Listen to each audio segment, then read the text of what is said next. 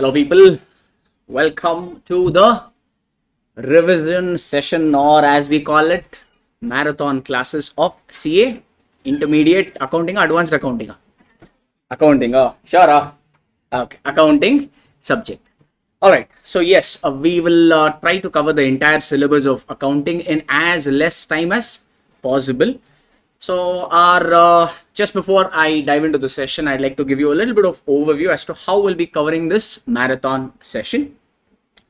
Our regular class runs for around 160, 170 odd hours. So we're trying to summarize everything in about 15 to 20 hours.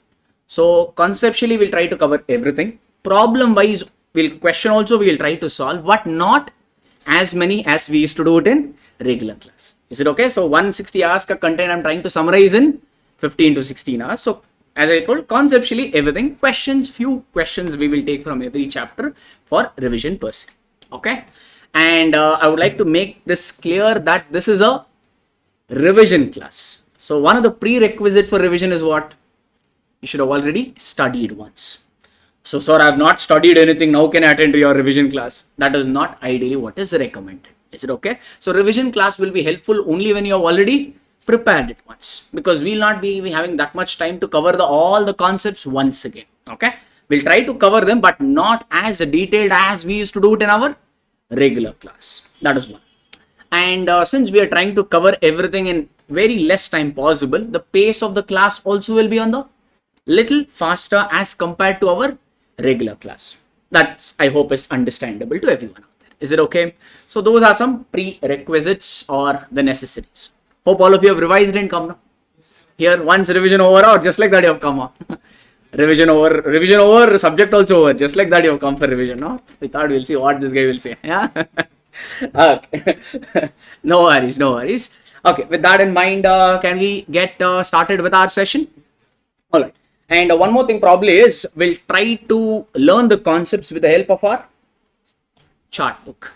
So in fact, on the initial class, I told you chart book is something which you can use it for your last day revision. So we'll try to revise all our concepts with the help of chart book itself. So those of you who have taken regular class from me, obviously you must be aware of this term, chart book. So some of you are in YouTube. So if you're listening to me for the first time, I'm called CA Sandesh, by the way, just in case you don't forget my name. I've written it in every page. Okay. All right. So yes, so in case you want to purchase these books, doesn't matter whether you have taken class from me or not. If you want to buy this chart book, you can log into our website. Once again, I shall show you. You can go to our website, learn.arivupro.com. I think we are connected. Once again.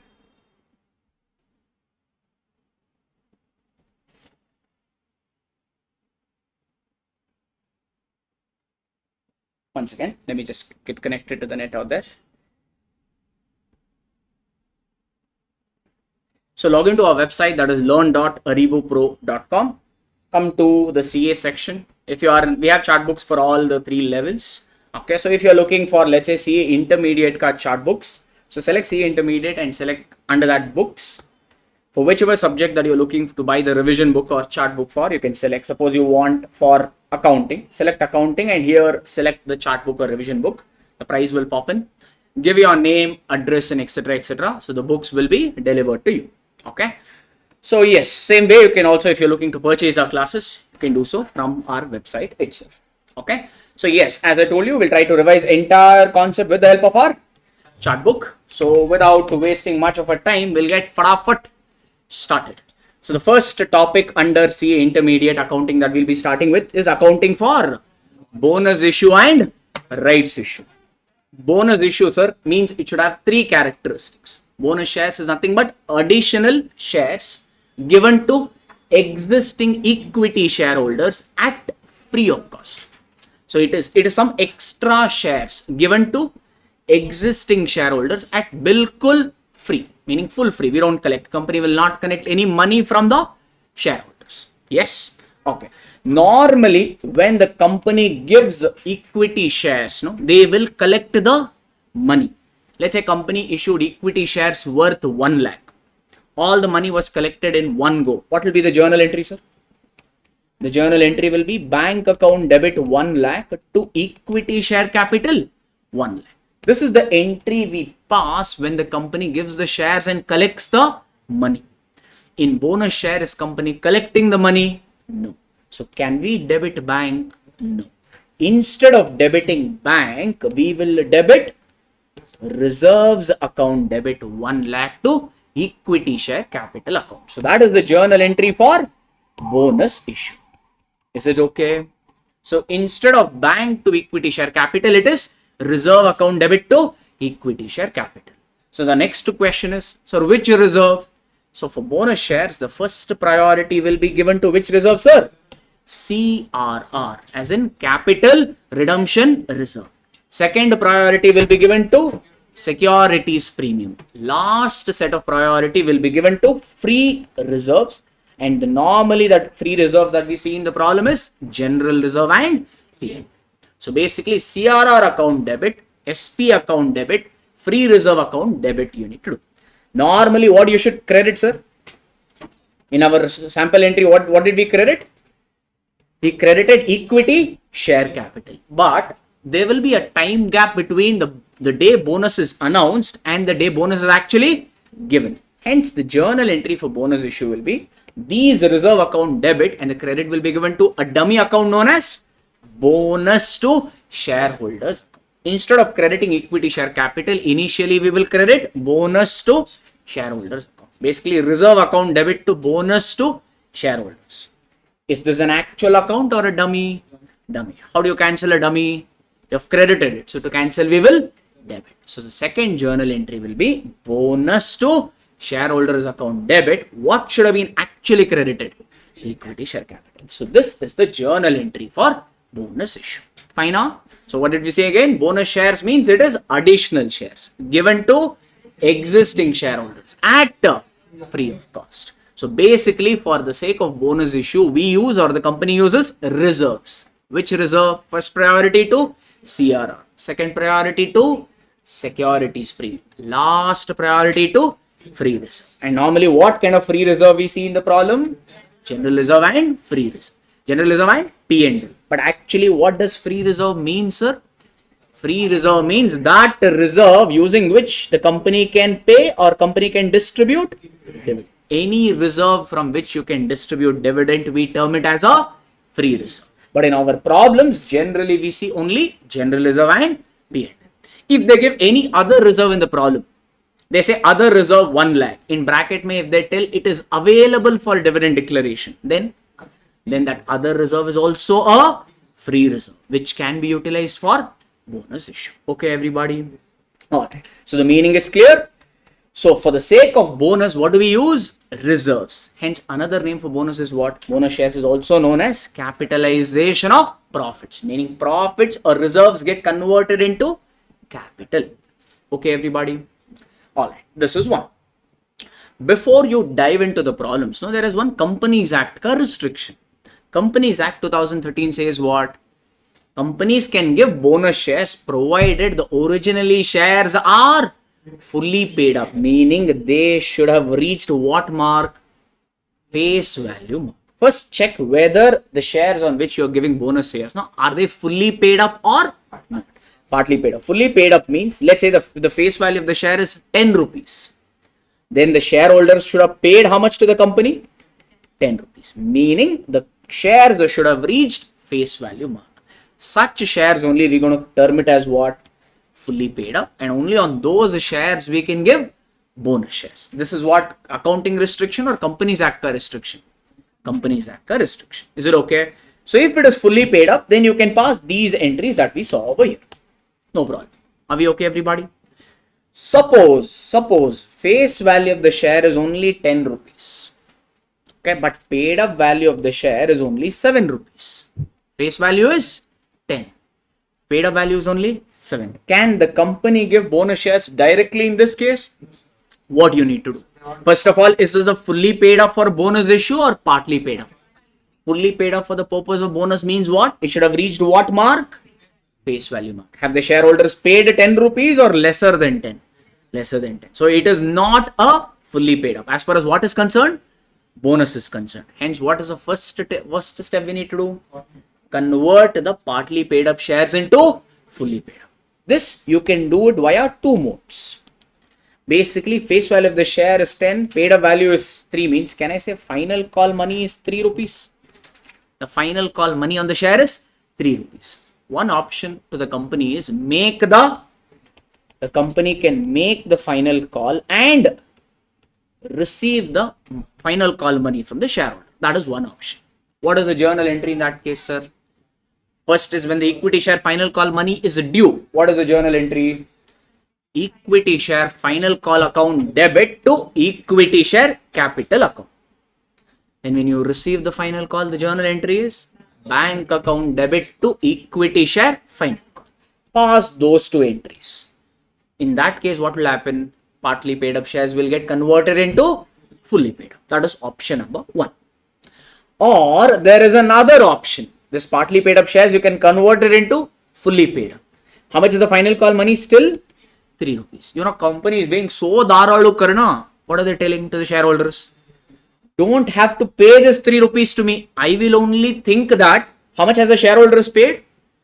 7. How much have they actually paid to the company? 7. But from this 7, company will convert the share into 10 rupees. Meaning, are the shareholders paying this final call money? No.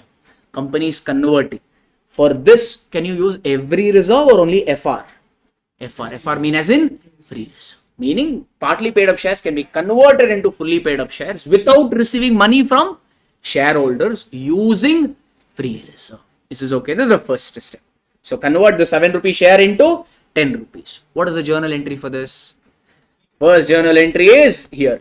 General reserve or P&L account debit to bonus to shareholders. Because are the shareholders paying this 3 rupees in the second case? No. That is also now considered as a bonus dividend. Hence the journal entry you pass is free reserve account debit to bonus to shareholders account. First entry. Second, what is this 3 rupees? Final call money due. What is the journal entry for final call money due? Equity share final call account debit to equity share capital account. That is your second journal entry. Okay. Now, this bonus to shareholder account is an actual account or it is a dummy account? How do you cancel that? Here you have credited. To cancel, we will debit. So, the next journal entry will be bonus to shareholders account debit. And what about this equity share final call? Is the company collecting that money? No. Hence, how do you cancel that? By crediting. Effectively, when you add all the 3 entries, what are you getting? Bonus to shareholders, credit. Bonus to shareholders, debit. Got nullified. Equity share final call, debit. Equity share final call, credit. Got nullified. What remains? General reserve or P&L account debit to equity share capital. Effectively, the entry is same. But since the transaction happens on a different time zones, since there is a time gap, we route the entry as 3. Okay, everybody? Comfortable? So we saw 2 scenarios. One, when the company can give the shares right away or company can give bonus shares right away. When is that possible? When the original shares are fully paid up, meaning it should have reached face value. In the second case, if there is a partly paid up shares, 2 options, convert that partly paid up shares into fully paid up by collecting the final call money, or don't collect the final call money, still convert. But for this still conversion purpose, you can only use what reserve? Free reserve. That's the funda. Okay, everyone. Okay, can we dive into one problem quickly? 1 or 2 problems we'll quickly do. Everything in a class, we have done more than 15-20 questions for all this. But now for the sake of revision, we'll only be doing 1 or 2. This is okay. That's our approach for almost all the topics. Is it okay, everybody? Okay, come into question number 2, sir. Come to question number 2, all of you. Or just check the screen. I've taken these questions from our class notes itself. These are all there in our study material also. In case someone on the YouTube, I thought it will be helpful for them. Because if I pick some questions from some other material, they'll be wondering where is that question. So I'll pick these questions from a straightaway study material itself. Our questions, our material and study material are almost the same only. We have only added some RTP, MTP questions extra. Okay. Pass journal entry in the following circumstance. Pace is okay, everybody? This much we'll try to maintain. Hope, I think once you have studied means this should be okay. Alright? Alright. A Limited has a subscribed share capital of rupees 5 lakh. So this 5 lakh is the number of shares or total value of the shares? Total value, because they use the term what? Rupees. How many shares are there? 50,000. Each ka face value 10. But called up capital is only 7.5 per share. Sir, face value is 10. But called up value is only 7.5. So are these fully paid up shares or partly paid up shares? Partly paid up shares. A bonus of 1,25,000 declared out of general reserve to be applied in making existing shares fully paid up. So the final call money company is collecting, or are they being karna? They're being karna, meaning they're using what now? Free reserve, meaning in this case, which free reserve has been utilized? General reserve has been utilized to convert partly paid up shares into fully paid up. Fatafat, tell me the entry, let's see. Amount they have only given 1,25,000. How 1,25,000, sir? Check. What is the face value of the share? 10 rupees. How much they have already paid? 7.5. So what is the final call money? 2.5. How many shares are there? 50,000. 2.5 into 50,000 you do in your calculator. What are you getting? 125. Such nice problem. They have only calculated everything, no? Fatafat, tell me the entry, sir. What is the first journal entry? General reserve account debit to what? Bonus to shareholders account. 1,25,000. Correct? Alright. What does this 1,25,000? It is the final call money. So that means first you need to pass the journal entry for final call money due. What is the journal entry? Equity share final call account debit to equity share capital account 1,25,000. Okay now. Now in this note, two dummy entries are there. Which are those two dummies? Bonus to shareholders and equity share final call. Should they be there or we need to nullify? Nullify. Here you have credited. How do you nullify? Debit. So that means the journal entry will be bonus to shareholders account debit 125 to equity share final. In the interest of time, I'm writing a little faster. Okay. Hope the legibility is not an issue over here. Okay. To equity share final call. Regular class handwriting only we don't understand. This you will understand as sir they're telling. Correct? No? Are we okay with this? So, this is the journal entry. I've given you the solution also. Fine, everybody there? Alright. Next scenario. This question has another part. Let's go through that. The same. A limited company having a fully paid up equity share capital of 50 lakh.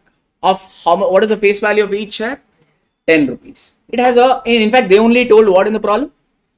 Fully paid up. So first is a separate scenario. Second is a separate scenario. So in second way, is there any drama or it's fully paid up? Fully paid up means if company wants directly they can give bonus. Yes.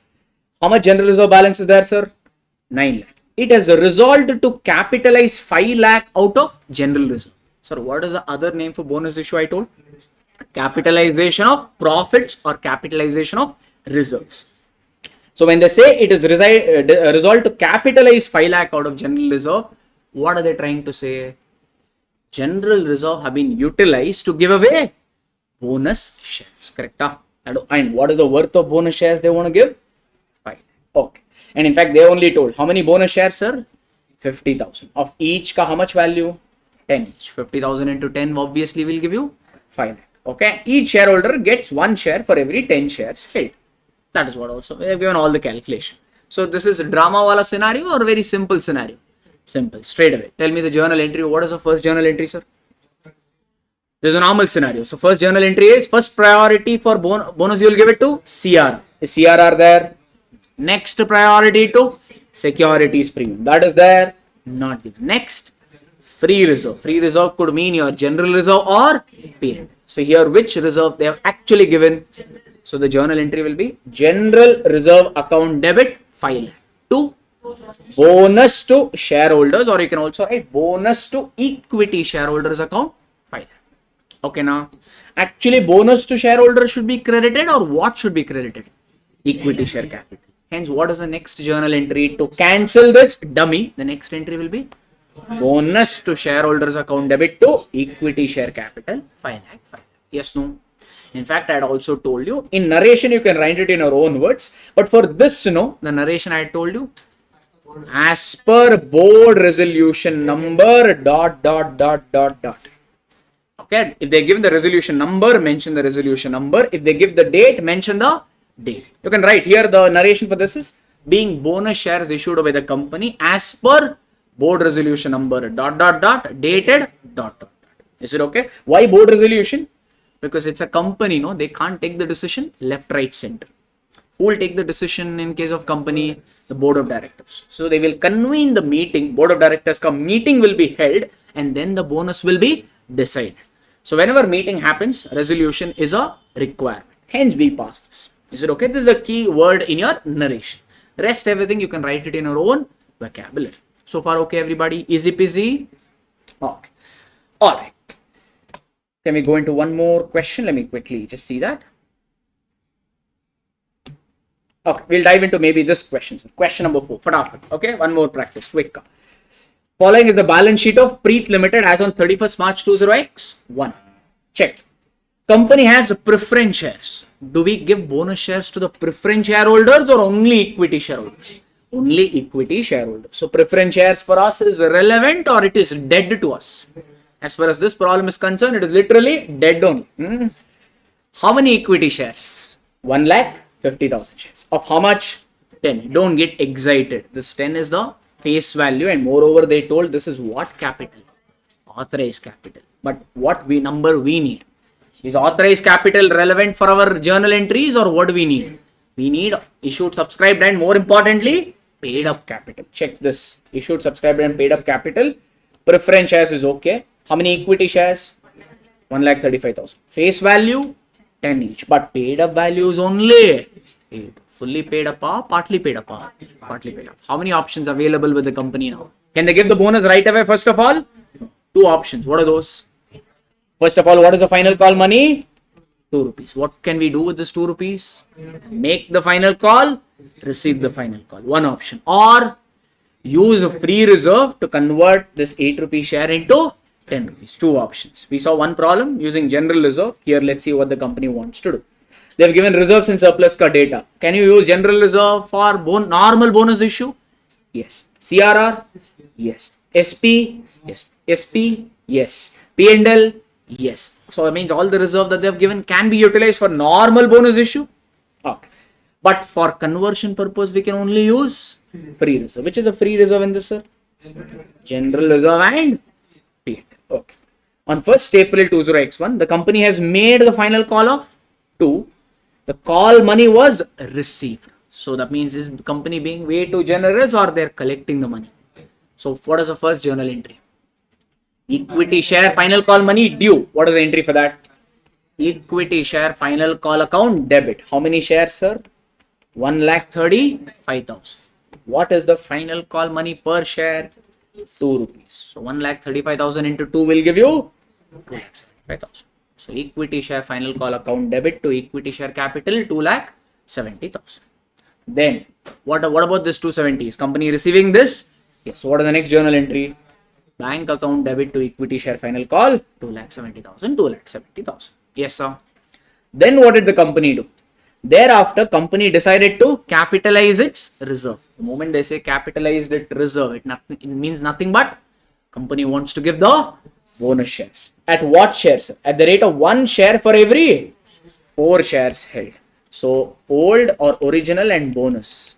If you have 4 original shares, they're saying how many bonus will be given? 1. I made up this equation or they gave? They gave. Do we just have 4 equity shares in our balance sheet? Check. Will you take authorized number or paid up? You should subscribe paid up number. You should subscribe. Hurry bari mein don't take this number.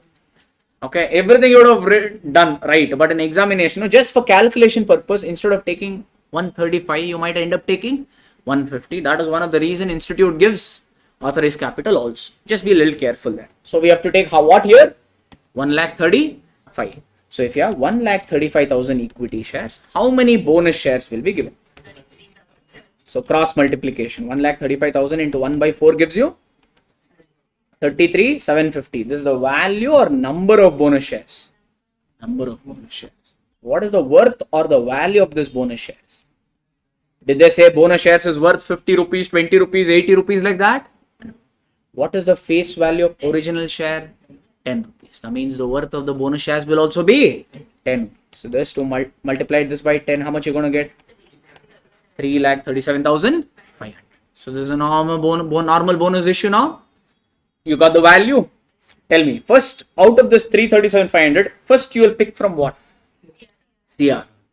Check, do we have enough balance in CRR or we only have 60? 60. First journal entry will be CRR account debit 60,000. First priority. We got the money or shortage? Shortage. Next priority to security premium. How much we have in security premium? So second journal entry will be securities premium account debit 37,500. Still over or shortage? Shortage. Next we'll pick from general reserve or P&L, but I told you study material always uses first general reserve, but actually it can be used vice versa. But if you still want to stick to study material only, you could first utilize general reserve and lastly use P&L. Do we have general reserve here? Yes. How much we have? 180. Still we have shortage. How much still we have? Still 60,000 shortage is there. That we will pick it from P&L. So these are all your debits. Credit will be given to a dummy known as bonus to shareholders. So the second journal entry or next set of journal entry will be bonus to shareholders account debit to equity share capital same amount. Easy, sir. Comfortable. Work. All. In fact, they asked us to pass journal entry. Also prepare balance sheet. Tell me, sir, can we prepare full balance sheet? Have they given full balance sheet over here? So that means if you prepare half as our balance sheet, or 50-50 balance sheet, that only we call it as balance sheet extract. So here, tell me, what and all will you show in balance sheet? First, you have to show authorized. In fact, you in the main balance sheet, paid up capital will come, but in notes to accounts, you have to show authorized share capital. Okay. So whenever bonus shares come, another point you need to keep in mind is check what was the original authorized equity share capital. 15 lakh. What was the paid up equity share capital? 10 lakh 80,000. You gave bonus shares now.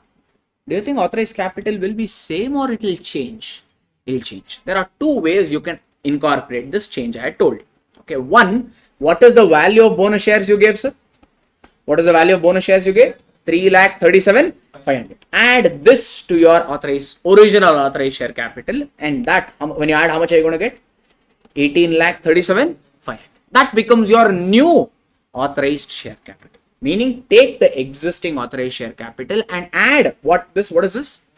Value of bonus shares issued. That is option number 1. Or there is a second easy option I had told, which we also followed in our class. Make authorized capital and paid up capital to be same. Okay, that is the second option, which is easy.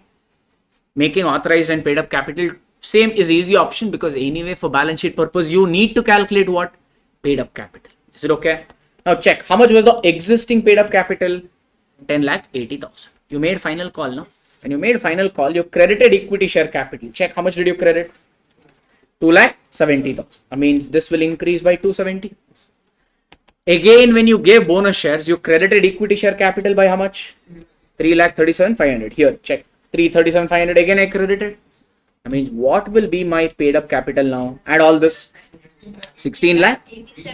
16,87,500. That is my revised paid up capital after the bonus issue. Make authorized and paid up capital to be same. Easy option. Okay. So now I think balance sheet this funda is done. So what is your authorized or rather paid up capital? How much, sir? 16,87,500.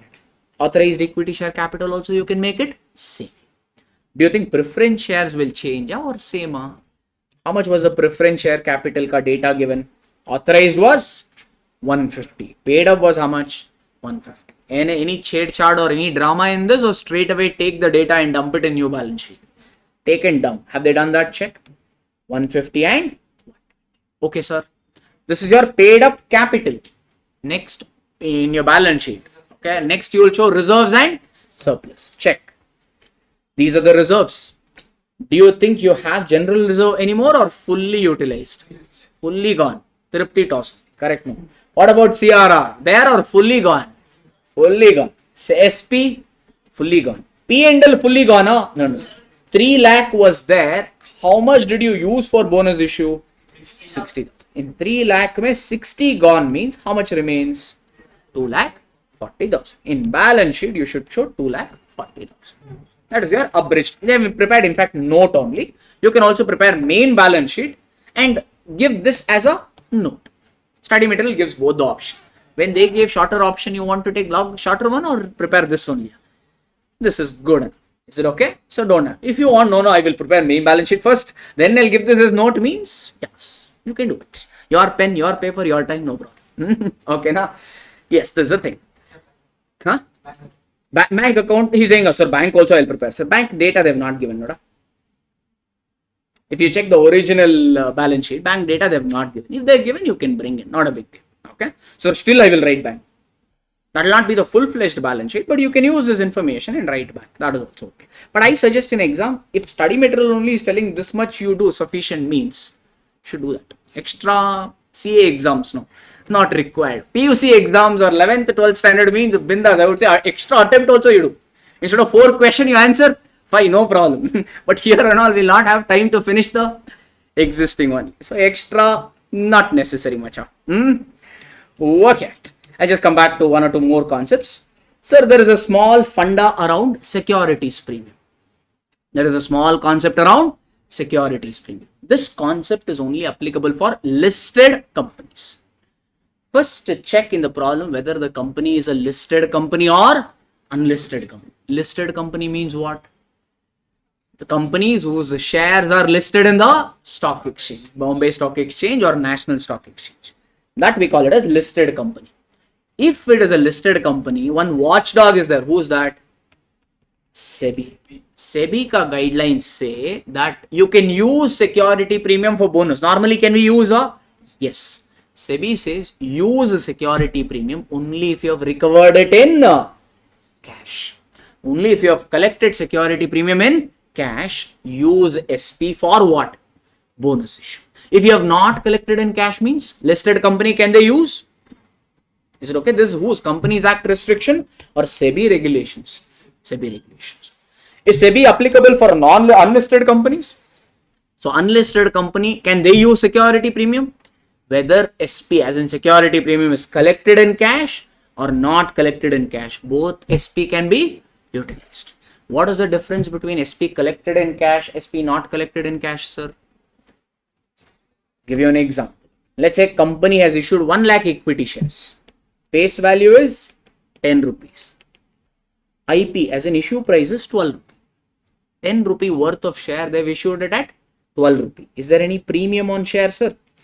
How much premium the company is collecting on one share?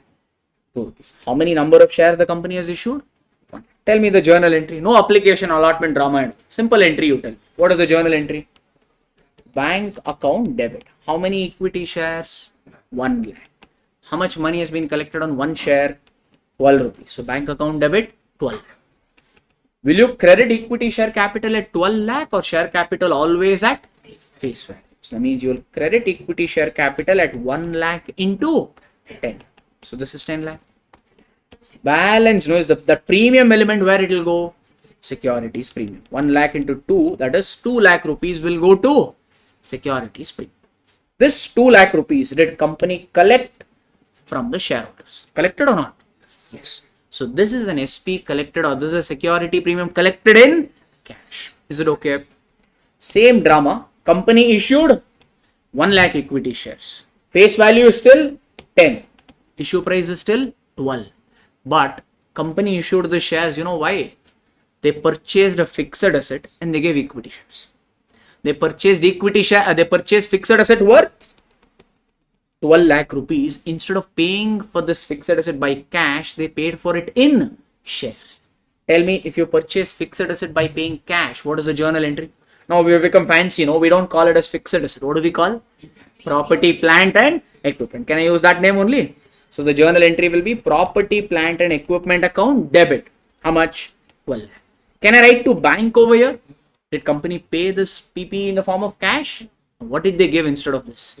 Equity shares. That means you will credit to equity share capital. But is the face value of equity share capital 12 lakh or only 10 lakh? What, meaning these shares were issued at premium. So the premium element, where it will go? To securities premium. This is okay. Now here also company collected security premium, but in cash. Did they recover this 2 lakh in cash or what did they get for this 2 lakh? They actually got fixed asset. Is this realized in cash or not realized in cash? Not realized. And as per SEBI guideline, can we use this 2 lakh for bonus issue? No. As per SEBI guidelines, listed company cannot use this 2 lakh for issuing the bonus shares. That is a restriction. Is this restriction there for unlisted company also? No. Only for listed company. That was the concept that we have brought out here. Everything going in now? No problem? Online I can't ask. Okay. All right. Next. Some other concept. Quickly we'll run through. So if you have convertible debentures. Convertible debentures means what? These debentures will eventually, you'll pay money to redeem these debentures? No. What will you give these debentures? Equity shares. So these debentures will eventually get converted into equity shares. Doesn't matter whether you have fully convertible debentures or partly convertible debentures. Even they are eligible to get bonus shares. As per whom? Companies Act or SEBI guidelines. These are again as per the SEBI guideline. Okay. And conversion date and bonus ka date should be same or it could be anything we had told. All this I discussed in class. Don't remember? Huh? Okay, no worries. So maybe just for the sake of recap, I'll give you over here. Let's say company has a 10% convertible debentures. These are not much tested. You don't find questions on this in our study material. It used to get tested about 8 to 10, I think 7, 8 attempts before in the new syllabus or the current scenario. They're not testing this, but good to know. Okay, quickly I'll just give you a recap. Company, has convertible debentures worth 10 lakh rupees. Okay. Sir, this will get converted after 2 years. Meaning after 2 years, will you repay 10 lakh back to the debenture holders or what will you give them? You will give equity shares. Now or after 2 years? After 2 years. After 1 month, not year, after 1 month, okay, company has come out with a bonus issue. Company wants to give bonus issue. Bonus issue means again what, sir? Additional shares given to existing equity shareholders at free of cost. Okay. The question is, should we give bonus to these debenture holders? Eventually they will also become equity shareholders. You're giving bonus, or maybe instead of after 1 month, I will write only now. The company wants to give bonus when? Now.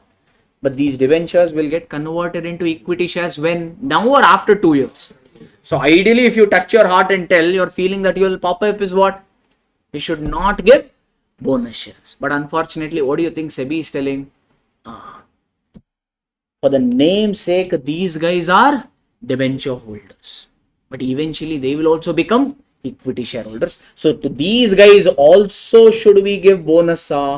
Yes.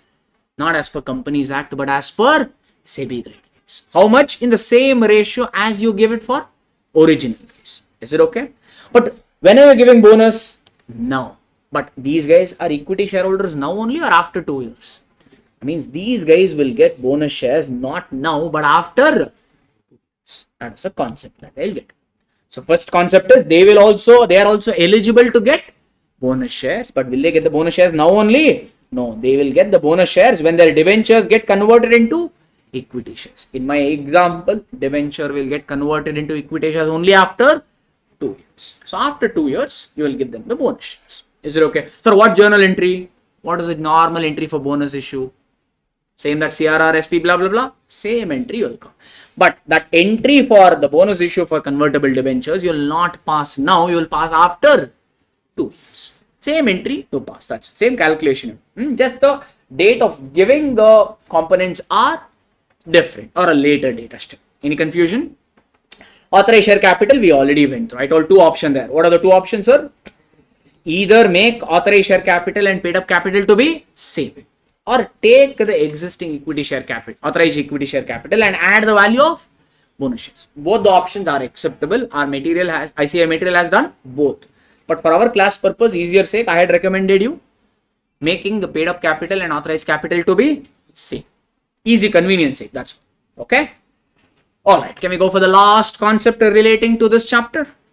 So this chapter leaves only with 2 things: bonus shares and right shares. Right shares also means 3 features. Right shares means additional shares given to existing equity shareholders at free or no, at a discounted price. Bonus you give it at free price, free. Right shares you give it at discount. So Companies Act mein there is a restriction. You cannot give shares at a discount. Is that getting triggered over here? No. what Companies Act says is, if face value of the share is 10 rupees, no company can issue the share below 10 rupees, below face value. But here when we say discount, no, the discount is calculated from what value perspective? Market value perspective. Is it okay? So let's say Wipro ka share is trading in the market at 150 per share. Wipro ka share is currently trading in the market at 150. Face value Wipro ka share is still 10. Now Wipro wants to give right shares. If they issue it at 150, do you think existing shareholders will be happy to buy? What do you think they will say? Why should I buy from you? I'll buy it from a market only. Wipro they said, okay, no problem. I will issue it at 110. I'll issue it at 110. What is the market price of Wipro ka share? 150. But at what value is right shares given? 110. Isn't there the discount that the Wipro is offering? Compared to face value or compared to market value? That is what we mean by right shares. For this, there is no restriction. Okay, restriction is there only for issuing the shares below the face value. Okay, na sir? Is there any, these are extra share or normal shares only? Normal shares. When you issue normal shares, what is the journal entry? Bank account debit to equity share capital. If you are issuing these shares at premium, means the premium will go to securities. If premium is not there, cut off securities. Correct, sir? This is not popular in the examination. In examination, as far as rights is concerned, they ask you something known as value of the right. They ask something known as value of right. Okay. How do you get value of right? That is nothing but cum right value of the share or cum right price per share minus X right price per share. Cum right price per share minus X right price per share gives you something known as value of the right. Cum right price per share means what?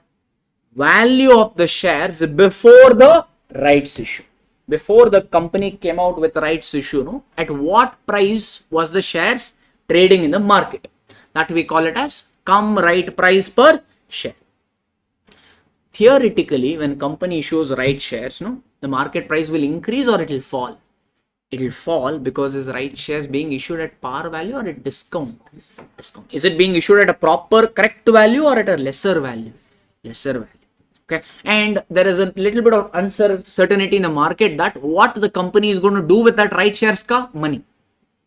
So there is a little bit of uncertainty. So at least theoretically we say whenever company issues right shares, no, market price of the share will fall. Is it okay? Okay. So after the right shares, whatever price you get, that we call it as X right price of the share, or you can also think of it this as your average price per share. To calculate X right price per share, there is a simple formula which is what's it? Value of original share. That only we call it as what? Cum right value of the share plus value of right shares divided by number of existing shares or number of original shares plus a number of right shares. And giving you a simple examples also before. This is nothing but your average price. Is it okay? If you do this, you're going to get this. Cum right price per share, they would have already given to you in the question. X right price per share, you can calculate by doing this. The difference between those two, what do we call it as? Value of right. Is it okay? Can we fatafat take up one question relating to this and revise? Okay, come to question number 5 maybe. 5 I think. Okay. Company offers new shares of 100 each. What is this 100, sir? Face value. At 25% premium to the existing shareholders. To the existing shareholders, if you are giving extra shares, that not at free, then what do we call that as? Right shares. Face value of the share is how much? 100. What is the premium element? 25. So that means how much money the company is collecting from the on one share from right shareholders? 125. Agreed? 100 plus 25%, which is 125 total or for one share? One share. As one for 4 bases. So they're not giving shares left, right, center. They're giving in one ratio. What is that ratio they're saying?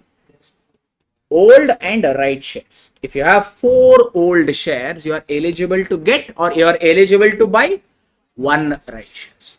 Is it okay? And the right shares you can buy as a shareholder, you can buy by paying to the company how much? 125 per share. The cum right market price of the share is 150. What does cum right price per share mean, sir? value of the share before the rights issue. Before coming up with the rights, the shares were trading at 150. But is the right shares given at 150 or 125? 125. So that means these shares are given at a discount. Calculate the value of the right. Okay. So yes, let's do it. First, for that, what do we need, sir? Come right price of the share. Calculate or given? Given. How much is that? 150. Next, what do we need, sir? X right price per share we will compute. How do you get that? Nothing but your average share. So first will be what? Value of original shares. Value of original shares only, what do we call it as? Come right value of the share. Come right value of the share. This is your value of original shares. Plus what do we need to do? Value of right shares. Value of right shares. This is your numerator. Basically, there's nothing but your total cost. How do you get average cost, sir? Total cost divided by total number of shares. This was the cost of the share before the rights issue. This is the cost of the share after the rights issue. Both if you add, you're going to get your total cost. Expressed as a fancy formula, but it is pretty much the average cost basis. Denominator should be what? Total number of shares. That is expressed in two components. First is your number of existing shares or original shares plus number of right shares. If you do this in the denominator, you're going to get the total number of shares. So before the company came out with rights issue, what was the price market value of one share, sir? 150. Anybody can buy the rights issue, or is there any minimum requirement? You can buy right shares provided you own minimum how many shares? To get right shares, minimum you should buy. Minimum you should have already bought 4 share. So what is the value of 4 share?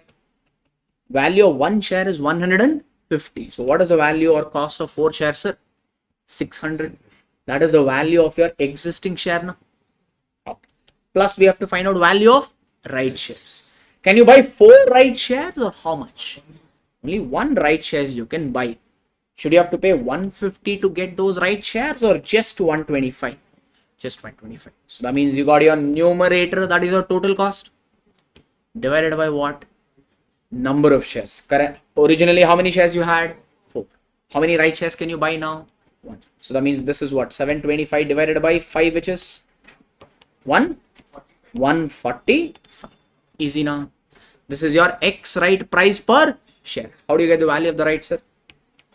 Value of the right is nothing but come right price per share, which is 150 minus X right price per share is what? Which is 145. So value of the right is 5.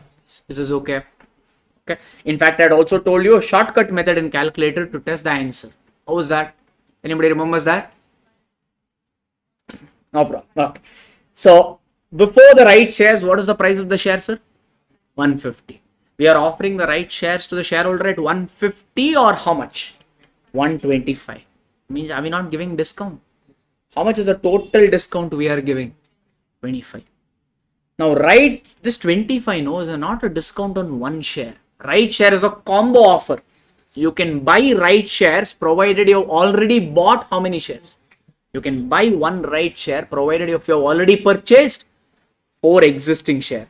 That means this is 25 rupees is not the discount on 1 share. It is a discount on 5 shares. So you do 25 divided by 5. How much is that? 5. That way also you will get the same answer. Will you follow this in exam? No. This is only for our testing, I told. Study material follows this approach. Follow that only in exam. This is only to test, I told. Okay now? Yes, everybody. Alright, I think let's quickly run through. I think everything we have covered for this chapter. Let's see quickly if anything is there. Yeah. So yes. So with this, the first chapter, the bonus shares, we have revised. Can we dive into the next topic?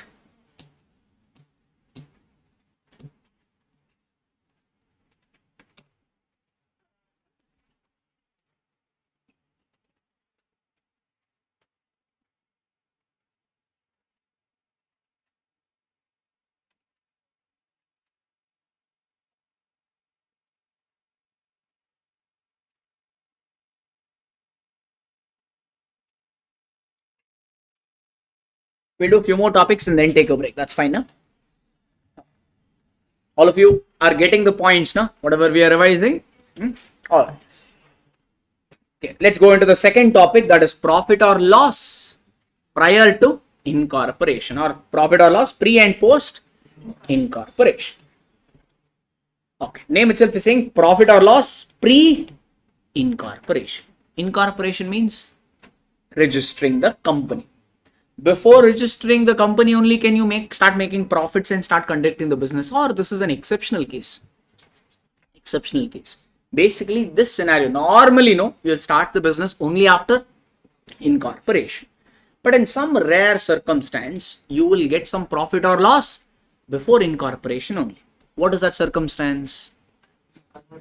When one company, purchases the running business of an other company. So you purchase the business of an other company. Okay. Let's say on 1st April 2023 only, you purchased another company ka business. You paid the required money and you purchased. Okay. But your business, you were able to register only on 1st July. Your business, you are able to register only on 1st July. But when have you acquired that business, or when have you purchased that business? Okay. Now check. April to 1st July. How many months? April, May, June. 1st July, you ignore. 3 months. For these 3 months, you have already purchased business, means that business activities will run for these 3 months. Correct? So that means that business will be incurring some profit, or they will be incurring some losses. So for this 3 months, you may end up making some profit or some loss. That belongs to you only because you already purchased it. Correct? But have you registered the company already? No. Hence, this 3 months ka profit or loss, what do we call it as? Pre-incorporation period ka profit or loss. Okay, this is the topic, or this is the scenario this particular topic is trying to cover. Is it okay? As someone mentioned, it need not come just when you purchase. It also arises when you convert.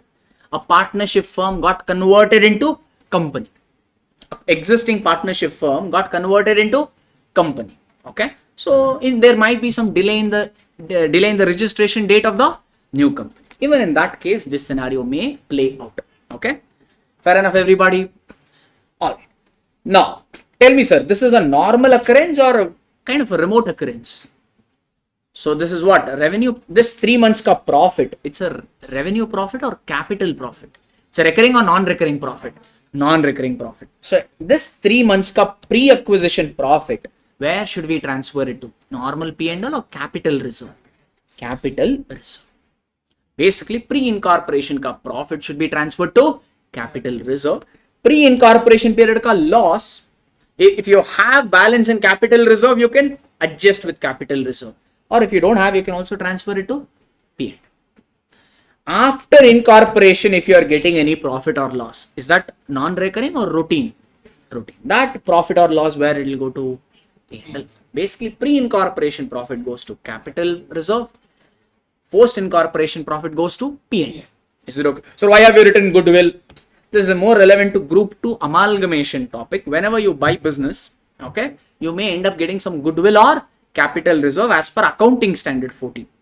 So this pre-incorporation profit or loss can be adjusted either with goodwill also. But in all our problems, I told transfer profit to capital reserve itself. That is okay. Is it okay, everybody? So got the scenario. So this scenario, when will it play out?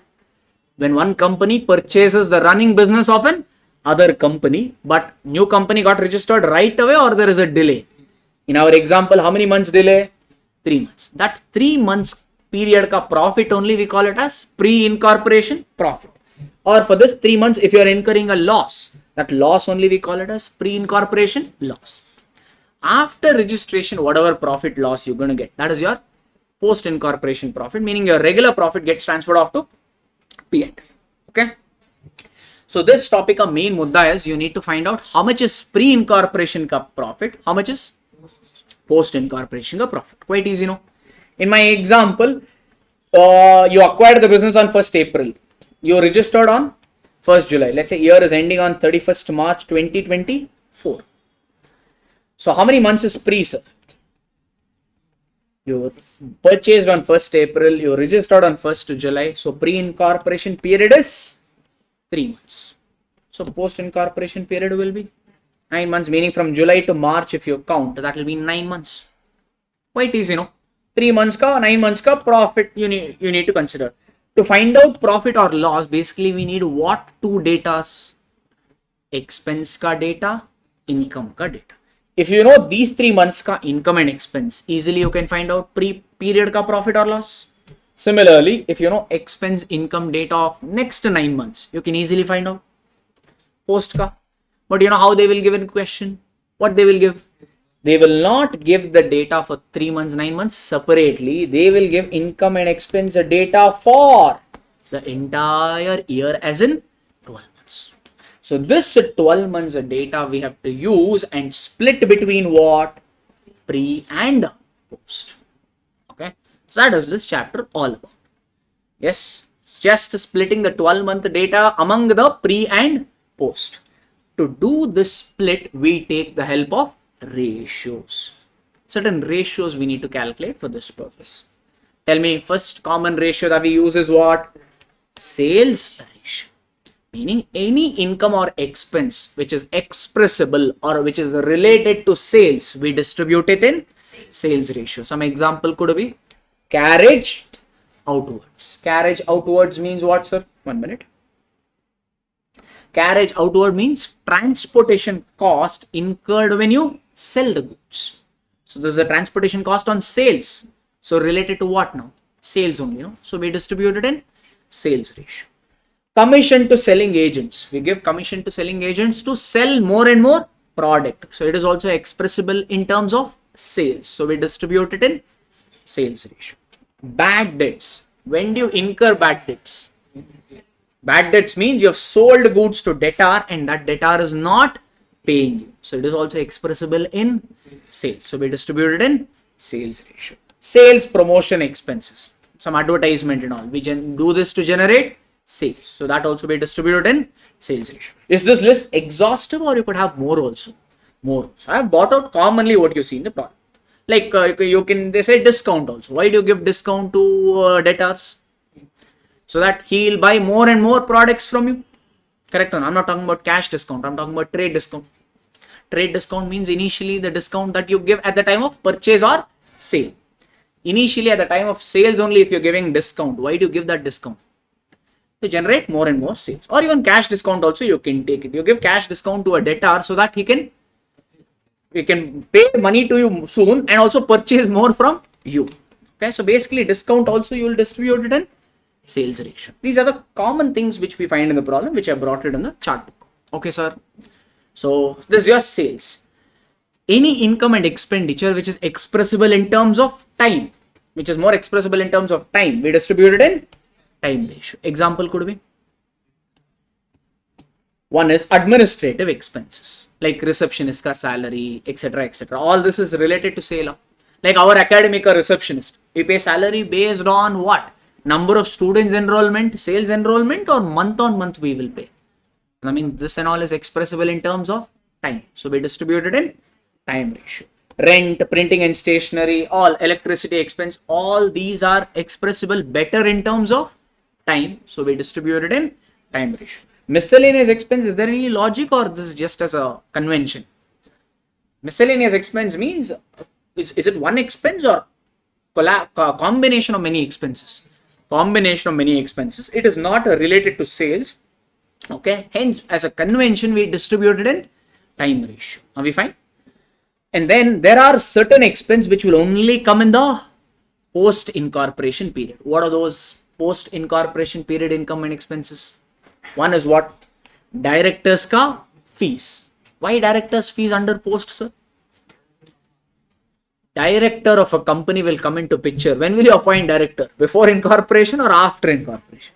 So you will pay the director's fees only after incorporation. So director's fees will only come under post-incorporation period. Similarly, interest on debentures. Who will issue the debentures? Existing company or new company? New company. And new company will issue the debentures only after incorporation. So interest on debentures also will come only under post. Preliminary expense. Preliminary expense means what? Expense is incurred before incorporation, but to incorporating the new company. Preliminary expense are the expense incurred to incorporate the new company. Hence, it comes only in the post-incorporation period. I told you for easy remembrance sake, post-incorporation period means think of it as a new company. Preliminary expense you have incurred only to bring in new company into existence. Hence, you put it only under post. And then donation given by the company. Company can give the donation only after incorporation. Hence, that also you will bring it only under post. Share issue expense. Share issue expense means again which company is issuing the share? Existing company or new company? New company. They will issue the shares only after incorporation. Hence, this also will come only under post. Provision for tax also under the same. Okay. Provision tax means it's a tax paid by the new company. So hence it will be, our company will make the provision only after incorporation. Hence it will come under the post incorporation period. Or another logic of this is, we always tell provision for tax is a charge against profit. Meaning when you make provision for tax, your profit should reduce. If it is pre-incorporation period profit, will you transfer that to P&L or capital reserve? Capital reserve. Provision for tax, can you adjust against capital reserve or P&L? Hence, we put it only under post-incorporation period. That's another logic which I had told. Yes, no? Then, if you have any company audit fees, here there is a little bit of, I told, gadbad around this. There are two schools of thoughts. I thought we will stick to what ICA is doing. So, company audit fees means we will put it under post-incorporation period. The funda they are taking is, you will appoint the auditor only after incorporation. So, that is the reason put it under post-incorporation period. Is it okay? But there is also another school of thought that pre-incorporation period ka audit also should be done. Post also should be done. There are two schools of thought, but can we go against our mother body? So we will stick to ICA ka funda. Company audit fees means post. Tax audit fees, I told you, tax audit fees ka billing is generally based on the revenue. So hence we distribute it in the sales ratio. Okay. So this expense distribution, we do it in the form of by taking the help of these ratios. Everybody easy so far? Okay. And 1 minute.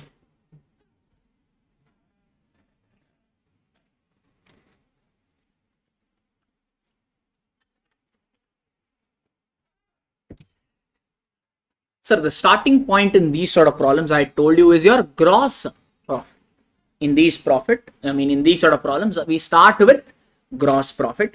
If they have given gross profit, well and good.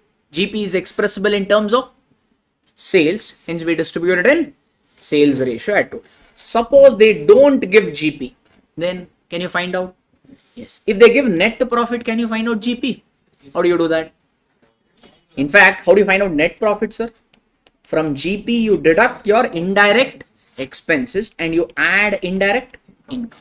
That way you're going to get your net profit. Using this, can we find out GP? Express, then GP will be what? Net profit plus indirect expense minus indirect income. That if you do, that is one way to find out your gross profit. Or there is another way. If you know sales and COGS, can you find out? Yes, GP is nothing but your sales minus COGS. COGS as in cost of the goods sold. That is one option. Or can you find out GP by preparing trading account? Yes. Or if I tell you sales is 10 lakh, I'll tell you profit is 25%. Can you find out GP? How do you get GP? Sales multiplied by the percentage given. So these are some ways they test out or they ask us to find out GP. These are problem specific adjustment which I brought it in the chart. Any problem? No. Can we quickly revise this topic by taking up one question? Okay. Come to question number 5, all of you. If you don't have question also, no issues. Just keep checking the screen. Quickly, we're trying to revise the things.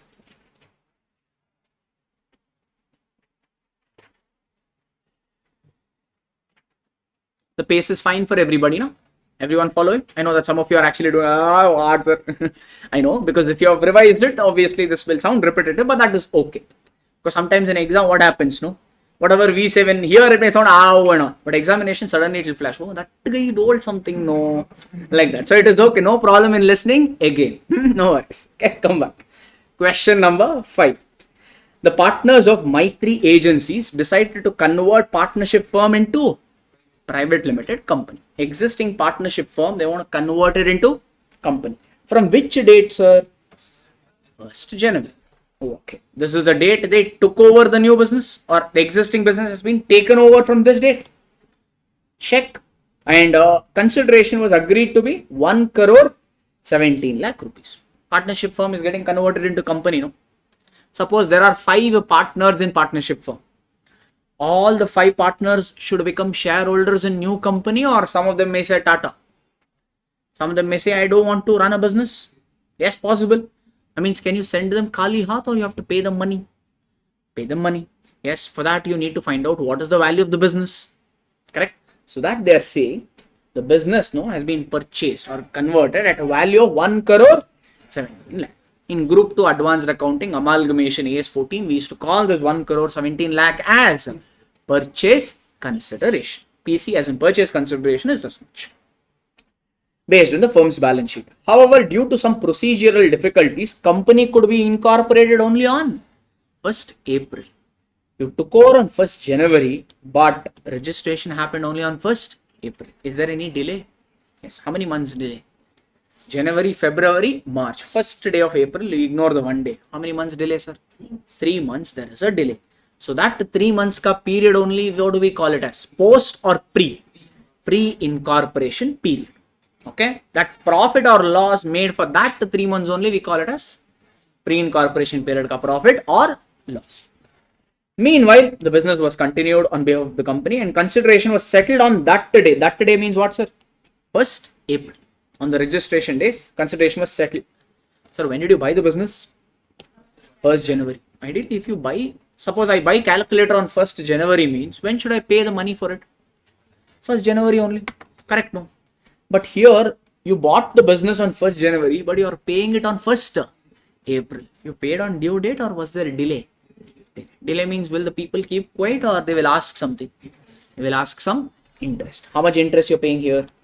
12% per annum. Is there an annual delay over here? Only for 3 months. 3 months. Calculate how much interest? 1 crore 17 lakh is the consideration you had to pay. You delayed it for how many months? 3 months. For that, you need to pay interest at the rate of 12%. How much is this? 3,51,000 interest you need to pay to the existing owners because you delayed. Let this data be there. Same books of accounts were continued and closed it account for the first time on 31st Jan. I took this for all specifically because of this. People will think we bought the business on 1st January. So year started on 1st January. So it will end on 31st December. No. Always check the year ending date. Every year need not just have 12 months using certain approvals, ROC approval, central government approval. You can extend your financial year also. Here check. When did you buy the business? 1st January 20x2. But your year is ending on 31st March 20x3. So it's a 12 month wala year or 15 months wala year? 15 months. If you count from January to 31st March, you're going to get 15 months. Always check this. Don't be in a hurry. Okay. Alright. They give you extra information. Sales. Check. Have they told sales only for 3 months, 12 months, 8 months like that, or they only give sales? That means what, sir? This is a sales for how many months? From 1st January till 31st March. That is for 15 months. The sale is this much. Correct? No? In this 15 months, we have to split between how much for pre and how much is for post.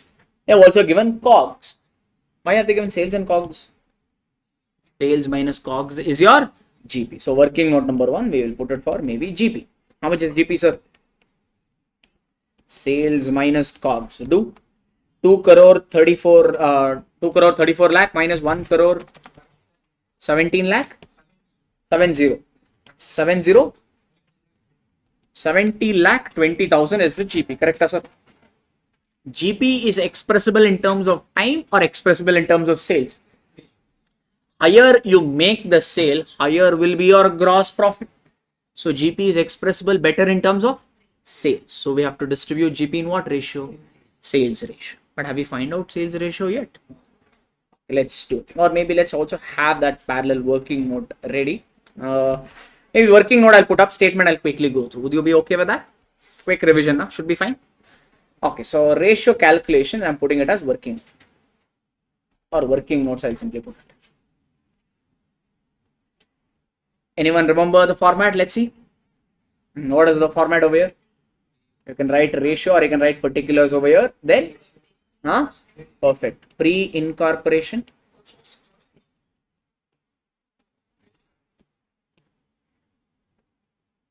Not coming only. Okay.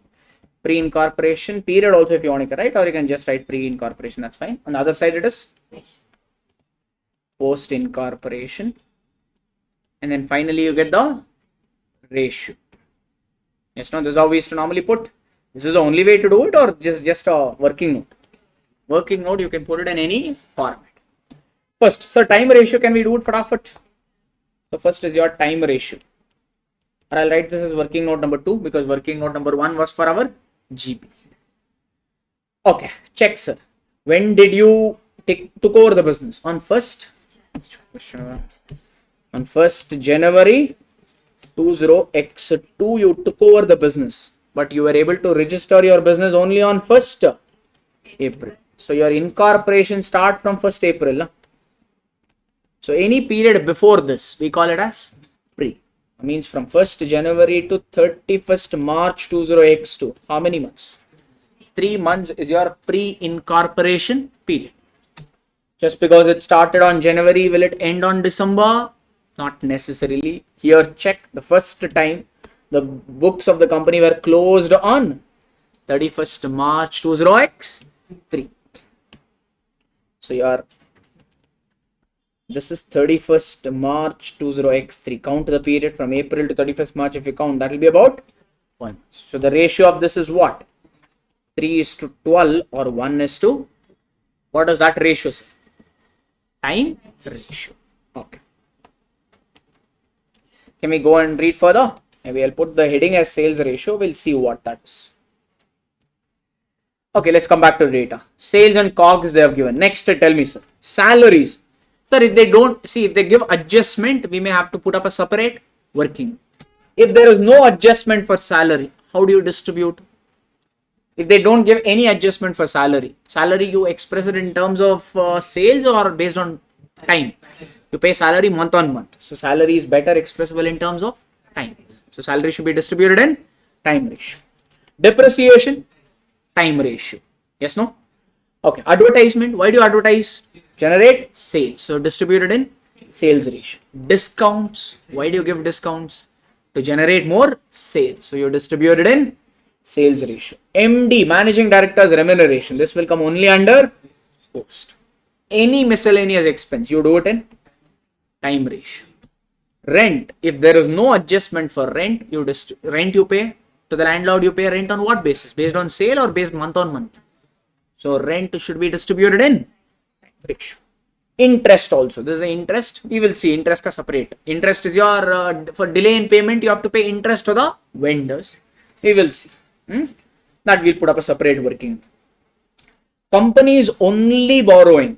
So when they say company over here, they're talking about the old company or new company? New company. In this case, there is no old company because there is old partnership firm.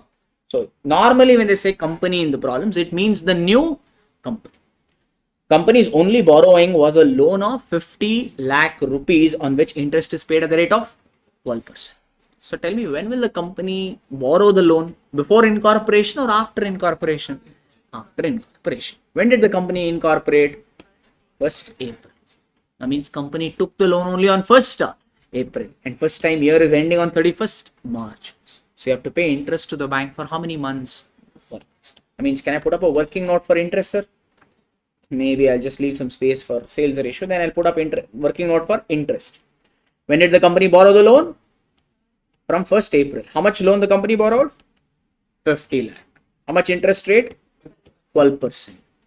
Company borrowed it on 1st April and year is ending on 31st March. So current year, the company has to pay interest to the bank to the loan, or company has to pay interest on bank loan for 12. So can I write into 12 by 12? Or if you want, you can cut off also. How much it will be? 6. This is okay. But is the interest given to be 6 lakh or 9 lakh 51,000? 9 lakh 51,000. Correct now? But was this the only interest or there was another interest also? You paid some interest to the vendors. Vendors means your purchasing company ka guys, owners. Did you pay them on time or there was a delay? You have to pay them 1 crore 17 lakh, but you didn't pay it on time. You delayed their payment by 3 months. So how many months interest they are charging? 351. That means this 351 relates to post period or pre period? Pre lakh period. So this is 1 crore. How much was that amount? 1 crore 17. 1 crore 17 lakh ka, and they're asking how much interest, sir? 12% for 3 months. So this will give you 3 lakh 51,000. So this way, if you add, you're going to get 9 lakh 51,000. In fact, is it necessary to calculate both over here, or it was okay to just to calculate one? In fact, if you calculate this means other thing, you can get it as balancing figure, no? Because total interest is 951. In this 951, if 351 is pre means balance will be post. Or calculate this and get that as a balancing figure. Or if you want to say, no, I want to calculate both means, that is also okay. Yes, no? Interest is done. Alright, next adjustment. Let's see. The company was able to double monthly average sales of the firm from 1st April. 1st April is what date, sir? 1st April is your post incorporation date. From the incorporation date, sales has got doubled, it seems. Okay, now? Alright. Similarly, they're saying, but the salaries tripled. Sales doubled, salaries tripled. Okay, let's stop there. I think this information is helpful for us to calculate the sales ratio. And normally salary we distributed in time ratio, but in this problem there is some adjustment. Hence we need to put up some working. For sales ratio, tell me what do you do in these four problems? You know, we assume the monthly average sale to be 1. Is that the only method, or can you also assume variable? You can assume X, or Y like that also, but which is easy? Because sometimes they give it in order fraction, 2/3, 4/5 and all. So when you take variable, solving the equation may become a little difficult. Hence assuming the numbers is much easier. Okay. So for simplicity's sake, I'm going to assume let monthly average sale be 1. Is it necessary you have to assume 1, or any number is okay? So take any number, you will get the same answer. So let monthly average sales be 1. Why am I assuming this period ka sale to be 1? Because they told in the problem post incorporation salary doubled. Okay, so from here on it changed, na? So hence other period ka sale you have to assume it to be 1. Whichever period ka data is changing, other period ka data you have to assume it to be 1, 2, 3, whatever. Is it okay? So here this is getting doubled, hence that period ka sale I've taken to be 1. This is total or monthly average. Every month I've assumed the sale to be 1. How many months are there in pre-incorporation period? 3 months. So what is the total sales then? Every month it is 1. For 3 months it will be 3. Is it okay now? So from 1st April they told sales has got doubled. So this period ka sale is 1 means from here onwards the sale will be 1, or it will be what? Double, meaning 1 ka double will be 2. How 2 what total or every month? Monthly sales here will be 2. How many months are there? 12 months. So what is your total sales? 24. So what is the ratio? 3:24 or 1:8. Take any variable or any number, ratio, final answer that you're going to get will be same. It will not change. So this is your sales ratio. They also gave something for what, sir? Salary, na? So let's do it for salary. You guide me. They told from 1st April 20x2, salary has got tripled. So guide me what I should do. Which period ka sale I have to assume as what? Pre or post? Pre-incorporation period ka salary, monthly average salary I have to assume it to be 1. So let monthly average period here be 1. Every month it is 1. How many months are there in the pre-incorporation period? 3. So totally 3. This period ka salary is 1 rupee means from 1st April onwards it will be doubled or tripled? Triple. That means 1 will become 3. 3 is a total or every month? Every month. How many months are there in the post period? 12. So 3 for every month. So for 12 months it will be 36. So salary will be 3:36 or 1:12.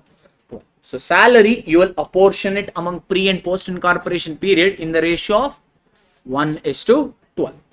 If they had not given the data, means salary, I would have straight away done it in time ratio. Because of adjustment, I'm doing it like this. Any other adjustment they gave us, sir? It had to occupy additional space from which date?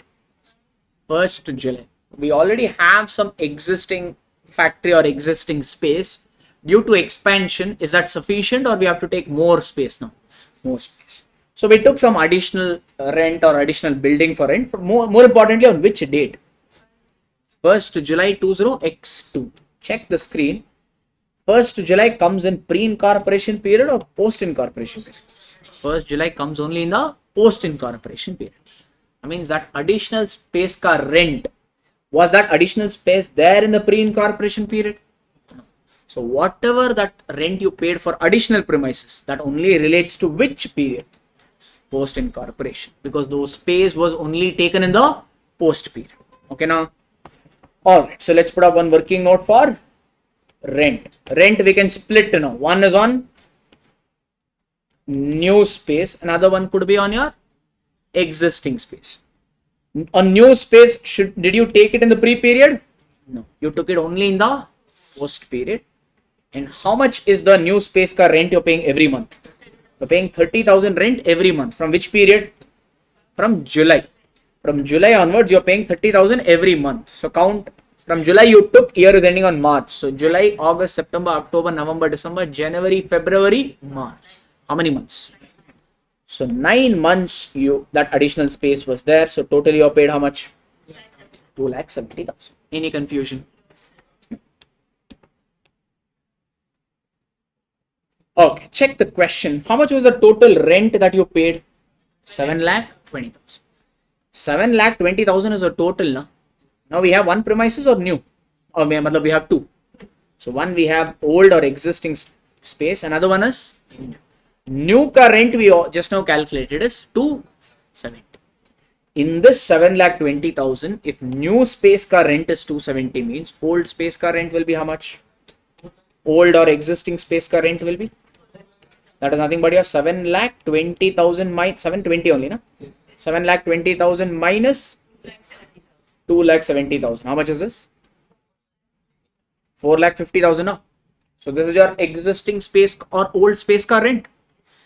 If they had not told any adjustment about rent, what you would have done? Rent would have distributed in time ratio. There is some adjustment only for new space. Is there any drama around old space or it is there from the beginning? From the beginning till the end it is there now. So for this 450 normally what we should do? Or we should do what? That should be distributed in time ratio of what? What is the time ratio of calculating? 1:4. So distribute 415 1:4 ratio. This is 90,000 and that is 3,60,000 now. So what is your total rent in the pre-period? 0 plus 90 is 90,000. This one is 630. Yeah? 6,30,000 is the rent under post. Got it, everybody? Now I think all these are base data. Using this, can we figure out the last component?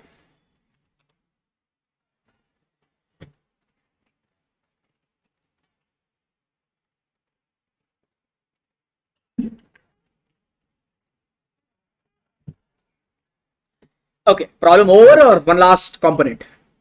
Main component, that is putting up a statement which shows profit or loss in the pre as well as the post period. Normally, how do we used to put up particulars, ratio, pre and then post? Yes, no?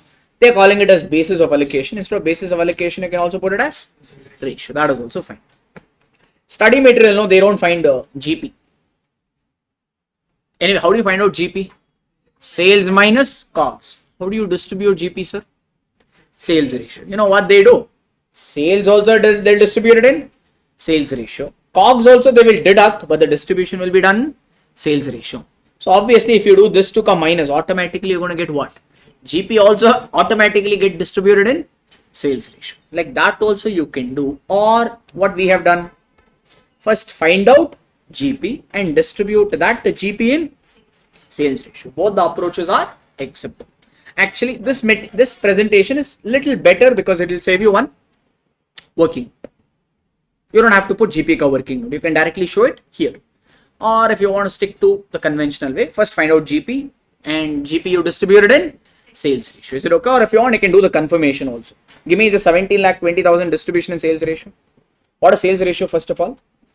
1:8. So GP we got it as 70,80,000. Give me, sir. How much is pre and post? You tell me. 7 lakh. So 7,20,000 you have to distribute it in 1:8 ratio. So 780 and there 62,40,000. When you do this, you're going to get this number on. Check this approach. 26 lakh minus 18,20,000 you do. What are you getting? 26 lakh minus 18,20,000 you do. What are you getting? 7,80,000. Correct? Same answer. Similarly, you do 2 crore 8 lakh minus 1 crore 45 lakh 60,000. These two come minus you do. 62 lakh 42,000. Aliyala Magala Ganda. What you do it that way or you do it this way, answer will be same. Okay, but this is better because it will kind of cut short your one working. 1 minute it will get saved in exam. Or convention also is fine. Alright, now come to other expense. That's all. How do you show this working note, sir? Visualize the end point. What do we need? Finally, we want the net profit. Net profit in the pre-period we want. Net profit in the post-period. We start with what? GP. And we have to end up with net profit. So what we have to do? All the indirect expenses we have to reduce. From GP, you have to reduce all your indirect expenses. And all the indirect income, if at all they've given, you need to. But we read the question, did we find any indirect income here? We have only the indirect expenses. So one by one, we have to deduct all the expenses. First, salary. Normally salary in time ratio, but here can we do it in time ratio or we have a working? Salary you have to distribute in what ratio? 1:12. Quickly take your calculator. 11,70,000 you distribute it in 1:12 ratio. Tell me the number. 90,000 and 10,80,000 they are telling. Correct? Work. That is what the working note they're talking about. Here in our work, instead of working note, we will write 1:12 like that. Then depreciation. Any drama or time ratio? Time ratio. What is the time ratio? What is the time ratio we got? 1:4. So 180 you distribute in 1:4 ratio. 36,000, 1,44,000. So that's your depreciation ka drama. What about advertisement? You do the advertisement to generate sales. So it should be distributed in sales ratio, which is 1:8. So 7,82,000 you distribute in 1:8 ratio. 78,000, 6,24,000. Discount. Again, you give discount to generate sales. So you distribute it in 1:8 ratio. 1,30,000, 10,40,000. Getting now? Managing director's remuneration only in post. Have they taken only in post? Yes. Miscellaneous office expense. Any miscellaneous expense in time ratio, and the time ratio is 1:4. So 1,20,000 in 1:4 ratio. If you distribute 24 and 96. Great. Showroom rent. Rent, I think we did a working note. We got the ratio or we got the amount itself. Pre-period rent is 90. Post is 630. They took the same 90 and 630. Yes. Then last is interest. Interest also, I think we put up a working note. Working note number 4, you just check. Pre-ka is 351. Post-ka is 6 lakh. Taken a 351 and 6 lakh. From GP, if you deduct all these expense, finally you will end up getting the net profit or net loss. Pre-incorporation ka profit means goes off to capital reserve. Loss means it can be transferred off to P&L. Post-incorporation ka profit or loss will go to P&L itself. Okay, normally they only ask a statement showing. They will not expect you to write the conclusion as to where these numbers go. Only if they ask us the number, what is the treatment for this 19,000, 1936, then you can tell. Otherwise, you can stop the solution here. Okay. So that is this type of, this chapter ka quick revision. Okay, everybody, is it okay? All right. So is there no income and all? No, there could be some problems relating to income also, where we have seen bad debts recovered. You could have some indirect income also, like bad debts recovered, sale of investment, profit on sale of investment, or interest received on investment. Like this, some indirect income also they may give you, but funda is pretty much the same. Is it okay? Number of income, number of expense will keep changing. Again, this is a revision. We can't do every question. Some of the question which kind of incorporate the things I can take up and solve. Fine now? Alright. You want a break, or can we do one more and then take a break? One more means another maybe half an hour to 45 minutes. Keeping that as a bandwidth, 45 minutes to 1 hour for each revision. So that way around 16 to 17 hours totally we should be able to revise the whole topic. Because on the last day, roughly you have about 16-17 hours. Some of them will see on YouTube. Last time they had commented. On the exam day, they said we watched only our advanced accounting FM revision, it seems. So that's the reason we want to make sure that it doesn't cross that timeline also. So that's the reason that bandwidth I've kept. And we'll see. We'll try to cover within that time frame. Now what is it? Break or one more topic? What is it? I mean, I'm fine with this. Anything is okay? I'll do one more and take a break. That's fine.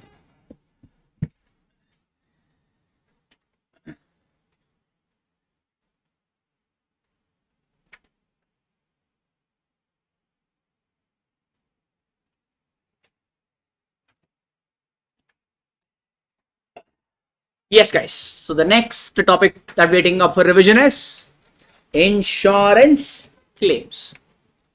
This topic has only two components or two parts. One is loss of stock, another one is loss of profits. Loss of stock and loss of profits.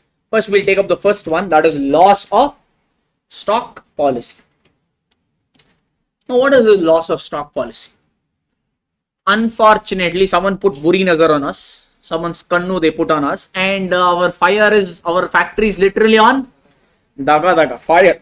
Okay. Fire, earthquake, some short circuit or some mishap happened. Due to that, our stock has got destroyed.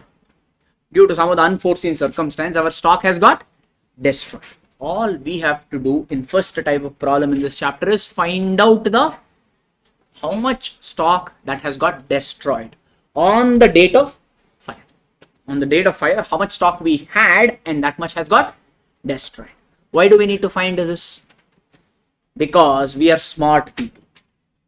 We have not just taken the risk, we have covered the risk by taking an insurance policy. Our stock has been insured. So if any stock has got destroyed means we can claim that amount back from the insurance company.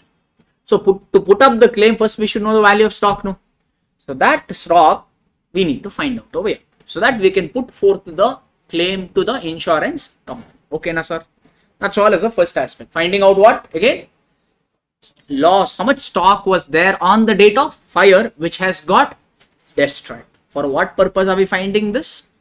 So that we can claim this money from insurance company. Like, okay.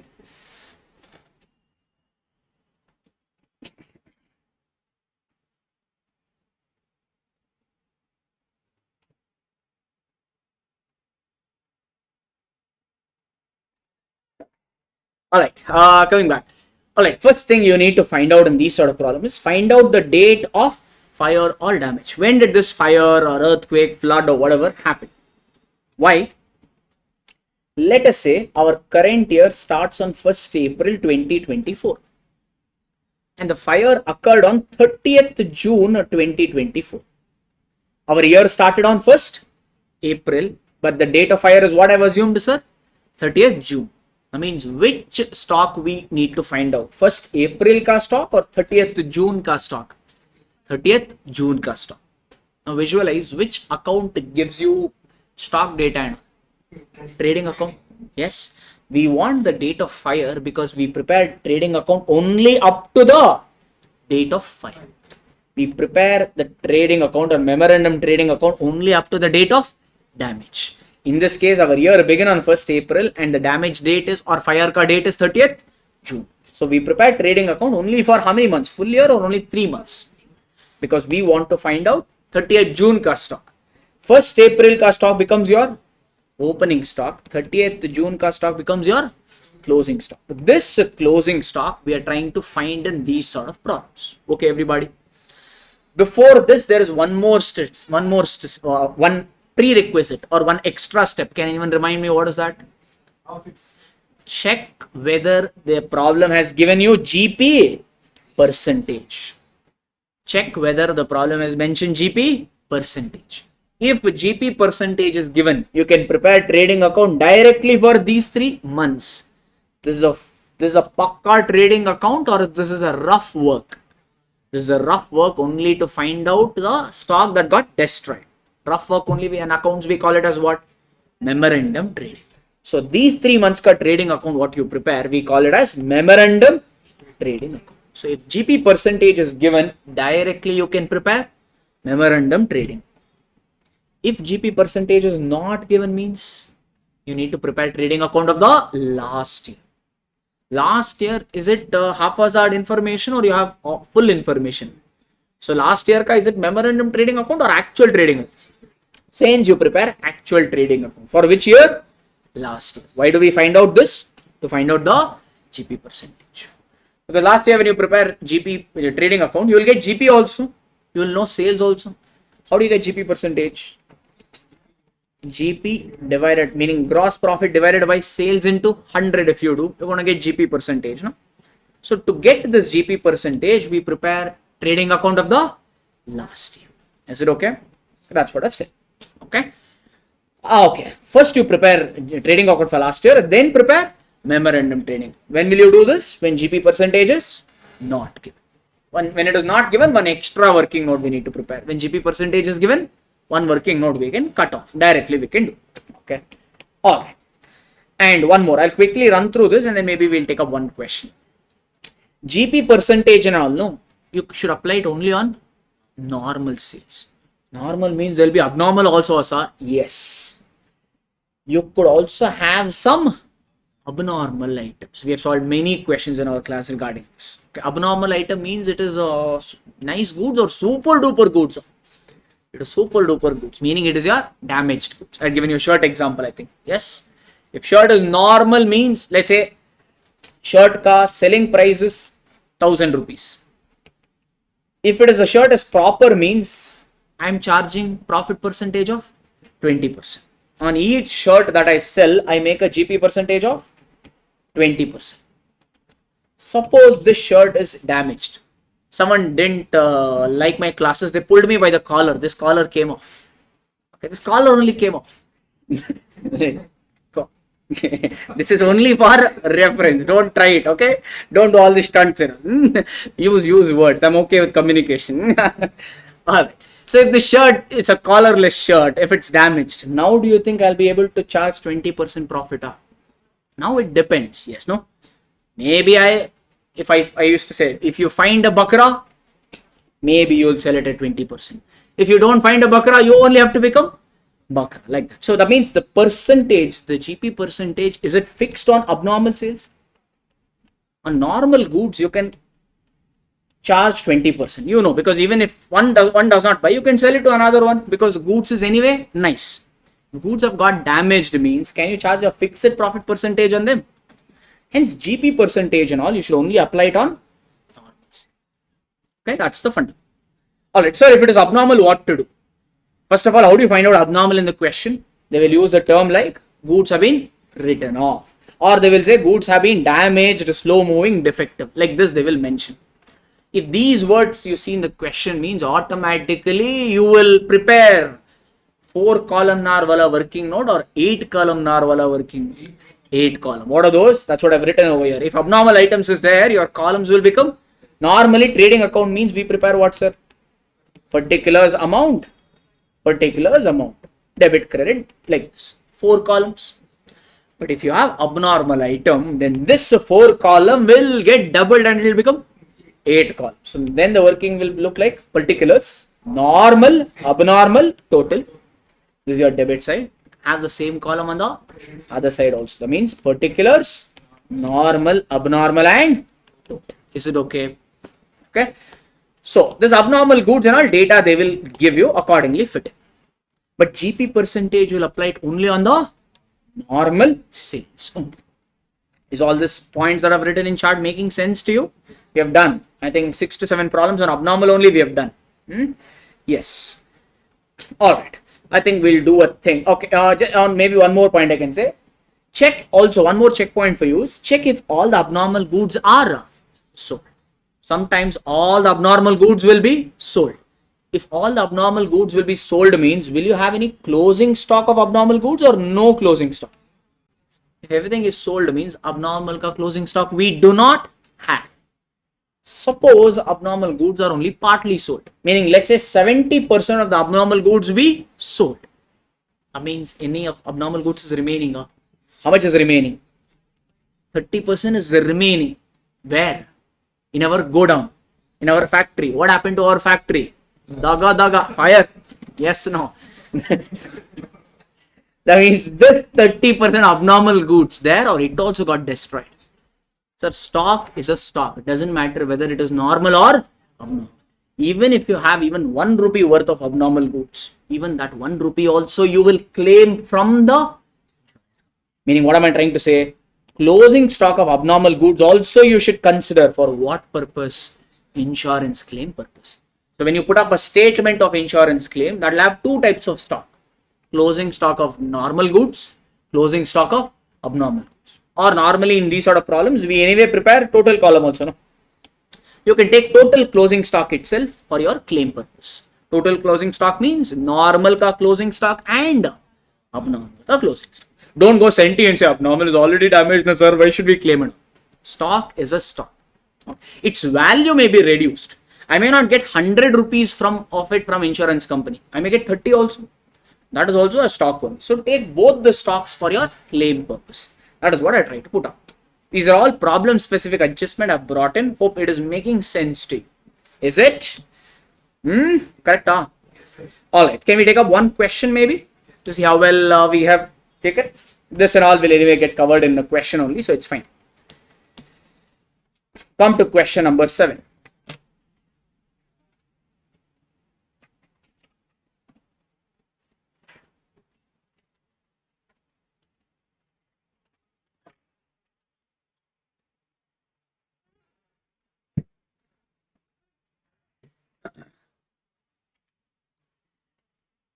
On 30th March 20x2, a fire occurred in the premises of Suraj Brothers. So this is your date of damage or date of fire.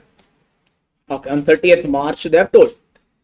The concern had taken an insurance policy of 60,000. They're smart. They have taken an insurance policy, which was subject to average clause. We will revise average clause with the help of problem only. From the books of accounts, from the following particulars available related to which period? From January to March. Maybe they have given January because the year may be starting from January. Why have they given 30th March? Because 30th March is the date of fire. I told you we prepare memorandum trading account only from the year beginning till for the whole year, from the year beginning till the date of damage. So here the date of damage is 30th March. Hence we are preparing only for those periods. Stock as on balance sheet on 31st December 20x1. 20x1 means current year or last year? Sir, last year ka what is this? Last year, this was last year ka closing stock. Last year ka closing stock will become current year ka opening stock. Yes or no? Alright. Purchases. Including purchase of machinery costing 30,000 and total purchase is 170. Will you take purchases to be 170? Purchase means what, sir? Every purchase or only goods? Machinery purchases and all, will you treat it as purchases? Now, hence what do you have to do? Machinery, whatever you purchase, you need to reduce. That means purchases, you will take it to be 1,40,000. Wages. Total wages is 50,000, but this includes 3,000 paid for installation of machinery. Sir, any wages that you paid for installation of property, plant and equipment, it's a revenue expenditure or it should be capitalized? Capitalized to what? Machinery, meaning it should be added to the cost of machinery. So wages, will you take 50,000 or you'll reduce 3,000? Reduce 3,000. So wages as an expense, as a revenue expense is only 40. 7. Sales. First of all, just check the fifth point. The GP is given to be 20%. One observation. Tell me what is that? GP percentage is given. So, no need of preparing trading account of the last year. Directly we can prepare memorandum trading account. Yes, because GP percentage is given. Alright. Salvage goods, they have given it to be 12,300. Normally when there is a goods destroyed and all, no, will it be burned to the ashes fully? Will it get destroyed, or some money we may recover? Some raddi value, scrap value will be there. That they are told is how much? 12,003. Then they also given fourth point. Sales, total sales is how much? 2,75,000. This includes goods sold on approval basis. How much? 49,500. Okay. No approval has been received for 2/3 of the goods. Tell me, sir, what is this goods sold on approval? It's the same problem which we have done only. Okay. So let's see. What is this goods sold on approval? One of you tell. Fadafat, let's see. Goods sent to the customer. You're telling the same words, macha. Tell me in meaning of it. Correct, you're trying to say, but articulate a little better. They're giving just like advertisement. Use it. If they approve, they can. Perfect. Anything else, sir? Correct.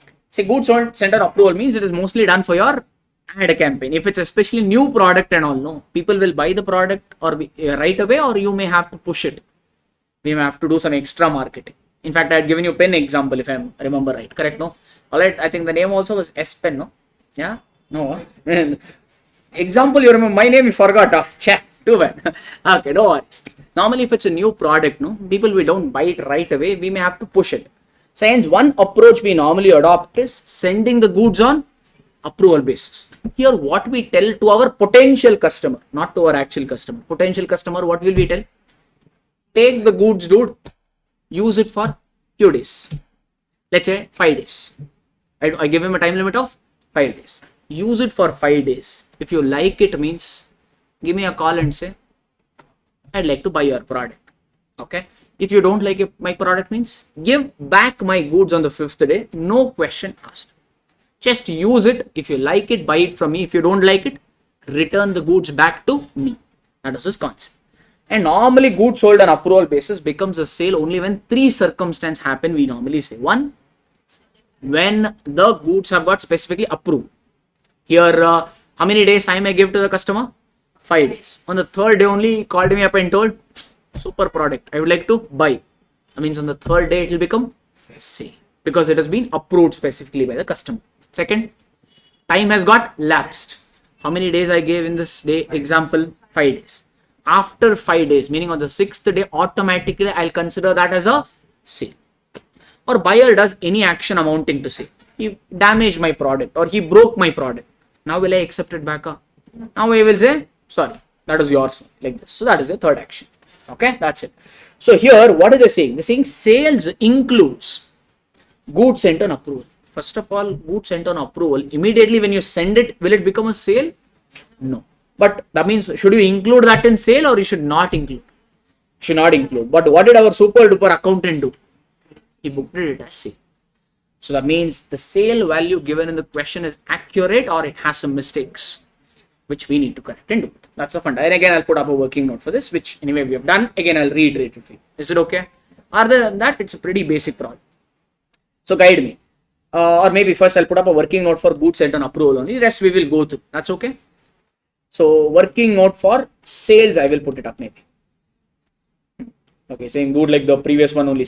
Okay, I'll do it like that. Total sales. So what is the total sales given in the question? 2,75,000. This is the sales as per our accountant. This sale includes 2 types. One is goods sent on approval basis. And then can I say normal sales or other sales? In this 275, how much goods sent on approval basis is included? Goods sent on approval included is 49,500. In this 275, 49,500 is the goods sent on approval. That means balance is others. No? What are the other sales then? in 275, 49,500 is goods sent on approval means other sales will be 2,25,000. Any problem? This 49,500 straight away, can I book it as sale? No. It becomes sale only under few circumstances I had to. Okay, let's read through what they're saying. No approval has been received for 2/3 of the goods sent on approval. For 2/3, did you get approval or no approval? So no approval for how much value? 2/3. In this 49,500, calculate 2/3, sir. 33,000. For this 33,000, approval is received or not yet received? Not yet received. Did they say time is over? Did they say anywhere time is over? Did they say he damaged our product? No. That means, can I book this 33,000 right now as a sale or it is not a sale? This is not a sale. Agreed, sir, everybody? But what did our accountant do? He has included that as a sale. Hence, through this working note, I am trying to find out the correct value of sales. Fine. Sir, they said 2/3 is not approved. We know that fraction, when you sum up any fraction, it will always come up to 1. In 1 May, if 2/3 is not approved means how much has got approved? 1/3, 1 minus 2/3 if you do, automatically it will be 1/3. So 1/3 has been approved. So 49,500 ka 1/3 is how much? 16,500. Is this what, sir? Approved. If it is approved means, is it your sale? Yes. Can you consider this 225,500 as a sale? Yes. Can you consider this 16,500 as a sale? Yes. That means what is your actual sale? Add these two. 2,42,000. 2,42,000, correct? No? So that should be your total sales. Agreed. But our accountant by mistake took us 275. That is wrong. For our calculation, we'll only take 240. Everybody okay till here? There's one more working for that, which I will take it in a bit. So far, clear, na? Same question ka, same in fact format also same thing. Can we put up trading account or memorandum trading? Memorandum trade. Normal, abnormal, total or simple one? We read the whole question. Did they say any goods are abnormal, damaged, blah blah? None. I mean simple column. Particulars amount, particulars amount. So memorandum trading account you will prepare for whole year or only for 3 months? 3 months. Which 3 months? From January till the date of damage, which is 30th. So prepare memorandum trading account for January to March with 4 simple columns. Yes. Trading account means, memorandum trading account means first component in trading account is what, sir? Opening stock. Check. They given stock for the last year because current year is beginning on 20x2. But they gave stock on 20x1. X1 means current year or last year or current year? Last year. Last year ka closing stock will become current year ka opening stock. So how much is opening stock? 95,600. Can I tick off this? Would you be fine? Yes. Work. Then after opening stock, what will come? Purchase. Can I take purchase including machinery or excluding? I've already excluded machinery. How much is that? 1,40,000. Have they taken 140? Yes. Then wages. Wages paid for installation also can I include or should we exclude? After excluding, how much is the wages you're getting net? 40, 50 minus 3, that is 47. Have they taken 47? Yes. Yes, everybody. All right. Next, sales. Will we take this sales or our as per our working note? We will take sales as per our working note, which is 2,40,000. Sales, have they taken 2,42,000? Yes. Sir, the moment you know sales, easily you can find out GP, because they told in the problem GP is 20% on sales. Do you know sales? How much is sales? 2,42,000. 2,42,000 ka 20% you do. 2,42,000 ka 20%. How much is that? 48,000. That is your gross profit. Any problem?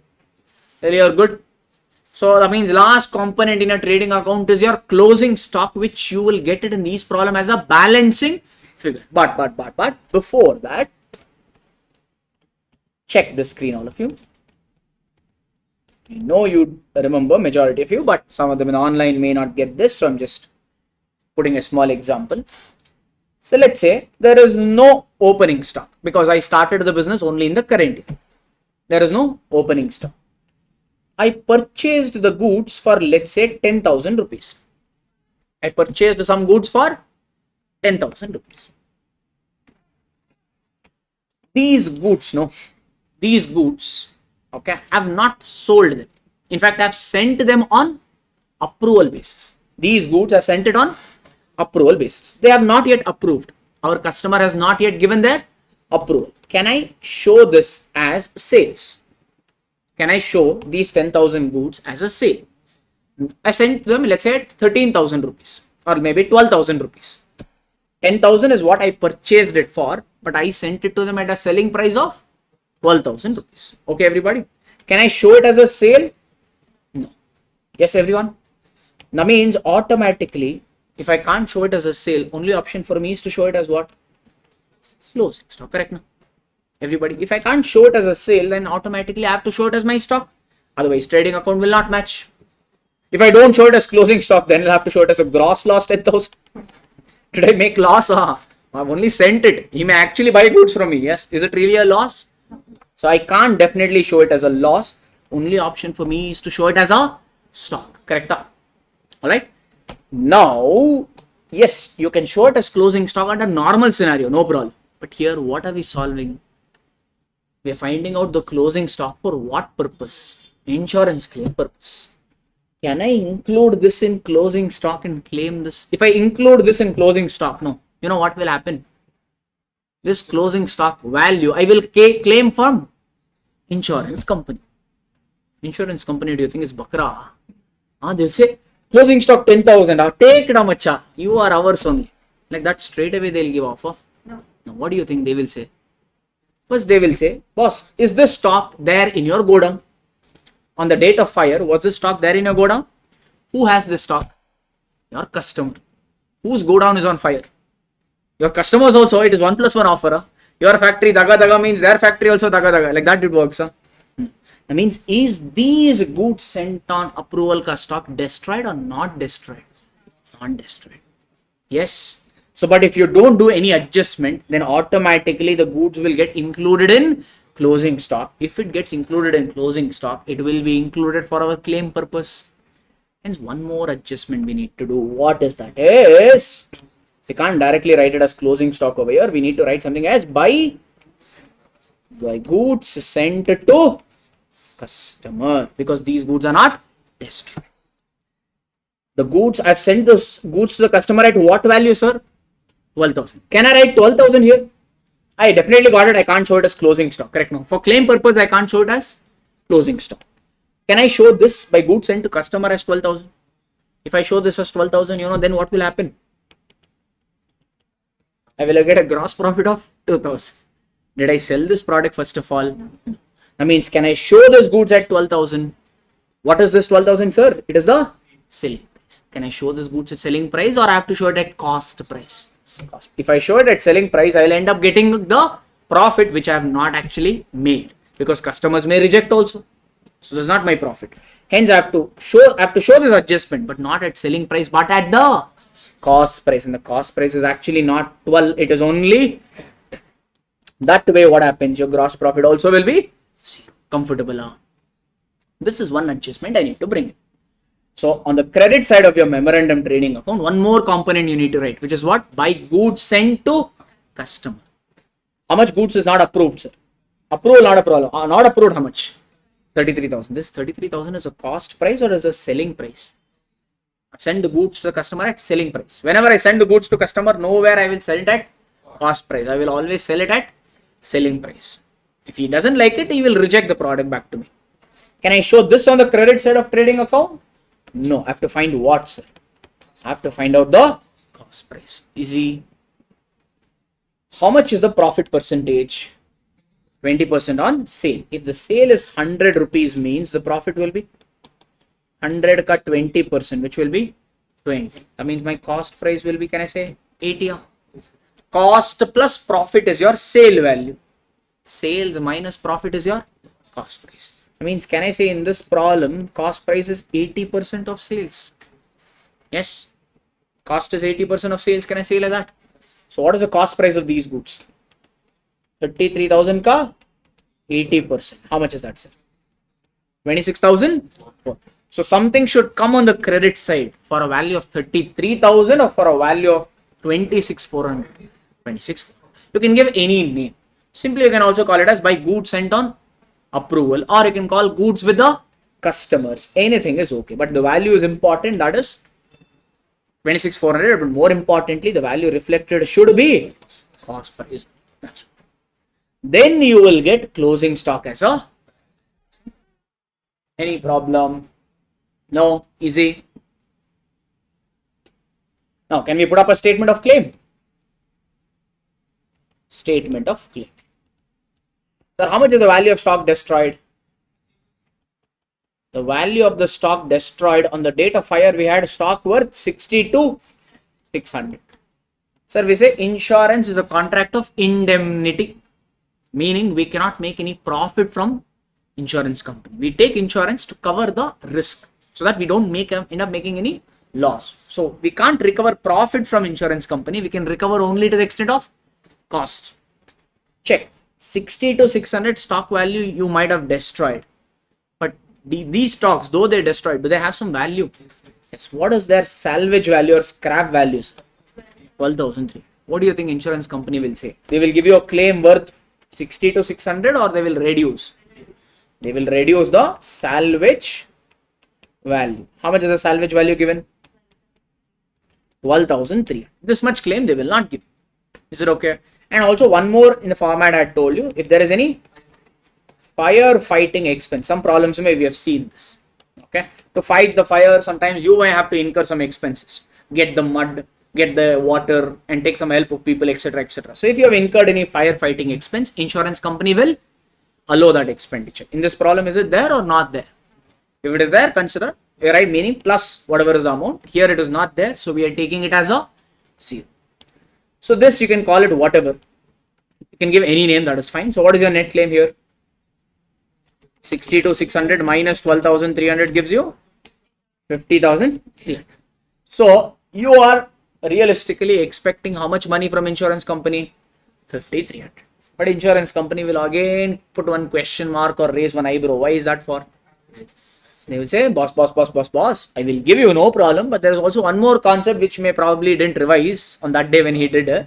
That is average clause. So you need to find out admissible claim as per average clause. What? This average clause will only come in case of under insurance. Average clause will only come in case of under insurance. Meaning, have you taken the insurance for the correct amount or for a lesser amount? Lesser. Meaning, check here. What was the value of the stock that got destroyed? 62,600. Correct now? 62,600 is the value of stock destroyed. How much claim are you expecting? How much claim are you expecting? 50,300. Okay. Insurance company will give you 50,300 claim. That much claim they will give you, provided you have taken the insurance policy for the correct value of stock, which is 62,600. If you had taken policy for 62,600, they would have settled the full claim of 50,300. But you being conjuice, you took it for lesser value. Check how much did you take insurance for? You took insurance policy only for 60,000. So have you taken it for the correct value of the stock or have you under insured? You should have insured your stock for 62,600, but you have insured it only for 60,000. For this much, this is the claim. For 60,000, what is the claim? That is your average clause. The formula. How do you get X over here? 50,300 into 60,000 divided by 62,600. Yes or no? What is this 50,300, sir? That is your net claim. Multiplied by 60,000. What is your 60,000? Policy value. Divided by 62,600, which is your value of the stock destroyed on the date of fire. If you don't remember the formula, you can construct your own formula like this. So how much is your final claim then? When you do this working, how much is your X? 48,200? 211. That is your final claim as per the average clause. I don't know how much they took and all. 48,211 is your final claim. They will earn. Okay. These sort of questions are quite popular from this particular topic. This topic has two sections, loss of stock and loss of profit. Majority of the question that is coming is related to loss of stock. Loss of profit, not that it will not come. Frequency is getting reduced. Maybe this attempt they may ask that loss of profit only, you don't. Okay. So this is about your loss of stock. Any problem? All cool? One more is there. Hang on. Chapter is not over. Break. Okay. So the statement of claim, again, I've written it over here. Same thing what we did. It gets covered over here. Are we fine? And from the purchase, no, you need to deduct few things. Tell me what and all. In your trading account, you will consider your gross purchase or net purchase. Net purchase. So few things should be deducted from purchases to get net purchase. One is purchase return. I have not brought in over here. Purchase return, if it is there, means you need to reduce. If there is drawings in the form of goods, if the proprietor has made some drawings, not in the form of cash, but in the form of goods. What is the journal entry for drawings in the form of goods, sir? What is the journal entry for drawings in the form of cash? Drawings in the form of cash. Drawings account debit to cash. Same drawings, if you draw in the form of goods, the journal entry is drawings account debit to purchases account. Since the drawings will be reduced or deducted from purchase. Okay. And then if you have given some goods as free samples or advertisement, the journal entry in that case will be free samples or advertisement account debit to purchases account. And that free sample or advertisement you will transfer to P&L account. So second journal entry will be P&L account debit to free samples or advertisement. These sort of problems also we have done. So this also you have to reduce it from purchase. There are two more. Goods sent on approval basis. Two options you can do. Goods sent on approval basis. Either you can show it on the credit side of trading account separately, or you can reduce it also from purchase. Our study material shows it on the credit side. If you want, you can also reduce it from purchase. Same thing you can do it for goods sent on consignment also. Show it on the credit side. Same funda. Goods sent on consignment means, consignment basically is your goods given to some agent. You're taking the agent's help to sell your goods. And in return, agent will get some commission. Your goods only, he will sell and expect some commission from you. If you have sent the goods to him means, will it automatically become a sale? If you send the goods to your agent, will it become sale? It will become sale only when the agent sells the goods. Yes or no? But when you send the goods on consignment basis, right, is the goods there in your factory or your agent ka factory? Whose factory got on fire? So is this goods sent on consignment, these goods destroyed or not destroyed? Hence, the same treatment that you give for goods sent on approval, you have to give it for goods sent on consignment also. Because those goods are not destroyed. If you don't show a component on the credit side, those goods will automatically get included in closing stock. If it gets included in closing stock, then it will get included in your claim statement. An insurance company will not get the claim for those goods because it is not destroyed. That's it. Same funda. Again, you have to show this goods sent on consignment on a selling price basis or cost basis only. Cost basis. Either reduce it from purchase or show it on the credit side. Funda is the same. That is one more adjustment. Alright. Everything that I've written is kind of, you're able to kind of catch up with that. Can we move on to one more set of data and then we will take that much awaited break? We'll finish off this topic will get over. Let's not leave the topic midway. Next type of policy is loss of profit policy. Sir, whenever there is a fire, if today there is a fire, from tomorrow onwards only can we start the business, or it will take some time for us to kind of recover from it? It may take some time. Let's say fire affected our business for 3 months. Meaning today if there is a fire means I can't start the business tomorrow only. It takes about how many months for me to recover? 3 months, because asset and all would have got destroyed. No, I need to buy new asset. Maybe I have to shift to new premises. Some laborers would have literally ran. Crazy fellows, they're asking me to work and literally burning me. So they are not coming to work means I may have to hire new people. So these setup time, no, it's taking how many months for me? 3 months. That means due to fire, for these 3 months, am I earning profit or my profit is lost? My profit is lost. If you are smart enough, you can take one more type of policy known as loss of profit policy. Obviously, by paying premium, insurance company will not give you policies just like that. You have to take the policy and pay them the premium amount.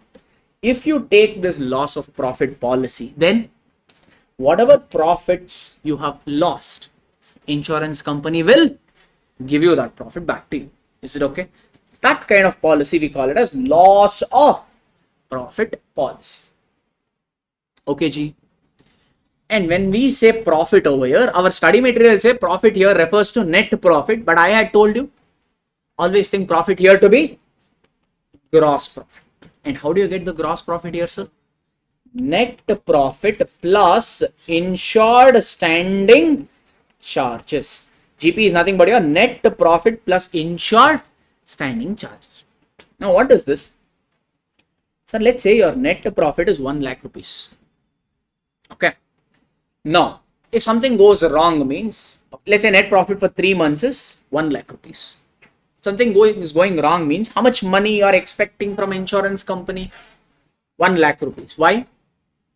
You have taken a loss of profit policy of 1 lakh. Is it okay? Everybody okay? Now, let's say GP is 5 lakh rupees.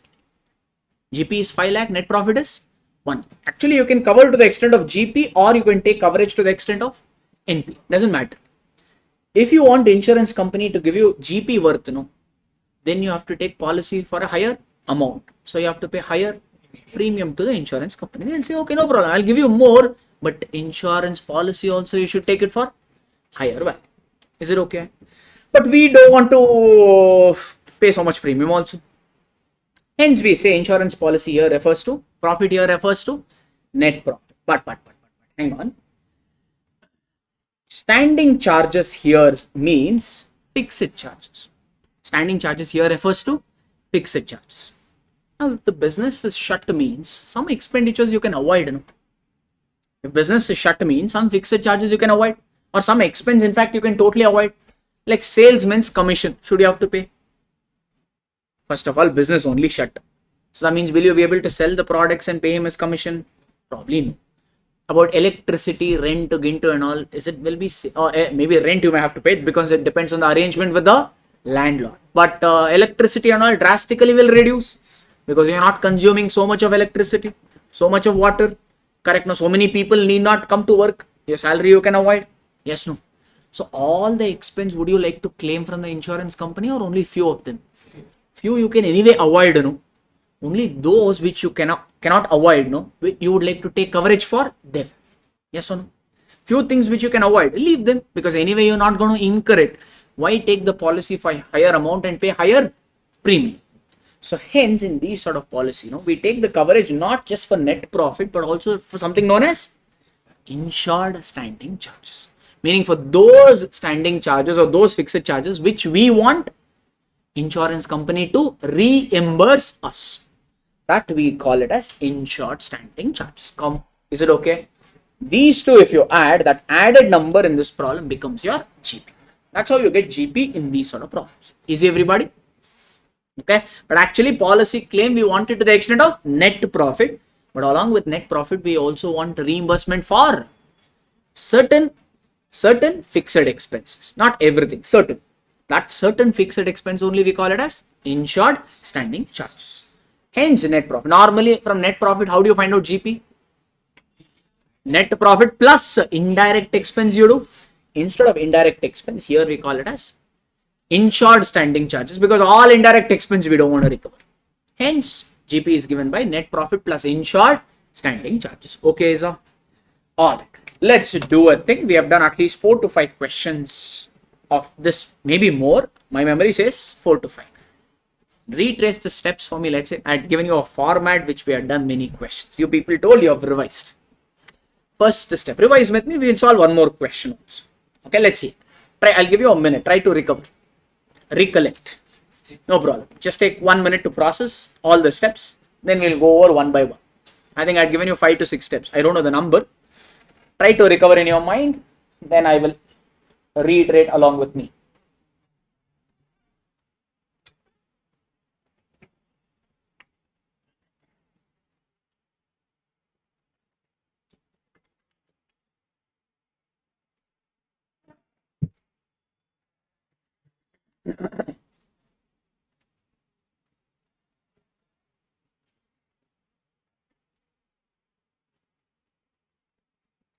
Yes, online people also try to recollect in your mind. It's not break.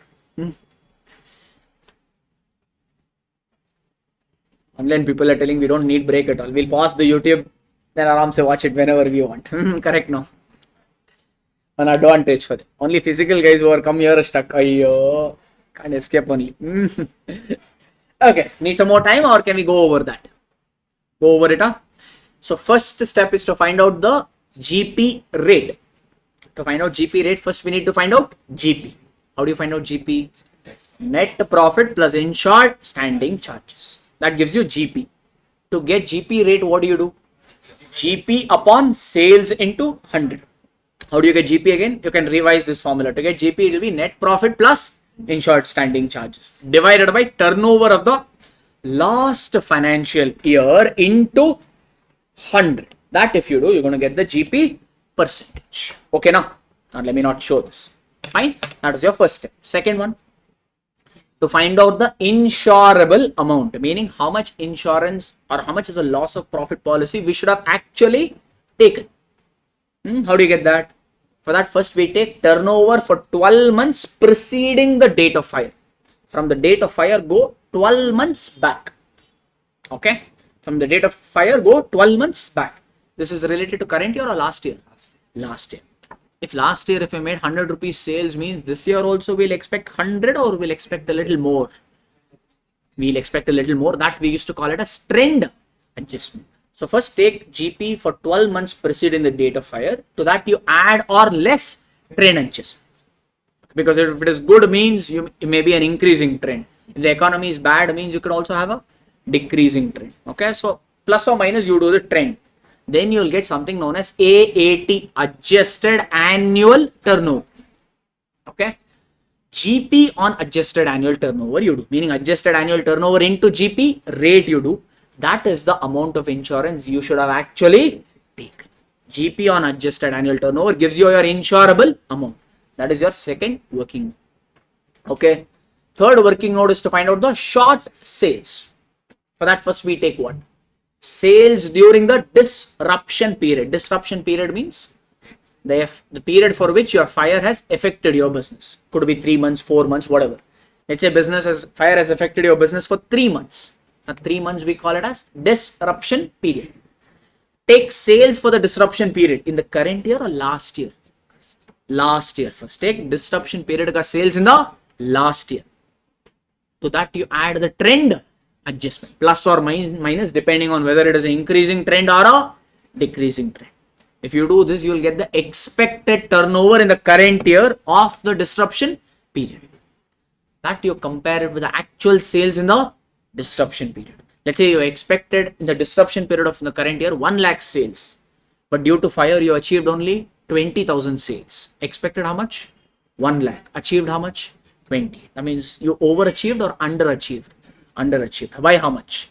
80,000 in this example. 1 lakh minus 20. That only we call it as short sales, meaning your sales fell short by 80,000. That is your third working note to find out short sales. Fourth working note is to find out your allowable expenditure. There are 3 limits. Lower of the 3 will be considered. One is your actual additional expenditure. To incur, whenever in these sort of scenario comes, to sell the goods, we may have to incur some additional expenses. So that you can claim from insurance company, but at lower of 3 limits. One, actual additional expenditure incurred. Second one, benefits due to additional expenditure. Okay, meaning when you due to incurring additional expenditure, how much sales increased. In fact, when we say benefit, is it sales or GP? So GP on sales generated due to additional expenditure you need to consider. That is your second limit. Third limit is your formula. Actual expenditure multiplied by GP on adjusted annual turnover divided by GP on adjusted annual turnover plus uninsured standing charges. Not revised or getting it. Okay, those are your 3 limits. Lower of the 3 you take it for your allowable expenditure. Last is your statement of claim. For that you take first short sales. It's what kind of policy? Loss of sales policy or loss of profit policy?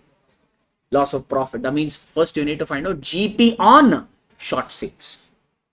Take the GP rate, multiply it by the short sales. That will get you how much gross profit you have actually lost. Only that much you will claim, or only, allow additional expenditure also. Plus additional expenditure that you got it as per previous working note. That also you consider. In loss of stock policy, there was salvage value of stock. But here there will be savings in insured standing charges. Meaning if fire shutdown means there will be some fixed charges ka savings. Correct? Electricity and all is band, shut. So insurance company will say that much money I will deduct. It's a savings for you. So hence savings in insured standing charges you need to reduce. You will get net claim. Straight away can you claim net claim from the insurance policy, or average clause gets triggered. Compare whether you have taken the insurance for the correct value or for a lesser amount. If it's under insurance, meaning if you have taken it for a lesser amount, then under insurance or average clause will get triggered, and find out the proportionate claim. That is your step. That's what we have done in many questions. Yes. Can we take up one quick question just to reiterate the things that I said now? Yes. Okay, let's try to cover it quickly. Maybe let's take up question number 9. A fire occurred in the premises on 1st February 20x2 in the premises of Pioneer Limited. Business was disorganized up to which date? 30th June. When did the fire occur, sir? February. Till which day it affected? 30th June. So what is my disruption period? DP. Not your display picture. Disruption period. It affected you from 1st February to 30th June. So February, March, April, May, June. So your disruption period is, meaning for 5 months your business has got affected or disrupted or disturbed. However, the company has insured under a loss of profit policy of 1,25,000. They're smart. They have taken it for 6 months. They have taken insurance policy for indemnity period or coverage period is for 6 months. But fire has affected your business only for 5 months. Fire is affected for 5 months means when insurance give you 6 months ka loss of profit. Now it is indemnity period or disruption period, whichever is lower. Insurance is a contract of indemnity. You cannot make profit from insurance company. How much ever loss you have suffered, only that much you can recover from insurance company.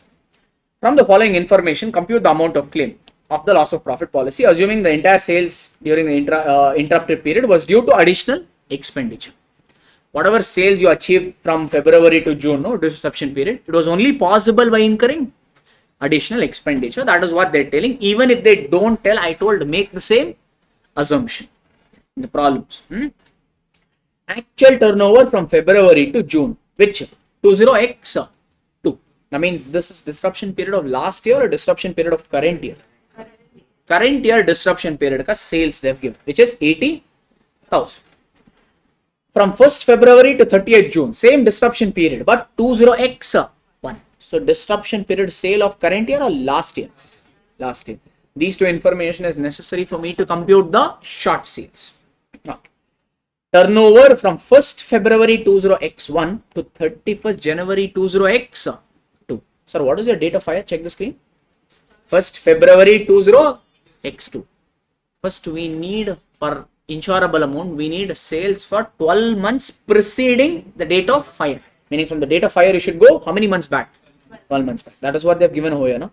From 1st February 20x1 to 30th January 20x2. That means this is your 12 months sales preceding the date of fire, which is how much?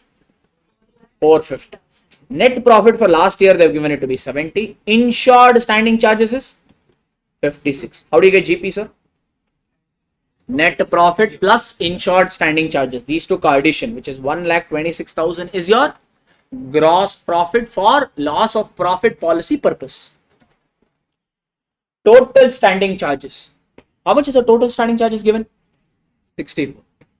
Entire 64 have you insured? Total standing charges or total fixed charges is 64. In that, insured standing charges is only 56. So how much is uninsured then? In 64, only 56 is insured, means uninsured will be 64 minus 56, which is 8,000 is your uninsured standing charges. Comfortable? This we needed for our additional expense or allowable expenditure wala working. Turnover for last financial year they have given. Why do we need this? To find out the GP rate. Perfect. Company incurred an additional expense of 6,000. 700, which reduced the loss in turnover. There was a savings in the indemnity period of 2450 in insured standing charges. This is your last statement of claim purpose. Okay. There has been a considerable increase in the trade since the date of the last annual accounts, and it has been agreed that an adjustment of 15% is made towards upward trend. So this is increasing one or decreasing one? Increasing trend they have given. So that's what these data we have to use and find out the loss of profit policies. Can we do it profit? So guide me. This is question number 9. First working note is what, sir? GP rate. How do you get GP rate over here? Net. First, how do you get GP? Net profit plus insured standing charges. If you do this, you're going to get GP. If you want GP rate, means your denominator should be sales. Net profit, insured standing charges and all, is it related to current year or last year they told? Last year. That means sales also should be for? So sales for the last financial year. Okay. So do this, sir. What is your net profit? Net profit is 50,000. Insured standing charges is 56,000. Sales for the last financial year is 4,20,000. In fact, when you want it in rate, you multiply it by 100. So what is your GP rate? GP rate is 30%. This is for the all these data is the last year or current year? Last year. For GP also there could be trend. Yeah, we have done problems there also. There was one problem which we did which had loss of stock as well as loss of profit policy where there was a GP trend also. GP also they could say GP is expected to reduce by 5%. GP is expected to increase by 10%. So there could be some trend adjustment for GP also. In this problem, is there any trend for sales? It is there, 15%. They told clearly the trend is for sales, sir. Here. Yes. Correct. No, upward trend in turnover. Turnover means sales. Did they say turnover trend for GP also? So here it is 0. That means the GP rate will be 30% only. In this problem, it is not. No. First working note over. Can I go to the next working note? What is your working note number 2? Finding out the insurable amount, meaning how much insurance we should have actually taken. For that, first, what do we need to consider? Turnover for 12 months preceding the date of fire. From the date of fire, go 12 months back, consider the turnover. If you don't want to write it in words, you can also write it in dates also. Turnover from 1st February 20x1 to 31st January 20x2. Like that also you can write. So have they given this? We need to find out, or they given? Given. How much is that? 4,50,000. So this for the current year or last year? Is there any trend expected? An increasing trend or reducing? Increasing. So add a trend at what percentage trend, sir? Turnover, they are saying add trend at 15%. Calculate 4,50,000 ka 15%. How much is that? 67,500. So what is your adjusted annual turnover? Can I write it in short form? Would you be okay with that? Adjusted annual turnover is this much. So adding, how much are you getting? 5,17,500 is your adjusted, meaning after trend, this is your adjusted annual turnover. So find out GP on adjusted annual turnover. Meaning 5,17,500 ka, what is the GP rate? 30%. Find out 30% of this. Huh? 1,55,000? 250, yeah? Okay. So this is your GP on adjusted annual turnover. This is nothing but your insurable amount. Meaning you should have taken the loss of profit policy for this much amount. But we know that initially only they told. We took the policy only for 1,25,000. We should have taken it for 155. We took it only for 125. So it's a case of over insurance or under insurance. Under insurance. In case of under insurance, full claim will be given or average clause. Claim will be prorated. So if you take higher claim, they will give higher amount. If you have taken higher insurance policy, they will give you a full claim amount. They will not reduce anything. They will give you full claim amount. Okay. Don't apply average clause again there. Or I got claim 50,000. We have taken higher insurance policy, so we'll take higher. No, not like that. If you have taken insurance for a higher value, you will get full claim. They will not reduce anything. What is working note number 3, sir? Short sales. So for this, we need what? Disruption period sales of the last year, current year or last year? Last year. What is the disruption period? 20x1, no? February to June 20x1. That means can I directly write like that? Sales for first, what is that? First Feb 20x1 to 30th June 20x1. How much was this in the last year? 2 lakh. This is last year. Am I expecting the same or am I expecting an increase? So trend adjustment at 15%. So this is 30. So what is your expected turnover for this period? In the current year disruption period, you expected 2 lakh 30. But what is your actual turnover? Actual sales from or for 1st June 20x2 to 30th June 20x2 was only 80,000. So did you underachieve? Yeah, yes, you fell short. That is only your short sales. Your short sales is 1 lakh. Your sales got reduced by 1 lakh 50,000. That is your working note number 3. Working note number 4 is for your allowable expense. 3 limits I had told. First limit is actual expense incurred. How much is the actual expense incurred? They told in the question. You have incurred an actual expenditure of 6,700. Second is benefits, or you can say GP on additional turnover, or you can simply write benefits. That's okay. By incurring the 6,700, you got some benefits. If you had not incurred the 6,700, were you in a would you have achieved this 80,000 turnover during disruption period? No. But is turnover your benefit or GP your benefit? GP. What is the GP rate? 30%. So 80,000 ka 30% you do. How much is that? 24,000. That is your benefit that you got from additional expenditure. Last is your formula. That is your what, sir? Actual expenditure into GP on adjusted annual turnover divided by GP on adjusted annual turnover plus uninsured standing charges. Actual expenditure is 6,700. GP on adjusted annual turnover, you got it from working note number 2, which is 155 250 divided by 155 250 plus uninsured standing charges. Total standing charges was 64. In that, insured standing charges is just 56. So reducing these two, uninsured standing charges is 8,000. So give me this limit, sir.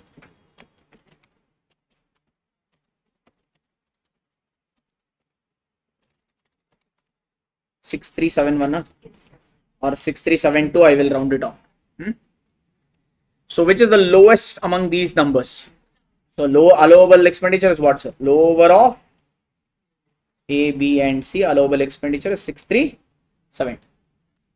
The lowest they will allow. Can we put up a statement of claim? The last one is not a working note. It is actually your statement of claim. So what and all will you consider over here, sir? First is short sales or GP on short sales?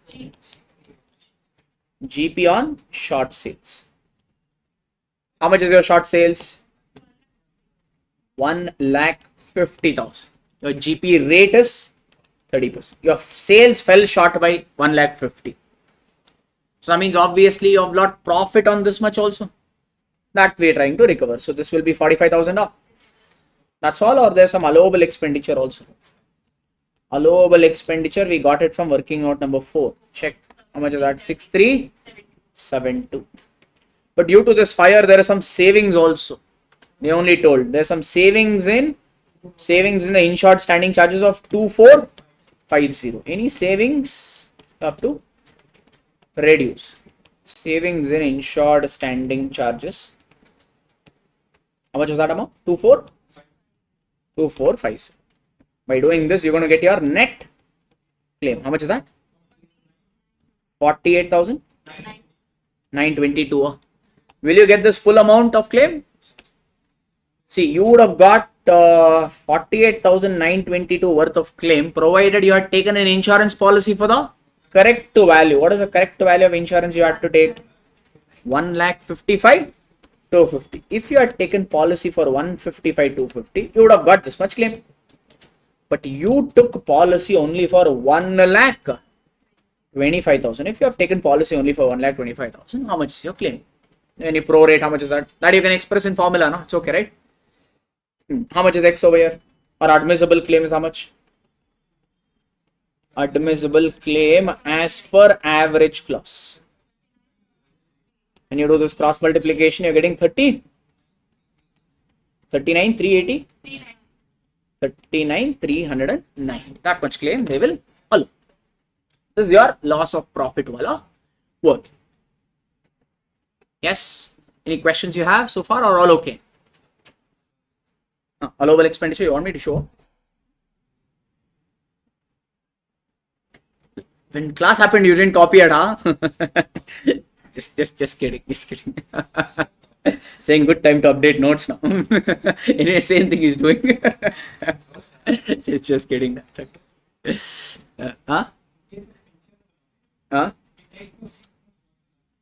Oh, we take for what, sir? We have taken for 6 months only over here. We have taken insurance policy for 6 months only.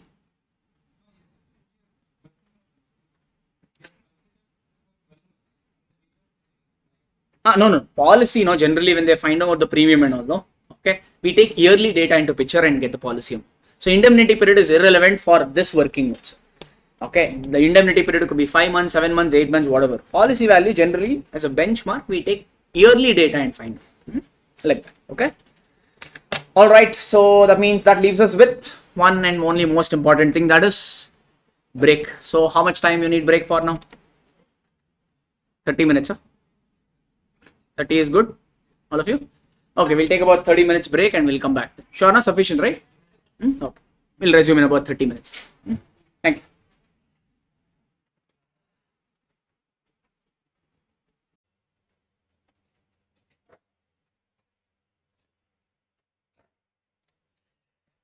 Hello, people. Welcome back after the sumptuous lunch break. Properly belted, I believe. Correct, no? So after a heavy lunch, so we'll be starting with a super duper topic known as cash flow statement. So let's, again, as I've been telling you, we've been revising we've been doing this marathon revision class with the help of our chart book. Apologies for the online guys. There were some tech issues. So the first session we couldn't go on a live stream mode. So don't worry. Anyway, after the session, once all the marathon session is over, we'll be clubbing all the videos and uploading them on the YouTube as well. Okay. So you can watch those first session which you have actually missed later on as well. Okay. All right. So the topic is cash flow statement. So simply cash flow statement is what, sir? Is an account or it's a statement? It's a statement. Statement means will you have debit, credit? No, you'll have pluses and minus. So cash flow statement is simply a statement which captures cash coming in and cash going out of the organization. Though the name says cash flow statement, here cash means both cash in hand as well as cash at bank. Cash here includes cash in hand as well as cash at bank. And this inflow and outflow of cash, this inflow and outflow, we don't just capture for cash, we also capture for cash and cash equivalents. So this is a statement which captures inflows and outflows of cash as well as cash and cash equivalent. So cash equivalent means what? It's a highly liquid investments. You'll have short-term investment. So cash equivalent means one, it should be a highly liquid instruments. I told 3 features. One, it should be a highly liquid instruments, meaning you should be able to sell it whenever you want. There should be a market for it. And 2, it should have a maturity period of less than 3 months. You should hold that investment for not generally for more than 3 months. And it should have insignificant value change risk. Cash equivalent means 3 features. 1, it should be highly liquid instruments, meaning whenever you want, you should be able to sell them. 2nd, it should have a maturity period of less than 3 months and insignificant value change risk, meaning its value should not fluctuate too much. Okay. You have invested in equity shares of Reliance. I'm planning to hold Reliance ka equity shares for 2 months. Is that a cash equivalent? I'm planning to hold equity shares of Reliance only for 2 months. Is it a cash equivalent? No. Why? So because It has cash equivalent means it should have significant value change risk or insignificant. Insignificant means whose value should not fluctuate too much. If you buy equity shares at 100 rupees today, tomorrow only its value may become 150 also, its value may become 20 rupees also. So if you have purchased equity shares as an investment, it is not a cash equivalent. Suppose I buy Government of India ka treasury bond or some Government of India ka bonds. Is it cash equivalent? Yes, because will value change drastically or more or less stable? More or less stable. And if I'm planning to hold it for less than 3 months, then such an investment will become cash equivalent. Okay, na sir? Alright. Then this cash flow statement is covered by an accounting standard, and which standard covers it, sir? Accounting standard 3. So the format, formulas, etc., whatever we are learning in cash flow statement is a dictator, or it is given by accounting standard 3. Alright. So this inflows and outflows of cash, we capture under 3 buckets. This cash coming in and cash going out, we capture under 3 buckets. Those are operating activity, investing activity, financing activity. All this cash information, we put it under 3 buckets: operating, investing, and finance. And to find the operating cash flow, we have 2 methods: direct as well as indirect method. Accounting standard 3 has given 2 methods: direct and indirect method. Okay now, everyone? How many chapters were done before break the selling? 3 chapters over much. Just 3 you missed. That's all. Just 3. Muruk muktaya madbitvi. Okay, no worries. So, alright, sir. So, now we said that to find operating cash flow, we have 2 methods: direct as well as indirect. Majority in examination, you will be asked a question on the indirect method. But here, for the sake of revision, we'll cover both direct as well as indirect. Alright, sir. This cash information we're capturing under, I told, 3 buckets. Give me some example for operating cash flow. Let's see. Operating cash flow means cash flow related to our day-to-day operation, like cash purchases, cash paid to creditors, cash sales, cash received from debtors, employee salary paid, all your administrative expense paid, etc., etc. All these are related to your day-to-day operations or core operations. So any cash flow information relating to that, we will show it under operating cash flow ka header. And tax paid, generally tax paid we show under operating activity, but tax paid could come under operating, investing, or finance. It depends. But if they don't give any information, tax paid, we put it under operating activity. Similarly, investing activity ka, can you give me some example? Where and all can you invest? First, you can invest within the organization, where purchase of fixed assets, or we call that as property, plant, and equipment now. So purchase of PPE is an example of investing activity. Say if you can purchase, you can also sell. So sale of PPE also is an investing activity. Only tangible asset can you purchase, or intangible also? So purchase of intangible asset like patent, software, etc., etc. That is also an example of investing cash flow. If you can purchase them, you can also sell them. These are the investments that you can make within the organization. If you have surplus cash, where else will you invest? Outside. So some investment purchase, whether investment in debentures, investment in shares, doesn't matter. So investment purchased is an example of investing activity. If you can purchase investment, you can also sell them. So sale of investment also is an example of investing activity.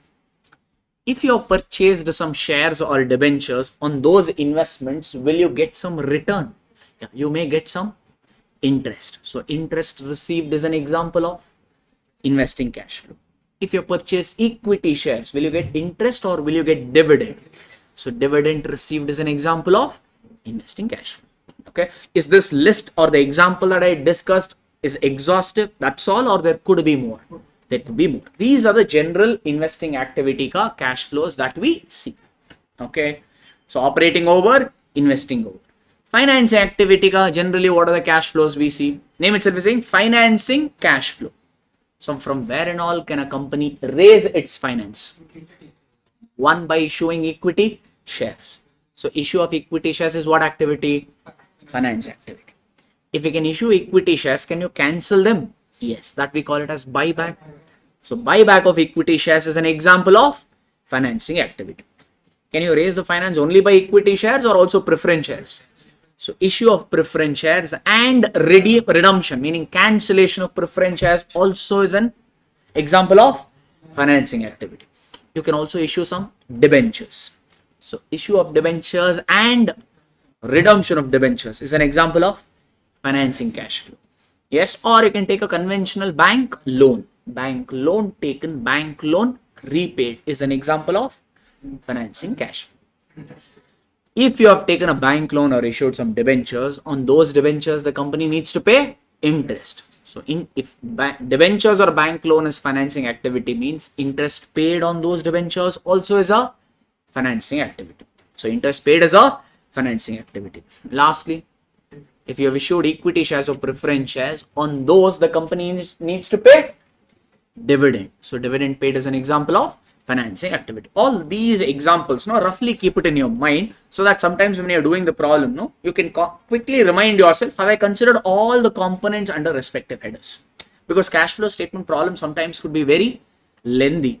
So it may be possible that some problems, or some adjustment we may miss. So these things, if you keep reminding yourself, there is a chance that if you could have missed them, you could bring them back into your main work. Okay, everybody? So to find operating cash flow, we told that there are direct method as well as indirect method. To find what? Entire cash flow or just operating cash flow? Operating cash flow. If all this information like cash sale, cash received from debtors, etc., if it is directly given to you in the question, then we'll use which method, sir? Direct method. If those informations are missing, then we'll go for indirect method. So let's take up quickly one question just to revise the direct method ka format. Quick problem. Come to question number 4. These questions, the YouTube audience, are there in your study material also, or if you already purchased our classes, these questions are there in a class material also. Whichever you're comfortable, you can keep it. Okay. So the intention of revision is not to solve different type of question. It is to solve the question conceptually or understanding it properly. CA exam is not about solving umpteen number of questions. If you say I will solve every type of question, it will not be possible, because this accounts and all is there in since 1970, 1980s. Yeah, these topics are there from that time. From that time, you will take and solve every question. Because in every one question, new adjustments will come. So understand it conceptually. It is not the number of questions. It is the way you solve the questions. Understanding it properly. That will dictate how easily you will clear your examination. Okay. All right. Following is a summary cash account has been extracted from company's accounting records. They're saying all the numbers are in thousands. Balance at 1st March 20x1 and the end May they have given balance as on 31st March 20x2. So what is this 1st March ka balance? OB as in opening balance. This 31st March ka balance is your closing balance. You simply need to prepare cash flow statement for the, it should be what, in fact they have given, it should be, I think this should be 1st April 20x1. It's a typo, I think. No problem.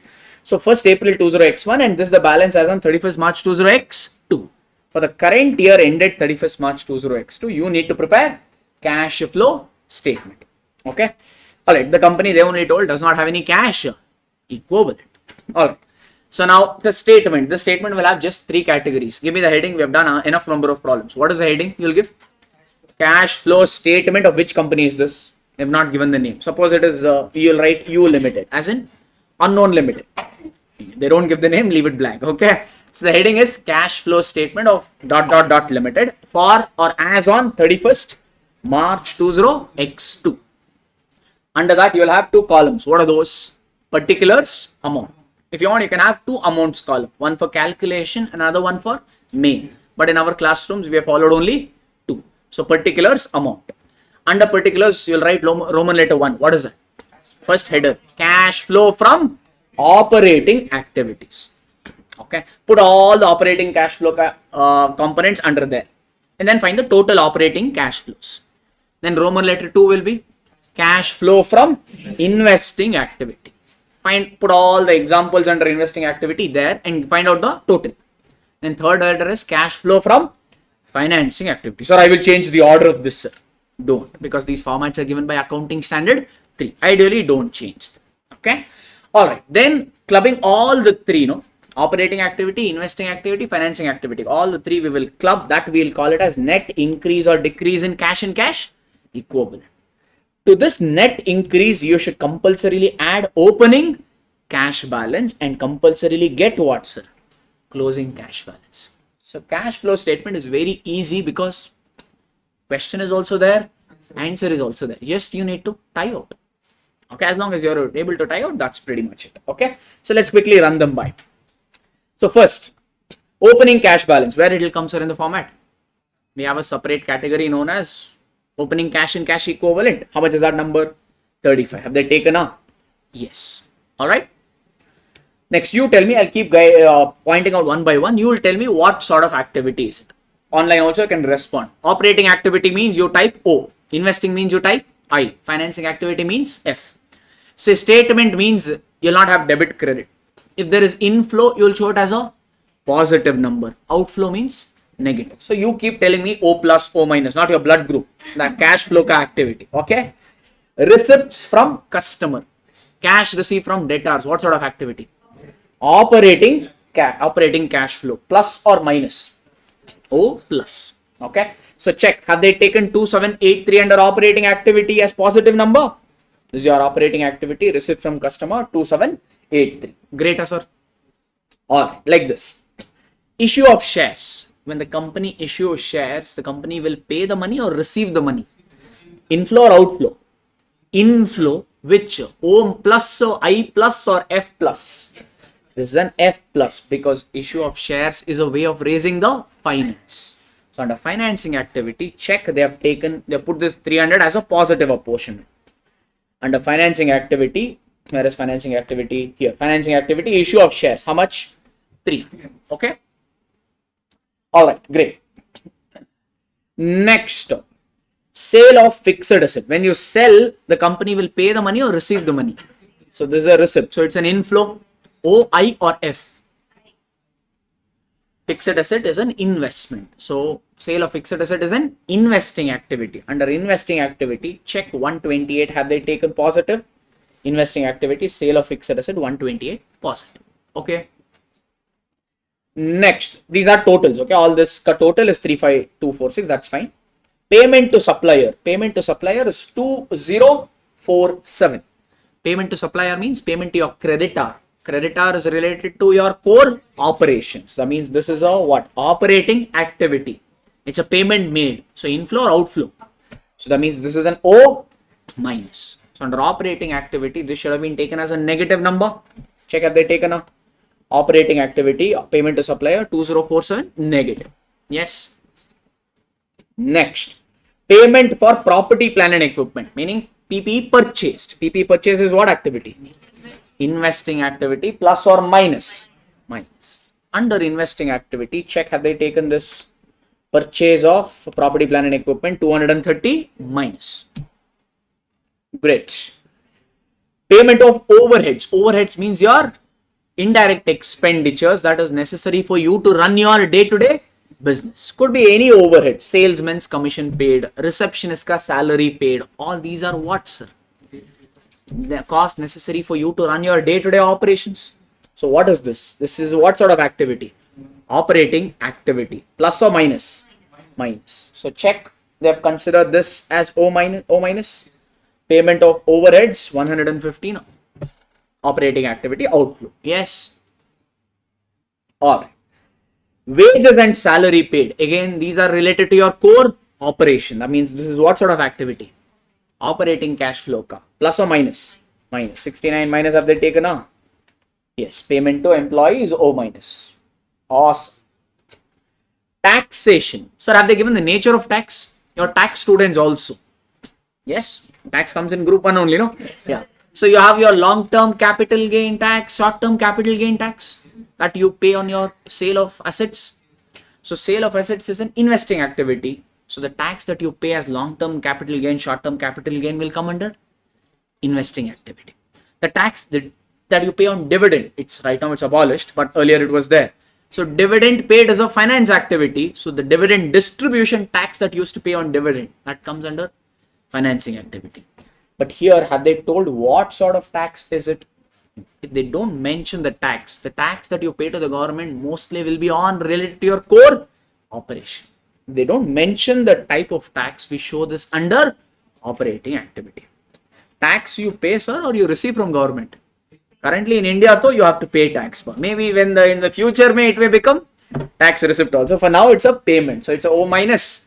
So check it will never happen. So what do you say? So tax paid under operating activity minus. What about dividends? Sir, all these are payments, okay? So these are dividends received or paid? Paid. So dividend paid is what activity? Why will you pay dividends? Because the company has issued some shares. Issue of shares is what activity? It's a way of raising the finance. So dividend paid is a financing activity, meaning it is F minus. Check under financing activity, have they taken dividend paid? Is your finance activity, dividend paid minus. Okay, next, repayment of bank loan. Sir, bank loan taken is a way of raising finance. So bank loan repaid also is a financing activity. When you repay the bank loan, it's an inflow or outflow? Outflow. That means this is an F minus. Under financing activity, have they taken repayment of bank loan negative?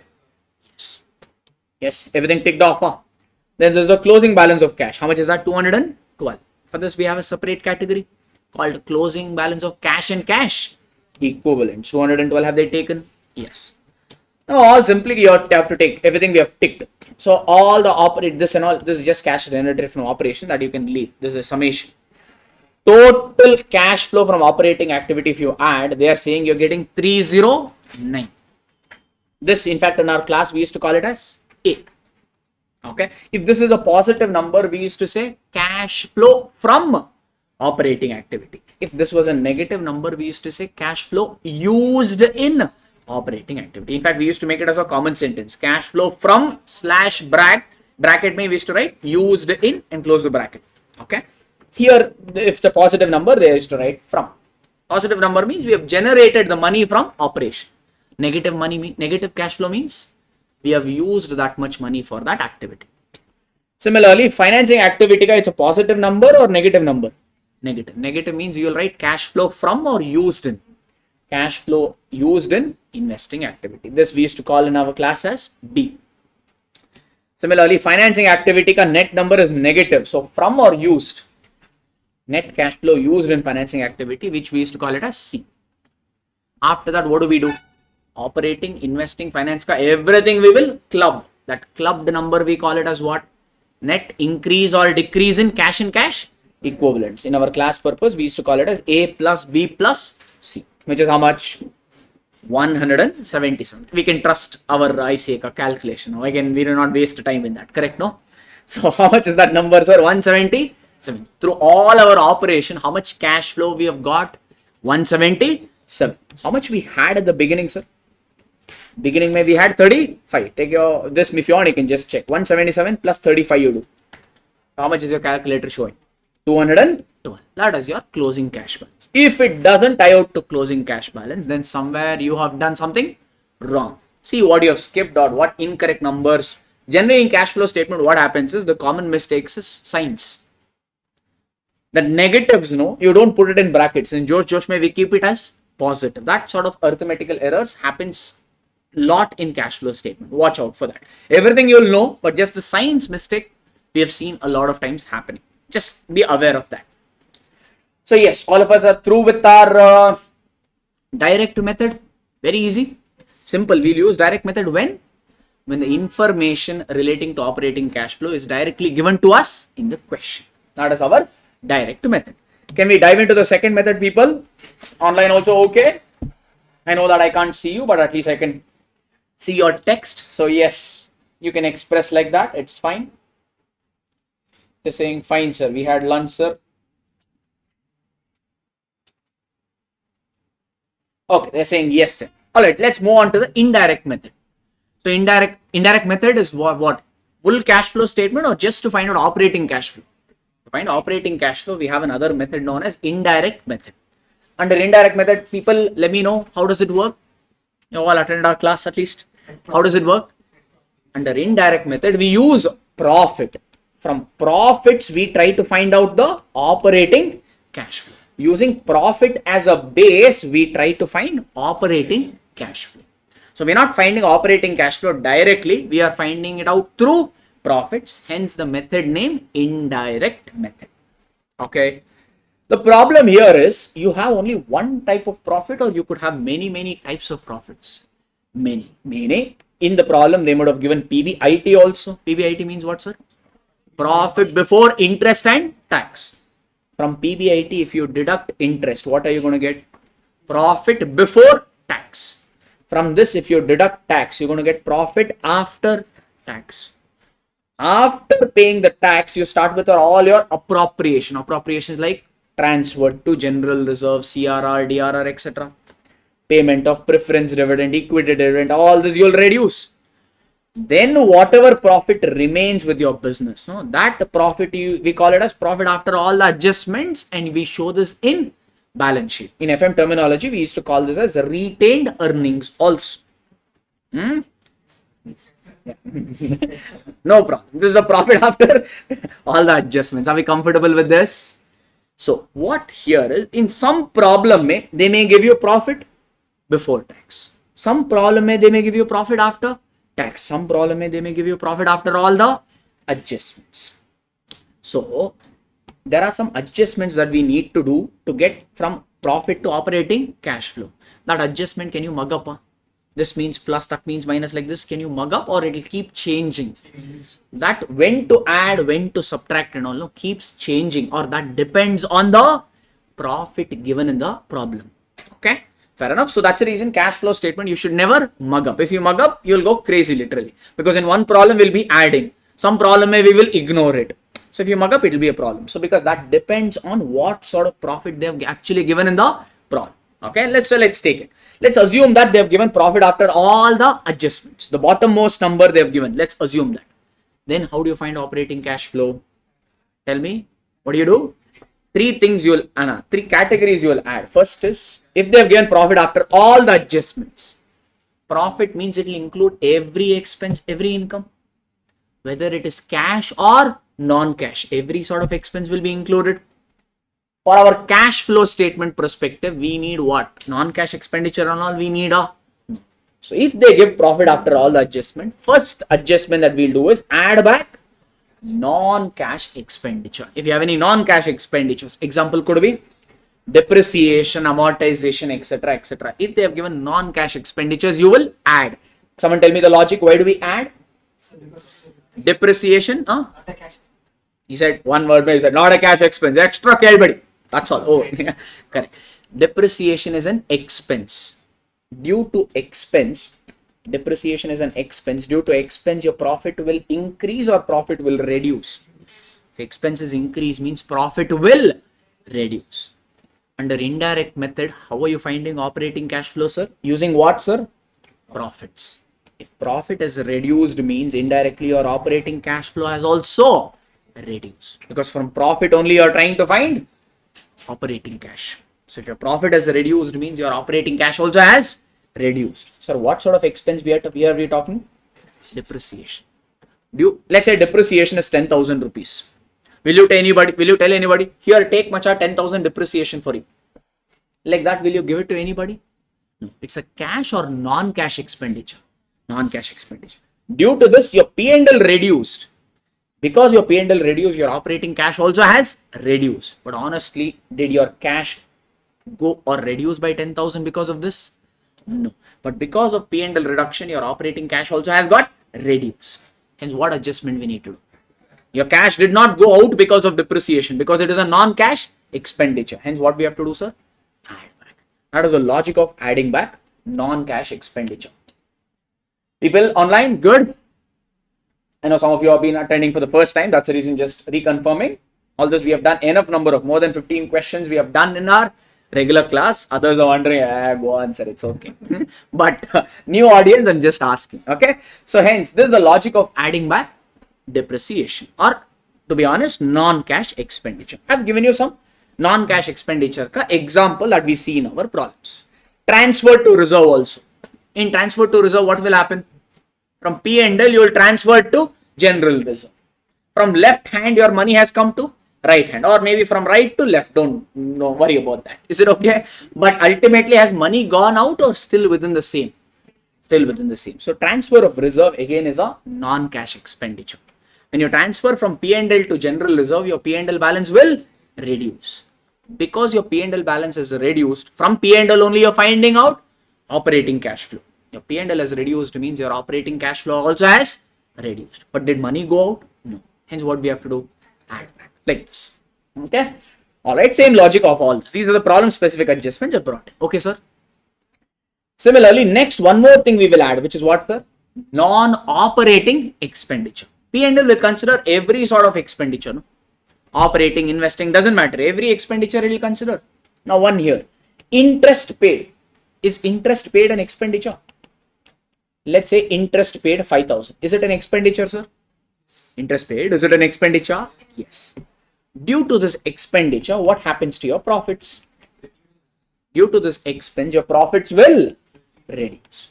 From profits only, what are you trying to find? Operating cash flow. If profit has reduced means indirectly your operating cash flow also has reduced. The key word there here is O. What is O over here? Operating. Is interest paid operating activity or what sort of activity? Interest paid is why do you pay interest? Because you have taken a loan or you have issued some debentures. Loan taken and all is what activities? Financing activity. So interest paid is what activity? It's a finance activity. Are we trying to find financing cash flow or operating cash flow? Operating cash flow. Because of interest, profit reduced. So your operating cash also reduced. But is this interest operating activity or financing activity? But unnecessarily your operating cash flow is reduced. Hence what to do? Add back. Hence interest paid we need to add back. Comfortable? That's the logic. Quickly going over the components. Yes, sir. Because we may not have time to solve all those 15 questions again. Because that will take at least cash flow statement only. We'll do it for 15 hours. Okay, that will not work out. So that's the reason these adjustments quickly we are running over. Similarly, maybe one more we'll take. Loss on sale of PP. Sir, sale of PP is what activity? If you sell any fixed assets or property, plant and equipment, what sort of activity? Investing activity. Okay. Sir, you sold property, plant and equipment at a loss of let's say 15,000 rupees. Loss means where it will be transferred? All loss will be transferred to P&L. So due to this loss, your P&L balance or your P&L balance will increase or it will reduce. Due to this loss, your P&L balance will reduce. If your P&L balance reduced means from P&L only what you are trying to find out here. Under indirect method, from profit only you are trying to find out operating cash flow. If your P&L balance is reduced means your operating cash flow also has reduced. But loss on sale of fixed asset, is it operating activity or it's investing activity? Investing activity. But unfortunately, your operating cash flow has unnecessarily got reduced. Hence, what we have to do? Add back. Hence, add back the loss on sale of investments or PP. That's the logic behind that. Okay. Fair enough. That's what I've given few more components. Similarly, one more everyone you can look at, that is deduct non-operating income. I've given the example as interest received, dividend received. Let's take the example. Interest received or maybe dividend received I will take. Dividend received 20,000. Dividend received is an income. Yes. Due to this income, what will happen to your P&L balance? It will reduce. If you earn more and more income, your P&L balance will reduce or it will increase. Higher the income, higher will be or more will be your P&L balance. If your P&L balance is increased means indirectly your operating cash flow also will increase. Because using P&L only you are trying to find operating cash flow. Yes or no?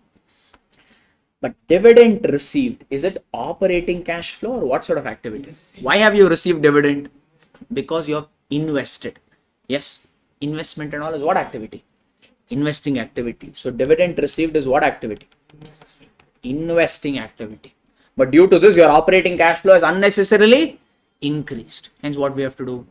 Reduce. Hence, interest received, dividend received, income and all you need to reduce because this is not operating. Rather, this is a non-operating income. So, should we have to give this heading in exam, sir? No. You can just do the adjustment. plus depreciation minus interest. Like that, if you do, it's good enough. For our understanding, I've given the category like this for easy revision. In exam, directly you do the adjustment plus minus. That is okay. Yes, sir. That's all we will do, or one more last adjustment we will do. Last adjustment we will do, that is for working capital changes. Is it okay? Now I will not go over the logic. I've told you each component why we add and less. I've also told you how to prove that also. Okay. For now, in the interest of time, we'll only go over them. So working capital means it consider current assets and current liability. Increase in current asset means minus. Decrease in current asset means plus. One, if you want, you can remember. Let's say debtors ka opening balance was 1 lakh. Oh, if you forget the equation, no? If you want to retrace it, one you can remember like this. Let's say debtors. Opening balance of debtors is, let's assume 1 lakh. Closing balance of debtors, let's assume is 70,000. Opening mein, at the year beginning, debtor balance was 1. Year end may it has become 30. That means it has increased or it has reduced. How much? That means, can I say this is a decrease in current asset? Why is it reduced, sir? Think debtors might have paid us the money. Debtor might have paid us this 30,000. That's the reason balance is reduced. Correct now? When debtor pays us the money, for us it is inflow or outflow? Inflow. Inflow means cash flow statement. You will show it as plus or minus. Plus. That means this what we have to do. Plus. Is it okay? That's the reason we say decrease in current asset means plus. Is it okay? One, if you remember, means automatically you can construct other. No. Decrease in current asset means plus. So increase in current asset means it will be ulta, which will be minus. Like this. Okay. Same thing here also. Increase in current liability means plus. Decrease in current liability means minus. If current liability has reduced means how will it reduce? Creditor ka opening balance 50,000. Closing balance 40,000. Opening balance 50. Closing balance 40. How it reduced? Because we would have paid cash to the creditor. If you have paid cash means inflow or outflow? Outflow. So that means what we have to do this? Plus or minus? That's what we are saying. Decrease in current liability means minus. Like that if you remember. Actual reason I've actually shown. For now, remember this shortcut. That is okay. But to be honest, why we do this? All of you remember that example?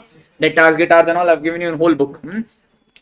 Sometimes they will give you current asset, current liability separately. Component they will give. In one of the problem we have already seen. Instead of current asset, current liability, directly they will give WC. WC means working capital. How do you get working capital, sir? Working capital is nothing but current assets minus current liability. Okay. So if working capital has to increase means current asset has to be greater than current liability. Yes, no, logically, if we just check over here. Current assets, current liability. Can you calculate working capital for year 1 for me? Let's say current asset was 100. Current liability is 80. What will be working capital, sir? 20. Yes, sir. Let's say year 2, no? Current asset has become 130. Current liability is still 80. Assume the numbers. What will be your working capital for second year? Current asset minus current liability, which is 50. Easy, everybody. Sometimes instead of giving this in the data, directly they will give you this.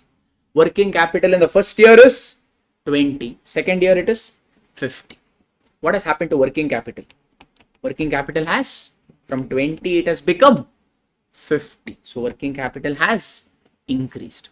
How is this scenario possible? Can you tell me?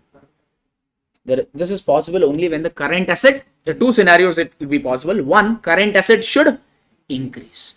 Only then working capital can increase. Correct? Agreed everyone? Online also? If current asset increases, then working capital will increase. I've taken with number. Increase in current asset means what treatment will you give? Increase in current asset means plus or minus? Minus. So hence increase in working capital also we will minus. Are we good? Another way working capital can increase is we'll take the same number. Let's say current asset is 100, current liability is 80, working capital is 20. Same data. Year 2, no, current asset is 100 only.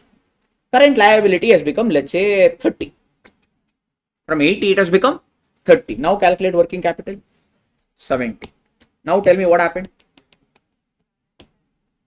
Working capital in the last year it was 20. Current year it has become 70. So working capital has increased. How much has it increased by? From 20 it has become 70 means it has increased by 50. Why it has increased? Because current liability has reduced. Current liability, if it reduces, means what do? Minus, no? That doesn't. Is it okay?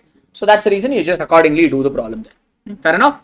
I've proved it for increase in working capital. If increase in working capital is minus, means decrease in working capital will automatically be plus. Sometimes directly they will give this also in the question. Watch out. Instead of giving current asset, current liability separately, they'll directly give working capital. Online, may any confusion going on or all easy peasy? Fadafat, confirm. Let's see. All of you are still there. Network issue means they were left off.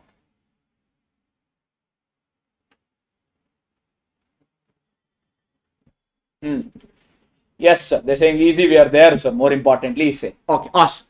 All right. So this is one. I'll go over one more concept. Then we will take up one question which targets these sort of things. Which we have done also. Quick revision. One, provision for depreciation. You remember this used to be one of the highlight of our cash flow statement. It used to come in every problem, in fact, for which half an hour we discussed why this only. With full example. Now I'll cut short. So much I will not take. 5 minutes. Quickly I'll try to wrap up what this is.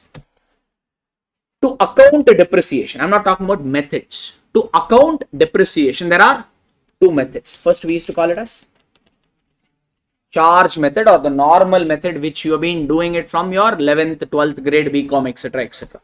Then there is another method known as provision for depreciation method, or also known as accumulated depreciation method. These are not the methods to calculate depreciation. These are methods to pass journal entry for depreciation. These are accounting methods. And a charge method, no? What is the journal entry for depreciation, sir? Normally, what is the journal entry for depreciation? Depreciation account debit to fixed asset. Now, we don't call it as fixed asset. We call it as property, plant and equipment. Let's say depreciation is 1 lakh. This is the first journal entry. Depreciation is an expense. Where will you transfer that expense to? P&L. So, the transfer entry is P&L to depreciation 1 lakh 1. Correct, no? This is what we've been doing from our college days. This we call it as charge method of accounting depreciation. There is another method known as provision for depreciation method. Under provision for depreciation method, the journal entry is depreciation account debit 1 lakh. Amount will not change. It will be same, 1 lakh only. You will not credit property, plant and equipment. Rather, you will credit provision for depreciation account or accumulated depreciation account. Directly, you will credit that. Instead of crediting fixed asset, you will be crediting provision account. Okay. And then depreciation is still that expense. Where will that expense go to? P&L. Second entry is same. P&L account debit to depreciation 1 lakh. Are we fine? This is the difference. Instead of crediting fixed asset, you will credit provision. What is the implication of this? Whenever you maintain provision for depreciation method, no, in fact, I've written it also. The fixed asset ledger will always be shown at the original cost. Check here. Are you debiting or crediting fixed asset anymore over here? You purchase fixed asset. After that, are you debiting or crediting fixed asset? No. All depreciation is going to which account? Provision for depreciation account. That means, will fixed asset ka ledger ever come down, or it will always be at highest number? It will always be as highest number. What is that highest number? Original cost. Because all the depreciation, where it is going to? Provision for depreciation account. This is the first observation. Got it? So, whenever provision for depreciation account is maintained, fixed asset ledger balance will always be shown at original cost. So, for how long we need to maintain this provision? Can anyone guide me? For how long will you maintain provision account? As long as we have the asset or that asset in our books, we need to maintain provision for depreciation. The moment you de-recognize the asset, or the moment you take that asset from your accounting books, then is provision for depreciation required for that asset? No. When will you take off fixed asset from your books? When you sell, or when you donate, or when you write off. Write off means asset is there, but we are not using. Okay, suppose this pen, all right, it became old, let's say. Currently, technologically, it is outdated. It writes, but technologically, it is old, let's say. Now, these days, there are new features. You can charge by tapping or gipping and all. Let's say this pen doesn't work like that. You have to charge by plugging in only. we became sophisticated and we thought, we don't want to use this now. Like that. We become angrezi. Okay. Sophisticated. Is it okay? Now, does this pen have value? Yes. But are we planning to use this? No. That we call it as what? Written off. Book may it has value, but we are not using it. So whenever you sell the asset or donate them or write off, that means is asset there or asset gone? If asset is gone means, which asset gone? My example, this pen. If this pen as an asset, if it is gone means total provision for depreciation you will eliminate? No. Only provision for depreciation relating to this asset you will eliminate. It's okay. As long as you have the asset, you will show the provision. Once the asset is gone, provision for depreciation also can be taken away from the books. That's what I've given. Fair enough, everybody. And I've also given for your easy reference, provision for depreciation ka ledger format. So provision is a liability. No? Provision, we have done AS 29 also, not in group 1, in group 2 at least. Yeah, provision is a liability, right? Yeah. Tell me, liability ka opening balance, where it will come? Debit side or credit side? Visualize, capital, creditors and all, where it will come? Opening balance. So provision for depreciation ka opening balance comes on the credit side. Closing balance comes on the debit side. Is it okay? What is the journal entry to charge depreciation under this method? Depreciation account debit to provision for depreciation. And where will you transfer this depreciation to? P&L. Add these two entries for me. Let's see. Depreciation debit, depreciation credit. Effectively, what entry remains? P&L account debit to provision. Is it okay? That is the reason here, if this entry you have to post it in provision for depreciation ledger, the posting will be what? By P&L. You can write by P&L or you can also write if you want by depreciation. One and this. Is it okay, sir? Sir, this is what, sir, we didn't understand. I told you need to maintain provision account as long as you have the asset. If the asset is sold means asset also will go. Provision also will go. Asset has what balance? Debit balance. How do you cancel it? Credit. So asset account you will credit. Provision required or that you need to close? Provision is a liability, I told. Liability means it will have debit or credit balance. Credit balance. How do you cancel something which has credit balance in accounts? So the journal entry will be provision for depreciation account debit to PPA. When you post this entry into provision ledger, what will be the posting? To property, plant and that's your format. Easy, sir. Okay. This and all will come in our question only. We'll take care from that. Are we fine, everyone? Okay. So the takeaway is what? Quickly, let's do it. What is that? Indirect method mein, what do we need to do? First, we use profit as a base to get operating cash flow. The profit could be same or it could be different in different problem. It could be in different problem. If they give the last number, which is profit after all the adjustments, then three things normally we add. Three categories. First, non-cash expenditures you add, like depreciation, amortization. Non-operating expenditures also you add, like interest paid, loss on sale of fixed asset, etc., etc. Then non-operating income you will minus, like interest received, dividend received, profit on sale of fixed asset, investment, etc., etc. Then we have to give lastly effect of working capital changes. Increase in current asset means minus. Decrease in current asset means plus. Increase in current liability means plus. Decrease in current liability means minus. Or directly if they say working capital, increase in working capital means minus. Decrease in working capital means plus. Okay. So tax will come. In the format, last component is for your tax. Okay. Then if you do that, you're going to get your operating cash flow. That's all. Okay. Can we quickly apply what we have learned so far in one of the questions? Okay. Let's take up one for practice. Come to question number 6, all of you. Those of you who don't have it can just check the screen. That's good enough. All right. RAN Limited provides you the following information for the year ended 31st March 20X1. Sales they've given, COGS they've given. We know sales minus COGS gives you your gross profit. So they're saying GP is 178. From GP, if you deduct various expenses, you will give net profit. No. So they've deducted operating expense, includes depreciation of 37. Total operating expense is 147. In this 147, depreciation, how much is included? 37. Okay. Then they've included some other income. Interest expense paid. 1 minute, sir.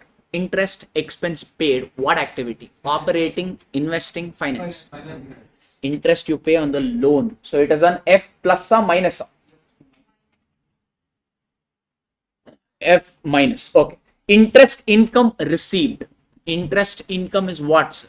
Why will you receive interest income? On your investment. That means this is your I plus. Gain on sale of investment. Sir, sale of investment is what activity? Investing activity. Loss on sale of plant again is an investing activity. But since all these affects your P&L, they've brought in all this. Okay, now after adjusting all this, your profit before tax is 23,000. Then they've reduced the tax of 7,000 and got profit after tax to be 16,000. Is it okay, sir? So tell me what sort of profit we have in this particular problem. We have an option to choose PBT, or we have an option to choose PAT also. Which one will you choose? PAT or PBT? PBT. So why can't we choose PAT, sir? Yes, income tax, no. There is something known as provision for tax and there is something known as tax paid. Provision for tax means what, sir? Tax estimated to be paid. Correct? No, that is your provision for tax. Is estimate has to be 100% right? Or it could be different also. So tax paid and provision for tax should be same or it could be different? Could be different. For our cash flow statement purpose, we want provision for tax or we want tax paid? Tax paid. Is it okay? But what you see in P&L no, is not tax paid. It is provision for tax. In fact, I keep telling you this. Provision is a charge against profit. To make any provision, what is a journal entry? Any provision for that matter. Since provision is a charge against profit, due to provision, your P&L balance will reduce. So the journal entry to make any provision is P&L account debit to respective provision account. Here we are making provision for tax. So the journal entry will be P&L to provision for tax. How much, sir? 7,000, 7,000. Did you pay the 7,000 or this is just an estimate? But we want tax, sir. Pay. That is the reason whenever in the choice is there in the problem, always consider profit before tax. Done, no? Alright. Now working notes, I will put it up. Main solution I will tick. Would you be okay with that? Interest of time, because if we take whole thing, no, it will take 1 hour. Not much required, right? Working notes I'll quickly solve. Everyone okay with this? Alright. So first thing, cash flow statement. You know the heading. First header is what, sir? Cash flow statement of Ryan Limited as on so and so. Under that, particulars amount. Under that, cash flow from operating activity. Under which method are we finding this? So sometimes they will not tell you in the question which method, but the moment they give you P&L data and all, no, automatically it becomes evident that what? We are using indirect method. So as I read the question, I'll go on ticking. Wherever working note is necessary, I'll update the working notes also. Yes. The trick of solving cash flow statement soon is, no, instead of main data, no, first you read the adjustment. That adjustment will give you an idea how many working notes you actually need to prepare. Here working notes means we need to prepare various ledgers. So just check. So you have purchased some, quick glance through. You have purchased some investment. That means one working note may be necessary for investment. Then you have sold investment. It will come there only. You purchased a plant, you sold a plant. That means you need to prepare working note for plant. They're saying some bond has been issued. So that means there is some adjustment relating to bond. So we'll have one working note for that. Repaid bond. Both will come there only. Shares have been issued. We'll see. If necessary, we'll prepare a working note. But otherwise, straight away we'll do it. Then dividend paid. Dividend paid and all, I think we can directly take it. So from this, I'm trying to find out, I've figured it out that we need 3 working notes. One for fixed asset, one for investment, and another one for your bond, maybe. Okay, so those 3 ledgers. Then as and when we read the data, we'll get to know more and more working notes that we need to prepare. Okay, now. Alright, come to the question. So first, what will we choose here? PBT or PAT? PBT. How much is PBT? 23,000. That's what they've taken. Yes, sir. Under operating indirect method, how do we get your direct operating cash flow, sir? Using profits. Can we say 23,000 only is operating cash flow? Can we conclude like that?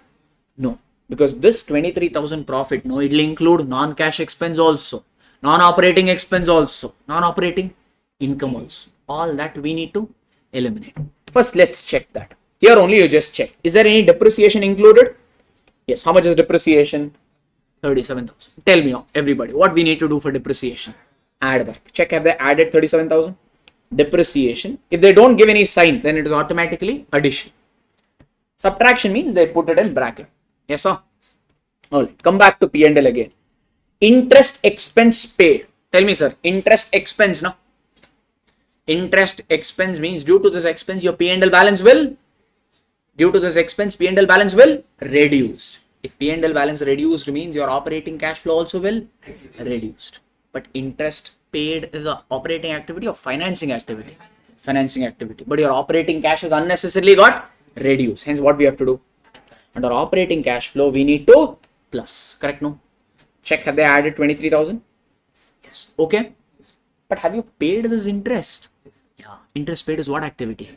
Financing activity. So interest paid should also be considered under financing activity. Under financing activity, you should show it as plus or minus. This is interest paid. Under financing activity, interest paid 23,000, they are deducted. Comfortable? Sir, it is one and the same. No, sir, I will ignore, sir. Here you are adding, there I am minusing, sir. So effectively, cash flow statement will still tally, sir. Final level, it will tally, but each category ka cash flow will change. You will lose marks. Is it okay? Final number will tally, but marks, though, definitely you will lose. It needs to be added like that. Okay. Come back. Next. Same thing like you just tell me. Interest income received. Interest income, sir. Due to this income, your P&L balance will increase. P&L balance increase means your operating cash flow also will increase. But interest received is what activity? Investing activity. But unnecessarily it has increased your operating cash flow. Hence what we have to do? Under operating cash flow, we need to minus. Check 6,000 have they minus down. Under P&L, interest income 6,000 they have deduct. Easy. Have you received this income of 6,000? Yes. Interest received is what activity, sir? Interest received is actually what activity? Investing activity. You have received it. So inflow or outflow? So that means this under investing activity, I should consider it as a plus. So 6,000 under investing activity, have they added this is your investing activity, interest received 6,000 plus. So are you going to cover the entire syllabus today only? No, macha. We are very slow.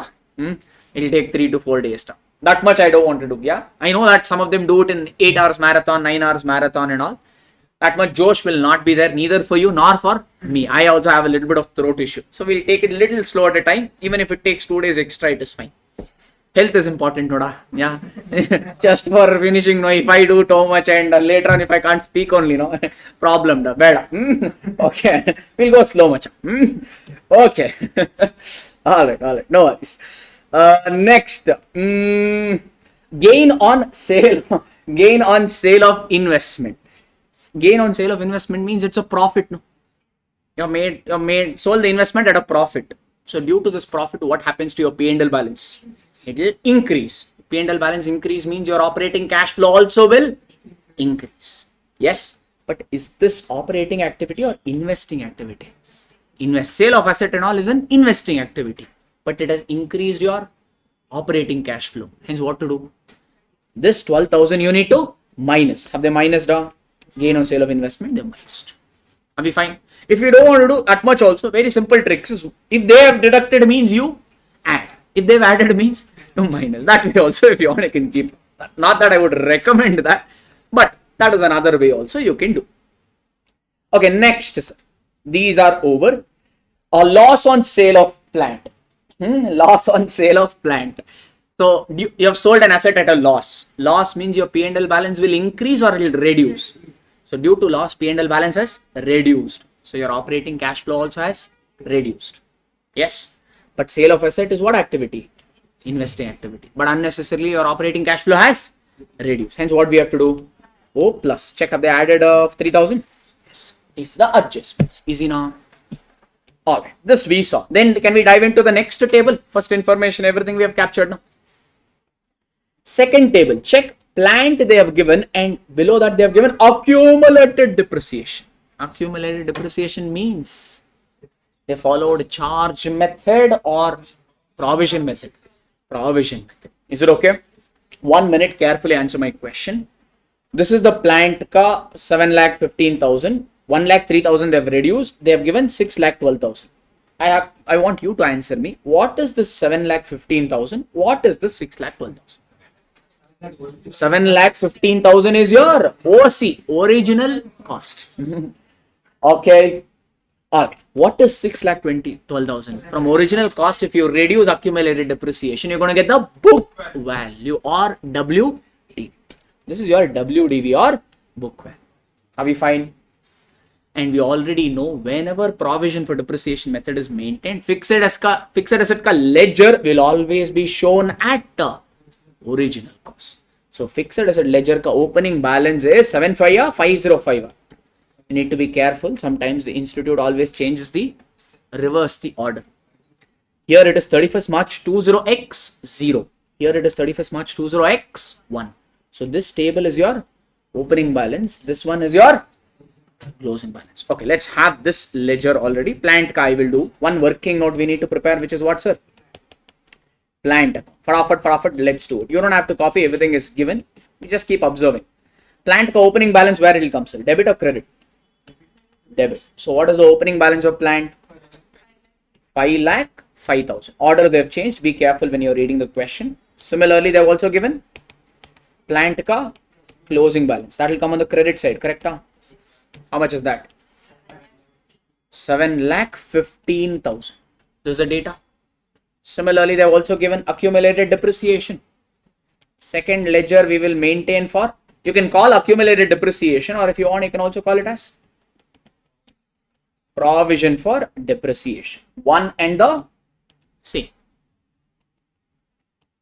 Provision for depreciation means it's a liability. Where will liability ka opening balance come? Credit side. Do you know opening balance of provision for depreciation? Yes, how much is that? 68. Closing is 1,03,000. So closing balance will come here. Yes, everybody? This is the data I've captured. Remaining data, as and when I see the problem, I'll go on punching. Like this, I suggest you should do in the examination. Otherwise, you'll end up reading the same question again and again and waste the time. See the adjustment, figure out the working notes, have the main format ready, go on punching the data. It'll become faster. Okay, let this data be there. Then they've given investment. When I read the adjustments, I saw that there were some things related to investment also. So let's prepare working note number 3 for investment. Okay, what is investment? Investment is an asset, sir. Asset ka opening balance, where it will come? So to balance brought down. 1 minute, hang on. I'll open it here. It will be easier for me to just. Which question is this? Question number 6. Okay. Investment ka opening balance is 1,20,000.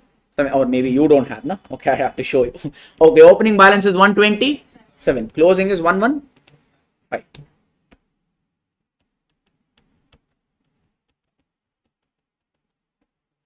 Alright, next. These are over. Alright, tell me, sir. Inventory, trade receivable and all, where it will come under indirect method of cash flow? Under working capital changes. Check. What is opening balance of inventory? 110. What is the closing balance? 144. Inventory has increased or reduced? Increased. How much? 144 minus 110 is 34,000 increase. Inventory is part of current liability or current asset? Current asset. Increase in current asset means plus or minus or? Minus. Okay. Under working capital changes, increase in inventory means minus 34,000. No problem. Heavy lunch happens. Yeah. So under working capital changes, increase in inventory minus 34,000. Okay. Next, trade receivable. What is opening balance? 55. Closing balance 47. Increased or reduced? Reduced by 8,000. Reduction in current asset means plus or minus or? Plus. Decrease in trade receivables, you should add. Decrease in trade receivable, they have added 8,000. Okay. All right. Next, sir. Next information they have given. Cash. This is your opening balance. This is your closing balance. Reverse order they've given. Opening cash balance and closing balance we have to do anywhere. Meaning is that we have to do anything under operating investing finance, or we have separate category. Separate category at the end. Opening cash balance 15 and closing is 46. Opening is 15. Here is 16. That we will verify whether we are getting that. All right. Next, what's a prepaid expense? This is also part of your current asset. Opening balance 5. Closing balance 1. So that means increase or decrease? Decrease by 4,000. Decrease in current asset means plus. Check, have they added 4,000? Decrease in prepaid expense 4,000 plus. Pace everybody is able to adjust now online? Yes. Yeah. We're doing a revision, so I'm trying to go a little faster in the interest of time. Hope it's okay for everybody. Online? Okay, na Ji? Respond. Give me a quick response online.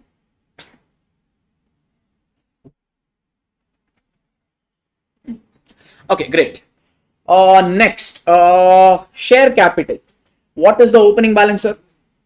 350. Closing balance 465. So share capital has increased. It has increased by how much? 1,50,000. In fact, in the adjustment also they told we have issued shares worth 15,000 for 10 rupees. 15,000 shares we have issued, each for 10 means the total shares worth we have issued is 150. That is what this also is telling you. This and all you want ledger directly can be do it directly. So shares issued is what activity, sir? Financing activity. When you issue the share, company will get the money or pay the money. So it's a receipt. So 150 what I have to do? And the financing activity plus. Check have they taken? And the financing activity issue of shares 1,50,000 plus. Okay, next.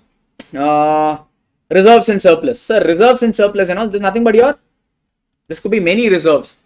Normally, if they don't give any information, this I will take it as P&L, meaning this is a profit after all the adjustment. Should I have to pick this now or I had a choice? In fact, I was spoiled for choices here. I could have chosen PBT, PAT. In fact, I already made a choice of choosing PBT. So is the reserves and surplus relevant for me or irrelevant in this problem? Irrelevant. Okay. All right. Bonds, sir. Bonds, there were some adjustments, no? So let's prepare a working note number, what, sir? Maybe working note number 4 I'll prepare here for bonds. Sir, bonds is your debentures. Another name for debentures is your bond, works on the same line. So debentures issued or bond issued is an asset for the company or a liability? Liability ka opening balance, tell me where it will come. Credit balance. What is opening balance of bond? 245. What is the closing balance of bond? 295. That is your 2 balance carried down. These are the balance I've updated. Remaining, when the adjustments I'll see, I'll update. Let it be there for now. Trade payable. Trade payable comes under working capital changes. Opening balance 43. Closing balance 50. So there is an increase of 7,000. Increase in current liability means plus 7,000 have they done under working capital changes. Increase in trade payables 7,000 plus. Okay. Outstanding liability also is a current liability, comes under working capital changes. Opening balance 9, closing balance 12. So it has increased by 3,000. Increase in outstanding liability means what we have to do? Right. Have they added 3,000, sir? Yes. Increase in outstanding liability 3,000. Next, income tax. For income tax also is a current liability only, but for income tax in cash flow statement we have a separate category. So hence we will not show income tax under working capital changes. We will show it separately. So let's do one working note. Working note number 5 for income tax. You can call it as income tax payable or whatever name, it is fine. Okay, tax payable, income tax payable, anything chalega, no problem. Income tax payable asset or liability? Liability ka opening balance on the credit side. What is opening balance? 5. Closing balance is 3. 5 and 3. Sir, previously in P&L, didn't we see some tax thing when we read P&L? Yes, no, there was tax. This is your P&L data they had given. This was 7,000 tax. That is what, tax paid or provision for tax? In fact, I had already written here, the 7,000 is nothing but provision for tax. What is the journal entry for provision for tax, sir? P&L account debit to provision for tax. Am I not making this? Income tax is nothing but, you can call it as income tax, you can call it as income tax payable, or also if you want, you can call it as provision for tax, different names, one and the same. So what is the journal entry for provision for tax, sir? P&L to provision for tax. So the posting will be by P&L. How much provision you made in the current year? 7,000. So you'll write 7,000 here now. Everybody okay? We read the whole question. Nothing was there about tax. Ideally, ledger should match. Check this side total how much? 12,000. That side also should be 12,000. Is it matching or there is a balancing figure of 9,000? There's a balancing figure of 9,000. So tax and all, you'll just estimate and keep quiet, or you'll also pay. When you estimate, the journal entry is P&L account debit to provision for tax. When you pay, provision for tax account debit to cash or bank account. This is okay. That tax paid we are getting, it's given or arriving as balancing figure? Arriving at as balancing figure. Easy, everybody. For cash flow statement, tell me, we want provision for tax or we want tax paid? Tax paid. That is the reason when we started the problem, no, we did not take profit after tax, we took profit before tax. Because if you had taken profit after tax, provision for tax, you should have added back. Because provision for tax is already deducted here. We don't want tax provision for tax, we want tax paid. That is the reason always in cash flow statement, if you have an option, choose profit before tax. If you choose profit after tax, you need to add back provision for tax. In this problem, I chose PBT. So is provision for tax already deducted or yet to be deducted? From this 23,000, is provision for tax already deducted or yet to be deducted? Yet to be. Hence, did I give any adjustment for provision for tax or I ignored? I ignored. That is the logic. Is it okay? Suppose if I had taken PAT, then what I would have done? Provision for tax, can I ignore or I have to add back? I have to add back. Okay? So now, like this, adjustments will keep varying from problem to problem. So you can't mug up the adjustments in cash flow. That will be terrible. If you understand it, this is one of the easiest. Little lengthy maybe, but very straightforward. Okay, so tax paid, how much did I get, sir? Somewhere we did working note, no? We got tax paid to be 9,000. Don't we have a category for tax paid? Where? Under operating activity. Under after working capital changes. After working capital changes, tax paid is 9,000. Okay, that we got. Everyone okay? Alright, let's dive into further information. You purchased the investment for 78,000. What is the journal entry for investment purchase, sir? Investment account debit to bank account. So in your investment account, we will write to bank. You purchased it for 78,000. Easy. It will come, but I will finish off this ledger. All this ledger ka impact in one go, I will push it in cash flow statement. For now, let it be. Next, this is over. Sold investment for 1 lakh. 2,000. So what is the journal entry for investment sold, sir? Bank account debit to investment. How much did you sell it for? 1,02,000. So that means you will write here by bank how much? 1,02,000. Correct? Huh? But what was the cost of that investment? That investment costed only 90,000. That means did you make some profit? Huh? How much profit you made? 12,000. Yes, sir. In fact, that became a saying also. Loss means you will show it on the credit side. Profit means you show it on the debit side. Didn't I know I'll say this? So that means here you made profit, no? So you'll write here to profit on sale. How much? 12,000. Is it okay? Can someone tell me why? I told you logic for this. Here, just quick thing. My reference. Can you tell me why? Investment ka ledger is shown at the cost price. So whenever it is sold, you should reduce it by cost price. So the journal entry, no, you should have actually passed it for not 102. You should have passed it for 90. Because investment ka ledger is shown at cost. But you passed the journal entry for what? 1,02,000. Because it includes profit of how much? 12,000. Hence, to negate that effect, you bring the profit on sale on the opposite side, which is 12,000. That's the reason we say quite popularly, profit on sale means put it on the debit side. Loss on sale means put it on the credit side. It's basically to balance out the ledger. Because 1,02,000 minus 12,000 if you do, what are you going to get? 90,000. Investment was shown at 90,000. So it should be reduced at 90,000. This is another. Okay, now. Alright, so to check, is the investment ka ledger matching both the sides to add 102 plus 115. Total is 217 this side. That side also. Same order. This side also 217. That means anything more to be done in investment or done or done? This information we will push. Investment you sold for 102. Sale of investment, where it will come, sir? Sale of investment. Investing activity, plus or minus? Plus. So 102 under investing activity, have they shown as plus? Sale of investment 1,02,000 positive. Did you only sell or did you also purchase? How much did you purchase and pay for it? 78,000. Purchase of investment, what activity? Investing activity, plus or minus? Check 78 minus, have they shown? Purchase of investment 78,000 negative. Okay, so investment account is done, working note done. Its effect also has been completely captured in cash flow statement. Let's move on to the next adjustment. Sold plant asset costing 10,000, accumulated depreciation of 2,000 for how much value? 5,000. In fact, we used to put up one working note to get profit on loss on sale of asset. If you remember, working note number 6, maybe I'll call it I don't know. I think here maybe it's a loss on sale. So how do you get this, sir? First, we will take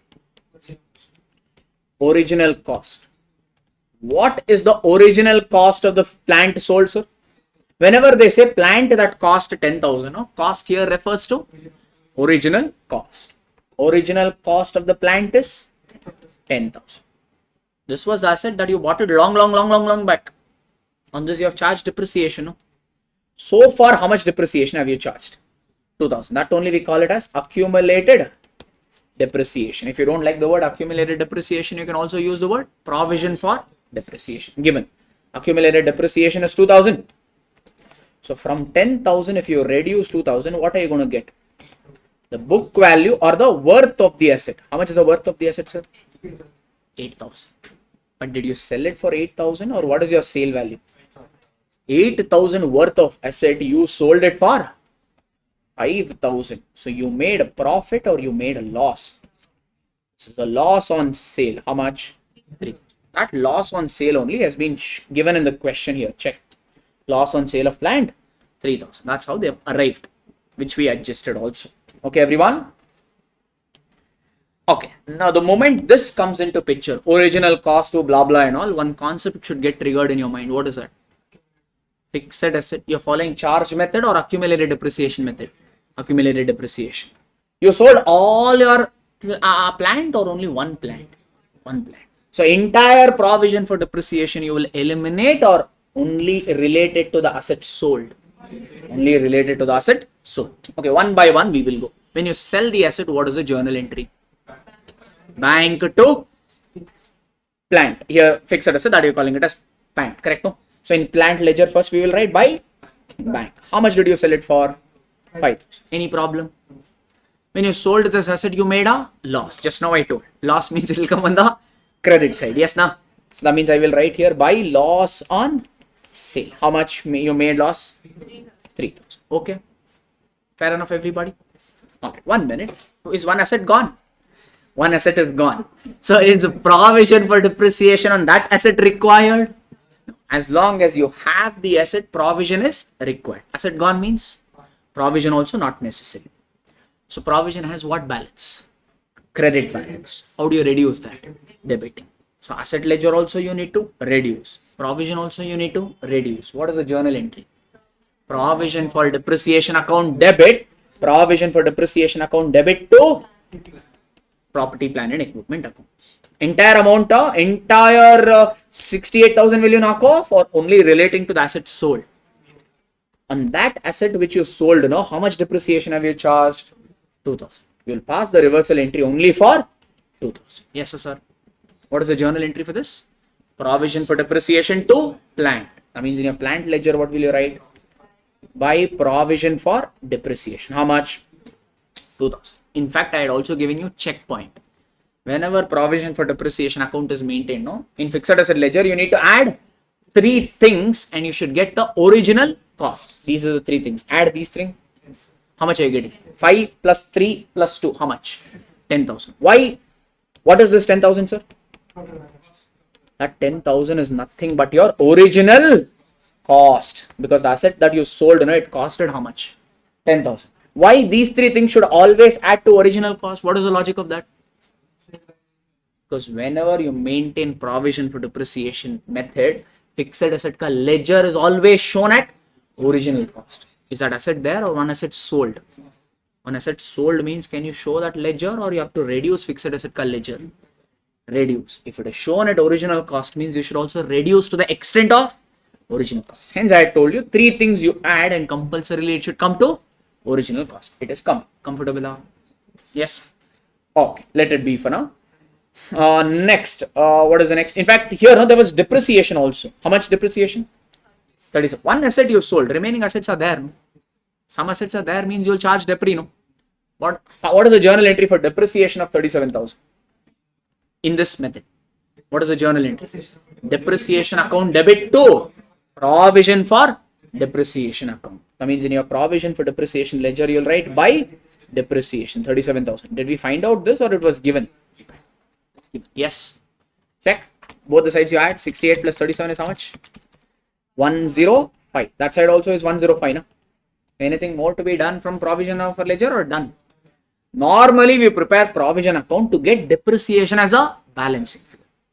In some problems, no, they don't give you depreciation. To get that, we prepare. But in this problem, examiner was very nice. He gave all the data. So, this is actually more like not required. Even if you didn't prepare this, it will not have any impact. But always to be in the safer side, better to prepare. Okay, na sir? Alright, 1 minute. Let's see. We've issued 1 lakh of bond at face value in exchange for plant asset. Oh, super duper company. What did they do? They purchased a plant. Worth how much, sir? 1 lakh. Did they pay this 1 lakh by cash or they gave off debentures? When you purchase plant by giving cash, what is the journal entry? Plant account debit to cash or bank account. But here you purchase plant by giving away bond. So the journal entry is plant account debit to, not bank account, to James Bond account. Correct? No. They did that. I didn't do. Okay, so how much is this? 1 lakh. Yes, sir. Any impact this has on your cash flow statement? See, cash flow statement means it is simply concerned with cash coming in, cash going out. When I say cash, here I mean cash and cash equivalent. Here what came in? Plant. What did you give out in fact? Bond. Is it affecting our cash? Just there. It's affecting the ledger, so bringing it in. Similarly, I think I also had bond ka ledger. No? Somewhere I prepared. Yeah, here. In bond ka ledger, what will you write? By plant. How much? 1 lakh. Posting in both the ledgers. Let it be. Later we'll close. Okay. Next. In fact, did I capture this? Purchased plant asset for 1 lakh? I think I didn't read that. Forgot. Purchased plant asset for 1 lakh? 20,000. When you purchase, did I say, sir, we have purchased 2 times plant. Once we purchased and we paid cash. Another time we purchased and we gave away bond. How much did you purchase plant for? 1,20,000. What is the journal entry for that? Plant account debit to bank account. How much? 1,20,000. Fine, sir. Okay. Now check. I think we may close plant ledger also. This time it's 7,25,000. Where is that side total? 505 plus 100 plus 120. I think both the side is coming to 725. So no more adjustments. It's matching. Yes, no, total. Both the sides matching to 725. Let's push information. Will this bond, will it have any impact on cash flow statement? What about this plant purchased 120? Under investing activity plus or minus? Check, have they taken purchase of plant 120 minus? Yes. You only purchased a plant or you also sold a plant? You sold a plant. Sorry, you take 10,000, sir. Will you take 10 now? When you sold, how much money you got?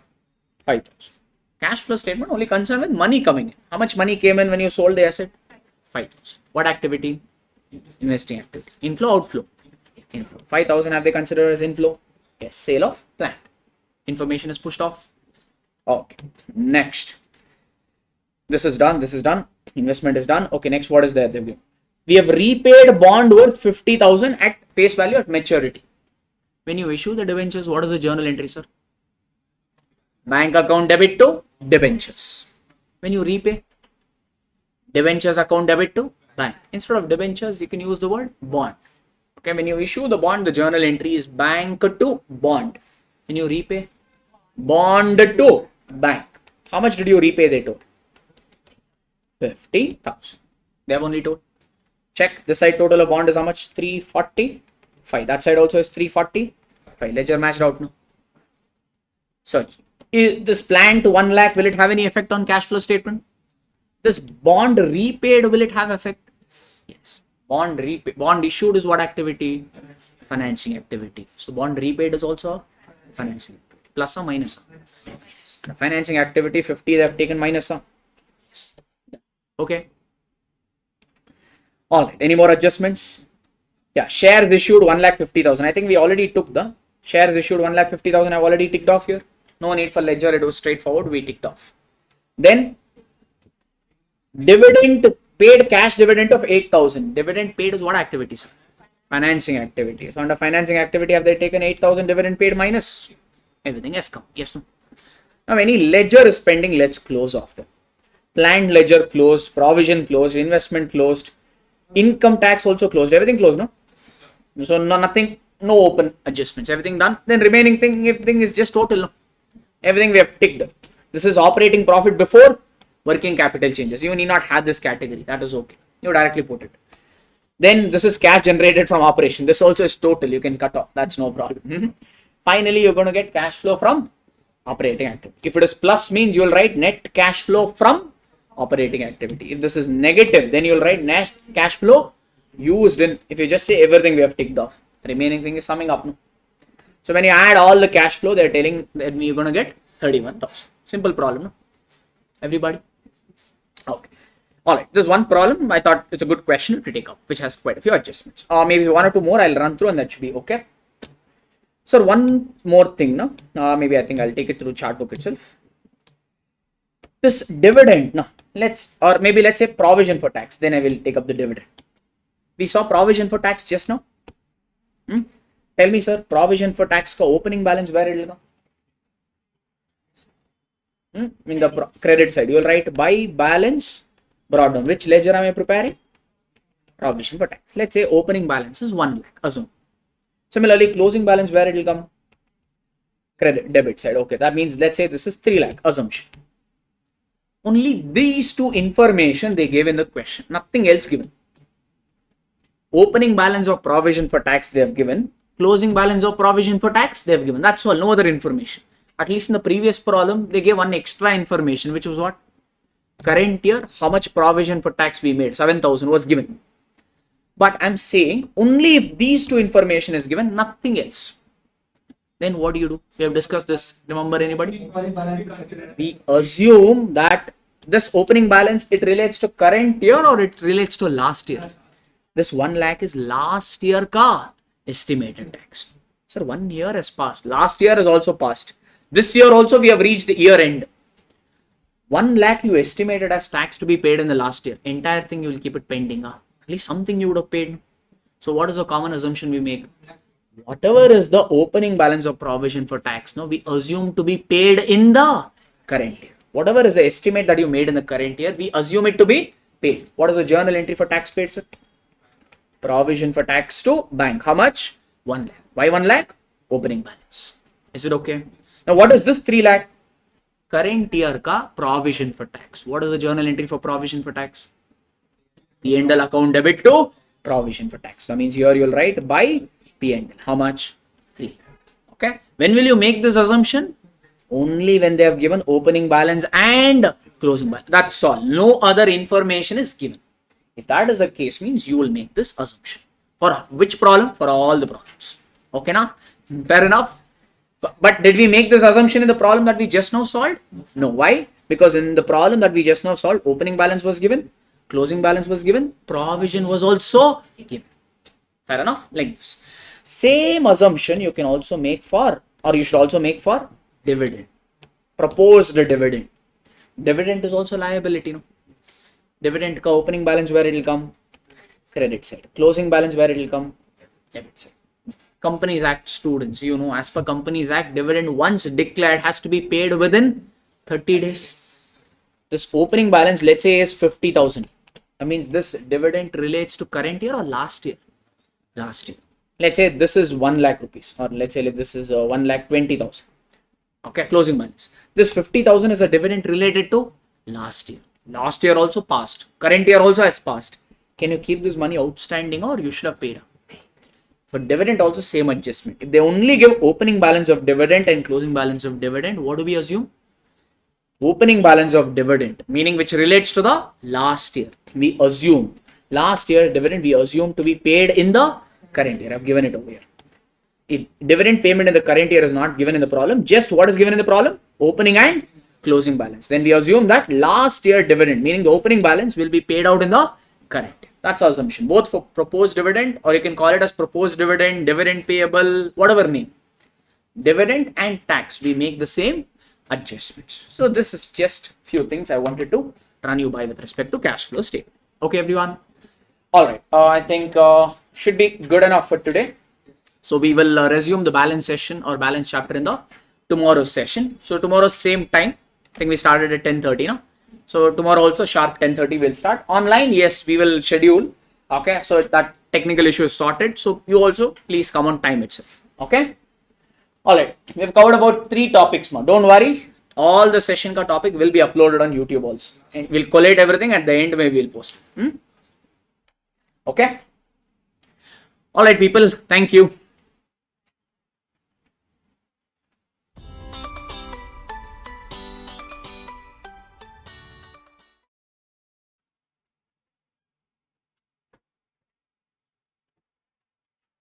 Well, hello guys. Good morning. So welcome to the second day of the revision session. In the previous session, we looked at or we went through few topics. So today we'll be starting with the first topic, which is accounting for or accounts from incomplete records, or you used to call this as single entry system in your BCom or in your 11th and 12th standard and all. So basically, what is the funda of this chapter? They will give you half of that information. They will not give you full information. Many information will be missing. So we need to find out those missing information. Whatever information is given to us, we need to use that and prepare financial statement. Financial statements. By financial statement, here I mean preparing trading P&L and balance sheet. Is it okay? That's all is the scope of this particular topic.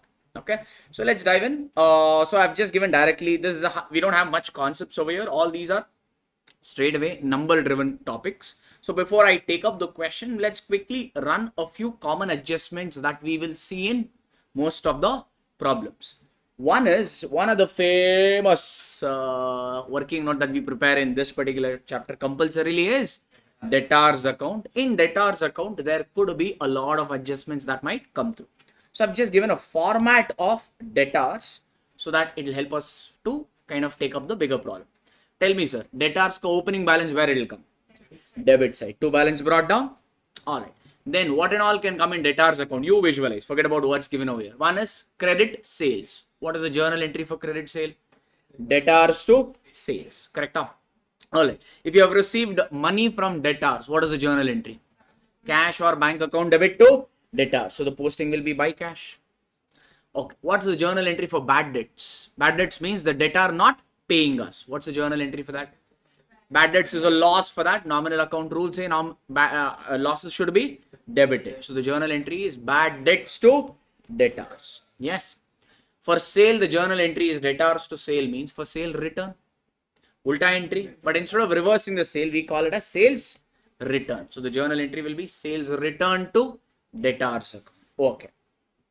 Suppose instead of giving cash, a debtor gave you bill receivable. Instead of giving cash, the debtor gave you bill receivable. If you receive cash from debtor, the journal entry is cash to debtor. If you receive bill receivable from debtor, bill receivable to debtor. So the posting will be by bill receivable on the credit side. Okay, fine.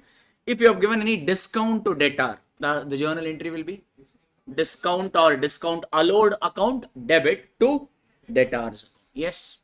Okay. Fair enough, everybody. And the closing balance of debtors again will come as a last component. Okay now? All right. Suppose 1 minute. What is the journal entry for goods sold to debtors you told?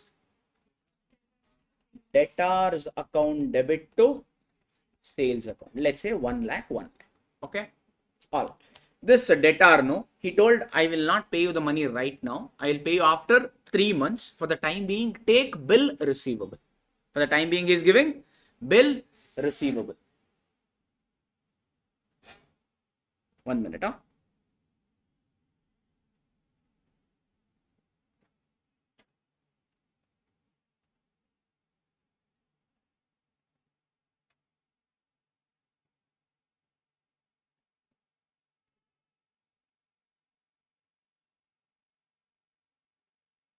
One second.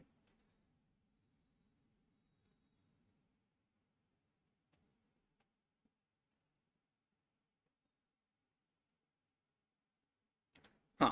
Okay. So for the time being, what did the debtor give us? Bill receivable. What is the journal entry for bill receivable received from debtor, sir? Bill receivable account debit to debtors. Yes. Sir, bill receivable is like a negotiable instrument. It's like cash. If you have 500 rupees Gandhi note, then it belongs to you. If you give it to your friend, then that cash will belong to him.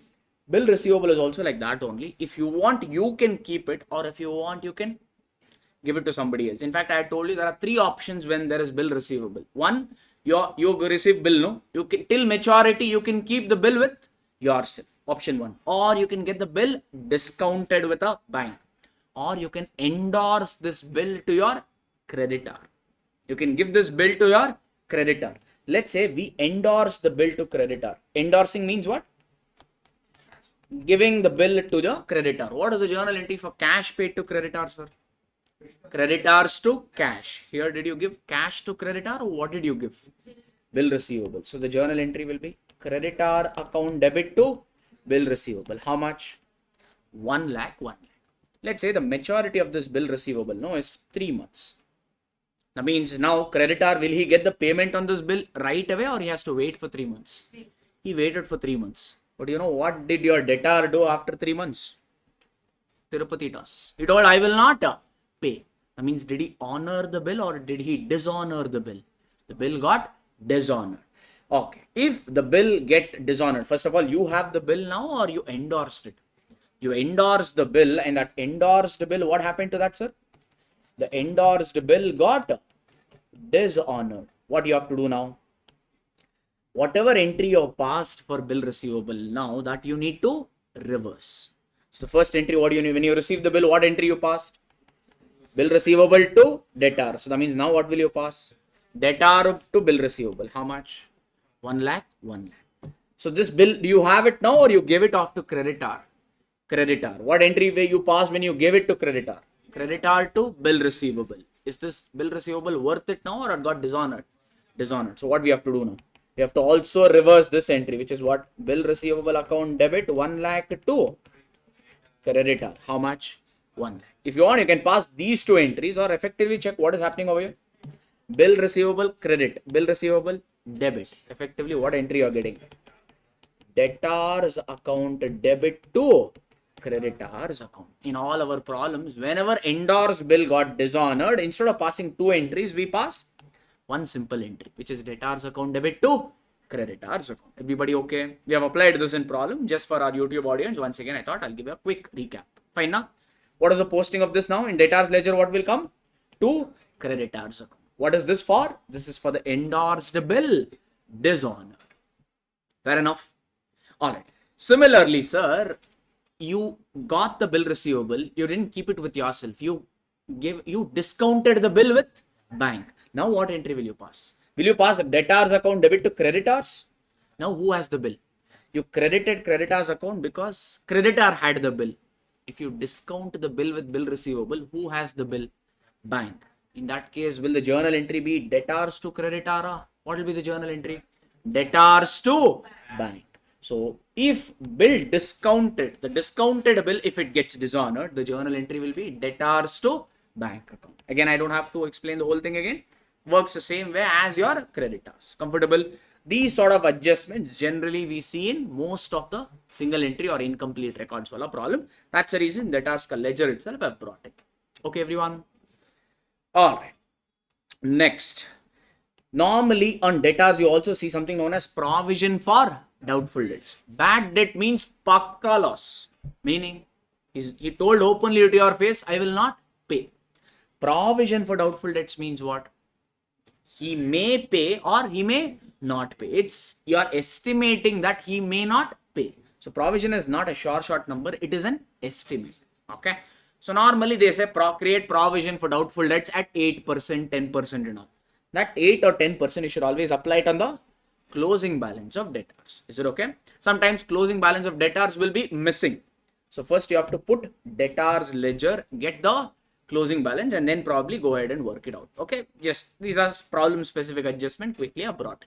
Okay, one more important adjustments that we see in few problems are time lag for collection. They will give you debtors collection period is 1 month. It could be 1 month, 2 months, whatever.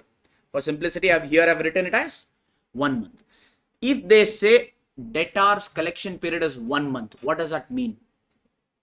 If you sell the goods, will you recover the money today itself or after 1 month? Okay, I'll just give you again a quick recap. What is your financial year? April, May, June, July, August, September, October, November, December, Jan, Feb, March.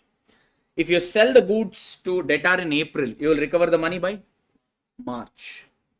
May rather, not backward, forward. Okay, if you sell the goods in July, you will recover it in August. If you sell it in November, you will recover it by December. If you sell the goods in December, you will recover by January. If you sell the goods to debtor in Jan, you will recover in Feb. Feb ka sale if you make, you will recover by March month. If you sell the goods to debtor, will you recover in March month? Let's say March month I sold goods worth 1 lakh to debtor. Will I recover this money in this year only? No, I will recover it in April, and April falls in the next financial year. April I will recover. Correct or no? Okay. So that means, what does this indicate? If debtor's collection period is 1 month, means what does that mean? Last month ka sale itself is your debtor ka closing balance. Last month ka sale, March month ka sale. In our example, March month ka sale, how much I assume? 1 lakh. So this 1 lakh itself is a debtor's ka closing balance. Instead of giving you debtor's ka closing balance directly, they may give you debtor's collection period is 1 month, and they may say March month ka sale is 50,000, 1 lakh, like that. Are we okay? Is it has to be 1 month or it could be anything? Suppose they told debtor's collection period is 2 months. Suppose they told debtor's collection period is 2 months. Then you tell me how many months sales will be outstanding. If you sell the goods in January, you will recover by March. If you sell the goods in February, you will recover in April month of the next year. Similarly, March, May, if you sell, you will recover in May month of next year. How many month cut amount will be due? February and March month ka whatever goods you have sold, have you recovered the money from debtor? If you have not recovered the money from debtor, that only you call it as debtor's ka closing balance. Let's say February month ka sale is 2 lakh, March is 1 lakh. That means in this case, what will be your debtor's ka closing balance? Debtor's ka closing balance will be these 2 months ka sale put together, which is 3 lakh. Okay. Sometimes they say debtor's collection period. Another term is sometimes they use is debtor's velocity. Another name. Okay, we have worked out problems where they've used these names interchangeably. And this concept holds good only for debtor or also for creditor. This concept holds good for creditors also. So instead of saying creditor's credit period, they can also say creditor's ka velocity. Same funda holds good. Fair enough, everyone? All right. This is again a problem specific adjustment brought in straight away. Can I go for the next one? I've also given you creditor's ledger ka format again, because this is something which will come in almost every problem. Okay, creditors is a liability. Liability ka opening balance, where it will come, sir? Credit side. So opening balance will come on the credit side.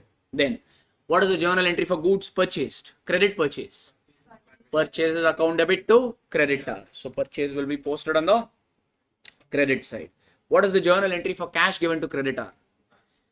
Creditors to cash or bank. If creditor gives us any discount, if he is very happy and if he gives any discount, means that discount is income for us or expense? Income. So what is the journal entry for that? Creditors account debit to discount received. So discount received will be posted on the debit side. If purchases comes on the credit side, means purchase return obviously will come on the debit side. Ulta there. Okay, so what is the journal entry for bill endorsed to creditor?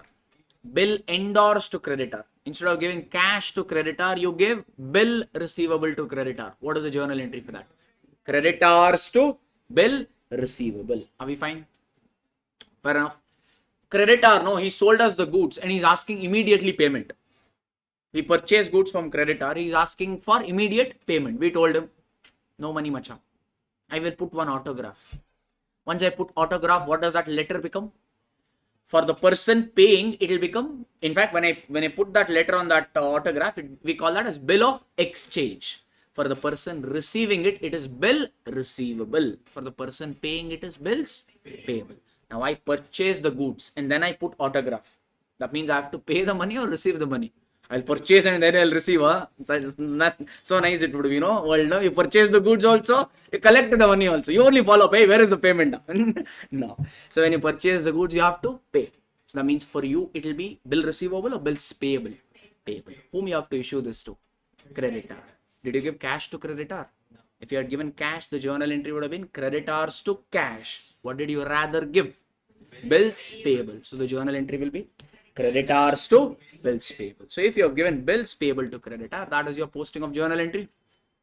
If opening balance comes on the credit side, means closing balance obviously on the debit side. Is it okay? One more scenario we already just now saw. Endorsed bill dishonor. What is the journal entry for that? Debtors to creditor. Okay, it's a simple funda. You gave the bill to creditor. Okay.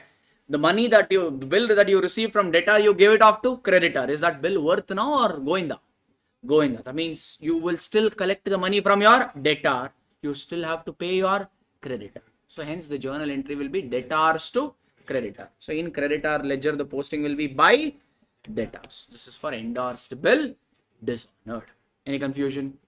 Okay. Normally these will come and same things I will have to actually post it as bill receivable and bills payable also. These four ledgers generally come in almost most of the problem of single entry system. Okay, next maybe some few concepts I've just brought in. I'll quickly run them by, then we will take up one question. In fact, there is not much concept to discuss over here. Everything is problem and problem. It is just finding out what missing figure. Can we frame a concept around it or anything could be missing? You and I could also be missing one day, correct? No, those sort of problem these are. Okay, anything could go missing. So you can't really put a number on this chapter, but still I've tried to bring in as much as problem specific adjustment in the chart. One is COGS. Have you heard this term COGS? What does it mean? Cost of goods sold. In fact, for many problem of incomplete records, your first working note will be to find out COGS.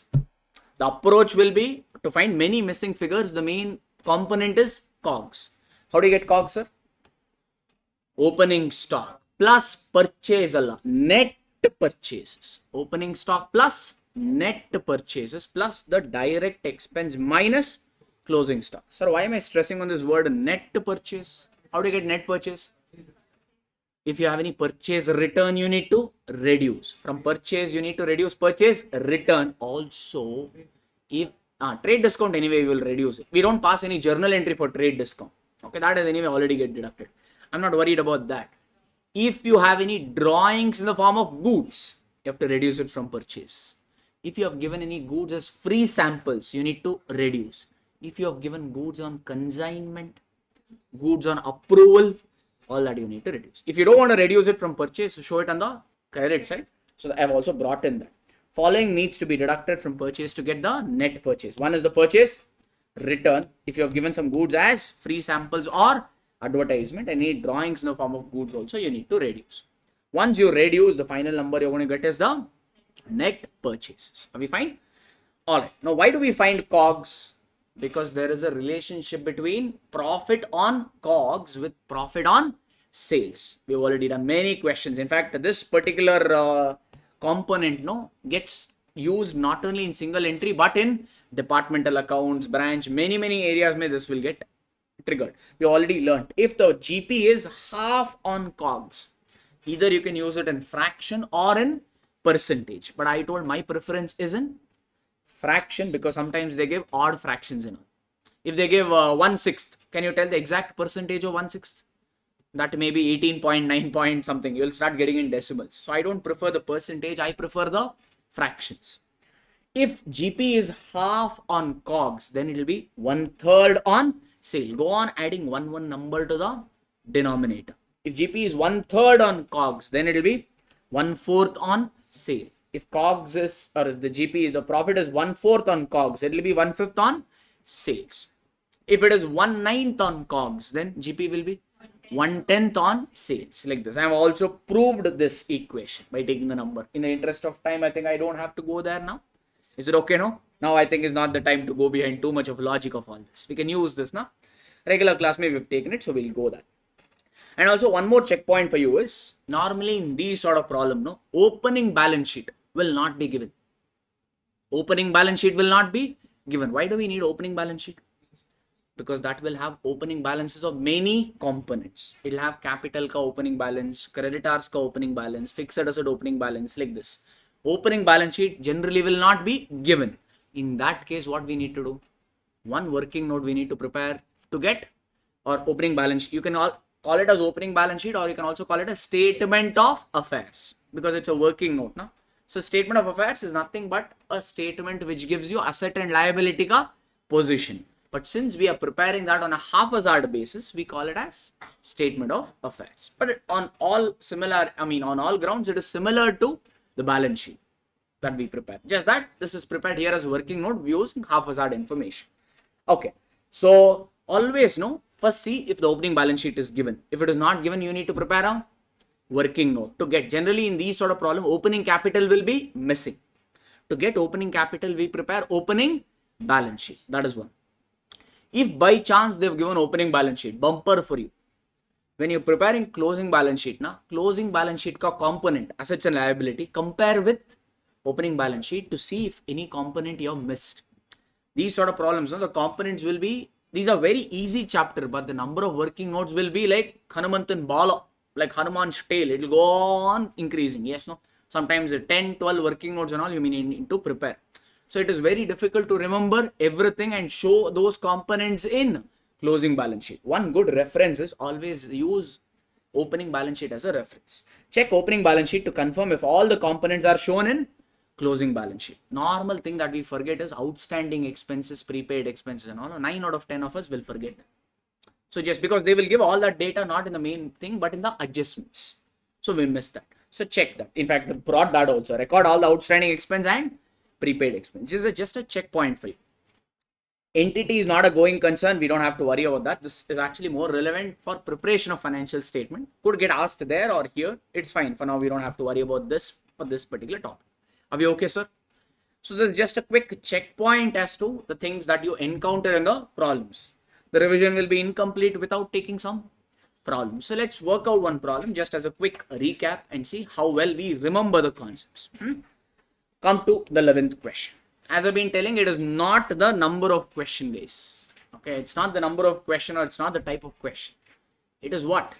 How conceptually you are able to solve the question that will decide CA is come again for you or CA is chartered accountant for you. Like that. Okay, let's take up this question. Question number 11. Following is the balance sheet of retail business of Srinivas on 31st December 20x1. Sir, super, no, they've only given what, sir? Balance sheet. In fact, they've given balance sheet as on 31st December 20x1. Come to the last line. What are they asking us? You are required to prepare a statement showing amount of cash defalcated by the cashier and also P&L for the period ended 31st March 20x2 and also balance sheet. You need to prepare P&L and balance sheet on 31st March 20x2. They gave balance sheet as on which date? 31st December 20x1. That means we need to, is it a full year P&L balance sheet or only for 3 months? From January to March data. 3 months data you need to consider and prepare the balance sheet and P&L account. And also they're saying some cash is stolen. We need to prepare that. Okay. One good thing is, why have they given 31st December ka balance sheet, sir? There's nothing but, maybe year is ending on 31st December. Previous year ka closing balance will become current year ka opening balance. So basically there's nothing but your opening balance sheet. Generally, if this is missing, we prepare it as a working note. But in this problem, they only given. So that's nice. Excuse me. Okay, if you just check this guy ka owner's ka capital is 1 lakh. All these are what, sir? These components are what? Assets and liability ka opening balances. Great. Liabilities for goods means creditors. Then we have one rent. They've shown rent under liability side. What is this, sir? Perfect. There's nothing but your rent outstanding. Some rent is outstanding which you have not paid to the extent of 1,000. On the other side, they've given the assets. Fair enough. You are furnished with the following information. Srinivas sells his goods at a profit of 20% on sales. Tell me, sir. COGS sales. They're telling GP is 20% on sales. Either you can use it as percentage or you can bring it in fraction. 20% means, can I say, is 1/5? Because 1 by 5, if you do in your calculator, you're going to get 0.2. 20 divided by 100 also, if you do, it's 0.2. So 20% is nothing but 1 by 5. Correct now? So if GP is 20% on sale, then it will be what, sir? If it is 1/5 on sale, it will be 1/4 on COGS. Or if you want to write it in percentage, it is 25% on COGS. Yes, that's what they have given. If they have given sales data, then we will use sales data right away and get GP. If sales data is missing means, then we'll have to use what data? COGS data and figure it out. Let's see what it is. Goods are sold for cash as well as credit. So we have cash sale also, we have credit sale also. Credit customers pay by check only. Debtors pay us by check only. Payment for purchase are always made by check. Okay. Sir, they told us for sales, there is cash sale as well as credit sale. For purchase, did they mention this word? For purchase, did they mention this? No. Then what does it mean? If they don't mention anything about purchase, we always take all the purchases are on. All purchase is on credit basis only. If it is cash basis, they will specify. For sales, they mention. For purchase, they do not mention. So all the purchase is on credit basis. It is a practice of the owners, Sri Srinivas, to send to the bank every weekend collection of the week after paying every week salary of 300 to the clerk, sundry expense of 50. Sir, these are monthly expense or weekly expense they're talking about? Weekly. So, and personal expense. Personal expense means drawings, correct? No? So, how much is personal expense? 100. So, he will deduct all this and then what he'll do? They told, what is this? He will send it to the bank. Basically, they're telling how much ever cash he has, he will utilize the cash for 3 things first. One, to pay clerk's salary. Then to pay sundry expense of 50. Then for drawings purpose, 100. From the cash balance, he will deduct all this. Then whatever cash balance remains, that he will deposit in the bank account. That is his practice. Analysis of bank passbook for how many weeks? 13 weeks, because we are not doing whole year ka data. Here it is only January to March. So they have only given how many weeks? 13 weeks. So that means all this data now will represent for how many weeks, sir? 13 weeks. So the period ended is as follows. Payment to creditor. Sir, this is analysis of what? Bank passbook. Bank passbook means cash account or bank account? Bank account. So bank account ka payment and receipt data they have given. How much have you paid to creditor? 75. Payments of rent is how much? 4,000. Amount deposited into the bank, including 30,000 received from debtors by check. 125. Actually, is 125 deposited? Yeah, totally have deposited 125. But in this 125, 30,000 is check received from debtors. So how much cash have you deposited in your bank? Cash deposited into bank account is 125 minus 30, which is 95,000. The following balance on 31st March 20x2. 31st March 20x2 is your opening balance or closing balance? Closing balance. Because they're asking us to prepare balance sheet on 31st March. So all these balances are closing balance. Okay. Check what have they given. Stock. What sort of stock is this? Opening stock or closing stock? Closing stock. This is your debtors ka closing balance and creditors ka closing balance. One simple funda and single entry is, in fact, this will work out in majority of the problem. I mean, sometimes here what happens is, what to start with becomes a little bit of a problem because many components will be missing. One of the common points to start with is always check, do you know creditors ka opening balance, creditors ka closing balance and payment to creditor. Is that there? First always check. This will hold good in not every problem but in Most of the problem. Do you know creditors ka opening balance? Yes. Do you know creditors ka closing balance? Yes. Do you know how much payment did you make to creditor? Yes. Why am I saying this? If you prepare creditors ledger, creditors ka opening balance you know, closing balance you know, payment made to creditors also you know, one of the major component missing is what, sir? Goods purchased from creditor. That you can get it as a balancing figure. There are no other components. Bills endorsed to creditor. Is there anything like that? Endorsed bill dishonored, like that any data was there? Discount received, some data was there? Nothing. All those information are not there. So when you prepare creditors ledger, what will you get as balancing figure?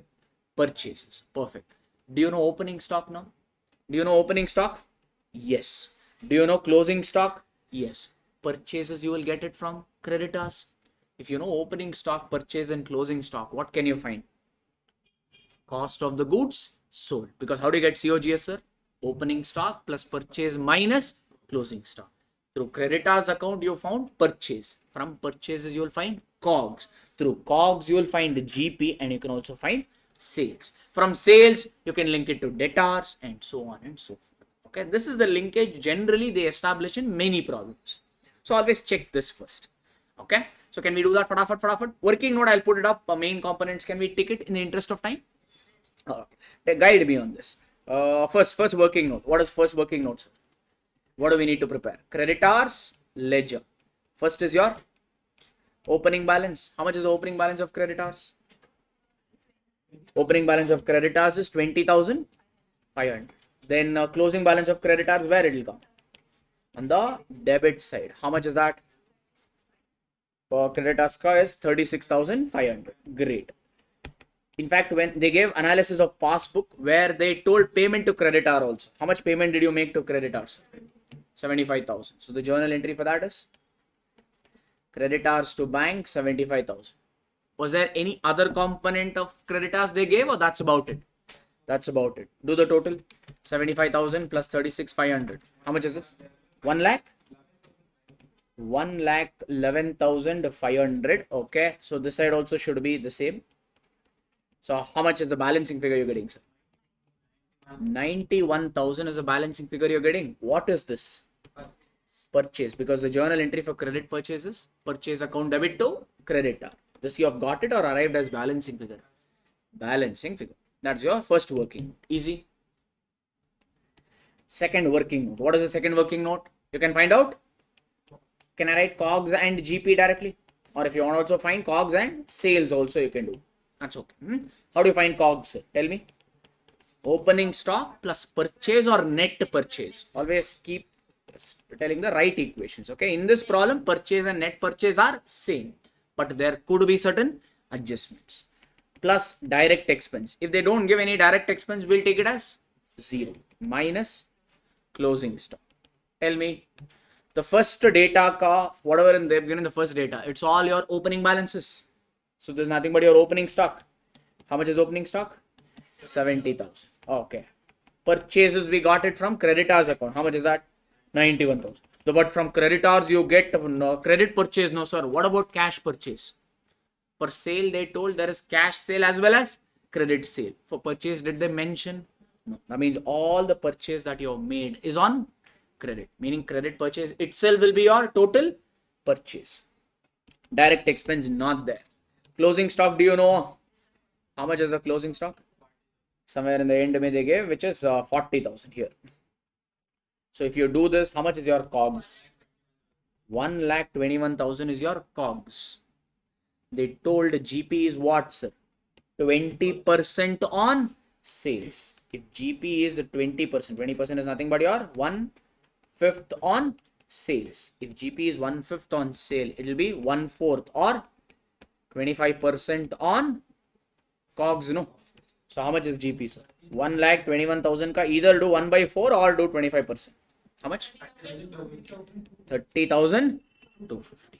Easy, everybody. Sales minus COGS is your GP. That means can't you find out sales here? What sort of sales is this? Cash sale, credit sale, or total sales? Total sales is nothing but your COGS plus GP, correct? COGS is 1,21,000. GP is 30,250. So what will be your total sales? 1,51,250 is your total sales. Any confusion? No. Can I go to the next? All right. So working note number 3, maybe we'll put it for a debtors ledger. See what information we have for debtors. Do you know debtors ka opening balance? How much is it? 25,000. Where will debtors ka opening balance come?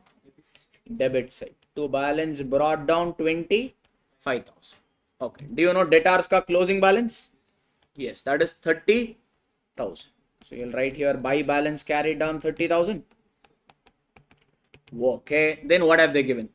In fact, they also told money received from debtors. How much? How much check have you received from debtors?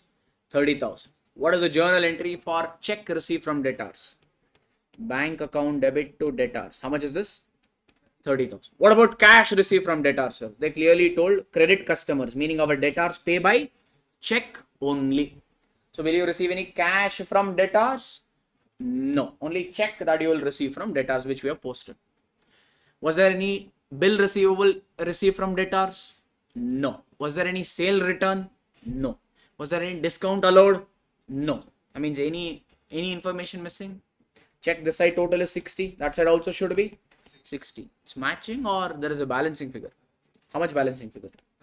35,000. What is this 35,000? It's a credit sale calculated or arrived as balancing figure? Arrived as balancing figure using your debtors ledger. Do you know total sales? Yes. How much? 151, 250. In that, how much is credit sales? 35,000. So that means what is your cash sales? Cash sale will be nothing but total sales is 151, 250 minus credit sale is 35 means how much is your cash sales? 116. 116, 250 is the cash sale. Okay now? Alright. Everybody okay? In fact, this line I didn't read. On the evening on 31st March 20x2, cashier absconded with the available cash. Whatever cash was there, Parari took and ran literally. There was no cash deposited in that week. Before you could deposit any money, cashier took and he stole. That means one component will come in P&L account here. What is that? Cashier took the money and he ran. So what is this? There is a loss. You can call anything. Loss by theft or loss by cashier, whatever it is. But there is a loss because cash is stolen. That loss should come in your P&L account. That's one more checkpoint. But have they told how much cash balance was there which the cashier stole, or you need to find that? In fact, that is a specific requirement. You need to prepare a statement showing the amount of cash defalcated by the cashier, meaning cashier took and he ran. No, how much cashier? No, he took the money. That we need to find out as an account or as a statement they've asked. As a statement they've asked. Okay. All right. So tell me, cash account ka format. You tell me what and all will come. Simple cash account.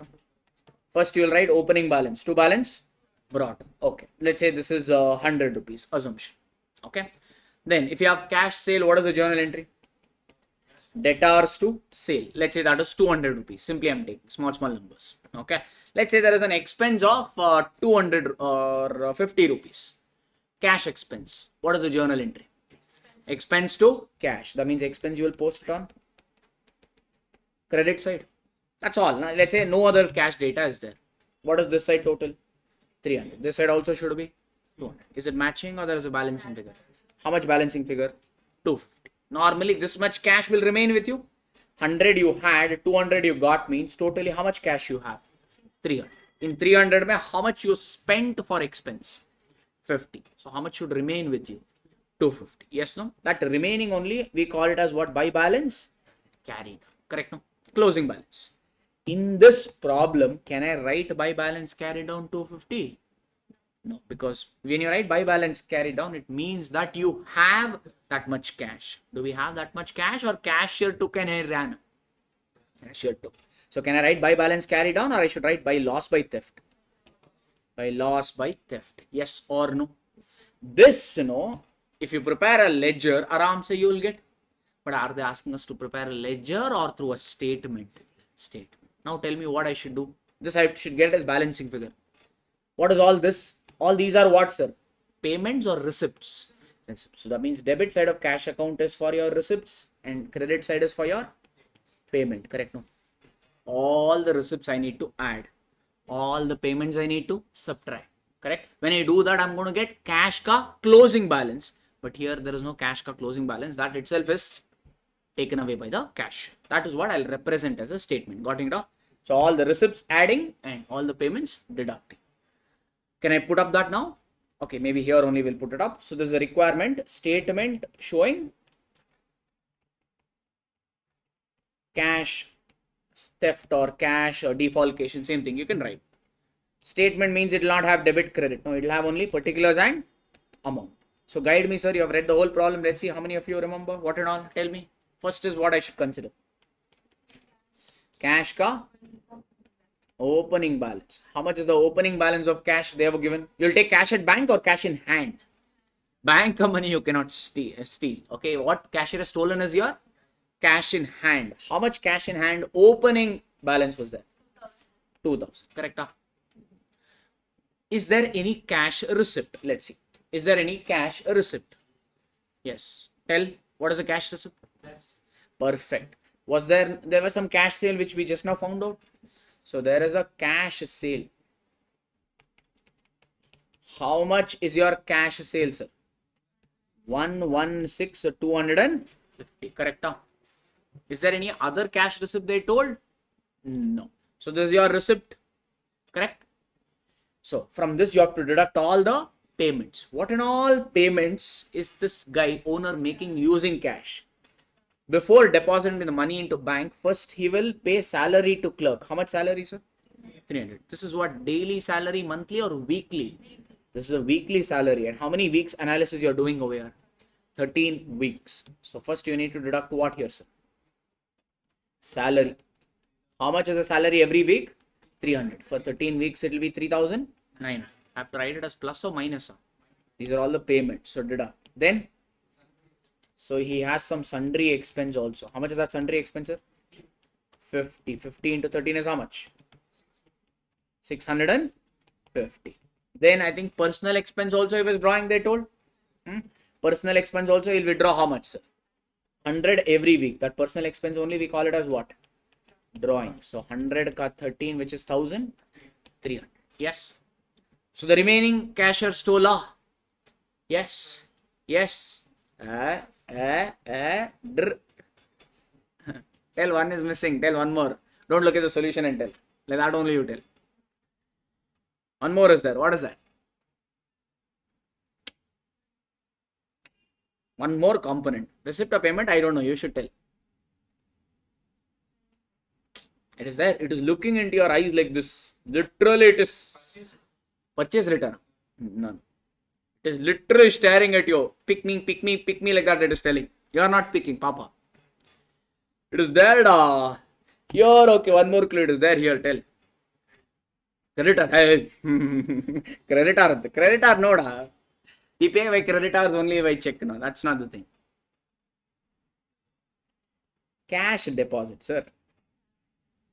You totally deposited 1,25,000 into bank account. In this 125, 30,000 is the check received from debtors. So in 125, 30,000 is a check received from debtor. Mean balance will be your cash deposited into bank.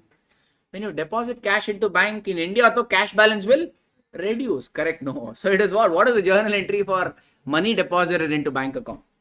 When you deposit money into bank, the journal entry is bank account debit to cash. So here you'll write by bank. No? Okay. So obviously closing balance of cash will reduce. So this is like your payment only. Yeah. So that we need to bring it over here. So deduct what? Cash deposited into bank. How much? 1,25,000 minus 30,000, which is 95,000. Yeah. This is 13 weeks ka data, no, sir. This is 13 weeks ka data. Okay. Only 1 week we could not deposit the money into bank account because cashier stole. All other week we deposited. No, that all other 13 weeks ka put together, total deposit we have made is 95,000. Okay. We are doing the cash account, no, the statement for 3 months or for rather for 13 weeks from January to March. In a month, there are 4 weeks. No? So 3 months data we are analyzing, plus some months and all will have 5 weeks also. Hence 13-week analysis like that. So this is what, when I do all this, I'll get cash ka closing balance or cash stolen.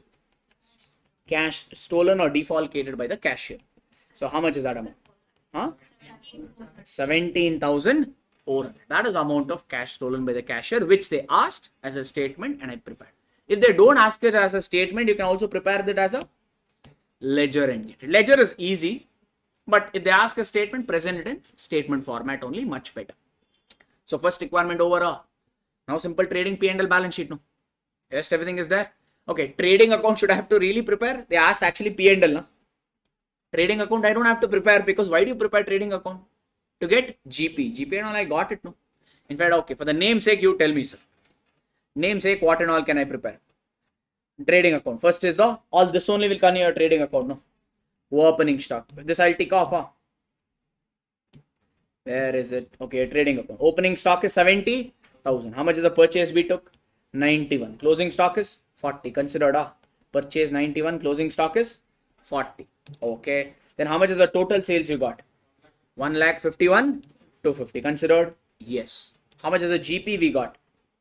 In fact, we didn't get GP. That's no problem. In fact, here we have got GP is 30,250. That also we have got it here. GP 30,250. Closing stock was also given. Closing. In fact, we ticked off that now. Yeah. So that means this is your trading account. Over now. Fair enough.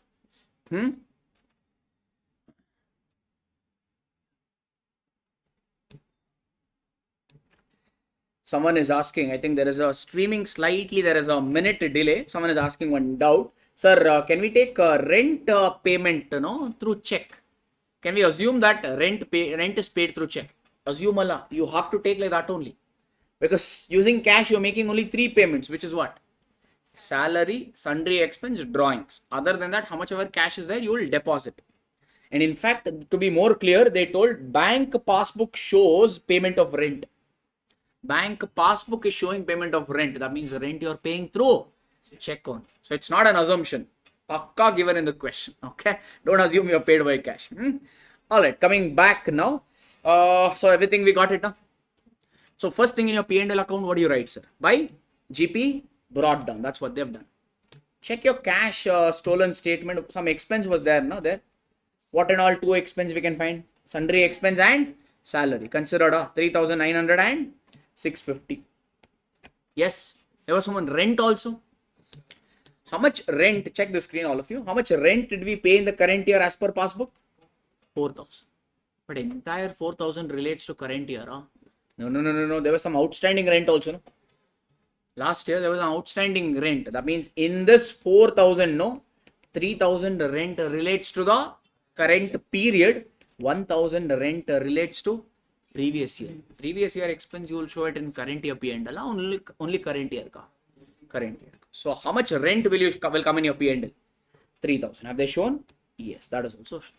Done. One more will come, which is what? Cash stolen by cashier. How much cash was stolen by? How much is that loss? Loss by theft is 17,400. That also will come in your P&L. Have they shown? Yeah. Loss of cash by theft 17,400. Remaining thing is your net profit arrived as a balancing figure. Easy, people. One more thing you should not forget is in your cash stolen statement, there is drawings. So in fact, I had told you how to prepare these sort of problems. First, you should have all the formats. Trading, P&L, balance sheet format, you should keep it ready. Then start with the working note. As and when you see the working note, go on pushing the data into the main data. That way you will not miss out any components. If you do it one by one, these sort of mistakes, a lot of things will happen in this chapter. Hence better is that. But since we are revising, I'm not doing it in that format. Okay. Alright, sir. So tell me, in a closing balance sheet, what and all will come? On the liability side, first we will start with capital. Do you know opening capital? Yes. How much is opening capital? 1 lakh. Tell me what and all will affect capital account. If there is net profit, in case of sole proprietor and all, net profit, will you show it separately or you will add it to capital? Net profit means you will add it to capital. Loss means, net loss means deduct. Here is a net profit. So you should take opening capital, add net profit and also deduct drawings. Have they done that? Check. They've taken opening capital, they've added net profit of 5,300, drawings 1,300, they've deducted. Is it okay? That gives you your closing capital. Then check your opening balance sheet. Creditors. Do you know creditors ka closing balance? Yes, 36,500. Have they taken? Yes. Liability side total over. So what about rent, sir? Rent was outstanding 1,000 in the current year or last year? Did you not make that payment now? So is there any rent outstanding? No. Because all the payments you have cleared out. So outstanding rent will not come in your closing balance sheet. What about furniture and all? Have they given any depreciation data? If they don't give it, you will assume your favorite number or keep it as it is. Keep it as it is. What is the furniture ka value? Closing balance sheet also 10,000. Then what else will come, sir? Stock, debtors, cash at bank. Will cash in hand come in closing balance sheet? No. Who has that cash now? Your cash, somebody else is enjoying. That is the cashier. So you can't show that. So closing stock, debtors and all they've given here. Closing stock is 40,000. Debtors is 30,000. That they have told. Cash at bank. If you prepare cash at bank account ka ledger, you will get it. Okay, that's all. In fact, cash at bank closing balance they have not given. We need to prepare it as a ledger. Any funda is there, or take this data only and dump. Take this. This is only your bank. No, bank ka payment. Check. Tell me, or fadafat. Okay, we can do that also maybe. Working note number 5, bank account. So tell me, sir, bank ka you will first start with what? Opening balance. How much is opening balance of cash or opening bank balance? 14,500. Check the second table. In that they have given all the receipts from bank and payments from bank. Payment to creditor, payment to rent. It will come on the debit side or credit side. What is the journal entry for creditors paid by check? Creditors to bank. And what is the journal entry for rent paid by check? Rent to bank. How much creditors you paid? 75. How much rent you paid? 4,000. No, sir, you should take only 3. No. 3,000 is current year ka expense which will come in P&L. Will bank account and all worry about expense data or only how much payment in receipt? When you prepare bank account, you are concerned with how much did you receive, how much did you pay. Whether it relates to current year or previous year or next year and all is irrelevant. Next, check what else is there. Amount deposited into bank. This has to split up. How much money did you receive from debtors? 30,000. What is the journal entry for check received from debtors? Bank to debtors. How much did you cash deposited? How much into bank? What is the journal entry for that? Bank to cash. Okay. Next. That's all, no? Anything else is there? No. So that means the remaining thing is your balancing figure, no? Yes. In fact, every data they had only given. Anything was there here. What is closing balance? 60,500. That is your bank closing balance. Have they taken? That's all. Okay. So working note I need to prepare in ledger format only, sir. No. Working note you can prepare it in any format. But from your 11th grade you are used to preparing it in ledger format. So it becomes easy for you also. Okay. Alright. So these are what? Some of the type of problem which gets covered in your single entry system. But basically the whole chapter is what, sir? Finding out the missing components and preparing trading P&L and balance sheet. That's pretty much the scope of this particular topic. That is your way of saying chapter is done, Nada. We'll move on to the next topic, is it?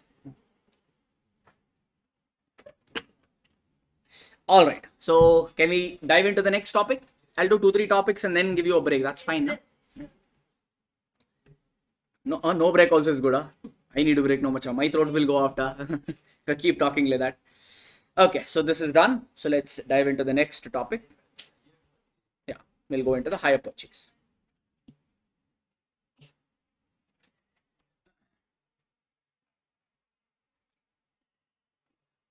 Okay, so the next topic we'll start is hire purchase. Sir, hire purchase will have 2 parties. Who are those 2 parties? Hire purchaser and hire vendor. So hire purchase arrangement is very simple. This is an arrangement where hire purchaser will purchase some asset. Hire purchaser will purchase an asset, meaning he will get the delivery or the possession of the goods immediately. But he will pay for this asset immediately or he'll pay it in many installments. He'll pay for this asset. He'll pay money for this asset in many installments. Is it okay? That's all it is. You will get the delivery or possession of the goods immediately, but does it mean hire purchaser will become owner of the goods right away? No, he will become the owner of the goods only when he pays the last installment. Get the delivery now, pay for it later, and become the owner when you clear out the last installment. Are we fine? Let's say there is a plant and machinery. Sir. That plant and machinery ka value is 1 lakh. This guy, hire purchaser, he wants to purchase this asset. How much is its value?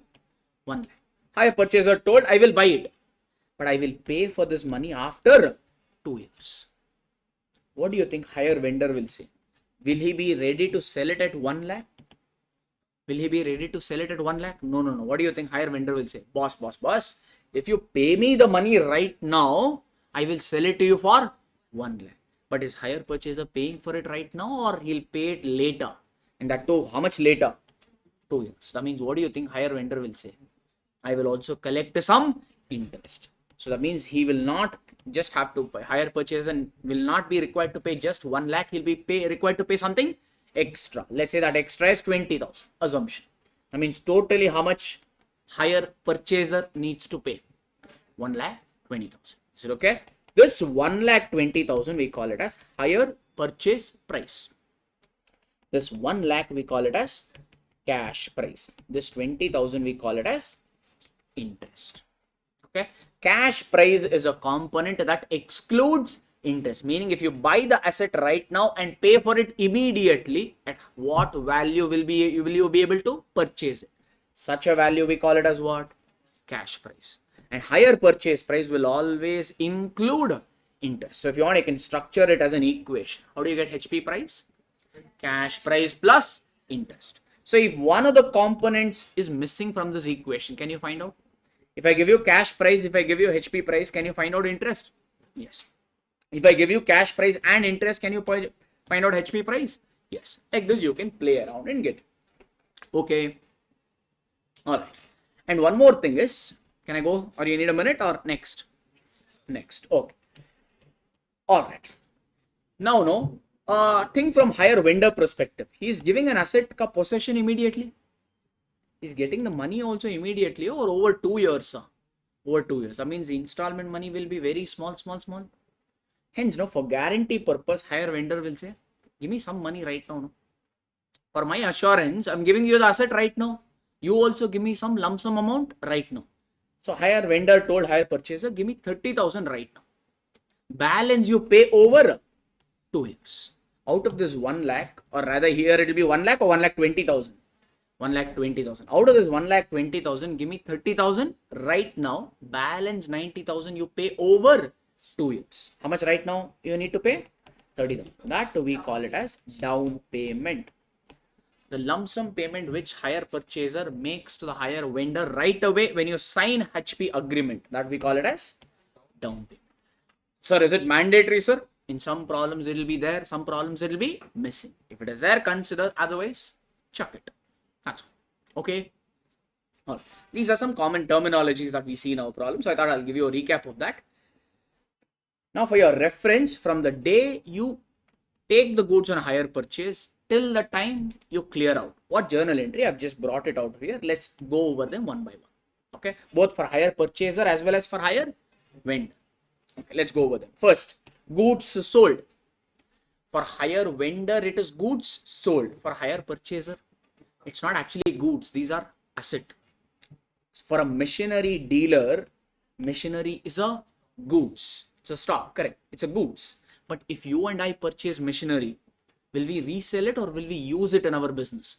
Suppose we buy this iPen, iPad or mic and all. Will we resell it or will we use it to give coaching?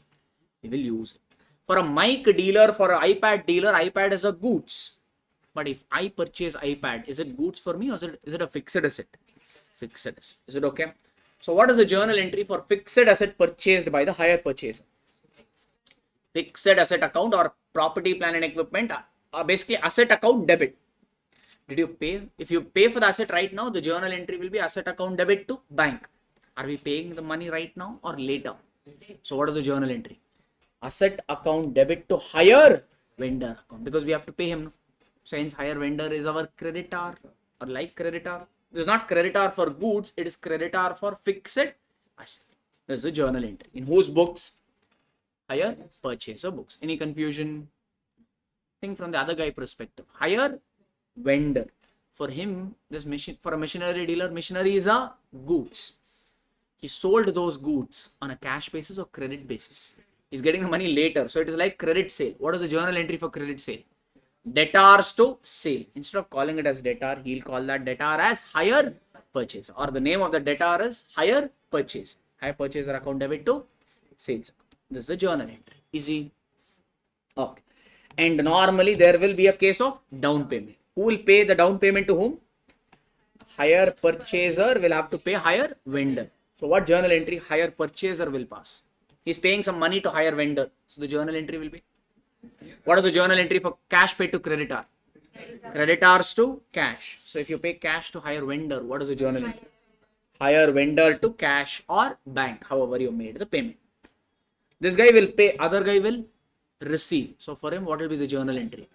Bank or cash or bank account debit to whom did he receive this money from? Hire purchaser. So the journal entry will be bank account debit to hire purchaser account. Correct? Now, since there is a delay in payment, obviously there will be a component of interest. What will be the journal entry for interest due?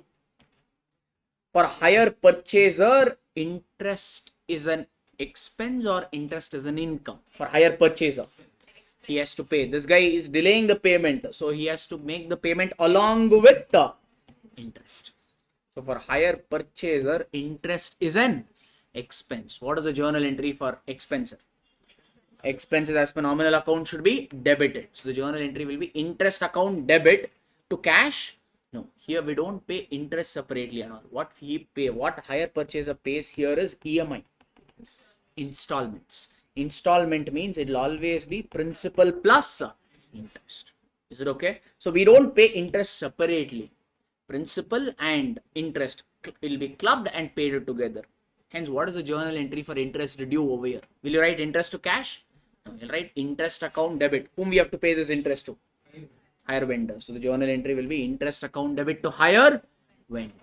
Okay. For the other guy, he will pay the interest or he will receive the interest? Receive. From whom?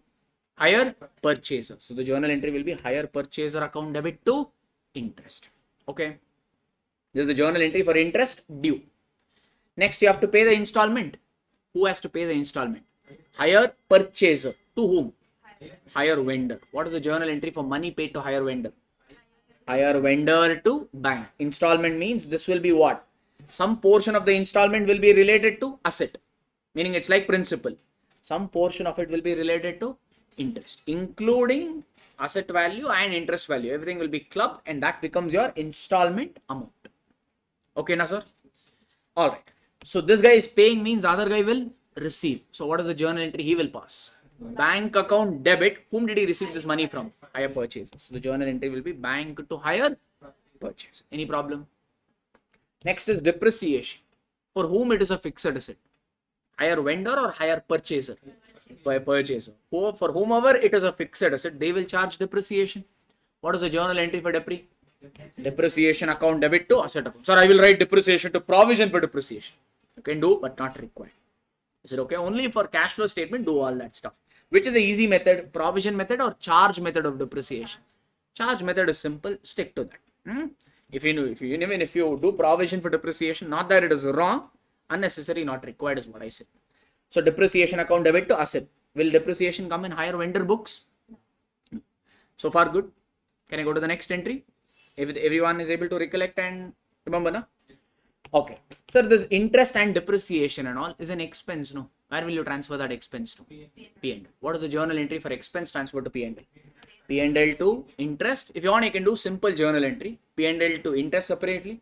P&L to depreciation separately, or pass a compound journal entry. But the same interest for hire vendor, it's an expense or income? Income. What is the journal entry for income transfer to P&L? Visualize P&L. In expense comes on the debit side. Income and all comes on the credit side. In fact, you write by commission, by interest received, by profit on sale. So what is the journal entry you're passing? Interest account debit to P&L account. Yes, no? What about depreciation? Depreciation will only come for the guy for whom it is a fixed asset. For hire vendor, is it a fixed asset or is it goods? So it will not come. Okay. All right. In my previous example, what was the term of hire? What was the term, sir? 2 years. Let's say first year hire purchaser was very nice. He paid all the money before due date. That too. 1 month before only he paid off. Such nice guy he was. Second year, no, Nautanki started. He told, I will pay, I will pay, I will pay. One last day he told, go in the, I cannot pay. What will happen? If, what I'm trying to say is, if this installment gets paid or defaulted, if hire purchaser defaults the amount, then what will happen? What do you think hire vendor will do? Initially, he had given the asset to hire purchaser. That asset he will collect it back from the hire purchaser. Is it okay? Because hire purchaser will become owner of the goods, owner of the asset only when he pays last installment. Did he pay or did he default? If there is a default, asset will be repossessed. So this is a case of repossession. Okay, that is what I've given the entry for. So if there is a repossession, what is the entry? Simple entry. Whatever entry you passed before, you need to reverse. When you took the asset on hire purchaser, what is the journal entry hire purchaser passed? Asset account debit to hire vendor. When it is repossessed, ulta entry. It will be what? Hire vendor to asset account. Are we comfortable? Like this, asset ledger also will be closed. Hire vendor ledger also will be closed. Fine, sir. What is the journal entry hire vendor passed when he got into this arrangement? He passed the journal entry hire purchaser to sale. Sir, sale is an income, no? Income would have already got transferred to P&L. Do we have that balance? See, asset means it'll stay in your books, correct? No, sir. Fixed asset will you close fixed asset ledger or it will be there every year? It will be there every year. So can you close first year ka fixed asset ledger? Can you close it in second year? Yeah. Because it will be continued. First year ka asset closing balance will become second year ka opening balance. That's the reason this asset is still there. We closed it. What about sales? Does it still have balance or we have already transferred that to P&L? Transfer that to P&L. Hence, we will not reverse this entry. In fact, what is the reversal entry on repossession we need to pass? Sales to hire purchaser. Instead of saying sales to hire purchaser, we'll say goods repossessed to hire purchaser. Because sale has already gone transferred where? P&L account. So instead of touching sales account, we open a dummy account called goods repossessed account. Everybody comfortable? Instead of sales to hire purchaser, it is goods repossessed to hire purchaser. It's an actual one or dummy? Dummy. It will get close, not dummy. Okay, fine, everybody. All right. Next, sir, when you repossess the goods, think about hire vendor. Will he repossess and keep quiet? What is his business? Sell the goods. That means, will he keep this goods or he will sell it? Sell it. But sometimes, no, the goods will be in good condition or it may be a little damaged. Damaged also. Before you sell, what do you need to do? Some painting and all you need to do. Some sunna banna. A little bit of changes. So you need to incur some repairs. Small minor repairs will be there, no? What is the journal entry for repairs incurred? Repairs to bank account. Okay. The repair is an expense. Where will you transfer that expense to? P&L. But hang on. This goods repossessed also should go to P&L. Yes. So instead of transferring the repair straight away to P&L, transfer it first to goods repossessed. So the journal entry will be goods repossessed to, or if I want it in numbers, let's say you repossess the goods worth 10,000. So what journal entry will pass? Or maybe I'll tell it which journal entry over here. What do you think will be higher vendor journal entry he will pass? Goods repossessed. They will tell the goods is repossessed at what value in the problem, which I'm assuming it to be 10,000. To what account? To hire purchaser account 10,000. Okay. This is the journal entry for what, sir? Goods repossessed. After repossessing, will hire vendor keep quiet or he has to sell it? Sell it. But if the goods are not in good condition, he may have to incur some repairs. So let's say repairs is 1,000. What is the journal entry? Repairs account debit 1,000 to cash or bank account 1,000. Repairs is an expense now. Expense should ideally go to P&L. But this goods repossessed also, in fact, this should have not been goods repossessed. It should have been sales, because initially when you sold, the journal entry you passed was hire purchaser to sales. When it is repossessed, you have to do ulta entry. Why you didn't pass ulta entry? Because sale was made in the last year and that has already been transferred to P&L account. That is the reason you opened one more dummy account known as what? Goods repossessed. That means all the adjustment here you will route it through which account? Goods repossessed only. So instead of transferring repairs to P&L, you will transfer the repairs to where? Goods repossessed only. What is the journal entry for repairs transferred to P&L? P&L to repairs. But are you transferring to P&L? No. So hence the journal entry will be what? Goods repossessed account debit 1000 to repairs account 1000. So I will pass anyway repairs debit, repairs credit. Effectively, what is the entry? Goods repossessed to bank. That also, if you want, you can pass. But if you want to show it separately also, it is okay. Because both of them happen on the same day. That's the reason. Okay, sir. Now you tell me how much is the value, how much balance is there in that goods repossessed? 10,000 debit, 10,000 or 1,000 credit. So what is the goods repossessed ka value, sir? 11,000. Correct now? Will hire vendor keep these goods or he will sell it? Let's say he sold it for 12,000 rupees or 13,000 rupees he sold. What is it? Will you write the journal entry cash to sales now? No. Instead of sales, you open which account? Goods repossessed. So will you write cash to sale? No. You will write cash or bank account debit. I'm assuming that you have sold it for 13,000. To which account? To goods repossessed account. How much? 13,000. Any problem? Check.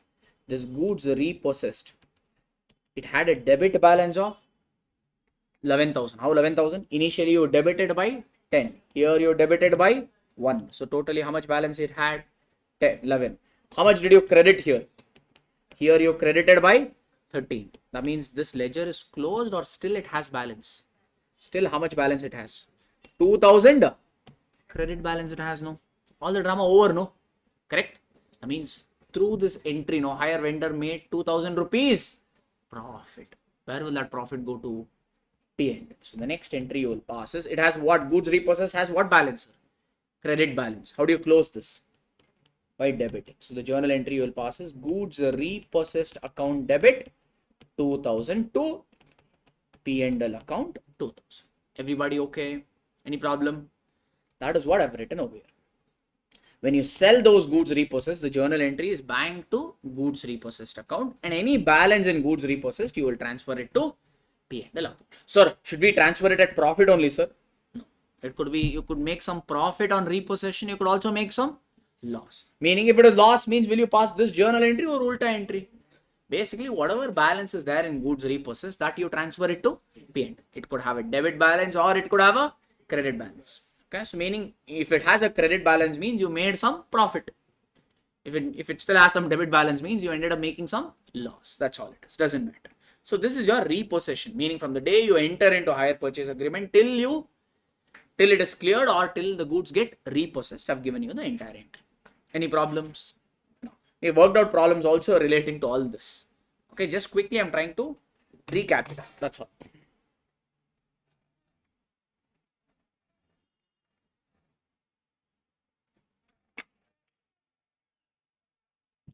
Okay. So these are journal entries. So there are some method of accounting which we discussed, if you remember, both for hire purchaser as well as hire vendor. There are two methods which hire purchaser can follow for doing the accounting under hire purchase system. One is cash price method. Another one is interest suspense method. Cash price method means the entry that you passed here, no? Whatever entry we discussed here, same entries will come. Whatever journal entry you passed as per 1, I've denoted all this as 1. Okay, same entries will come, no change. However, there is another stupid method called interest suspense. It is there only for the sake of our exams. So interest suspense, how does it work? Tell me. We have done the questions on this. Let's see. How does this interest suspense method work? First, we need to create provision or interest suspense. Perfect. Sir, normally, let's say hire purchase agreement is 3 years. year 1, year 2, year 3. That means hire purchaser will clear the payment right now or at the end of third year. In the third year. Because there is a delay, there will be some interest. You need to calculate interest. Let's say first year interest is 1000, second year interest is 800, third year interest is 500. Simple, I assume. Okay. When will you account this interest? First year interest, when will you account, sir? Obviously in the first year, because you will pay for it in the, or it is due in the first year. So you will account it in the first year. Second year ka interest, when will you account? In the second year. Third year ka interest? Third year, correct? No. That's how you should do the accounting. You know what interest suspense method says? Oh, I don't know all that. You do first do total. All you add total money. How much is it? 2300. Entire 2300. You put it in suspense account. So what is the journal entry for interest we used to pass normally? For hire purchaser, he has to pay the interest. That means interest for him is an expense. What is the journal entry for interest due, sir? Interest to hire vendor account. But interest suspense method says all the period ka interest. Here my period was how many years? 3 years. All you add. How much are you getting? 2300. The entire interest you park it on one dummy account known as interest suspense. So the journal entry you will pass is interest suspense account debit to hire vendor. How much value? 2300 in my example. Okay, sir. Alright, someone is saying thank you for doing this. Obliged. Okay, no problem. Okay, so this is the entry. From interest suspense account, it will be transferred to interest account. So that means what? What is the journal entry? Interest account debit to interest suspense account. Year on year, interest suspense balance will go on reducing. At the end of third year, the interest suspense will become 0 because for every year from interest suspense, you will transfer to interest account. Meaning in the first year, you will pass, what is the first year ka interest, sir? 1000. That means the journal entry you will pass is interest account debit to interest suspense 1000. Like this. Every year you will go on taking the balance from interest suspense and transfer it to interest. And from interest, the interest is an expense that will be transferred to P&L account. That is usual. That's how this method works. Tell me this is logical. Huh? Do you think anybody will do this? No, this is for the sake of our marks. That's all. Okay. Institute has asked the questions about this, but that's not our problem. But we need to kind of practically, I have not seen anyone following this in my 12 or 13 years of post-qualification experience. Are we good with this? Yeah. So this is your hire purchaser ka accounting treatment.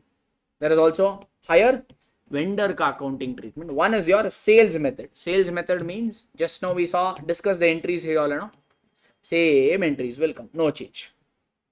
For hire vendor also, there is one interest suspense method. Again, that same dummy is coming here also.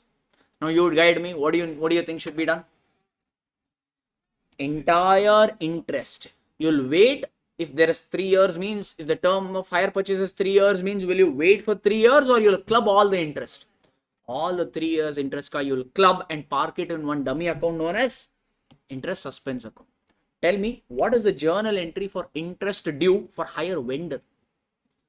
Hire vendor will pay the interest or he will receive the interest? Receive. For interest due, what is the journal entry for hire vendor? Hire purchaser account debit to interest. But will we pass that entry over here? No, we will pass the entry hire purchaser account debit to. Instead of interest, we will park the total interest in interest suspense account. And every year on year, what we'll do?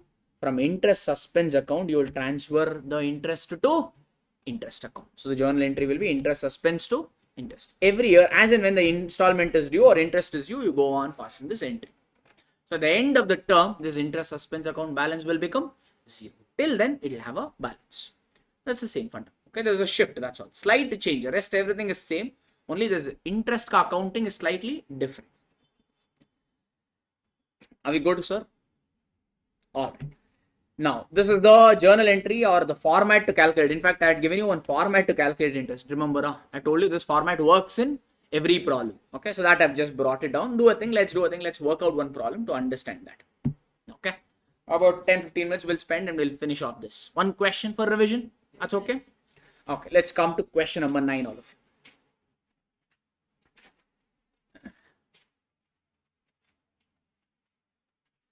A machinery is sold on hire purchase. So this is a machinery. The terms of the payment is 4 annual installments of 6,000. Sir, installment means it will only be towards asset or it will include interest also. Installment of 6,000 means it will include interest also. Okay. At the end of each year, you need to pay the installment. How many installments, sir? 4 installments. Interest is charged. Since there is a delay, obviously we'll charge interest. And what rate are we charging interest? 20%. And it is included in the annual payment of 6,000.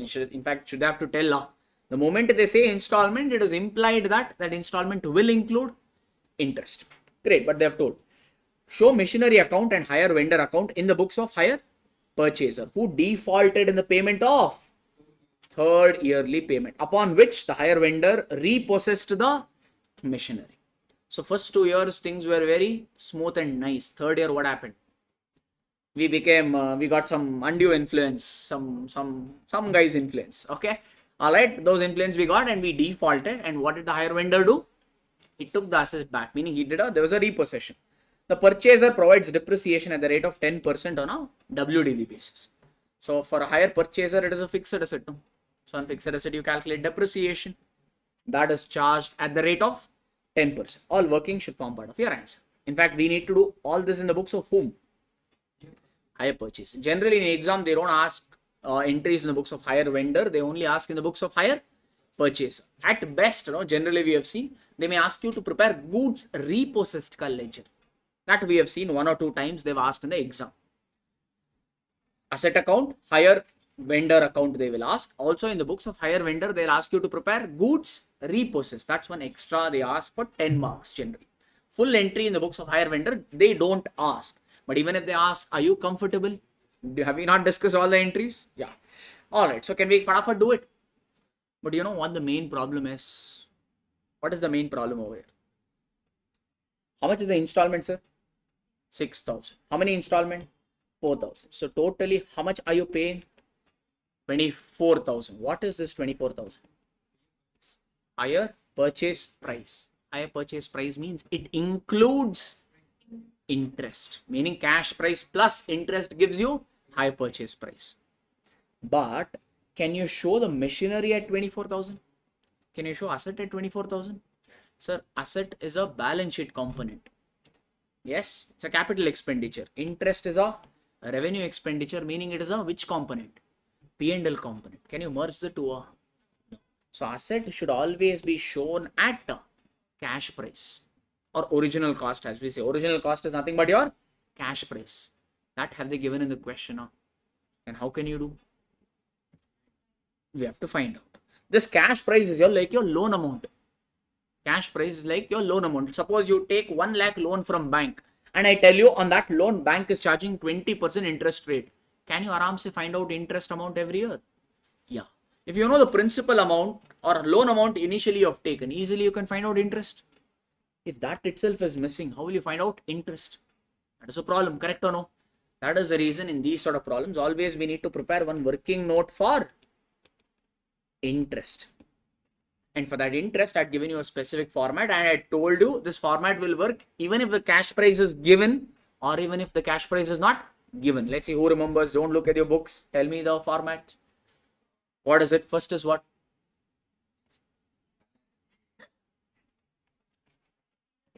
Balance at the end. Okay. Balance at the end. Okay. Then what, sir? Or you can write at the end of the installment also. In fact, I've given over here also. End of installment you can write. Or you can write balance due at the end. Whatever you're comfortable with. Okay. Maybe I'll try to keep the same format for your thing so that it'll be easy for your friends. Or end of installment. It's a reverse working. We'll not do with 1, 2, 3, 4. If there are 4 years means we'll not do 1, 2, 3, 4. We'll do 4, 3, 2, 1 like that. End of installment and then it is balance due. Okay, or you can also call it as year end. No problem with that also. Balance end of installment, balance due. Then what's it? Installment, and then we used to write cumulative amount. Then we used to write interest. Then we used to write balance due. This is balance due at the end means this will be balance due at the beginning. Here, if you want, you can write also balance due at the end also. It is okay. All right. So we used to number this. This is column number 1, 2. This is 3. This is your 4. How do you get cumulative amount? I used to say 2 plus 3. Then interest is column number 5 is equal to 4. How do you find out interest, sir? Rate into 100 divided by rate. What is the rate of interest here? Where is the problem? Here only it is. Rate of interest is 20%. Hence, you used to do 20. Column number 4 multiplied by 20 divided by 120. Rate divided by 120 at total. Then is your column number 6, which is nothing but 4 minus 5. This is how we have done about at least 6 to 7 problems. Correct, Nasaru? Yes, sir. No problem, sir. We anyway thought you will revise, so we didn't revise and come. That's the reason we don't revise. Correct, no? Okay, no problem. How many installments are there over here? 4. So you will go like this: 4, 3, 2, 1. If there is a down payment, also I told you give year 0. Year 0 means now. Immediately when you enter into a hire purchase agreement, you make the down payment. No? So that is for year 0. Some problem may year 0 will be there, some may it will be missing. In this problem, it is not there. For the sake of format, I'll keep it. So that if it is there also, we'll get an idea what to do. We will be able to revise that as well. Okay. Check, sir. We are at the end of 4th installment. At the end of 4th installment, should any balance be there or everything should be cleared? No, sir, goods got repossessed. No, that got repossessed. When did you get to know that information? First only, that means you had a idea already. I will take the asset. I will use it for 3 years. Then I will default. Will it work like that, or 3rd year may it got default? So that information is, you got it. I mean, you got that at the end of 3rd year. We are working all this information on day 1 itself. So in the end of 4th installment, every amount you had to clear. That means balance due should have been 0. Installment fadafad we can finish. What is the installment every year?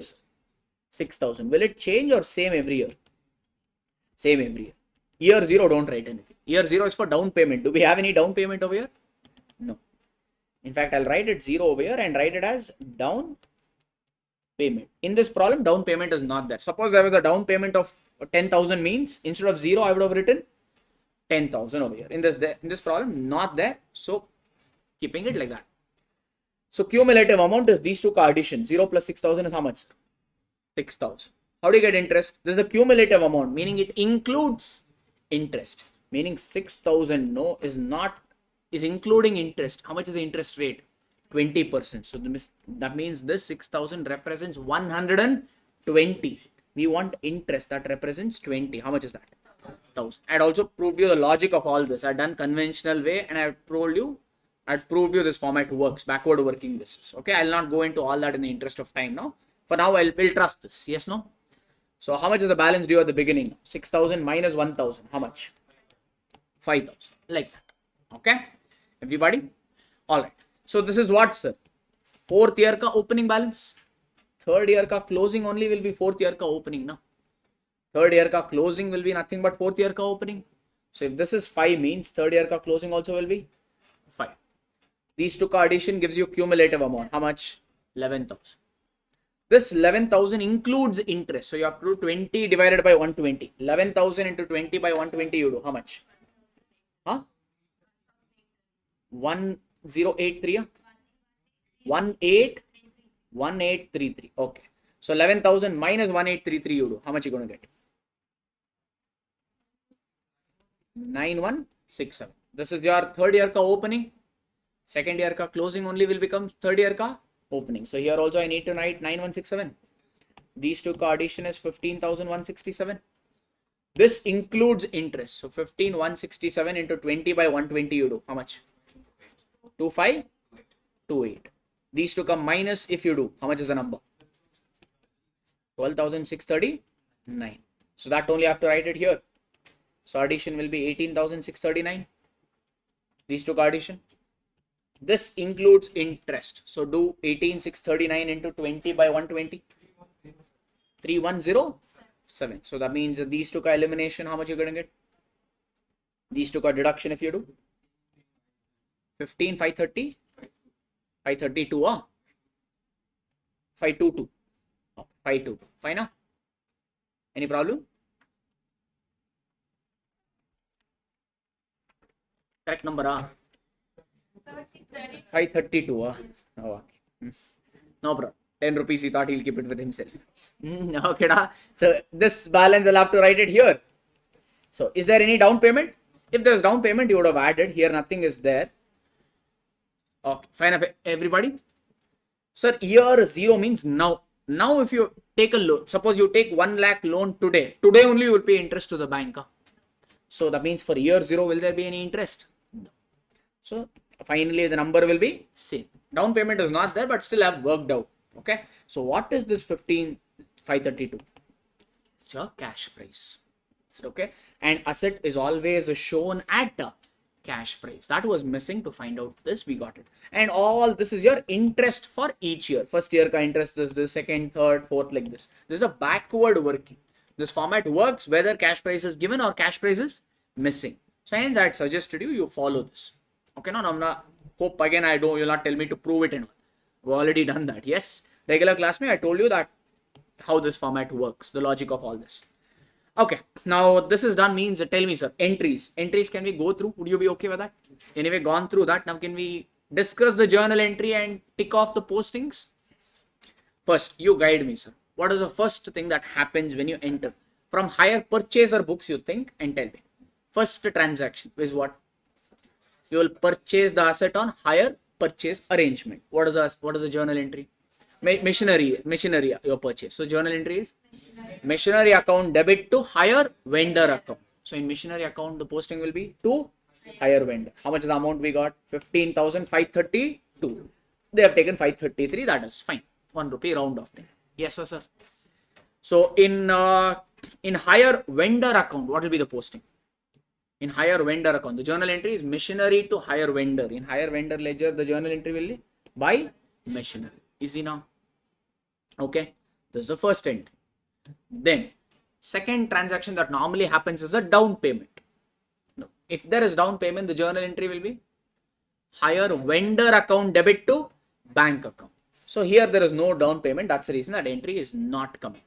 Okay, immediately. Okay, then what is the third scenario, sir?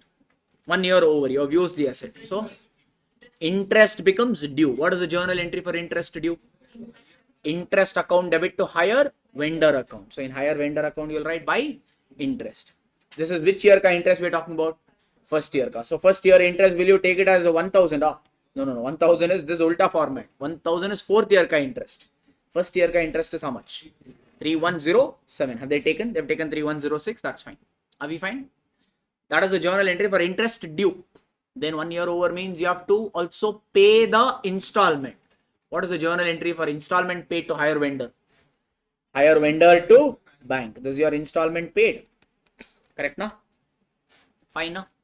Okay. So anything else happened in hire vendor books of that year or that's all? That means you can close hire vendor ka books and write to balance carried. Yes. What about assets, sir? You have used the asset for 1 year means you also need to calculate depreciation. What is the journal entry? Depreciation account debit to machinery account. So you'll write by depreciation. It is WDV method now. And what is the rate of depreciation they told? 10%. 15,533 ka 10% if you do, it will be that amount. Anything else happened in first year or that's all? So that means you will write by balance carried down as a balancing figure this number. So first year ka ledger closed. Second year what you will write, sir? You will bring down the balance. So you will write here 2 balance brought down 13,980. Again second year mein was there any drama or drama in the third year? Third year. So second year again you use the asset. The journal entry for depre will be depreciation to machinery. You will write the same amount, 15333. Is it straight line method or WDV method?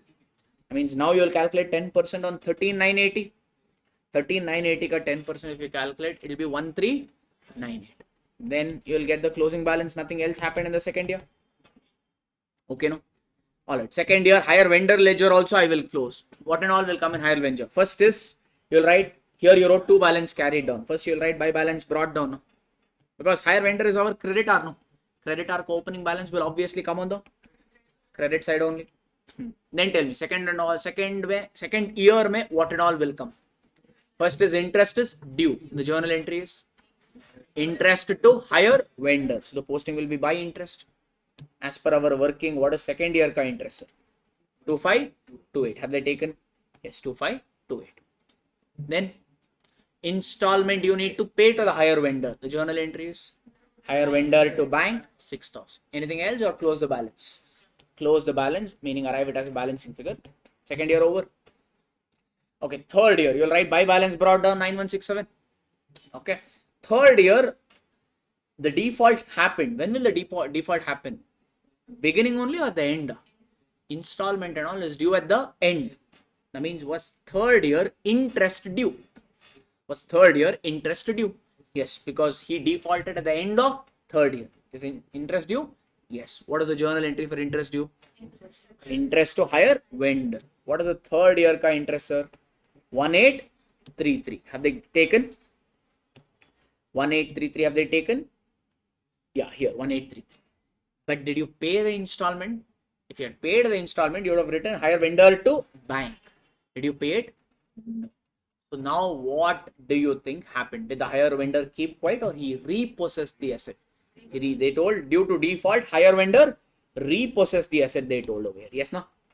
When you took the asset, the journal entry you passed was machinery account debit to hire vendor. When it is repossessed, hire vendor account debit to machinery account. What is the balance in hire vendor account, sir? 11,000. That you will transfer it off to asset account. Fine, sir. Any confusion? No. In the asset ledger, did you use the asset for third year? Yes. That means should you calculate depreciation? So yes, you'll write by depreciation. 12,582 cut, 10% is 1258. When you repossessed, what was the journal entry? Hire vendor to asset account. That means in asset account, the posting will be hire vendor 11,000. Ideally, asset ledger should match if there is any balancing figure. Here there is a balancing figure of 324. That we say is a loss on surrender. It will be transferred off to P&L account. Arrived as a balancing figure, not calculated. Okay, sir, you will get profit also. It could come, but very rare. Doesn't matter wherever you get the balancing figure, debit side or credit side, transfer it off to P&L. Generally, it will be loss on surrender only. Okay, basically balancing figure, transfer it off to P&L. This is the journal entry from the beginning till the repossession. Comfortable? Okay, that is what I've given in the chart book over here. The one we format, we put it as interest. No, that's what I've given. One more thing probably you need to keep in mind is sometimes they say interest is 20% per annum. Sometimes they say, we have done this problem, just illustrating that. Interest is given to be 20% per annum. They say installment is due half yearly. Installment is due not yearly. You have to pay the installment half yearly, meaning every 6 months you need to pay the interest. In that case, can you take 20% as the interest and work out?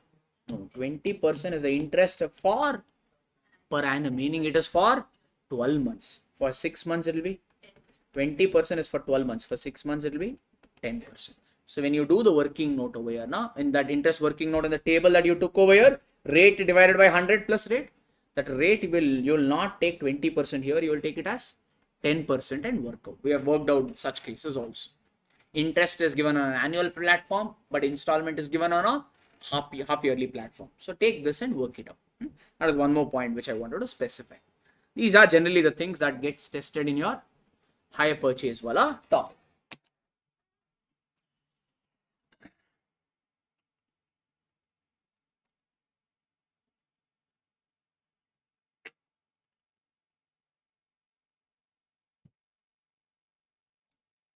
Sir, if depreciation rate is provided by hire vendor, we need to calculate profit or loss on repossession. Yeah, sometimes what happens is entire asset will not be repossessed. There could be a partial repossession also. Like you have taken 3 assets on hire purchase, only 2 could be repossessed. Okay. In that time, somebody is saying, sir, hire vendor, he will repossess. No, sir. He will repossess at straight away value, or we may have to calculate also. We may have to calculate also. For that, they will give you a rate like 18% per annum, 25% per annum. You work it out. Yes, like that. Okay. Yes. Online guys, sorry, there is a slight 1 minute ka streaming gap. So that's the reason your doubts, no, I'll be answering a little late. I'm seeing, but I'll answer a little late. Don't get offended. He's ignoring us. I'm getting your doubts a little later. That's the reason. Okay. So yes, if that is the case, yes, you will do. You will find out the loss on repossession. You need to work it out as well. In fact, we have done 3 questions on that also. But again, this is a revision. We can't do every sort of problems. Okay, I'll just take up the ones that are most commonly asked, is what I mean. My gut feel says, so I'm taking those. So yes, so with this higher purchase also we have kind of revise. Somebody is asking the same doubt 3 times now. Papa, he is getting he doesn't know that I'll be answering it later.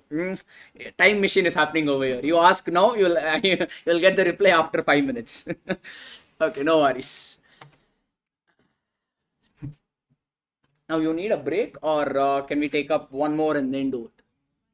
Two more? Two more means 1 o'clock. One more means this is a hardly maybe 15 minutes thing. 2 minutes break you want? I don't mind. If you want 2 minutes break, we can take and resume. That's fine. All right, take 5 minutes. It's okay. We'll resume in about 5 minutes and then we will take the rest.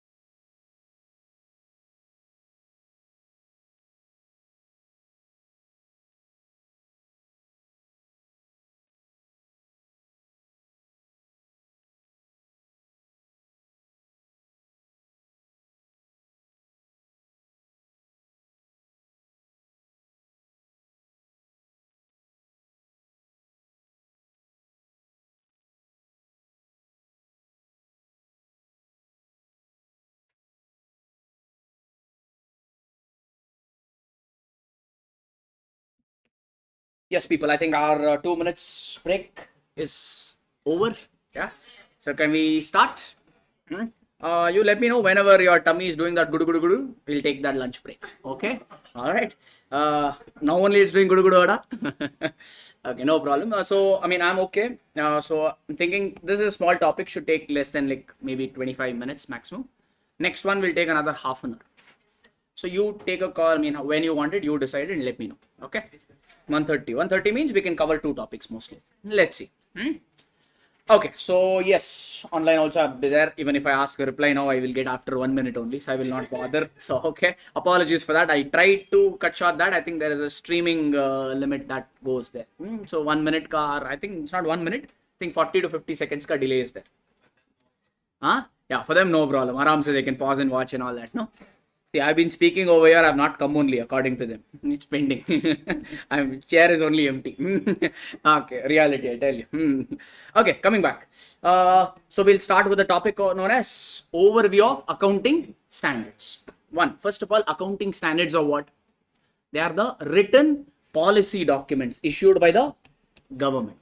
Our ICI frames it, but ultimately it is published by the Ministry of Corporate Affairs, meaning the government. Why do we need accounting standards? Because these days the accounting treatment are not as simple as it used to be. So there are a lot of complex issues which has come, which our golden rules, etc., is not able to answer. Hence, we required some assistance for accounting of a few transactions. With that idea, they started framing the accounting standards. Okay. Nowadays, though, you need there are so many accounting standards in in our inter level only we have studied more than 20. Final level though you will study only standards and standards and standards only. I think there is only one topic, if I serve right. I think that also they're planning to take off. I mean, when you come probably to see a final, you'll only have Indias, meaning standards and standard, international standards. That's all.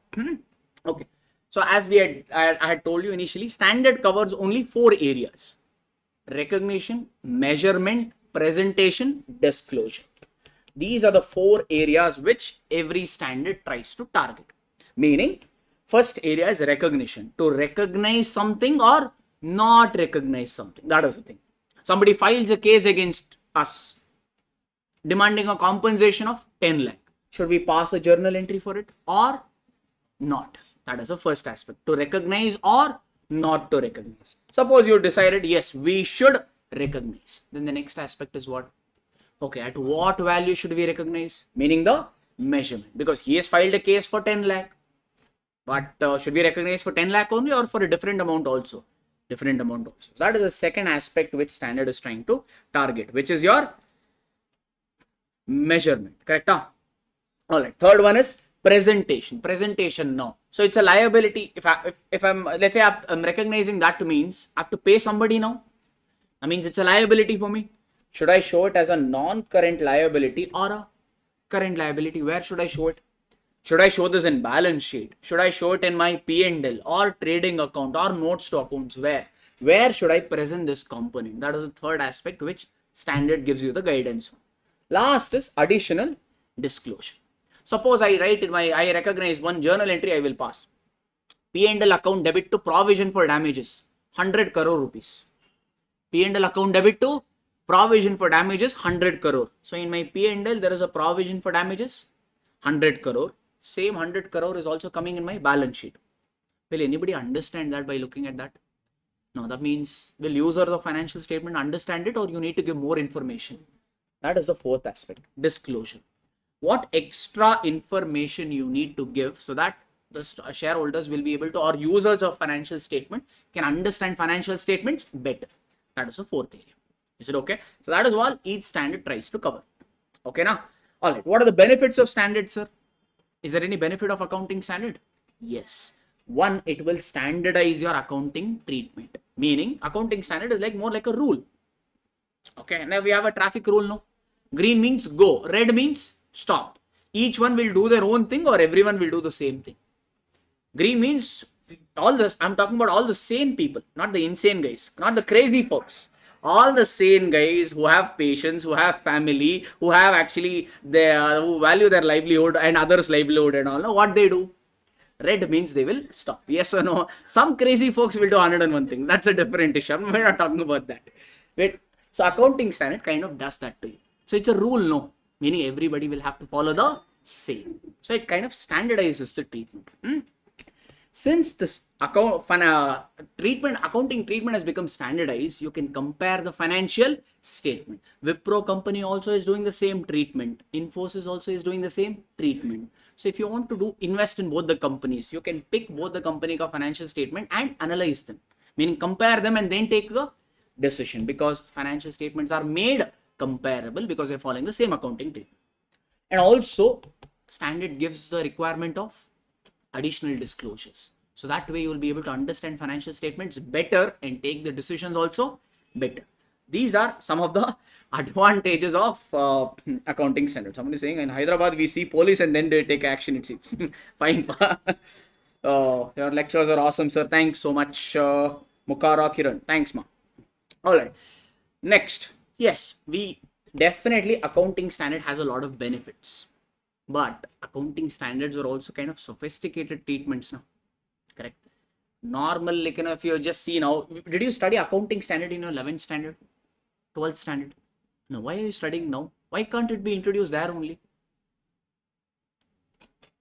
Correct. No, there should be a certain maturity level, because accounting standards also, the treatments are little sophisticated. There is an age and there is a things to learn. Every Tom, Dick and Harry will be able to absorb this, or you need some professionals. You need some professionals for it. Let's say there is a small shop, the tea shop or pan bida guy or all this. Can you go up to him and say, hey, implement accounting standard for your business, da? Will it work out for him? And you are telling him, I will charge 1 lakh for implementation. 1 lakh is less actually for India's implementation and all. Big Four charges like left, right, center. It's a huge revenue making, area. Integration, or let's not go into that. Okay. So yes. So is it applicable or possible for every company to implement this? No. Small companies and all, no, it will not work out. Correct. No, standards are good, definitely. But can you implement for every company? No. Hence, what have they done is they have brought in some relaxation. Hence, they told, okay, boss, we understand that it's not possible to implement for every organization. Hence, we will split the organization into 4 categories. What type of organization? Non-corporate entities. Non-corporate entities andre? Which is not a corporate entity. Yes, sole proprietor, partnership firms, etc. etc. Not a company, basically, correct. Those entities now categorized into 4. Level 1, level 2, level 3, level 4. Fair enough. Level 1, no. You're being very harsh. You're telling you are very big you're a big entity. You follow everything. Level 1, no relaxation. Everything you follow. Who's level 1? In fact, there is a small typo over here. It should not be not allowed. That not should be taken off over here. Level 1 entity means that entity which is already listed in the stock exchange, or it is in the process of getting listed in the stock exchange in India or outside India. An entity which is already listed, or it is in the process of listing. That is a level 1 entity. Or an entity which is a bank, insurance company, or a financial institution. If you are doing that business, you are automatically what entity? Level 1 entity. All other company which is not listed, which is not bank and all, no, their turnover should exceed 250 crore in the previous year. An entity whose turnover exceeds 250 crore in the previous year is a level 1 entity. Or their borrowing exceeds 50 crore in the previous year. Okay, like this. If you are following any of this, if any of these features gets triggered, then automatically you become what entity, sir? Level 1 entity. Okay. Can I go on to the next one? We have discussed all this, correct? No? Level 2 entity means 2 things you need to remember. That is turnover and borrowings. What was the turnover limit for the previous level 1 entity? Greater than 250 crore. Borrowing was greater than 50 crore. What was borrowing limit, sir? 50. Take this. For level 2 entity is an entity whose turnover exceeds 50 crore but does not exceed 250 crore. How do you remember this 50 crore? The borrowing of the previous limit. The borrowing of level 1 becomes a turnover limit for level 2. Like that you can remember. I'm just telling you how to remember. That's all. Okay. So turnover for level 2 entity is it exceeds 50 crore but does not exceed 250 crore. Borrowing exceeds 10 crore but does not exceed 50 crore. If you are that entity, then you fall under which component? Level 2 entity. Is it okay? Then there is another entity called level 3. Level 3 entity means that entity. What is the borrowing over here, sir? 10 crore. That becomes a turnover limit. Level 3 entities are those entities whose turnover exceeds 10 crore but does not exceed 50 crore. And borrowing, level 3 entity ka borrowing exceeds 2 crore but does not exceed 10 crore. So if you're falling into this limit, then you become level 3 entity. Okay, day 1 ka video you will get much, don't worry. Okay, we will post all the videos, we will collate and we'll post, don't worry. Okay, for now just let's follow this. Everything on we'll collate and give it to you. So are we good with this? Any entity which is neither level 1 nor level 2 nor level 3 automatically becomes level 4. Sir, why this segregation, sir? They have given the relaxation based on the level of entity. If you are level 1, follow everything. If you are level 2, level 3, level 4, no, there are many exemptions. I told you, remember this, that is good enough. Which what I told, AS 3, 17, 21, 23, 27. For level 2, level 3, level 4, these are not applicable. Meaning this standard is not at all applicable. You can think that these standards are dead for you. For what entities? Level 2, level 3, level 4. What are those standards? 3, 17, 21, 23, 27. Fine now. One more I had given you, AS 18. There are many. I told you, just remember these that are sufficient. AS 18. AS 18 was for related party disclosure. For level 1 and 2, applicable. For level 3 and 4, not applicable. This much you remember is what I told you. Okay, everybody? Okay. So, relaxation from AS. Which AS is applicable, which AS is not applicable. That relaxation is given based on the level that you belong to. Everybody good? Okay, tell me the limits once again. Level 1, level 2, level 3 ka limits. What is that? Level 1 means 1, it's already listed or in the process of listing. Or bank, financial institution or insurance company.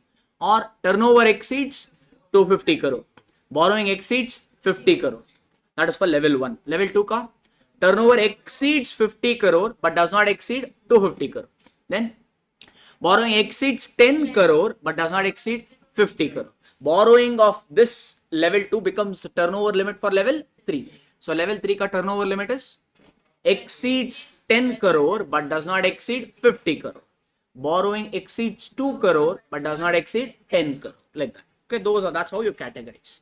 Okay, and the relaxation limit is AS 3, 17, 21, 23, 27 is not applicable for level 2, level 3 and level 4. For AS 18 for level 1 and 2 applicable, level 3 and 4 not applicable. Like this. By the way, what sort of entities did we discuss so far? Non-corporate entities. Should all entities be non-corporate or most entities are corporate? Most of them are corporate entities as in companies. For company, no. All this level 1, level 2 and all is ICAI drama. Our mother body has done this drama. Ministry of Corporate Affairs, which regulates the company. They did not do 4 segregation. They did only 2. Non-SMC company, SMC company. They only had 2. Non-SMC and SMC. Okay, sir, what is an SMC? SMC means small and medium sized company. Basically simple. What is level 1? Remember level 1 entity? Yes. If you are a level 1 entity means you are not an SMC. If you are a level 1 entity means you are not SMC. Meaning that means what is SMC? Level 2, level 3, level 4 entities are automatically SMCs. Now you define the limit. Let's see. An SMC means what? The company whose shares should not be listed, nor it should be in the process of getting listed in India or abroad. SMC is a company. It should not be a bank. It should not be a financial institution. It should not be an insurance company. Its turnover should not exceed 250 crore. Level 1 ka limits, remember? And borrowing should not exceed 50 crore. If this is the case, means then such a company we call it as SMC. If you are SMC, same thing. AS3, 17, 21, 23, 27, not applicable. I have written here only. This is not applicable for SMC. Like that. Okay, now. So, it's your limitations. Comfortable? Okay, and one more thing is, I had also told you 2 more pointers. Maybe I'll quickly run them by as well.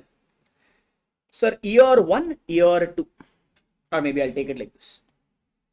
Previous year, current year. Previous year, no, you were in level 2 entity. Current year, no, you became level 1. Happy news or sad news? Sad news. Hey, you are in level 2 entity means your turnover and all is on the lower side. If you are a level 1 entity means you are a big company. From small company, you have become a big company. Good only, no. Now he's selling accounting standards we have to follow, no, sir. That is a headache, no. Yeah. On that ground, he's saying it is sad. But when you compare from the performance perspective, this is a good scenario. Correct, no? All right. Let's talk maybe from this one. If you are a level 2 entity means in the previous year you got some exemption. AS 3, 17, 21, 23, 27 and all. Should you had to follow or you didn't follow? In fact, you didn't follow and you were not required to follow. But now you are which entity? Level. Now you have to follow. Oh, now unfortunately or fortunately you have to follow all the standards. That is not the problem. But when you prepare current year ka financial statements, no, we have done balance sheets and all. When you prepare balance sheets and P&L, we just present current year ka data or also we give previous year ka data for comparison. In balance sheet P&L, not only we give current year ka data, we also give previous year ka data for comparison perspective. The question that arose was, current year I will follow all A's, no problem, because current year I'm what entity? Level 1 entity means we have to apply all A's. That is okay. But previous year, was I level 1 or level 2? So I got some exemption benefits. That means now this previous year financial statement should have to rework. Because previous year I didn't follow AS 317 and all, cash flow statement and all I did not prepare. Why? Not required. What they have told is, you need not restate. Okay. Last year what you were? Level 1 or level 2? Level 2. Did you take exemption? Yes. So need not rework on your previous year financial statement. Let it be. Only current year you follow all the accounting standards and prepare financial statement. Previous year ka whatever balance sheet you already prepared, no, same you do copy paste. Don't do any changes. That is the some extra kind of lenience they have given, because that will be too much. That's the reason. Got it, sir? Fair enough. This is your upgrade wala scenario. Correct? But you could also have a downgrade scenario. Meaning you were in level 1. Unfortunately, you became level 2. You are a big company. From big company, somebody put kannu. Bad, buri nazar. And from that you became now level 2 entity. Now what, sir? Level 1 means you followed all accounting standard. Level 2 means you will get exemptions. Correct? No? What standard says this? See, this is a good scenario, kind of a tricky scenario. See, if suddenly from level 1 you have gone to level 2 means something is fishy, something has really gone wrong with your business. So what they have said was, don't take exemption right away. For level 2 entities, you are exempted from few AS 3, 17, 21, 23, 27 and all. Don't take the exemption right away. Wait for 2 consecutive years. Don't take the exemption in current year only. Wait for 2 more years. Still, if you are a level 2 entity, then take exemption. This is a precautionary measure. Because level 2 means, will you give all disclosure or some you will exempt? But shareholders would like to know why suddenly you fell from level 2 to level 1. Hence they brought in a cautionary move that don't take the exemption right away. Wait for how many years? 2 consecutive years. We have done problems on this also. Just as a quick revision, I'm saying. Fine, everybody. So I think that's all is the scope of this particular topic. Any confusions? For 2 years, no exemption. Meaning you have to follow all the years. Whatever you used to follow, same thing you follow for 2 more years. Then also, if you are a level 2 entity, start taking the exemptions. Like that. This is a precautionary measure. Move forward now. One more, can we do it? I think it's time. Is there any which way? Yes. We finish this sooner than expected, any which way? Okay. Now, the next topic we'll take up is AS2. That is valuation of inventory. Accounting standard 2, which talks about valuation of inventory. Sir, inventory means what? Don't say stock. Inventory is what? Sir, we wanted to say that. What else we say now? Yes, inventory is stock only, but for what joy do you hold them? Okay, what are the types of inventory according to you? Raw material, work in progress, finished goods. Based on that, can you define the definition for me? Inventory, or I'll tell you, you listen. Inventory are those goods which are held for the purpose of sale in the ordinary course of business. Why does company hold finished goods for closing stock, sir? For the purpose of sale. So inventory are those goods which are held for the purpose of sale in the ordinary course of business. Ordinary course means something which you do in your, as part of your day-to-day business life. So finished goods are held for the purpose of sale. Or second one, or in the process of production. WIP means production complete or in the process of production. Process of production. So inventory are those goods which are held in the which are in the process of production. Or what? Or inventory are those goods which are held for the purpose of to be consumed in the manufacturing process. Because raw material, will you sell or will you consume? So inventories are goods to be held, which raw materials are held to be consumed in your manufacturing process. That's how they've defined the definition. Not that you really need to know that, but just telling. Okay, inventory or raw material you are holding to be for the purpose of consumption. Work in progress, as the name itself is saying, it is in the middle of production. Finished goods are those goods which you are holding for the purpose of sale. Okay, yes. AS2 is not applicable for construction contract, because for construction contract we have accounting standard 7. Okay, fair enough. Then, is it applicable for producers inventory of agricultural products, forest produce, mineral ores, etc., etc.? No, we had done one problem also, if you remember, on this. No, it's not applicable for wholesaler or producer. For producers inventory of agricultural products, forest produce and all, no, you will not apply AS2, because such goods are directly valued at net realizable value. Again, more importantly, for whom, sir? Wholesaler or producer?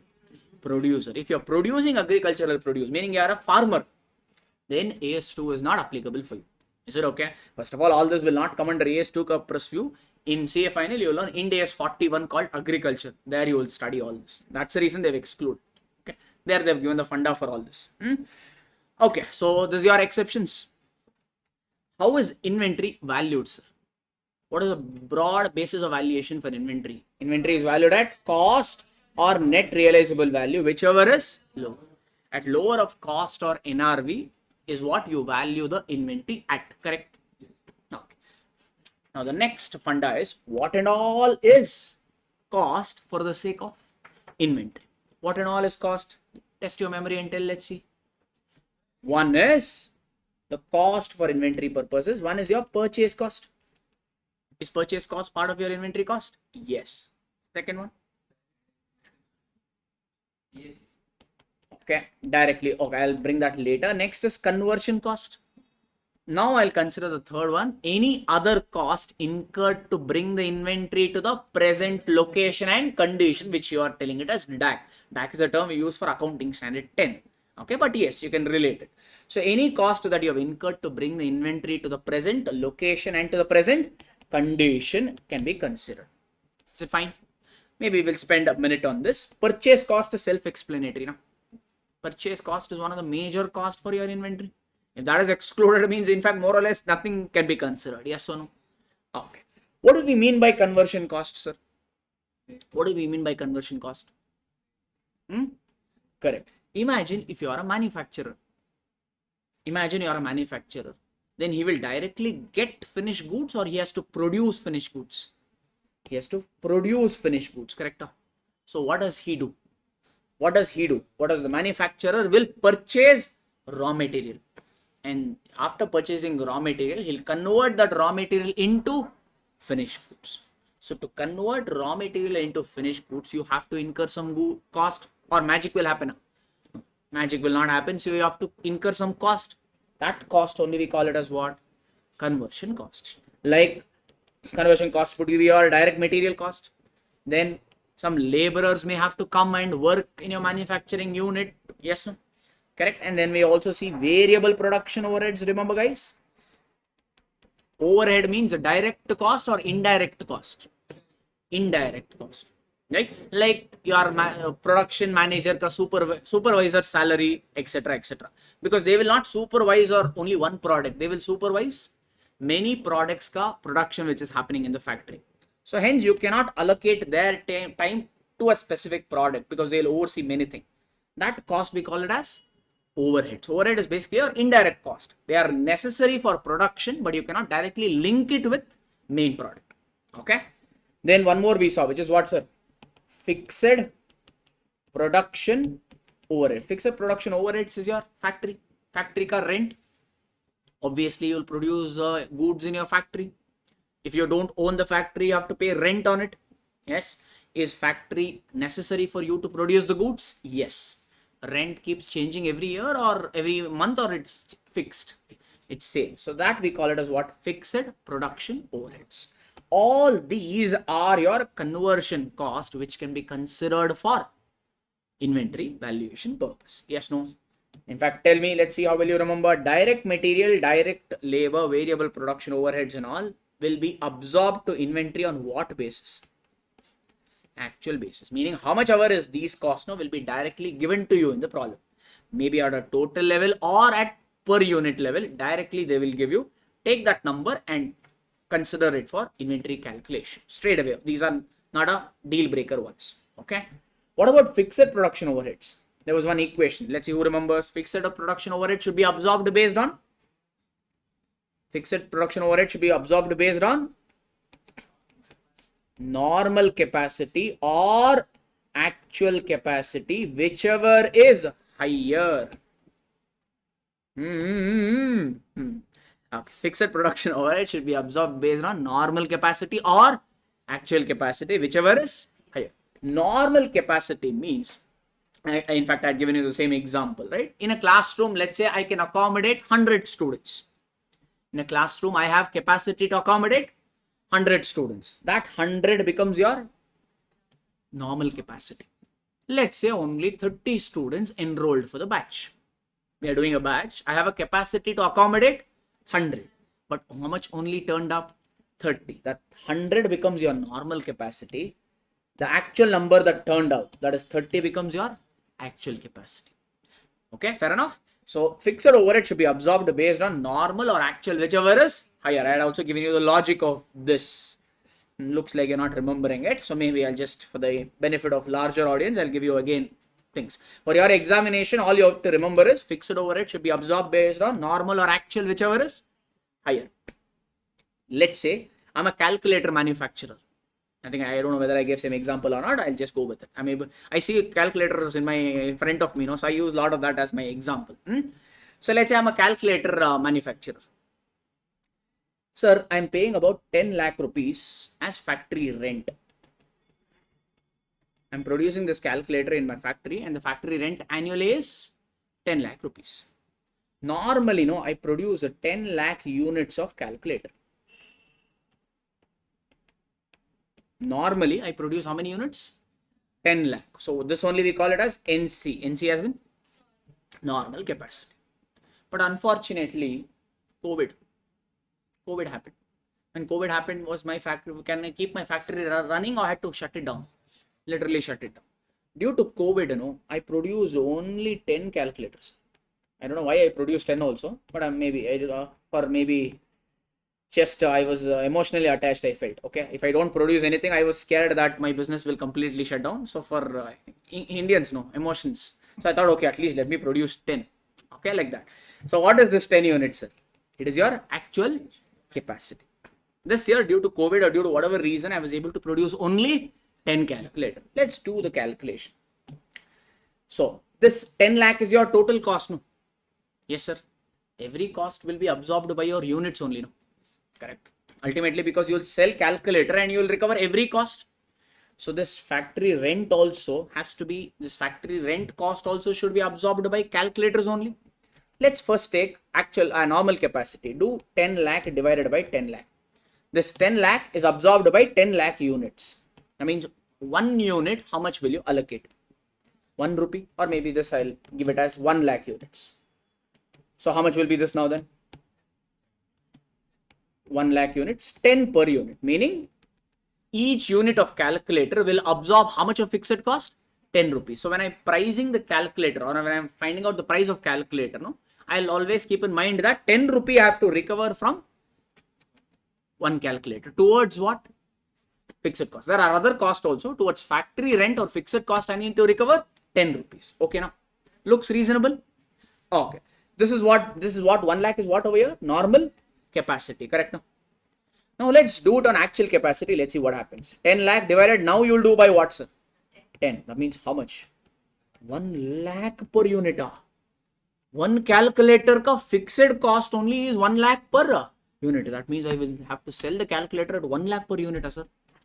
I want to sell. You want to buy? I'll sell 100 calculators like this. One lakh, just 1 lakh rupees each. You want to buy? Will anybody buy? So that's the reason we say fixed overhead should always be absorbed based on normal or actual, whichever is higher. Because in this case, if you take actual, you will actually end up getting weird numbers. That much cost. Will I be able to recover 1 lakh from each calculator, sir?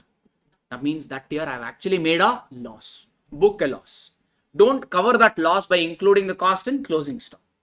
Okay. So that is what standard is trying to say. With that logic, they print in this formula that fixed overhead should be absorbed based on normal or actual, whichever is high. Everyone understood it now? Okay. So far, what did we discuss? Purchase cost. Can we add it to the cost of inventory? Next is what? Conversion cost. Conversion cost means cost incurred to convert raw material into finished goods. Basically, material, labor, variable production overheads, all these three on actual basis. Last, fixed overheads on normal or actual, whichever is higher. Okay. Then any other cost that you have incurred to bring the inventory to present location and to present condition. In fact, I had given you a table example if you remember. I'm a dealer. What does this mean is location means our location. Let's say my location is Bengaluru, but I'm purchasing the goods from Rajasthan. I'm purchasing my goods. I'm not a wholesaler. I'm not a manufacturer. I am a wholesaler. I buy the goods from Rajasthan and I sell it in Bengaluru. Okay. So that means goods has to come from where to where. It will come from Rajasthan to my factory. Automatically it will come, or I have to incur some transportation cost. So transportation cost, can I add it to my inventory cost? Yes, because they are necessary to bring, transportation cost is necessary to bring the inventory to my present location. Any cost that you have incurred to bring the goods to your factory, any related cost incurred to bring the goods to your factory, can we consider for inventory calculation purpose? Yes. Okay, this includes what? Your transportation cost, your loading charges, unloading charges, etc., etc. All this will fit into which definition? Present location wala component. Okay. Then also what? One more they included, which is what? Present location and present condition. Sir, table means it will come straight away or it may come part by part. Some furniture and all could be really hefty. Can you transport it right like that? Like big sofa set or big dining table and all. Can I bring it from Rajasthan right away, or I have to bring it as part by part? Part by part. Otherwise, my transportation cost will be huge because it will consume a lot of space. It came as part by part, but can I sell to the customer as part by part? One customer came. I put one 4 legs separately, one top separately. I told him, hey, you take and you fix that. Will it work like that, or I have to assemble them and then sell? Assemble. To assemble, I have to incur some charges, some laborers I have to incur, etc., etc. Are they necessary for me to sell the inventory? Yes. So any cost that you have incurred to bring the inventory to condition, when I mean condition over here it means the sellable condition. The cost that you have incurred to bring the inventory to the sellable condition also could be added to the cost of inventory. In my example, say the sellable, the assembly charges will fit into this particular component. I'm giving you a detailed example. Now I'll not go so much into that. So far, okay now? This is what we mean by present location and condition. Yes, some of you are also right. This we used to call it as directly attributable cost, or DAC in AS 10, which again I will come to it in a bit. Can I move on to the next? Here I've already given fixed overhead should be absorbed based on normal or actual, whichever is higher. So let last point be there. I'll come to that a little later. Okay, how should the inventory be valued again? Cost or NRV, whichever is low. Cost we saw. Next is what? Net realizable value or NRV. Tell me, what is NRV? 3 components, which is what? NRV is not, name itself is saying net realizable value. So what is that? You'll realize only when you sell it. So NRV is nothing but your estimated sale value or selling price. But to sell the goods, you may incur some selling expense like commission paid to selling agents and all. So if there is any selling expenses that you need to deduct. So estimated selling price minus estimated selling expense, if you have any, you deduct, minus further completion cost, if you have any, you deduct. This is further production cost is applicable for WIP, because inventory is also, WIP is also part of inventory, no? WIP is complete or it is in the process. In the process. That means, have you incurred full cost on it or only partial? Some cost you have incurred, some further cost you will incur later. That's what we mean by further production cost over here. This is mostly applicable for your WIP. Got it, sir? That is your NRV. Do this, you will get NRV. So compare cost with NRV, whichever is lower based on conservatism concept. At a lower value, you will value the inventory. Can I move on to the next? First, we will cover all the concepts, then maybe take 1 or 2 questions and wrap up the standard. That's fine. Next is your joint products. Joint products means I have multiple products, but do I have multiple processes to manufacture them or single process? I have one process through which I am manufacturing multiple products. I had given you Arvind Milk example, if you remember, which is practical also. Arvind Mill is a company which manufactures in India Louis Philippe, Van Heusen, etc. shirts. Okay. Do you think they will have one factory, one workers, one machinery, one thing for Louis Philippe shirt, one factory, different workers for Peter England shirt, or it will be a common? Same guys, same machinery will be used for multiple products. At the end, they will put a Louis Philippe logo or different button and say this is Louis Philippe, that is Peter England, like that they will sell. But more or less, majority of your manufacturing process is same. That means the cost you have incurred also is same. So one cost you have incurred to manufacture multiple products. Yes, correct. For Arvind Mill, is Louis Philippe and Peter England same type of inventory or different inventory? Hey, Louis Philippe shirt and Peter England shirt same ada? No. Yes, no, because Louis Philippe is a different branded company which has a different price, different things. Some people buy only Louis Philippe shirts. Some people only buy Peter England shirts. Yes, this is same inventory or different types of inventory. You have manufactured them together by incurring a common cost, but inventory is different. No? Yes. So let's say I've incurred 10 lakh rupees to manufacture both these shirts. Now what I have to do? This 10 lakh I have to allocate to both the types of inventory. Correct? That is your joint product with the fund. And how will I allocate this? On some basis. The common basis is, one is you can use the, or you can allocate based on the sale value. Louis Philippe will have a shirt, will have a selling price. Peter England will have a selling price. Use that selling price ka ratio to allocate 10 lakh. One is that. Okay. Or you could use sale value at split off point, we say. Pin to pin manufacturing process is same, or up to a certain limit only it will be same. Up to a certain. Let's say up to 80% manufacturing process is same. Last 20%, no, we segregate and do the manufacturing separately. Okay. So that means when are you splitting this? Up to 80% you are manufacturing the goods together.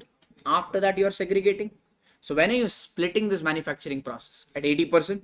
At this 80% level, try to find out the sale value of Louis Philippe shirt and sale value of Peter England shirt. And in that ratio, try to allocate the cost. So in exam, what to do? They will give you this. You don't have to worry. So this we call it a sale value at split off point. Or you can also allocate based on the units, number of units you produce. Standard says any rational basis you use, but follow it consistently. Don't hop. First year I will use a sale value. Next year I will use units produced. Like this, don't keep changing. Follow one metrics and follow it consistently year on year. That's all it is. That's a concept of joint process or joint production. Any confusion? Can I move on to the next? Joint product. After joint product, what will come in your costing, sir? You're all done. Next is your byproduct. Byproduct means one product you wanted to manufacture. You got another one for free. 1+1 offer. One you wanted to manufacture, another one you got it for free, which generally happens. If you just check. If I have to take same Arvind Milka example, they were manufacturing actually the shirts. But if you insert few meter for manufacturing shirts, you need raw material, that is your cloth. If I insert 1000 meters of cloth, all the 1000 meters of cloth pin to pin will be utilized, or some will get wasted? Some will get wasted, correct or no? Everyone. Now, reality is in today's terms. Do you think that wasted cloth is dumped away? No, that is becoming your mask, correct? No, whatever is getting wasted, people are selling it to industry who's manufacturing masks. Yes or no? Now, this Arvind Mills, are they manufacturing masks, sir, or are they manufacturing shirt? Shirt is their main product, but in that process, they're getting one extra product, which is what, sir? Mask, cloth. Yes or no? That becomes that extra product, which in my example is a mask, becomes your byproduct. Straight away, you will get a mask or you will get some cloth. Get some cloth, some residual cloth that you will sell it to guys who are actually producing mask. Yes or no? Yes. So that means this extra cloth is your byproduct. Do you think it will have too much value or the residual value? Standard says that only. Find out the residual value of this byproduct. Generally, it will be very much on the lower side. So, and standard is saying you don't have to consider this as separate inventory, because did you intentionally produce these goods? No.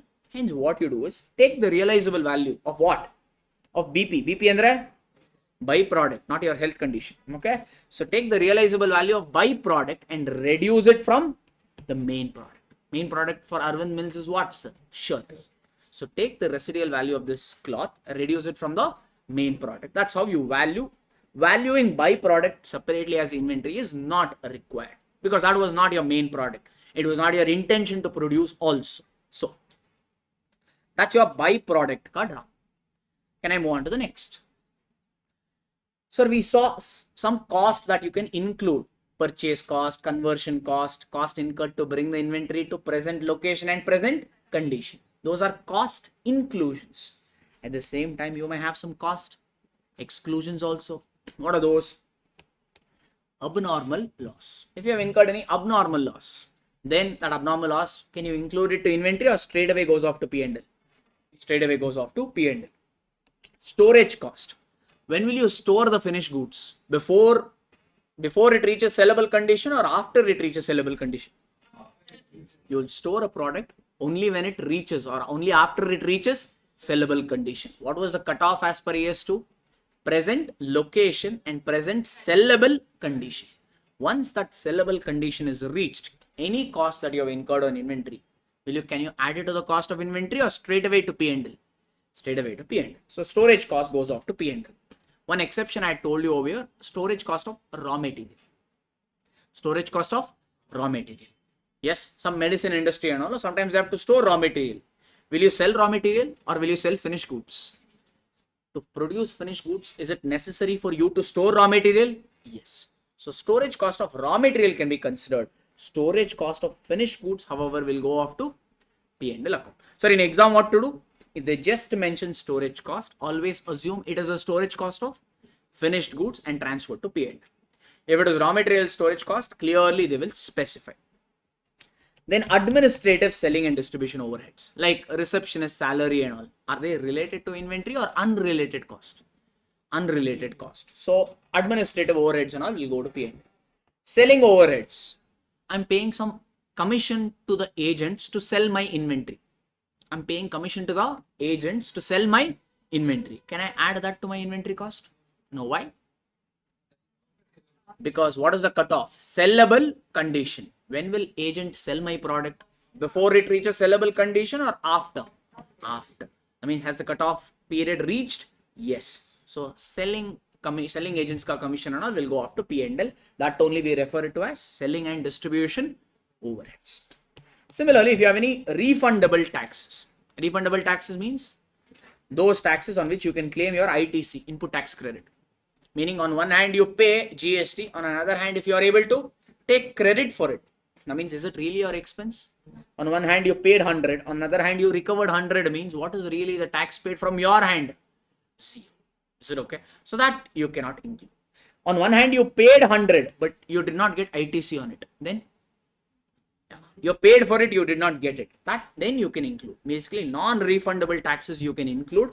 Refundable taxes you cannot include. Refundable taxes means in those taxes on which you can claim your ITC. That's all. How should the inventory be valued, sir? cost or NRV, whichever is low. Do you buy the product only one time you purchase, or you may purchase it thousands of times? Like imagine a company like big companies and all. If you are a calculator dealer, not manufacturer, calculator dealer, I will buy only one time, or I may buy it every day, every week. I may buy it every day and sell it, because once my stock gets over, again I will buy. Yes, I'll keep doing this process. Every time my cost will be same, or it will keep changing? It will keep changing, because on day one I might buy the calculator at 150 rupees. Next day I may buy it at 155. Then it may become 120 also, 180 also. Yes. Then which one will you take as cost for inventory valuation? You can't do mapping by mapping, because you will buy the calculators thousands of times. Okay. Hence, they brought in something concept known as cost formula. To identify the cost, they brought in a concept of cost formula, which you have done in your PU days or BCom days as FIFO, weighted average, LIFO and all. LIFO is banned as per accounting standard. FIFO is what? First in, first out. Meaning whatever inventory you buy first, that you will sell first. Okay, weighted average considers the quantity and price into consideration and find out the cost. We have worked out the problem and all. I hope I can just revise so far. That's okay now? So these are some of the methods through which you can find out the cost of the inventory, because cost will not remain same. It will go on fluctuating. Hence, valuing the inventory was little tedious, so they brought in this. And what is the specific identification method, sir? If inventory is not interchangeable, meaning if it is not same, how should you value the inventory? Cost or NRV, whichever is lower. And to find out cost, you have a FIFO and all, no? First in, first out, weighted average and all. You cannot use this FIFO method, or you can use this FIFO method only if the inventory is same. Like on day 1, I bought 100 calculator. On day 5, I bought 400 calculator. On day 10, I bought another 500 calculator. Are they different or same? Same. Whether my customer buys a day 1 ka calculator or day 10 ka calculator, it is same, na sir? Yes. So if inventory is same, or if it is interchangeable, meaning if it is same, you can go for what method? FIFO method or weighted average method. What if inventory is not same? Like jewelry. When you go to jewelry shop, you see two jewelries. Both are same. No. One could have a weight of maybe I don't know how is gold measured. Grams. Normally one necklace and all will have how many grams? Tula. Somebody saying going this you tell normal, you don't know. 8 grams. Okay, one necklace 8 grams. I don't know its measurement. I'm just asking. It could be more. Okay, 500 grams. Somebody's from they're saying I'm come from Andhra. I have too much gold. Yes, no. Okay, just kidding. Someone's let's say one necklace has 500 grams of gold. Another necklace will have same 500 grams of gold. No, it may have 450 or it may have 700. Possible. Yes. Both the necklace ka design and all will be same or could be different. Yes, same or different. If you buy necklace 1, necklace 2, it is same or very, very different. Very, very different. Meaning inventory here is same or not same. If inventory is not same, you have to go for what method? Specific identification method. What does specific identification method mean? How should the inventory be valued? Cost or NRV, whichever is lower. For necklace 1, you have to find the cost separately, NRV separately. For necklace number 2, you have to find cost separately, NRV separately, and each inventory you have to value it separately. In fact, in a class I had given you mango example. Okay, forget about it. Jewelry, did you understand? Okay, jewelry, necklace, jewelry necklace same, no? Jewelry, paintings. If an artist has done 2 paintings, means both are same or both are different? Different. So meaning painting 1 is different from painting 2. So painting 1 you have to value at cost or NRV, whichever is lower. Painting 2 also you have to value cost or NRV, whichever is lower. You cannot combine them. FIFO method, weighted average method, and all the cost it will combine and try to find one cost. That combination you cannot do when the inventory is not same. Same goes for your designer clothes also.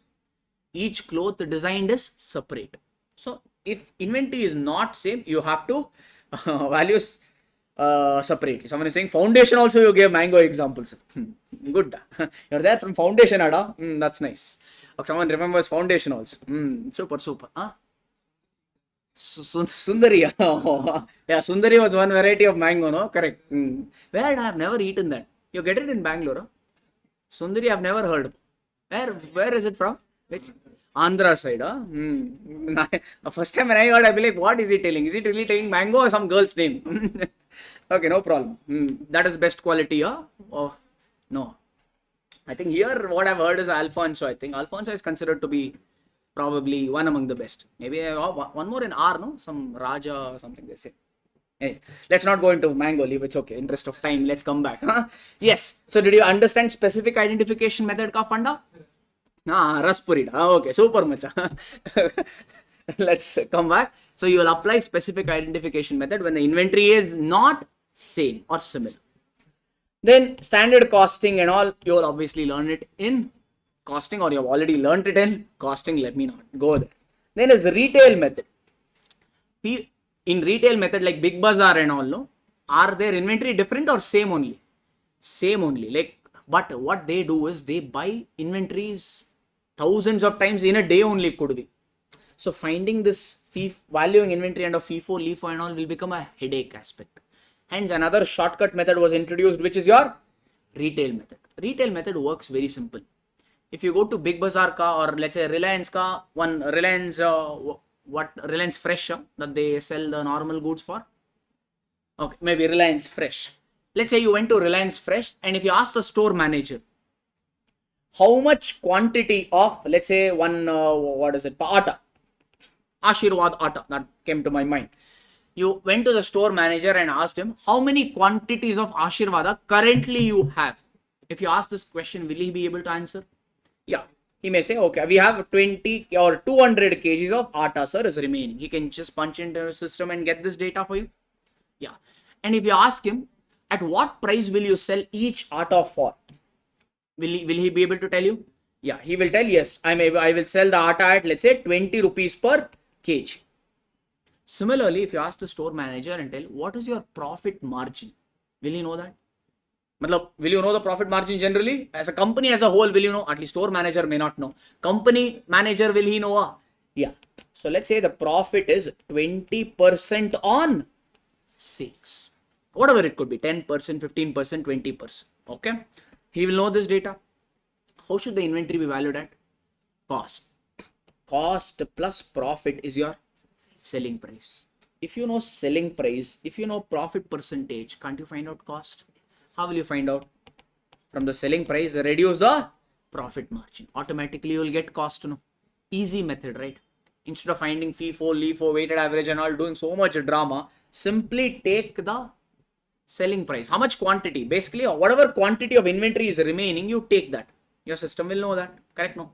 But that inventory will be shown at cost price or selling price? Selling price. From that selling price of inventory, simply eliminate the profits. Automatically, you will get the cost. That is your retail method basically.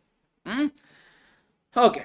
Last concept is your disclosure. Disclosure is giving additional information in notes to accounts. Financial statements means P&L, balance sheet, cash flow statement, notes to accounts. One more, you'll learn it in CA final. So see that we will do it. For now, let it be. These four, yes. So if you're giving additional information in notes to accounts, that we say is disclosure. As far as inventory is concerned, or AS2 is concerned, you need to one, disclose the cost formula. One day I'll use FIFO. Next day I will use weighted average. Third day I will use standard costing. Acceptable. Or you have to follow one. Follow one. And this is your choice. Whichever you want, you can follow. That what you have followed, no, you should give it as disclosure. Like if there is a company, they should tell, I have valued my inventory using FIFO method. That disclosure should be given in notes to accounts. And also the components of inventory they need to give. Like our inventory consists of, like in balance sheet, no, you will show total inventory, let's say 100 crore. This will come in your main balance sheet. Is it necessary you should have only one type of inventory or multiple?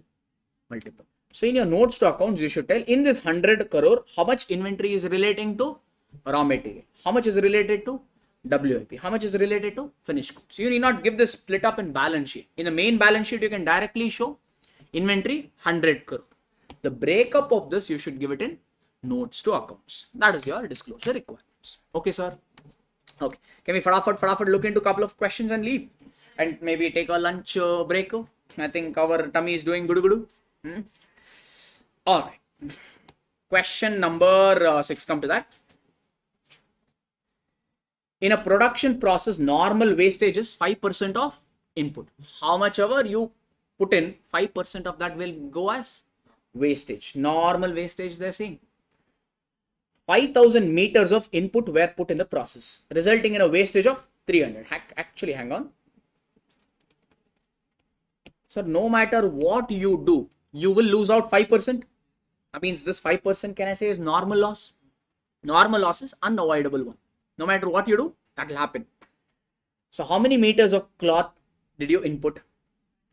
5,000 meters of cloth you did put in, and how much will be lost? 5%, which is your 250 meters of cloth. Correct now? That much you have already made up your mind that no matter what I do, this much I will lose. But what is your total loss they gave in the problem? The total loss is actually not 250. It is actually 300 meters of cloth you have lost. So in this 300, if 250 is normal, means balance 50 meters of cloth loss is your abnormal loss. Got it? What did we just now study and come? Abnormal loss, can you add it to the cost of inventory, or abnormal loss should go to P&L? Abnormal loss cannot be added. It's a cost exclusion, meaning abnormal loss should straight away go to P&L. Okay, na sir? Now, that is what they are asking. The cost per meter of input is 1,000. 1 meter of cloth will cost how much, sir? 1,000 rupees. How many meters have you inserted? 5,000 meters. So what is your total cost? 1 meter of cloth costs you 1,000 and you have inserted 5,000. You have purchased 5,000 meters of cloth. Can you tell your purchaser, oh no, I will only pay for 4,750 meters of cloth because 250 meters of cloth anyway I will lose? What will your creditor tell? That is your headache. How much did you purchase from me? 5,000. So pay me for 5,000. So what is your total cost? 50 lakh. Any problem? Cool now, everybody? Okay. Next. Now, I told abnormal loss is a cost exclusion. What about normal loss? Normal loss can be included as part of your inventory. In fact, I remember that apple example, apple or mango, something I had given. Yeah. Okay, maybe just for the benefit of our YouTube audience, some of them may be new. I'll just continue that example. Let's say I gave you 10 apples. Okay. Or how many? Okay. Let's say I gave you 100 apples and I told you, you do whatever, give me 1,000 rupees. You are my selling agents now. You are selling I am apple manufacturer. I gave the apples to you and told, 100 apples I gave you and told, what sir? Make sure that you give me how much rupees? 1,000 rupees. That means initially what did you make up your mind? I will sell each apple at 10 rupees. Okay. Because 100 apple, if you sell it at 10 rupees, you will totally get 1,000 rupees. Okay. Unfortunately, you are busy attending revision class now. No? Papa marathon. After that, you are studying and all.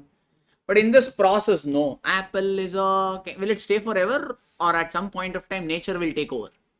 At some point of time, nature will take over and the apple color will slowly start changing from green to brown to brownish to reddish to whateverish. Yes or no? So you took the apple and you forgot about it. So 50% of the apple got rotted. That rotten apple will you sell now? No, 50% got rotted means how much is remaining with you now?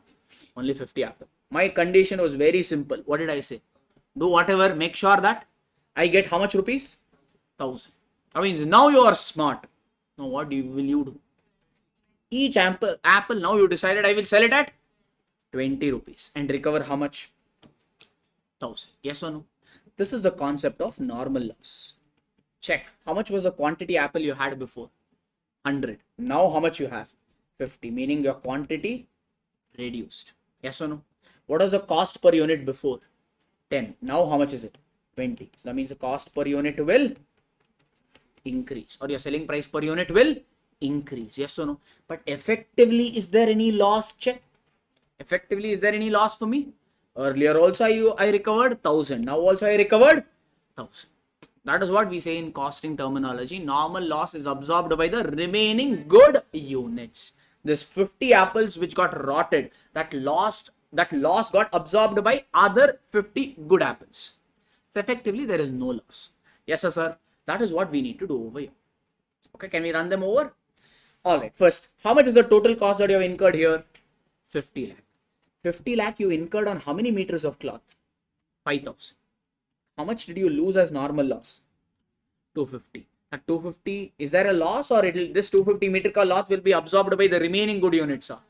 Will be absorbed by the remaining good units. Now means, can you tell me what is the cost per unit, sir? Or can I say revised cost per unit? Earlier, how much cost was for 1 meter of cloth? 1000. Will it be same? Now, whenever there is a normal loss, cost per unit will increase. Yes or no? Here from 10 it became, remember, it became 20. Check. Now 50 lakh cost, will you absorb by 5,000 meters of cloth? Will you have 5,000 meters of cloth, or 250 meter got lost? 250 meter got lost. So what is your remaining good units? 4750. So what is your cost per unit? 1052.63. Yes or no? This is what? 1060 per metric ton or per meter or whatever. Yes or no? Earlier, how much was your cost per unit, sir? 1000. Now check how much it became. 1052. Yes or no? So tell me, what is your cost of closing stock now? Or maybe first I'll do of the abnormal loss. Sir, how many abnormal loss units do you have? 50 meters of cloth you have abnormal loss. This 50 is a value in rupees or value in meters? Meters. But we want value in, we want it in rupees, right? So 50 meters of abnormal loss you have. What is the cost per unit, sir? 1052.63. So what is the total? 52,632. Will you absorb this to inventory, or this gets transferred to P&L? This is abnormal loss which straight away goes off to P&L. Now what is the value of your closing stock? Will you take 4,750? You bought in how much meters of cloth? 5,000. In that normal loss, how much got lost? 250 meters. Abnormal, how much did you lose? 50. That means how much is remaining with you? 4,700. Whatever is remaining, only you call it as closing stock. This 4,700 is the value or units? Units. This is in units. And what is the per unit? What is the cost? 1052.63. So will I write 4750 here or 4,700? 4,700. This is the units, and per unit, how much is, what is your revised cost?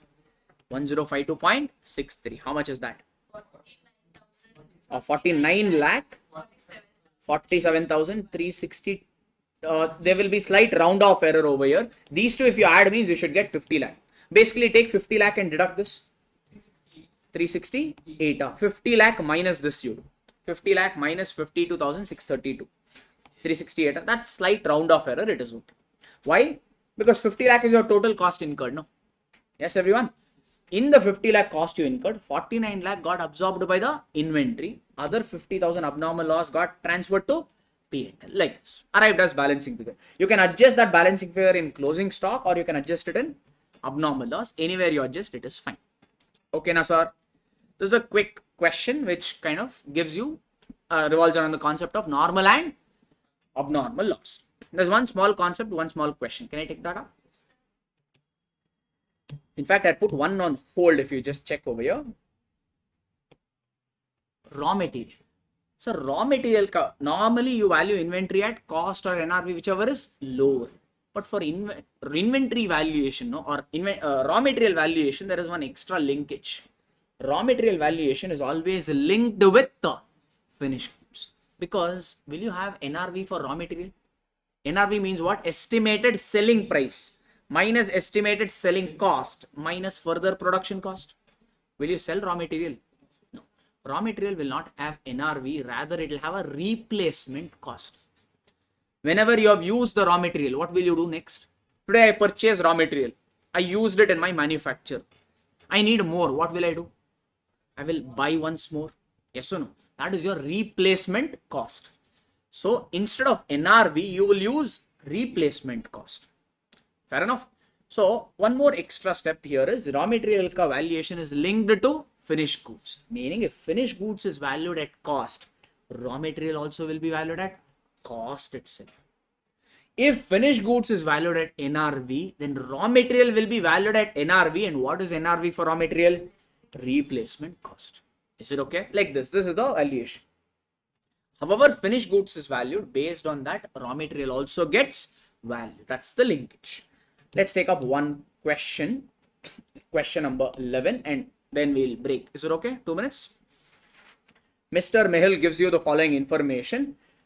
He produces product X. So product X is your finished goods for using raw material A. So raw material A is your raw material. Then he has told we have 600 units of raw material A. It is purchased at 120. The replacement cost of raw material is 90. 1 second, hang on. So you need to value all this. That's all. So we'll have one by one. Raw material, how many units does he have? 600. At what cost he has already purchased it? 120. So 120 is your cost. Will raw material have NRV or replacement cost becomes NRV? Replacement cost becomes NRV. What is the replacement cost of raw material? 90. So cost is 120. NRV is 90. Okay now? Let it be that. That information I'll put it into this table and then I'll do the valuation. Can I value the raw material right away or it is based on finished goods? Based on finished goods. Let's go to next now. We have 500 units of partly finished goods. Partly finished goods means work in progress. How many units? 500. So 500 units of partly finished goods. How much cost you have already incurred? In the process producing X, cost incurred till date is 260. So cost incurred on this raw material list or WIP is 260. Okay. Next, these units can be finished only in the next year by incurring additional cost of 60. Sir, how do you find out NRV? You tell me. Estimated selling price minus estimated selling expense minus further production cost, if any. They're saying expected selling price of product X is 300. Each selling price is how much, sir? 300. In the problem, did they mention any selling cost is there? Check. We have to pay agent, selling agent 20 rupees, 30 rupees, 4%, 3%, anywhere you are able to see over here? No. Selling expenses, 0. Raw material, we are valuing what now? Raw material or work in progress? Work in progress is complete or you will incur further cost in future? What more cost you will incur it and we will finish it?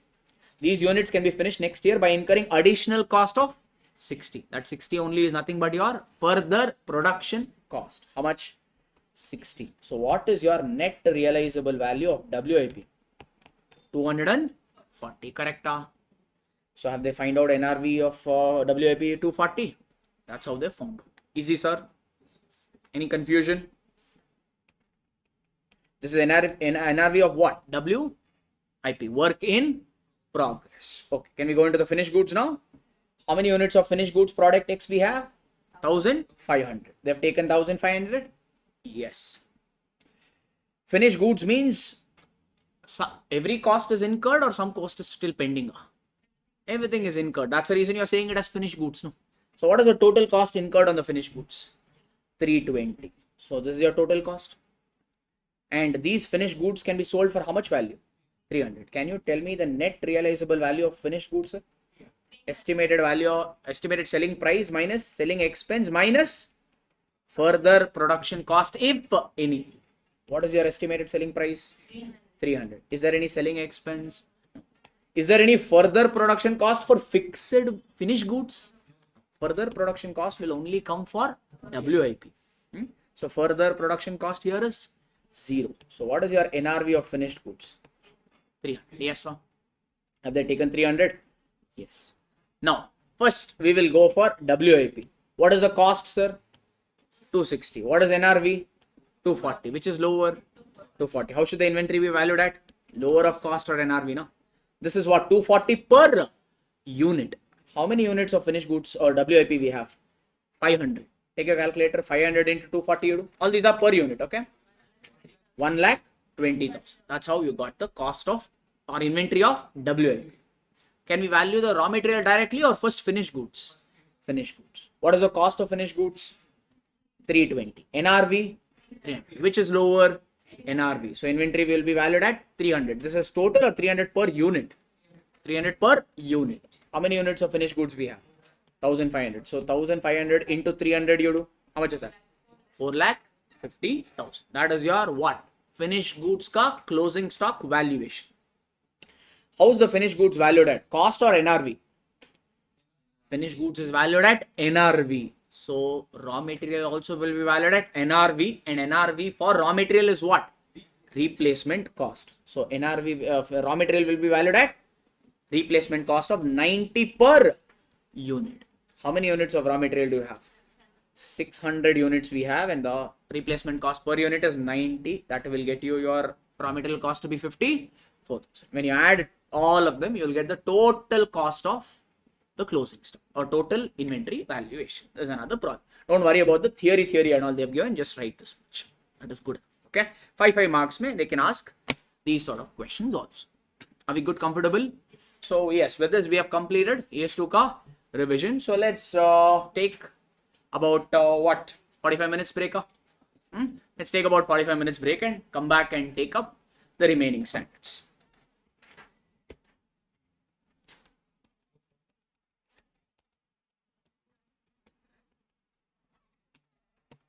Okay, thank you.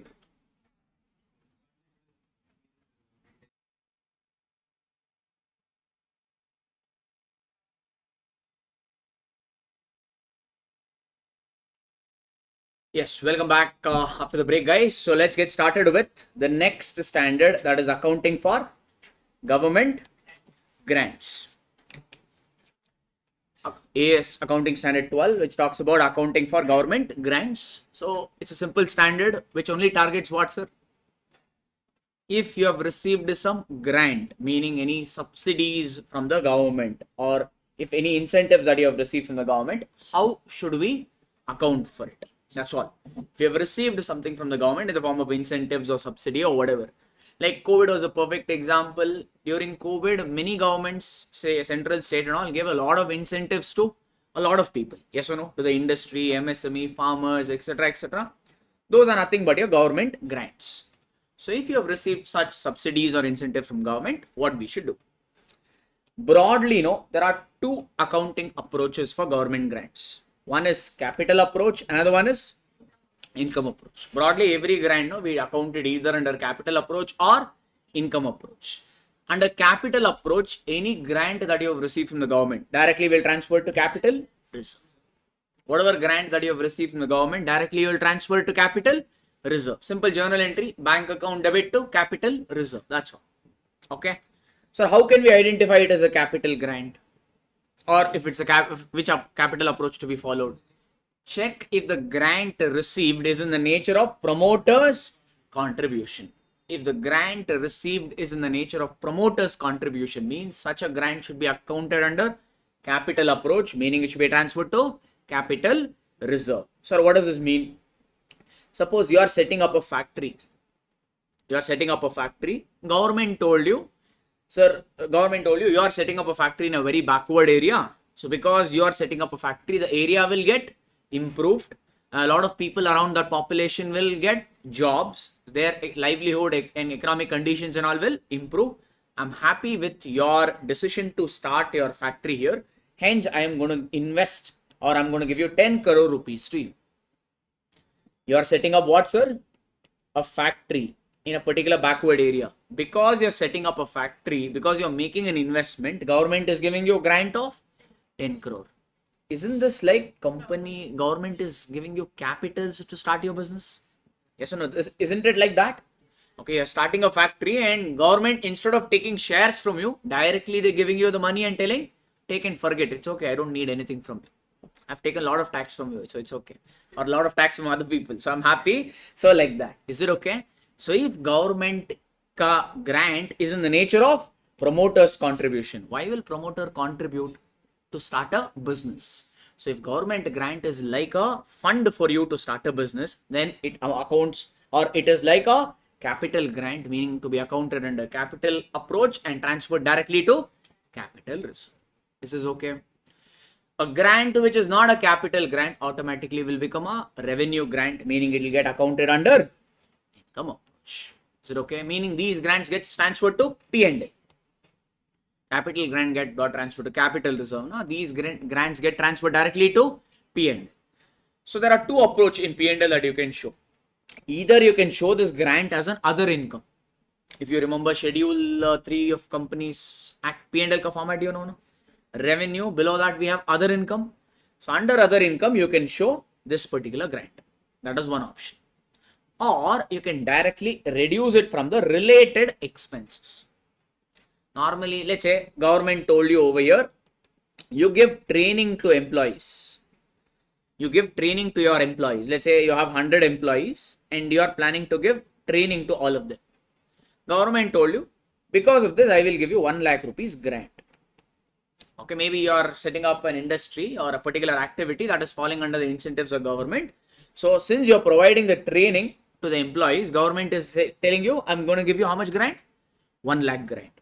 This 1 lakh grant, straight away you can show it as other income in P&L, or to train the employee, you will incur some cost, To train the employee, you will incur some cost, and even these employees, you will pay salary.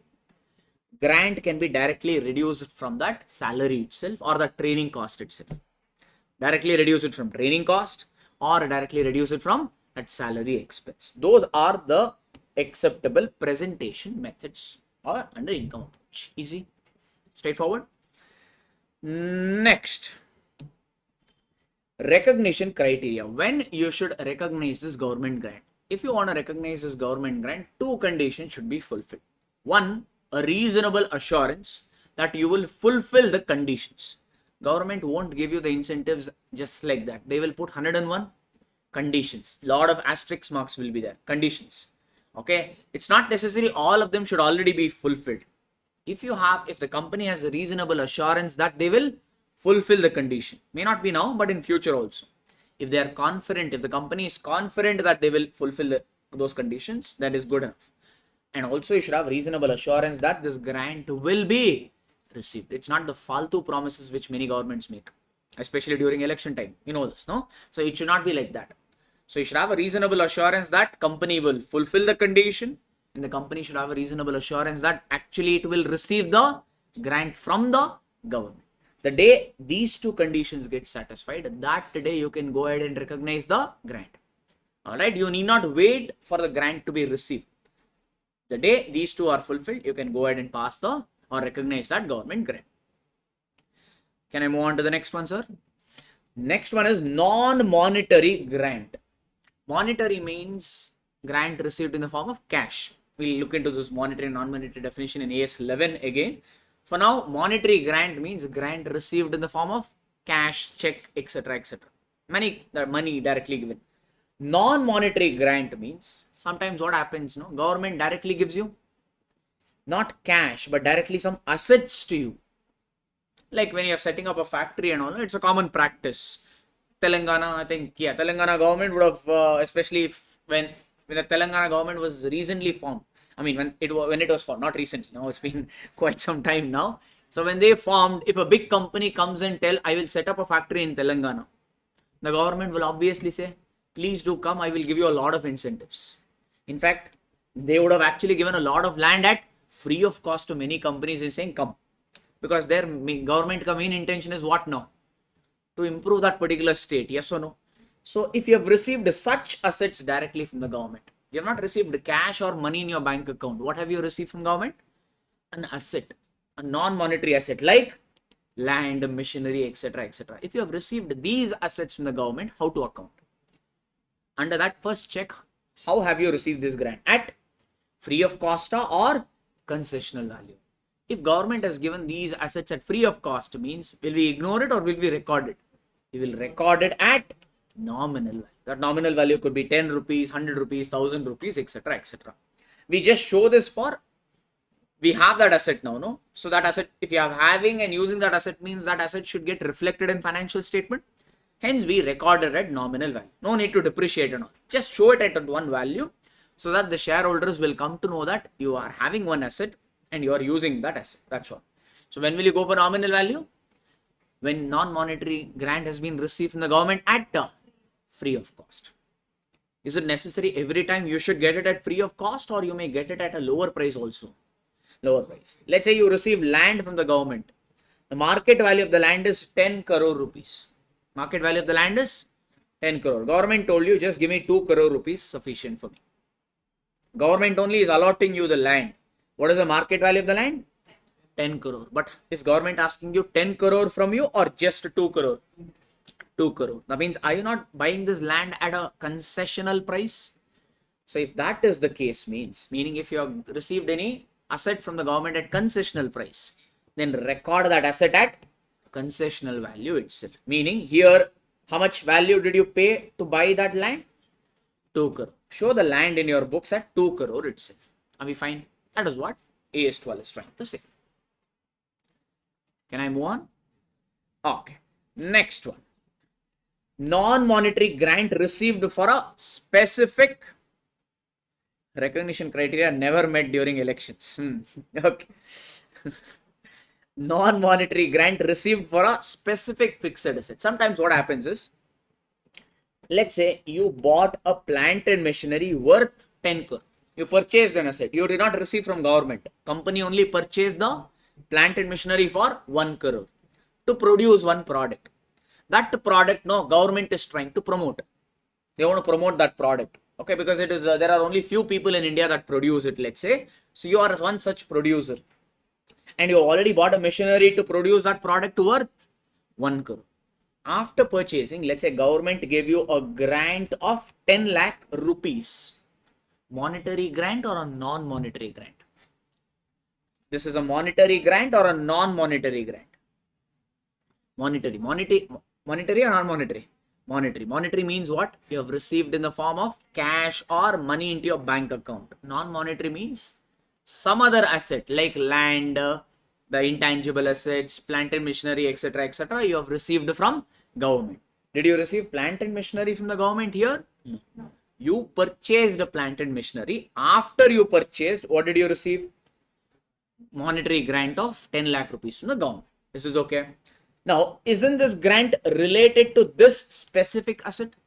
Because you purchased that machinery, government gave you a grant. That scenario we are covering over here. Read the heading again. Monetary grant, which in my example is how much? 10 lakh. Received for a specific fixed asset. You received this 10 lakh rupees cash or money into your bank account because you purchased a plant and machinery. Yes or no? If this is the case, means what to do? You have received a monetary grant, but it is related to a specific fixed asset. In this case, as per AS12, we have two ways in which you can account this monetary grant. One, asset cost reduction method, or deferred government grant or deferred income method. Okay. Alright, these are the two ways through which you can account these grants. We'll cover one question also relating to this because this is quite popular. Okay, we'll run it by whatever I've written. We'll quickly run it by and apply it in the problem also. Let's see. So name itself is saying asset cost reduction method. So what do you think will happen? Whatever grant you received, you will reduce it from the cost of the asset. Okay, maybe instead of 1 crore, I'll make this as 90 lakhs. Okay, you purchased plant and machinery for how much lakh? 90 lakh. How much grant you received? 10 lakh. Which method are we following? Asset cost reduction method. So this 10 lakh straight away will reduce it from 90 lakh. So the cost of the asset will become 80 lakh. Okay. That means what happened to the cost of the asset? It reduced. From 90, it became 80 lakh. Sir, you'll calculate depreciation on cost only, no?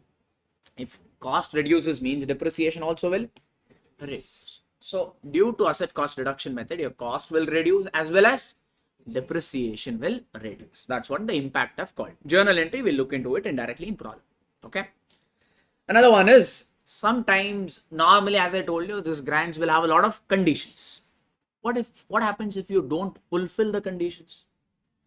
Government will ask the grant back. So that means the grant you will have to refund. So if you have to refund the grant, when you receive the grant, what happened to your cost of the asset, sir? Reduced. So what do you think happens when you have to refund the grant? Cost of the asset will increase. Cost of the asset increases means your depreciation also will increase. This is the impact that I've called out due to this method. Okay, now this is which? Asset cost reduction method. Another one is deferred income method. Under deferred income method, whatever grant you have received, you will not adjust it against the cost of the asset, meaning your cost of the asset will not reduce. Whatever grant you receive, no, we will park it in a separate account known as deferred government grant account or deferred income account. Something like this you will open and you will park all the grant in. How much grant you received in my example here? 10 lakh. That 10 lakh you will park it in that deferred government grant account. Fine now? Alright. Now, let's say useful life of this machinery is 4 years. This asset can be used for 4 years. Now, this grant is related to asset now. And asset will stay in your business for how many years? 4 years. So, the grant will get amortized or it will get transferred to P&L over 4 years. Why 4 years? Because useful life of the asset is 4 years. Whatever is the useful life of the asset, over that duration from deferred government grant account, it will get transferred to P&L account. Are we fine? That is what I've written over here. So under deferred income method, your cost and depreciation will not get affected. Cost will be same. Fair enough? And this grant income or deferred grant income will get transferred to P&L over the useful life of the asset. That could be anything. In my example, it was 4 years. Now, what happens if you don't fulfill the conditions? You'll have to refund the grant. Okay. When you refund the grant, will cost of the asset increase? Huh? When you receive the grant, did you reduce the cost of the asset? No. So when you refund the grant, will cost increase? No. So the depreciation and the cost will not change, meaning whatever it was before receiving the grant, on refund also it will be same. That will not change. Okay. All this grant you parked in which account? Deferred government grant account. So when you receive the grant, the journal entry you will pass is bank account debit to deferred government grant. The journal entry you will pass is bank account debit to deferred government grant. When you have to refund, ulta entry, deferred government grant to bank. But the problem is some portion of deferred government grant has already got transferred to P&L. It will not have enough balance. So whatever the balance is there in deferred government grant, that much you will utilize and close it. So the journal entry will be deferred government grant account debit, P&L account debit to bank. Like this. Okay, again I'll prove it to you with the problems and all. Okay, whenever you are refunding the grant, first you need to close out deferred government grant. If there is a shortage, then use what? P&L account. Because that much balance has gone from deferred government grant to P&L. That's the reason we use P&L. Okay. Any problems? Easy. Last is your disclosure requirement. Disclosure is one, you disclose the nature of grant that you have received, whether you have received monetary grant or a non-monetary grant. If at all you say non-monetary grant, what sort of non-monetary grant? Did you receive land at free of cost? Did you receive intangible asset? Did you receive machinery? What did you receive? Disclose that. And also the amount of grant that you have received. Disclose that. 1 crore, 10 crore, 10 lakh, 20 lakh, what is it? Amount you disclose. And also if it is a monetary grant related to a specific fixed asset or a specific non-monetary asset, you have two possible methods of accounting, which is asset cost reduction or deferred grant. So tell which accounting method have you adopted. Disclose that. Those are some disclosure requirements as per as AS12 is concerned. Easy peasy. Yeah, simple. Broadly two approaches. What are this? Capital approach, income approach. The grant which is like capital from government, or we say grant which is in the nature of promoter's contribution, gets transferred to capital reserve. All other grant will be transferred to P&L. Okay. So if you have received any non-monetary grant, like meaning if you have received any other asset other than cash, like land and all, check whether you have received at free of cost or concessional value. If it is free of cost, record it at nominal value. If you have received at concessional value, record the asset at concessional value itself. And if you have received any monetary grant like cash relating to a specific fixed asset, okay, then two possible method, asset cost reduction or deferred income method. That's all as 3-4 small concepts this standard is trying to cover. Okay, which we have revised. Can we take up one question targeting this one? Okay, so come to question number 8.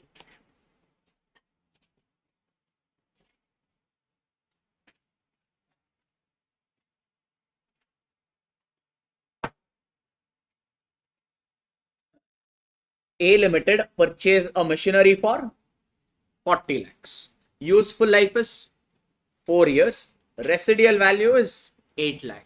Useful life, residual value and all is important for what? Calculating depreciation under straight line method. Government grant received is 16 lakh. Did they say we have received this government grant in the form of intangible asset machinery? You purchase the machinery. After you purchase the machinery, you have received a monetary grant of 16 lakhs. That means, isn't this grant related to a specific fixed asset? Which is which specific asset? Machinery. Show journal entries to be passed at the time of refund of grant in the third year. Some conditions you have not fulfilled, hence the grant has become refundable. Which year? Third year. And also value of fixed asset. If grant is credited to fixed asset, means asset cost reduction method, because when you reduce the cost of the asset, fixed asset balance will reduce. Fixed asset has debit balance. When you credit fixed asset, its balance will reduce. So first method is nothing but your asset cost reduction method. Second, when the grant is credited to deferred. Actually, they're asking you the journal entry only for refund, but we will do it from the beginning till the end just for our quick memory or quick reference. So question number 8. First method, which is what, sir? Asset cost reduction method. We'll do it in columnar format so that the number of entries we need not repeat. When did the grant get refunded, sir? Third year, no? So we'll make 3 columns: year 1, year 2, year 3.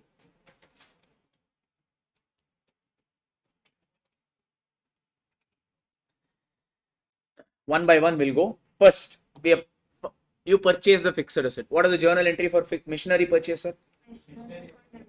Plant and machinery account debit to bank account. How much did you buy the machinery for? 40 lakhs. I'll present all the numbers in lakhs. Huh? So that means I'll just write 40, 40. Did you purchase this asset in all the years or only in year 1? Only in year. I'm doing it in columnar format, okay? Because so that we need not repeat the entries. So year 2, year 3 column, I'll write it blank because you did not purchase the fixed asset second year and third year also. After you purchase the fixed asset, what happened? You received the grant. How much grant you received? 16 lakhs. So the journal entry is bank account debit. How much?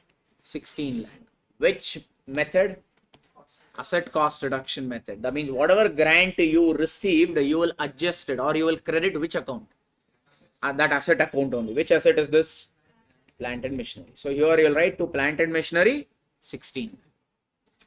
All the 3 years did you receive this grant or only in the first year? First year. So second year and third year it is blank. Okay.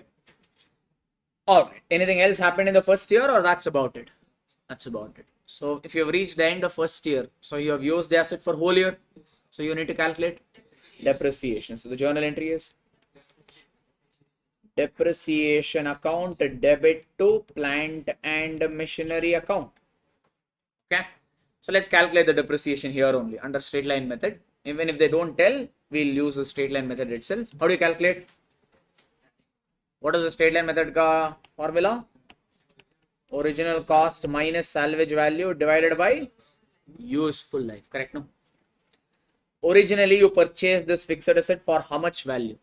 40 lakh rupees. But is your cost really 40 lakh or it got reduced by 16? You received the grant and the grant received you adjusted against cost. So that means the cost is not 40 lakh, it reduced by 16 lakh, correct? Huh? This is your cost, no? Or your original cost. Minus what? Salvage value. What is the salvage value they gave? 8 lakh divided by useful life, which is given to be 4 years. So minus 8 divided by 4. How much is that? 40 minus 16 minus 8 divided by 4 gives you. So the depreciation for first year is 4 lakh. In fact, I have to show this working here somewhere. It would have been easier. Right. This is better. Okay. So 4 lakh is your depreciation in the first year. Easy now?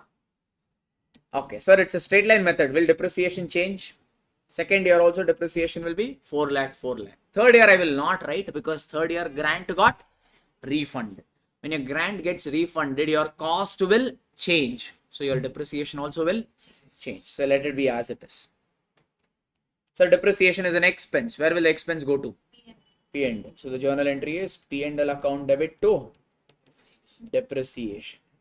So 4 lakh, 4 lakh. First 2 years ka I will transfer. Easy, sir. So third year, what happened?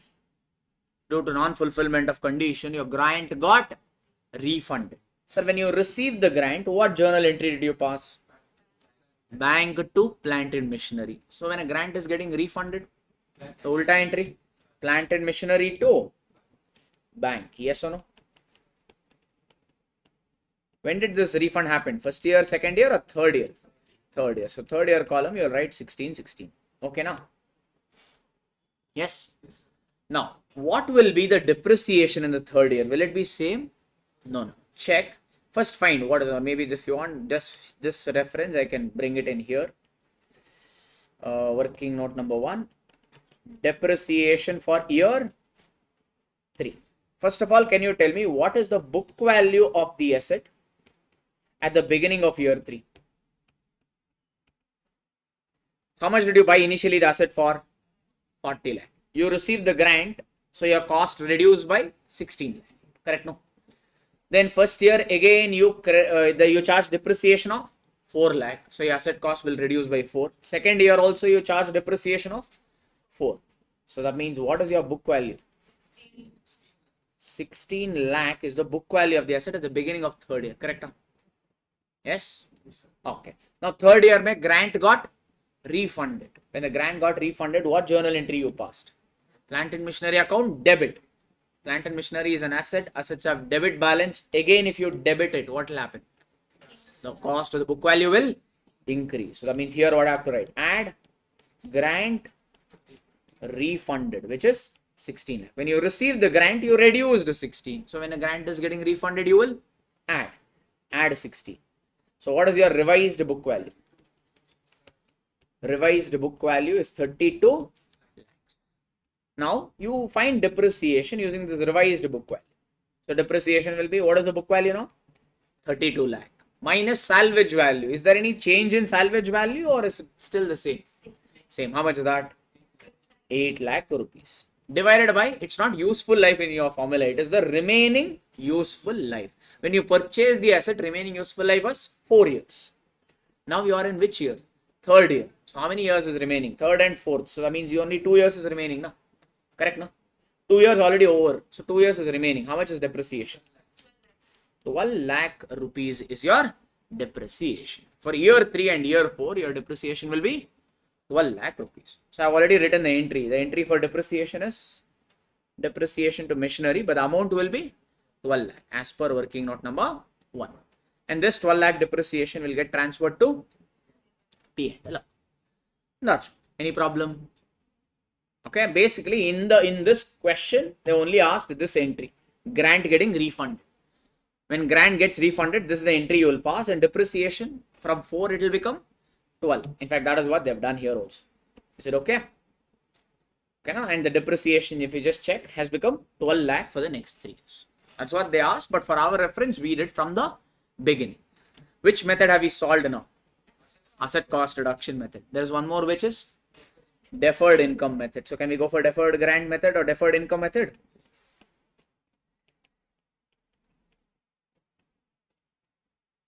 Same, we'll do it from the beginning. So we'll have 4 columns: particulars, year 1, year 2 and year 3.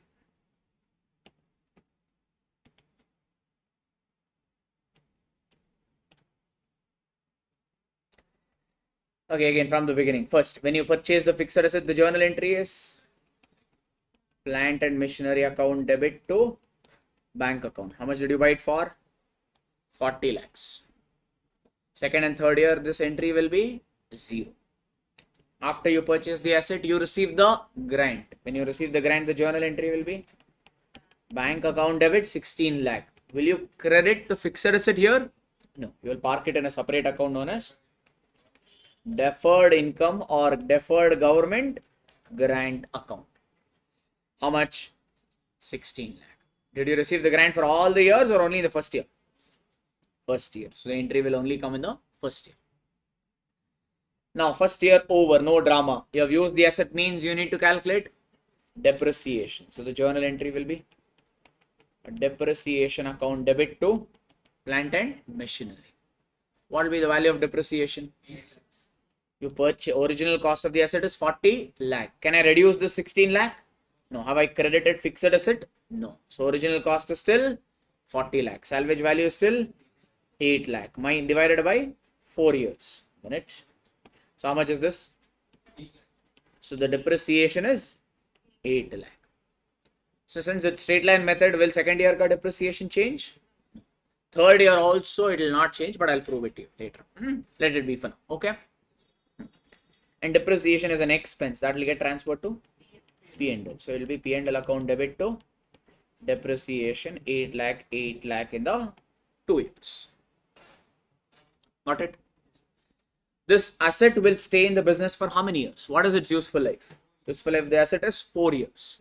That means this deferred government grant will get transferred to P&L over 4 years because it's a deferred income method. No? So this income you will not transfer to 1 year P&L, you will amortize it over the useful life, which in this case is 4 years.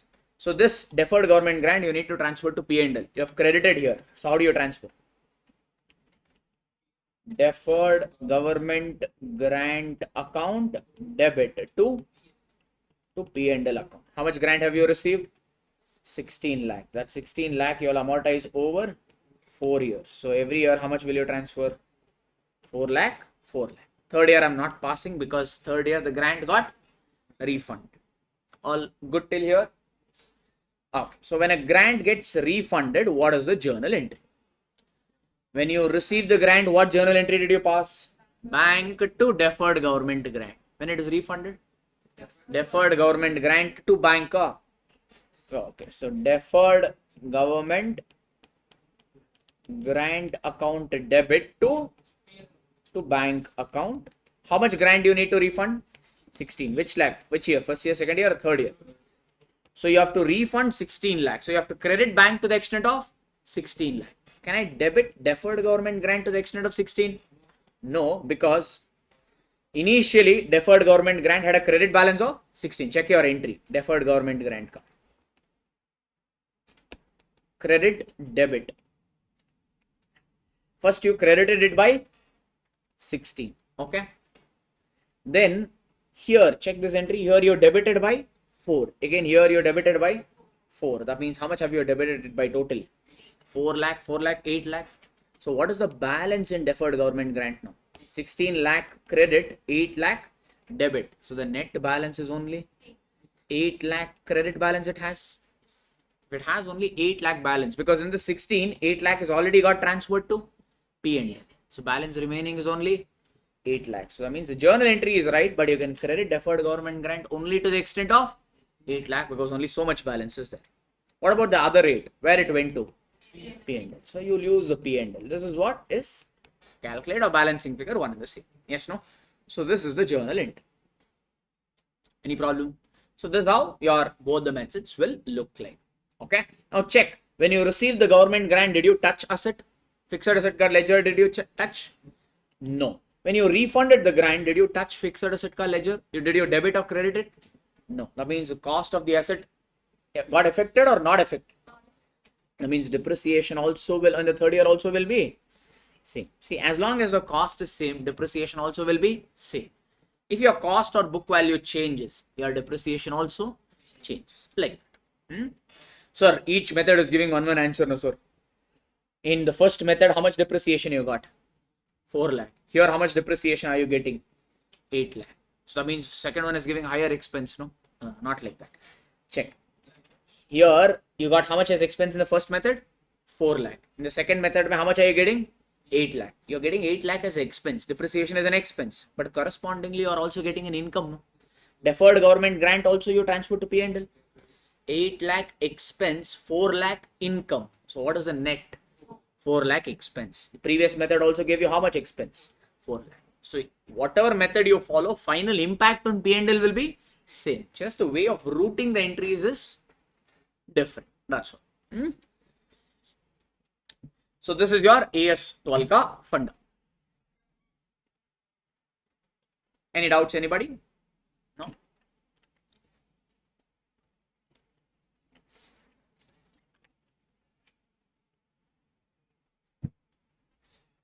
All right, then can I move on to the next one?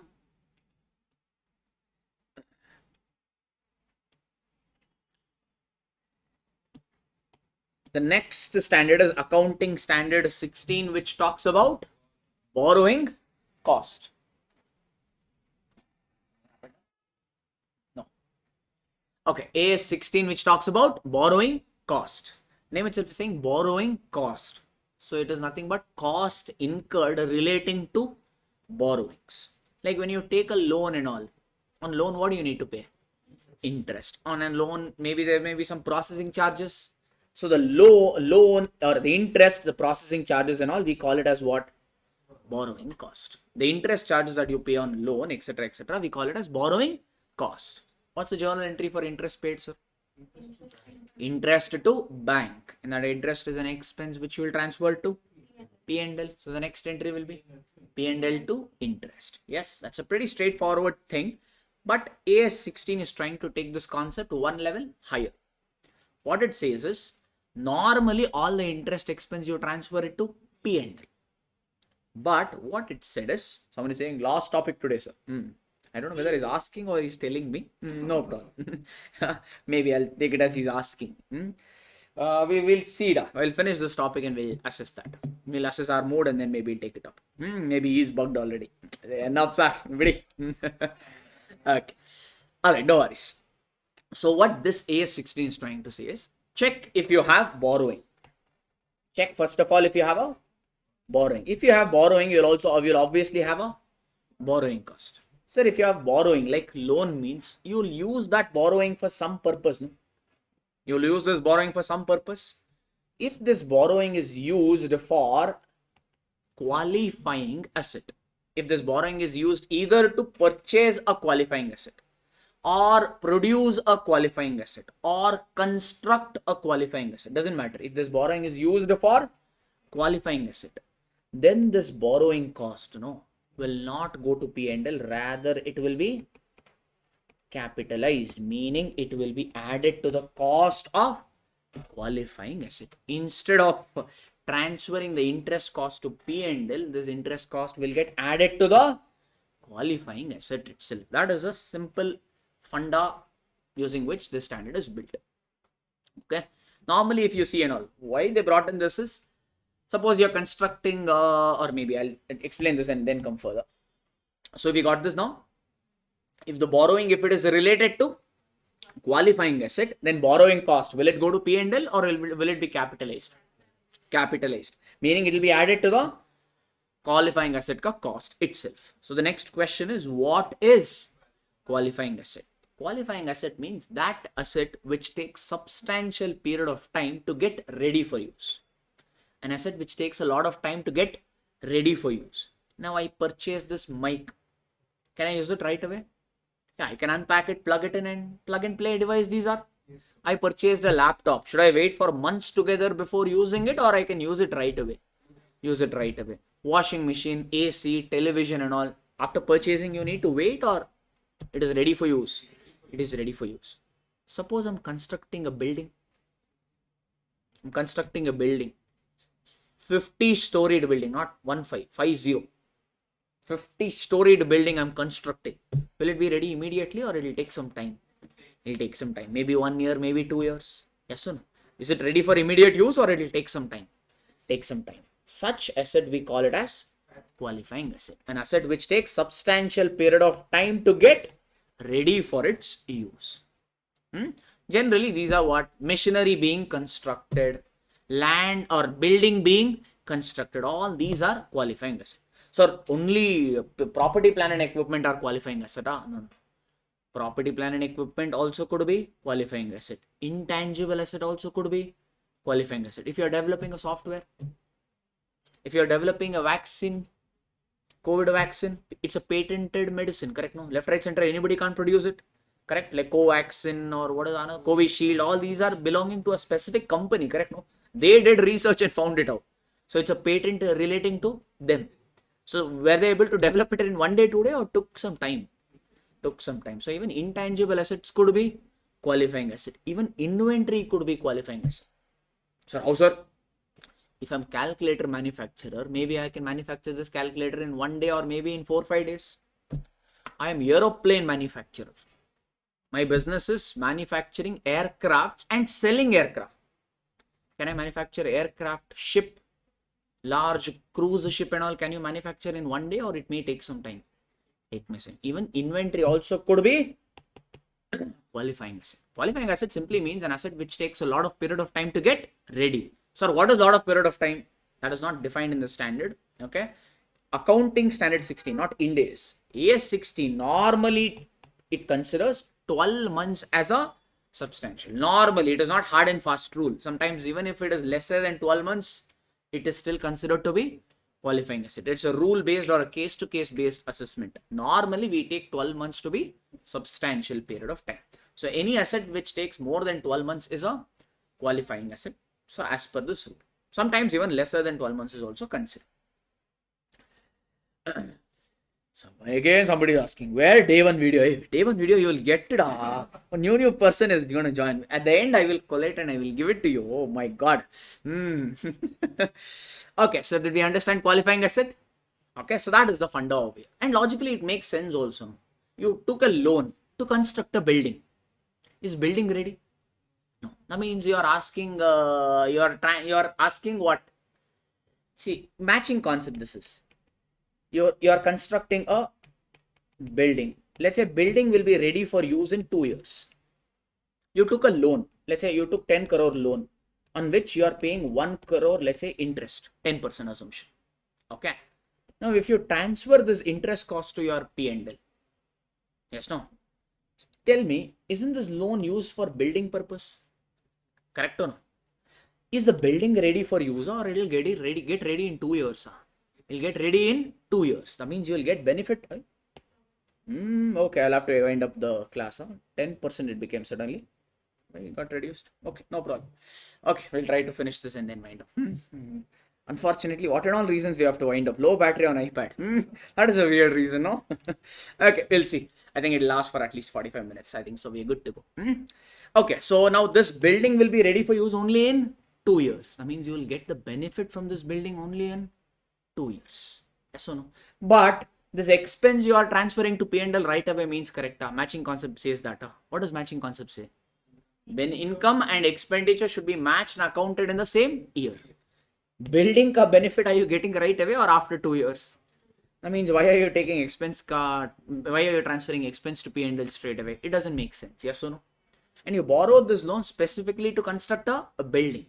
So since the building is not ready to use, whatever cost, in fact, this interest cost becomes like your DAC.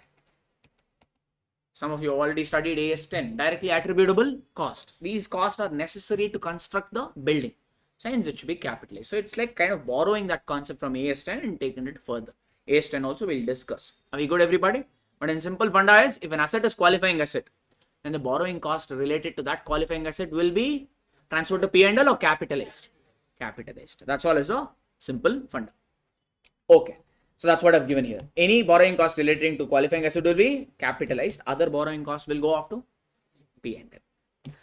Okay. Next is, what are the types of borrowing? You could have two types of borrowing. One is the general borrowing. Another one is the specific borrowing. Specific borrowing means loan used for specific purpose. I took one loan to construct a building. I took one loan to construct a building. That means purpose of loan, are you able to identify? Yeah, one loan for one purpose. Yes, no? One loan I took to construct only building. So are you able to identify the purpose or map the purpose? Yes. Such loan we call it as what? Or such borrowings we call it as specific borrowing. Where is basically utilization of the loan you are able to identify. There is another one called as general borrowing. General borrowing means chow chow baat. Multiple loans, multiple purposes. You have 10 loans which is used for 40 purposes. Can you easily identify for what loan is used for what purpose easily, or there is a lot of factors? Lot of factors. That we call it as what? General borrowing. Now, what is the funda behind this? Is suppose you took 10% loan to construct a building. Is there any problem to find out the interest costs? No. Let's say the loan value is 10 crore. So how much will be the interest cost? You took the loan at the beginning of the year only. So how much will be the interest or the borrowing cost, sir? Loan is 10 crore, interest rate is 10%. So the borrowing cost is 1 crore. Yes or no? Is there any problem here? And this 1 crore straight away you will add it to the cost of building. Straightforward. This is specific borrowing. Now consider general borrowing. General borrowing means you will have one loan or multiple loan. One loan, let's say you have 10% loan. Then another one you have 12% loan. Let's say you have 15% debentures. Like this, you may have multiple loans. All of them have same interest rate or different interest rate. Different. That means which interest rate will you take? Highest, lowest, average, you crazy, no? Little difficult. Yes, hence the standard told, don't worry about the rates of these loans. If you have multiple loans, meaning if you have general borrowing, you find one rate. That rate is weighted average borrowing rate or weighted average cost of borrowing. Find out that weighted average rate and use that to find out the borrowing cost and capitalize the borrowing cost. Don't worry about the loan ka interest rate. Find out the weighted average. How to find out? Simple. Maybe let's take this example only. Let's say I have 10% loan to the extent of 10 lakh, 12% loan to the extent of 20 lakh, 15% debentures to the extent of 30 lakh. So this is your loan amount. Can you tell me the interest on this? How much is the interest? 10 lakh ka 10%. 10 lakh ka 10% is 1 lakh. Okay, 20 lakh ka 12% is 2 lakh 40,000. And 30 lakh ka 50% is 4.5 lakh. So can you tell me what is the total interest? 6.9, 7.9 lakhs. Yeah, 7 lakh 90,000. Similarly, can you tell me the total loan? 50 or 60 lakh? 60 lakh. You have done this in your inventory valuation. Weighted average method. You used to do, no? How do you get weighted average cost? Summation of quantity into rate divided by summation of quantity. Didn't you do this? That's the same over here. It's like, how do you find out the weighted average borrowing rate is? Simple. What is the interest? It's like this. You have paid a total interest of 7 lakh 90,000 on a total loan of 16 lakh. So what is the rate? You have paid a total interest of 7 lakh 90,000 on a total loan of 60 lakh. So how do you find out the interest rate? 7 lakh 90,000 divided by 60 lakh into 100. We want it in percentage. So I am hence multiplying by 100. How much is that? 13.16%. So for finding out borrowing cost, we will not use a 10%, 12%, 15% or not. We will take 13.16% and find out the borrowing cost and capitalize it. This is okay. This you will worry when, or this you will do when? Every borrowing or only general borrowing? Only general borrowing. For specific borrowing, should you have to worry about all this? No, because we have a clear one loan for one purpose. So it is a lot easier to go ahead with that. Can I move forward to the next one, sir? Okay, next concept is, when will you commence the capitalization? You have taken a loan. So when will you start capitalizing the borrowing cost? Meaning borrowing cost, when will you start adding it to the cost of the asset? For this, there are three conditions.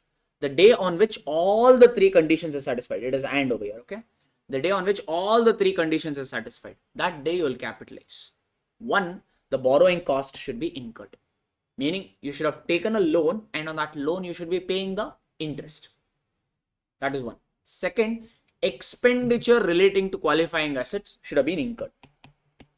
If you're constructing a building, means to construct a building you have to incur some cost. That cost should have started. Okay, cost does not mean what the buying material only. First, initially to start a building, you may appoint an architect. Architect will do the drawings. He will give the plan. No? He'll give the plan right away, or he may charge money. Let's say we gave 5 lakh rupees to architect. That is also a cost. Is it okay? So basically, expenditure on qualifying assets should be incurred. And the third activities relating to qualifying assets should have begun. Activities, meaning the construction activity relating to qualifying assets should have begun. And here when we say activity, it is not physical construction. Even planning activities are considered. Meaning if you decide to start the construction today only you will lay that brick, so cement to and all. No, first you have to do planning. Architect will plan, figure out where, what should come and all that.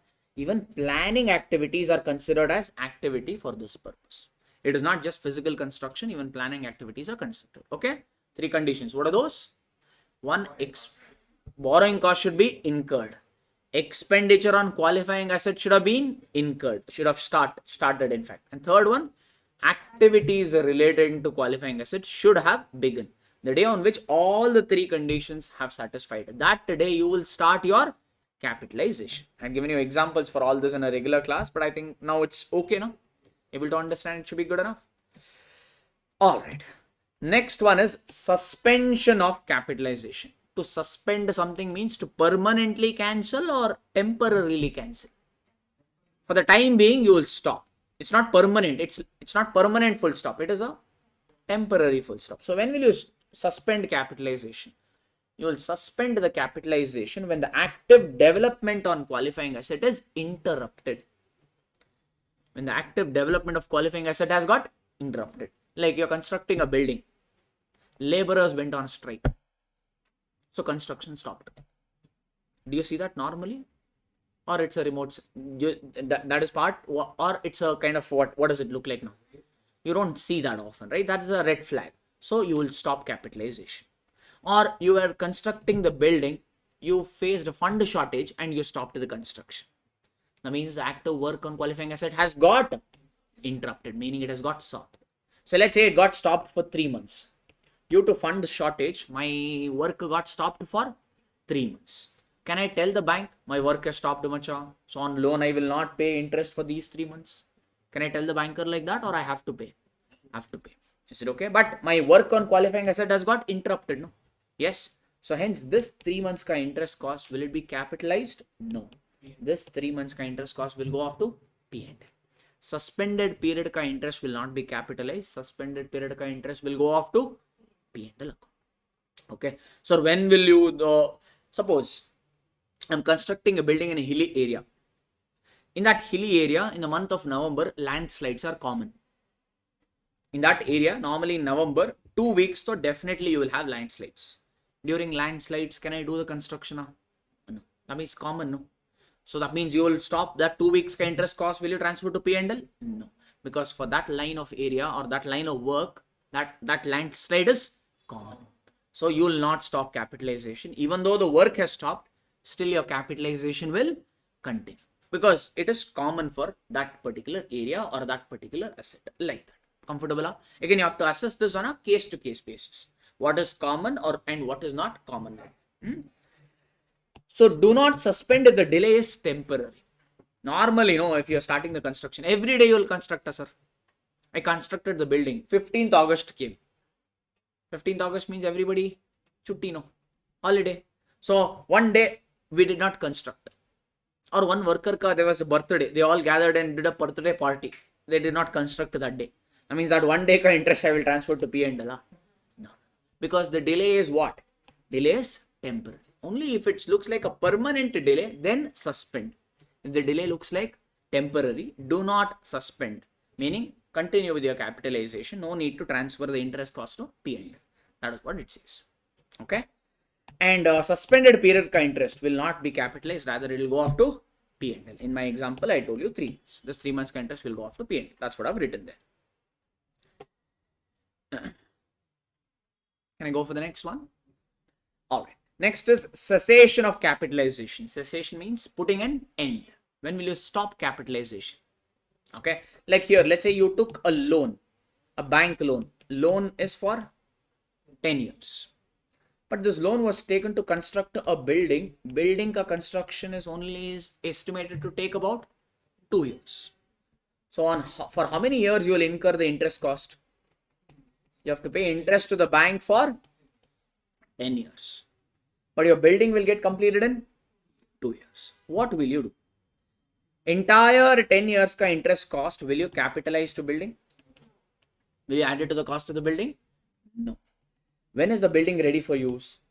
2 years. So in this 10 years ka interest cost, first 2 years ka interest cost will be capitalized, meaning it will be added to the cost of building.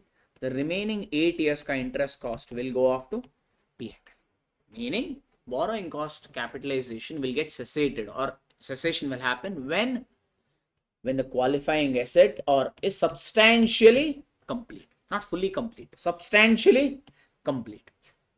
Substantially complete means more or less complete, because every asset, 100% it will not be complete. Okay, you constructed a building, some small electrical switch and all is pending, everything over. Okay, only a few, like four, five electrical plug points, that plug point insertion is pending. So can you still continue capitalization saying plug point is not complete? If you start allowing that, no, the companies will not install that plug point only. They will say, plug point not done, wait. Like this, they will push it for how many years? 10 years. That will be unfair, because that's, hence the standard is using the term what? You will say it, or you will stop capitalization when the qualifying asset is more or less complete, meaning when it is substantially complete. What is substantially complete? Again, you'll have to take a call based on case to case. Okay, like when you buy an apartment, all right, do you think every work the builder would have done it that day only? You bought it from him, all right, still some work will be pending, no? Like gym room he would have constructed, gym equipment he would have not gotten, some small electrical fittings he might have kept it pending, which he'll say I'll do it later. Some door polishing he would have kept it pending. It's a, if carpenter is busy, I will call him next month. But will you stop using the apartment just because door is not polished up? You will start using thinking at least door is there, no? Correct, no? That is your idea and you will start, correct, no? Because you have to pay EMI. Yes or no? So the moment asset is ready for use, that is when you will actually stop capitalization. That's what they're trying to say. Yes, sir?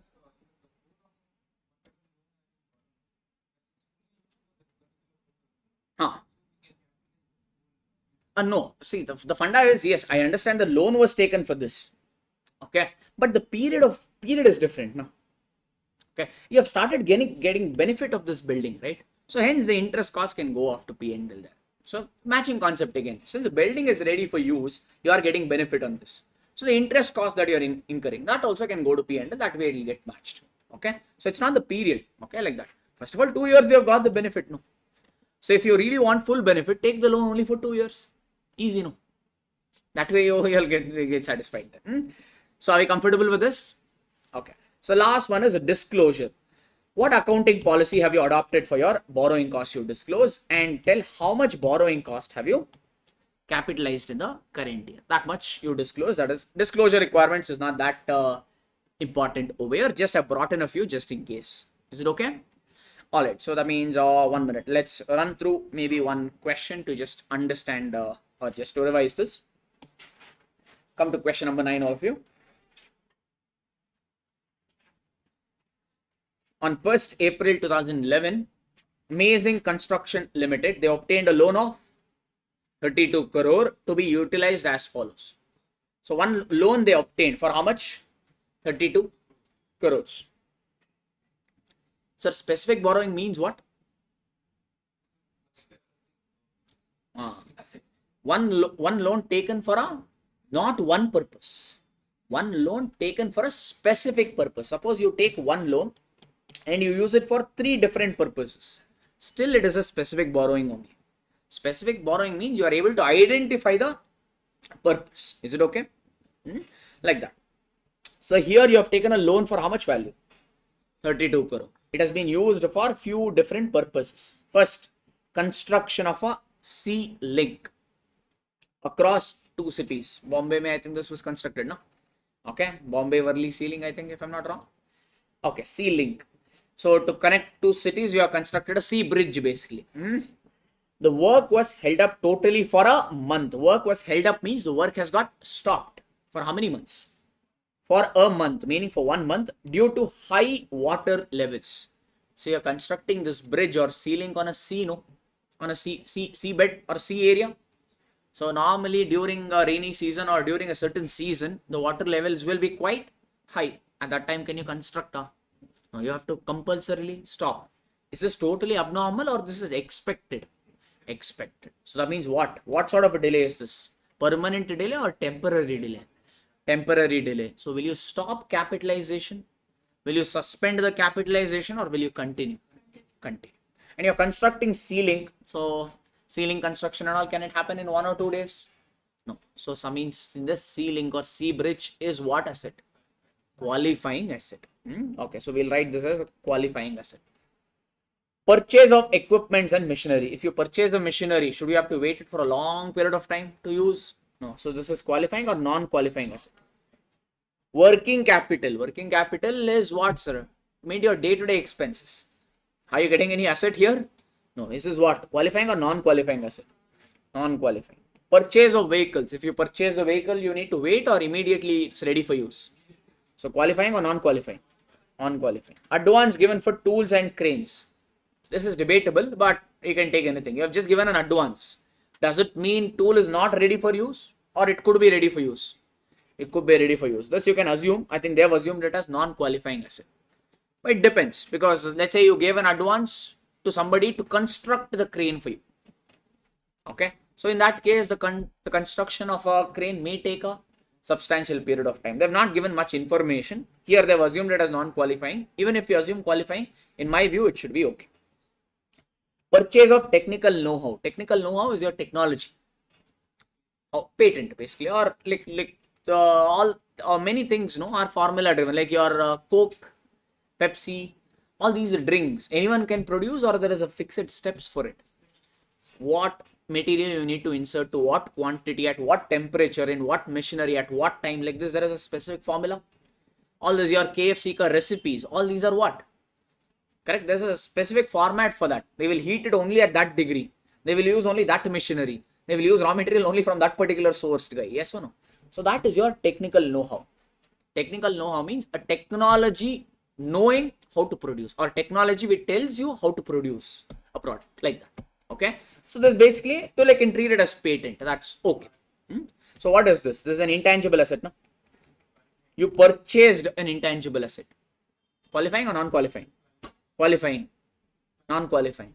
Why qualifying?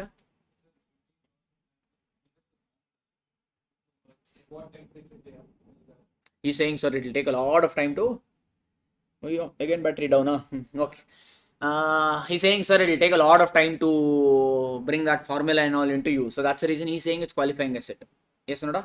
Why are you saying it's non-qualifying? And he's saying he's already, people have already produced a drink from that formula is already ready for use. Sir, let's say I buy a machinery. Okay, I buy a machinery to produce a tablet. Okay, I buy a machinery to produce something.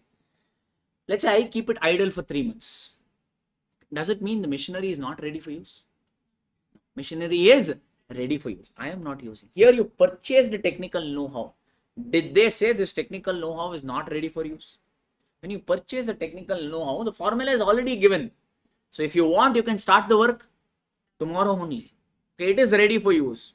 If you want, you can delay it by 4 months also. That is your personal choice. But as such, the technology is already ready for use. Because you are not developing the technology. If you say, I'm developing that formula, developing that technology, then it may take substantial. Somebody has already developed that formula that you purchased. Okay. Somebody has already developed COVID vaccine now. That technology is already developed. Now you purchase that technology. Should you have to wait for years together to produce COVID vaccine, or right away you can start? Right away you can start. So what sort of an asset is this? Qualifying or non-qualifying? Non-qualifying asset. Okay now? Alright. Total interest charged by the bank on this loan is how much? 80 lakh rupees. You have taken totally how much loan? 32 crore loan. On this 32 crore loan, totally you have paid an interest of 80 lakhs. So we got to know, among all those, only one is a qualified asset. Sir, nowhere they told it takes more than 12 months. No, sir.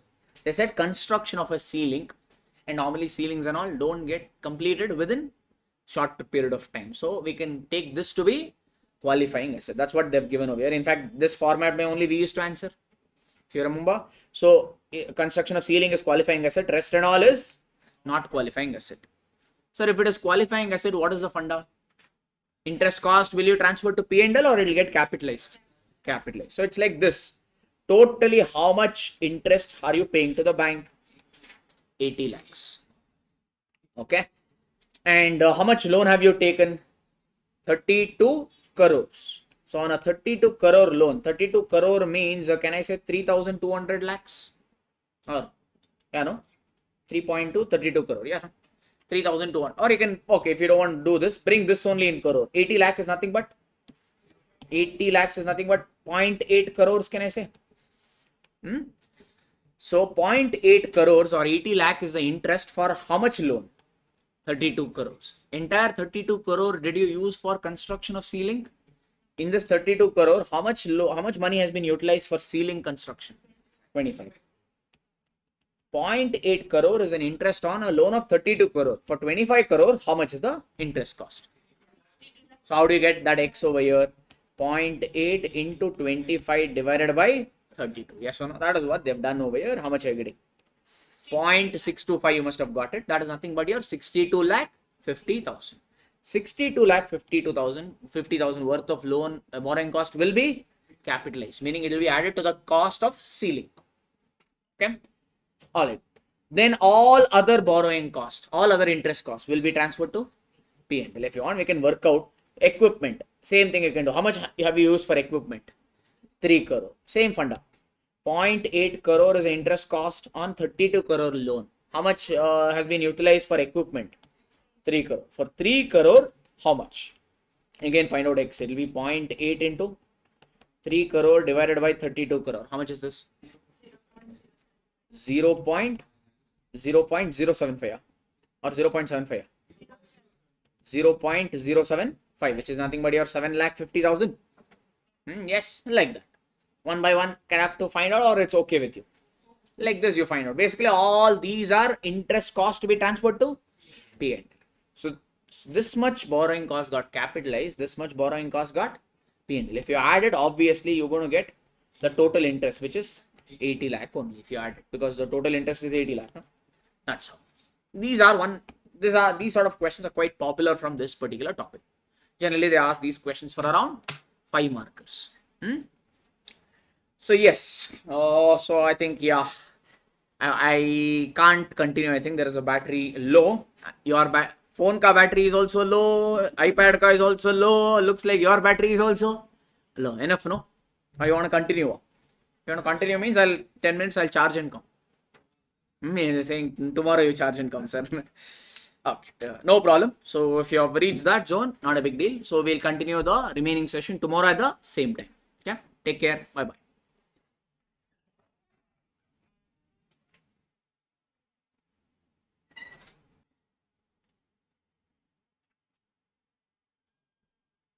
Yes, good morning, one and all. Welcome to day 3 of accounting marathon session. So almost 50% of our syllabus we have revised. So let's take care of the remaining topics. So the first topic that we'll be taking up today is accounting standard 11, which talks about effects of changes in foreign exchange rate. Sir, one request. At your level, you're supposed to remember the accounting standard ka name and number. Please do not write incorrect name and incorrect number in exam. Okay, don't create your own accounting standard name and your own number, not required. Okay, if you by chance, if you forget the name of the accounting standard in examination, just write as per accounting standard and so and so. Don't write incorrect name and numbers, please. All right. So what does AS11 cover, sir? AS11 simply covers those transactions which have been done in a currency of INR or other than INR. If you have done any transaction in a foreign currency or in a currency other than Indian rupees, such transactions will be covered under the scope of accounting standard 11. For INR transaction, AS11 will not get triggered. Only for transaction other than Indian rupees. Okay. For that, we need to know a few definitions as per AS11. Then only we'll be able to kind of take up the problems. First definition that we need to know is the monetary item. Monetary item means what, sir? Those items which are expressible in fixed denomination of currency is what AS11 says. Or in layman terms, if I have to say, means monetary item means those items whose value is fixed. Monetary item means those items whose value is fixed. Value will not change. Its value is fixed. Like if you have 500 rupees ka Gandhi note. Today also it is 500 rupees only. Tomorrow also it is 500 rupees only. Meaning value is fixed. So cash is an example of monetary item. You have sold goods to your debtor for 5 lakh rupees. How much he is going to pay you? 5 lakh rupees. He is going to pay you more or less or 5 lakh only? 5 lakh only. So debtor is an example of monetary item because value is fixed. Creditors, your purchase goods worth 1 lakh. How much are you going to pay the creditor? 1 lakh only. So is value changing or same? Same. So creditor is an example of monetary item. You took a loan of 10 lakh rupees from bank, principal amount. How much principal will you repay to the banker? 10 lakh. I'm not talking about interest. I'm talking about principal. How much you will repay? 10 lakh. So that means the principal value of the loan is fixed. Interest is not a balance sheet item. Interest is a P&L item. When I say loan, I'm talking about balance sheet item. So principal value of the loan is fixed. So loan given, loan taken and all is an example of monetary item. Everyone is clear between monetary item now? Those items which are not monetary item will obviously become non-monetary item. Okay, meaning non-monetary item are those items whose value is fixed or it fluctuates. Non-monetary items ka value is not fixed, rather it fluctuates. Is it okay? So what is the example? Inventory. If I have inventory today, let's say I have a cloth dealer. I have inventory of shirts. Today, if I sell the shirt at 1000 rupees means after 1 month also I will sell it at 1000 only, or its value could change. Value could change. So inventory is an example of non-monetary item. I purchased a laptop by paying 1 lakh rupees. After 1 year also, the value of laptop will be 1 lakh only, or it may reduce. It may reduce also, or it may increase also. Generally, the value of laptops and all will reduce. Is it same or it is going down? It's going down, meaning value is fluctuating. So property, plant and equipment is an example of non-monetary item. If you purchase equity shares of Infosys of 1 lakh rupees, today it may be worth 1 lakh. After 1 month, it could be more than 1 lakh also, less than 1 lakh also. So investment is what item? Monetary or non-monetary item? Non-monetary item. So got the classification right, everybody? So monetary means value is fixed. Non-monetary means value fluctuates. Okay. Then foreign operations. Foreign operations means, sir, is it necessary we should have a branch only in India or we could have abroad? Like ArivuPro, can we have a branch outside also? Yeah, we can have a branch. In fact, there are a lot of CA students in Dubai also. In fact, last few of our, I think, batches, 1 or 2 students have come from Dubai also. No? Suppose we went aggressive. We thought, why don't we open a branch in Dubai? Possible, no? Yes. Or let's say we also offer coaching for ACCA. We could open a branch in Europe also. Quite possible. So, if you have a branch in a country other than India, that branch we call it as what? Foreign operation. Foreign operation is basically a branch, subsidiary, joint venture, whatever. It's a unit whose operations are done in India or outside India. Outside India. Any outside India unit, if you have that outside India ka branch or unit, we will call it as foreign operation. Okay. This foreign operation, no, could be integral foreign operation or it could be non-integral foreign operation. Integral foreign operation means the Indian head office, let's say we have a branch in US. Main head office is in India, Bengaluru. Branch is in US. Okay. Is it necessary US and India have to interact with each other, these two branches, or they can operate on their own? They can operate on their own. If India ka unit and US ka unit are closely related with each other, or if they are highly dependent on each other, we call such a foreign operation as integral foreign operation. If you remember, I had given you an example. Let's say Infosys has a branch head office in India. It has a branch in US. Okay. India unit. Now, Infosys is a software company. They are developing a software. 60% of the software is developed by Indian unit. After balance, what is the balance, sir? Balance 40% of the software is developed by US branch. Now tell me, isn't these two guys related to each other? Yes. Are they not? Should they not communicate each other on a strong note to make the software happen? Yes. That means this US ka branch becomes your IFO, as in integral foreign operation. So why do we need to know all this? I'll come to that in a bit. First, we'll go over the definition. Are we good, everybody? Integral foreign operation in layman term is what, sir? Indian unit and foreign unit are closely related. Okay, they're working together, you could say. So if they are not closely related means, like let's extend this example. Head office, no, Indian head office is doing software 1. They are producing software 1 fully. US unit is producing another software number 2 fully. That means now these two units have to interact with each other, or can they operate on their own? They can operate on their own. That means this becomes NIFO as a non-integral foreign operation.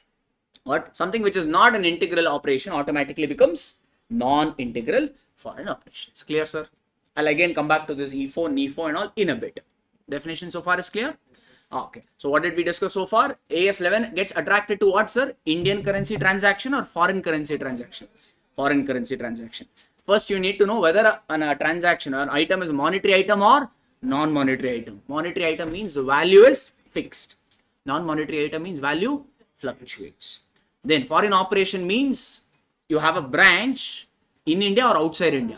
Outside India. That foreign operation could be integral or non-integral. Integral means Indian unit and foreign unit are working closely. They are dependent on each other.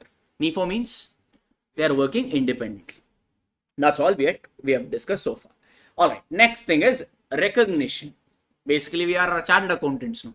We are accountants. So that means we will only be happy when we see journal, ledger, balance sheet. Correct? No. So now we come to the accounting part of things. Recognition. Initially, if you have done any foreign currency transaction, initially all foreign currency transaction is recorded at transaction date ka spot rate, we used to say. Okay? Like, or maybe I'll go over this and immediately I'll take one question. Would you be okay with that? Then if there is still confusion, we'll come back to this chart again. Initially, all foreign currency transactions are recorded at transaction date ka spot rate. Settlement also is done at settlement date ka spot rate. Okay. In between, I used to say, in between this transaction date and settlement date, if you have any foreign currency balance, you need to check whether that foreign currency balance is a monetary item or non-monetary item. Okay, let's do a thing. Maybe some of the YouTube audience may not be comfortable. Let's do a thing. Let's take up one question only and come back and learn the concept. It's easier with numbers. Okay, let's come to this question number 2. Let's do that and then come back to the chart. You are required to ascertain loss or gain to be recognized in the financial year for the year ended 31st March 20x1 and 31st March 20x2 is what they're saying. Okay. As per accounting standard 11. You purchased some goods on which day, sir? 1st January 20x1. But you purchased in INR or US dollars? US dollars. How much is US dollar value? $15,000 worth of goods you purchased. What is the journal entry for credit purchaser? Purchase to creditor. Can I write purchase to creditor 15,000 directly in my books? My books are shown in dollars or rupees?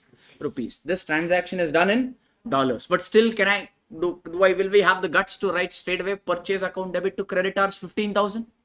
Has India reached that level till now? Where $1 is equal to 1 rupee? Maybe we'll get there, or maybe 1 rupee will be equal to $0.1. Maybe we'll go there. Okay, but have we reached there now yet? No. Currently, dollar is obviously having an upper hand over Indian rupees. Let's be optimistic that one day we will get there. Okay, but right now, have we gotten there? No. So that means we'll have to convert this foreign currency transaction into Indian rupees. Only then I can pass journal entry. Journal entry, I know. Purchase account debit to creditors. Yes or no? Maybe we'll directly solve this. I'll put it up here only. Question number 2. Which day did you buy, sir? 1st January 20x1. What is the journal entry for goods purchased? Purchases account debit to creditors account. But you purchased it in $15,000. But I need dollar value, rupee value. Rupee value. What AS11 says is, on which day did you do the transaction? This transaction, you did it on 1st Jan. On 1st Jan, what is the exchange rate? They're saying exchange rate per dollar, meaning $1 is equal to how much rupees? $1 on 1st January, $1 is equal to 75 rupees. $1 is equal to 75 rupees. How much dollars have you goods you have purchased worth? $15,000. How do you convert this? How do you get X? $15,000 into 75. Correct now? Everybody? So how much is this? 7 lakh 11 lakh. Okay. 11 lakh 25,000. So you will pass the journal entry.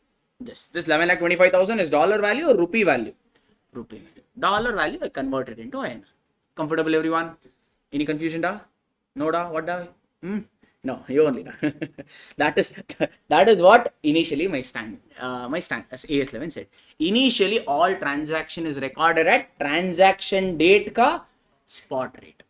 So when did you do this transaction in this example? On 1st January. And on 1st January, $1 was equal to 75 rupees. Use that day ka rate and convert this foreign currency rate into Indian rupees. Comfortable, everybody? All right. So they are saying first year is ending on which date? 31st March 20 X1. Check here. Exchange rate on 31st March 20 X1 is $1 is equal to 74. Then actual date of payment is 7th July. Sir, when did you purchase the goods? 1st January. When are you paying for that goods? 7th July. That means almost you're getting 6 months credit. Some little odd change. Yes or no? Correct? All right. You're making the payment. What is the journal entry for cash paid to creditors, sir? Or money paid to creditors? Creditors to bank. Are you making the payment in the current year? Current year is ending on 31st March 20 X1. In the current year only, are you making the payment? Or it is going in the next year? Next year. Yes, no? All right. Now we have approached year ending date. Year ending date is 31st March 20 X1. Correct? What AS11 says is, okay, your transaction happened on 1st January 20 X1. Your payment is happening on 7th July 20 X1. Correct? This is your transaction date. This is your settlement date. Check in between these two dates, is there any important date coming? Between this transaction date and settlement date, is there any important date coming? What is that important date I'm talking about? Year ending date. When are you closing your books? 31st March 20 X1. In between these two, your year is getting closed. Yes or no? Okay. Have you settled the creditor already, or it is still having a balance? Have you settled creditor already within 31st March, or still having a balance? Still having a balance. Okay. Check what sort of item is this creditor. Check what sort of item is this creditor. Whether it is a monetary item or a non-monetary item. That is the reason we discussed the definition first. Monetary means the value is fixed. Non-monetary means value fluctuates. Now tell me, creditor is monetary item or non-monetary item? Monetary item. How, sir? Is the dollar value same, sir, or it goes on fluctuating?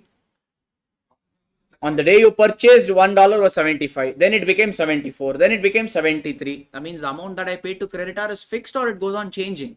Changing. Non-monetary, no? Perfect. When we say monetary item, no, it's not necessary. It should be fixed in INR. The value could be fixed in any currency. When we say monetary item, the value should be fixed in any currency.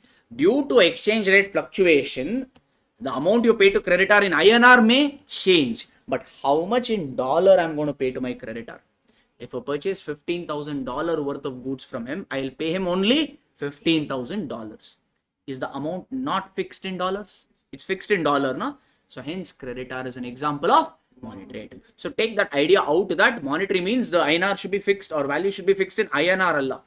Value could be fixed in any currency. Here dollar value is fixed, na? So creditor is an example of monetary item. Okay, everybody. What AS11 says is all monetary item ka balance should appear in balance sheet at closing rate. Monetary item should reflect in your balance sheet at closing rate. Closing rate means on which date are you closing the book, sir? 31st March 20 X1. On 31st March 20 X1, what is $1 is equal to 74. That means your creditor should be calculated using $1 is equal to 74 wala value. How much is this now? So calculate $1 is equal to 74. So $15,000 will be 11 lakh 10,000. So creditor is a monetary item. It should be shown in the balance sheet at 11 lakh 10,000. But currently I have showing the creditor at 11 lakh 25,000. Sad news or happy news? Happy news. Why? On the day you purchase, no, to buy $1, how much rupee you had to give? To buy $1, you had to give away 75 rupees. On 31st March, to get the same $1, if you just pay 74, you'll get $1. Yes or no? So that means this is a happy or a what? Sad news or happy news? Happy news. Correct? So creditor balance, currently I'm showing it at 11,25,000, but it should be shown at 11,10,000. So creditor balance I should increase or reduce. Reduce. Creditor is a liability which has credit balance. To reduce something which has credit balance in accounts, what we need to do? Debit. So the journal entry will pass as creditors account debit. Yes or no? Okay. This is basically 11,25,000 minus 11,10,000, or you can calculate like this. $15,000, no? I should have shown the creditor at 74, but I've shown it at 75. So how much have I shown extra? 1, no? So you just do this. 75 minus 74 into $15,000. How much is it? 15,000. Is it okay? Even if you do 11,10,000 minus 11,25,000, you'll get the same answer, which is 15,000. Okay? Easy way of presentation. Correct now? Okay. This 15,000 money creditor is going to pay you. Creditor is going to pay you this, or this gain came how? This just like shares, no, in stock exchange. Share price, Infosys ka, Reliance ka share price and all, will it be same or will it go on changing? Go on changing. Like that, you have even forex market. Like share market, you also have forex market where you can trade currencies. This forex market or this foreign currency or forex rate also will go on changing. Due to this forex changing, you are getting some gain. Okay, that forex gain or loss will be transferred off to P&L account. If you want, you can pass the entry as to foreign exchange difference account and then pass another entry as foreign exchange difference account debit to P&L, or directly you can credit this to P&L. So only gain will go to P&L, sir? No, doesn't matter whether this is a forex gain or a forex loss. Both will be transferred off to P&L. In this case, it happens to be a gain. Is it okay? So this is the journal entry. Any confusion, anybody? No? So initially all transactions are recorded at what, sir? Transaction date ka spot rate. But in balance sheet, monetary item, you will show it at closing rate. Are we fine? Then current year ended. Can you keep quiet or you have to pay the money to creditor? You have to pay the money to creditor. When are you paying the money to creditor? 7th July 20X1. So on 7th July 20X1, you have to settle the money. What AS11 says is all settlement are made at settlement date ka spot rate. When did you settle? 7th July. On 7th July, $1 is equal to how much rupees? 73. Sad or very, very happy? Very, very happy. On 31st March on balance sheet date, I thought I will pay 74. To get $1, I have to pay 74. Now, to get $1, I have to just pay 73. That means I will save my INR, no? Correct? So, what is the journal entry for creditors paid, sir? Journal entry for creditors paid is what? Creditors account debit. How much you are paying? $15,000. But can I pass the journal entry in dollars or I have to do it in rupees? Rupees. This is what sort of transaction? Settlement. All settlements are recorded at settlement date ka spot rate. On the settlement date, that is on 7th of July, $1 is equal to how much rupees? On settlement date, $1 is equal to 73. So $15,000 will be how much? Or in fact, 1 second, hang on. 1 minute. All right, we'll write like this. Creditors account debit to bank. Okay, from your bank account, $15,000 into 73. This much money will go out of your bank account. So $15,000 into 73 you do. How much is that? 10,95,000. Yes, no, this much money will be deducted from your bank account to pay the creditors. Comfortable? But hang on. Am I showing my creditor in my books at 10,95,000? Am I showing creditors at 10,95,000? Check your journal entry only. Initially, I credited creditors by how much? 11,25,000. Then I debited creditor by 15,000. So what is the balance in my creditors account? 11,10,000. That's what I wrote over here. No? So creditor is currently shown in my books at 11,10,000. I thought I will pay 11,10,000, but I ended up paying only 10,95,000. So I ended up paying less. If you end up paying less means gain or loss? Gain. Why is this gain? How does this gain come to be? Due to the forex fluctuation. All this forex gain or loss, where it will go to? P&L. So you'll directly transfer this to P&L. You can calculate it. If you want to calculate it, will be 15,000. You thought you will pay 74 on 31st March. But now you have to pay only 73. If you want to calculate, you can calculate like this, or you can calculate as balancing figure, which is how much? 15,000 rupees. Okay, both way you can show balancing figure or calculate, one and the same. Understood, everybody? This is what I've written it in the chart there. Any confusion? All good? So can I go over those charts once now? So they asked how much, in fact, if you just check, how much is the gain? They asked what, sir? How much is the gain to be gain or loss to be recognized in 31st March 20x1 and 31st March 20x2? In 31st March 20x1, how much gain did you recognize? On 31st March 20x1, you recognized a gain of 15,000. Correct, no? Then that year ended. Now this gain, can you recognize in 31st March 20x1? No. You settled in 7th July 20x1. 7th July 20x1 means it comes in the next year, no? Next year means this relates to what? 31st March 20x2. So this gain of 15,000 got recognized in the next year. That's what they asked. You can present these solutions in the form of journal entry, or you can write it in the form of words. If you write it in the form of words, you will say, initially all transactions are recorded at transaction date ka spot rate. Then you will say creditor will be recognized at 11,25,000. Then on the balance sheet date, creditor is a monetary item and monetary item will be shown at closing rate. Okay. Due to this, we will get a gain of 15,000 and that gain will be transferred to P&L account. You can show the working there only. And on settlement, you can write, give the heading as settlement. Then write all settlements are recorded at settlement date ka spot rate. On settlement, we will get a gain of 15,000 and show this calculation. And this gain will be transferred off to P&L. Like that also, you can write it in words. Words or journal entry, whatever you're comfortable, you can do it. More importantly, everyone understood this part? No. Let's go to the chart again there. That is what I've written. Fine, sir. All right. Is it necessary every item has to be monetary item, or you could have some non-monetary item also? You could have some non-monetary item also. Non-monetary item is not tested at inter-level much. In fact, this is not even there in our ICI material. I've just bought it for your reference. We'll learn more about this in Ind AS 21 and CA Final. Same standard is there as Ind AS 21. Lot more things will come. Okay, for your reference, I've quickly bought it. For it doesn't have much of exam relevance. I'll just quickly cover that.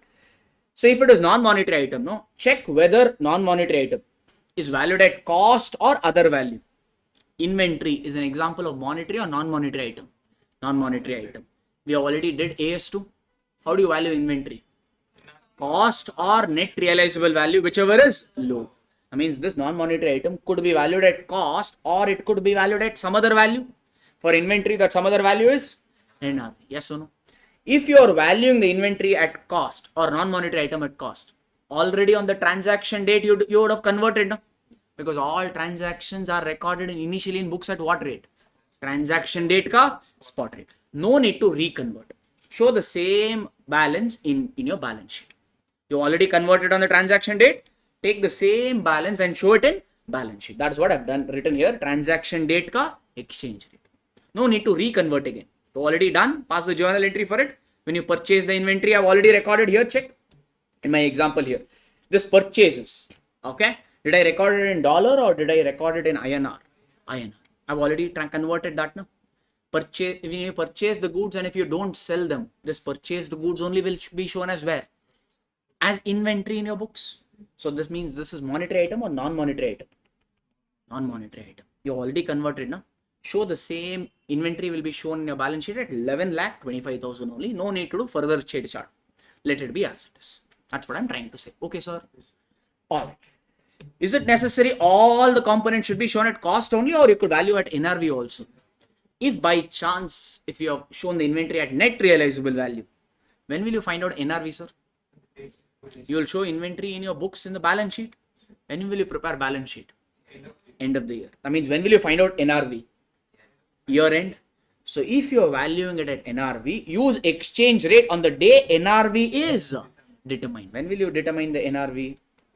Year end, that is 31st March. So use 31st March ka exchange rate and reconvert it.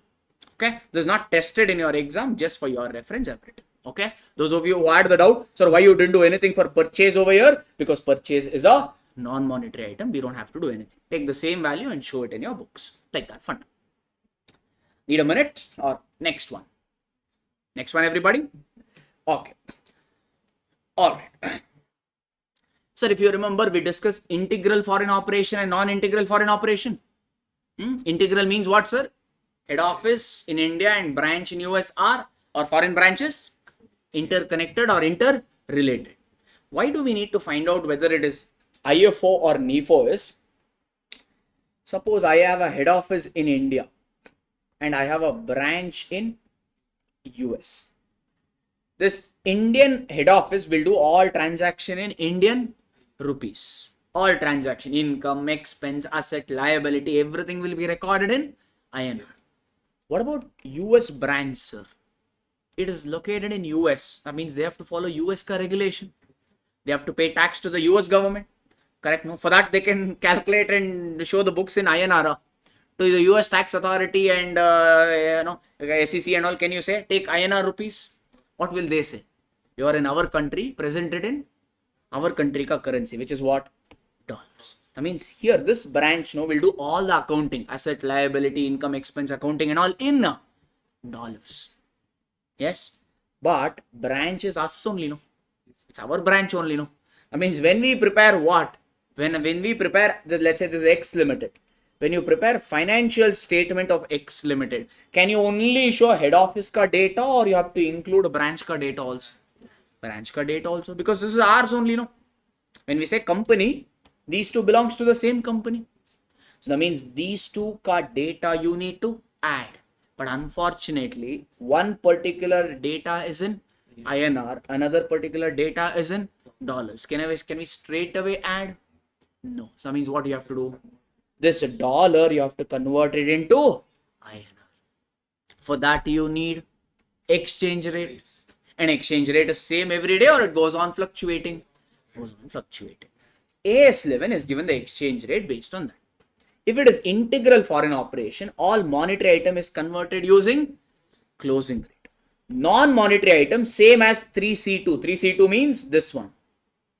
This we wrote over here. Same thing.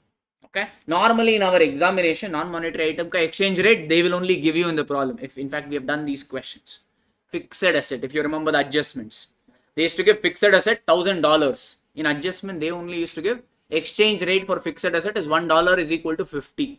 Like that, they only used to give it in our examination, in the questions. But if they don't give, you apply these rules. Okay, now that we have already gone through now. So you apply that. Next, for income and expense, you use average rate. Average rate throughout the year, whatever is one average, you use that average rate. And when you do this conversion, there will be some exchange gain or loss. That exchange gain or loss will straight away go off to P&L. In fact, I had given you the example. Father had two sons. Remember, one opened a hotel in US, another opened a hotel in Europe. That wala transaction. Okay. So if there is integral foreign operation, means Indian entity and foreign operations are related to each other. Hence, for a forex gain or loss, straight away you transfer to P&L because you are interested. Though you may be in India, you are interested in foreign operation ka data also. This is the thing. Is it okay? However, if it is a non-integral foreign operation, NIFO, then whether it is a monetary item or non-monetary item, both will be converted at closing rate. All income and expenses use transaction date ka rate. If this is missing, you can use average rate. If transaction date ka rate is missing, you can use average rate. And due to this conversion, if you get any gain or loss, that gain or loss you won't transfer to P&L, you will transfer it to FCTR, foreign currency translation reserve. We have done problems and all based on this. Everybody remembers? Okay. So why are we transferring to FCTR? Because NIFO means, is Indian entity really interested too much in foreign operations or they are working independently? So that gain or loss will not transfer to P&L. We'll park it in one reserve known as foreign currency translation reserve. Sir, what will happen to this reserve, sir? Forever it will remain? No. From FCTR, you will transfer this balance to P&L when you sell this branch. If at all on some day, if you sell off this branch, on that day from FCTR, balance will be transferred to P&L account. Same thing will come in your C. This and all you'll learn more on CA final level. This is there. Okay. Now, for now, I think small one question they have asked very rarely, but we have covered such questions. It is there in our notes. Yes, no? Okay, so understood everybody? Okay, let's have a quick recap of that. What is it? What did we learn here? If you have integral foreign operation, then monetary item you will convert it using closing rate. Non-monetary item, check whether it is valued at cost or other value. If it is valued at cost, no need to reconvert. Use transaction date ka spot rate itself. If it is valued at NRV, then use the exchange rate on the day you found out NRV. That way. And for all income and expenses, you use average rate, and any forex gain or loss will be transferred off directly to P&L. This is for integral foreign operation. For non-integral foreign operation, both monetary and non-monetary item you will transfer, or you will do it at closing rate. And for income and expense, we use transaction date ka rate. If that is missing, we can use average rate. And any gain or loss we will accumulate in one reserve known as FCTR, Foreign Currency Translation Reserve. Will this FCTR forever be there?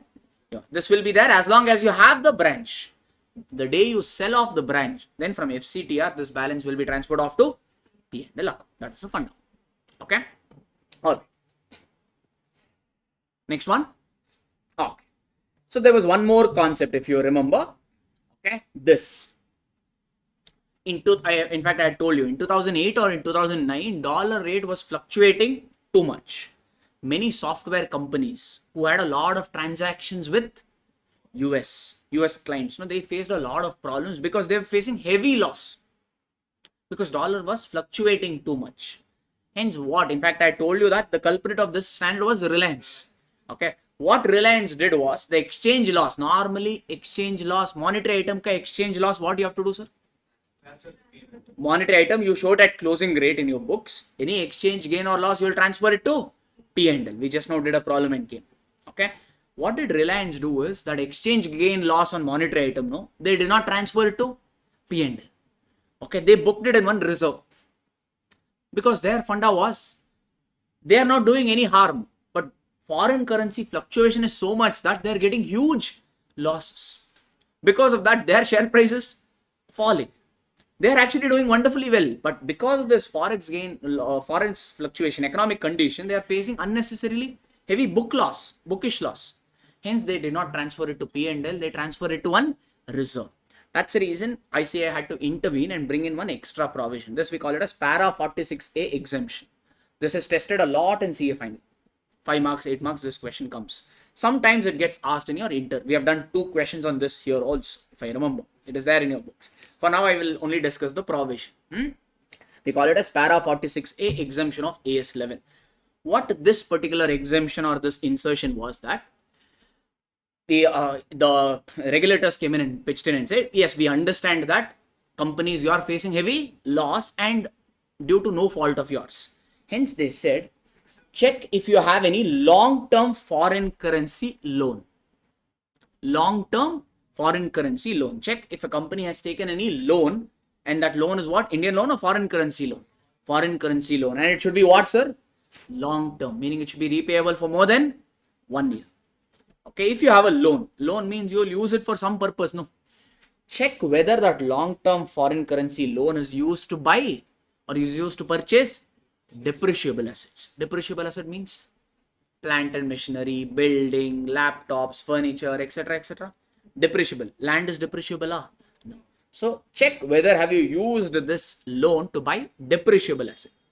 If this loan is used to buy depreciable assets, then there was an exemption given. Loan is what item, sir? Monetary or non-monetary item? Loan value, principal value of the loan changes or fixed? If you borrow 10 lakh, loan means how much loan you will repay to the bank? 10 lakh only. I'm not talking about interest. Principal, if you have borrowed 10 lakh means you will repay 10 lakh only. That means principal portion of the loan is fixed. So loan is an example of monetary item. Ideally, monetary item ka exchange gain loss should go to P&L. What they said was, due to this loan, if you are getting any gain or loss, no need to transfer to P&L. You can transfer this exchange gain or loss to the asset itself. This exchange gain or loss can be capitalized. That was an option given. Okay, it's an option, not an imposition. If company wants, they can go for this para 46A exemption, or if they want, they can do Regular. Regular means what, sir? Transfer gain or loss to P&L. Okay. Or you can use para 46A exemption, and this exchange gain or loss you can capitalize. Exchange loss means you can add it to the cost of the asset. Exchange gain means you can deduct it from the cost of the asset. Like that. Are we good? By doing what will happen, sir? So loss, are you transferring to P&L? No. Loss you are adding to the cost of asset. And on asset you will calculate depreciation. Suppose asset ka value is a 10 lakh. Entire 10 lakh you will depreciate in first year only. Now let's say useful life of the asset is 4 years. That means this 10 lakh will get depreciated in 1 year or over 4 years. Means indirectly the exchange loss didn't go to 1 year P&L, it will go to 4 years P&L. That way company's reputation, share price and all became little intact. This was the exemption brought in. Due to that economic condition there, this exemption still continues. Got it, everybody?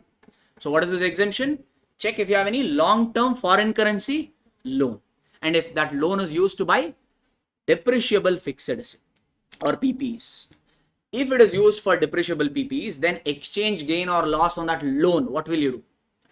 Should you transfer it to P&L? If company wants, they can transfer it to P&L, or there is another relaxation. What is it? This exchange gain or loss they can capitalize, meaning they can transfer this exchange gain or loss to asset itself. That is one option. Okay. Sir, all the time this asset should be used to buy depreciable assets only, or it could be used for other purpose also? Other purpose also. Like you could use this loan to buy land. On land will you calculate depreciation? No. You could use this for some other purpose also.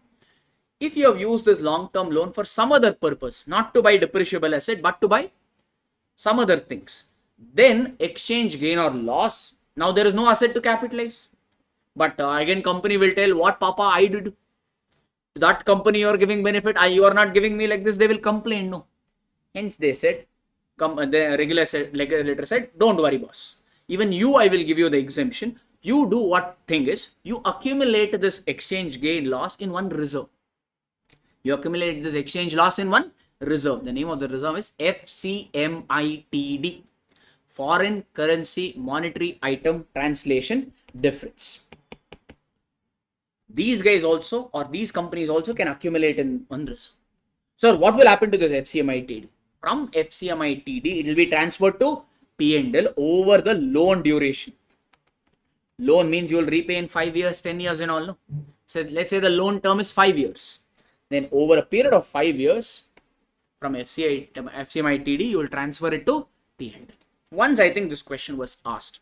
Not popular question, but once I think it had come, we have solved that also. It is there in additional question handout file of ours. Okay, everybody. So this is the funda. Clear? Okay.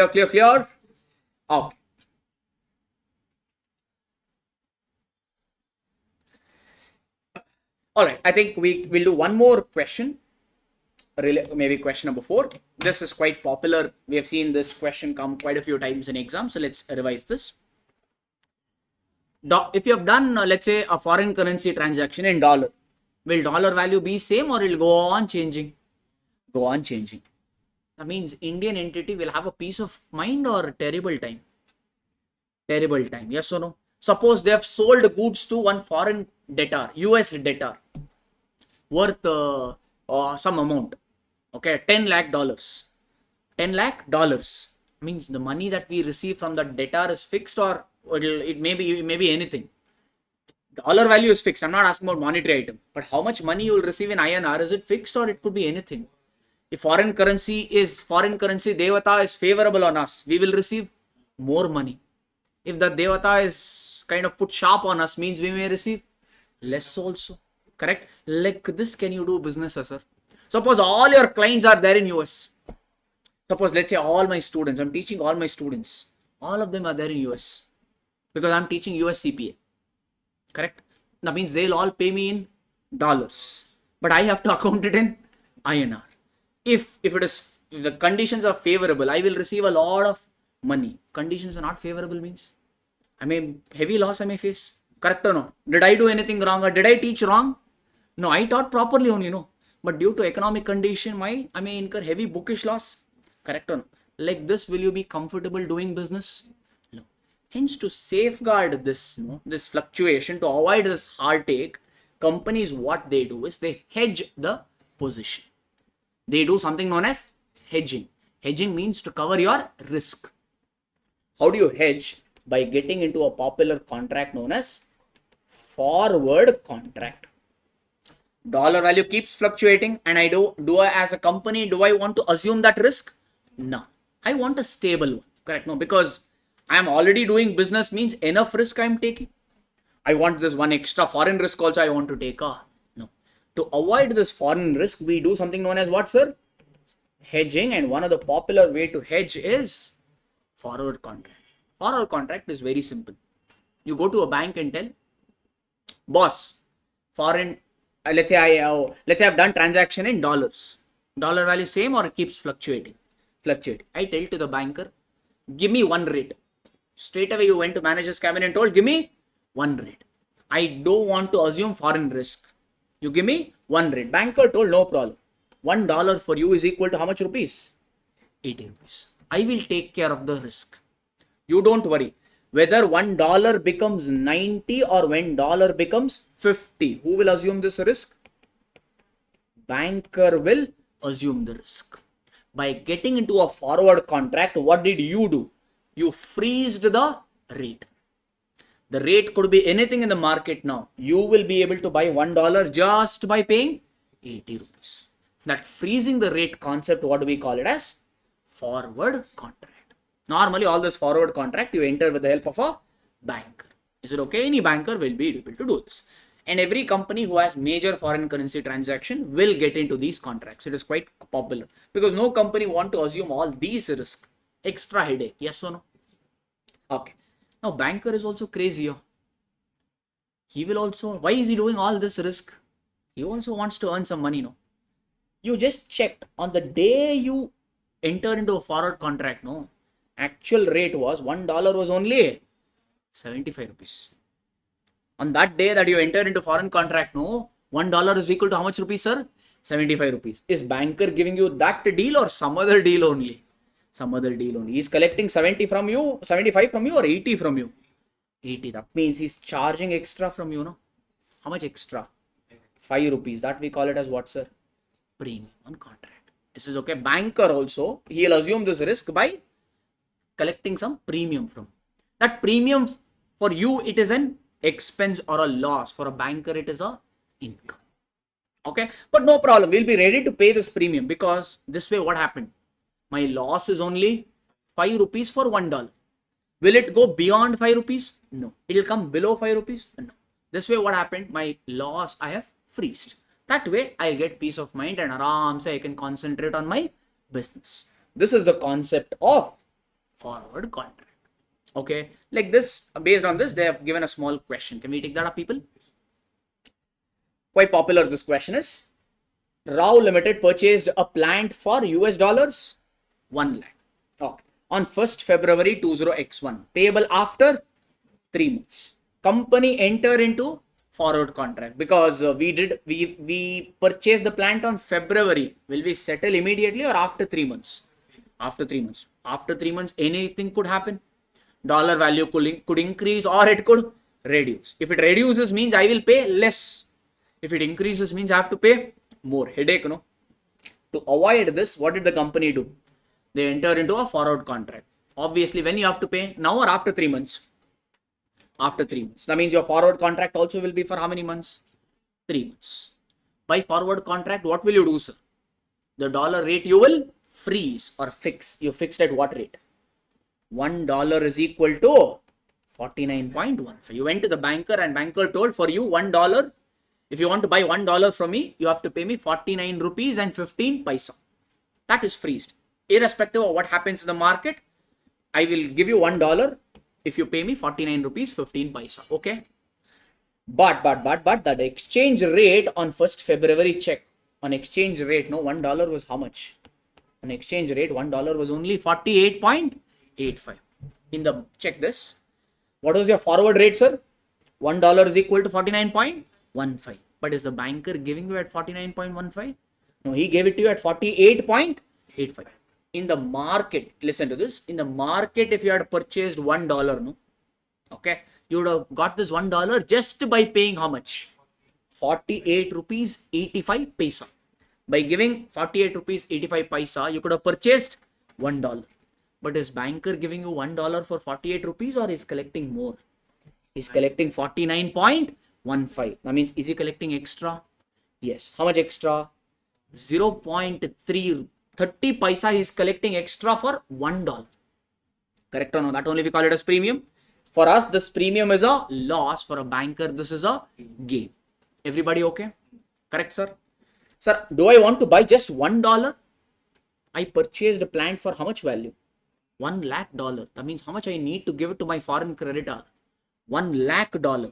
What is the premium for $1? 30 paisa. For $1 lakh, what is your total premium? For $1, the premium or loss is 30 paisa.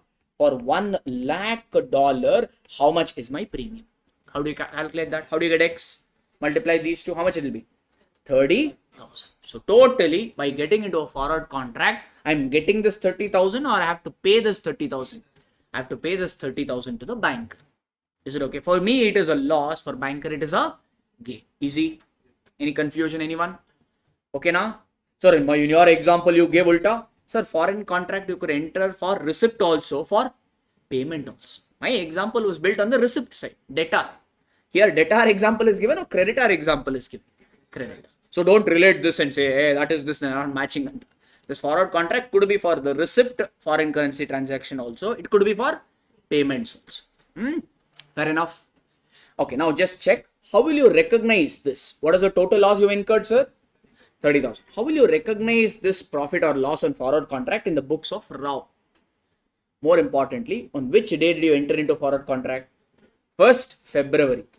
Your forward contract rate or date was 1st February 20x1. What is the term of foreign forward contract? 3 months. But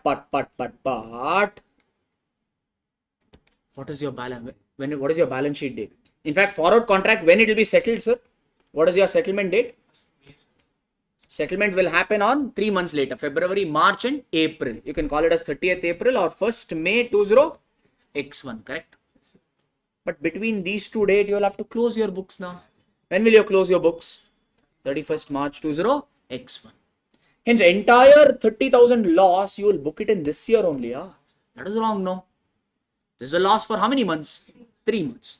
But in this 3 months, February and March, 2 months is falling within current year. 1 month, that is April, is falling in the next year. Yes or no? Next year ka expense you will book it in current year only, or only current year expense you will book current year. Hence, what you will do? 30,000 is a loss for how many months? 3 months. You enter into forward contract in February. So February, March falls in current year. So for 2 months, how much? 20,000 loss you will book it in the current year. 30,000 into 1 month, that is April ka, that 10,000 loss you will book it in the next year. That is what you need to do. This is a popular question that gets asked. It has been asked quite a few times. Easier, sir? Everyone?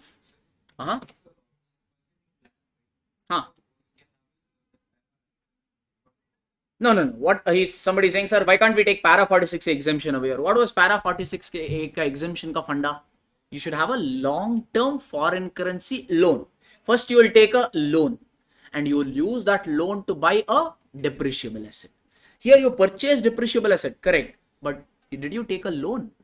So only for that loan, the exemption para 46A is applicable, not for everything. Here, loan data is not given. Valid question. Hope you have got the answer. So can I move on to the next standard then?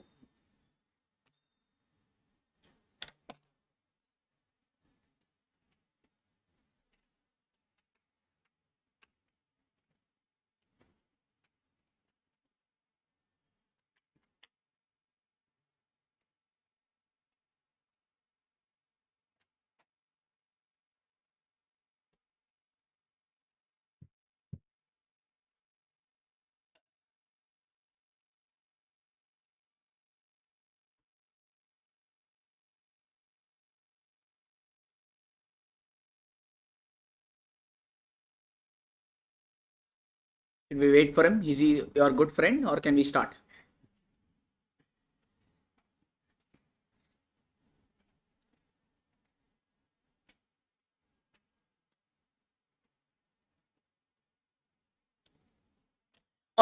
Next standard, accounting standard 10, property, plant and equipment, PPE.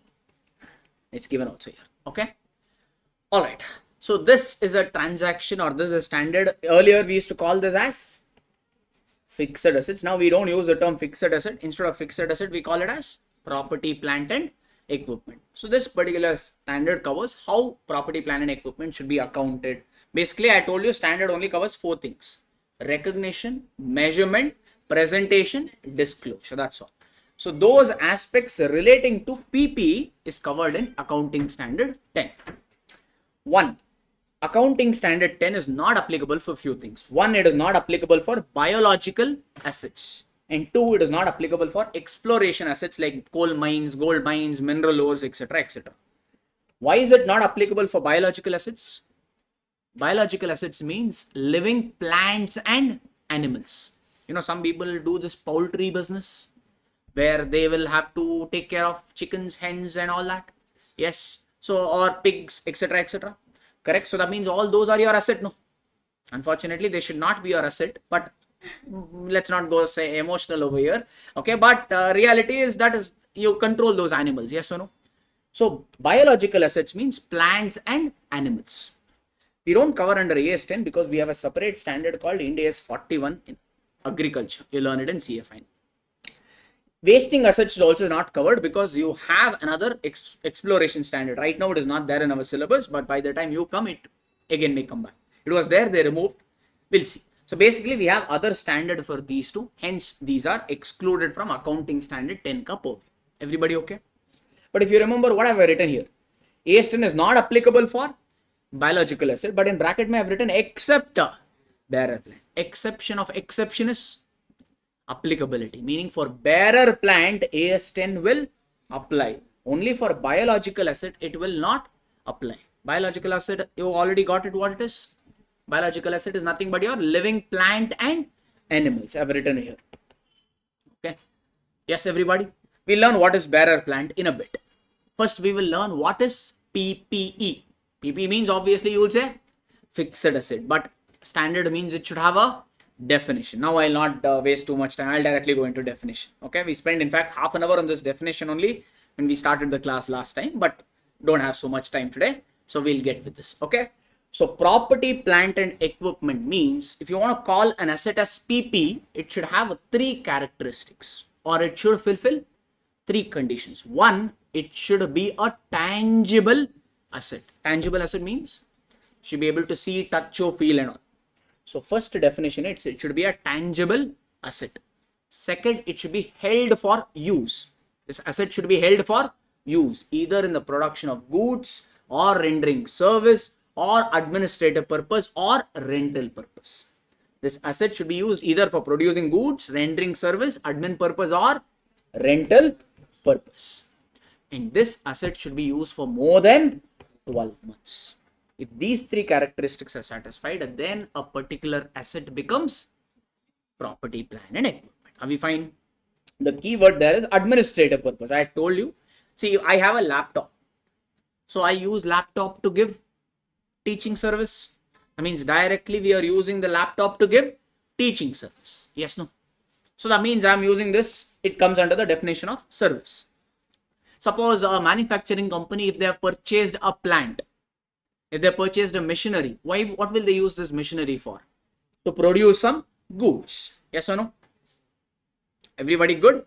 Okay. So that means, so one is you have used that manufacturing company has used the machinery to produce goods. We are manufacturers. Do we give any goods or we are in service industry? Service industry. There are few assets which we will use to give service like laptop, TV, mic, camera, etc. etc. But company means they'll have only those assets or they'll have many assets. Like we have installed AC in receptionist area. Yes, no?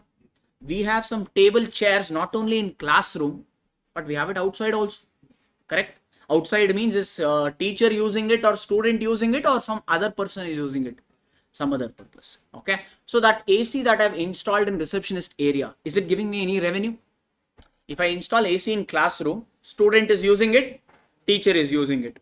So from this we'll be able to generate some revenue or it is used to provide some service. But if I install the same AC in receptionist area, then AC only, but still it is a fixed asset, because though it is not used to produce goods or give service, it is used for administrative purpose. Many of the assets you need for your administration also. Okay, so even administrative assets are fixed assets or PP. Okay, in fact, majority of the assets, in fact, I've given you a long example.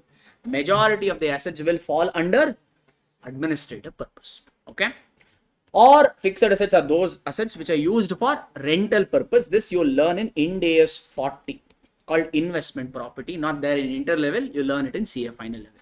Basically, if you remember your parents and all, okay, if they have more money, means what do you think, where do you think they will invest? Let's say you already have a house, you have still surplus money. Where do you think normally our parents and all will invest? Either in gold or in land building. Yes or no? If you ask them, why did you purchase land or building, what will they tell?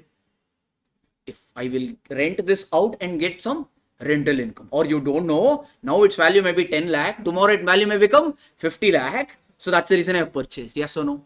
Those properties we call it as investment property. Investment property means are those properties which are held either to get some rental income or for capital appreciation purpose. Okay, we'll next year, let's not be in a hurry. We'll learn that in Ind AS 40 next year. For now, it's okay. We'll learn what is there in our current syllabus. Okay, so this is the definition of property, plant and equipment. Again, what, sir? Tangible asset held for use, and that use should be either in the producing goods, rendering service, administrative purpose or rental purpose, and that usage should be for more than 12 months. And it is the keyword here, it is a tangible asset. Asset means what, sir? Asset means it's a component which is under our control. Asset means it's a component which is within our control, from which we will get all the benefits and restrict others from getting the benefits. I've given you an example. Is Virat Kohli an asset for BCCI? No. Human beings are not asset for any company. Okay, Mukesh Ambani is not an asset for Reliance. In reality, Mukesh Ambani is probably the biggest asset for Reliance. But Reliance cannot show Mukesh Ambani in their books because Mukesh Ambani is a human being. And human beings are not within company's control. Your employees, today they may be there, tomorrow they may quit and join another company. So human beings are not under our control. Hence, human beings we never show as an asset in our books, because it is not an asset. Asset means something which is within our control. That is the reason. All right. This is the meaning of PP. But if you want to show PP in balance sheet, there is two recognition criteria. Remember, what is that? There are two recognition criteria to show PP in balance sheet. One is future economic benefits, or we used to call for our class purpose as FEB, and cost measurement. To show PP in balance sheet, two more criteria should be satisfied. One is future economic benefits, meaning from that fixed asset or PP, it should be possible that the company will get some benefits. Like if we have purchased a laptop, okay, then if we purchase laptop, we have actually purchased laptop long back. Immediately we'll go for online coaching. So suppose we announced a batch, no student came, online, offline, nobody came. But I've already purchased laptop. That means, am I getting any benefit from that laptop currently? No. But still it is PP, because what PP says is benefit should not be received now only. See whether in future are you expecting to get benefit from that asset. If in future, if you feel that asset will give you benefit, then it is still a property, plant and equipment which you can show it in balance sheet. Is it okay? That's what we say, probable future. In fact, FEB only name itself is saying future economic benefits. Even if you have not received the benefits currently, it is fine. In future, if you are receiving, that's good enough. Second, cost of the asset should be measured reliably. How much you are paid to purchase this asset or construct this asset and all, you should be able to clearly tell. So basically, to show PP in balance sheet, 5 criteria should be satisfied. 3 meaning and 2 recognition criteria. If all the 5 are satisfied, you can show PP in balance sheet. This I've already covered. Biological assets is living plants and animals. One thing we didn't cover, which is what, sir? Bearer plant. In fact, AS10 does not apply for biological asset, but AS10 will apply for bearer plant. Bearer plant means it is a plant which should satisfy all the 3 condition. One, that plant should be used in the production or supply of agricultural produce. Two, it must bear the produce for more than 12 months. Three, it has a remote likelihood of being sold as agricultural produce except for incidental scrap sale. All this we have gone through in our regular class. In fact, I had given you an example of mango tree. Yes, so maybe I can recap that again. Okay, let's see if a mango tree is a bearer plant. First criteria of bearer plant is what, sir? That bearer plant should be used to what? To get some in the production or supply of agricultural produce. Suppose I am growing a mango tree. I've grown a mango tree. I put the mango seed and ultimately I have got what now? A mango tree. From mango tree, will you get any agricultural produce? What does mango tree get you, sir? From mango tree, you will get apples. No. From mango tree, you will expect mangoes only. Correct? No. If you're getting apples, then don't eat it. Something is really wrong. Correct or no? So mango tree, from mango tree, you will get mangoes. People manufactured this or it's an agricultural produce? This mangoes, did we produce or mango tree produced? As part of agriculture, yes or no? So that means this first criteria getting satisfied. From mango tree, you are getting mangoes and mango is a agricultural produce. So first one is satisfied. Okay. Second one is what? They should bear the produce for more than 12 months. Once if you have planted a mango tree means it will give you mangoes only for 1 year or more than 1 year? More than 1 year. In fact, maybe for 10-15 years it may give you. Yes or no? That means this mango you will get it for what? Less than 12 months or more than 12 months? More than 12 months. So is the second criteria getting satisfied? Yes. Third is it should not be sold as, simple terms, agriculture produce except scrap sales. Suppose I am a mango tree cultivator means what do you think ideally I will do? What I'll do? Mango tree, what will it get me? Mangoes. What will I do with these mangoes? I will sell. Yes or no? Correct, everybody? Will I also sell mango tree, sir? I will grow the tree. Okay, mango tree I will cultivate, I will grow it. From mango tree I will get mangoes. I will sell mangoes also. After I sold mangoes, I will cut tree also. And I will sell it to the timber industry. That should not happen. That should not happen is what they are telling. Okay. So bearer plant means only that produce should be sold. The tree itself you should not cut off and sell it to the timber industry. If that is the case, means this tree is not a fixed asset for you. The tree becomes your inventory. Yes or no? Inventory means something which you sell in your day-to-day business. So mango here is your inventory. Bearer plant means it is not inventory, it is your property, plant and equipment. When we purchase laptop, okay, from this laptop we will produce what, sir? Classes. And we will only sell classes. Will we sell along with classes? You will get laptop. Have you seen ad like that? If at all you see ad, tell me. That is wrong ad. We will correct it. Okay. We only sell the classes. Laptop we will preserve. Yes or no? That's somebody put kandu. Literally. Okay. Alright. So basically this mango tree should not be sold. That's what they say. Okay. Only the mango, the produce should be sold. But here there is one exception. What exception have I written? Except scrap sale. At some point of time, this mango tree also will become old, no sir? Like human beings, even the trees and all also will get old. Once it becomes old, what you have to do? Will it give good mangoes? If it has become like full old means it may not be able to generate mango of good quality. Then what do you think that dealer will do or that farmer will do? He will cut that tree and plant a new one. Correct or no? And once he cuts this tree, what he'll do with that? Is that wood any helpful to him? No. He will sell it off as scrap. Selling it off as scrap is okay. But selling it regularly is not okay. Is it okay? That is what the three feature is trying to say. Everybody cool with this? Again, what is bearer plant, sir? Three features. One, it should bear it should be used in the production or supply of agricultural produce. And that produce, you should get it for more than 12 months. Because fixed asset means it should be used for more than 12 months. And third one, you should not sell it. You can only sell it as a scrap. Regularly, you should not sell it. That is what is the definition. Okay, now. Alright, next recognition criteria we already saw. Next is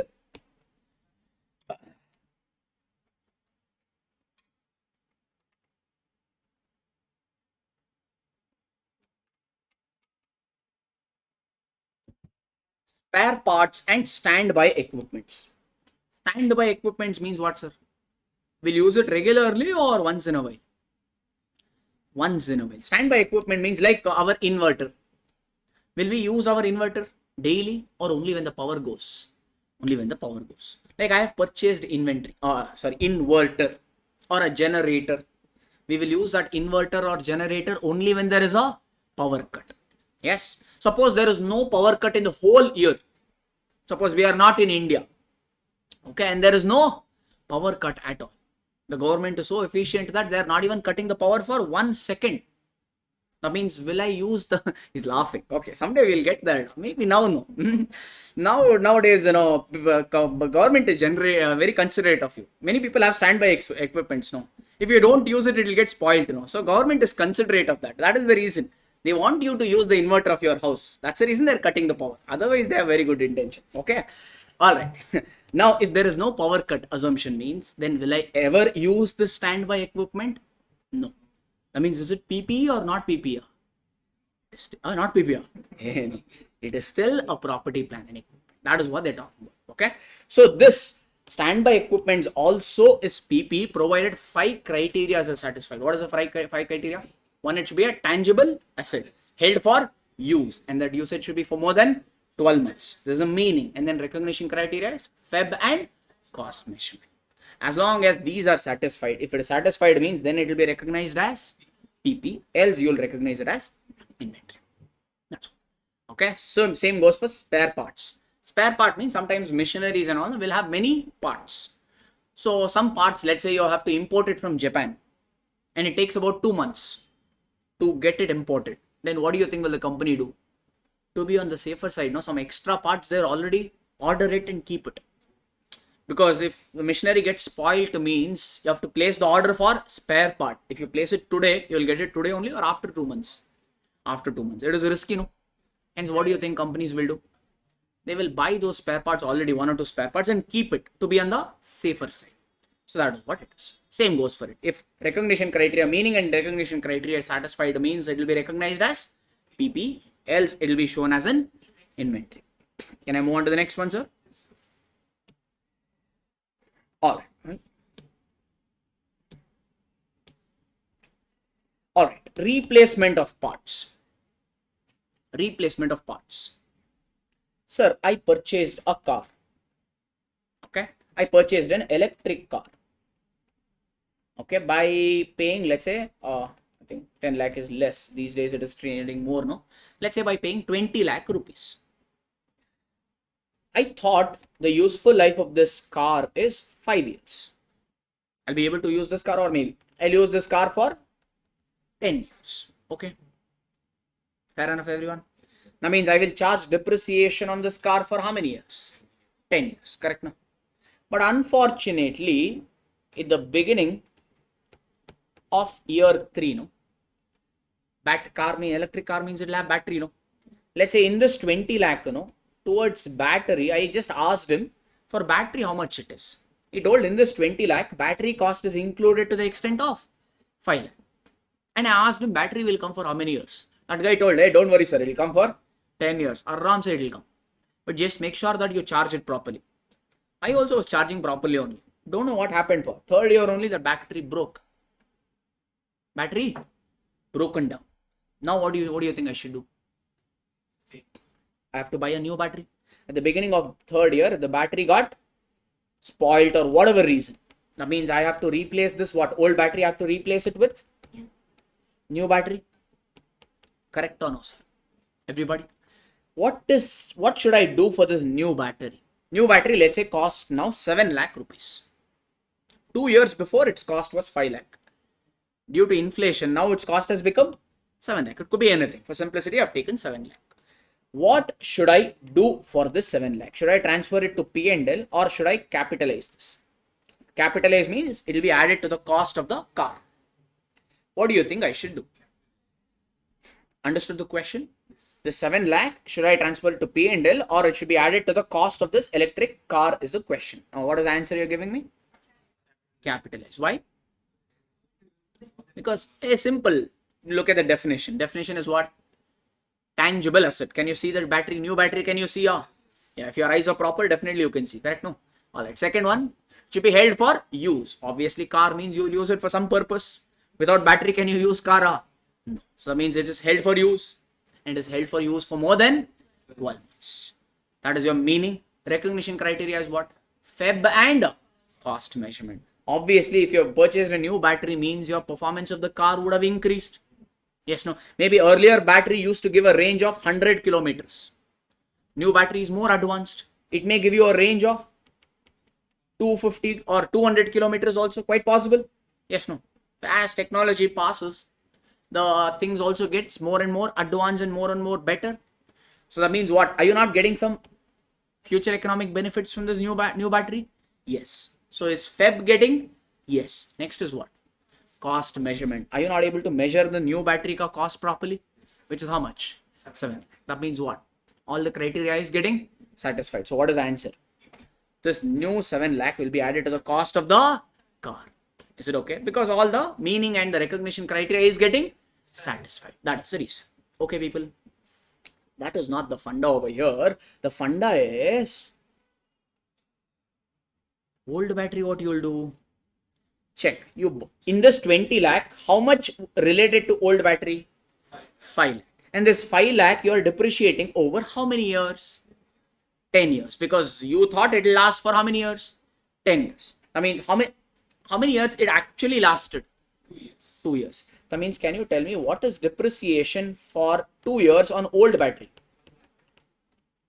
Let's say there is no residual value. How do you get depreciation? Original cost minus salvage value divided by useful life. If you do this, you will get depreciation for 1 year. For how many years did you use old battery for? 2 years. That means this is how much? 1 lakh. You bought it for how much? 5 lakh. You have depreciated to the extent of how much? 1 lakh. That means, do you have any book value of old battery, sir? Is any book value of old battery remaining? Yeah, 5 lakh minus 1 lakh, how much? 4 lakh. Should I keep this 4 lakh or what should I do?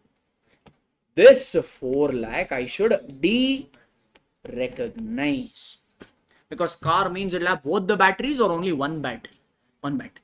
New battery ka cost you add it to car ka cost. That is fine. Because all the recognition criteria and meaning and all is getting satisfied. But old battery you have removed it from car now. But still old battery ka book value you are showing in your accounting books. Is it correct? No. Hence what we have to do for book value of the old parts? De-recognize or eliminate. That's what I've written here. Reduce the carrying amount of old part or old inspection charges. Same thing goes for your inspection charges also. Okay, everybody. Inspection charges means I've given you an example, ship and all. If you are in a shipping industries and all, if you are in transportation, logistic industry and transporting through ships, ship and all is huge. Okay. Just like that, can you take it or you need to take permission from government? You need to take permission from government and all. No? So that means government will ask you to do some major inspection charges on the ship to see whether the ship is in the sale-worthy condition.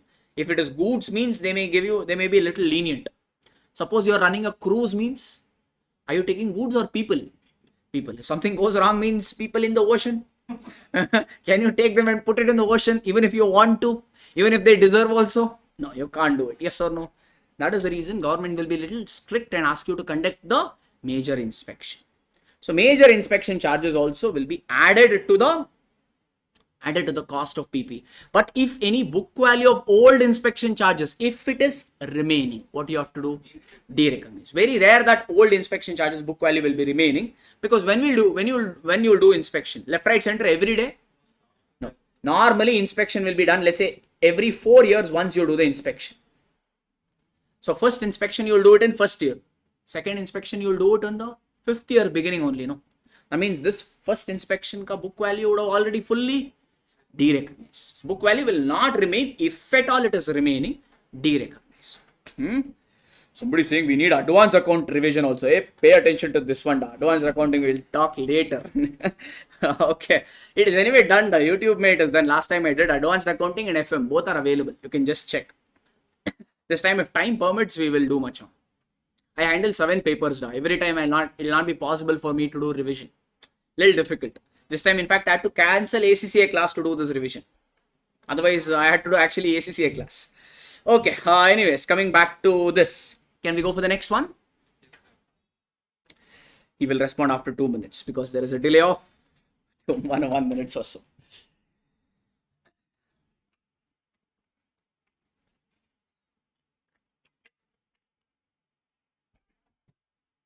All right. Initial recognition.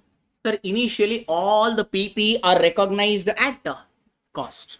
Initial recognition means the day you purchase that property, plant and equipment, what value you will show. All PP are initially recognized at cost. Cost means what, sir? Is purchase cost? Yes. If there is any non-refundable taxes like import duty and all, what you will do? You already did this in AS2. Non-refundable taxes can be added. If there is any trade discount, you will reduce. Correct? No? And in inventory, we wrote any other cost incurred to bring the inventory to the present location and condition. Here the same thing we'll call it as, or we call it as DAC.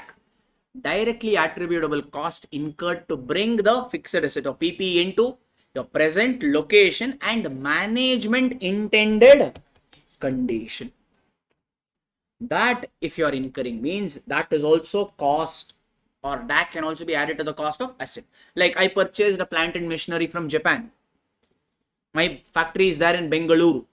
That means to get the machinery from Japan to Bengaluru, I may have to incur transportation charges. So transportation cost is what, sir? It is your DAC because it is necessary to bring the PPE to the present location. Is it okay? And that machinery, if it is big, it will come as it is, or it may come in part by part. That means I may have to hire some technicians and do the assembly. Assembly charges are also DAC because unless I assemble, can I use it? In inventory, the condition was present location and sellable condition. Inventory you will sell. Fixed asset you will sell or you will use. Who decides it use? Management. Yes, no, that's the reason we say present location and management intended usable condition. Till that machinery gets to usable condition, any DAC, directly related cost if you are incurring, that can be added to the cost of PP itself. Meaning that cost, like here, the assembly charges, transportation charges and all, you will not transfer it to P&L, but you will add it to the cost of PP itself. Is it okay? Again, this one I had given you one big Biocon example. Don't remember, huh? This DAC and all. Tablet curing fever, it gave you headache. Forgot. Hey, did class, how many months back was the class over? Three months only you forgot it, huh? Didn't I give you all this Biocon, some example? No problem. Anyway, so let's not go into this. Someone is saying DSR example, we remember, sir. You gave it top of the building. Yeah, I had given Vodafone example. Yeah, that you remember. This one you forgot, huh? No issues. Check your notes, you should have it. Nonetheless, you understood that now? Another cost that you can add is decommissioning and site restoration cost, or for class purpose, we used to call it as DSR. Again, this is not tested in your inter level. It will come in CA final. Ind AS 16, Ind AS 37, tested in a big way with journal entries. Big problem. We'll see later. For now, I'll just give you a quick meaning. So suppose I'm a Geo.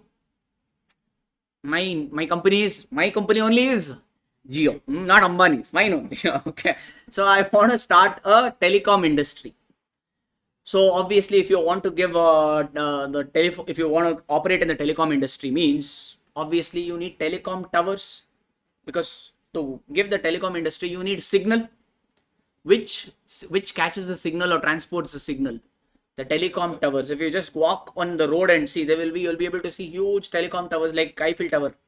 Yes, no, like that you will see. Not that big, smaller ones. Yes or no? Correct? Because that is the one that catches the signal and pass it on to your cell phone, through which only you will be able to communicate, or WhatsApp or Tinder or whatever you want to do, you can do. Yes or no? Okay. Now, let's say I'm in that industry. So that means I have to purchase a telecom tower. That telecom tower is PPE for me. Can I keep it on the side of the road? Like our electric pole, can I keep it as it is on the lying, or I have to install it? Install it where? The high-rise building. Yes, now if you normally check, they normally they install all this telecom tower on the 4th floor, 10th floor, 15th floor like this. Yes. So on top of the building, can they just keep it, or they have to really fix it? Put nut and bolt and make sure that wind, rain, whatever, the telecom tower stays. Okay. So suppose I wanted to install telecom tower in one of the building. I asked permission from the building owner. He said, what's in it for me? I told every month I will pay 50,000 rupees rent for you. If you give me permission to install telecom tower on your terrace. He told, oh, very nice offer. He asked how many years? I told 5 years. He asked after 5 years what will happen? I told that telecom tower will become redundant. I will remove it and install new one. He asked what will happen when you remove it? Building will get damaged, I told. What do you think he will tell? That damages you only repair. That repairs you only do. Because my building is proper. You unnecessarily came and put telecom tower. After 5 years, you are telling you will only remove it. And because of that removal, your building is getting damaged. Building owner, what he'll tell? You only incur that damage cost. Is it okay? That damage cost, we call it as decommissioning and site restoration cost. Is it necessary for me to operate a telecom tower? My telecom tower is my property, plant and equipment. Is this DSR cost or damage cost necessary for my telecom tower to operate? Yes, because unless I incur this damages, will owner give me permission to install this telecom tower? No. If I don't install this telecom tower, can I use this PP? No. To use this PP, this damages or this DSR cost is a must. So that means why is it not DAX? The only difference between DAC and DSR is if you buy a machinery, transportation cost when you will incur? Immediately. Yes or no? But this DSR cost you will incur immediately or in future? In my example, when will you incur this damage cost? After 5 years. After 5 years. Yes, no? But telecom tower I have to capitalize or I have to account now only. Is this necessary DSR? Yes. But let's say the damage cost is 10 lakh rupees.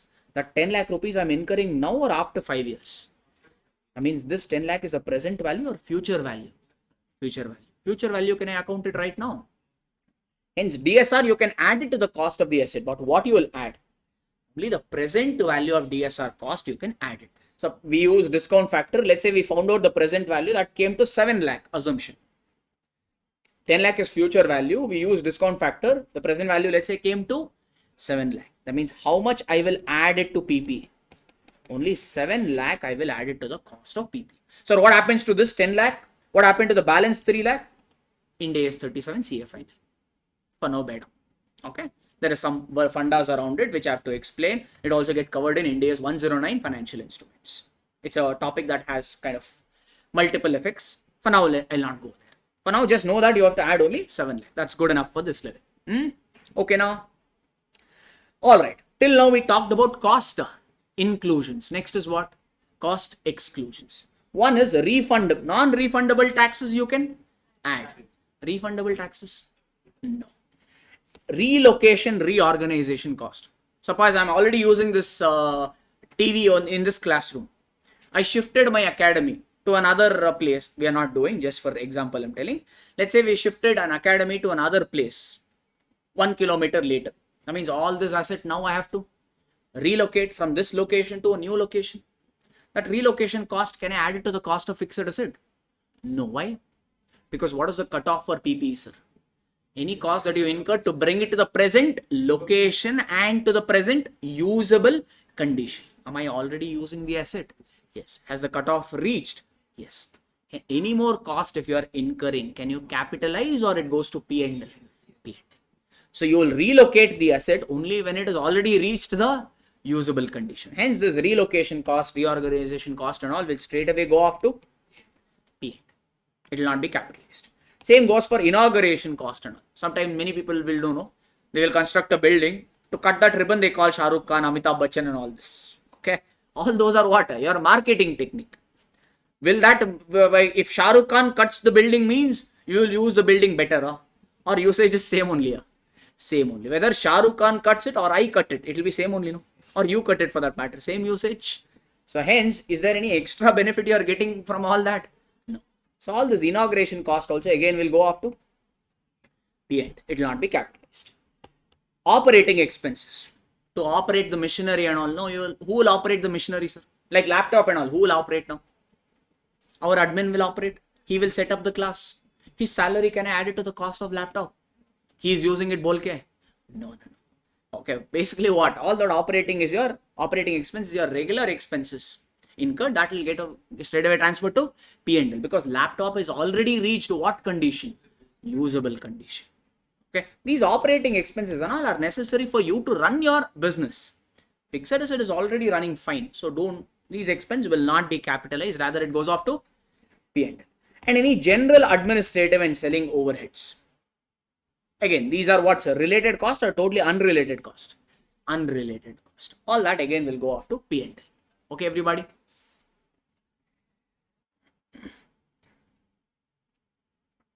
Can I go for the next one?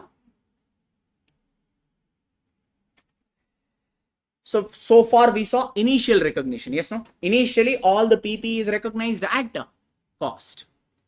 Subsequent recognition means, okay, sir, on 1st April, let's say 20x1, I purchased the PP. My year will end on which date? 31st March 20x2. On 1st April 20x1, this is your initial recognition. No? So initially the PP will be recognized at cost. On 31st March PP 20x2, at what value will you recognize? That is what we mean by subsequent recognition. Everybody okay? So subsequent recognition can either be done using cost model or revaluation model. Cost model means, normally you tell, sir, let's say I purchased this PPE for 10 lakh. Useful life is 10 years. That means what will be depreciation for first year? 10 lakh, let's say salvage value is 0. 10 lakh minus 0 divided by 10 years, how much is depreciation? 1 lakh.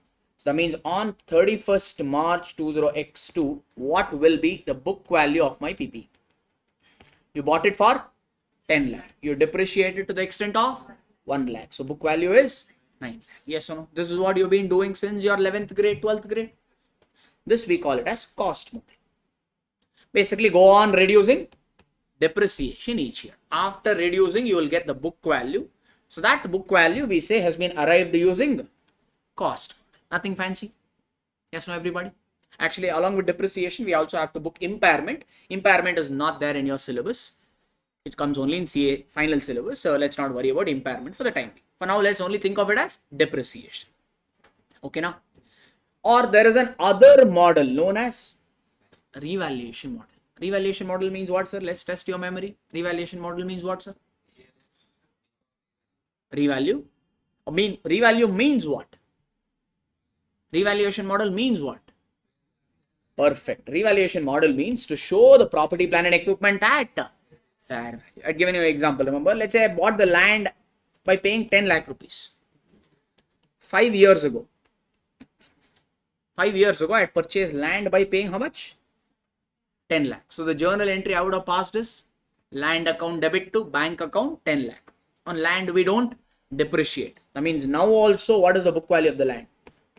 Now also the book value of the land is 10 lakh only because no depreciation. Yes, no? If you're showing this land at 10 lakh only, we say you're following cost model because there is no depreciation. Hence, you're following cost model. Let's say I checked the market value of this land. Let's say the market value of the land is 80 lakh rupees. I bought it for 10 lakh, but now its value is 80 lakh rupees. There is a choice as per AS10 available with the company. If they want, they can continue to show the land in their books at 10 lakh itself. Or if they want, they can show this asset at market value. If company wants to show this asset at fair value or market value, we say they are following revaluation model. Is it okay? In this case, what you have to do? Sir, currently, what is the book value of the land? 10 lakh. But what is the market value of the land? 80. You are showing it at 10, but it should be showed at 80. From 10, you have to bring it up to 80. So how much you need to increase the value of the land? 70 lakh. So land is an asset. How do you increase that asset balance? Asset has debit balance. To increase, again, we have to debit. So we'll pass the journal entry, land account debit, 70 lakh. This will be passed to a specific account known as revaluation reserve or revaluation surplus called 70 lakh rupees. Okay. Don't worry what happens to this revaluation surplus and all. In day 16, nice problems are there. From we will do. Okay. 1 hour problems are there. Aram se about this only. Later we will cover it. Just know that this goes to one specific reserve known as revaluation reserve or revaluation surplus. What to do with that? Later we'll discuss. Okay, everyone, everybody. So basically, if you're following revaluation model means you're simply showing the asset at fair value. Now, can company choose between cost model or revaluation model? Yes, they can show. But if you're going for revaluation model, there are certain conditions AS10 has put forth. One, you have to apply revaluation model for entire class of PP. What do you mean by that? Let's say I have a land and I have two plant and machinery. Plant and machinery 1, plant and machinery 2. Both are similar. Like laptops. And let's take laptop. I think that's much easier to relate. Okay, maybe I'll take like this. Let's say I have a land. I have two laptops. Laptop 1, laptop 2. Because I need two. We are conducting class here. No? Can I conduct all the class with one laptop or I may need more? But I need more. Are both of them different or same? Same, identical. Because all of them are like, we need of same specification because classes are same. No? Now, what AS10 says is, let's say company wants to apply CM as in cost model for land. And they want to go for revaluation model for laptop. Is it acceptable? They want to go for cost model for land and revaluation model for laptop. Is it acceptable? Yes. What AS10 says is, if you want to go for revaluation model, entire class of PPE should be revalued. Class means that group of assets which have same characteristics and nature and usage. Those assets whose nature, usage and all is same, we say belongs to one class. Here land and laptop, same usage, same class or different class? Land is a different class of asset. Laptop is a different class of asset. So if you want for land, you can go for cost model. If you want for laptop, you can go for revaluation model because both are not belonging to the same class. Rather, they are different. Is it okay? Okay, let's take this example even further. For laptop 1, they want to go for cost model. Laptop 2, they want to go for revaluation model. Is this acceptable? No. Because laptop 1 and laptop 2 are similar, meaning they belong to the same class. If one laptop, if you're going for cost model means another also cost model. Or if you're going for revaluation model means other also revaluation model. This is not acceptable. That is what standard is trying to say. Entire class of PPE should be revalued. Okay now. And class means what, sir? That group of assets which have the similar characteristics like nature, usage, etc. etc. Sir, how often should you do this revaluation? Because revaluation means showing the asset at market value. Will market value be same or will keep changing? Changing. That means how often you need to show it at market value. Standard is giving guidance. Check how volatile is that PP. If it is very volatile PP, then you do annual revaluation. Like land and all is very sensitive. No? It's price sensitive. The market value will go on changing. So if it's a volatile, meaning if the value of the asset goes on fluctuating, then you do the revaluation every year. If it is other PP, you do revaluation once in 3 to 5 years. That is good. There's a broad framework given. Okay. What is volatile and all? Again, you have to define on a case-to-case basis. And so revaluation means again what? To show the asset at market value. Suppose there is a building. By looking at that building, will I be in a position to tell its market value? Do I have subject matter expert? I'm a chartered accountant. Yes. You believe, no? Yeah. Okay. So CAs and all, do you think have domain expert to find out the market value of land or building and all? No. Yes. Okay. We can value the company. We'll know. We can analyze the company ka balance sheet. Okay. We can analyze their financial statements, give them help with auditing, taxation, etc., etc. But can we value the assets? No. For that, you need a person with the relevant domain experience. Who do you think has a domain experience to value building? Architect, correct? Or valuers, we could say engineers, etc., etc. So valuation should be done by qualified valuers. Okay. So that is about revaluation. Got it? Any problem? Can I go for the next one? Next, PP acquired on deferred credit. What is this deferred credit? Sir, I purchased the property, plant and equipment now. Okay, for 15 lakh rupees. But payment I am making after 2 years. I purchased property, plant and equipment now. Worth 15 lakh, but I'm making the payment after 2 years. Means you tell me, is 15 lakh the actual value of PP or is there in some interest included? See, normally when you buy an asset, you have to make the payment immediately. But here, since I'm delaying the payment by 2 years, the vendor, what he will say? Boss, I will not give it to you at normal price. I will also charge some interest. Yes or no? This is what we mean by PP acquired on a deferred credit. Deferred credit means taking too much time. You purchase the asset, but you're settling the payment on a delayed fashion. More than normal credit period you are taking. In this is the case means, can I show PP at agreement value of 15 lakh? No, because indirectly there is some hidden what? Interest over here. PP should always be shown at cash price. Cash price means it includes interest or excludes interest? Excludes interest. Suppose if I had bought the asset now and made the payment immediately, at what value would I have purchased this asset unit? You find. Suppose that value is 13 lakh. If I buy the asset and make the payment for it immediately, I'll be able to buy it for how much, sir? 13 lakh. That means this 13 lakh becomes your cash price. And you will recognize PP at 13 lakh or cash price itself. But what is your agreement value? 15 lakh. That means this, what is that balance 2 lakh? Balance 2 lakh is your interest which will be transferred off to P&L. What is the term of your agreement, sir? 2 years. That means this will be, interest will be amortized to P&L over 2 years. That is what I've written over here. Recognize interest in P&L over the credit period.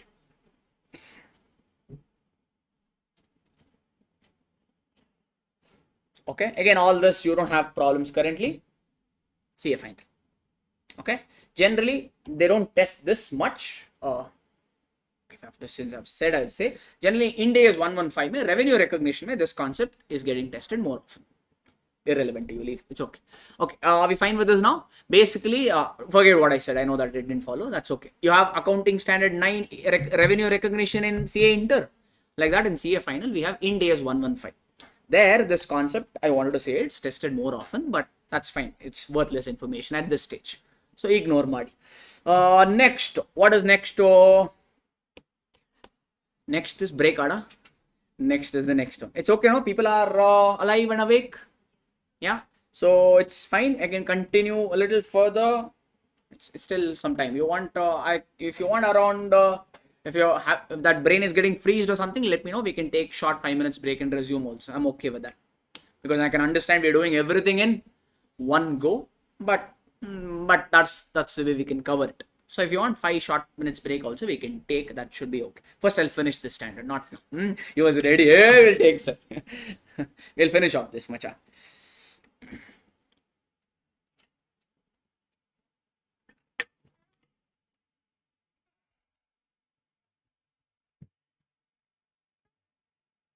All right. Next one is PP acquired through exchange. Sir, let's say I purchased a car.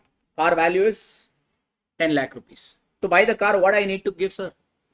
Cash, money, either in the form of cash or in the form of check or whatever. But I purchased a car, but instead of giving money or instead of giving cash, cash is what item? Monetary or non-monetary item?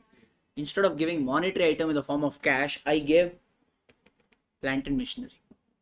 I gave away plant and machinery and I acquired what?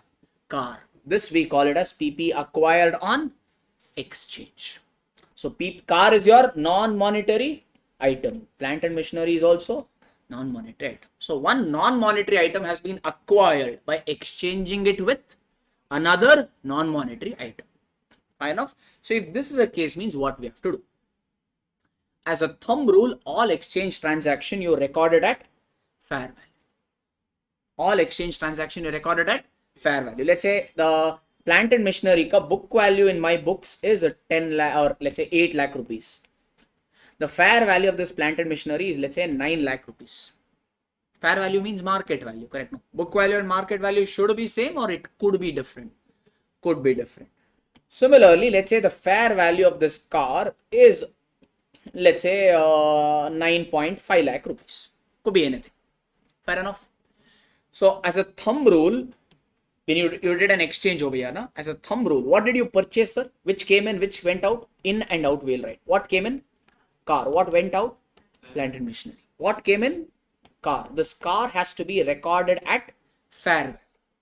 Whatever asset that is coming in through the exchange process should be recorded at fair value. But you have two fair value here now. Which one to use? Fair value of the asset given up, which is plant and machinery, or fair value of the asset acquired, which is car. Whichever you can find out more clearly. Whichever asset ka fair value you can find out more clearly, use that. For car and all, for plant and machinery and all, no. You have a proper market. No. For car, you have a good market. OLX, that too, this. So 101 people now want your car. They don't want to you to use your car only. They want you to just sell. Correct or no? So many ads they give it. That means if you think fair value of the car, you can find it out better. Then you will use 9.5. That means you will debit. The journal entry you will passes. What came in, sir? Car. So that means you will write here car account debit. Which fair value you will use? Car ka fair value. Suppose you tell no, car ka fair value you cannot find out clearly. Plant and machinery you can find out more clearly. Then you will use plant and machinery. So meaning in that case you will debit car by 9 lakh. Like this. Is it okay now? Whichever asset ka fair value you can find out more clearly, use that. Done. Now which went out? Plant and machinery. That means can you still show it in the books or you have to cancel it? Cancel it. Plant and machinery you are showing in your books at what value? 8 lakh. That means you will also cancel. If you are showing in the books at 8 lakh, you also cancel by crediting it to the extent of 8 lakh. So is the journal entry matching or there is a balancing figure? That 1 lakh is the profit that you made on exchange, which will be transferred off to P&L. Doesn't matter, through exchange you could make some profit or you could make a loss. That profit or loss both will go off to P&L. That's a fund. Easy. Okay. So as a thumb rule, all exchange transactions are recorded at fair value. You don't have to use fair value under two circumstances. Under two circumstances, you need not use fair value. One is fair value you cannot find out. Both the assets ka fair value, your assets are so unique that fair value you cannot find out. Very, very rare in today's zamana. Because if you have something means it will have value. Correct or no? Small asset also. When your kitchen utensils, we think we will throw it. But still you can give it to that paper guy, Raddi guy, still he'll give you amount. Yes or no? Every small component in today's zamana has a asset. By chance you can conclude, you can prove that both the assets does not have fair value. If you don't have fair value, then can you use then you need not use fair value. Okay, everybody? Okay. So if you are not using fair value, then what you will do? Use book value. That's the other value. So what came in? Car. So that means you will write car account debit. What went out? Plant and machinery. What value are you showing plant and machinery currently in your books? 8 lakh. Can you still show that or cancel it? To cancel what we have to do? Credit. Yes, no? Car also you will debit to the extent of 8 lakh. This is what we mean by use BV, not Hindi BV. Book value. Okay, now? So basically when you use book value, will you book any profit or loss? No profit or loss will be accounted. Only when you use fair value, there will be some profit or there will be some loss. Got one circumstance? When you need not use fair value? When both the assets ka fair value you cannot find out. Or second more realistic example is when the transaction lacks commercial substance. If you can prove that the transaction lacks commercial substance, then you need not use fair value. And to prove transaction lacks commercial substance, two criteria should be satisfied. Asset wise cash flow should be same and entity wise cash flow also should be same. Asset, no, take the same example. By using car and by using plant and machinery, you will get same cash flow or different cash flow. Car is a different asset, plant and machinery is a different asset. Both the assets if you use means you will get same cash flow or different. If you want to prove transaction lacks commercial substance, asset wise cash flow should be same. In my example, car and plant and machinery, is asset wise cash flow same or different? Different. If asset wise cash flow is different means transaction has commercial substance, and if transaction has commercial substance you have to compulsorily use fair value. Okay, now So when does transaction lacks commercial substance? Give me one example. Land and land. Remember I had given you the same example. Okay? You bought 30 by 40 square foot ka BDA land. One government land you acquired. Government allotted you one land. In the same area, your friend also got 30 by 40 land. Aju baju. Okay. First your land comes. Next to it, your friend ka land comes. Okay. Huh? Friend's wife. No, no. No, they will not go there. No. Yeah. All right. So this is yours. And this is your friends. Vastu problem. You don't like the land allocated to you. You like your friend's land. Your friend also has the same feelings. He doesn't like the land allotted to him. He likes whose land? Your land. You know what you did? A exchange. It all exchange ಮಾಡ್ಕೊಳ್ಳೋಣ. We will do exchange. Your land, you give it to him. His land, he gave it to you. Now tell me, these lands are same, no? It's in the same area, same dimension, same colony, same features, everything. Whether you use this land or whether you use this land, you will get the same cash flow. That means here the asset-wise cash flow is same. Okay, that is what we mean by asset-wise cash flow to be same. Comfortable? Second one is entity-wise cash flow also should be same. Because an asset means an asset could be used for different purpose. Like if you have iPad, you'll use it for what purpose? Maybe to watch classes, maybe to do some Instagram reels, possible like this, or maybe to develop some videos or to create some music. If I'm using iPad, I'll be using it for lectures, correct? If you, let's say you are an Instagram person, you do a lot of reels and you earn money from that, okay? And you are also using iPad only, same iPad, you are using it for Instagram reels or a YouTube short video, and I'm using it for classes. Same asset, but will we earn same amount of money? One entity is using it for Instagram purpose, another one is using for coaching purpose. So they will earn same money or different money? Different money. That's what we mean by entity-wise cash flow also should be same. If entity-wise cash flow is also same, then we say transaction lacks commercial substance. And if transaction lacks commercial substance, fair value need not be used. That means what will be used? Book value. That's all. Understood it, everybody? We have solved questions around it, but in the interest of time, now I'm quickly only covering the concepts. If time permits, one or two questions, we'll take it at the end. For now, let's cover the concepts first fully. Can I go for the next one? Next is a depreciation. Depreciation means what, sir? Depreciation is nothing but your reduction in the value of asset. But actual definition as per depreciation, as per ES10 is, depreciation means the depreciable amount should be allocated on a systematic basis over the useful life of the asset. And I had also given you some funda, or in fact, I'll tell you this also. How do you get depreciable amount, sir? Basically, depreciation means DA as in depreciable amount should be allocated over useful life of the asset. That means now we need to find out what DA as in depreciable amount. How do you get depreciable amount? Tell me, what is your numerator in your straight line method? What is your straight line method ka depreciation formula? Original cost minus salvage value divided by useful life. So what is the numerator component? Original cost minus salvage value. Yes or no? But original cost minus salvage value, if you do know, that only we call it as depreciable. Let's say you bought an asset for original cost of 1 lakh. Residual value is 10,000. Useful life is 9 years. Tell me what is depreciations under SLM method. How do you do? 1 lakh minus 10,000 divided by 9. That means depreciation every year is 10,000. Yes or no? So check another way. What is DA over here? How do you get DA, sir? Original cost minus salvage value. How much is this? 90,000. This 90,000 only you have to allocate over 9 years. This 90,000 only you have to allocate over 9 years. That means every year how much will you allocate? 10,000. That is what is your depreciation. So allocating depreciable amount over the useful life. That we call it as depreciation. Easy. In fact, I had also given you 2 trigger points or checkpoint. For every asset will not be depreciated.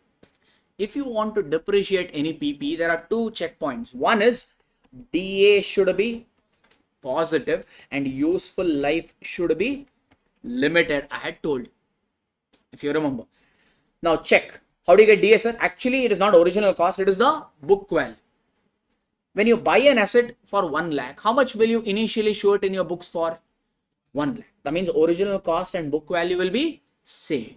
Hence, the straight line method uses the formula original cost. Actually, I told you the formula is not original cost. It is actually book value minus salvage value divided by not useful life divided by remaining useful life. Okay, now? But since under straight line method, every year depreciation will be same, you need not calculate it every year. But actually, the formula is not original cost. It is the book value. I told you to use it also in a few problems. And proved it you also. Hope it's not necessary now. Correct now? Okay. So, how do you get DA, sir? Book value minus salvage value or residual value. Let me give you an example. You purchased a building by paying 50 lakh rupees. You purchased a building by paying 50 lakh. So, means what is your original cost or book value? 50 lakh rupees. Yes, no? You are planning to use it for 3 years. You have started some consultancy business. For that, you have purchased a building and you are planning to use that building for 3 years. After 3 years, what you will do? You will sell. The value that this building fetches you at the end of useful life, that only we call it as residual value. You feel you have got a very good deal. You feel at the end of 3rd year, you will be able to sell this building for at least 70 lakhs. You have got a very good deal now. After 3 years, you will be able to sell this land for or building for 70 lakhs. Find out DA for me. How do you find out DA? Book value minus residual value. Correct, no? So how much is DA over here? What is the book value? 50 lakh. What is the residual value? That means this is positive or negative. Calculate depreciation under normal straight line method here. Let's see. How do you get that? Original cost or book value minus salvage value divided by useful life. That means you're getting here minus 20 lakh. No? So you will calculate negative depreciation. Huh? This is what we mean by that.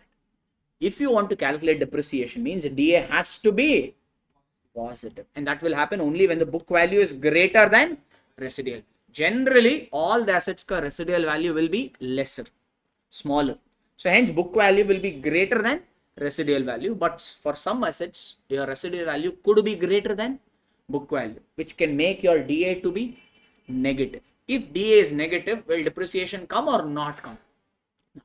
That's one. Are we fine, sir? And second criteria to calculate depreciation is useful life should be limited. So what is the formula of denominator here? Useful life. Yes or no? Yes?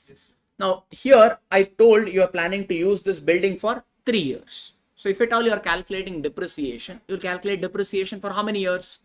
3 years. If you are planning to use a laptop for 5 years, then how long will you depreciate laptop for? 5 years. Land, what is useful life? What is the useful life of land? Do you know? Before you were born, after you are gone, land will be there. Yes or no? So land has limited useful life or unlimited useful life. Land has infinite or unlimited useful life. That is one of the reason on land we do not calculate depreciation, because life is not limited, rather it is unlimited. Got it? That is what I've written over here. And when will you start depreciating? Depreciation will start from the day asset is ready for use, not put to use. Only for your income tax act you will use put to use. As far as accounting is concerned, from the day asset is ready for use, you will start depreciating. Like our generators and all, will we ever use it? Now is generator or inverter that we have purchased PPE? Yes, we have already concluded that it is a PPE. Will I ever use it? No. So if you start using put to use concept, that means on that generator I will never calculate depreciation because I may not use it only. So as far as accounting is concerned, the criteria is ready for use and not put to use. In fact, I had given you iPhone example also here. Yes. Okay, let me not go. So understood this now. Everything will not be able to recollect. That's the reason. Fine now. All right. And sir, what are the depreciation methods that you know of? Tell me. Straight line method, WDV method, annuity method, units of production like that and all. CA foundation, you must have done many methods. Which one we should follow? So as per income tax, we have to follow WDV. Only few of them can go for straight line. I'm not asking for an income tax act. I'm talking about accounting. Which one should we follow? There is a choice, huh? Whose choice? Company ka choice. He's saying whatever company wants, they can do.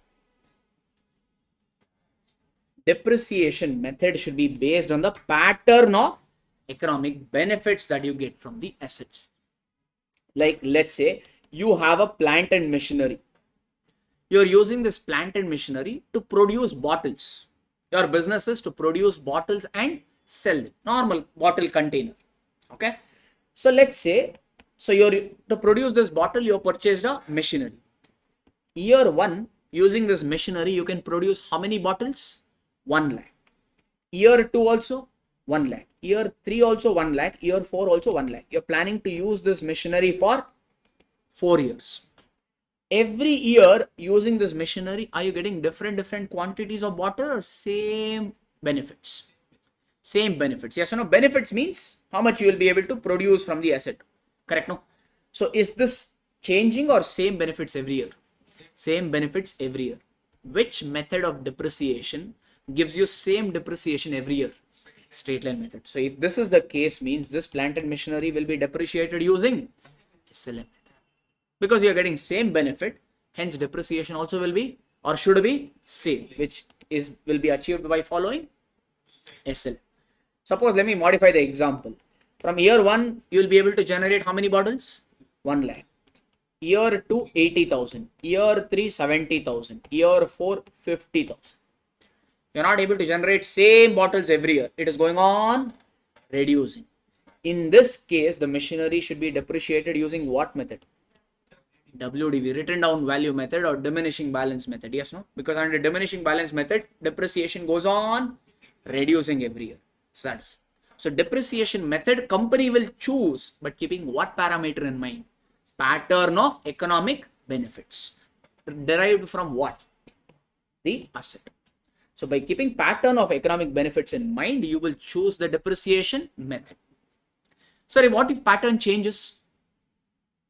I thought I will get the same bottles every year. So hence I will choose which method? Straight line method.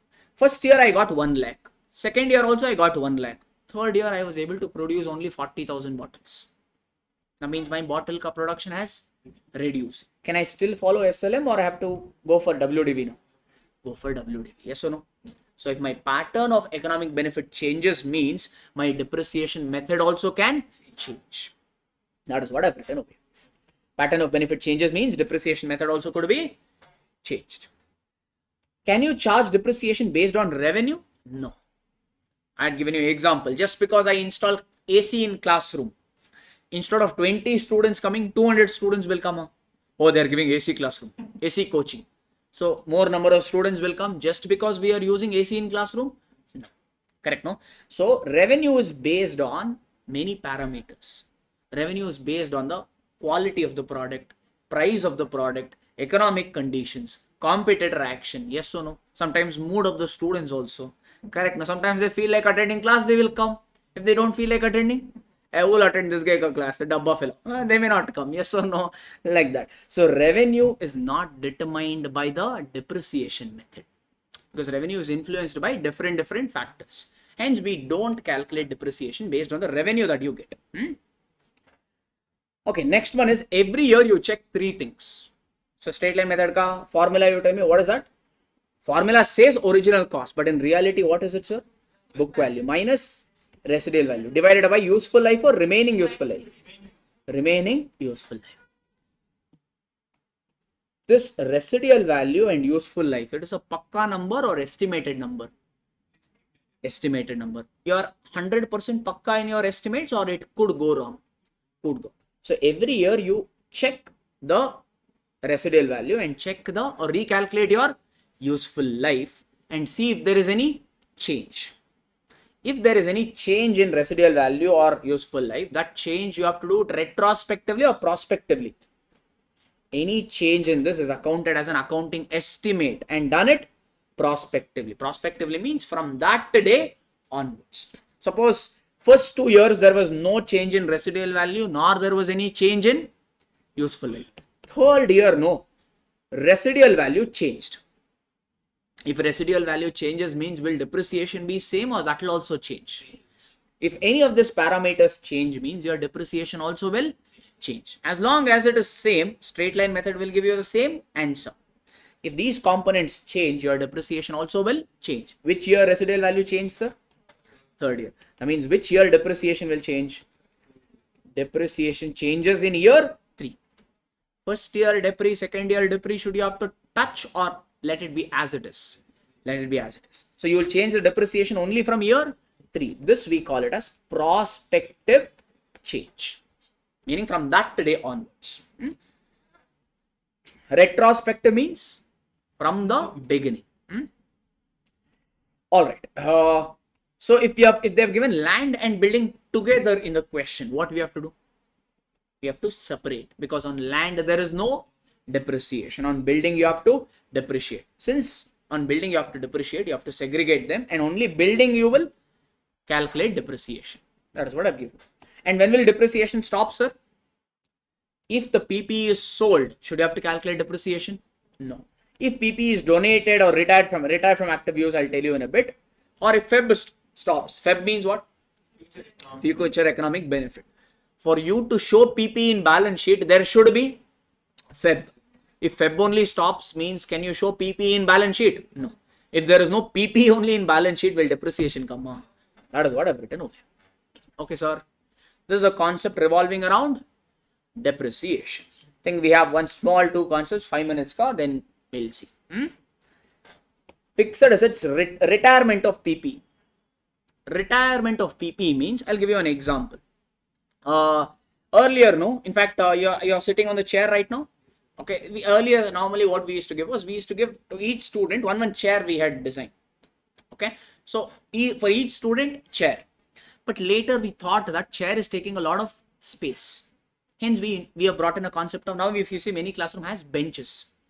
Through benches, we are able to accommodate more students, because chair means it takes a lot of space. Okay. Now I have purchased many chairs for 3 classrooms.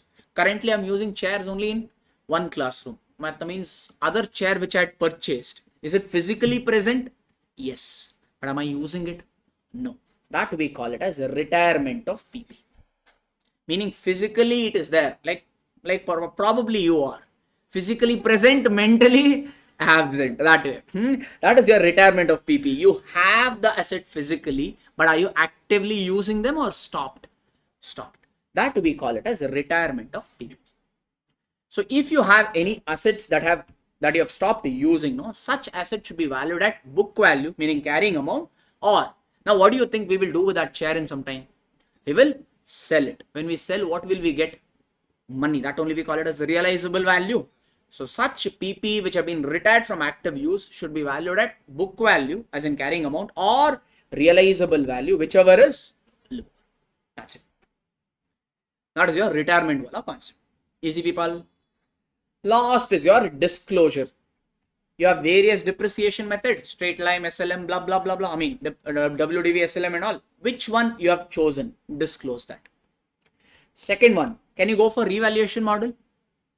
Can company go for revaluation model? Yes. If they have gone for revaluation model, give a disclosure of that. Who did the valuation of that asset? What is his assumption? What is the value, etc., etc. That revaluation information you disclose in notes to accounts. And also reconciliation of opening balance with closing balance. On the day, at the year beginning, how much was the value of your PP, and at year end, how much it has become. That you give a reconciliation.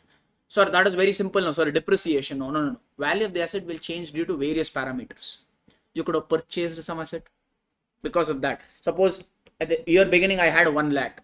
If I purchase the asset for 2 lakh, means will my closing balance be 1 lakh only, or it will change?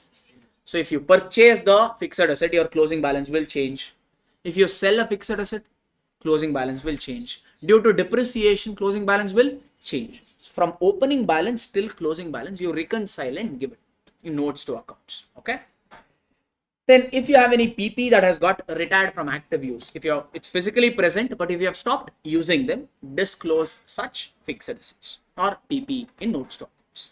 That is your disclosure requirement. Can I take up one question, sir? Okay. And then whatever you decide, we will do it. He's already saying, it's not okay. Question number 16. There's a simple question.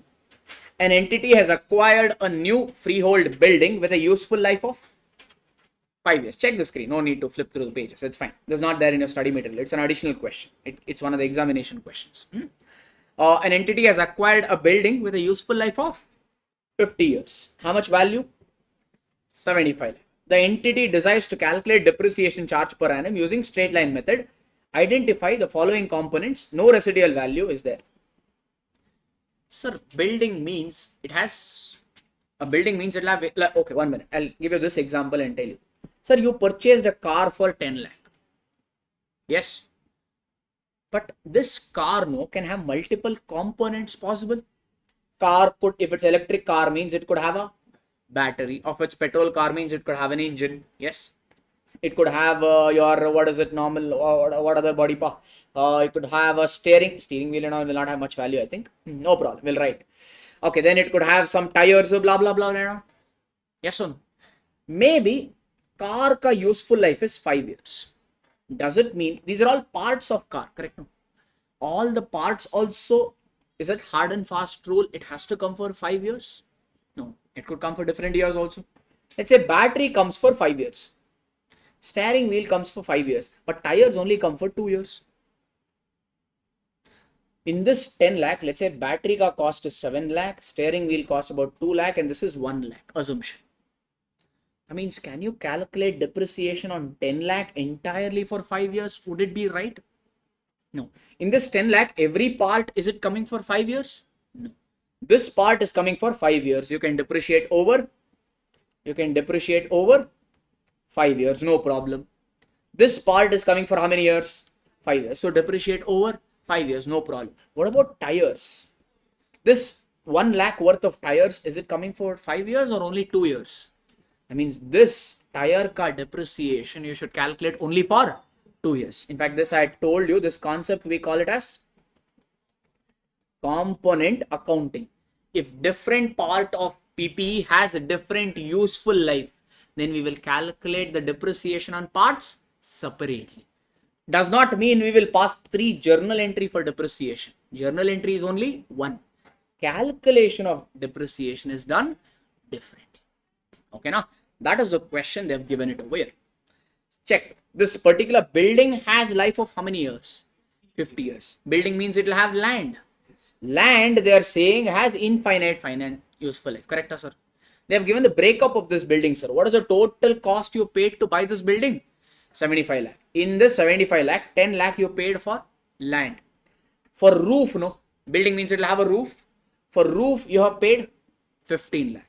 For lift, you have paid 7.5 lakh. For fixtures, some sofa, blah, blah, blah, blah, and all, some interiors and all, you have paid 2.5 lakh. For other parts of building, you have paid 40 lakh. Put together, totally you have paid 75 lakh. These are the parts of the building. Okay. In this 75 lakh, 10 lakh is towards, this is only the answer. You need to calculate the depreciation for me. That answer is given right in Baju mein only. Don't look at the answer. Tell the answer by looking at the screen. In this 75 lakh, 10 lakh relates to land. On land, can you calculate any depreciation? No, because land has unlimited useful life. So what is the depreciation on land? Nil. Okay, now. Roof. Generally, the building has how much useful life for? 50 years. But is roof having 50 years useful life or only 25 lakh? Or 25 years? That means this 15 lakh you will depreciate over how many years? 25 years. The residual value for everything they told is 0. It's all given over here. No residual value. That means this 15 lakh you will depreciate over 25 years. Not over 50 years. Getting it out? Lift has a useful life of only 20 years. So 7.5 lakh you will depreciate for how many years? 20 years. And calculate the depreciation to be 37,500. Like this, getting now? Fixtures is expected to last only for 10 years. That means this 2.5 lakh you will depreciate over 10 years. So every year depreciation is 25,000. No residual value for everything. So the direct competition. Remainder of the building will last for how many years? 50 years. So this 40 lakh you will depreciate over 50 years. Put together, you will get the total debris. How much is the total debris, sir? 105. How much is that? 2 lakh 2000. You will calculate like this separately and you will pass one journal entry for depreciation for the total amount of 2 lakh 2500. That we refer it to as component accounting. Fine now. All next, maybe we'll take up this. 1 minute. Oh, maybe. A Limited has the following asset. Calculate depreciation for each asset. Machinery is purchased for 10 lakh on 1st April 2015. Residual value after 5 years has become 10 lakh rupees. Or residual value of the useful life of 5 years is based on 2015 prices is 10 lakh. You purchased it for 10 lakh. You're planning to use for how many years? 5 years. After 5 years, what you will do? You will sell. At the end of 5th year, how much value you will get? 10 lakh. You will calculate depreciation only if DA is positive. How do you get DA, sir? Book value minus residual value. You bought it for 10 lakh. Residual value is also 10 lakh. That means DA is 0. So depreciation is also 0. That is what they're asking. In the first case, depreciation is 0. Okay. People? Next. Land, you bought it for 50 lakh. On land, you will calculate depreciation. Huh? No, because land has unlimited useful life. So depreciation is 0. You have to give the justification and then give the amount there. That's all. Okay, third one. A machinery is constructed. You did not purchase it. You only built it. No problem. By incurring how much cost? 5 lakh. For its own use. You built it to sell it or to use it. If you have built it to sell it, then it becomes inventory. You have not built it to sell it. You have built it to use it. So this machinery is what? Property, plant and equipment. You're planning to use it for how many years? 10 years. Construction is completed on 1st April. But the company does not begin using the machinery till 31st March 2020. You need to calculate depreciation for the current year ended 31st March 2020. This asset, no, year beginning it was ready. But did I use this building for the whole year or I did not use it at all? I did not use it at all. Should we still have to calculate depreciation? Yes. For depreciation, put to use is relevant or ready to use? Ready to use. When was asset ready for use? 1st April. And your year ends on 31st March 2020. So you will calculate depreciation for the one whole year. So 5 lakh minus, is there any residual value? No. Divided by remaining useful life is 10 years. So the depreciation every year is how much? 50,000. Have they calculated 50 or? Yes, that's all. Okay. So the justification you will give is depreciation starts when the asset is ready to use. Like that, you give a justification and calculate the amount. This came in November 2020 for 5 marks. This question. Machinery has been purchased on 1st April for 50,000. Useful life is 5 years. Residual value is 0. You are in which date now? 1st April. You are in current year. Current year starts on 1st April 2019. What happened on 1st April 2019? Management decided to use this asset for a further period of 2 years. Only. Okay, 1 minute. Let me just go for it. When did you buy this asset, sir? 2017. Okay. So tell me what is depreciation for first year, year 1. Year 1 means, can I say from 1st April 2017 to 31st March 2018. For that year, what is depreciation? Original cost is or book value is 50,000. Residual value is 0. When you bought it, what was the useful life? 5 years. How much is depreciation? 10,000. Correct? All right. Can you tell me what is the book value at the end of or at the beginning of year 1 or year 2? Your book value at the beginning of year 1 is 50,000. You depreciate it to the extent of 10,000. So book value at the end of year 1 is 40,000. The same thing will become 1 year ka closing balance will become second year ka opening balance. Normally under SLM method, second year depreciation also we will calculate. No, because depreciation will remain the same. But what do you write as SLM ka formula? Original cost minus book value divided by useful life. This is not actually the definition. It's not original cost. This is actually book value. This is minus residual value, not divided by U. It is remaining useful life. I want to just compute it. Just one for the YouTube audience if they forgot. So for second year, what is the book value of the asset? 40,000. How do you calculate depreciation now under straight line method? Original cost or book value? What is the book value now? 40,000. What is the residual value? 0.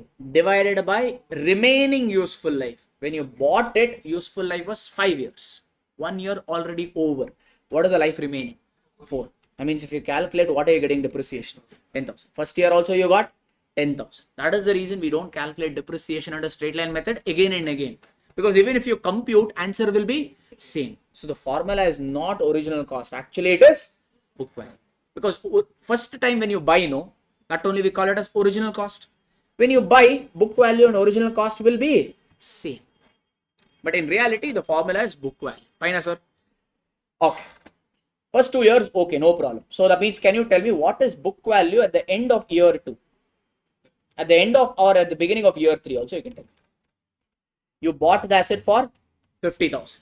First year you depreciated for 10. Second year also you depreciated for 10. So that means what is the remaining? 30,000. Okay, na sir? Comfortable? You are in which year now? Third year. So what, when you bought the asset ka useful life you estimated to be 5. 2 years over. So remaining useful life should have been 3. Correct? But what is the management decided to do? They feel they will not use it for 3 years. They'll only use it for 2 years. Did any of the parameter change? Yes. Residual value is same, but useful life changed. If useful life changes or residual value changes means your depreciation will be same or that will also change. So what will be your depreciation for year 3? Will you write original cost now or book value? How much is book value? 30,000. Residual value is still 0. But remaining useful life is 3 years. Huh? No. Management decided to use it only for 2 years. That means now depreciation will not be 10. It will become 50. This is what they asked. Depreciation for third year means it is 1st April 2019 to 31st March 2020. So for current year, what depreciation will you charge on this asset? 15. How much have they charged? 50. That's it. Okay. Yes. So I think with this AS10 also we have completed. 1 minute. Just hang on.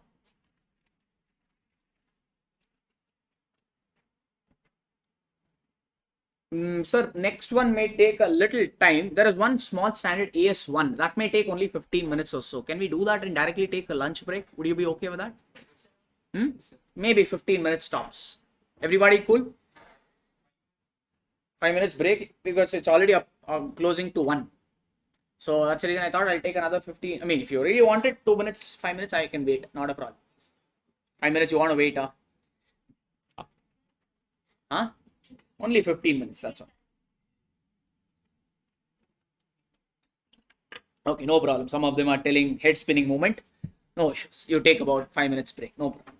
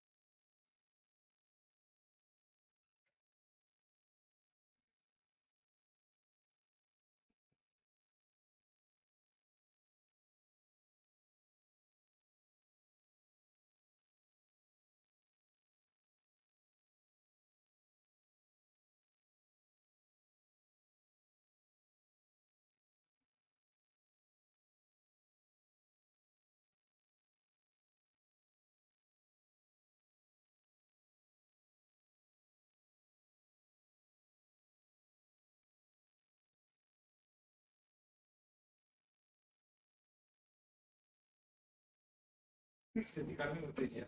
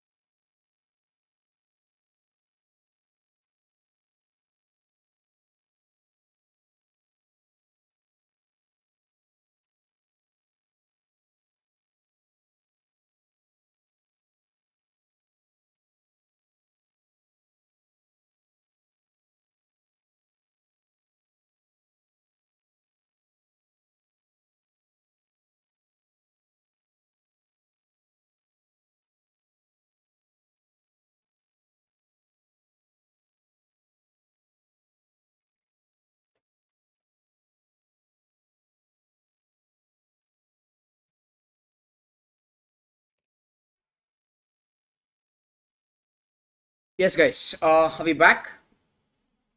Everyone? Okay. So it's okay, right? I can do 15 minutes. All of us can hold in.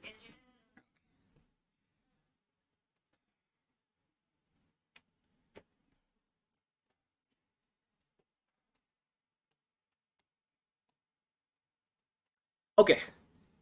Welcome back, people, after that short break. So we'll be starting with a small standard AS1, which deals with the disclosure of accounting policies. First, what is an accounting policy, sir? Accounting policies are simply some rules or some methods that you follow for preparation of financial statement. Like, we just now learned AS10. AS10, you can either follow cost model or revaluation model. Can you follow both? For one asset, can you follow both? Or you have to choose one method, yes or no? The chosen one, we call it as accounting policy. Like inventory, there is a FIFO method, there is weighted average method, like, or specific identification method. Can you choose everything, or you have to select one? Select one. The selected one, we call it as accounting policies. Okay, so that is what. So accounting policies are basically some methods or some rules used to prepare financial statements. So rules and all, can you change it left, right, center, or there has to be consistency? Every year you have to follow the same. And if you're following this rule, shouldn't you disclose this? Yeah, so that user will understand the financial statement better. So AP should all be disclosed in one place. It's possible that you could have 5-6 accounting policies. One policy I will show it in point number 1, in page number 40 in annual report. Another page and I will show it at the middle. Then I will show one more at the end. Will it help? Or will it help if I show everything in one place? Yes. So all the accounting policy should be disclosed in one place in notes to accounts. Okay. And disclosure is not remedy for wrong treatment, sir. Meaning you can't tell we have done something wrong, but this is our accounting policy and I've disclosed this. That is not acceptable. Okay. So accounting, calling it as accounting policy and disclosing incorrect thing and all is not a remedy. That is what they're trying to say. Understood? All right. What are the reasons to disclose accounting policy, sir? One, it will help the users to understand financial statement better. It'll make the financial statements more comparable. And if you want to say bluntly, one, it is required by law. Two, it is required by AS1. Okay, so those are some reasons, blunt reasons, but yes, requirements. Why you need to disclose. Yes, sir. Okay, next is fundamental accounting assumptions. What are the fundamental accounting assumptions? Going concern, consistency, and accrual. Going concern means what? We assume that an entity will go on for a foreseeable future. It neither has the necessity nor the intention to close down or shut down the operations. That is your going concern. Foreseeable future, generally we say 12 months. We assume that an entity will at least go on for next 12 months, like that. Based on that, we prepare financial statements. Consistency means what? All the accounting policies that you have adopted should be consistently followed year on year. You can't keep jumping things. Okay, if you have year one, if you have followed FIFO, means year two also you follow FIFO, like that. Follow that consistency. Last is accrual concept. Accrual concept means what? The income and expense, currently we account it based on accrual concept, meaning we record it as and when they occur. As and when the transaction occurs, we record them, irrespective of whether you're paid cash or whether you have received cash. Receiving cash, paying cash is not the criteria, but happening of the transaction is. That is what accrual says about. So why are we discussing this? These are fundamental accounting assumption. If it is followed, you don't have to give any additional disclosure. Suppose any of this fundamental accounting assumption, if it is not followed, then you need to give a disclosure of this.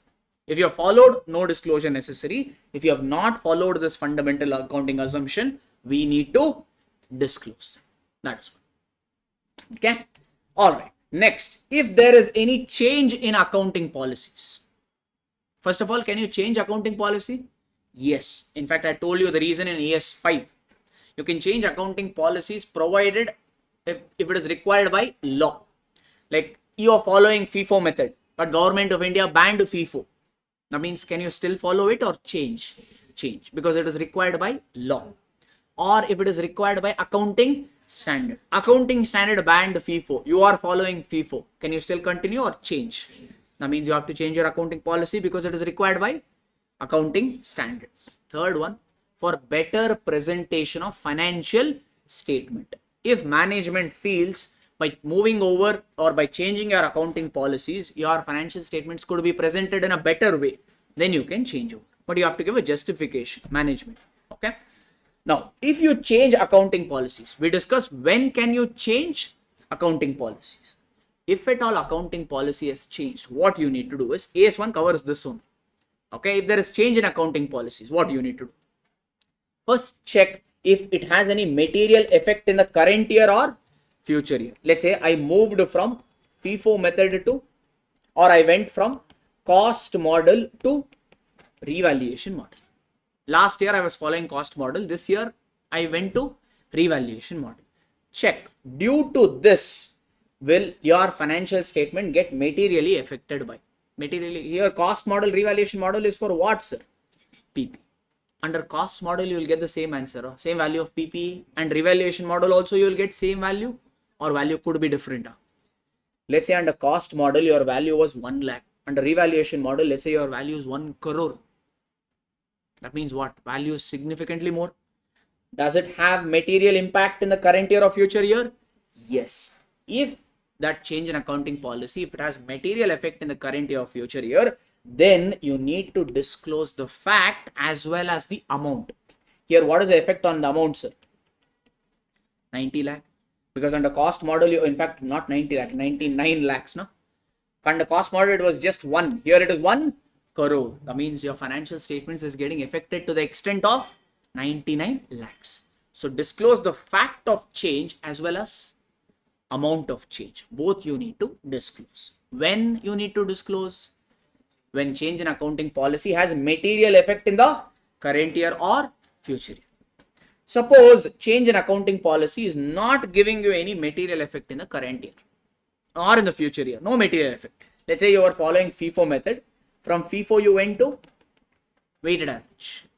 Under FIFO method, your inventory value was 10 lakh rupees. Under weighted average, your inventory value is 10 lakh 5,000 rupees. That means, is there any material change? There is a change definitely, but is it material? Let's say this is a 100 crore turnover company. For 100 crore turnover company, is 5,000 change material, sir, or immaterial? What is material and all? First of all, what do we mean by material? That which affects the decision making of the users, or that which influences the user ka decision making. Okay. So what is material depends on company to company. What is material for one company need not be material for another company. For a 100 crore company, 5,000 is not material. But for a 10,000 or 1 lakh company, 5,000 is material. So what is material? You'll have to assess based on a company to company basis. Fair enough? So if it is 100 crore company, is this change of 5,000 material or not material? Not material. So due to this change, if it has no material effect in the current or future year, means no disclosure is necessary. Okay. Suppose due to this change in accounting policies, it has material effect, not in the current year, but in the future year. But how much it will affect, you are not able to find out or quantify. Due to this change, we feel definitely financial statement will get materially affected. How much currently we are not in a position to find out. If that is the case, means what to do? Just disclose the fact. What fact? That I have changed my accounting policy, and also tell it has effect, but how much effect I cannot quantify. That disclosure you need to give. Disclose that the fact that accounting policy has got changed and how much amount it will affect, I am not able to quantify or find out. That you give a disclosure, that should be good. This is your disclosure or change in accounting policy ka funda. Okay, people. And adoption of new accounting policy is not a change. When you say change in accounting policy, no, something should already be there.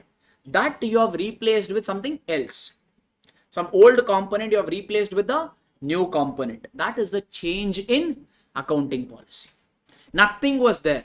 Now I brought in a new policy, means it is not considered as a change in accounting policy. This is also same thing. Adoption of an accounting policy for new transaction or for a transaction which significantly differs from the existing transaction is not a change in accounting policy. In fact, I had given you an example. Earlier, there was no pension policy. To some employees, the company used to give pension after retirement. To some employees, they not used to give. That means there is no proper pension policy. Just management based on their whims and fancies, based on their mood swings, they used to give. Now, a new pension policy has been brought in. This policy says whoever completes 5 years service in company will get pension. Earlier, was this policy there or not there? Not there. Is this a change in accounting policy or not a change in accounting policy? This is not a change in accounting policy. That is what these 2 points is trying to say. Right now, we have also covered a couple of questions relating to this as well. Both in group 1 accounts as well as group 2. In AS5 also this question is there. AS1 also these questions are there.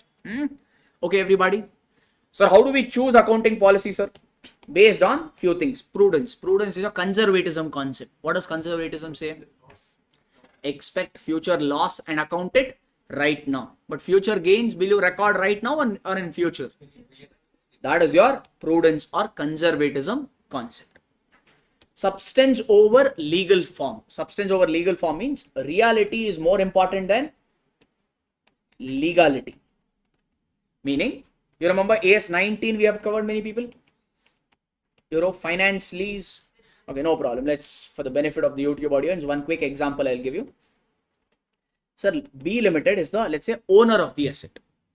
Let's say B Limited now has a plant and machinery. B Limited has purchased a plant and machinery. He has leased, or he has given this plant and machinery on lease to A Limited. The owner of the asset, we call it as lessor. The person who has taken the asset on lease, we call it as lessee. Meaning owner is, we call it as lessor. User, we call it as lessee. Not lassie. Oh. Yeah, I know it's lunch time, but still not lassie, it is lessee. Okay. Okay. You told like that only. Yeah, no problem. No worries, Macha. Okay. Sir, let's say the useful life of this plant and machinery is 5 years. Okay. Who has given the asset on lease? B Limited.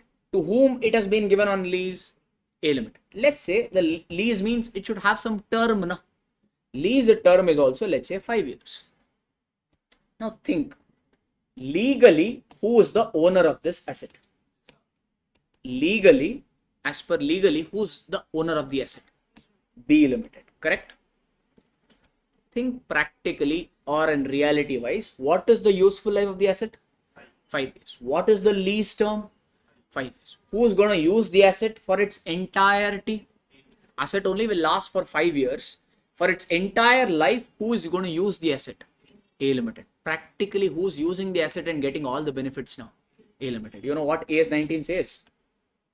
Let A Limited only record that property, plant and equipment in their books.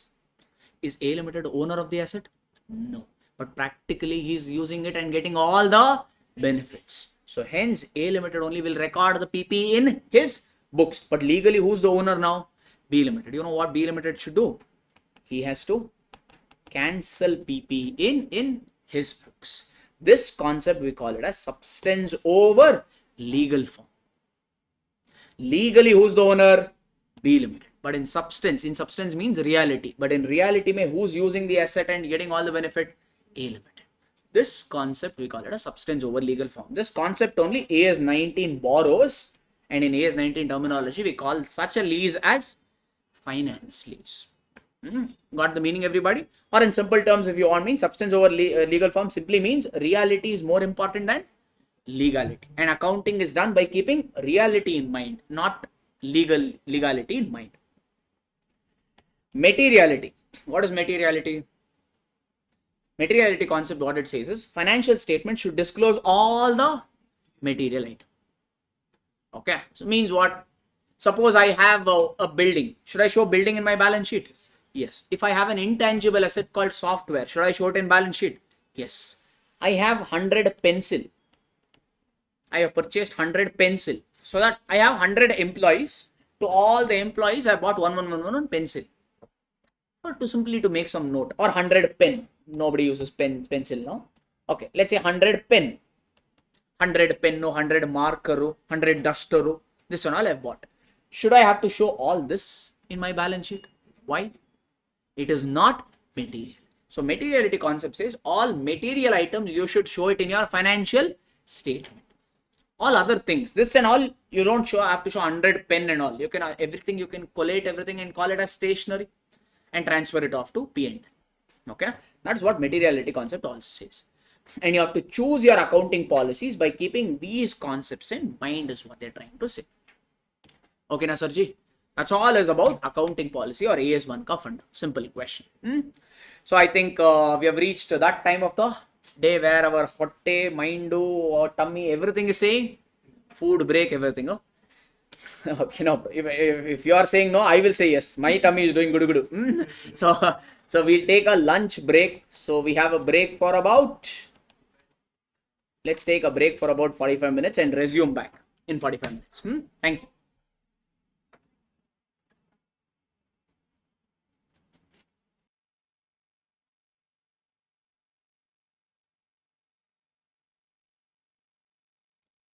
Yes, guys, welcome back. So we've had nice lunch. So we're feeling sleepy. To put off our sleep, we have a new topic, that is Accounting Standard 13, which talks about investment accounting. So if you purchase some investments, how the accounting should be done. In fact, in our class notes, AS13 we covered separately, investment account we covered separately. Okay, because the investment accounting chapter deals with preparing ledger accounts of investments. AS13 we only looked at concepts. For now we'll collate and try to do it as one. Excuse me. First we'll go for the AS13 aspects, then we'll dive into the numericals. First of all, what do we mean by investment, sir? Investment means what? Investment is asset, correct? Why are you holding that asset? To get some return. Basically, yes, correct. Investments are basically assets which we are holding to get some return in the form of interest or in the form of dividend or for capital appreciation. Capital appreciation means, let's say you bought the share for at 100 rupees. Tomorrow it becomes 150. What do you do? You may sell and end up making some profit of 50 like this. So from 100 it became 150 now. This increase in price we call it as capital appreciation. So investment are basically assets which we are holding to get some return. Okay. All right. So if you want to buy, normally we hold what as investments, sir? Shares or debentures and all. All these if you want to purchase shares and all, can you buy it directly or you have to buy it through the help of a broker? And broker will charge some brokerage or commission? Yes or no? So if you have paid some acquisition charges like brokerage, stamp duty and all, okay, are they necessary to buy the investment? Yes. That means they are like DAC, directly attributable cost. So if you have any acquisition charges like brokerage, stamp duty and all, no, that acquisition charges will not go to P&L, but rather it will be added to the cost of investment, meaning those acquisition charges we shall capitalize. All right.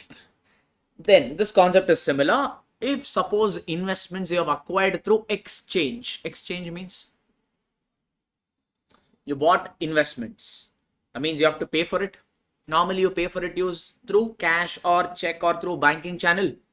Suppose you purchase investment and instead of giving money through bank account, you gave your company a car. Share you purchased. Did you give away cash or did you give away car? Car. So this is what? A non-monetary asset purchased by an exchange of another non-monetary asset. Yes or no? So this only we call it as exchange. Then we just do that in AS10 now. So as a thumb rule, exchange transaction we recorded at fair value. Which fair value? Fair value of the asset given up or acquired, whichever is more clearly available or evident. Same dramas hold good here also.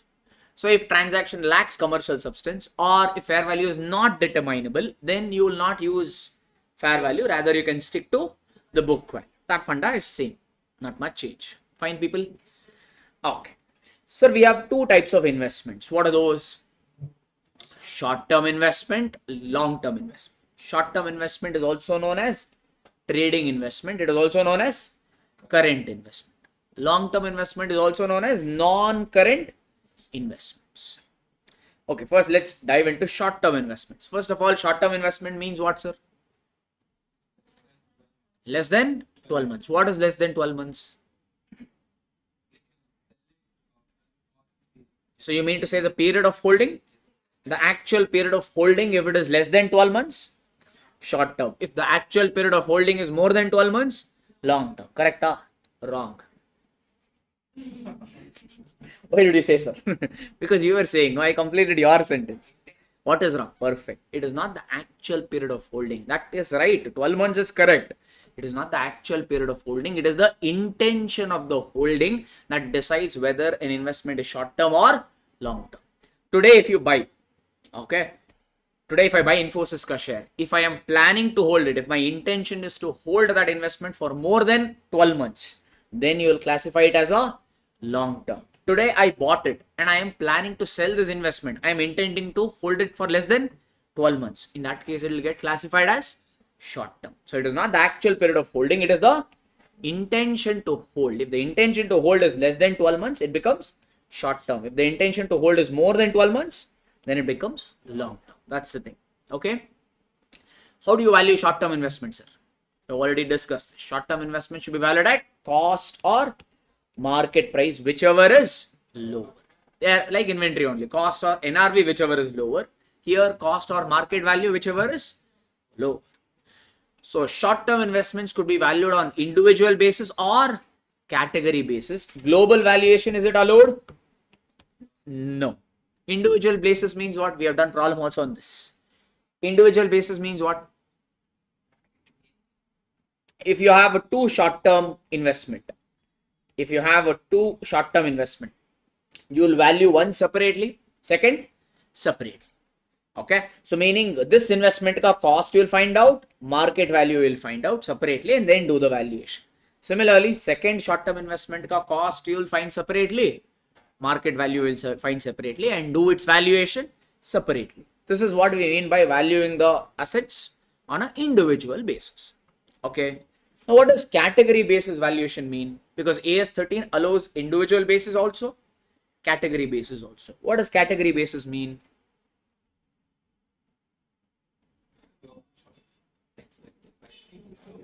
Huh? Okay, suppose I have purchased equity shares of two software companies. I purchased equity shares of two software companies. They are ideal, similar, competitors there. Both the company ka shares I purchased. My intuition, if one fails, other will succeed. So if one investment goes down, other will be safeguarded. Without intention, I purchased both of them. Okay, but unfortunately, no. Both are private limited companies. Cost, I know because I only paid for it and then purchased. How should the short term investment be valued at? Cost or market value, whichever is lower. So, can you find out cost of this private limited company? Yes. Private limited company 2 ka cost? Yes. What about market value? Are they listed in the stock exchange? Are these companies listed in the stock exchange or private limited company? Private limited company. Can you find out the market value easily? No. Yes or no? So if I want, I can find the market value of these two companies together. Because as he said, they belong to the same category. If they belong to the same class, instead of valuing them separately, I can club and find out the market value of both the companies together. Is it okay like that? That is what we mean by category basis valuation. This is okay. So AS13 for short-term investment allows both individual basis as well as category basis. But overall global basis is allowed or not allowed? Not allowed. Global basis means what? Let's say I have short-term investment in the form of gold. I purchase some gold as investment. But what, long-term or short-term? Short-term. And I have also purchased some silver. I have also purchased some equity shares of one company. All of them put together, can I find out the cost and market value and do it together? Are they same or are they different? Gold is different from silver, which is different from a private limited company. Can I club everything and then find out market value of all of them together, cost of all of them together? Would that be right? Would that make sense? No, because they belong to a different category altogether. This is what we mean by overall global valuation. That is not acceptable for short-term investment as per AS 30. Understood, is it? Can I move on to the next aspect? So this is about short-term. What is the next one? Long-term investment. Long-term investment means they are those investments where the intention to hold is for more than 12 months. Long-term investments are valued at cost. They are valued simply at cost. If there is any temporary decline in the value of the investment, it is ignored. Let's say I purchased a Reliance ka equity shares. Let's say I purchased it for at 3,100 rupees today. I don't know. I'm thinking it is at 3,000. I have not checked the share price. I'm just saying. So Reliance shares I purchased at 3,100 today. Tomorrow its price will be same. No, it may become 3,200 also. It may become 3,050 also. It may become 2,900 also. It goes on fluctuating. Every second the share price goes on fluctuating based on demand and supply. Correct or no, sir? Yes. So what is my cost of Reliance ka share, sir? 3,100. And I'm planning to hold this for more than 12 months. So it is what sort of investment? Long-term investment. So like here, let's say from 3,100, it fell to 2,900. That means there is an increase or there is a fall. If this fall is temporary, any temporary reduction or fall in the investment is ignored because these sort of instruments keep changing value. So every time when it falls value, I can't keep passing journal entry. Hence they said any temporary fall is ignored. But if there is any permanent reduction in the value of investment, that should be accounted. Let's say from 3,100 it became 1,000. That means this is a short fall or quite a big fall. Big fall. In fact, I had given you an example of Nestle, Maggi. Okay, remember? Okay, so Maggi ka, in fact, Nestle ka share price was trading at quite a good level. But when that Maggi ka fiasco drama came out, that Maggi has lead content, the share price of Nestle fell like left, right, center. And it took some time for it to recover. Yes or no? So that looked like what? Small fall, temporary fall or a permanent decline? Permanent decline. So if there is a fall is temporary, you ignore. If the fall looks permanent, then you account for it. From here, from 3,100, if it has fallen to 1,000 means, and if you conclude that this is a permanent fall, that means you have to now value the investment not at 3,100 but at 1,000. That means what is the reduction? Currently you are showing at 3,100. You have to bring it down to 1,000. So how much is the reduction? 2,100. This profit or loss? Loss. It will be transferred off to P&L account. When will you account this loss? Only when the fall is permanent. So how do you decide whether it is permanent or not? That again you have to assess on a case-to-case basis. AS13 gives you a broad parameter. Like if the share price falls by 30-40%. That is one reason using which you can conclude it is permanent fall. They have not given any percentage. I am telling you. So fall in the market price is one of the indicators. Loss of market share. When Patanjali came, many companies lost their market share. So loss of market share or loss of customers is one of the indicator.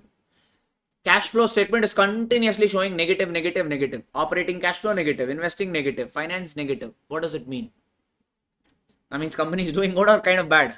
Bad. So that also could indicate that the fall could be permanent. Okay. So companies may reporting losses. Year on year, continuously they are making loss. So that could also be an indicator which says the fall is permanent. Like this, you'll have to ascertain. There is no one single parameter. You'll have to assess on a case-to-case basis. So which I've listed it out over here. Okay, people. And long-term investment has to be valued on a individual basis. Global basis not allowed. Category basis not allowed. You have to value it compulsory on a individual basis because long-term investment ka value will be on the higher side. So because of its significant influence, AS13 has taken a call that will value it only on individual basis. If you have two long-term investment, you have to value them separately. Both the investments ka valuation has to be done separately. That is your long-term investments ka fund. Any problem, anybody in this things that we have discussed so far? All good? Okay, this is a theory aspect of the standard which got covered in AS 13. If you remember, we did a big problems relating to investments. Can we dive into that and take up one question relating to that? Okay. All right. Next is if you have investment, how the accounting treatment will look like, or what and all accounting treatment should we give it for? Okay, let's go for that. This and all will get covered, or maybe one more aspect is there. I'll cover that and then come to this reclassification of investments. Sir, how did you classify the investment as short-term, long-term initially? Based on the intention of holding. Intention of holding has to be permanent or it could change also. Could change also. Initially, I thought I'll hold it for 5 years. Second year only, I thought, oh, I will sell it off. First year when I bought it, my intention was to hold it for more than 5 years. That means in the first year, I would have shown this as a long-term investment. But I'm in the second year now and company feels I will sell it in the next 6 to 8 months. The next 6 to 8 months, we will sell it. Now, is it a long-term investment or a current investment? Current investment. Yes or no? Correct. So if intention changes, you'll have to reclassify your investment from long-term to short-term or short-term to long-term, any which way. Are we fine? So this reclassification, if you are going from L to C means long-term investment to current investment, then you will reclassify this investment at cost or carrying amount, whichever is lower. I told you to remember like this. LC means CC. LC as in letter of credit, and then I told CC. There's a way to remember. That's how I remember it. If you want, I can remember is what I told. So if you're going from long-term to current investment, then you will value the investment at cost or carrying amount, whichever is low, like that. It could be other way around also, no? Meaning from current investment, you could reclassify it to long-term investment as well. If you're going from CL, then you will use CF. CL means CF. What does CF stand here for? Cost or fair value on the date of transfer, whichever is low. On the day you're doing this reclassification, find out two components. One component is cost. Another component is fair value. Whichever is lower, at that value, it will be valued. Everybody is understanding? Maybe just once again, I'll just say, if you're going from CL, what and all parameters you'll consider, sir? Cost or fair value. On which date? On the date of transfer. On the day you're reclassifying from current to long term. On that day, find out cost as well as fair value. Let's say cost is 1 lakh. Fair value is 1,50,000. Which is the lower among these two?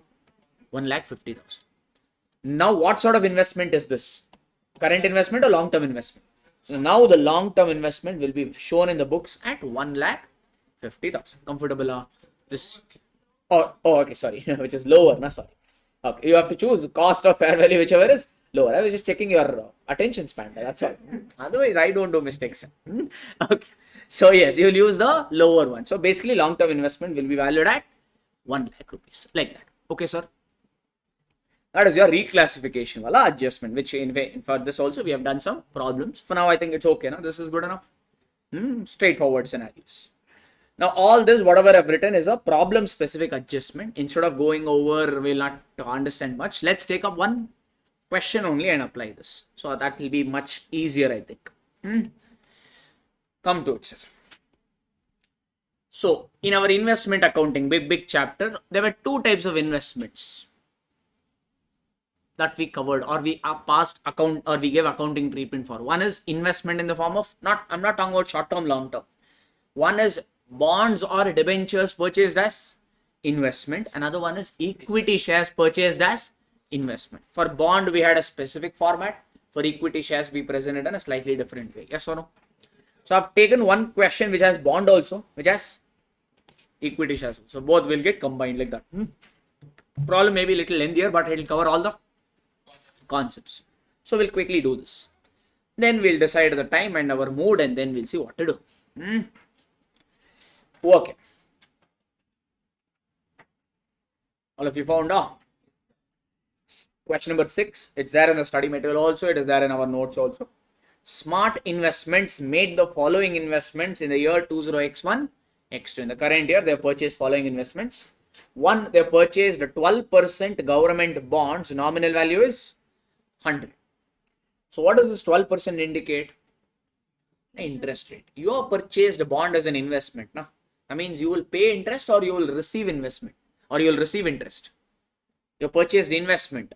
So you have invested in Government of India ka bond. So government will pay you interest. Okay, no? And interest at what rate?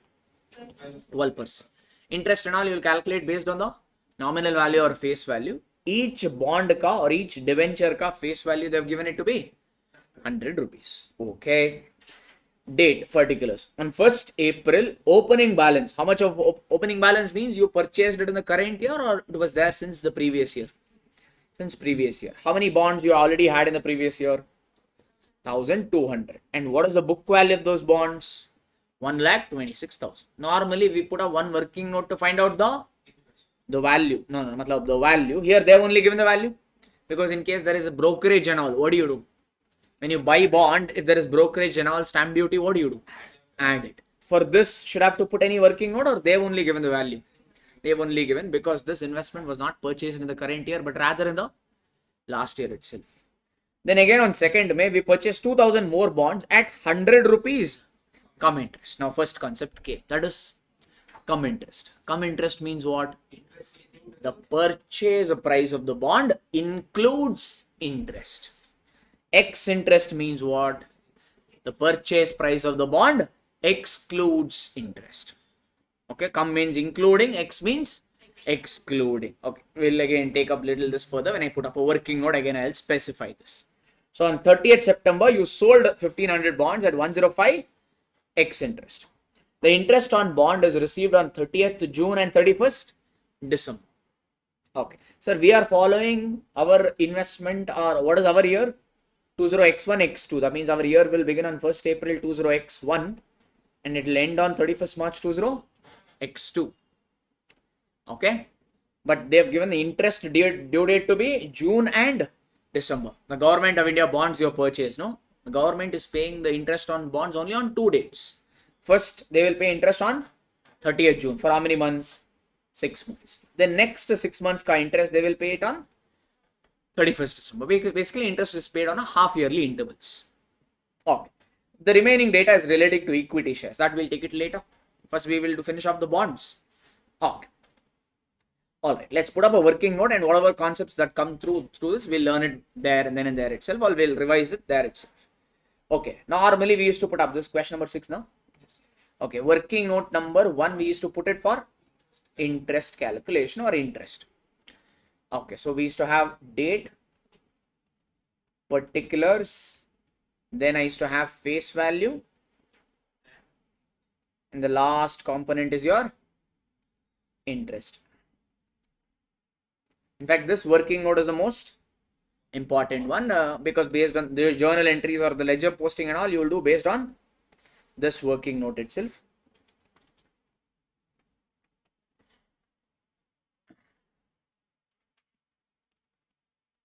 Can I start?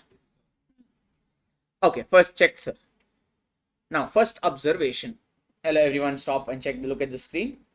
Sir, interest is paid on what dates? June and December. does your year end on December or it goes up till March? It goes up till March. But government no pays bond interest only on June and December. Your year does not end on December, it ends on March. That means January, February, March, 3 months. Is it part of your financial year? Yes. Is interest due? Yes. But is it received from the government? Not yet. Because government will pay you the interest only on a half yearly basis. Yes or no? So visualize last year. In the last year, you have received the interest till 31st December. But last year, no, your last year ended on 31st March. You have received the interest only till 31st December 20x1. Yes, no, because next interest company will pay on 30th June 20x2. Your year is not ending on 31st December. It is ending on 31st March. In fact, this is the previous year we are talking about, no? So I think, so this is our current year. So our previous year will be what, sir? 1st April 20x0 to 31st March 20x1.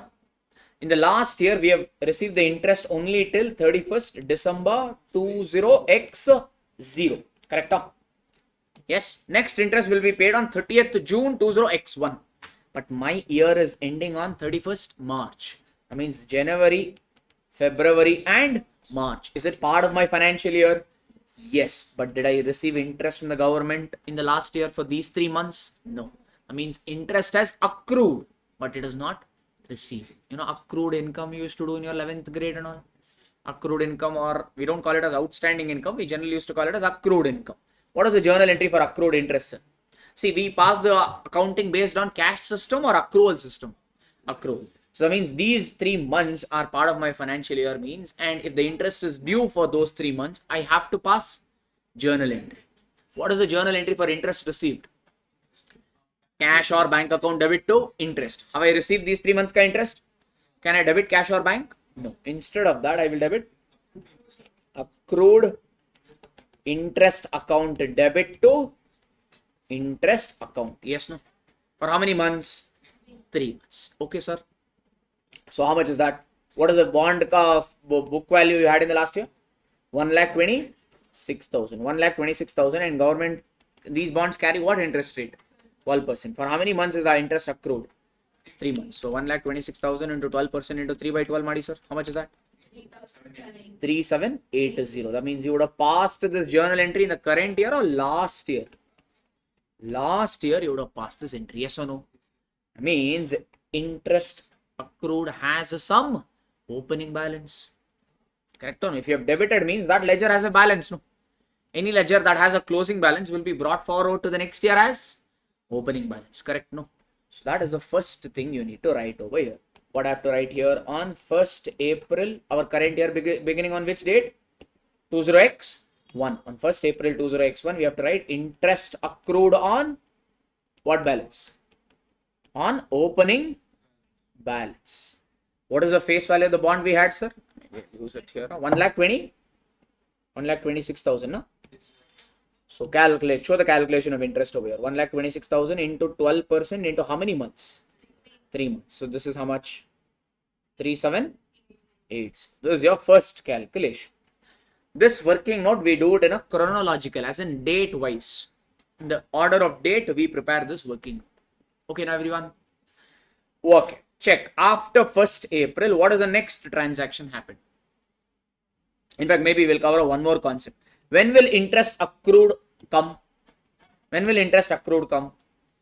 Only when your current year and interest due date is not in sync. If they're different, like here I've given in the chart, check.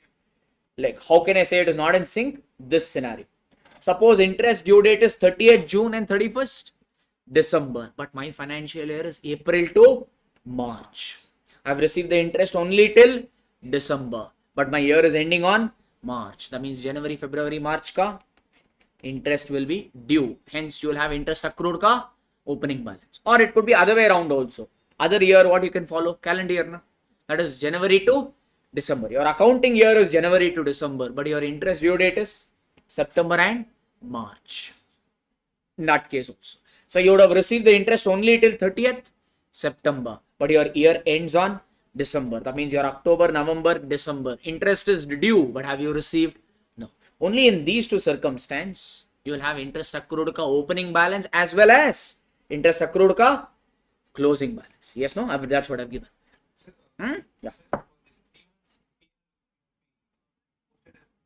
That and all will happen. So here, no, what I did over here, if I want, I'll just show you. He's saying, so what happens in P&L? 1 minute.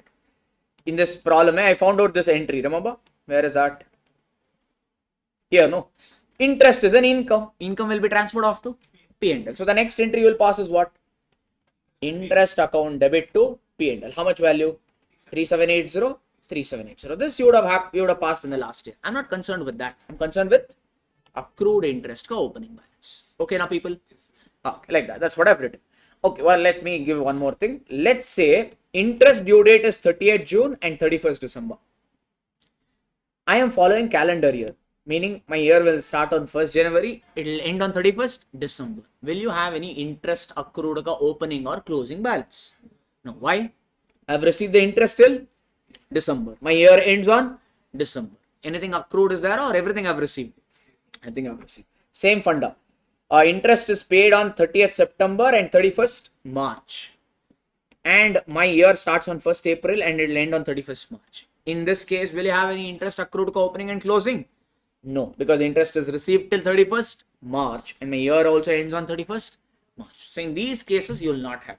Only when there is a mismatch between interest due date and accounting year, then you will have only 3 months interest accrued, opening as well as closing. That's a fund. Okay, now this concept, that's what I've written over here. Can we go for it? Interest calculation always in face value. This is the book value here is in face value only. We'll assume that's all. Oh, actually here, actually hang on. Then it should be wrong. One minute. Actually, the interest calculation always should be on the face value. No, so here actually they've given how many bonds have I purchased? 1200, and each bond ka face value is how much? 100. That means I thought when the face value and book value are same. Is it same over here or different? Different. That means interest calculation will not be on 1,26,000. Rather, it will be on 1,20,000. In fact, I will not worry about correcting here. I'll correct it here only. Okay. This is my working note. Any which way. So how much is this now? 3,600. Basically, I have to take over here 1,20,000. Correct. No. So face value should be not 1,26,000. Rather, it is 1,20,000. So this is 3,600. Any problem, anybody? Thank you. Can I move forward then? Okay, I don't know what they have taken. I don't know whether this mistake is continued here also. Oh no, here they have taken correctly. No problem. Okay. All right, sir. So next transaction, which day it happened? On 1st April you started. Next, what did you do next? You purchase. Actually, make this as 1st May. Don't take it as 2nd May. Make it as 1st May. It's a typo. So 1st May. 1st May, what did you do? You purchased 2,000 bonds. At what price each? 100 come interest. Okay. So on 1st May 20x1, you purchase, na? So what sort of purchase is this?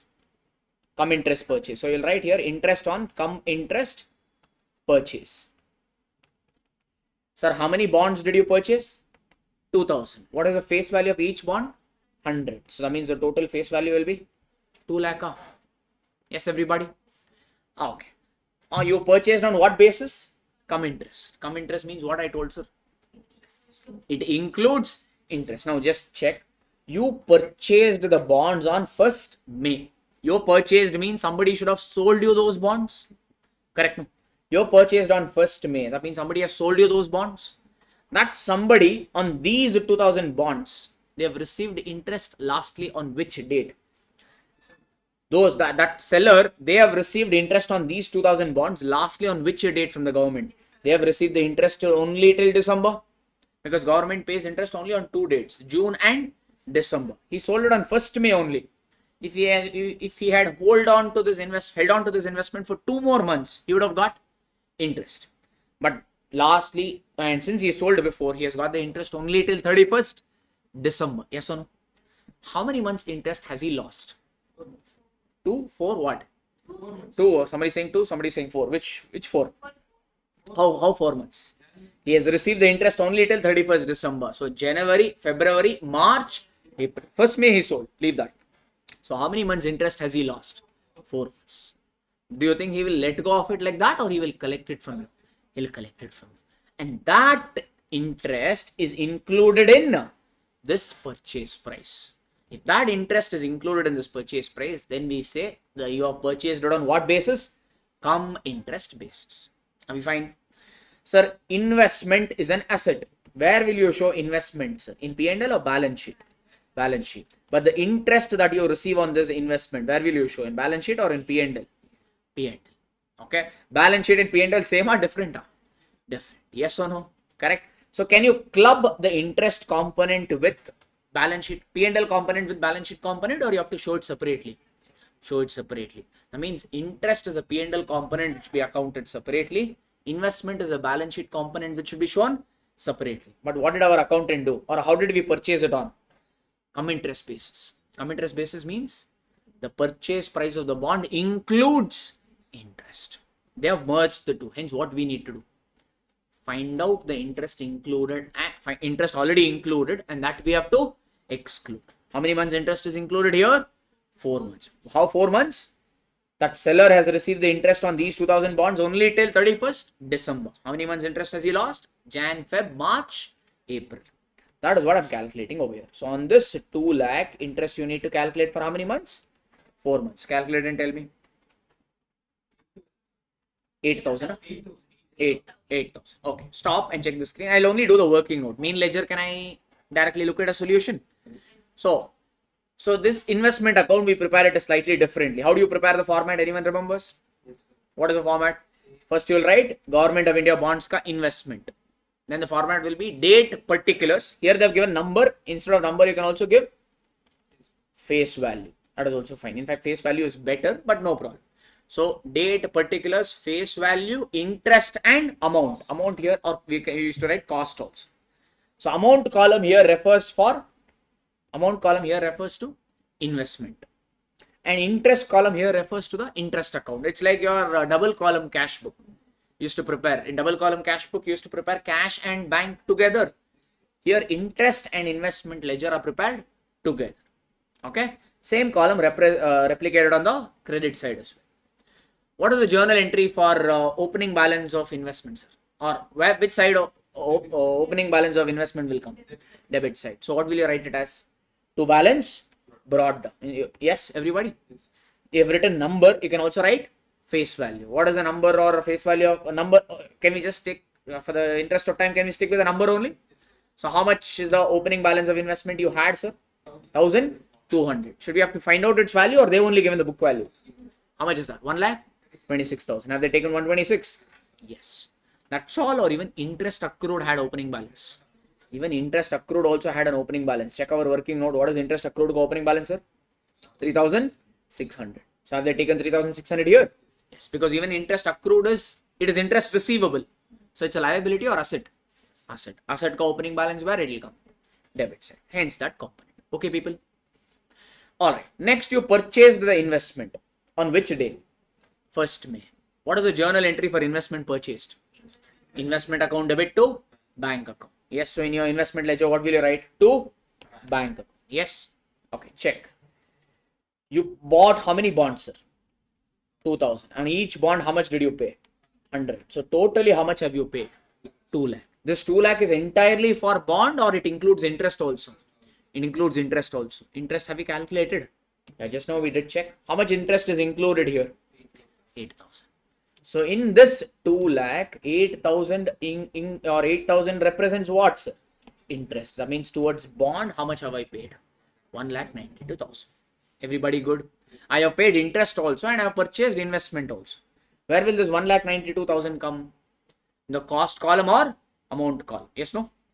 Because the journal entry is investment account debit to bank account. No? So amount column, you'll write 1,92,000. And what is the journal entry for interest paid? Because seller lost the interest. So as a purchaser, we have to pay the interest to him. What is the journal entry for interest paid? Interest account debit to bank account. Here already written. And so 2,000. Okay. How many bonds? 2,000. That's clear. Okay. Next transaction happened on which day? 30th September. Have it hang on. We have to do the interest working note chronologically. So after 1st May, anything is happening? Yes. On 30th June. On 30th June, what happens? Government pays the interest on bond, and government gives the interest on what basis? Half yearly basis. So on 30th June 20x1, we used to call it as interest received on holding. Yes, no? How many bond are you currently holding? Initially you had 120, then you purchased 2 lakh. So totally how much are you holding now? 3 lakh 20,000. On this 3 lakh 20,000, you will get interest from the government at the rate of 12%. And government is paying the interest on a half yearly basis. Now, that means you have to do what? Into 6 by 12. How much is this? 19,200. Are you paying this interest or receiving the interest? Receiving the interest. What is the journal entry for interest received? Bank to interest. You're preparing the interest and investment ledger together. So in the credit side, you'll write on 30th June by bank 19,200. Like that. Okay. People good now? Okay. Next. What is the next one? After 30th June, what happened? On 30th September, we made a sale. What kind of a sale? X interest or cum interest? X interest. So interest on X interest sale. Sir, X interest means what? The selling price does not include interest. Does it mean interest is not there? No. Interest is very much there. It is just not included in the selling price. Okay. Now, when did you sell? In fact, how many bonds did you sell? 1,500. What is the face value of each bond? 100. So, what is the total face value of investment sold? 1,50,000. You sold, no? Now, you are the seller. You have sold it to somebody. On this 1,500 bonds, you have received the interest from the government lastly on which date? 30th June. Because after 30th June, next you will receive the interest only on 31st December. But before that only you sold. So how many months you as a seller interest you have lost? How many months interest the seller has lost? 3 months. Which are those 3 months? July, August, September. Yes or no? You are seller now. Will you just like that give away those 3 months interest or you will recover? From whom? The buyer. Yes, no? So I have to calculate the interest for how many months now? 3 months. So into 3 by 12 you do. How much is this? 4,500. I will recover this now. So what is the journal entry for interest received? Bank account debit to interest. So in your investment ledger, it will be posted on the credit side. So by bank interest column, how much? 4,500. Yes. 1,500 bonds I have sold. Okay, 1 minute. I've sold 1,500 bond, each at what price? 105. That means what is my sale proceeds? How much money totally have I received? 1,500 into 105. How much is that? 1,57,500. This much money I have received, no? This 157,500 is cum interest or X interest? X interest. What is the journal entry for investment purchased? Investment to bank. What is the journal entry for investment sold? Ulta, bank to investment. How much value? 157,500. Have they taken? By bank 157,500. By bank 157,500. Okay. All right. Next, what happens? Anything else? Again on 31st December. What will happen on 31st December? Again on 31st December 20x1. That is your interest due date. Again, you will receive interest or interest received on holding. Now, how many face value of bonds you are holding? Till June, you held 320. In that, you have already sold 150. So, 320 minus 150, you do how much remains? 1,70,000. So, face value of the bond that is remaining with you is 1,70,000. On this, you will receive interest from the government for how many months? 6 months. How much is this? 10,200. This is interest received. What's the journal entry? Bank to interest. Have they posted it as by bank 10,200? Yes, that's your interest. Okay. That's all. One more. I've received the interest till 31st December, but my year ends on 31st March. 31st March 20x2. Means January, February, March. My interest has accrued. But have you received? No. At the top, you wrote interest accrued ka opening balance. At the bottom, what will you write?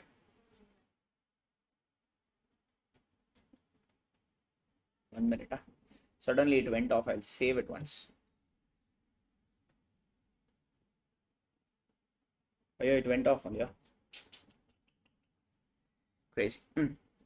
Okay, no problem. Anyway, which way I'm not copying, so it should be fine. It's okay, no? You're not copying, right? I don't know how much got saved. 1 minute. Let me at least just check. Sometimes it crashes in between. I don't know why. Maybe it doesn't like me. Okay, good. Actually, it's saved in which way. All right. So what was I saying? So your year ends on 31st March. So that means interest accrued will also have some. At the top, you wrote interest accrued ka opening balance. So at the bottom, you will obviously write interest accrued closing balance, CB. So how many bonds are you still holding, sir? 1,70,000. So on this 1,70,000, you have to calculate interest for how many months? January, February, March, 3 months. So into 3 by 12, you do 5,100. Sir, interest accrued is asset or liability? Asset. Asset ka closing balance, where it will come? Debit or credit? Asset. Opening balance, you'll write to balance brought down. Closing balance, you'll write by balance carried down. Yes or no? Have they written by balance carried down? 5,100 we got. Yeah, 5,100. That is what they've shown over here. Easy, sir. 1,700 bonds. Okay, people. All right. Sir, if you have sold some bonds, means when you sell, you will make some profit or you may make some loss. Yes or no? So that means we need to calculate that also. Yes. So next working note number 2, I'll put it up for profit or loss on sale. Sir, how do you get profit or loss? What and all you'll compare? You'll compare the sale price with the purchase price, cost price, and find out whether you have made a profit or whether you made some loss. Okay. Sale proceeds, do you know? You sold the investment. Do you know sale proceeds? In fact, we took it here only, in the ledger. Sale proceeds is 1,57,500. Sale proceeds 1,57,500. What about cost? Cost you can find out using FIFO basis or average cost basis. If they don't tell, I told you always take average cost. It is lot easier. FIFO means whatever investment you buy first, that you will sell first. But which is easy? Average cost basis. So that means we will find out less cost of investment using what approach? As per average cost approach or average cost basis. So check, sir. Check your investment ledger. Initially, you purchase the investment for how much value? 1,26,000. Again, you purchase some more bonds at what value? 192. Some bond you had in the last year, some more you purchased in the current year. Only those two happened now. Add up these two. 1,26,000 plus what was that? 1,26 plus 192. This is your total cost. Total cost for one bond or total number of bonds? Total bonds. How many bonds you had? Last time you had purchased 1,200. Now you purchased again 2,000. So what is the total number of bonds you have? 3,200. So this is the cost for 3,200 bond. If you do this, you will get the cost of one bond. Correct? No, total cost divided by total units. If you do, you're going to get the cost per unit. But we want cost of bonds sold. How many bonds did you sell? 1,500. So into 1,500 you. So it is basically total cost divided by total number of bonds multiplied by number of bonds sold. So how much is this? 063. 149 worth cost of investment. You sold it for 157. Happy scenario, sad scenario? That means this is a profit on sale. How much is your profit on sale? 8,437. Profit means it will come on the credit side or debit side of investment? Debit side of investment. Check, have they taken 8,437 to P&L account? 8,437. Because profit on sale will be transferred to P&L. No? Don't write it in the interest column. Okay. So this you will have to update in the cost column or amount column as we used to call it. That's all. Okay, Sarah. Everyone good? And interest is the nominal item. No. So any balancing figure in the interest, you will transfer it off to P&L. This is the balancing figure. Okay, sir. That's all. Okay. And this is what? This is the closing balance of bond. Again, you have got it as this is arrived as what? Calculated or balancing figure? Balancing figure. Rest everything we have ticked off. No? That's all. This is how investment in bond ka ledger will look like or accounting treatments will look like. Fine. Normally, sometimes they may also give you the brokerage and all. If there is brokerage at the time of purchase, what you will do? Add it. If there is brokerage, stamp duty and all, add it. That's it. That is not there in this problem because this problem has also one more investment in the form of equity shares. Now we will solve the same question for what approach? for equity shares. Same funda. Actually, investment accounting ledger is very easy because when you buy the investment, the journal entry is investment to bank. When you sell it, bank to investment. But the funda here is more towards your interest calculation, and that come interest, X interest wala drama. Rest pretty much is the same. Okay, let's again learn the equity shares ka drama also with the help of problem itself. Here also there could be few things. Let's learn it. 1 minute.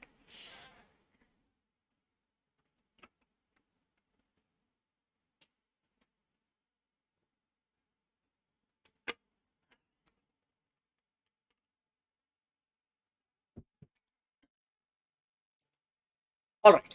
Now we'll go for equity shares because in this problem we have made investment in two places. One, we have purchased some bonds. Another, we have purchased some equity shares. So equity shares also the same format. Date, particulars, number. Instead of interest, you will substitute with dividend. And last will be your cost or amount column. Replicate the same columns on the credit side also. So first, on 15th April 20x1, you purchase 5,000 equity shares at 200 rupees on a come right basis. This is important. No problem. We'll hold on to that yet. So how many equity shares did you buy? 5,000. At what price? 200 per share. And is there any brokerage? Yes, there is a brokerage of 1% was paid in addition. And the face value of the share they're saying is 10 rupees. So you purchased 5,000 equity shares and one share, how much did you pay? 200. So how much is this, sir? 5,000 into 200 is how much? 10 lakh. Correct, no? 5,000, 50,000. Yeah, 10 lakh. That's all, or you paid some brokerage also? Brokerage. So what do you do for brokerage paid, sir? Add it to the cost of investment. How much is your investment ka value? 10 lakh. On this, how much brokerage is charging? 1%. So calculate 1 lakh or 1%. How much is this? 10,000. So that means what is your cost of investment? 1 lakh or 10 lakh? 10,000. What's for this working note? In fact, this also could be working note. Now, I mean, every working note, I'll not put it up straight away. I'll just show it over here. This is actually working note number. What was it? 3. No, 1 and 2 is already there. No, so I'll take it as 3. This is your working note number 3 to get your purchase cost. So what's the journal entry for equity shares purchased as investments? Bank kada. When you invest, people will give you money or you have to give the money. So the journal entry is investment account debit to bank. Excuse me. Somebody is remembering me too much. I'm getting hiccups.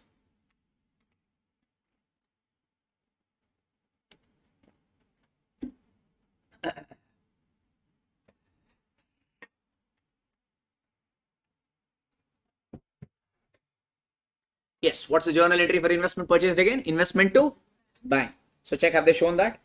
On 15th April, investment to bank. How many equity shares did you buy? 5,000. Total price, how much did you pay? 10 lakh, 10,000. Dividend, nothing. Don't write dividend ka opening balance this much, that much. Interest is paid on or interest accrues every month. Dividend does not accrue like that because dividend is not charged against profit. It is appropriation of profit. If company wants, they may give dividend. If company doesn't want, they may not give dividend. Just because you're holding the investment for 5 months does not mean you will get 5 months ka dividend. If you're holding debentures for 5 months, you are entitled to get 5 months ka interest because it accrues on a timely basis. So dividend, opening balance, nothing. Closing balance also nothing. Okay, next what happened? And more importantly, we purchased these shares on what basis? Come right basis. Okay, let me do a thing. Let me put this on hold for the time being. I'll come to this little later. There's one concept around it. We'll learn it a little later, or we'll revise it a little later. Next, on 30th June, company announced bonus issue of 2 shares for every 5 shares held. Such a nice company got shares we purchased. We purchased the share. After that, that company is announcing bonus shares. So what is the journal entry? So CRR account debit, SP account debit, free reserve to this. That is the journal entry for whom? X Limited. Now you are the company who's issuing the bonus shares or receiving the bonus shares? Receiving the bonus shares because you are not the company now. You are the investor. You have invested in the other company. So as an investor, we know bonus shares. Bonus shares means it's a shares given to existing shareholders at free of cost. So I have invested. I've already purchased the shares now. So will I get bonus shares? Yes. Should I have to pay any money for it? No. So that means working note number 4, we can put it up here as the bonus shares. Working note number 4, bonus shares. Can you tell me the number of bonus shares, sir? Bonus shares is given in what ratio they told? You'll get 2 bonus shares for every 5 held. So if you're holding 5 shares, you'll get 2 as bonus. How many shares currently you as an investor is holding? You already have purchased 5,000. If you have purchased 5,000 shares already, how many bonus will you get? So the number of bonus shares is 5,000 into 2 by 5, which is 2,000. Yes or no?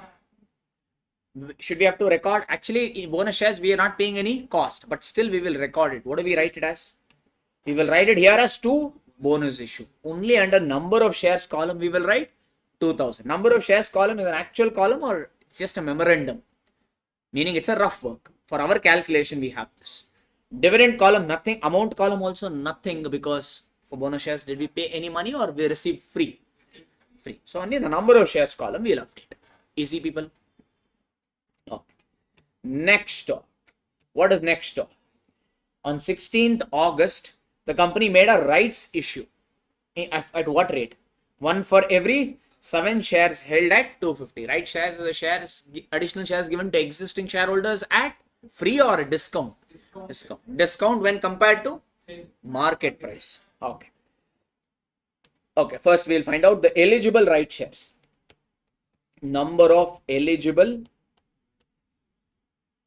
right shares. So right shares is given in some proportion, huh? Yes. How much is that? If you have 7 existing shares, you have an option to buy 1 right shares. That's what they're telling. Currently, as on 16th August, how many shares am I holding? I purchased 5,000. I got 2,000 bonus. Bonus or shares is also normal shares only. Just because you have received it free of cost does not mean it is nothing and all that. It is also normal shares only. So till 16th August, how many shares do I have currently? 7,000. If I have 7,000 shares, how many right shares am I eligible to buy? 7,000 into 1 by 7, which is 1,000 shares. This right shares, no, is like coupon. Flipkart or Amazon ka coupon. What and all can you do with that coupon? You can use the coupon to buy some goods. Or can you sell this coupon to your friend or somebody else? Yes, if you want, you can sell that coupon to somebody else. Or you can also tear it off. Tearing option, don't go for it. Okay? Yes. So right shares is also like that. If you are a shareholder, if you are an investor, and if you are eligible to get some right shares, no, you also have 2 options. Or actually, you also have 3 options. One, you can ignore everything. You can say and leave that. Okay, which nobody will do. Okay, that is one option. Or 2, you can use this right options and buy how many shares? 1,000 shares. So that we call it as rights subscribed. If you use these rights and buy the shares, we call it as rights subscribed. Or you can sell this rights to somebody else. That we call it as rights renounced. If you sell this right only to somebody else, we call it as rights renounced. Let's check what happened here. I was eligible to buy 1,000. What did we do? Rights to the extent of 20% was sold for 60. So rights sold only, what do we call it as, sir? Rights renounced. So working out number 6 is your rights renounced. I was eligible to buy how many shares? 1,000. Entire rights did I sell or only 20%? 20%. So how many shares ka right have I sold? 200 shares ka. And each right I have sold it for what price, sir? Each right I have sold it at 60 per share. So if you want here only, you can write 60. Or below you can show. How much is this? 12,000. No? So basically rights I have sold it to somebody else for 12,000. That somebody will buy those shares from the company. Are we fine, everybody? For me, what happened with me? I got this money extra. So that means for me it is an income. Where will this 12,000 be transferred to? This 12,000 income straight away will go off to P&L. You can pass the journal entry as bank account debit to rights income account debit to P&L, or directly you can write bank account debit to P&L 12,000. That is also okay. So 20, okay, no? So 20% I have renounced. So that means 80% I have subscribed. So working note number 7 will be what? Rights subscribed or rights purchased. You can call anything. That's okay. So how many? 1,000 ka 80%, which is how many shares? 800 shares I have purchased. And if I have to buy right shares means how much I need to pay to the company. Right shares was announced at what price? 250 per share. So that means how much I need to pay to the company.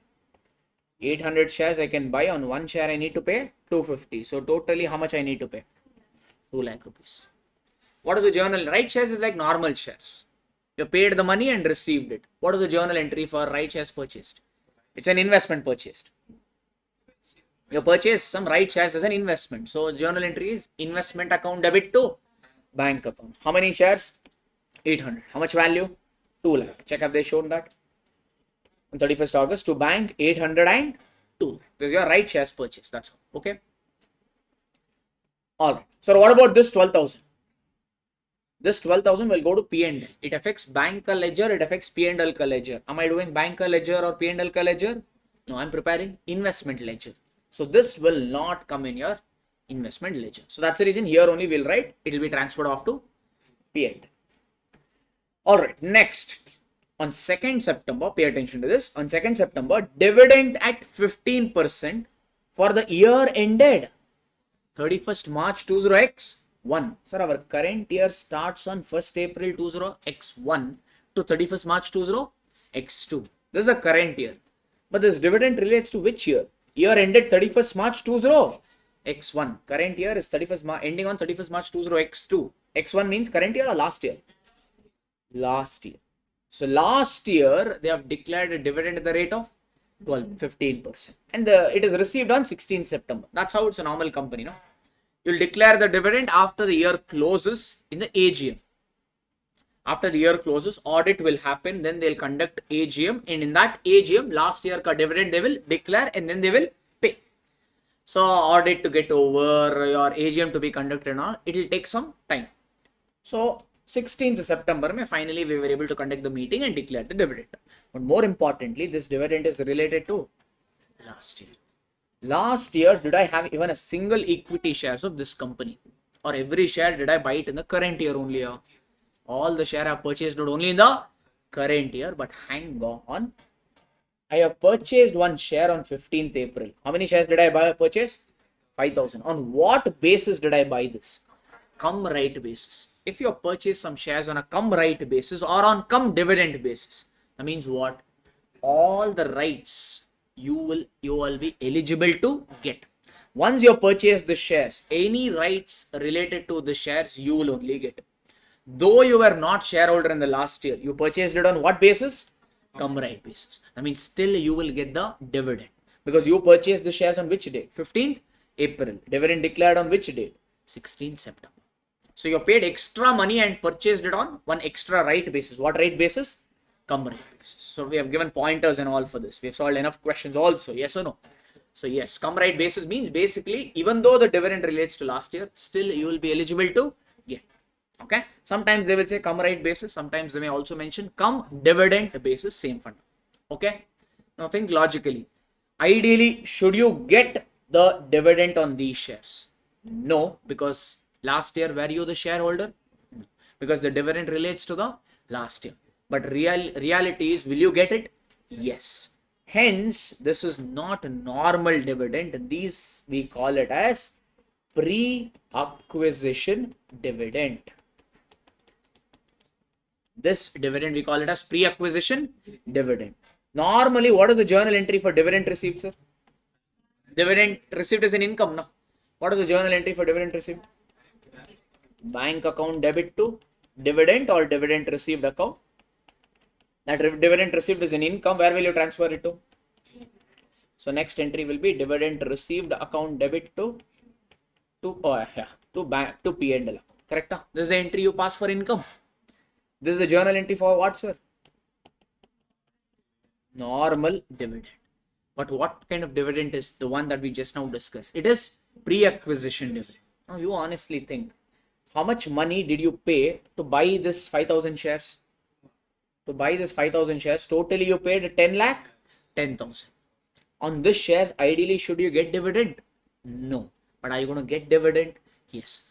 Let's say you're getting a dividend of, they've calculated it. Let's say it is 7,500. We'll also calculate. We'll test that also. So on one hand, how much did you pay to get these shares? 10 lakh, 10,000. On another hand, how much dividend are you getting back? 7,500. That means, is your cost of investment really 10 lakh, 10,000 or lesser? Lesser. Hence, we say, or as per AS 13, pre-acquisition dividend, no, will not be transferred to P&L. What is the journal entry for pre-acquisition dividend? Journal entry for pre-acquisition dividend is you have received, na? So the journal entry will be bank account debit. This pre-acquisition dividend will be reduced from the cost of investment. So the journal entry you will pass as bank account debit to investment account. Because logically you should have not got it, but practically you are getting it. So your cost of the investment has got reduced. Investment is an asset. Asset has debit balance. To reduce the cost of asset, we need to credit the investment. Hence this. Okay, people. How many shares? 5,000. What is the nominal value of each share? They told initially only 10. What is the rate of dividend that was declared in the last year? 15%. So calculate this. How much is this? 7,500. So you will pass this journal entry for 7,500. Okay now. So in your investment ledger, what will be the posting? You'll write by bank. In which column? Dividend column or amount column? Amount column represents your investment ledger column. There you will write, because pre-acquisition dividend will reduce the cost of investment. That says. Okay, Sarji. Alright. Next, what is this? On 15th December, we sold 3,000 shares at 300. Okay. Brokerages 1% incurred. Okay. 1 minute. We'll put up one working note for working note number 8. When you sell, you'll make some profit or you'll make some loss. Okay, first we'll find out the sale proceeds. How many shares did you sell, sir? 3,000. Okay, at what price per share? 300. So how much is this 3,000 into 300, sir? 9 lakh. Now honestly tell me, will you get 9 lakh rupees or some money broker will take off? Now means here you should add brokerage or deduct brokerage. So you have to write 9 lakh, and what is that brokerage percentage? 1%. Is it okay? So 9 lakh ka 1%. How much is that? 9,000. So effectively, how much money will come into your bank account? 8,91,000. Easy, sir. What's the journal entry for investment sold? Bank to investment. So in your investment ledger, you'll write by bank. Have they written by bank 3,000, and the amount column they have written 8,91,000. Yes, sir. When you sell the investment, you will make some profit or you will make some loss. So that means you also need what? Cost. How will we find out cost? Using average cost basis. For that, first we require what, sir? Total cost of investment divided by total number of shares multiplied by the number of shares sold. Check your ledger. Initially, you bought the shares for 10 lakh, 10,000. Bonus shares is okay. Right shares, you bought it for 2 lakh. Yes, no, this is the only thing that happened. That's all. One more. Pre-acquisition dividend, will you transfer to P&L or you will reduce from cost of investment? So that means, what is your cost of investment? 10 lakh to purchase initial one, you paid 10 lakh 10,000. For right shares, you paid 2 lakh. For pre-acquisition dividend, you will reduce 7,500. Correct? No, this is your cost. Divided by total number of shares. How many shares you are holding? 5,000 plus 2,000, 7,000. 7,000 plus 800 is 7,800. So this is the cost for 7,800 shares. Did you sell entire lot or how many shares did you sell? 3,000. So what is the cost? 4,62,500. That means again, did you make some profit? So how much is the profit on sale? 4,28,500. Profit means which sides? Debit side, you will post it as 4,28,500. And where will this profit go to? P&L. Which column it should come? Dividend or amount column? Amount column. Check, have they shown? 4,28,400 and amount column transferred to P&L. You see? Alright? Yes. Okay, next, what is there, sir? Anything else is there? Okay, received interim dividend. Interim dividend means before the final thing. 1 minute. Just 1 second. One minute, guys. It's not there. Okay, no problem. Oh, yeah, what is that? Interim dividend means In between two AGMs, if you declare a dividend, that we call it as interim dividend. Normally, final dividend will be paid after the AGM. That will happen in the current year or after the year ends. The year ends. But some shareholders know they may be expecting some dividend. That is the reason for the time being, company will say take this much and keep shut. Final dividend I will give it later. So interim dividend and all, it always relates to the current year. Interim dividend always relates to the current year. So what is the nature of interim dividend? Interim dividend is always normal dividend, because you would have purchased the shares in the current year. Are you eligible to get current year dividend? Yes. Will you get it? Yes. So check, sir. How many shares currently are you? Once again, when was this interim dividend declared? 15th January. On 15th January, how many shares are you holding? 5,000, 2,800, 7,800. But some shares did you sell before 15th January? How many shares have you sold? 3,000. So that means how many shares are you holding?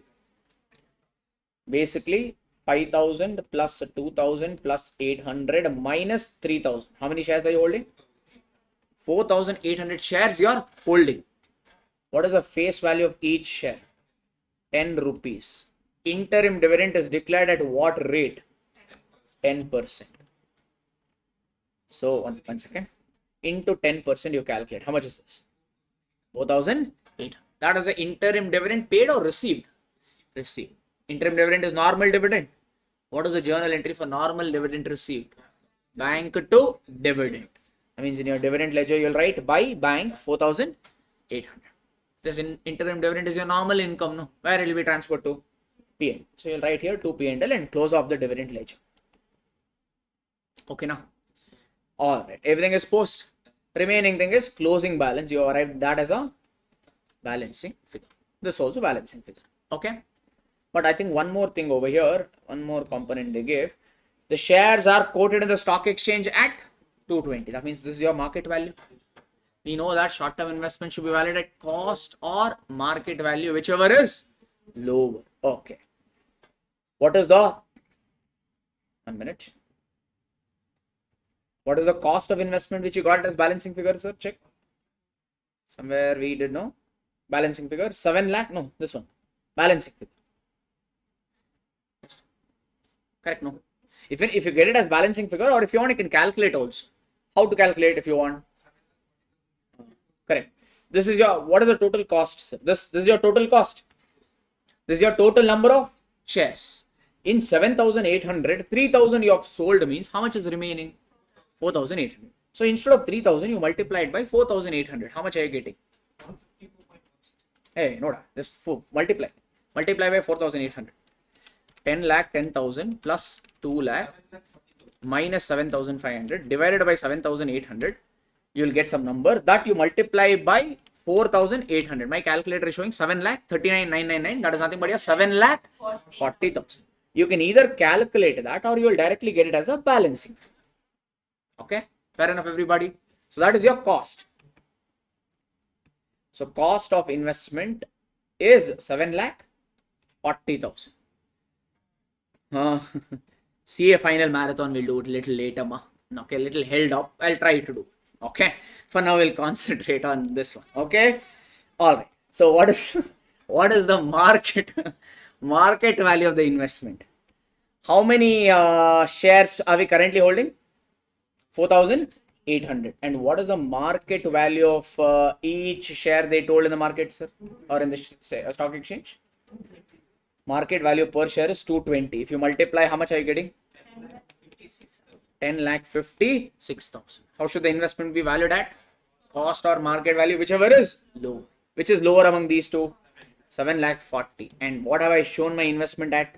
740. That means have I done anything wrong or correctly only? Correct. This is a conclusion. That's all. Fair enough.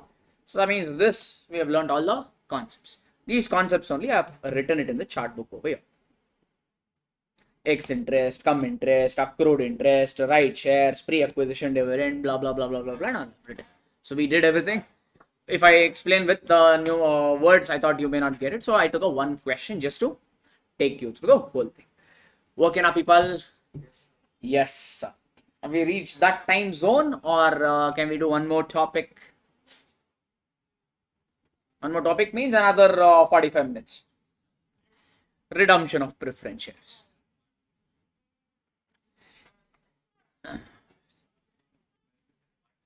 Huh? I'll tell you the advantage. If we do one more topic, tomorrow we can wind. We can try to wind up. Friday we need not. It need not be necessary. It'll get over. If I wind up now, then I'll have to take a Friday class pakka. So that is one incentive. So I mean, if you have reached the zone and say means okay, or if you can feel no another half an hour to 40 minutes, I will hold on. I can continue. Continue.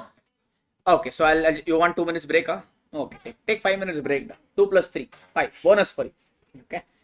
All right, we are continuing on popular opinion. So before that, we are taking a 5 minutes break.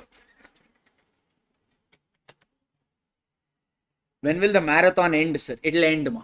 Soon it'll end. Tomorrow we'll try to make it end. Okay. So we'll continue today and try to make it end.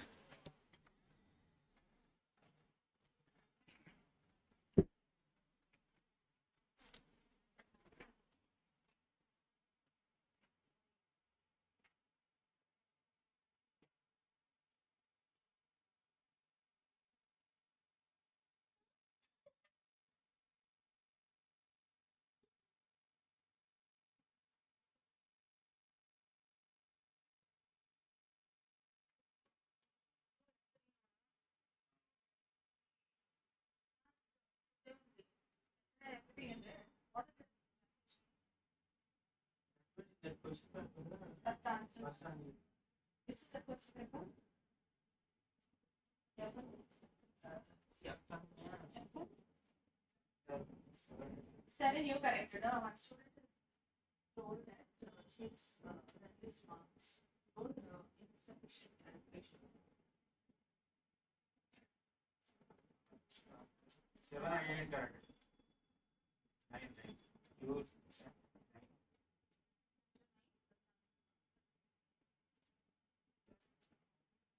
Answer is not there in the answer key. Shut up, don't laugh. They are just hey, costing questions and things. We are no actions in it's no last like learning last way. There are no issues with it. same question.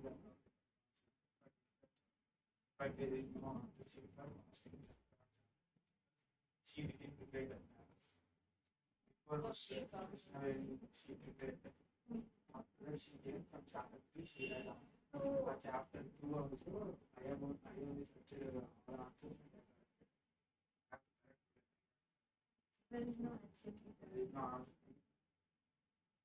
Because she on it, she messaged me and asked.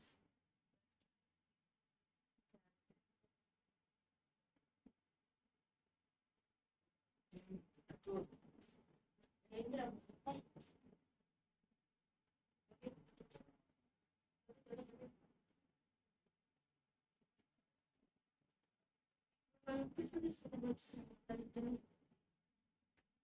uh-huh. Oh, oh, sorry.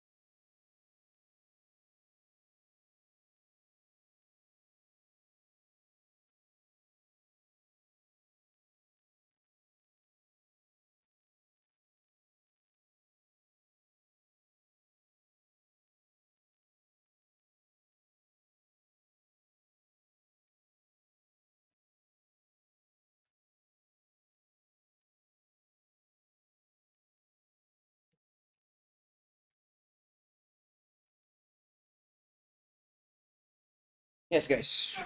Everyone, we're back now.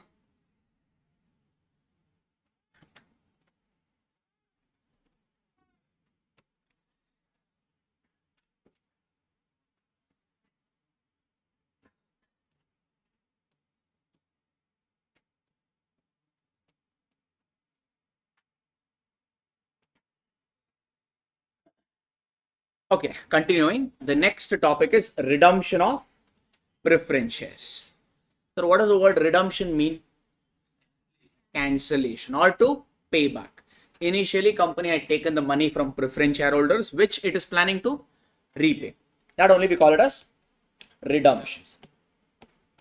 Just to cancelling the preference shares and repay the preference shareholders their money. That's it. Okay. And one of the condition of Companies Act is if you want to cancel or redeem preference shares, the preference shares must be fully paid up. Meaning partly paid up preference shares cannot be cancelled. Only fully paid up preference shares can be cancelled. Companies Act restriction.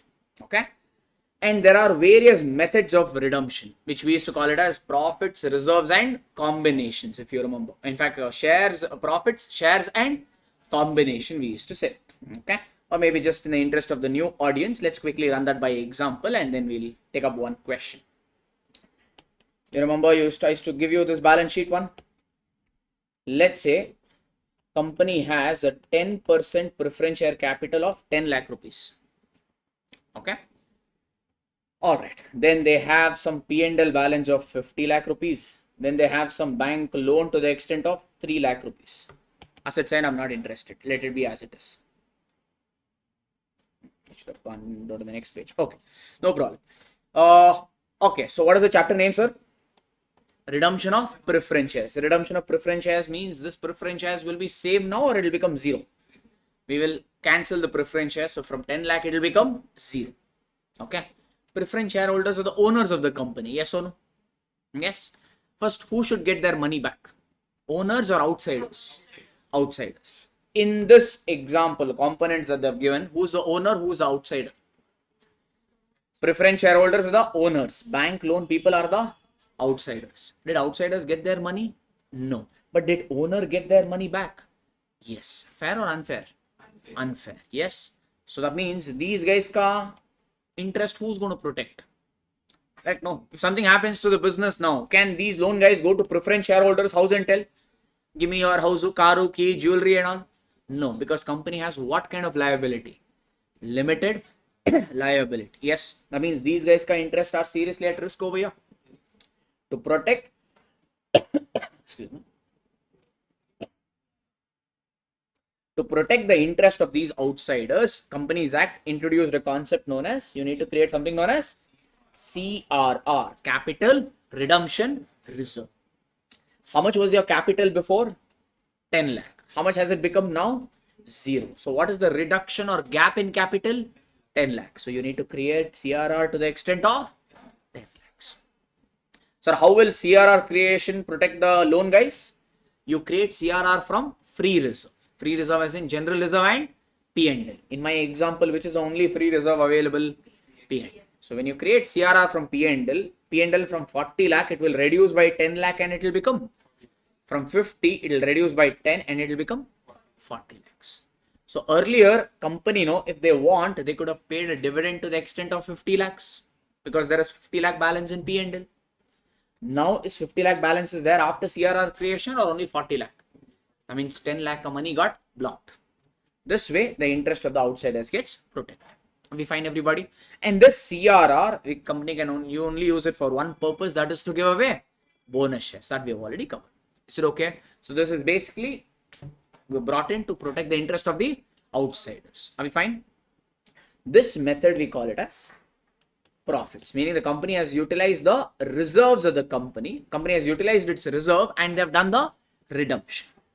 Similarly, there is another method. Okay, till here, na? Same thing I had given you when I had explained. Let's take one more balance sheet. Same component. 10% preference share capital. How much was its value? 10 lakh. So how much you have P&L balance? 50 lakh. Okay, how much is your loan balance? 3 lakh. You're redeeming preference shares. So that means from 10 lakh, this will become 0. let's say company is using for second method. Second method is shares, issue of shares. To redeem preference shares, company needs money. Yes. To raise that money, the company is giving new equity shares. To raise that money, company is giving in new equity shares. This new equity shares is not given to preference shareholders. It is just issued. Whoever wants to subscribe can subscribe. Okay, so let's say we have given new equity shares worth 10 lakh rupees. Okay, everybody. Now, preference share capital from 10 lakh, it became 0. But did you issue any new equity shares? Did you issue any new equity shares? Yes. Worth how much? 10 lakh. That means equity share capital will come in to the extent of 10 lakhs. Are we fine? How much CRR will you create in this case? 0. Why? CRR is created to fill the capital gap. How much was the capital before? 10 lakh. How much it has become now? 0. That means at this point of time, there is a gap in capital to the extent of 10 lakh. But didn't you issue equity shares to the extent of 10 lakh? That means that gap has been fully filled up. So is there any CRR required to be created? That means 0. This method we call it as shares. Last method is combination. Partly shares, partly reserves and partly shares. Let's say we used reserves to the extent of 7 lakh and we give new shares to the extent of 3 lakh. Let's assume. Okay, again same balance sheet. 10% preference share capital. How much is the value? 10 lakh. And the loan ka value is how much? 3 lakh. You redeemed the preference share. So that means from 10 lakh this became 0. Did you issue any new shares? Yes. If you issue new equity shares, means equity share capital will come into the extent of 3 lakh. Is the gap fully filled up or there is still gap? How much was the capital before? 10 lakh. How much is the capital now? 3 lakh. How much is the gap still? 7 lakh. That means what do you need to do? Create CRR to the extent of 7 lakh. Basically CRR you create to the extent of capital gap. Or other way if you want. How much reserve did you utilize? 7 lakh. How much CRR did you create? 7 lakh. In the second case, how much reserve did you utilize? 0, because the entire money came through equity shares. No. So how much reserve you utilized? 0. How much CRR did you create? 0. In the first case, you used entirely profits. No. So how much profits or reserve did you utilize in the first method? 10 lakh. How much CRR did you create? 10. That way also you can restructure. CRR is created to the extent of reserves utilized. Okay, everybody. That is what I've written over here. I think somewhere I had written. Okay, maybe I'll come to that CRR. Okay, I'll write. Come here. CRR is created from free reserve. Free reserve as in any reserve which is available for dividend declaration. Generally, we see general reserve and P&L in our problems. And CRR is created to fill the capital gap, or CRR is created to the extent of free reserves utilized. However way you want to take it, you can take it. Okay. Premium on redemption of preference shares as well as the premium on new shares is ignored for CRR purpose. Maybe I'll let that point be on hold. I'll come to that a little later. Okay. So for now, basic idea of CRR, we got it. We saw few methods. What are those? Profits and or reserves and shares. Is there any advantage of going for shares method? Yes, one advantage is there will be no cash outflow. Because to redeem preference shares, you need to pay the money. Did that money come out of your bank account or you gave new shares? When you give new shares, you will get the money. Use the money to pay off the preference share holders. So is there any cash outflow of the company? On one hand, you got it. On the other hand, you paid. Existing bank balance is still intact. That is one advantage. And if you want new shares, you can issue it at premium and collect more money. That is one advantage. Is there any disadvantage? Yes, if you give more shares means the shareholding percentage will change, meaning there will be a dilution of control. Correct? No, because now more number of shareholders will come. So if you want to do business of a company means you need to take shareholders approval. Correct? Now more number of people's consent is required to do any business. So control gets diluted or existing shareholders ka share percentage will reduce. Okay. And also there will be dilution in earnings, meaning your EPS will reduce. How do you calculate EPS? You have done in AS20. Earnings divided by total number of equity shares. If the number of shares increases means your EPS will reduce. More number of people means the earnings per share will go on reducing. Like simple. This is nothing but your earnings divided by number of shares. Let's say company earned 10 lakh and the company has 1 lakh share. What is the earnings per share? 10 rupees. Let's say earnings is 10 lakh only, but the number of shares from 1 lakh it became 2 lakh. Now how much is the EPS? 5. From 10, didn't it reduce to 5 when the number of shares increased? When 1 lakh became 2 lakh, EPS got reduced. This is one of the disadvantages. Not that these are that important, just brought in. Okay. Similarly, if you go for profits method or reserves method, is there any advantage? Disadvantage here becomes advantage there. No? If you go for reserves method, is there any EPS dilution? No. Is there any control dilution? No. Right, the same. Disadvantage. Advantage here becomes disadvantage there. In case of reserve method, are you getting any money? No. But you have to pay the money to preference shareholders. So that means your existing cash balance will reduce. That means there will be some cash outflow. And you'll not get any premium on new shares. Like that you can keep it. Okay, sir. Last one was combination method, which we have discussed. Okay. Journal entry, we will go through the journal entry maybe once and then we'll take up one question and see if there is any point remaining. Tell me, sir. First, you have to redeem preference shares means you need to pay preference shareholders. For that, you need money. If there is a shortage means what to do? Company can issue the shares. Another way, the company can, the company can sell some of their investment or assets. If you have sold investment, what is the journal entry? Bank to investment. When you sell, you could make some profit or you could make some loss. If it is loss means P&L will be debited. Gain means P&L will be credited. I have taken a sample entry with loss. It could be gain also or it could be no profit or no loss also. This is a journal entry for investment sold. Then, or you can raise the money by, as you told, by giving away equity shares. What's the journal entry for equity shares issued? Bank account debit to equity share capital. If you have issued the shares at a premium means bank account debit to equity share capital to securities premium. Is it okay? All right. Check. This premium that you received on new shares, is it affecting your capital? No, because premium element always goes to where? Securities premium. Yes, this goes to securities premium basically. Yes, correct. So this premium, does it fill up the gap? No, because capital is always shown at face value. Premium neither creates the gap nor it fills the gap. So hence, any premium that you have received on new shares or if you have redeemed preference shares at premium, both should be ignored for CRR purpose. Because CRR is created to the extent of face value. On new shares, if you receive any premium, that premium goes to securities premium. It does not affect the face value of share capital. That's the reason this premium gets ignored. For what purpose? CRR purpose. Journal entry you pass. For CRR purpose, you do not consider that. Because CRR works only from what angle? Face value. Because the main intention is to fill capital gap. And capital is shown at face value. Okay. Now, these are the journal entry through which you can raise the money requirements. Then your redemption entry will start. Sir, preference share capital you showed on the asset side of balance sheet or liability side. So it has debit balance or credit balance? Credit balance. Something which has credit balance in accounts, how do you cancel? Debit. So when you redeem the preference shares, first journal entry is, or the journal entry is preference share capital account debit. Okay.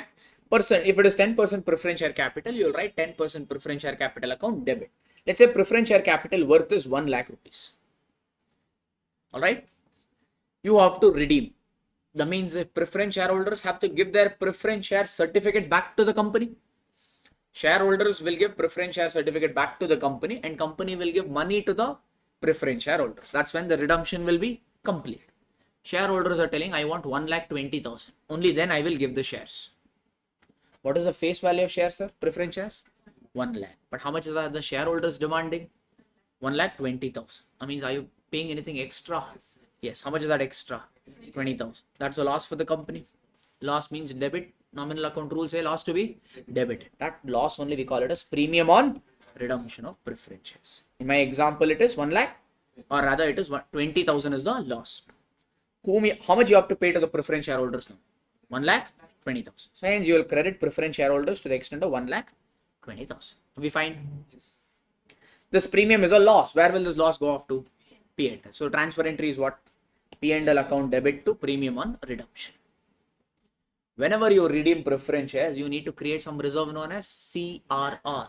CRR stands for Capital Redemption Reserve. And CRR you create from what reserve? Free reserve. Free reserve as in general reserve or P&L. So when you create CRR from free reserve balance will reduce, CRR balance will increase. Reserve means they'll have what balance? Credit balance. How do you reduce something which has credit balance? Debit. So the journal entry is either general reserve account debit or P&L. You can use one of them or any other free reserve if it is available. That also can be utilized. So basically free reserve account debit to CRR if you are creating CRR. Okay. The last entry is the payment that you have to make to the preference shareholders, which will be what? Preference shareholders to bank account. Did everybody understand? And this premium of 20,000, will it affect your capital, sir? No. Preference share capital ka face value is how much? 1 lakh. Is this 20,000 affecting your capital or is it affecting your face value of capital? No. Hence, this premium also is ignored. For what purpose? CRR purpose. That's what I've written over here. Premium on redemption of preference shares as well as premium on fresh issue of shares. Both should be ignored, not for journal entry sake, but for ignored for what purpose? For CRR calculation purpose. Because premium neither creates the gap nor does it fill up the gap. That's it. That is your basic funda. So can we go over one question quickly to revise? Or maybe I think there's some extra point also. Maybe we'll do one question and come back to that. I don't know whether it is there. No, not own debentures. Okay, we'll take up this question number 8. What own debentures? That is debentures topic. Na? We are doing redemption of preference shares, right? Financial statement chapter is completed or not yet? Tomorrow. Okay, come to question number 8, all of you. Capital structure of a company consists of 20,000 equity shares of 10 each, fully paid up. Are we redeeming equity shares or preference shares? So equity shares, time being, let it be. How many preference shares we have? Did I say rupees or just 1,000? I mean, this 1,000 is the number of preference shares. What percentage preference shares? 8%. And what is the face value of each of them? 100. And they're all fully paid up. One of the condition of redemption is what? All the preference shares should be fully paid up. Is it fully paid up? Yes. So what is your preference share capital then? We have 1,000 preference shares, each ka face value 100, which gives us preference share capital to be 1 lakh. Undistributed reserves in surplus. General reserve we have 80,000. Is it a free reserve? Yes. P&L we have 20,000. Is it a free reserve? Investment allowance reserve, out of which 5,000 not free for distribution as dividend. Total investment allowance reserve is 10,000. In this 10,000, 5,000 you cannot pay dividend. That means other 5,000. In this 10,000, 5,000 not available for what? Dividend. That means other 5,000 is available for what declaration? Dividend declaration. That means this 5,000 is constitute what? This 5,000 constitutes your free reserve. Okay. All right. Security premium is 2,000. Is security premium a free reserve? No. Cash and bank balance is 98,000. Preference shares are to be redeemed at a premium of 10%. That means, are you paying 1 lakh to the preference shareholders or something extra? How much extra are you paying? You're not paying 1 lakh. On 1 lakh, 10% extra you're paying. So the premium is 10,000. So totally you need to pay 1 lakh 10,000. So premium is a loss. Where will the loss go to?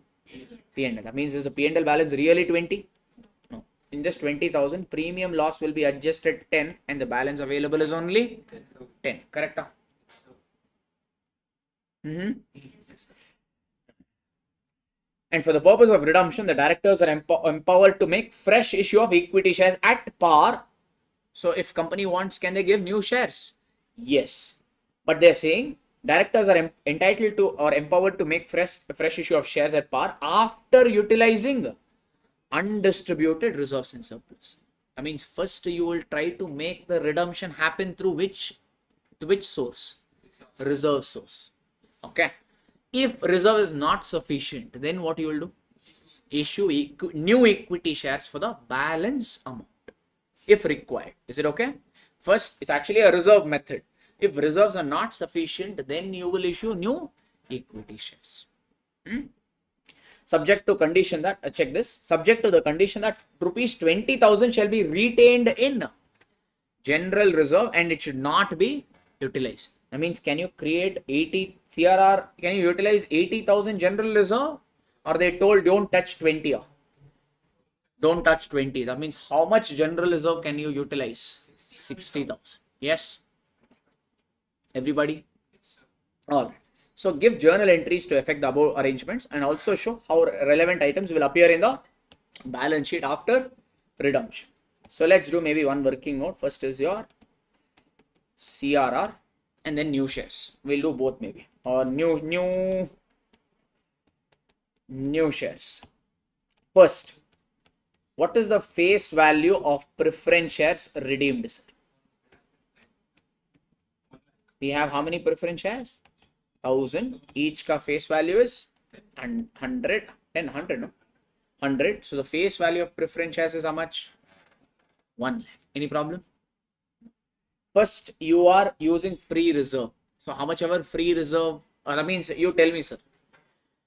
You use free reserve to create CRR. How much CRR can you create?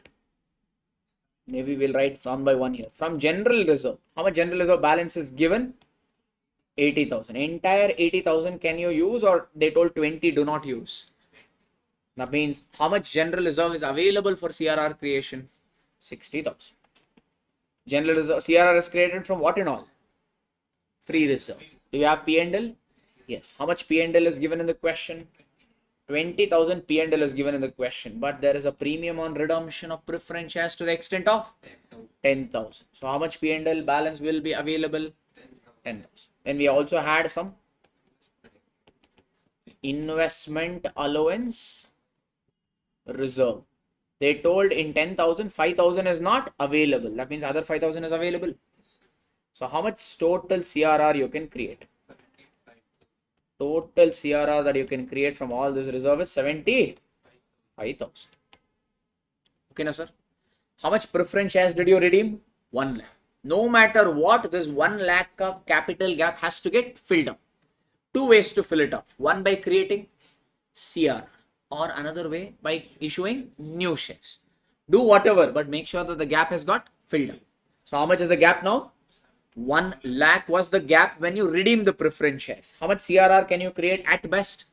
75. Gap is fully filled up, or there is still some balance? Still some balance is there. How much? 1 lakh by 75 you filled up by creating CRR. That means other 25,000 you have to fill up by giving what? New shares. That means, can I say like this? Total face value of new equity shares issued. You have to issue new equity shares worth not 25,000 number of equity shares. 25,000 is the value of equity shares that you totally need to give. That's your one working. Any problem, anybody? No? Can I start the journals? Did we sell any investment here? No. Did we issue any new shares? Yes. How much value? 25,000. And these shares are issued at par only. So what is the journal entry for new shares issued? Bank account debit to equity share capital 25,000. 25,000. Now redemption entries will come. What is the journal entry to redeem preference shares, sir? What percentage preference shares are these? 8% redeemable preference share capital account debit. Correct? No. 8% redeemable preference share capital account debit 1 lakh. But are you paying 1 lakh to preference shareholders, or is there any premium? Premium is a loss to be debited. So premium on redemption of preference shares account debit. Premium is 10%. Na? So 1 lakh are 10%. So the total premium will be 10,000. Whom you have to pay this money to? Preference shareholders. So you will credit preference shareholders to the extent of 1 lakh 10,000. You can use the remote.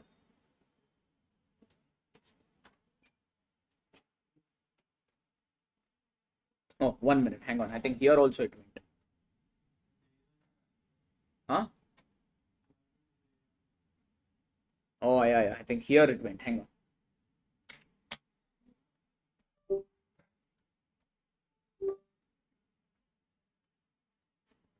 1 minute.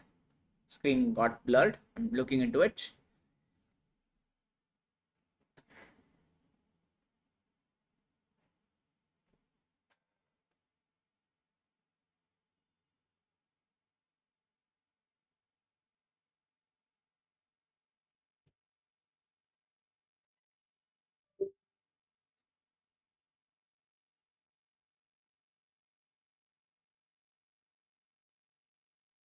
So,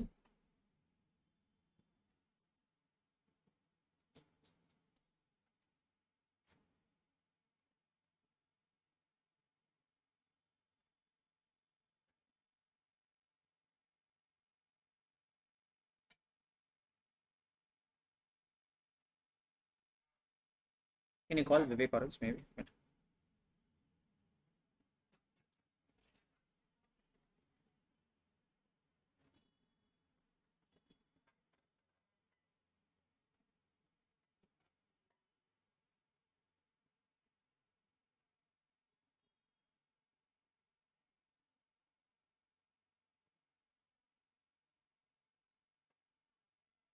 Power disconnected.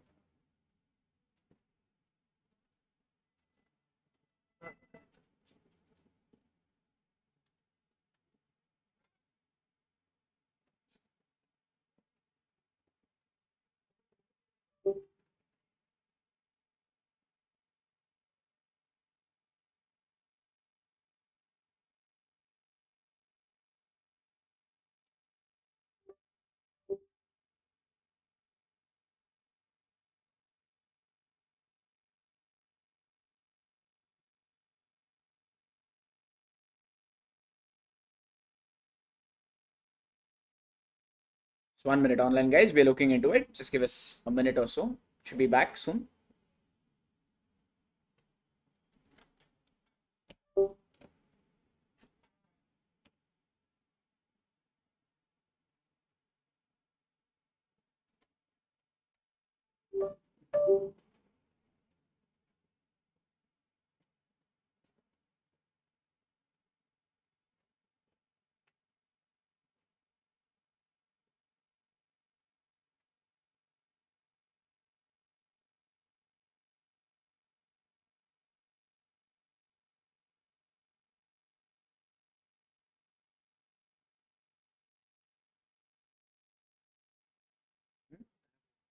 ಏನು of ಮಾಡಬೇಕಂದ್ರೆ ಯಾಕೆ ಹೌದಾ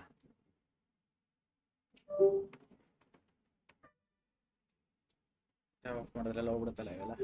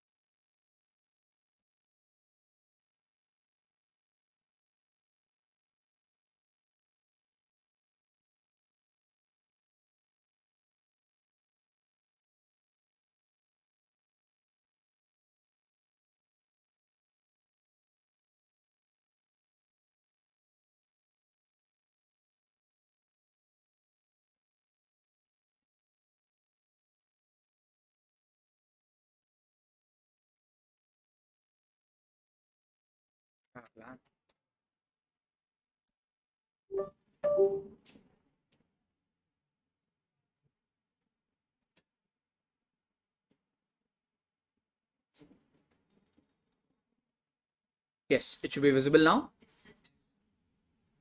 Last moment it gave us heart, no? Another 5 minutes it couldn't wait. This is going da. ಇದು ಬರೀತಲ್ಲ ಬೇಗ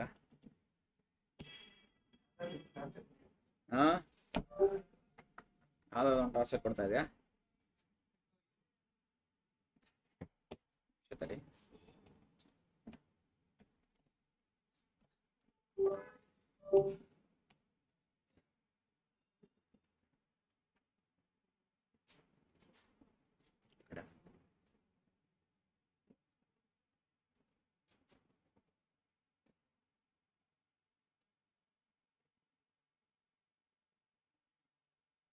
Yeah, now it should be back. All right, coming back. So we were redeeming preference shares. Preference share capital you will debit to the extent of 1 lakh. You paid a premium to the extent of 10%. So premium is a loss. Loss you will debit to the extent of 10,000. That is 1 lakh or 10%, which is 10,000. And you have to pay this money to the preference shareholders. That's your 1 lakh 10,000. This premium is a loss. Where will this loss be transferred to? P&L. So transfer entry is P&L account debit to premium on redemption of preference shares 10,000. Did you create any CRR? Yes. From what and all did you create CRR? General reserve, P&L, investment allowance reserve. That means all these three reserve ka balance will reduce. CRR ka balance will increase. All this reserve has what balance?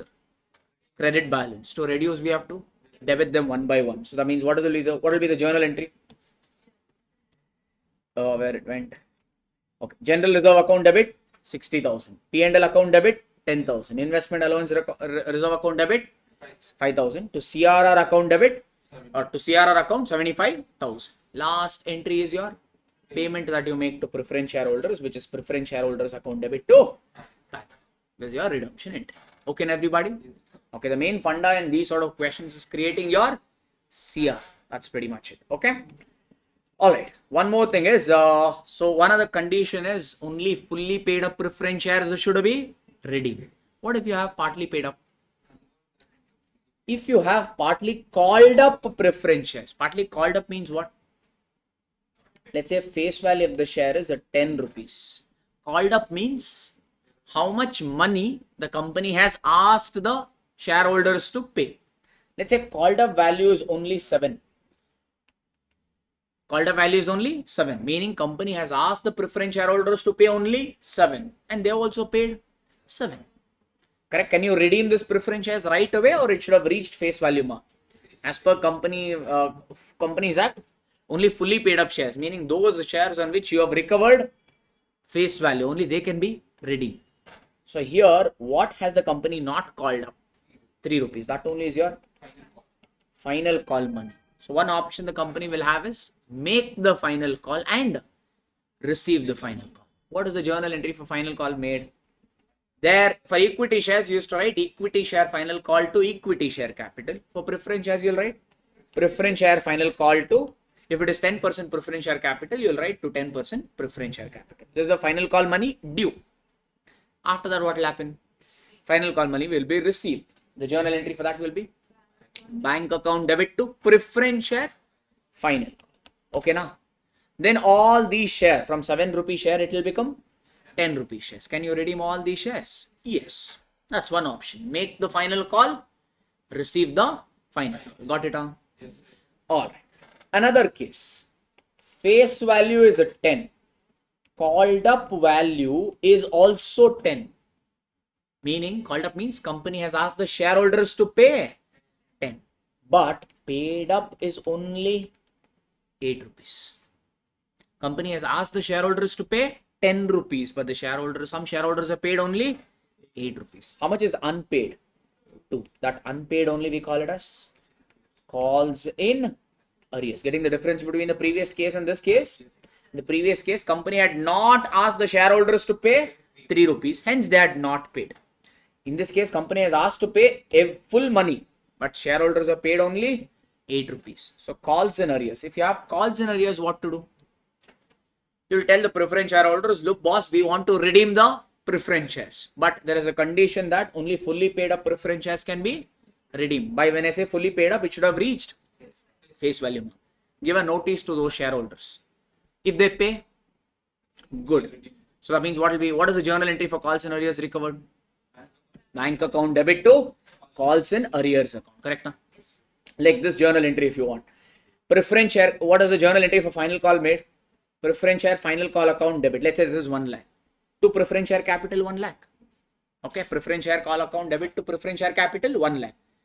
Some shareholders did not pay 20,000. How much they had to pay, sir? 1 lakh. But how much did you recover?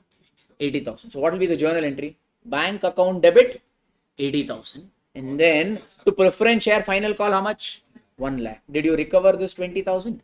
No. You will write what here? Calls in arrears account debit 20,000. Yes or no? You would have passed this entry.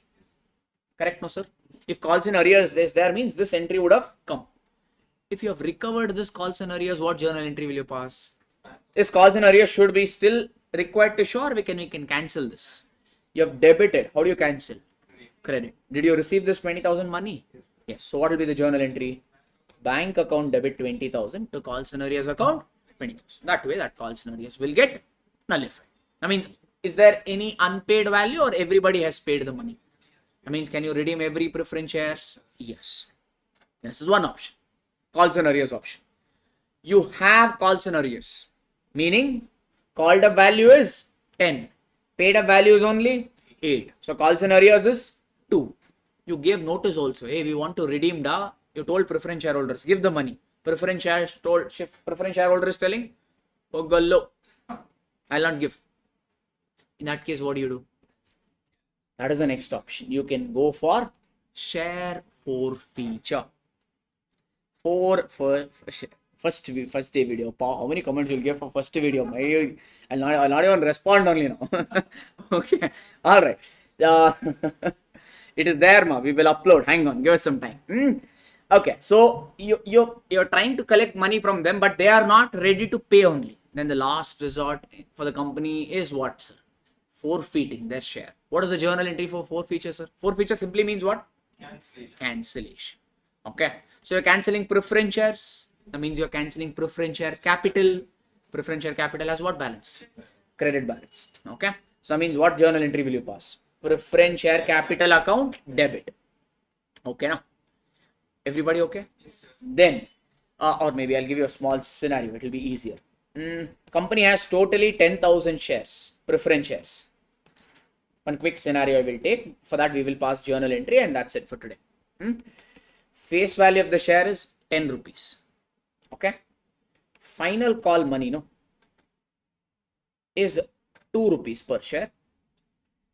1,000 preference shareholders on 1,000 preference shares, you did not recover final call.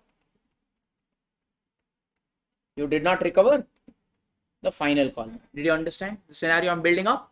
Totally the company has how many preference shares? 10,000. Face value is 10. The final call money is 2 rupees. On 1,000 preference shareholders, few shareholders who are holding totally how many preference shares? 1,000. They paid this final call money or did not pay? Did not pay. Oh, for this you need to tell the journal entry for me. Okay. First journal entry. What is it? We'll pass from the beginning. So the journal entry will be bank account debit. Fine, everybody. How much? 10,000 preference. I'll pass only one entry. I'll not worry about application, allotment, first call, final call. Simply I'll pass one entry. Bank account debit. What, sir? How much money? In fact, 1 minute. On 9,000 shares, you recovered full money. How much? 10 rupees. Okay, na? Correct. On 1,000 shares, did you recover full money or you did not recover final call money? Did not recover. In 10 rupees, 2 rupees, you did not recover. So how much did you recover? 8. So totally how much did you recover?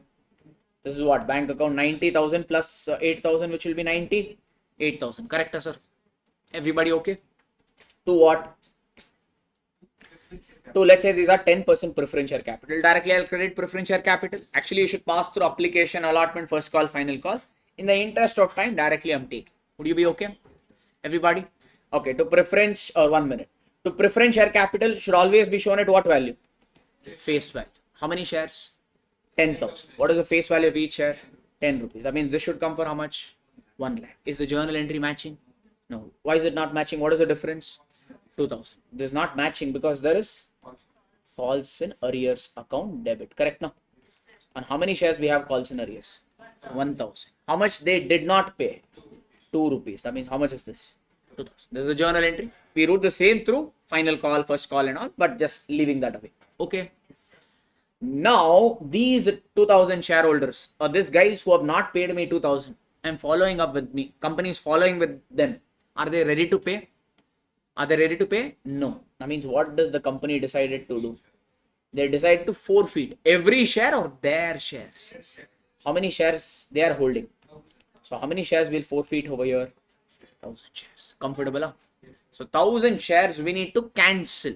If 1,000 preference shares you need to cancel means 1,000 preference share cap. Is preference share capital required or you need to close? Preference share capital has what balance? Credit balance. How do you cancel them? By debiting. Yes, no, 10% preference share capital account, debit. How many shares? 1000. Preference share capital always shown at face value. So cancellation also will happen at face value. So that means you will write 10,000 over here. Comfortable now? Okay. Then, forfeiture is simply cancellation. Whatever account has a balance that you will close. Yes, no?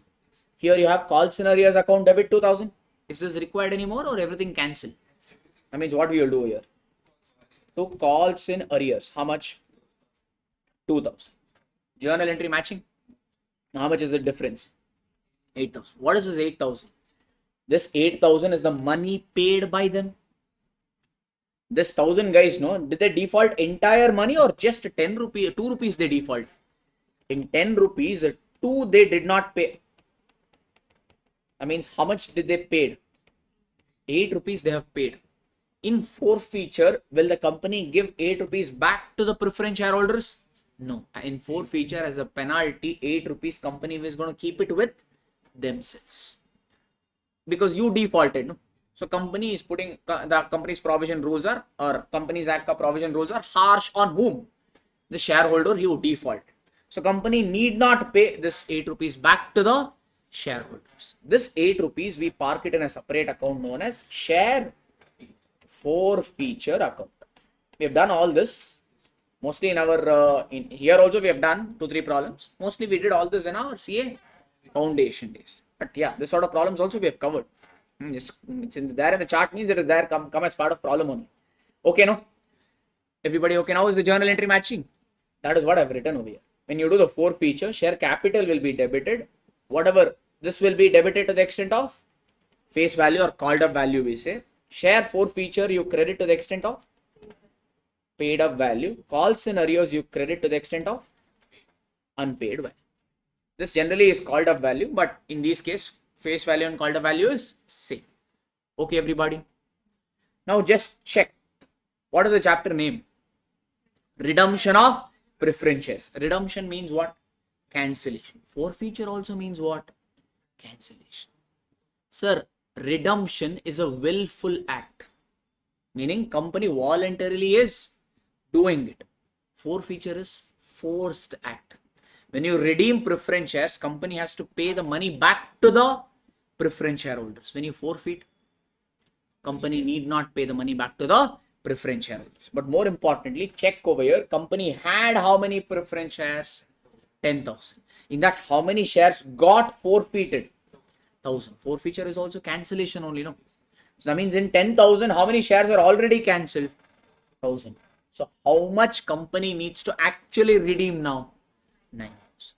This 1,000 shares that already got cancelled, should company do anything or all drama over?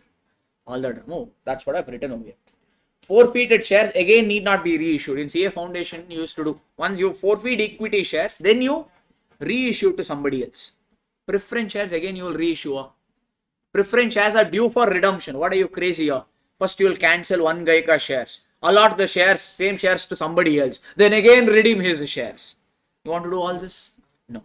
Hence, forfeited preference shares will not be reissued to the preference shares, as the preference shares are due for redemption. That means only what? The balance preference shares will be redeemed, excluding forfeited shares. That's what I taken in the example. Now we have to redeem only 9,000 preference shares because this 1,000 preference shares have already got forfeited, meaning they've already got cancelled.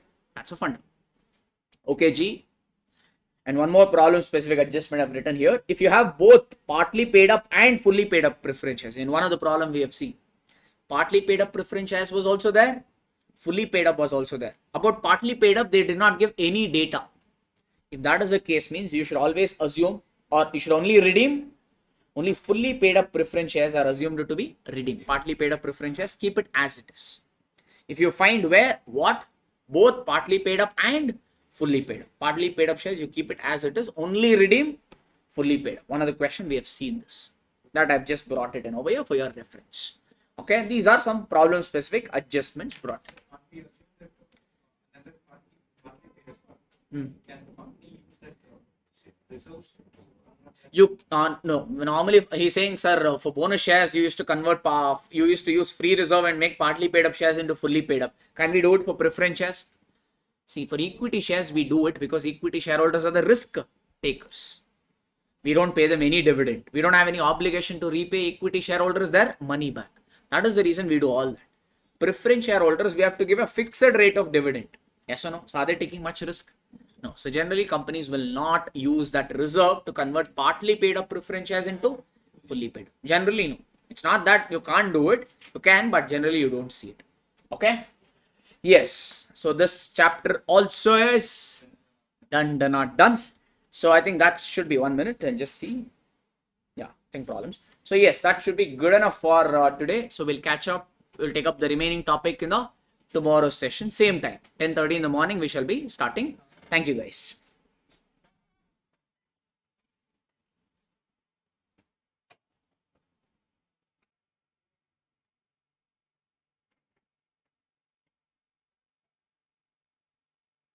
All good for you guys?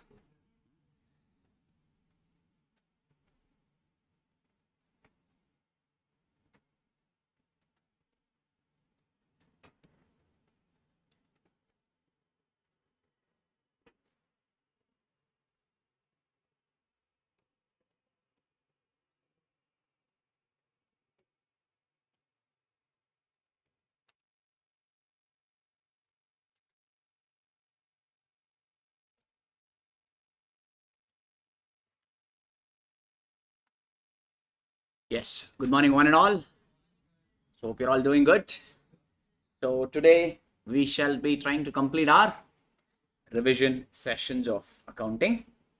And we only have about four topics, I believe, right?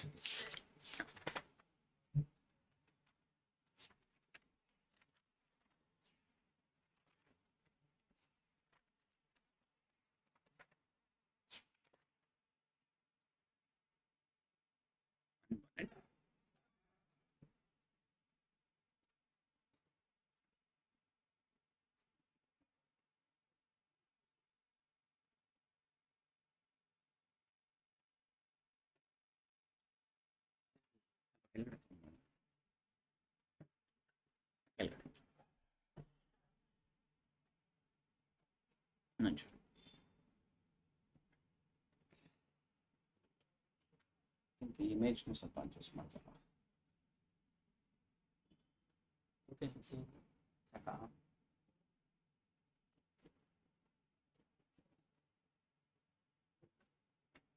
ನೋಡಿದ್ರೆ ಕಮ್ಮಿ ಮಾಡ್ತಾರೆ.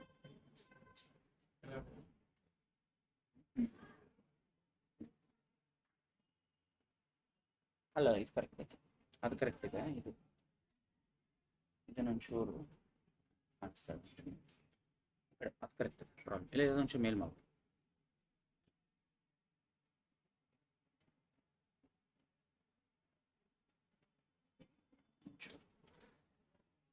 Okay,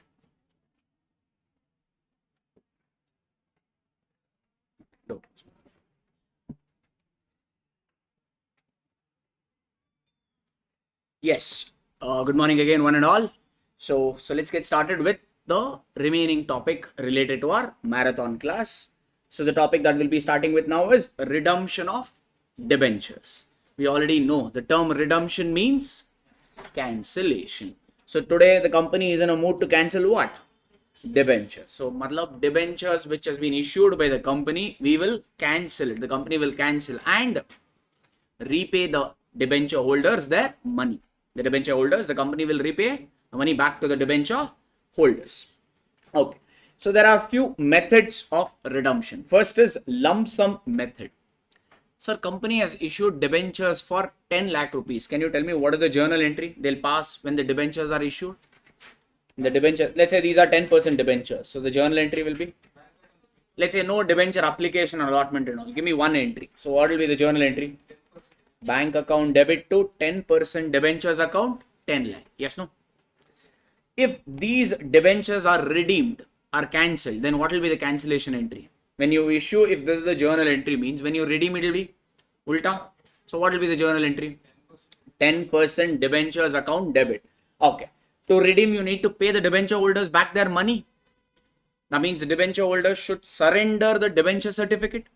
That debenture certificate company will tear off and the company will repay debenture holders their money. But debenture holders are telling, I want 10 lakh 50,000. What is the face value of the debenture, sir? 10 lakh. But debenture holders are asking 10 lakh 50,000. So tell me, what will be the journal entry? The journal entry for debentures will be 10% debentures account debit. Debenture account shown at face value. So cancellation also at face value. Correct?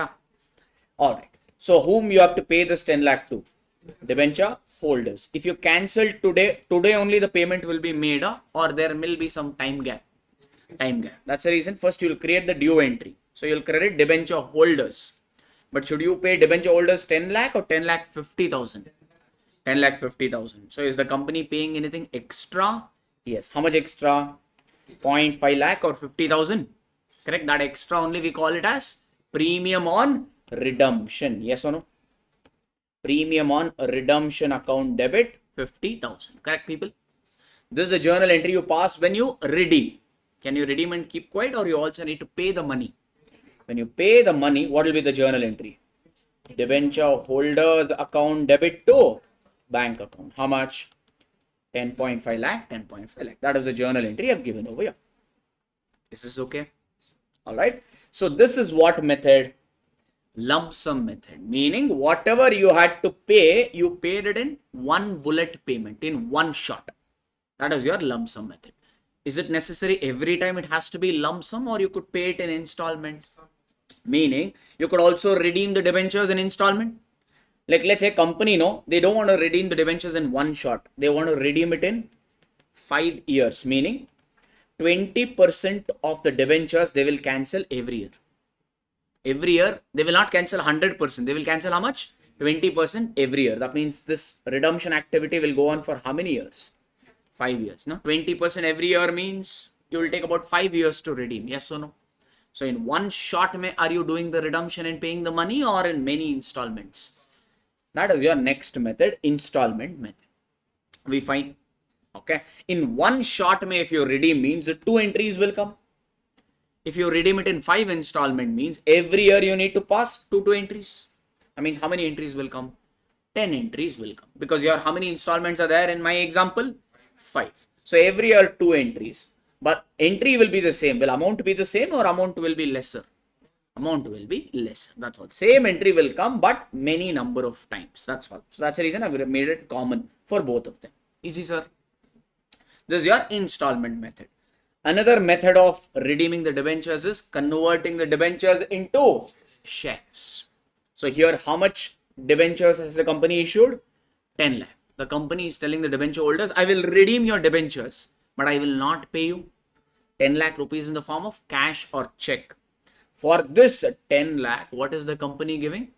Equity shares. In that case, what will be the journal entry? Debentures is getting cancelled. So what will be the journal entry? 10% debentures account debit.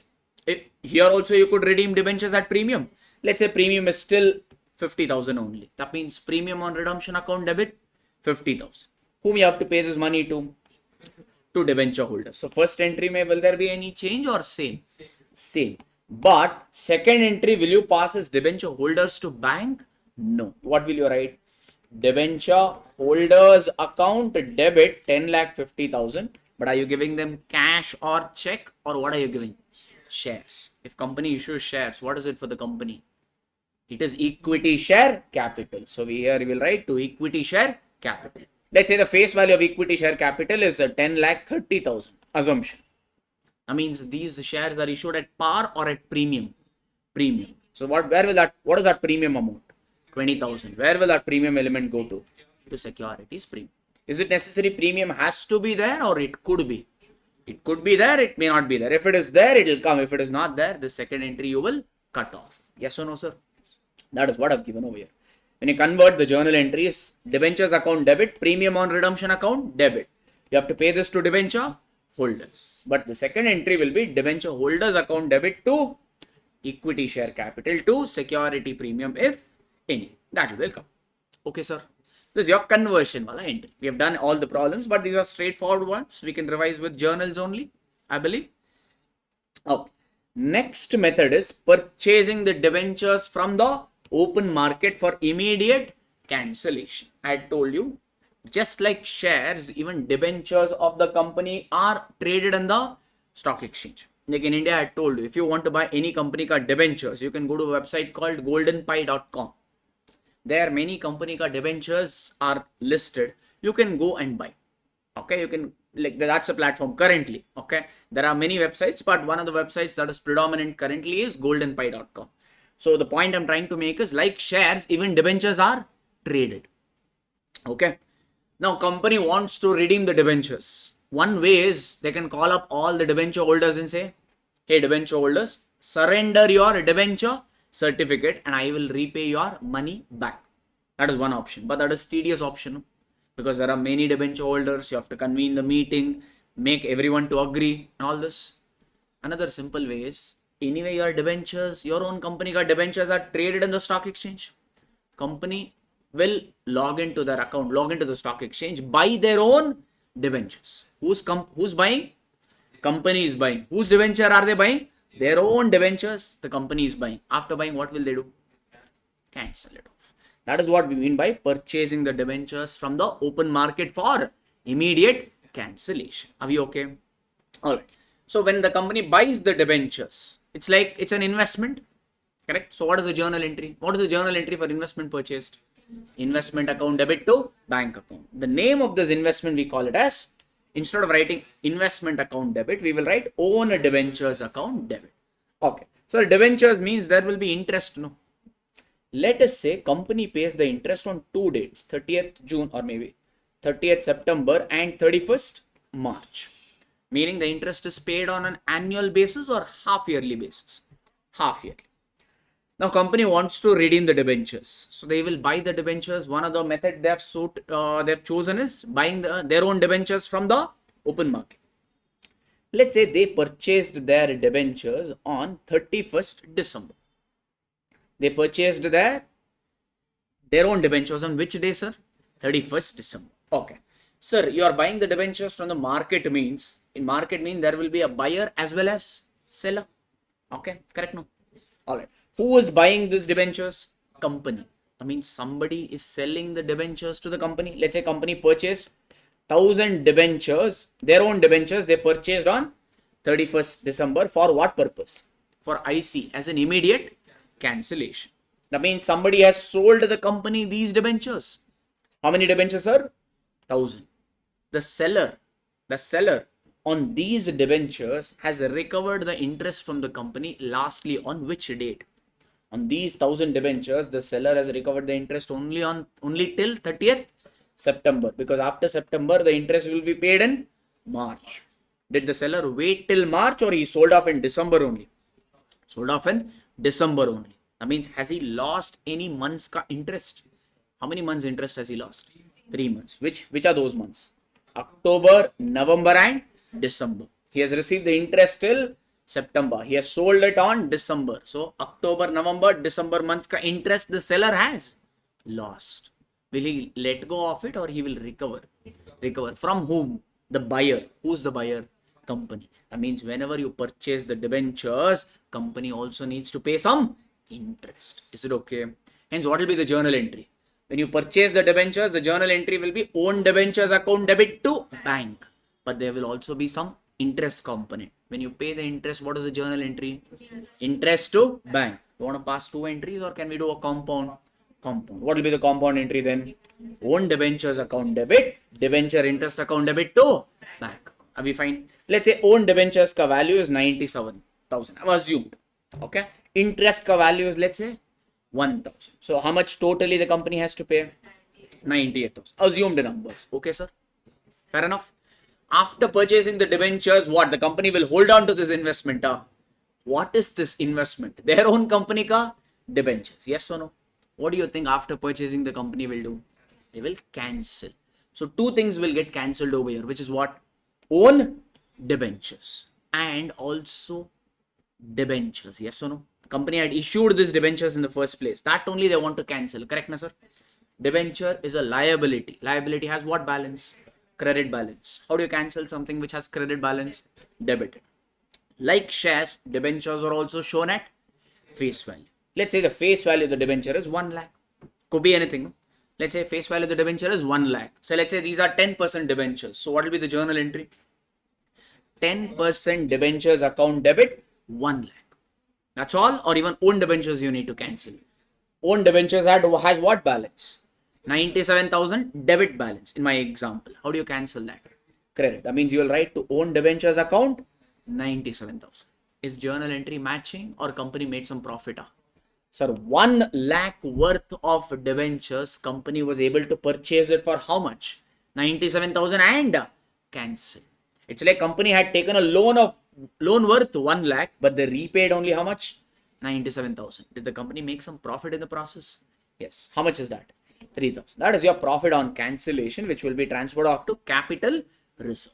This is the entry along with the amount. Any confusion, anybody? No.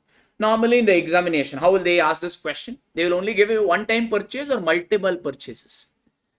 Multiple times the company would have purchased. That means these entry will come multiple times. That's all. So in these sort of questions, they ask you to prepare 10% debentures wala ledger as well as own debentures wala ledger, and also they may ask you to prepare interest wala ledger. That's all. If they ask if you have purchased the same things 4 times, means the length of the solution will become big and big and big. But in reality, the concept is pretty much the same. Same entries will go on getting reflected multiple times. Okay, sir? Yes.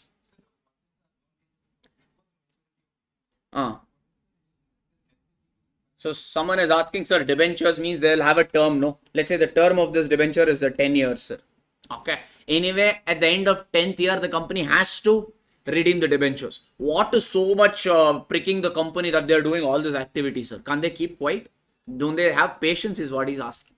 Why are they doing all this drama? Unnecessary extra activity for them also. We also need to pass journal entry and remember all this in exam. Crazy, no?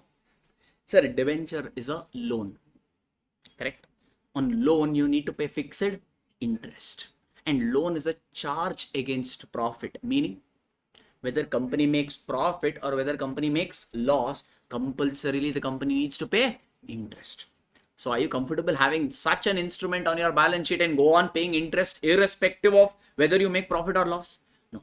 That is the reason every company, not this company, whenever they get a chance, no, the first thing they will do is repay the loan. Bank loan, debentures, whatever loan, try to repay. Is it okay? Because you have to pay fixed interest to all these cases. That is the reason. Okay? Fair enough? That is a financial management wala call.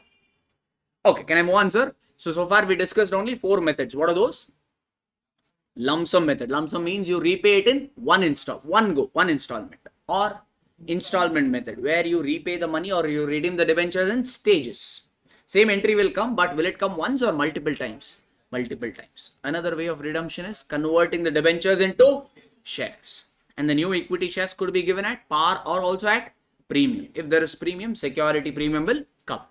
The last step is purchasing own debentures from the market and immediately cancel. In this, the journal entry, since you purchase own debentures, for the time being, it acts as an investment. The name of the investment we give is own debentures. So the journal entry is own debentures account debit to bank. But since you purchase on a different date, the seller would have lost some interest, which the buyer, that is the company, may have to compensate. So meaning company has to pay some interest also. So the journal entry for interest paid will be interest to bank. This you can combine. So the journal entry will be own debentures account debit, interest account debit to bank account. After purchasing, what will the company do? Cancel. 2 things will get cancelled. Debentures also, own debentures also. Own debentures is an investment. Investment has debit balance. To cancel, we will credit. Debenture is a liability. Liability has credit balance. To cancel, we will debit. So the journal entry will be percentage debentures account debit to own debentures account to profit on cancellation. That's your entry. Okay. Moving on.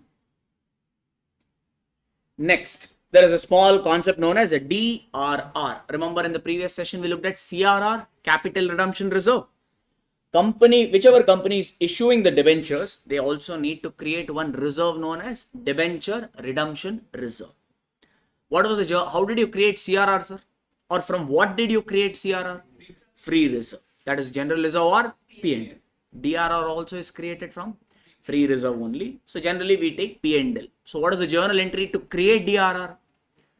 P&L account debit to DRR account. This is a journal entry to create the DRR. Okay. So why do we create DRR? To protect the interest of the debenture holders. Okay. Let's say the term of the debenture is 15 years. That means in the end of 15th year, company needs to repay the debenture holders their money. Does any company come with a guarantee that at the end of 15th year, definitely we will have money? Let's say debenture ka worth is 20 lakh rupees. Will there be a guarantee that at the end of 15th year, company will have 20 lakh to pay debenture holders their money? No. Hence, what we do is, this DRR is piggy bank concept, savings concept. You know, you do that savings, whatever, whenever you get pocket money, you put it in that small hundi, pig-faced dabba, correct or no? This DRR is like that only. Every year, the company will take some money from P&L and transfer it to DRR. They will transfer some balance from P&L to DRR. This way, what happens? Some money is getting blocked in DRR. Do this for how many years? 15 years. Fair enough. So that way, you are kind of protecting or saving the money so that at the end of 15th year, the company will have money to pay back the debenture holders. Okay, there's a concept. The journal entry we already saw, it is nothing but P&L account debit to DRR. The next question is, which companies needs to create DRR? All banks, financial institutions, or all India financial institutions, we say. All India financial institutions means your Exim Bank, NABARD, SEDBI and all. Have you seen? Have you heard about them? So these and all, we call it as all India financial institutions. They've been established for a specific purpose. NABARD is established to protect the agricultural interest. SEDBI is established to protect the small scale industries. Like this. Is it okay? So Exim Bank is a bank which supports the exporters and the importers basically. So these we call it as all India financial institutions. So banks and all India financial institutions need not create DRR because they are regulated by RBI. Already one watchdog is sitting on them constantly saying you do this, don't do this, don't do that, like that. Continuously RBI is anyway putting pressure. So somebody is already watching over. So extra pressure Companies Act is not putting. So hence they are exempt. So banks and all India financial institutions need not create. Listed companies also need not create because there is another watchdog for listed company. Who's that? SEBI. SEBI is anyway doing all that. So that's the reason they are exempt. So who's left out now? Unlisted companies. Unlisted companies who are, if you have unlisted NBFC, NBFC means non-banking financial companies like your Bajaj Finance and all. That is a NBFC. And housing financial companies. HFC means? HFC ka full form is housing financial companies. Those companies whose main business is to give out, to lend money for what purpose? Housing project purpose. So if you have unlisted NBFC and HFC who have given what sort of debentures? Privately placed debentures, then no DRR is required. So what is this privately placed debentures? There are two types of debentures. You can go for a publicly placed debenture or privately placed debentures. Publicly placed debentures means whoever, let's say company will give an open offer. I am issuing the debentures. Whoever wants, you can come and subscribe. Open offer. Whoever wants, they can buy it. Such offer we call it as, or such debentures we call it as publicly placed debenture. Another what type is what, sir? Privately placed debentures. Privately placed debentures means like your premiere show. Premiere show and all, normally they do it before movie releases, no? Any Tom, Dick and Harry can walk in or only selected few people? Selected people. Like that only. So these debentures will not be given to anybody. It will only be given to few people. Normally directors, relatives, etc. etc. So if NBFC and unlisted NBFC and HFC has gone for what sort of debentures? Privately placed debentures, they need not go for DRR. Because you are not taking money from public, you are taking money from your own relatives, no? So if you default, you and your relatives can figure it out. That's the reason we have kept it out. Are we fine? That means who else is remaining? Other unlisted companies. They need to create DRR. What extent? 10% of the debenture outstanding. Let's say you have debentures worth 10 lakh. Debentures worth 20 lakh. 20 lakh at 10% you calculate. How much is that? 2 lakh. That means these unlisted companies have to create DRR to the extent of 2 lakh rupees. Okay, sir. That's the thing. Got it, everybody? So, which all again, let's repeat this. Which all companies needs to create, what about DRR requirements? One, banks and all India financial institutions. Are they required to create DRR? No, because RBI is there. All listed companies, SEBI is there, no DRR. Unlisted NBFC and HFC. If you have, they need not create DRR provided they have given what sort of debentures? Privately placed debentures. Then the last one is other unlisted companies. Do they need to create DRR? Yes. To what extent? 10% of the outstanding debentures. How much ever debentures you have, of that to calculate 10% and create DRR. That's all. Okay, sir. And you need to create DRR and have it for how long? You need to maintain DRR for how many years? 15 years, right? Why 15 years now? So he's correct only. Why 15 years? Because in this example I've written the term is 15 years. You need, he's also right only by looking at this example. But it is not 15. As long as you have the debentures, you will maintain DRR. In my example, the debenture will retain in the business for 15 years. So you need to maintain DRR for 15 years. Till you have debentures, you will have DRR.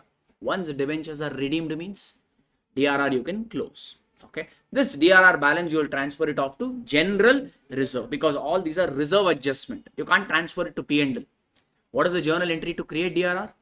P&L to DRR. So ideally when you reverse it, it should have been DRR to P&L, but these adjustments should not come in your P&L account. They should come in your note number 2 reserves and surplus of balance sheet.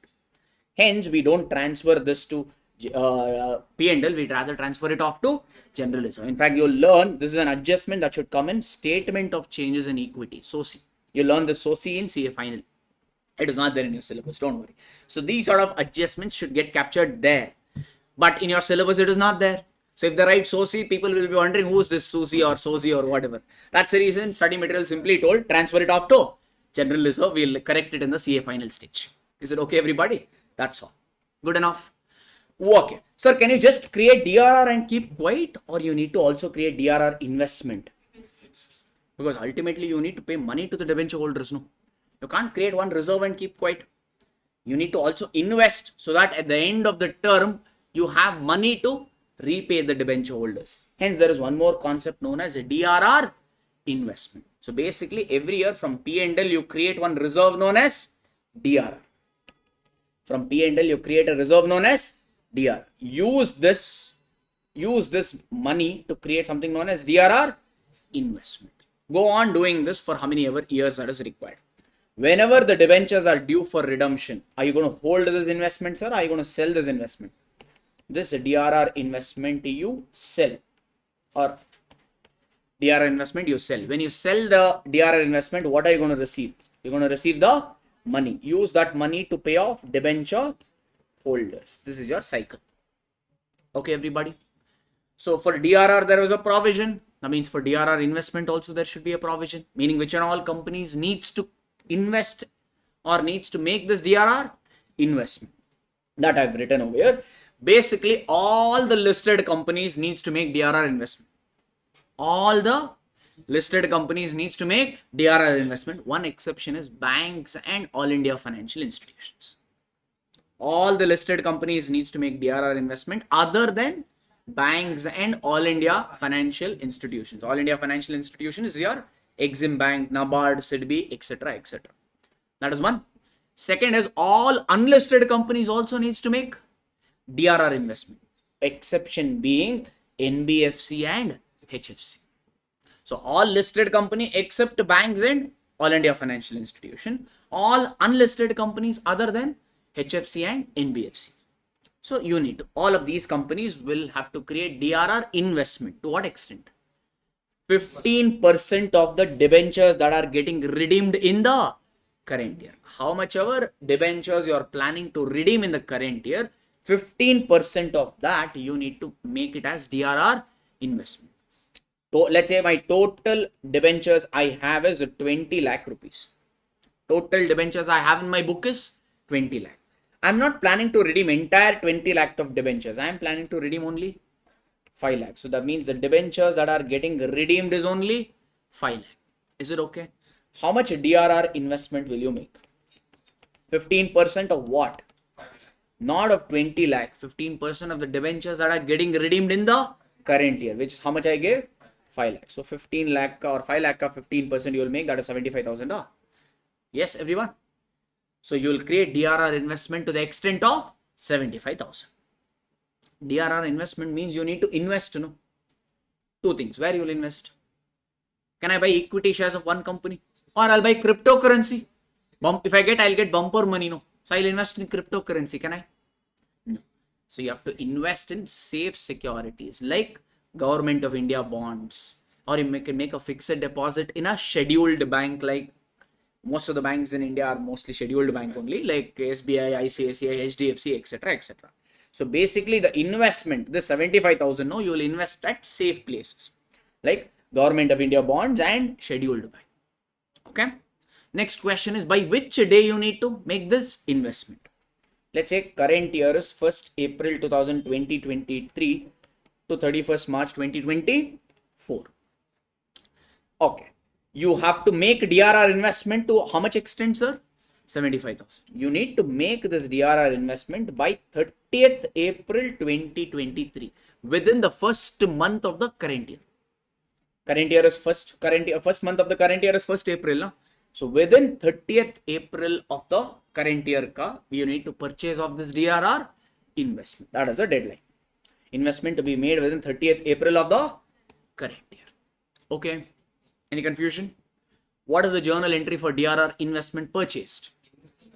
We normally don't say investment because you could have purchased many investment, no? So instead of saying investment, we will say DRR investment account debit to bank account. Okay. If you invest in fixed deposit, Government of India bonds and all as DRR investment, on that DRR investment, what will you receive every year? Interest. What is the journal entry for interest received? Bank account debit to interest, or you can call it as bank account debit to interest on DRR investment. This interest on DRR investment is an expense or income? Income. Where will that income get transferred to? P&L. Are we fine? Now, this DRR investment, will you keep it forever or one day you will sell? One day you will sell. Which day you will sell, or when will you sell? Whenever you need to redeem the debentures, because you created DRR investment for what joy? So that when it's time for redemption, you will be able to sell this DRR investment and recover the money and use that money to pay off whom? Debenture holders. So that means on one fine day, when the debentures are due for redemption, what will you do for this investment? You will sell. What's the journal entry for DRR investment sold? Bank to DRR investment. That's what I've given. Okay, sir. And always in the problem, check whether the company has made adequate investment in DRR as well as DRR investment. If there is shortage, you have to make good. That we will cover in one of the problem now, just now. Can I move on to the problem, sir? So that's all I think is the theory aspect relating to debenture ka redemption. Let's take up one question just to, this is kind of little popular. These question comes a lot more often. So we'll take up this question itself. The following balances appeared in the books of Paradise Limited. It's an unlisted company other than All India Financial Institution, Banking Company, NBFC, HFC. Why are they stressing this word AIFI, NBFC, HFC and all? Because for All India Financial Institutions need not create a DRR nor DRR investment. In fact, even for HFC and NBFC also, they did not buy DRR investment, and they need not create DRR if it is a privately placed debentures. That is the reason they are clearly told this company is not All India Financial Institution, neither it is a bank, nor it is a HFC, nor it is a NBFC. It's a normal unlisted company. Okay, sir. Like ArivuPro.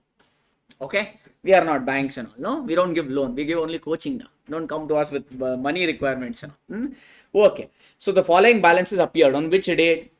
1st April 20X1. 12% debentures company has to the extent of 7.5 lakh. Should this company needs to create DRR? Yes. How much DRR have they actually created? 25,000. 1 second. Working out number 1, DRR. Sir, can you tell me what is the required DRR? Sir? How much DRR should the company make? 10% of the debentures outstanding. How much debentures does this company have? 7,50,000. So 10% of that is how much? 75,000. Required is 75, but created currently the company created as how much? So currently or existing DRR is how much? 25,000. So company has made adequate DRR or is there shortage? So how much shortage is there? There is a shortage in DRR to the extent of 50,000. So that means company needs to create additional DRR to the extent of 15,000 from what? From free reserve, that is your P&L. Okay, everybody. So what is the journal entry for this? P&L account debit to DRR account 50,000, 50,000. This you all have to check in every problem. Okay. Similarly, we'll do one working note for DRR investment also. Okay, 1 minute. Has the company made DRR investment? Yes. How much? 1,12,500 represented by 10% rupees 1125 secured bonds of Government of India. In fact, this is a typo. Rupees should have come here. Okay. This is 1125 number of bonds which the company has purchased and whose face value is 100. Basically 1125 bonds the company has purchased as investment. Each bond ka face value is 100. So that means the total value of investment they have purchased is 1,12,500. Okay. And what does this 10% mean, sir? On these investment, you will receive interest to the extent of 10%. Annual contribution to the DRR was made on 31st every year. On 31st March 20x2, the balance in the bank was 7,50,000 before the receipt of interest. What interest are they talking about? The interest on you have investment, no? So on this investment, you will obviously receive some interest. So before receiving interest, the bank balance was 7.5 lakh. The investment were realized at par. Realized at par means they were sold at what is the par value? 1,12,500. They were sold for 1,12,500 itself. For the redemption of debentures at a premium of 10% on the above date. That means all the debentures are getting redeemed in the current year. Yes. So how much DRR you need? DRR investment you need to create. 15% of the debentures that are getting redeemed in the current year. The entire debentures are getting redeemed in the current year. Yes. So how much is the entire value of the debentures? 7,50,000. So you need to create DRR investment to the extent of how much? Do this. 1,12,500. This much DRR investment you should have made. And how much has the company made? Same 1,12,500. Is there any shortage? No. If there was shortage means, suppose this was not 1,12,500, it was only 1 lakh. Then the company had to invest further. 12,500 in my example, they had to invest further. So what will be the journal entry for that? DRR investment account debit to bank account. But in this problem, is there any shortage in DRR investment or we have adequate amount? We have adequate amount. So that means that working note, that's what I was about to put. Is that working note required? In this problem, no, but you will always check. Check if it is adequate, no need to put a working note. Otherwise, put up a working note. Okay, people? Alright. You are required to prepare the following ledger accounts for the year ended 31st March 20x2. Debenture account, DRR investment, bank and debenture holders. These 5 ledgers you need to prepare. That's all. Can we quickly go over them one by one? First, first debenture account. What percentage debentures are these? 12%. So 12% debentures account we will have. Debenture is assets or liability? Liability ka opening balance where it will come? Credit side. You will write by balance brought down. 1st April 20x1, you will write by balance brought down. How much is the value of debenture? Have they written? Yes. Okay. Next which account they add? DR. DRR is a reserve. All the reserve opening balance where it will come? Debit or credit? Credit. How much DRR you have currently? 25,000. So on 1st April you will write by balance brought down 25,000. But hang on, is this 25,000 sufficient or there was a shortage? How much shortage we got? 50,000. That means you have to create additional DRR from what? P&L. What is the journal entry to create that DRR? P&L account debit to DRR. So in your DRR, what will be how will you post this as? By P&L. How much? 50,000. Okay, no? This debenture you will maintain or this DRR you will maintain till you redeem the debentures. Once you have redeemed the debentures, will you still have it? No. Anyway, you are redeeming all the debentures at year ending date. Year is ending on which date? 31st March 20x2. That means DRR balance you will maintain or transfer. Transfer where? To P&L or general reserve. So you will write to general reserve at year beginning or year end after redemption. How much? How much ever balance? How much balance is there in DRR? 75,000. Entire 75,000 you transfer it off to general reserve. So this account is closed off. Huh? Simple one it is. Okay, sir. Next, DRR investment. DRR investment. This DRR investment is asset or liability? Asset. Asset ka opening balance where it will come? Debit side. To balance brought down. How much asset ka opening balance you had? 1,12,500. Okay, sir. In the current year, you still have DRR investment, or at the end of the year you sold? Because you had to redeem debentures, no? Whenever it is time for redemption of debentures, what will the company do? They will sell the DRR investment and use that money to pay off debenture holders. What's the journal entry for debenture investment sold? Bank account debit to DRR investment. And it was sold at par only, they told. So what will be the posting? At the end of the year, you'll write by bank 1,12,000. Fine. That means this ledger has any balance or closed off? Closed. People okay? Next, which account? Bank account. So let's have bank account. Have they given bank a balance, sir? Yes, they've given bank a balance. How much is that? 7,50,000. This is opening balance on 31st March ka balance. 31st March ka balance. But this is a full-fledged balance or they have not considered few items. They have not considered few items like receipt of interest, payment to be made to debenture holders, etc. etc. So that means, is this the correct amount of closing balance or this balance will change? Change. That means bank ledger I can prepare it for whole year or 1 day? 1 day only. Yes or no? On 31st March ka, I'll prepare it because they have not given the data from the beginning till the end. They've only given it for 1 day. So you will write here on 31st March 20x2, 2 balance brought down because I'm preparing the bank balance only for 1 day. How much a balance given? 7,50,000. They told the 7,50,000 is before the receipt of interest. Which interest? This DRR investment ka interest. How much DRR investment have you made? 1,12,500. These investment gives you a return at what rate? 10%. So calculate 1,12,500 ka 10% if you do, it will be 11,250. Yeah. 11,250 company has to pay or they will receive. Receive. What's the journal entry for interest received?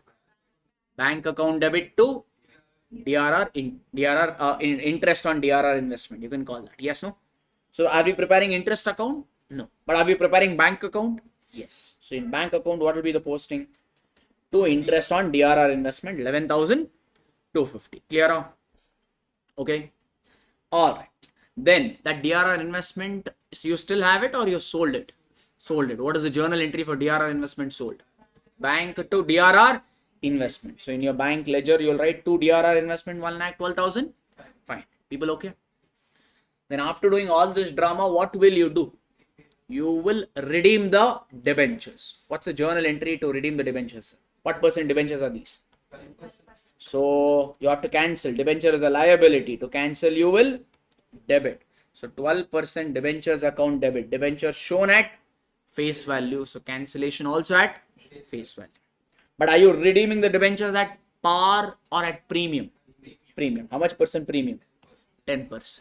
Premium means you're paying same amount or extra. Extra means it is a loss for the company and loss to be debited. So you'll write here premium on redemption of debentures account debit. How much premium? 7,50,000 ka 10%, which is 75,000. Whom you have to pay this money to? To debenture holders account. Total it is 8,25,000. Yes or no? There's a simple entry or there's a compound entry? Compound entry. So in your debenture ledger, they asked you to prepare debenture ledger. Na? So what will you post? You'll write what here? To debenture holders. How much? 7,50,000. And are you preparing premium on redemption of debentures ledger? Did they ask? You still want to do? Do whatever they have asked. Unnecessary, not required. They also asked you debenture holders ledger. In debenture holders ledger, what will be the posting? You'll write by 12% debentures 7,50,000, by premium on redemption 75,000. Yes. Then what you will do? Last May. Pay the debenture holders their money. The journal entry for that is debenture holders to bank. So debenture holders ledger is closed. Yes, no? So in your bank ledger also, you will post it as by debenture holders 8,25,000. After this, all the posting has been done. The closing balance of bank that they have got it as balancing figure is 48,750. That's a simple question. Okay, sir. These sort of questions generally gets asked for about 5 to 8 marks. Okay. Yes. So with this, we have revised the first topic for the day, that is redemption of debentures. Any questions you guys have for me? No.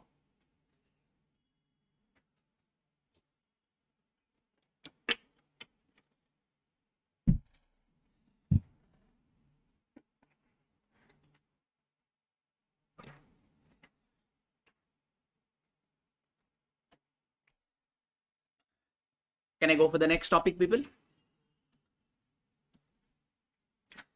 Next topic is departmental accounts.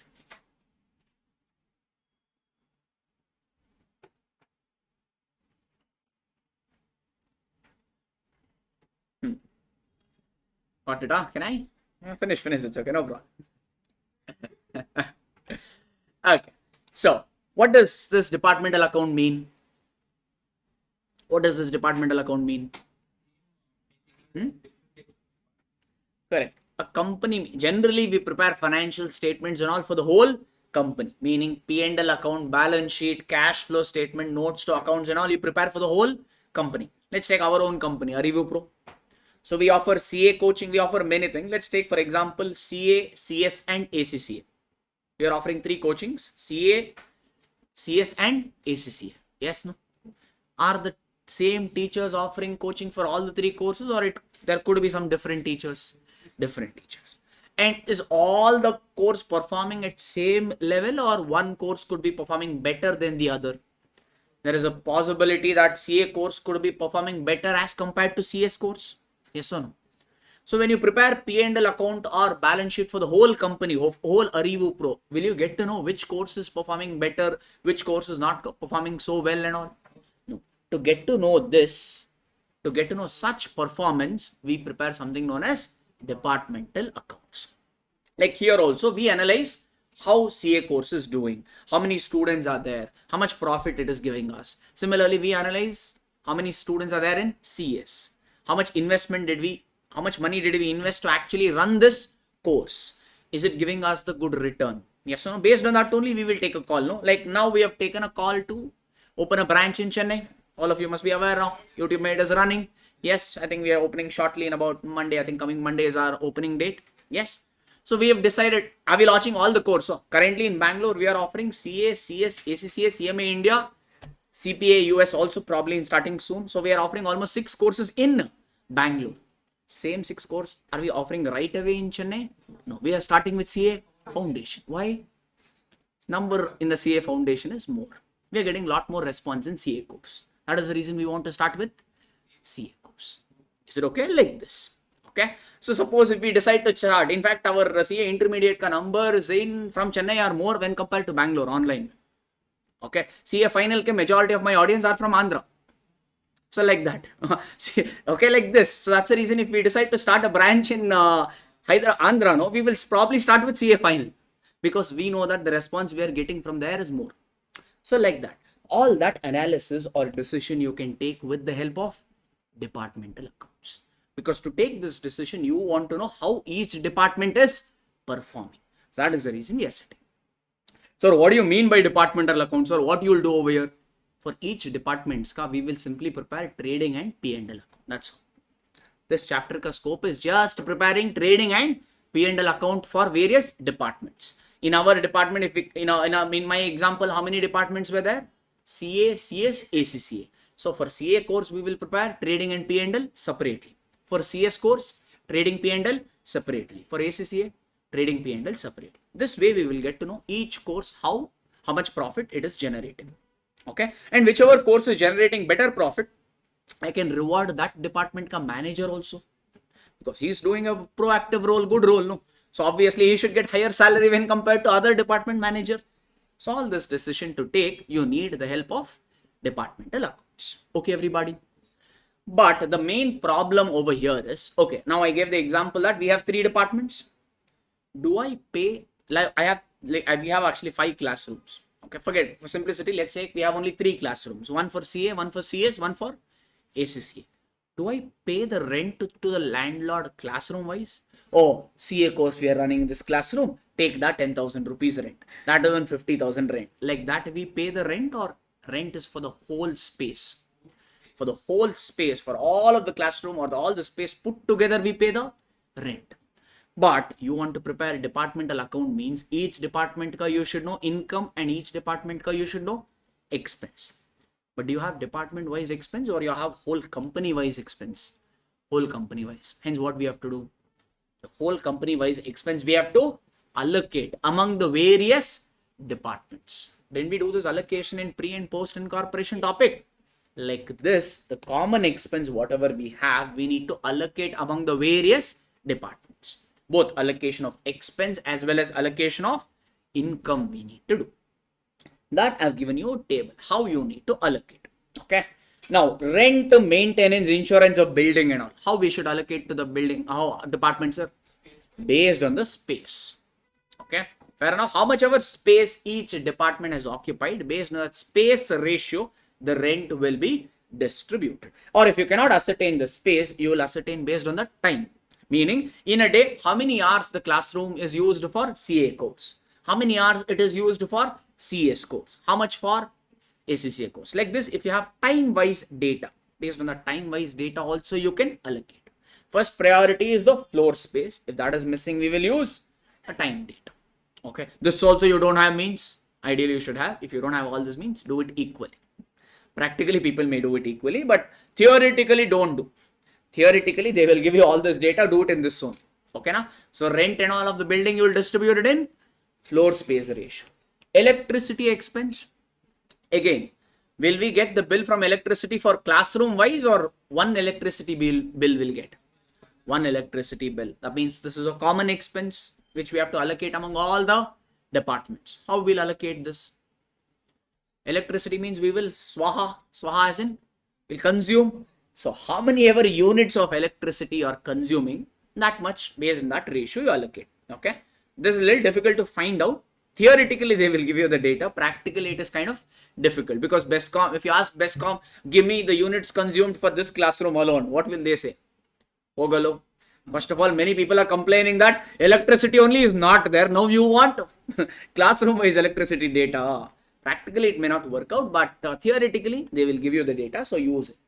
So, electricity expense you will allocate based on units of electricity consumed by the each department.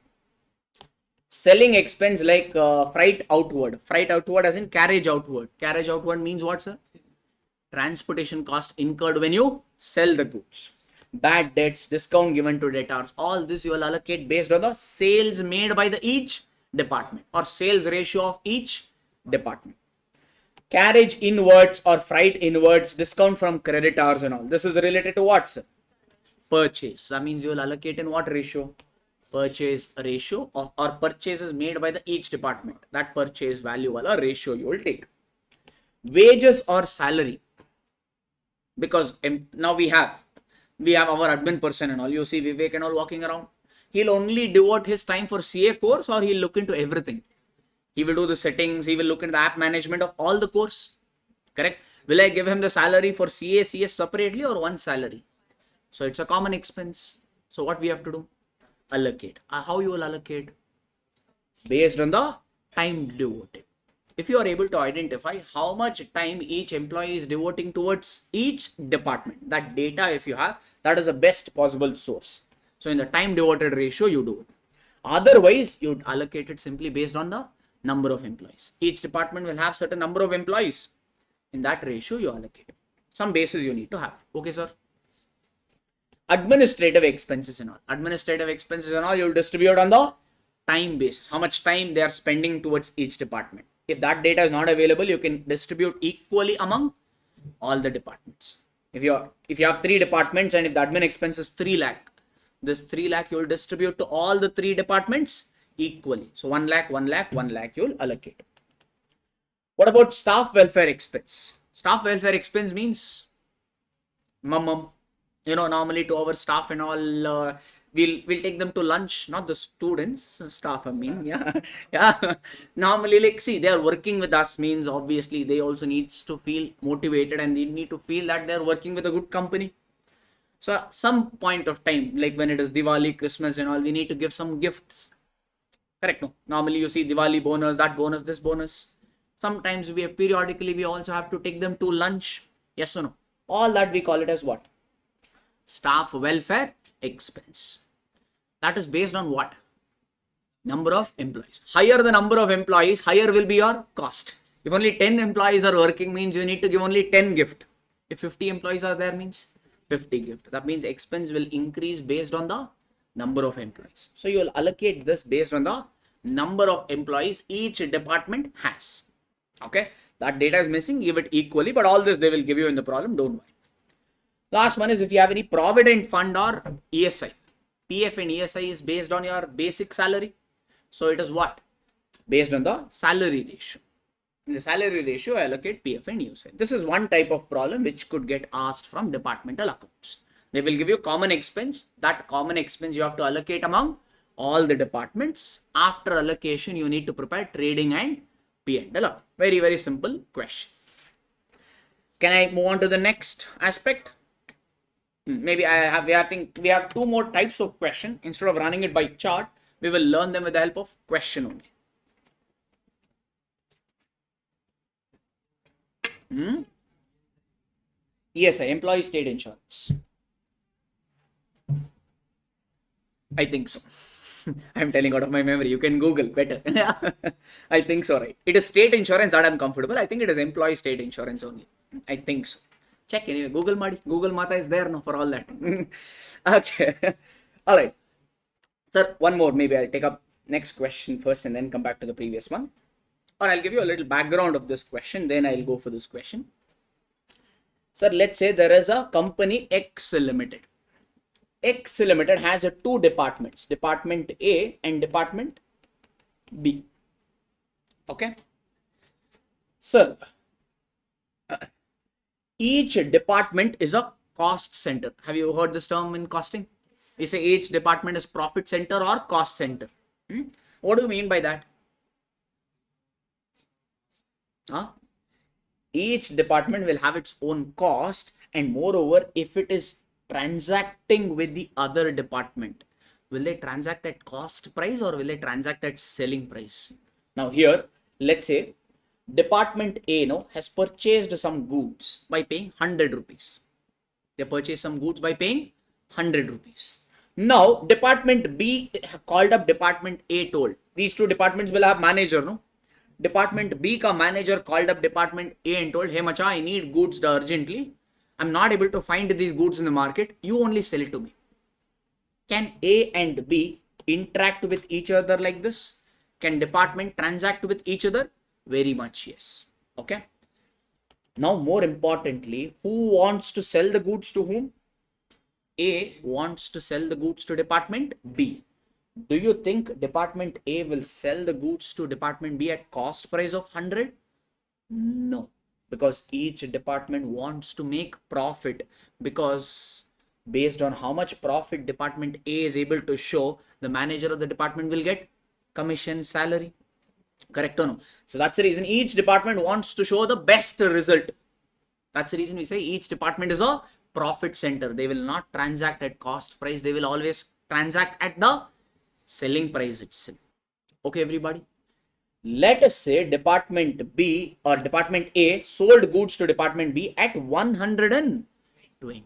Meaning they are saying we want a, or maybe I'll just say like this. Selling price is 120. That means through this transaction, Department A made how much profit? 20 rupees. Did they do anything wrong or correct only? Correct only, because each department wants to show their good result. So why will they supply it at cost price? They will always supply it at selling price itself. Any problem? So A sold the goods to B at 120. For A, 120 is the selling price. Selling price for one department is cost price for another department. Department B purchased these goods at what price? 120. That means what is the cost for department B? 120. Correct, sir? Any confusion here? No. Let us say year end came.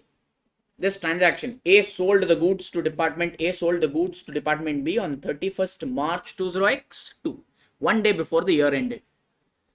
So department B, did not sell this goods because one day before this transaction happened. No? That means who has this goods? Department B. If you have purchased the goods and if you have not sold such goods, what will you show these goods as? Closing stock. Yes or no? Closing stock will be shown at cost price. What is the cost price for department B?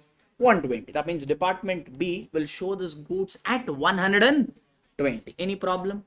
No, because they purchased at 120, so they are showing it at 120. So they are right in doing so. So department wise, there is no problem. But think from company perspective, what happened? Both these departments are different entities or they belong to same company. Same company. Now touch your heart and tell, is cost of that goods is 120 or is it 100? 100. Actually, A purchased it for 100. Who has this goods now? From A ka books, it came to B. From A, it has come to B. But A is like your left hand of the company. B is like right hand. From left hand, the goods has come to right hand. Has these goods left the company or still within the same company? Still within the same company. So when you prepare balance sheet of X Limited, the whole company, can you show closing stock at 120? That would be wrong because is 120 the cost price or the cost price is 100 only? 100 only. Yes, no? Because if you show the closing stock at 120, this 120 includes what element? Profit element of 20. Can you include profit of 20 in closing stock? No. So what we have to do? This profit element you need to deduct. This profit element only we call it as stock reserve or profit element or also known as loading element. So whenever a transaction happens or transfer happens between each department, you need to eliminate something known as stock reserve. Comfortable? Because if you don't eliminate, closing stock will include profit. And unnecessarily company will start showing profit in their books, which will be wrong. Got it, everybody? This is the concept which we are about to take up in the next question. Can we take it up? All right. Messrs. Suman Enterprise, that is a company, they have two departments, finished leather and shoes. One department is leather department, another one is shoe department. Shoes are made by the firm itself. Company itself is manufacturing these shoes out of leather supplied by leather department. So leather department is supplying the leather to the shoes department. Using this raw material, shoe department is manufacturing the shoes. That way. So it's one-way traffic or two-way traffic? One-way traffic means only one department is transferring the goods to other department. Two-way traffic means both the departments are transferring goods to each other. What way here? It's one-way traffic. Only leather department is transferring the goods to shoes department. Do you think this transfer will be made at cost price? Check. The shoes are made by the firm itself out of the leather supplied by leather department at its usual selling price. So the leather department will transfer these goods not at cost price but at selling price. So if shoe department doesn't sell these goods, then such goods will remain as closing stock. And since the transaction happened at selling price, closing stock will be shown at selling price. Meaning closing stock will include some what element? Loading element or profit element. Can we show that or we need to eliminate that? We need to eliminate. Okay. Normally in the problem they will tell the profit included is 20% on sale, for 1/4 on COGS, like this they will tell. But here did they give you that selling price or is it's missing? Missing. Let's see if they've given it later on. From the following figures, prepare departmental trading P&L account for the year ended 31st March 20x3. Both the department, leather ka and shoes ka, they've given you the data. How do you prepare trading accounts? Simple, opening stock, purchase, all that you capture. Majority data they've given, can I tick off? Whatever working note is there, I will do. Can I? Okay, first, opening stock, where it will come. In fact, will you prepare trading account of leather separately, shoes separately, or you will do it in columnar format? Columnar. So tell me the columns, what it will be? Normally, your trading account will have particulars amount, but here it will be particulars leather department, shoes department, have one total column also, may be helpful. Then replicate the same column on the credit side. Particulars, leather, shoes, and total. Have they have that? Yeah, that's what they have had. Departmental trading. Okay, sir. Work. Please give live classes for CS executive also. We'll come to that. First, now for CA we will finish. Okay. Yeah. Yesterday someone was asking for final. Now someone is asking for CS. Maybe ACCA is only pending. They may come post lunch, I think. We will do more. Unfortunately, no, it's not that we don't want to do it. It's just that our teachers are literally kind of jam-packed with all the classes and classes and classes. That's the reason. Because we take multiple subjects. We'll do. One day we will do. Hum honge kamyab, they say, no. One day we will do it. Batch, one batch away, we will keep taking it up. Okay. Come back this year. So opening stocks. Opening stock, where it will come? Debit side or credit side? Debit side. 30 lakh 20,000, 4 lakh 30,000. Show now. Yeah, this is your total. Okay. Then have they given purchase for both the department? Yes, this is 1.5 crore. This is 2 lakh 60,000. Same data have they captured? 1.5 crore, 2 lakh 60,000, and this is your total. People okay? Next what, sir? Sales. Sales will come on debit side of trading or credit side? Credit side. You will post it as what? By sales. 1 crore 80 and 45 20. Show now. By sales 1 crore 80 lakh, 45 lakh 20,000, and that is your total. Next, what have they given? Transfer to shoes department. Who is transferring to shoes department, sir? Leather department is transferring the goods to shoes department. So that means for leather department, it is like sales. For shoes department, it is like purchase. But we don't use the term purchase and sale, because when you say purchase, no, it means goods purchased from an outsider. Here, leather and shoe are an outsider, or they belong to the same company. Same company. So instead of using the term sales and purchase, we use the term transfer. Is it okay? For leather department, it is like sales, na? Like sales. So where it will come? Debit side or credit side? Credit side. Will you write it as sales or will you write it as transfer? So you'll write it as by transfer to shoes department. How much? 30 lakh. For leather, it was like sales. For shoe, it is like purchase. Purchase will come on credit side or debit side? Debit side. But will you write it as purchase, or what will you write? Transfer. Transfer from what? Leather department. So here you'll write to transfer from leather department. Which column side? Leather department ka or shoe ka? Shoes may you'll write 30 lakh. Comfortable na? For shoe it is like purchase. For leather it is like sales. That's the reason. Okay, sir. Effectively, if you just check from company angle, check 30 lakh came on debit side also. 30 lakh came on the credit side also. Meaning it will get eliminated, because for one department it is like purchase, for another one it is like sale. They will get eliminated at total level, I mean. Fine, sir. Okay, next what is there, sir? They gave manufacturing expense. This is for leather, this is for shoes. Leather department is not incurring anything. First of all, manufacturing expense will come in trading or P&L account. Manufacturing expense, it's a direct expense. It will come in trading. Don't say it will come in manufacturing account, sir. That is CA foundation. Manufacturing account is gone now. We are only trading and P&L. So for leather it is 0. For shoe department it is 5 lakh. Have they shown this on debit side? For leather 0. For shoes 5 lakh. So total is also 5 lakh. Then selling expense, rent and warehousing. Both these are what, sir? Indirect expense. It will come in P&L. After trading account, immediately you will prepare P&L account.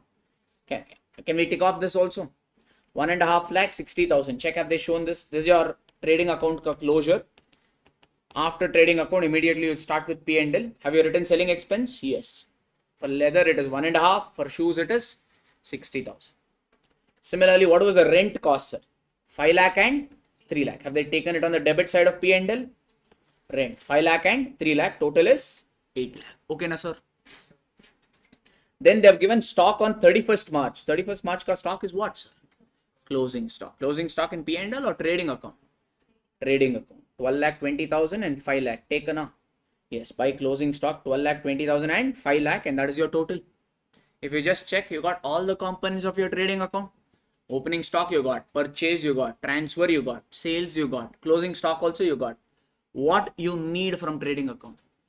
Gross profit. That you will get calculated as a balancing figure. Is it okay? How much is leather ka GP they've got as balancing figure? 42 lakh. Shoes ka 8 lakh. Can we trust the totals given in the interest of time over here? If you want, you can also total, but I'll trust these numbers over here. Alright. That's what the data they gave. Okay. They've also given additional information. Let's see that. In fact, you got GP means the first thing you'll write in P&L is what? By GP brought down. Same GP 42 lakh, 8 lakh 30,000. You will bring it down. You have all your expense also. From GP, if you deduct all the indirect expense, what are you going to get? Net profit. That also you can arrive it as a balancing figure, which they've got it. Yes, no, sir. That means trading P&L and all is over. Yes. But we didn't eliminate stock reserve only, no. Sir, stock reserve you need to eliminate in departmental trading P&L level or company level? Overall at company level. So after preparing departmental trading P&L account, we generally prepare something known as general P&L account. This is prepared to update some if any general expense if it is there, that is one, and to remove any stock reserve or profit element on opening stock as well as closing stock, both. Check, they've given some additional data first. Further information is necessary is given. Stocks in the shoes department may be considered as 75% of leather and 25% other expense. Sir, leather department is supplying the shoes to the shoes department. And what is shoes department doing after that? They are manufacturing the shoes, correct? No?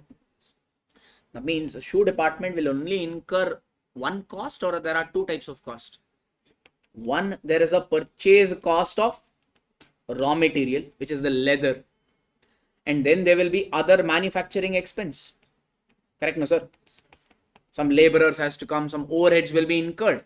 They are saying the purchase cost of raw material constitutes 75%, other expense constitutes 25%. I'm not telling, they are telling. Stocks in the shoes department be considered as 75% of leather and 25% other expense. Okay. All right. The finished leather department earned a GP of 15% in 20X1, X2. But hang on, this data we prepared P&L for which date? For the year ended 31st March 20X3. So that means what is our current year? 1st April 20X2 to 31st March 20X3. This is our current year, no?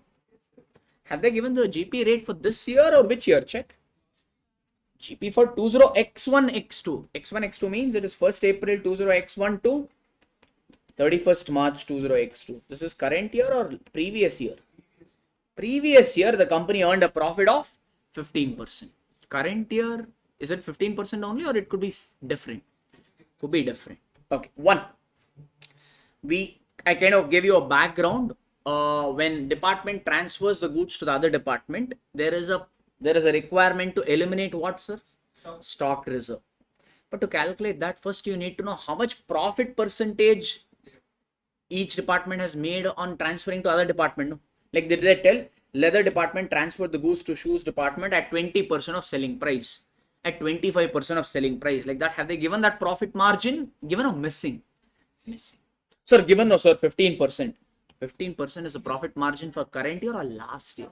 Last year. Current year ka profit margin is missing.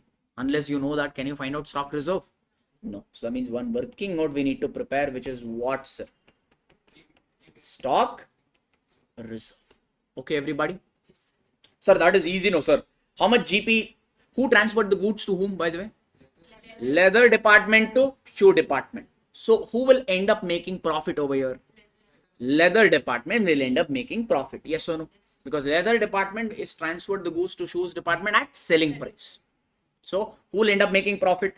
Leather. So whose profit percentage you need to find out? Leather ka. Yes. And that is very easy, no? How do you get GP percentage? GP divided by sales into 100. How much is the GP of leather department? 42 lakh. How much is the sales made by leather department? 1 crore 80 lakh, or can I write it as 180 lakh? Into 100. How much is that? 42 divided by 180. How much is this, sir? 23.33%. Correct or no? You can't take this. Why? Transfer. Perfect. You made, leather department made 42 lakh profit not by just selling 180 lakh worth of goods. Didn't they transfer some goods to shoes department also? Leather department transferred some goods to shoes department. Was this transfer made at cost price or selling price? That means when leather transferred some goods to shoes department, and that transaction also leather made some profit. So you should take only 1 crore 80 lakh, or you should consider this 30 lakh also. 30 lakh also. Because when leather department transferred goods worth 30 lakhs to shoes department, on this 30 lakh also leather department made some profit. That's the reason. It's not straightforward. We need to calculate. That only, in fact, in our regular class, I'd given you a format. First, we will take sales. How much is the total sales made by leather department? 180 lakhs. That's all, or I should consider transfer also. Transfer to which department? Shoes department. How much is the transfer leather department made to shoes department? 30 lakh. Is it okay? Sometimes they will also give you have transferred the goods. Those goods could also get returned. So transfer, if you are adding, means returns. What you will do? Deduct. In this problem, is the return there? If it is there, reduce it. In this problem, not there, left it. So that means what is the total? Total sales plus transfer. Sales including transfer is how much? 210 lakhs. On this 210 lakhs, leather department made a gross profit of 42 lakhs. Meaning 42 lakhs is a profit made on a total transfer of 210 lakhs. So what is your profit percentage? How do you get this? 42 lakhs divided by 210 lakh into 100. How much is this? 20%. So the profit made by leather department on transfer is 20%. Any confusion? No, sir. Okay. Who transferred the goods to whom? Leather to shoes. That means whose closing stock will include profit margin, or whose closing stock will include stock reserve? Shoes department. Yes, no? What is shoes department ka closing stock they have given? 5 lakh. So how much is the profit margin you just now got? 20%. Can you apply 5 lakh into 20%? No, because what did they tell? The closing stock or the stock of shoe department may be considered as 75% from leather and 25% is others. So out of this 5 lakh, entire 5 lakh came from leather department, or only 75%? 75%. So hence we need to calculate closing stock, or can I directly write it here? Stock reserve on what, sir? On closing stock. What is the closing stock of shoe department totally? 5 lakh. So 5 lakh is the total closing stock. Okay. Entire 5 lakh came from leather department, or only 75%? Only 75%. So 5 lakh ka 75% is how much? 3,75,000. So 3,75,000 worth of stock has shoe department they've received from leather, on which leather made a profit of 20%. So on this you have to multiply 20%. Correct, sir? How much is this? 75,000. This is the stock reserve or profit element included in the closing stock of shoes department. Okay, sir? Any confusion? All right. Sir, stock reserve is only calculated on closing stock or also on opening stock? Because this transfer is happening only in the current year, or last year also transfer was there? That means you also need to calculate stock reserve on opening stock. Check, does shoe department have any opening stock? Yes. Sir, you need not calculate opening stock or stock reserve, provided his opening stock is 0. Here is opening stock 0 or 4,10,000, 4,30,000, 4,30,000. So stock reserve is 4,30,000. Yes. Out of this 4,30,000, entire goods came from leather, or only 75%? 75%. Will I multiply 20%? No, 20% is the margin made in the current year. The last year also you made 20%, or last year only 15%? Last year they made only 15%. So I'll multiply 15%. How much is this? 48,375. Okay, everybody. That's the thing. All right. This stock reserve, will you eliminate in departmental trading P&L account or general P&L account? General P&L account. So after departmental trading P&L, you prepare something known as general P&L. General P&L means it's a profit and loss for the whole company. So what is the net profit of both the departments, sir? 35 lakh 10,000 and 4 lakh 70,000. In fact, I already have the total over here. What is the total? 40 lakh 20,000. So first thing you'll write is by net profit brought down. Both department ka. 40 lakh, how much is that? 40 lakh 20,000. Yes, sir. Check the question. I think they also gave some general expense of the business amounted to 8 lakh 50,000. If you want, what you can do is this 8 lakh 50,000 you can allocate to both the departments equally also, or you can show it in general P&L. Study material shows it in general P&L. In my view, if you allocate this to department in equal ratio also, it should be fine. Or if you want to stick to ICA, do it like the way there. So now you will show this in general P&L. So general expense means all the expense comes on the debit side. No, how much is that? 7 lakh 50,000. That's all, or two more? Two more. That is what, sir? Stock reserve on closing stock and stock reserve on opening stock. Visualize. Closing stock comes on which side of trading account? Credit side. Stock reserve means profit is included in the closing stock. That means closing stock is shown more. We have to reduce. There are two ways in which you can reduce. Something is coming on the credit side. If you want to reduce it directly, you can reduce it from that only. Or you can put the component on the opposite side. Suppose closing stock is 1 lakh. You have to reduce this by 20,000. Directly you can reduce 20,000 from here, or you can put this 20,000 on the debit side. Yes or no? Now I can't show it on the credit side because closing stock I have already shown it in departmental trading. Do I have closing stock of department here? No. Since closing stock comes on the debit side, stock reserve on the closing stock comes on the, since closing stock rather comes on the credit side, stock reserve on the closing stock will come on debit side. How much is stock reserve on closing stock?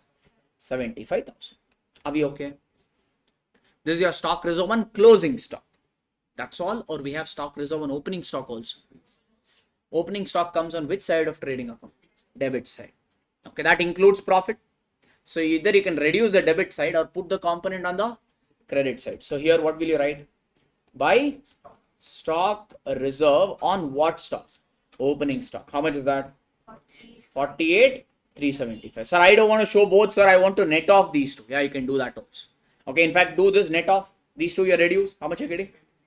75,000 minus 48,375. If you do, how much you're getting? The 26,625. That is what study material has done. They have just shown 26,625. They have netted it off. Or if you want, you can show both the things separately. That's fine. After doing this, you will get the overall final net profit of the company. That is arrived as a balancing figure. How much is that? 31 lakh 43,375. This is one type of problem which deals predominantly with eliminating the stock reserve, because each department will not transfer the goods to the other department. They will transfer it at the selling price. That's it. Okay, sir. Someone is asking, I have doubts, sir. Ask the doubt, macha. Post it. Whatever is the doubt. If you just say no, doubt, how will I get to know? Post it. Okay. And also, moreover, there is a, as I told you, there is a 1 minute streaming delay. Okay. The doubt that you ask, I will get it after 1 minute. So it's okay. You post it. When I see it, I'll answer online. Yeah. What is it?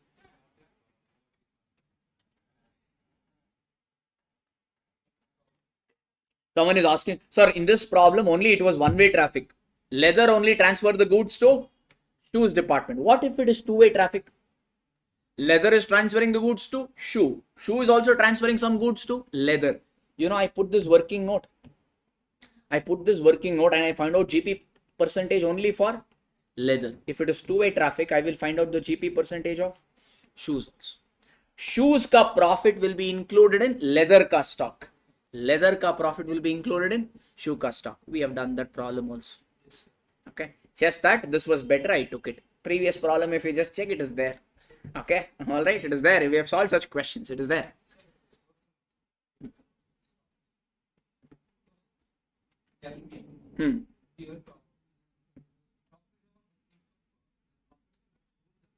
Which one? Yeah, but you will show opening stock in trading account, macha. correct? Yeah, I agree with you. You would have sold it. But opening stock, are you shown it at correct value or incorrect value? Incorrect value. So if you increase the opening stock, unnecessarily your profit will reduce. So to correct that, we bring it. So it's not that stock is there, we are reducing. To get the right profits, we are doing this. Valid question. Hope you got it. All right. Can I move forward, sir? Okay. There is one more type of question which is generally gets asked here also. So that I'll take it up. That is question number 5. This is also repeated quite a few times in exam. When I say important, that does not mean it will come in your attempt. Okay. It is just that this is kind of popular. Every question in our notes is important. Everything is tested. Just that some get tested more often than not. This is one such question.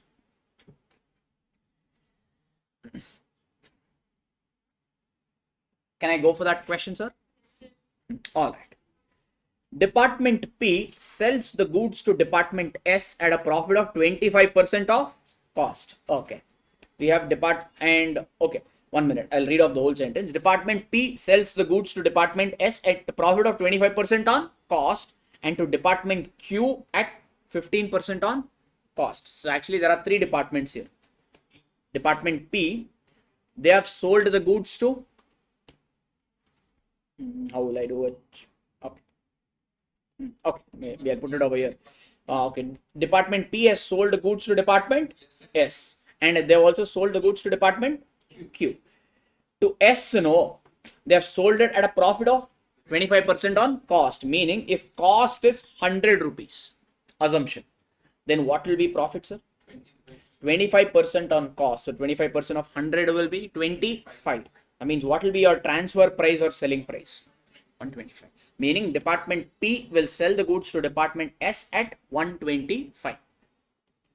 Similarly, P will sell the goods to Department Q at what price? At a profit of 15% on cost. In the previous problem, this profit and all we found out. In this problem, they are only given because this is a different type of question. So what is the cost, sir? 100. But P will make how much percent profit when they sell it to Q? 15. So 15%. So 100 ka 15% is 15. So total will be 115. Okay, now this is about P ka data. So is other department selling? Yeah, Department S also is selling to Department P as well as Department Q. At what profit margin? S will sell the goods to P and Q at a profit of 20% and 30% on sales respectively. So this is 20% on sales and here it is 30% on sales. This is the data given. I'm just giving this data so that it will help for our further calculation. Next, Q also has sold the goods to P and S. Department Q has sold the goods to Department P and Department S. At what profit margin? At 20% and 10% profit on cost. So one department is charging profit on cost, some department is charging profit on sales. So the platform is same or different? So for Q, it is based on cost, no?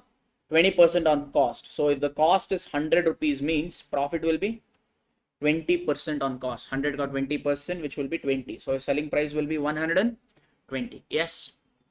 Similarly, Q will sell the goods to S at what profit margin? 10% on cost. So if the cost is 100 rupees means the profit will be 100 got 10%, which will be 10 rupees. So the transfer price or selling price will be 110. Any confusion till here? The basic data that I've written? No. Departmental managers are entitled to a commission of 10% on net profit. Obviously, if the department performs well means the managers will get rewarded. So here they are getting rewarded in the form of 10% commission. On what, sir? Net profit subject to unrealized profit. Unrealized profit means this loading element or stock reserve. Another name for stock reserve is unrealized profit. So subject to unrealized profit on departmental sales are eliminated. So when one department, suppose P has sold the goods to S means, did P make some profit on this transaction? This is realized profit or unrealized profit?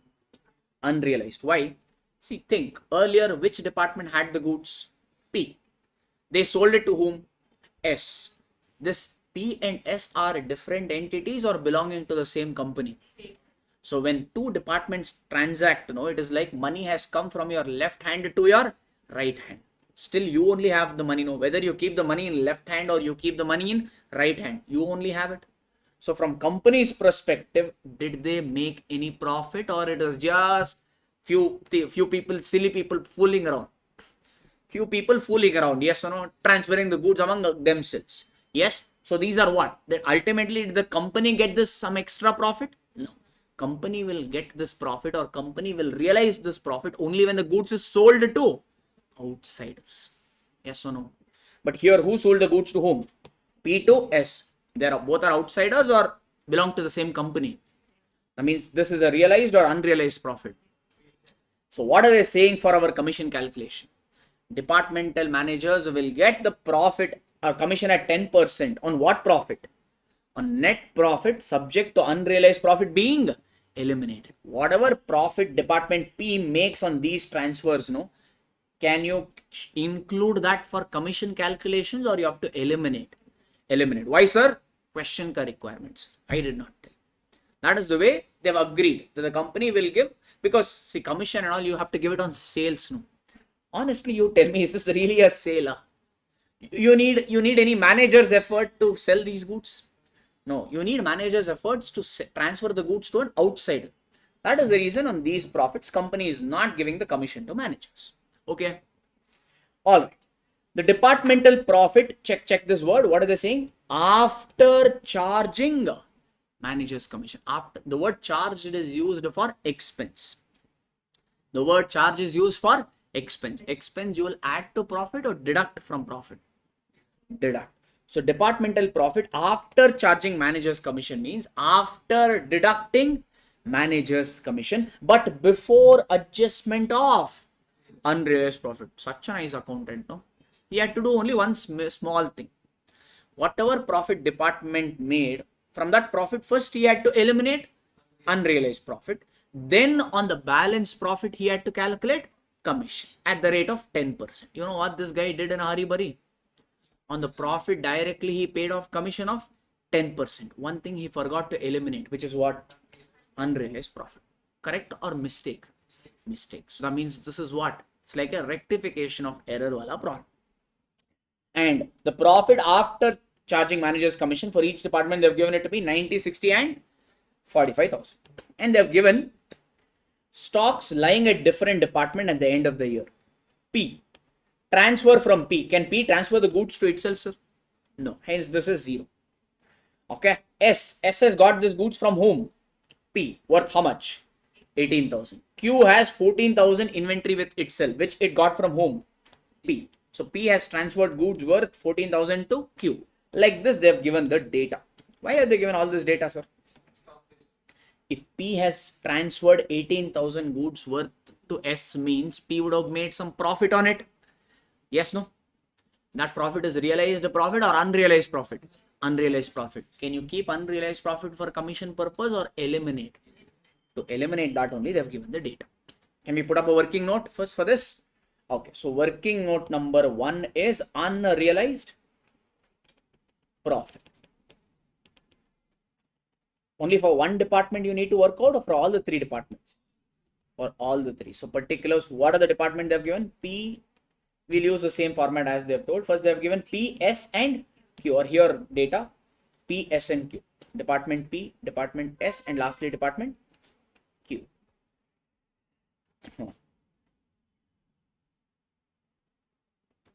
Be able to fit in something. Can I eliminate this? Would you be okay with this? This is relating to last problem. Okay now?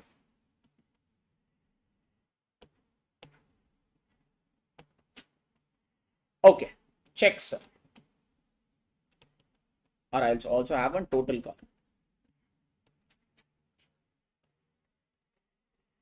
Transfer from P. Sir, can P department transfer the goods to itself? No. Hence it is nil. P department, have they transferred some goods to S department?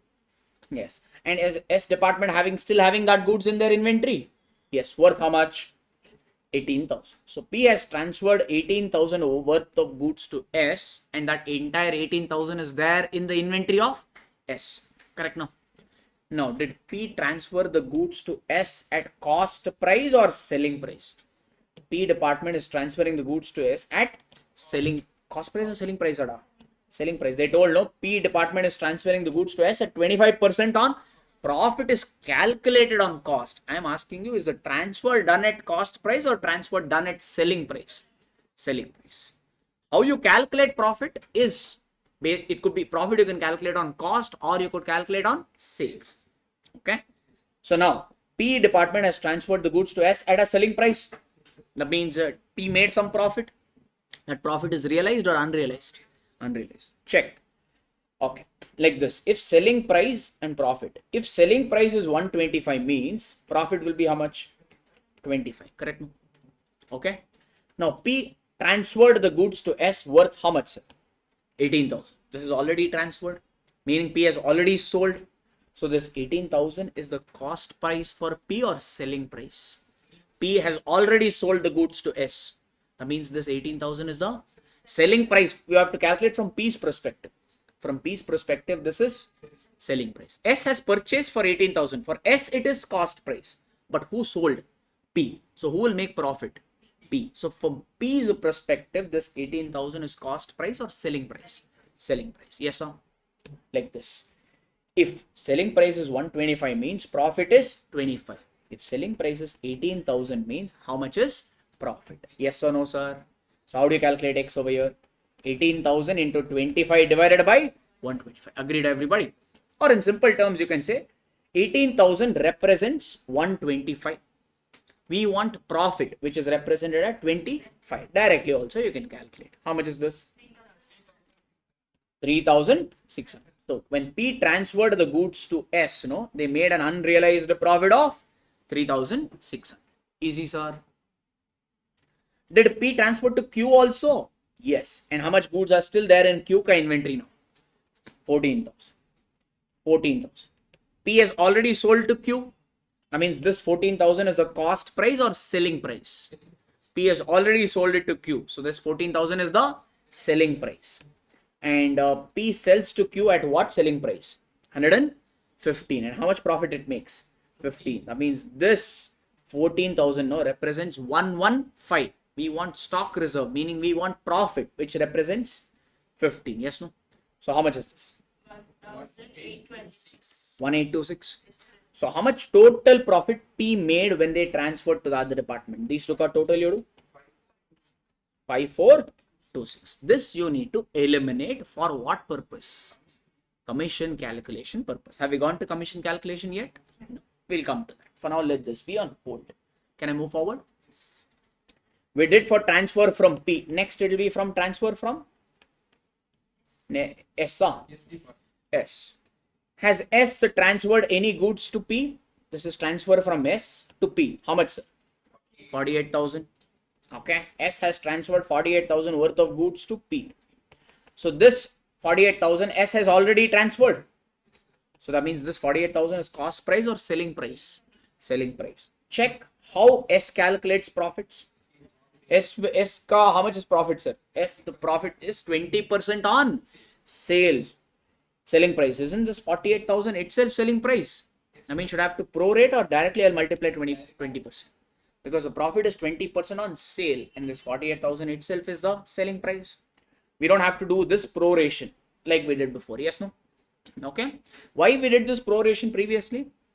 Because this 18,000 was the selling price, but they had given profit on the cost price. Hence, we had to prorate. Here, this 48,000 is also selling price and this profit margin is also on selling price itself. Hence, direct working. So, this is how much? 9,600. Can S sell the goods to itself? No. So, nil. Has S sold the goods to Q, sir? Yes. How much? 38,000. So, this 38,000 is the cost price or selling price? Selling price. And S charges how much profit on Q? 30% on sales. And this 38,000 is the selling price. So, directly multiply 30%. 11,400. So, totally S made how much profit when they transferred? These two addition you do? 21,000. So, one more department and it is more or less done. Now it is for which department? Transfer from Q. Has Q transferred the goods to P? Transfer from Q in the P books, it is 12,000. So this 12,000 Q has already transferred to P. So this 12,000 is cost price or selling price? Selling price. Check Q charges profit on what basis? On cost. So it's like this. So if selling price is 120 means profit will be 20. Should I have to show this again? If selling price is 120 means profit will be 20. What is this 12,000, sir? It is selling price. If selling price is 12,000 means how much is profit? Like that proration. Okay. Or directly you can write it over here. 12,000 represents 120, meaning it represents selling price, which is 120. We want profit which represents 20. How much is this? 2,000. Okay. Has Q transferred the goods to S? Yes. Worth how much? 8,000. That 8,000 is cost price or selling price? Selling price. Check Q transfers the goods to S at what price? Selling price only. So that means 10 and 110 wala data. So this 8,000 represents 110. We want profit which represents 10. How much is that? 727. So can Q transfer the goods to itself? No. So total if you do, you're going to get 2727. This is the profit made by Q which you need to eliminate for manager's commission wala calculation. This is the one working. Have they done that? That's what they've done here. 5426, 21,000 and 2727. Whatever we did, same thing. Is this the requirement of the question? No. What is the requirement of the question? Find out the correct departmental profit after charging manager's commission. Okay. So this is the calculation. That can I look through, sir? Is it okay? We are trying to find out the correct profit of the three departments. Department P, S and Q. Have they given some profits already? Check the previous data. Departmental profit after charging manager's commission, but before adjustment of unrealized profit. They already deducted commission, but they forgot to adjust unrealized profit. When you did that, how much profit you got? 90, 60 and 45. That is what they've taken away. Okay. Sir, 1 minute. Let's say profit before commission is 100 rupees. Forget about unrealized profit for a minute. The profit before deducting commission is 100 rupees. How much commission? Think that unrealized profit is not there. Commission is calculated at what rate? 10%. So before paying commission, the profit is 100 rupees. So how much commission will the manager get? 100 ka 10%, which is 10 rupees. So what will be the profit after charging commission? After charging commission, after charging means after deducting commission, how much profit will remain? 90. Yes or no? Correct. This is what they have given in the question. No, check the question. What sort of profits they gave? They gave profit after charging manager's commission. After charging manager's commission means what have they given? Have they given 100 or they given 90? Given 90. This is okay, everybody. So if you want, we can present for one also. Profit before and profit after commission. Profit before commission will be 100 means profit after charging commission will be 90. Check the question. What is the departmental profit of P? 90,000. What sort of profit is this? Profit before or profit after? So if profit after is 90,000 means how much is profit before? Can't you prorate like this? So how do you get X? 90,000 into 100 divided by 90. Correct? No. Basically, this 90,000 represents 90. We want profit before, which represents 100. That I have to do for all the profits. Can we do it directly, sir?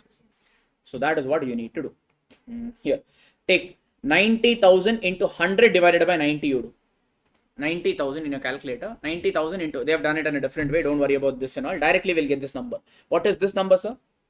Skip this step. Directly we'll get profit before charging commission. No need for the second line. How do you get that? Take 90,000 into 100 divided by 90. How much is that? 1 lakh. Someone is saying IPL is starting tomorrow. No problem. Class is getting over today only. No. Aram se you can watch. Okay, tomorrow is what? Chennai versus Gujarat. Whom are you rooting for? Dhoni or Pandya? Dhoni. Dhoni. Papa, maybe this time this could be his last IPL, no? Could be, we don't know. Yeah, he's there from 3 4 years. He's not leaving only. Chumma he comes. Correct, no? No problem. Dhoni has a different caliber, no, macha. It's always good to see Dhoni also. So he doesn't have to hit plenty of runs. Just 1 6 is good enough to get the crowd going. That is his reputation. It's like Tendulkar. Just come on the ground. People will go bonkers. Ah, oh, ah, oh, and all. Okay, anyways. Okay, come back. Come back to the question now. IPL, we'll come back to marathon now. So department S ka, what is the profit after charging commission? 60,000. 60,000 represents what, sir? It represents 90. We want profit before, which represents 100. So do 60,000 into 100 divided by 90. 66,777. The step is not necessary. Not that if you do it is wrong. One extra time. Why a time waste? Why to do? This, how do you find out? 45,000 represents 90. We want 100. So how much is that? 50. Okay, sir. This is what, sir? Profit before charging commission. On this, directly you can pay commission, or one thing you need to eliminate. One thing you need to eliminate. What is that? Unrealized profit. What is the unrealized profit of P, sir? 5426. First you eliminate that. Have they done? Yes. For S, what is the unrealized profit?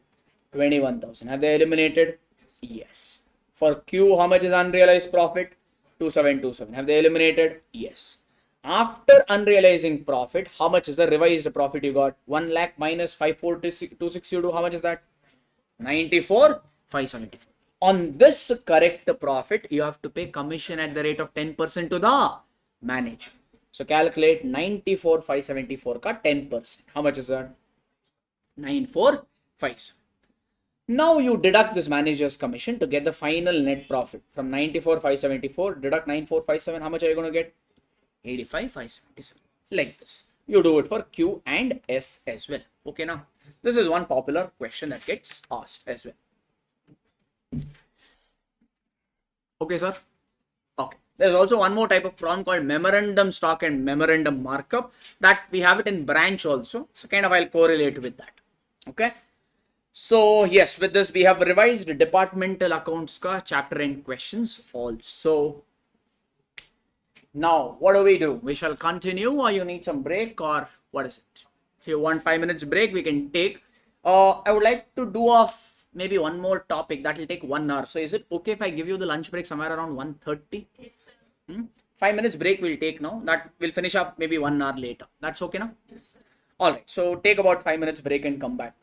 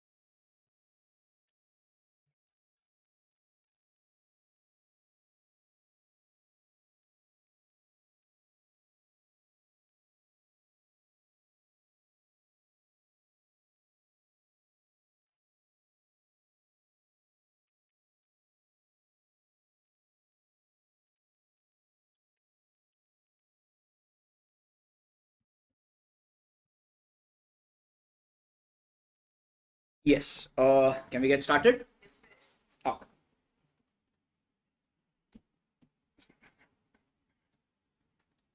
Okay, the next topic is accounting for branches, including foreign branch. Branch means it's another unit of the company located in a different region. Like our office, main office is in Bangalore. We are opening a branch in Chennai, meaning another unit we are opening in a different location. So what is the difference between department and branch then? Department generally will be within the same area. Now here CA, ACC, I know what I'm saying, belong in the same space. But generally branch could also be opened in a different location. Okay. You can also have a foreign branch. Will you have a foreign department? Probably no. Is it okay? So that is the primary distinction between a branch and a department. And department ka accounts and all, no, everything will be maintained at the one unit only, one location only. But branch ka accounting or records could be maintained at different location. Like Bangalore branch ka accounting could be done at Bangalore. Chennai branch ka accounting could be done at Chennai. So that is one other feature of branch which we don't see it in departments. Okay. Now branch are mainly of two types: dependent branch and independent branch. Dependent branch means they are dependent on the head office for accounting. Dependent branch is depending on the head office for the accounting needs. Independent branch means they do the records or they do the accounting transaction themselves. They don't need HOK help for do the accounting. Okay. Yeah, correct, like that. So if it is an independent branch, in fact, we had done about 3 questions if you remember. There'll be some transactions between or some transaction happening for which we need to pass journal entry. So let's go over. First case is goods sent by the branch, goods sent to branch by the head office. Who has sent the goods, sir?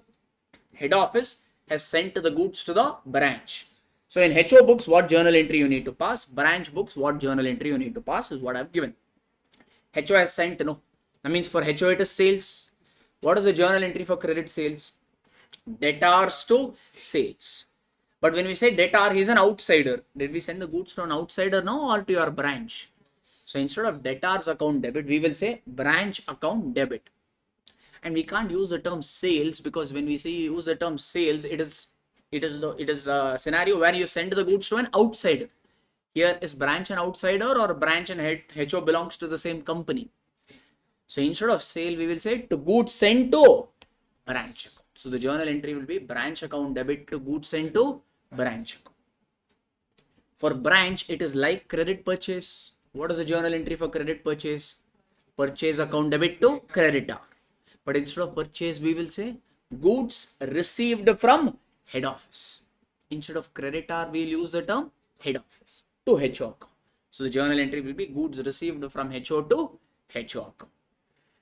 If the goods are defective, what do you think goods will be? What will happen? Goods will be returned. Returned means what entry will pass? Ulta entry. So here this journal entry will get ulta. So it will be goods sent to branch account debit to branch account. Here this entry will get ulta. So it will be HO to goods received from head office. Easy now. Branch expense paid by the head office. Whose expense? Branch ka. That means who should account that expense? Branch. But who paid? Head office. So what is the journal entry for expense paid, sir? Expense paid. The journal entry is expense to bank. Whose expense is this? Branch ka. So who should debit this expense? Branch. That means who has a branch debited the expense? Yes. But who paid for this expense? HO. So who will credit bank account? The guy paid for it. Who paid? HO. So HO will credit bank. Correct? No. So that means instead of HO, can they debit expense account? No, because whose expense it is? Branch ka. So HO, instead of debiting expense account, they will debit branch account. So the journal entry will be branch account debit to bank account. Correct? Alright. And branch, can they debit expense? Yes. But can they credit bank? No. Because did they pay for it? No. Who paid for it? HO. So what journal entry they will pass? Expense account debit to head office account. Like this. Okay. Collections from debtors, branch ka debtors it is, in fact given also, collections from debtors of branch received by HO. So what is the journal entry for money received from debtors, sir? Bank account debit to debtors account. Who received this money Who received this money? Head office. So who will debit bank account? Head office. So head office will say bank or cash or bank account debit. Can HO credit debtors account? Whose debtors it is? Branch ka. So instead of crediting debtors, HO will credit branch account. Okay. Similarly, branch, can they debit cash or bank? No, because did they receive it? No, but rather who received it? HO. So that means they will write HO account debit. We receive the money from whom? Debtors. So they will write HO account debit to debtors account. Move on to the next one. Remittance of funds by the head office to the branch. HO is giving money to the branch. So HO ka bank balance will reduce. HO paid the money to whom? Branch. If you pay cash to creditors, what is the journal entry? Creditors to cash. Whom did the HO pay the money to? Branch. So instead of creditors account debit, they will debit branch account to bank account. Yes, no. What about branch? They received the money from whom? Head office. So the journal entry will be bank account debit to head office account. Yes, no. Next is ulta scenario. Remittance of funds by the branch to the head office. Branch is giving money to the head office. So head office will receive the money from whom? Branch. So the journal entry will be bank account debit to branch account. Who paid the money? Branch. So that means what is the journal entry in branch ka books? Whom they paid the money to? HO. So the journal entry will be HO account debit to bank. This is one type of problem that could get asked. They'll give you some 4 or 5 transactions for which you need to pass journal entry. This is journal entries for independent branch. Another type of question that is quite popular is, in fact, what we discussed in departmental account, remember the stock reserve and all that funda will still continue. Is it okay? All that is same for department and branch, because even head office can transfer the goods to the branch at cost price or selling price. Selling price. That means there will be some loading element or profit element or unrealized profit element included in closing stock, which you still need to eliminate. All those are common topics between departmental and branch. Another thing is, what if you have a dependent branch? Dependent branch means what, sir? These sort of branch accounting is done by whom? Branch itself or head office? So branch is depending on head office for its accounts. Yes, no. Normally, to get profit or loss, no, we prepare what? To know profit or loss, what do we prepare? Trading P&L account. Yes, no. But branch means they'll have a lot of transaction, too many purchase, too many expense and all this. That is a time consuming process. Who's doing the accounting now? Head office. Whose accounting are they doing it? Branch ka. That means, do they want this long method or shortcut method? Shortcut method. There is another method through which you can get to know the profit or loss made by the branch, but it's a shortcut method. You don't have to prepare whole trading in P&L. This method is known as a debtors system. In fact, we had done few questions on that. Yeah. One is a debtor system. Tell me what you remember out of debtor system. Under debtor system, HO prepares what account? They prepare only one ledger account known as branch account to get to know profit or loss made by the branch. Only one account they prepare, branch account. In this branch account, basically, some 11 or 12 components gets reflected. Let's discuss this and apply it in one problem. First, there's a shortcut method. I had given you the logic of that also. Whether you prepare trading P&L or you prepare this method, answer will be same. In the interest of time, I will not go into that. I will directly take care of the format and questions. So first, here you will show is opening balance of all the assets. You will show it on the debit side. Opening balance of all the assets. Opening balance of assets, you will write it as 2 balance brought down. That you will write it on the debit side. It could be anything. Debtors, cash, asset, anything. All branch ka assets ka opening balance will come on the debit side. If opening balance comes on the debit side, means closing balance on the credit side. All the branch assets ka closing balance will come on the credit side. This is the first. Okay. It is very rare if at all branch has some liabilities. Generally, we have not seen, I think one problem we had seen this in additional question, it is there, but it is very rare for a branch to have a liability. If at all you have, liability ka opening balance will come on the credit side and liability ka closing balance will come on the debit side. Very rare, but if it is there, plug in. That is one. Then the fifth component is if head office has sent some goods to the branch, show that. Because what is a journal entry for goods sent to the branch by the head office? If HO sent some goods to the branch, what is the journal entry, sir? HO, what entry HO will pass? For HO, it is like sales. So instead of debtors to sales, it will be branch account debit to goods sent to branch. Here you're preparing branch account only, no? Hence, goods sent to branch account will come on the debit side. Okay. If goods are returned means ulta entry.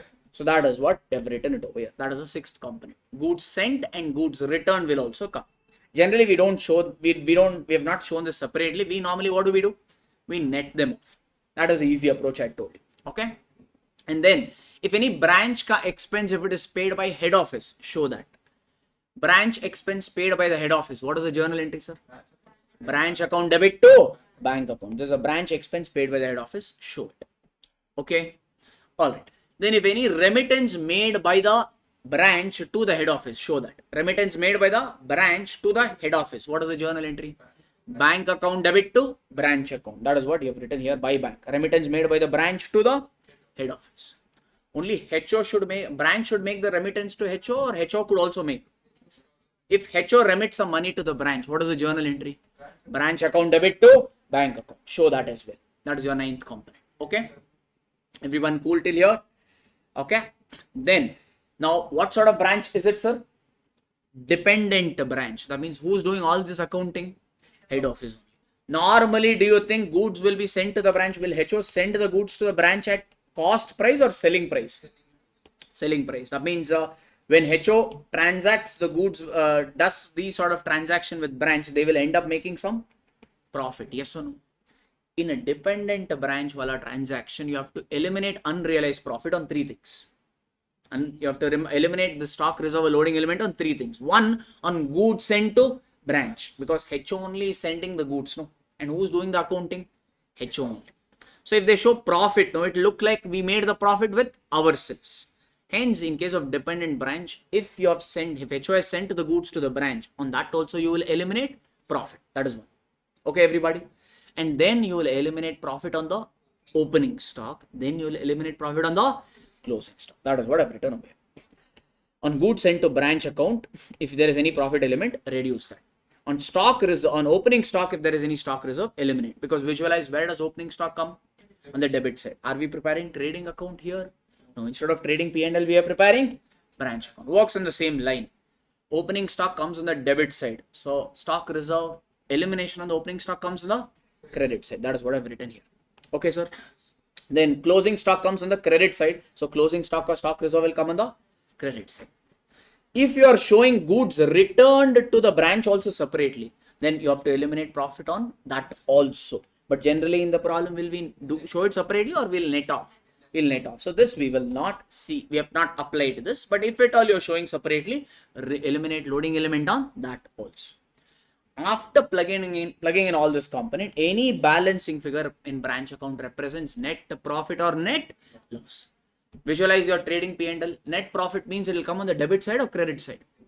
Debit side. So if you are getting balancing figure on the debit side, it is the net profit made by the branch. If the balancing figure comes on the credit side, it is net loss. Yes, no? This format, I told you the logic. So now I'll not go into that. We'll directly plug in. Okay. So what are those 12 or 13 concepts we saw? Opening balance of assets on the debit side.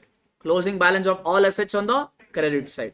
All liability ka opening balance on the credit side. All liability ka closing balance on the debit side. Then goods sent to branch on the debit side. Net of returns. Okay. Then amount remitted by the branch to the head office you show. Amounts remitted by the HO to branch and branch to HO. Both you show. Okay. Then branch ka expense paid by the head office you show. Yes, sir. Then eliminate stock on three things. One on goods sent to branch, one on the opening stock, one on the closing stock. And then any balancing figure, you will directly get it as branch ka net profit or net loss. Can we go ahead and plug in, go and take up one question relating to this, sir? Debtors method. So come to question number 9, that Vishwakarma one question. This method is quite popular in exam. This debtors method has been asked quite a few times in examination. Okay, Vishwakarma of Delhi has a branch in Jaipur. So Delhi is your head office and Jaipur is your branch. Goods are invoiced to the branch at cost plus 25%. So head office is sending the goods to the branch at cost price. Now if the cost is 100 means they will charge how much percent profit? 25%. That means the profit will be 25. So your invoice price or transfer price is 125. Okay, sir. All right. The branch is instructed to deposit every day in the head office. Dependent branch, no. One of the characteristics of dependent branches, the branch will remit the money to the head office on a frequent intervals, on a daily basis, weekly basis, etc., etc. Okay, because for everything they're dependent on whom? Head office. That means who will maintain all major cash and all? HO. So if branch gets any cash from their debtors or through sales, they will directly immediately send it back to the head office. All the expenses are paid through the check by the head office except for petty cash expense. All the major expense of the branch is incurred by the head office only. Small petty expense branch will pay. From the following information, prepare branch account in the books of head office. Can we quickly prepare it off? Okay, question number 9. So in the books of whom, sir? The books of head office. What account are we preparing? Branch account. Why does HO prepare this account? To get to know the profit or loss made by the branch through an easy way. Than preparing trading P&L, you can go for this. Okay, let's plug in the numbers one by one. They have given stock at invoice price at year beginning. Year beginning ka stock is opening stock now. How much is that? 1,64,000. There's an asset. All assets ka opening balance will come on the debit side. Two balance brought down. First is what, sir? How much? What is that? Opening stock, no? 1,64,000. 1,64,000. Okay. Next, what have they given? Closing stock at invoice price on 31st March. Year end. Year end is your closing stock. Closing stock is your asset ka closing balance. That will come on the credit side. By balance carried down. Closing stock, how much, sir? 1,92,000. Okay. Next, what? These two over. Debtors ka, they've given 1st April and 31st March ka balance. So this is your opening and closing balance respectively. Opening balance of debtors, where it will come? Debit side. Debtors, how much? 63,400. Closing balance of debtor will come on the credit side. How much? 84,300. Okay. These two over. Next, furniture and fixtures. Year beginning. Year beginning is your opening balance. Where it will be plugged in? Debit side. Opening balance of all the assets. So furniture is 46,800. If you want, you can show all the opening balance of assets in the inner column and total everything and push at the end total also to the outer column. That is approach is also okay, or directly show it in the outer column. That is also fine. Alright, next. Have they given furniture ka closing balance? No, we don't see it. In fact, they have not given. That means we may have to prepare one working note in the form of furniture to get furniture ka closing balance. Whose furniture is this? Branch. So we'll write here branch ka furniture. Do you know opening balance of furniture? So you'll write that as two balance brought down. How much is that? 46,800. Other information as in when I find it, I'll plug it in. For now, let it be. Okay, next what, sir? Cash sales. Cash sales effect. What is the journal entry for cash sale? Cash account debit to sales. Who sold? Branch. So who will get the money?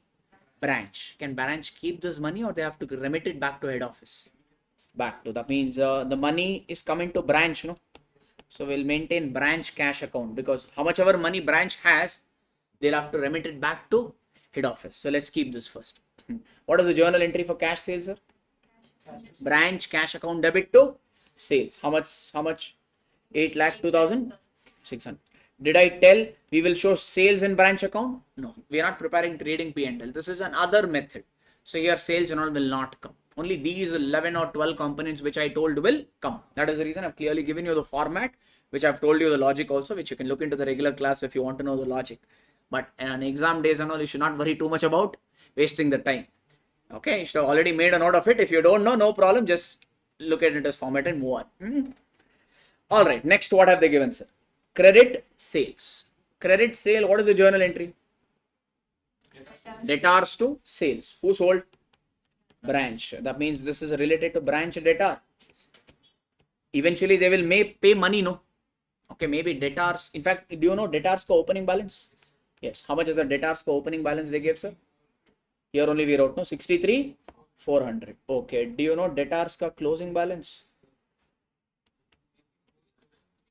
84,300. Now they gave what information? Credit sales. What is the journal entry for credit sales? Debtors to sales. How much? No, 7,44,200. Yes, no. Why am I plugging in all this information? Because they might have not given how much money is collected from debtors. To get to know how much money is collected from debtors, we need to prepare working note number 3 for branch debtors. Okay, now if that information is given, you actually can cut off this working note. I think it is not given, so I'm plugging it in. Okay. All right, sir. Next, what? Goods invoiced to the branch by the head office. Who sent the goods? HO to the branch. What's the journal entry? HO will pass. Branch account debit to goods sent to branch account. So in your branch account, you'll write to goods sent to branch account. How much is that value of the goods sent to branch, sir? 1,56,000. Okay, this is one. Next, expense paid by the head office. Whose expense? Branch ka. Paid by HO. What is the journal entry? Branch account debit to bank account. So here you will write to bank account, branch expense paid by the head office. How much? 2,64,000. Okay. What is the next one? Petty expense paid by the branch. Branch, how will they pay the petty expense? Branch also has collected some money, no? Branch has some cash sales and all, so they have money. Out of this money, they've incurred petty expense. How much? What is the journal entry for petty expense paid by the bank, sir? Expense or petty expense account debit to cash. Cash, when we say here, it is branch cash, no? So in branch cash, the posting will be by petty expense. Or I'll simply write it as by expense. How much is that? 20,900. This will not come into your debtors account because who paid this? Branch. This is another way. Okay, what is the next one? Furniture acquired by the branch on 1st October. Date is important. Payment was made by the branch itself. Whose furniture? Branch ka. Who purchased? Branch. Who made the payment? Branch. So what is the journal entry for furniture purchased? Furniture to branch cash. So in branch cash, you'll write by branch furniture. Correct? No? How much was the value of furniture purchased? 5,000. Okay, sir. All right. You are opening furniture ledger also. You open, no?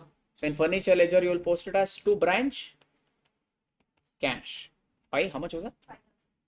5,000. So check the question. Below that, what have they given? Depreciation to be provided on branch furniture at 10% on what basis? WDV basis. Did you purchase any extra furniture? Yes. Did you purchase it year beginning or midway? Sir, they told year is beginning on 1st April, year is ending on 31st March. But when did you purchase this furniture? October. That means on this 5,000 furniture, will you calculate depreciation for the whole year? Only from October to March. So that is October, November, December, Jan, Feb, March. Only for how many months? 6 months. So what is the journal entry for depreciation? By depreciation account. On this 46,800, you will calculate depreciation for the whole year. Yes, no? Correct, sir? But for on this 5,000, you will calculate depreciation only for 6 months. Can you tell me the total depre?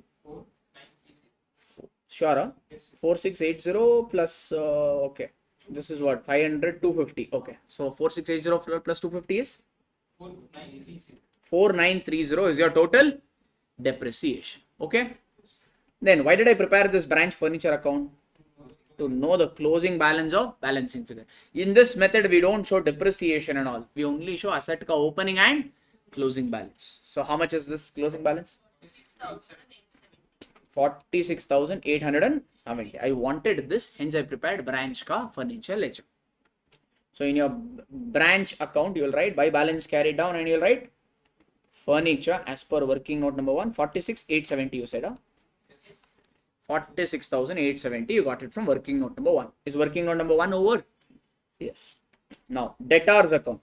Opening balance you know, closing balance you know, sales you know. What information is missing? Cash received from debtors. So the journal entry is branch cash to branch debtor. So you'll write here by branch cash arrived as a balancing figure. Give me that balancing figure, sir. 7,23,300. Any problem? So in branch cash ledger, what will you post it as? In branch cash ledger, you will post it as to branch debtors. How much cash did you collect from debtors? 7,23,300. So check. Does branch cash ledger have any balance? Do the total of this minus these two you do. Is there any balancing figure? 8,02,600 plus 7,23,300 minus 20,900 minus 5,000. My calculator is showing a balance of 15. Yes. Okay. This who's having this cash, sir? Branch. Can they maintain this much cash or they have to give it to head office? Head office. That means what? HO will receive this money. So HO, this money will come into the bank account. Meaning you can write by HO this branch cash. Now you can write it as by HO account, or in bracket you can say remittance. Remittance made by whom to whom? Branch to the head office. Okay, now everybody good? So HO has received this money. What is the journal entry for money received from branch, sir? Bank account debit to branch account. In your branch account, what will be your posting? By bank account. As per working note number 2 or 3 or what? 2. How much is the total remittance HO has received? 15 lakh rupees. Okay, now every information have you captured? Again, let's revise it. What and all you need to show? Opening balance of assets shown. Yes. Closing balance of all assets shown. Yes. Then goods. Opening balance of liability not there. Closing balance of liability not there. Okay, no problem. Good. Next, goods sent to branch shown. Then money sent by branch to head office not there. Money sent by branch to head office is there. HO to branch is not there. Incorporated that. Then branch expense paid by the head office incorporated. That is also done. Then you'll have to remove loading element on 3 things. One on goods sent to branch.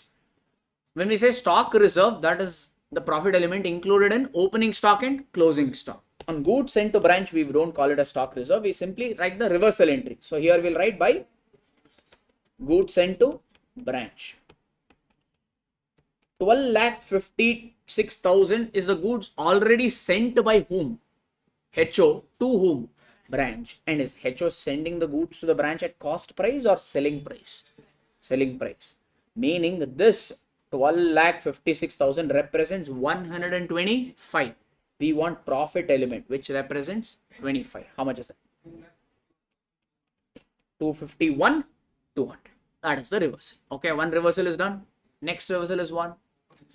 Stock reserve on the opening stock. How much is opening stock? In fact, they only told opening stock is shown at invoice price. Invoice price means this represents what, sir? Cost price or selling price? Opening stock comes on the debit side, means the stock reserve on opening stock, where it will come. So you'll write by stock reserve on what? Opening stock. 1,64,000 represents selling price, meaning it represents 125. We want profit element which represents 25. How much is that? 32,800. Yes, guys. This over. Next, one more. Stock reserve on closing stock. So here you will write to stock reserve on closing stock. How much is the closing stock ka selling price? 1,92,000. Meaning this 1,92,000 represents 125. We want profit element which represents 25. How much? 38,400. Have you eliminated this? Everything is considered. Yes, that means the balancing figure in branch account, whatever is your branch profit or branch loss. Here I have, I think, the answer. How much are you getting? I can just cross check maybe. 1 minute. Which question is this? Here they are telling it is 2,74,570. You are also getting same. You considered everything, huh? Can I zoom? Or maybe here everything was considered. 1 minute, let me just check.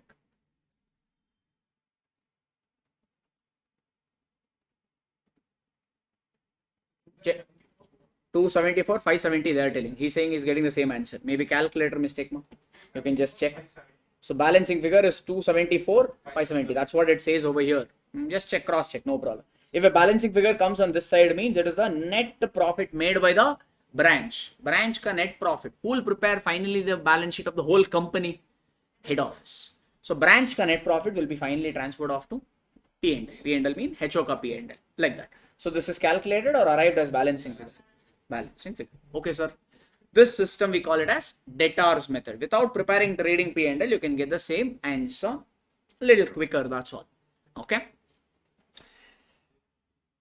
Now you got same answer, huh? Oh, super. Huh? No problem. As long as now you're getting the right one, that's good. So debtors method is clear. Under dependent branch method, there is another method which is popular, that is stock and debtors method. There is one more method which is followed, that is stock and debtors method. Let's test our memory. Under stock and debtors method, what in all ledger HO will prepare of the branch? One, we will prepare branch stock account. Two, we will prepare branch debtors account. Three, we will prepare branch cash account. Four, we will prepare goods sent to branch account. 5, we will prepare branch adjustment account. Lastly, we prepare branch P&L account. I had given you the notes for each of them. So I'll quickly discuss this and we'll take up one question just to test this method also. This is similar, kind of similar to the memorandum markup method in your department also. Since I want to do one question relating to this.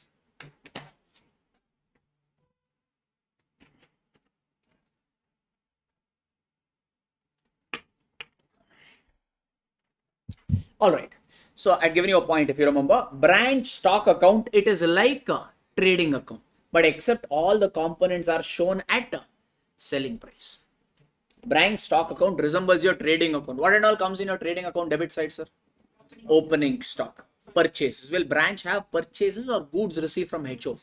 Goods received from head office. Then that side it will be sales. Could be cash sales, credit sales, whatever. Balancing. I mean, the other one is what? Closing stock. We also prepare in trading account, you get GP. Here, GP you will get it from branch adjustment account. So, branch stock account only it is prepared like trading account, but except all the components are shown at selling price. So, if all the components are shown at selling price, ideally branch stock account ka ledger debit side and credit side total should be same. If at all there is a mismatch, that means branch has sold these goods. Let's say you thought cost of the goods was 100 rupees. You thought you would sell it for 120. So all the components, be it opening stock, purchases, sales, everything is shown at what price? 120. That means branch stock ledger should perfectly match. You know what branch said? Branch found one bakra and they were able to sell it at 150. They thought they will sell it at 120, but economic conditions was good or the product was good, demand was better, hence they sold it at a higher price. In this case, your branch stock will match a no. Opening stock, closing stock and all is shown at 120, but sale is shown at 150 because you ended up making some extra profit, no? Correct? So if your branch stock account gets you any balancing figure that represents profit, and here profit is adjusted through which account? Branch adjustment account. So any balancing figure in branch stock account is transferred to branch adjustment account. Okay, everybody. Then why do we prepare branch debtors account? To get to know either the credit sales or cash received from debtors as a balancing figure. Either credit sale will be missing in the question or cash received from debtors. That information will be missing. To get that, we prepare branch debtors account normally. And branch cash account, why do we prepare? to get to know the cash sales made by the branch or cash received from debtors. One other component will be missing. To get to know that, we prepare branch cash. Goods sent to no branch, we will directly take it up in question. Branch adjustment account is prepared to remove all that loading element. We have this loading element on goods sent to branch, opening stock, closing stock and all that profit element removal, loading element removal will happen through branch adjustment account, and any balancing figure in branch adjustment account represents your gross profit, which is transferred to branch P&L account. Balancing figure in branch adjustment account represents GP, which will be transferred to branch P&L. And ultimately, we prepare branch P&L to get to know the profit or loss made by the branch. This is your synonym. In fact, we have done 2-3 questions on this. I've given you notes also. That is what I have recapped it for you. Can we take up one question just to revise the setup? All right. So let's go through this question. I'll do a thing. I'll keep the format ready. That will be easy for me to plug in the things.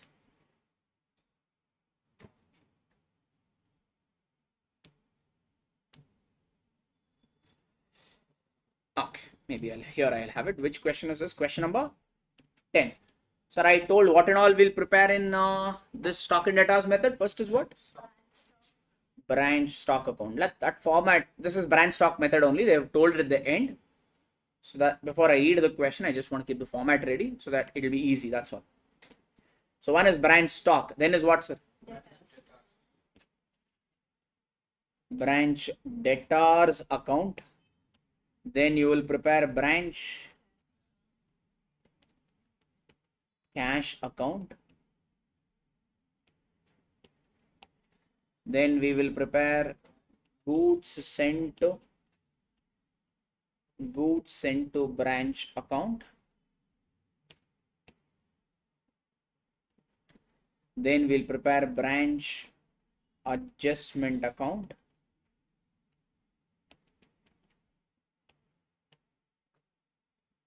And lastly, we shall prepare branch P&L account. These are the ledger formats. If you keep it ready, it will be useful when you solve the question, so that you don't have to read the data again and again. We can go and dump it. Okay, can I start? Okay, first thing. Mahavir Limited, Calcutta, they started a branch in Hosur on 1st April. So it's an existing branch or a newly opened branch? Newly opened branch. That means, will they have any opening stock or no opening stock? Opening stock will not be there because it is newly set up one.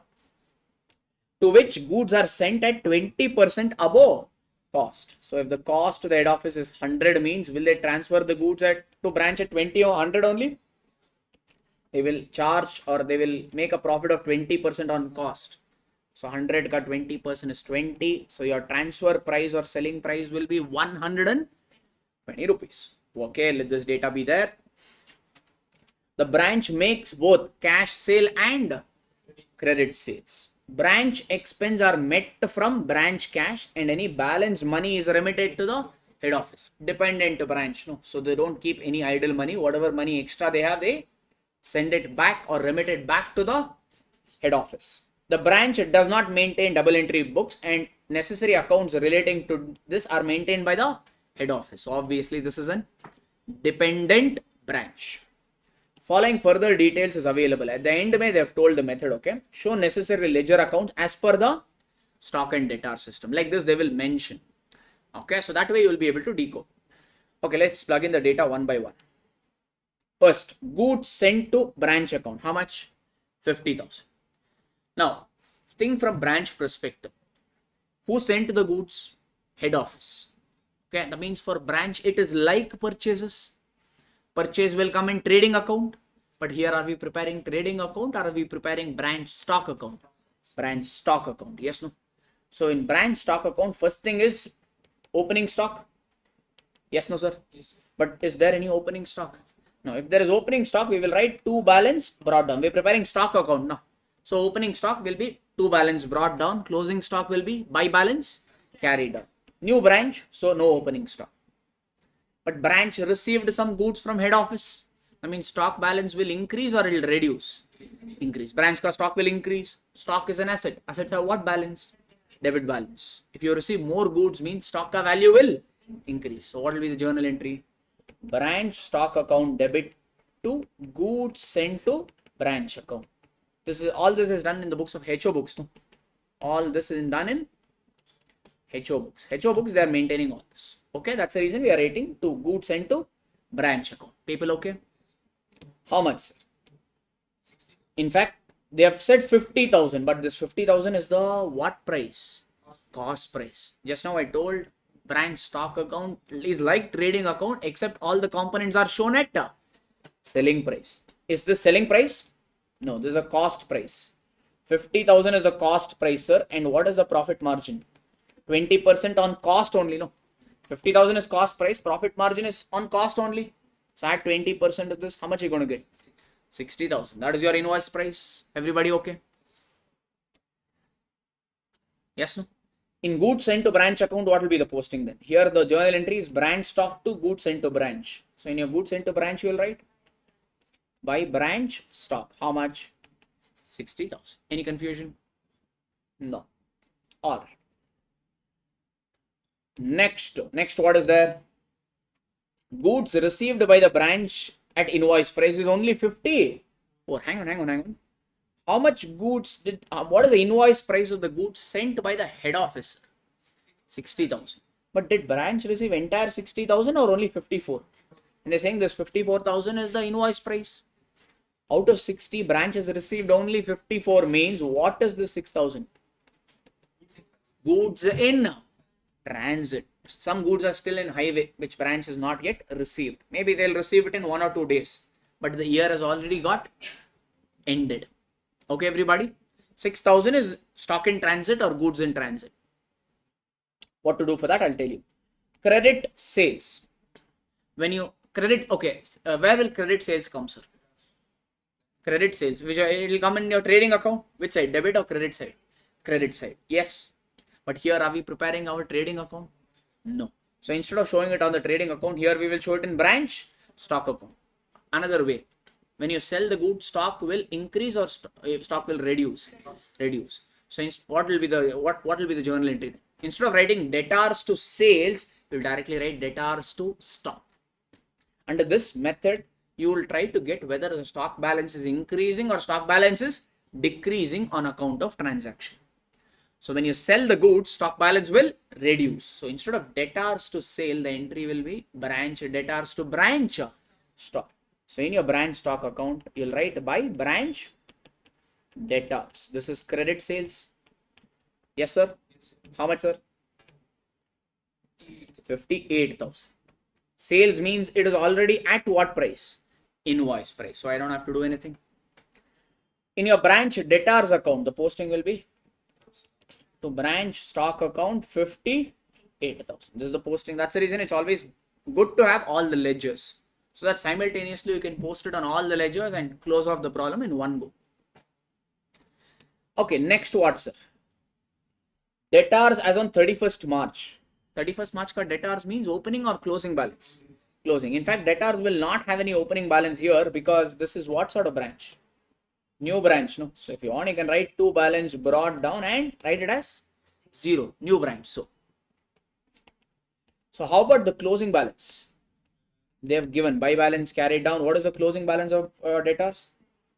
20,800. I think we can update that. Yes. All right. What else is given? Bad debts and discount. What is the journal entry for bad debts? Bad debts to debtors. That means it will affect your debtors ledger. In branch debtors ledger, you will write by bad debts. How much is bad debts? 200. But bad debts is an indirect expense, no? And in this method, are you preparing P&L? Yes. So this indirect expense will come in your branch P&L on the debit side to bad debts. Correct? How much? 200. Like that. Okay. Next. What is next? Cash remitted to the head office. Who's remitting? Branch is remitting the cash to the head office. So do you have branch cash balance? Branch cash ledger? Yeah. So opening balance of 1 minute.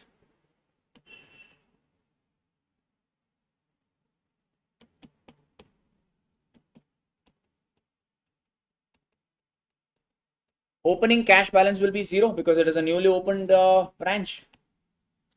Okay.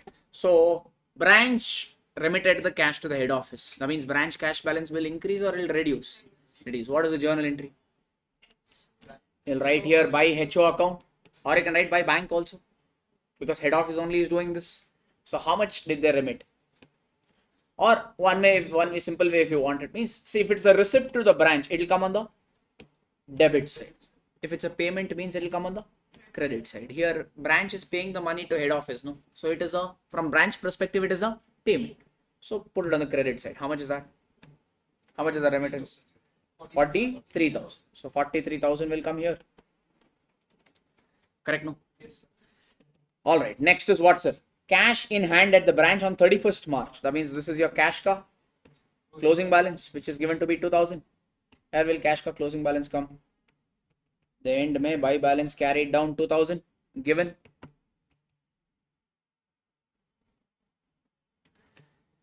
Okay. Cash remitted by the head office to the branch. Who remitted? HO. To whom? Branch. That means branch cash balance will be same or it will increase.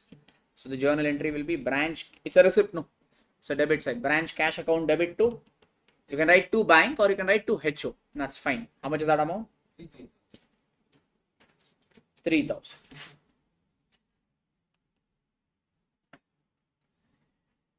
Okay. Any other information is given?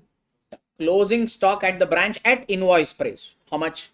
6,000. Okay. Closing stock they have given. Closing stock means it will affect your branch stock account. Will you write it as by closing stock or by balance carried down? By balance carried down. How much is given, sir?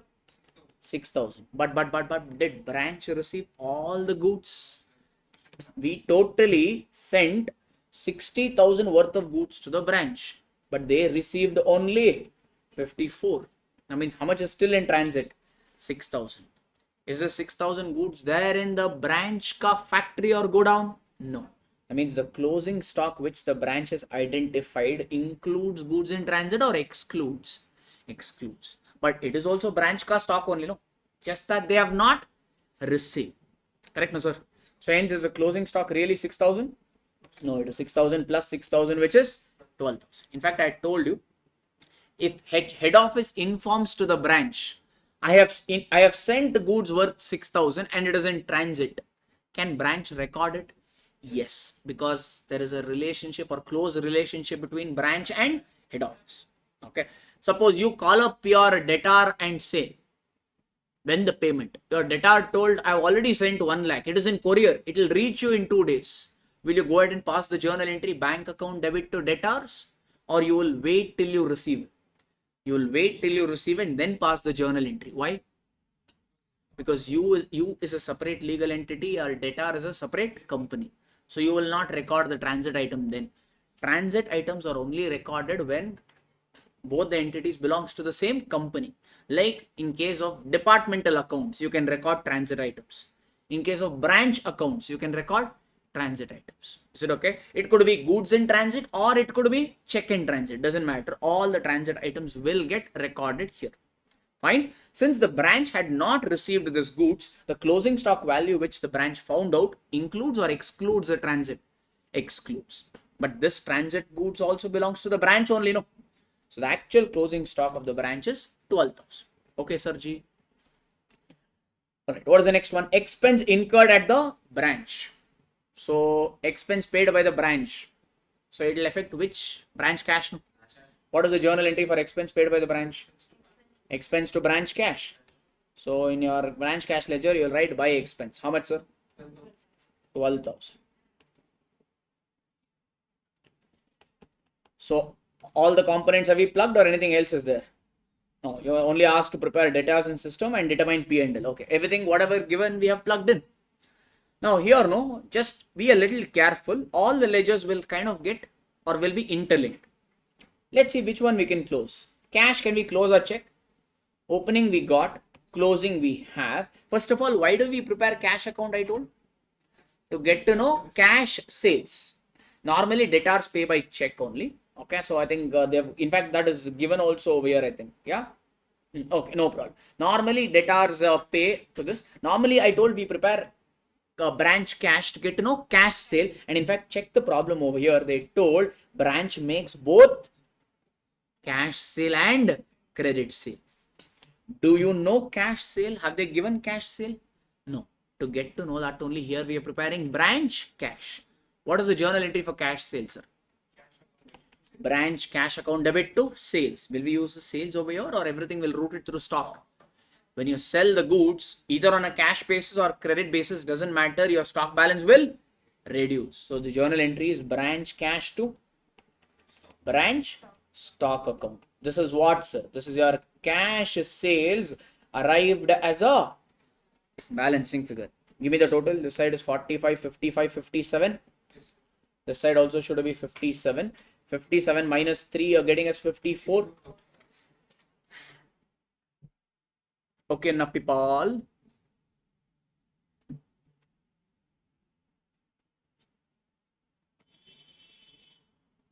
Okay. In fact, one more actually. One second. Hang on. Actually, I need to consider one more component before I do this. One second. Hang on. I think there is one more interconnection. Debtors ka. Okay, thank God. Debtors ka ledger also has a balance, no? Check. Debtors has opening balance is 0, closing balance is 0. This is what? What is this 58,000? This is credit sales. What information is missing from debtors? Cash received from debtors. Cash received from debtors actually affects branch cash ledger. So first we need to get that, plug this in, and then find cash sales. Getting it? That's the reason. Be a little careful over here whenever you're closing the ledgers. Everything will be interconnected. Here, what information is missing from debtors? Cash received from debtors. What is the journal entry for cash received from debtors? Cash to debtors. That means in your branch debtors ledger, you'll write by branch cash, calculated or arrived as balancing figure. This side is 58,000. This side also should be 58. What is your 30? 37,000 is the balancing figure. Yes, no? Correct. So this branch debtors I have closed off. So what is the posting in branch cash ledger? In branch cash ledger, you will post it as a to branch debtors. How much is that? 37,000. Okay, sir. That means your cash sale is not 54. It will be lesser. Now find out the revised balancing figure. Now you got it. Every component has been plugged in with branch cash. Opening cash I have taken. Closing cash I have taken. Expense and all we have taken. Cash received from debtors is also considered, but only one information is missing, that is cash sales arrived as balancing figure. Now calculate. 17,000 is your cash sale arrived as a balancing figure. Now is this ledger closed, sir? Yes. Okay, no? So what is the posting here? Branch cash to branch stock. That means in your branch stock ledger, you will post it as by branch cash. This is your cash sales, no? How much is that? 17,000. Okay, people. Now check. Stock ka every component has come up. Opening stock not there. Closing stock considered. Goods sent to branch considered. Cash sale, credit sale. Everything has come. That means ideally stock ka ledger should match. If there is balancing figure, that means we made some extra profit. Here all the profit will be transferred to branch adjustment account. Check. I think the total is not matching, no? You're getting balancing figure. How much balancing figure, no? 27,000 you're getting balancing figure here. Where should I transfer this to? The branch adjustment account. Arrived as a balancing figure. Okay. So in branch adjustment account, what will be the posting? By branch stock account, how much? 27,000. Done now. Now maybe we'll close off goods sent to branch first. Okay, check, sir, everybody. Who sent the goods to the branch? Head office. Before head office purchases the goods, before they send the goods to the branch, they have to purchase it. First, head office has to purchase the goods, then only they can send it to the branch. Yes, no? Hence, who's doing all this treatment, sir? Head office. So this goods sent to branch account, if you remember insurance claim and all, consignments, if you send some goods sent on consignment and all, what you used to do? Reduce it from purchases. So if head office sends the goods to the branch, we route it as goods sent to branch, but this goods sent to branch will eventually be reduced from purchase, because first head office purchased, then only they sent this goods to the branch. Are we okay? So that means this goods sent to branch has to be reduced from purchases. So the journal entry will look like this. So what is the, when the head office sends the goods to the branch, what is the journal entry? Branch account debit to goods sent to branch account. How much value? 60,000. 60,000. Yes, no? This goods sent to branch account will be adjusted with purchases. Purchase has what balance? Debit balance. To reduce it, we have to what we have to do? Credit purchase. What are you adjusting with? What are you adjusting against purchases? Goods sent to branch. So the journal entry will be goods sent to branch account debit 60,000 to what? To purchases. Correct? Are we okay? But there is one problem. Head office purchased the goods at what price? Cost price. Is this 60,000 cost price or invoice price we read? This 50,000 is the cost price. Actually, the invoice price is 60,000. Yes or no? That means, can we adjust with the purchase with 60,000 or only 50,000? 50,000, because the cost price of the goods, they've only given it to be 50,000. Purchase is shown at cost price, so you can always adjust it at the cost price. Is a journal matching or there is a balancing figure? What is that 10,000? Profit element. In this problem, profit element is all adjusted through which account? Branch adjustment account. Are we comfortable? Huh? This is what I need to do. First entry, I already passed it through branch account. Second one, I have to route it through goods sent to branch. Can I do that? So in goods sent to branch account, what do you have to write? To purchases, how much? 50,000. To branch adjustment account, 10,000. That means this ledger is closed off. Both the sides 60,000 total. So this is over. Correct, sir? Any problem? No. In branch adjustment account, what will your posting be? You wrote here goods sent to branch adjustment. So in branch adjustment account, you will write by goods sent to branch account. How much? 10,000. Okay. Now, why do you prepare branch adjustment account?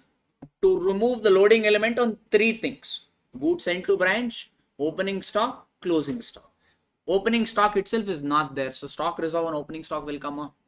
Okay, no problem. Where does opening stock come? Debit side. So stock reserve on opening stock will come on the credit side. I'll write over here by stock reserve on what? Opening stock. In this problem, opening stock is not there, hence it is 0. If opening stock was there, I would have calculated the stock reserve. Okay, now. And one more, which is what? Stock reserve on closing stock. Closing stock comes on which side? Credit side. So elimination of the stock reserve will come on the. So here you'll write to stock reserve on what? Closing stock. Do you know the value of closing stock? Yes. How much is that? Your branch stock account has it. How much is that? 12,000. Sir, in branch stock account, all the components are shown at cost price or invoice price. Meaning this 12,000 represents 120 here. That 12,000 represents 120. It represents 120. I want profit element, which represents 20. How much is this? 10,000. No? Sure. Okay. 1/6, no? So 2,000. No? 2,000. Okay, no problem. So yes, everything is done. I said loading element on three things. What are those three things? Goods sent to branch, opening stock, closing stock. Opening stock came, closing stock came. What is this 10,000? What is this 10,000? Goods sent to branch ka loading element. That also got adjusted. Yes, no? Everything has been considered. So now, any balancing figure in branch adjustment account represents the actual gross profit made by the branch. 12,000 into 12 divided by 120. No, I think that is the previous problem you took. I think in this problem, profit is 20% on cost. Don't take this. Okay, that is previous problem. So this is the one. This you have to take. So yeah, so final answer is 2000 only. All right. So what is the balancing figure in branch adjustment account? 35,000. What is that? It is the GP made by the branch. GP made by the branch will be transferred to branch P and L account. Okay, sir. In branch P and L account, you will write by branch adjustment account. How much? 35,000. One indirect expense we already considered, bad debts. Check cash account. If you have anything extra, it will come. Here we have expense. So expense also will come in P and L. So here you will write to expense. How much expense is that? 12,000. Correct, no sir? Bad debts already considered. Other than bad debts, there was another expense which we brought in. Balancing figure is your the net profit made by the branch, which will be arrived as a balancing figure. You tell me how much you are getting. Huh? Here also it says 22,800. Got the same answer? Yes. That is your stock and debtors wala system. Okay, people. All right. In departmental account also same thing is there, but there we don't prepare stock. Rather, we don't prepare branch adjustment account. Rather, we prepare memorandum markup account. But funda is same. All this loading adjustment will be here. We do it in branch adjustment. There we used to do it in memorandum markup account. There we prepare stock account and markup account. That's all. Okay, the same concept we can utilize there also. Okay. All right. So this is one. If you have foreign branch, what to do? You already know that we discussed in AS11 already. Foreign branch could be categorized into two things: integral foreign operation, non-integral foreign operation. If it is integral foreign operation, means all the data is in rupees or in a foreign currency. Foreign currency. That foreign currency you have to convert it into INR. For that you need exchange rate, and exchange rate is dependent on whether it is an IFO or NIFO. If it's integral foreign operation, all monetary item will be translated using closing rate. Non-monetary item, check how is non-monetary item valued. If it is valued at cost, you use transaction date ka spot rate. If it is valued at fair value or net realizable value, means the day you found out that fair value or net realizable value, use that rate. That is usually your closing rate. Okay. And for income and expenses, we use average rate, and any forex gain or loss will be transferred off to P&L account. When it is an integral foreign operation. Integral foreign operation means the Indian entity and foreign operation are closely working together. Okay. If it is non-integral foreign operation, both monetary item and non-monetary item will be converted using closing rate. For income and expenses, we use transaction date ka rate. If that is missing, you can also use average rate. However, forex gain or loss will not go to P&L. It will be accumulated in a reserve known as foreign currency translation reserve, FCTR. This FCTR, will it have a permanent balance? No. From FCTR, this balance will go to P&L when the branch is sold. When that non-integral foreign operation gets sold, you transfer from FCTR to P&L account. We have seen this. In our regular class, we worked out also a problem, couple of problems where we have converted foreign currency trial balance into Indian rupees. Those sort of questions could get asked over here. Okay. This and all I've given you the stock and debtors method format for your quick revision. Whatever we just now did, that format I've given it to you. All right, sir. Yeah. With this, I think branch ka revision we have completed. I think our tummy started doing that gudu noise. So let's take a break for about 45 minutes. Come back and do the remaining topics then. Thank you.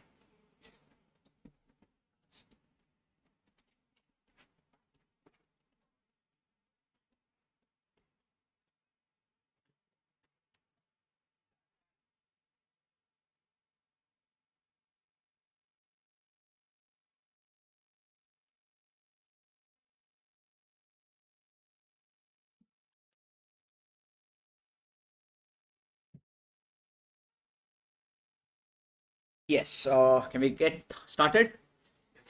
Yes, welcome back after the lunch break. So we have one last topic in our revision session to go. That is preparation of financial statements. Sir, what do we mean by financial statements? P&L account, balance sheet, cash flow statement, notes to accounts, all these put together, we call it as financial statement. Okay. All right. So first we will dive into a few basics things. Characteristics of financial statements. Financial statements that we prepare now should have few characteristics. One is understandability, meaning you should prepare financial statements in such a way that the users should be able to understand the financial statement that you have prepared.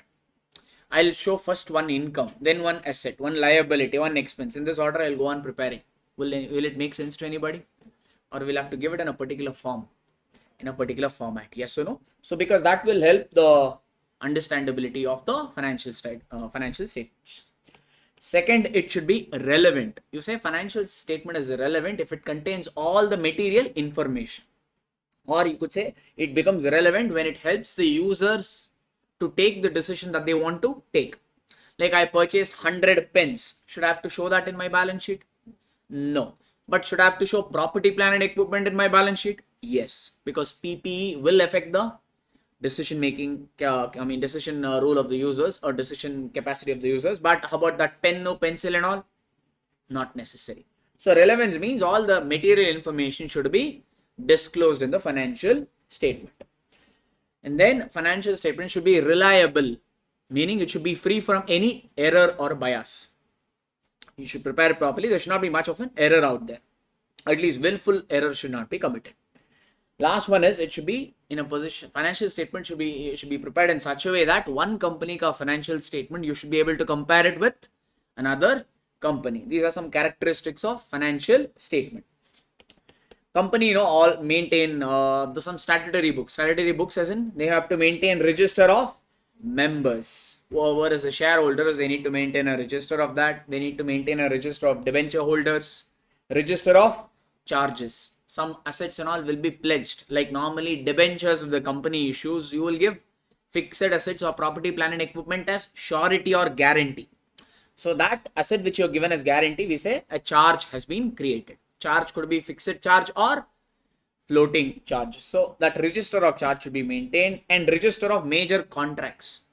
Whatever major contracts the company has entered, that should be maintained, as well as the minute books. Minute books will contain the decision that you take in your board meetings.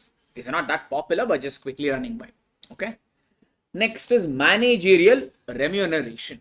This is an important topic. So obviously the guys running the show, the managing directors, CEOs, CFOs, etc., even they need remuneration to sustain their life. Okay. So there is a limit on the managerial remuneration which a company can pay. What are those limits? I told you 5%. What are those? 5, 10, 11, 1, 3. So if company has one managing director, whole-time director or manager, you can call them as any name, managing director, whole-time director or manager, any name is okay. Then maximum remuneration that you can pay to one such managing director is 5% of net profits. Okay. If you have more than one managing director, whole-time director or manager, then put together to all such managing director, maximum remuneration you can pay is 10%. To all the directors put together, the overall ceiling limit is 11% of the net profit. Company means they'll only have whole-time directors, or there'll be some non-executive directors also. Non-executive directors means they don't have much interest in the company. They are there to make sure that the company is run in a proper way or ethical way, and there is no fraud that is happening. So if you have other directors like non-executive directors, even you should pay remuneration to them also, because they are also giving their time to the company. So the remuneration that you can pay to them is what, sir? 1% of the net profit if company has managing director, whole-time director or manager. Or to such directors, you can give a remuneration of 3% if the company does not have managing director, whole-time director or manager. These are the limits. Okay, 5, 10, 11, 1, 3. That's all. Okay, you're supposed to remember this. And I think this is there in your law subject also. Pretty much. It's there, no? Company law? It's not there. Then in CA final it will come. No problem. Lawmate is there. Definitely, I know that. Either here or in CA final. Somewhere it is there. Okay. So with approval of central government, company in its general meeting, they can also pay remuneration of more than 11%. So what is the maximum ceiling limit I told? 11%. But with central government approval, you can pay more than 11%. Okay, that's what they've given. Okay. Then, sir, if you check the limit, all this net limits is based on what? Net profits. But what if the company does not have any profit at all? Or they have only 100 rupees profit? Or worst, it's a loss making company. Then can you tell all the directors, we will not give you any money at all? Just come and work. Forget about money. Why do you need money? You have oxygen, enough to breathe and live. Come and work. No, can you tell like that? No, obviously, no. So if company has inadequate profit or no profit, or rather if it is a loss making company, then there is another limit which is given in Schedule 5. That Schedule 5 limit says it says if the effective capital is negative or up to 5 crores. If the effective capital is negative or less than 5 crore, then the maximum remuneration that you can pay to a managing director is 5 lakh per month or 60 lakh per annum. Whichever way you want, you can remember. Okay. If the effective capital is 5 crore or more, but less than 100 crore, then maximum remuneration you can pay is 7 lakh per month or 84 lakh per annum. If the effective capital is 100 crore or more, but less than 250 crore, then maximum remuneration you can pay per annum is 10 lakh per month or 120 lakhs per annum.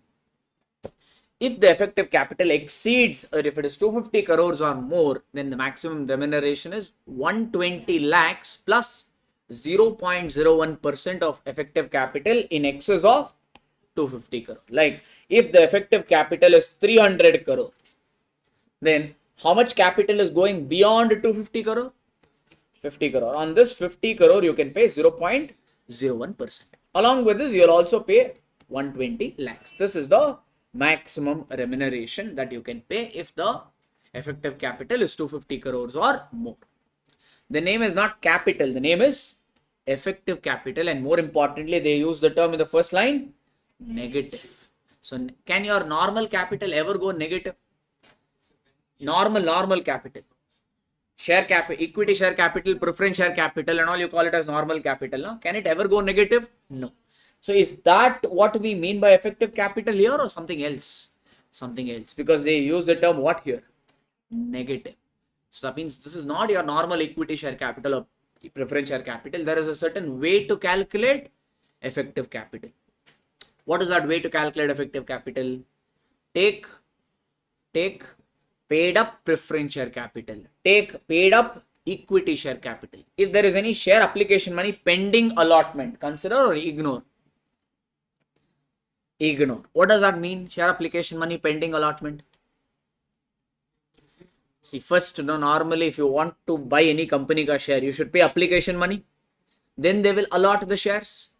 Application money company received on 29th March 2023. Year is ending on 31st March 2023.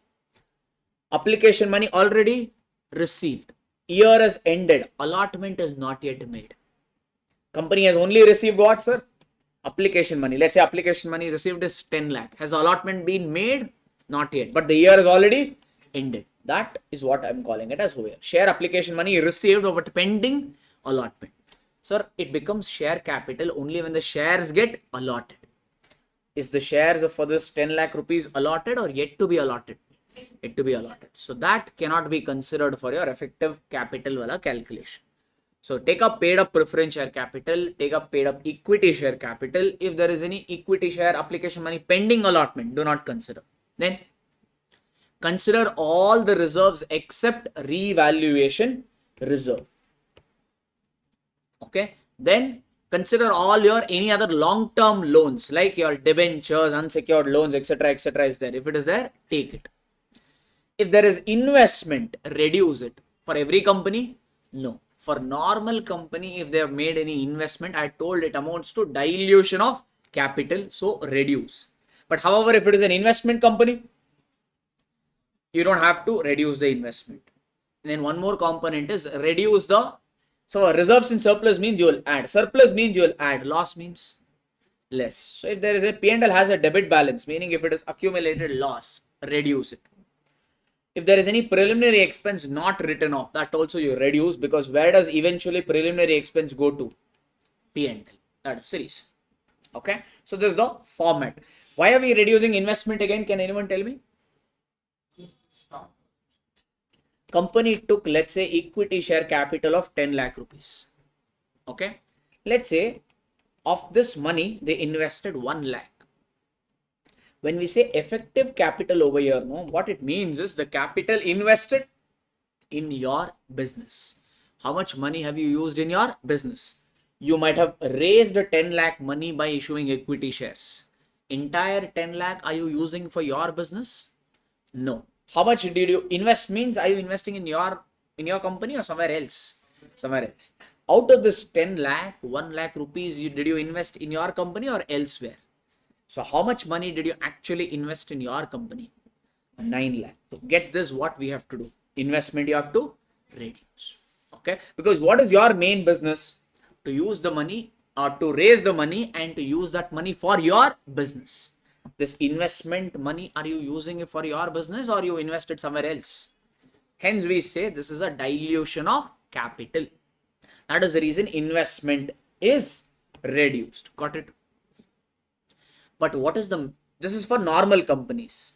If you have investment companies, what is the major business of investment company? They will raise the money for what joy? To invest. Their main business only is to invest. If they raise equity share capital worth 10 lakh, what will they do with this 10 lakh? Will they keep it idle or they will invest? They will invest, yes or no? For them, they will invest the entire amount, correct? No. For these companies, is it dilution of capital?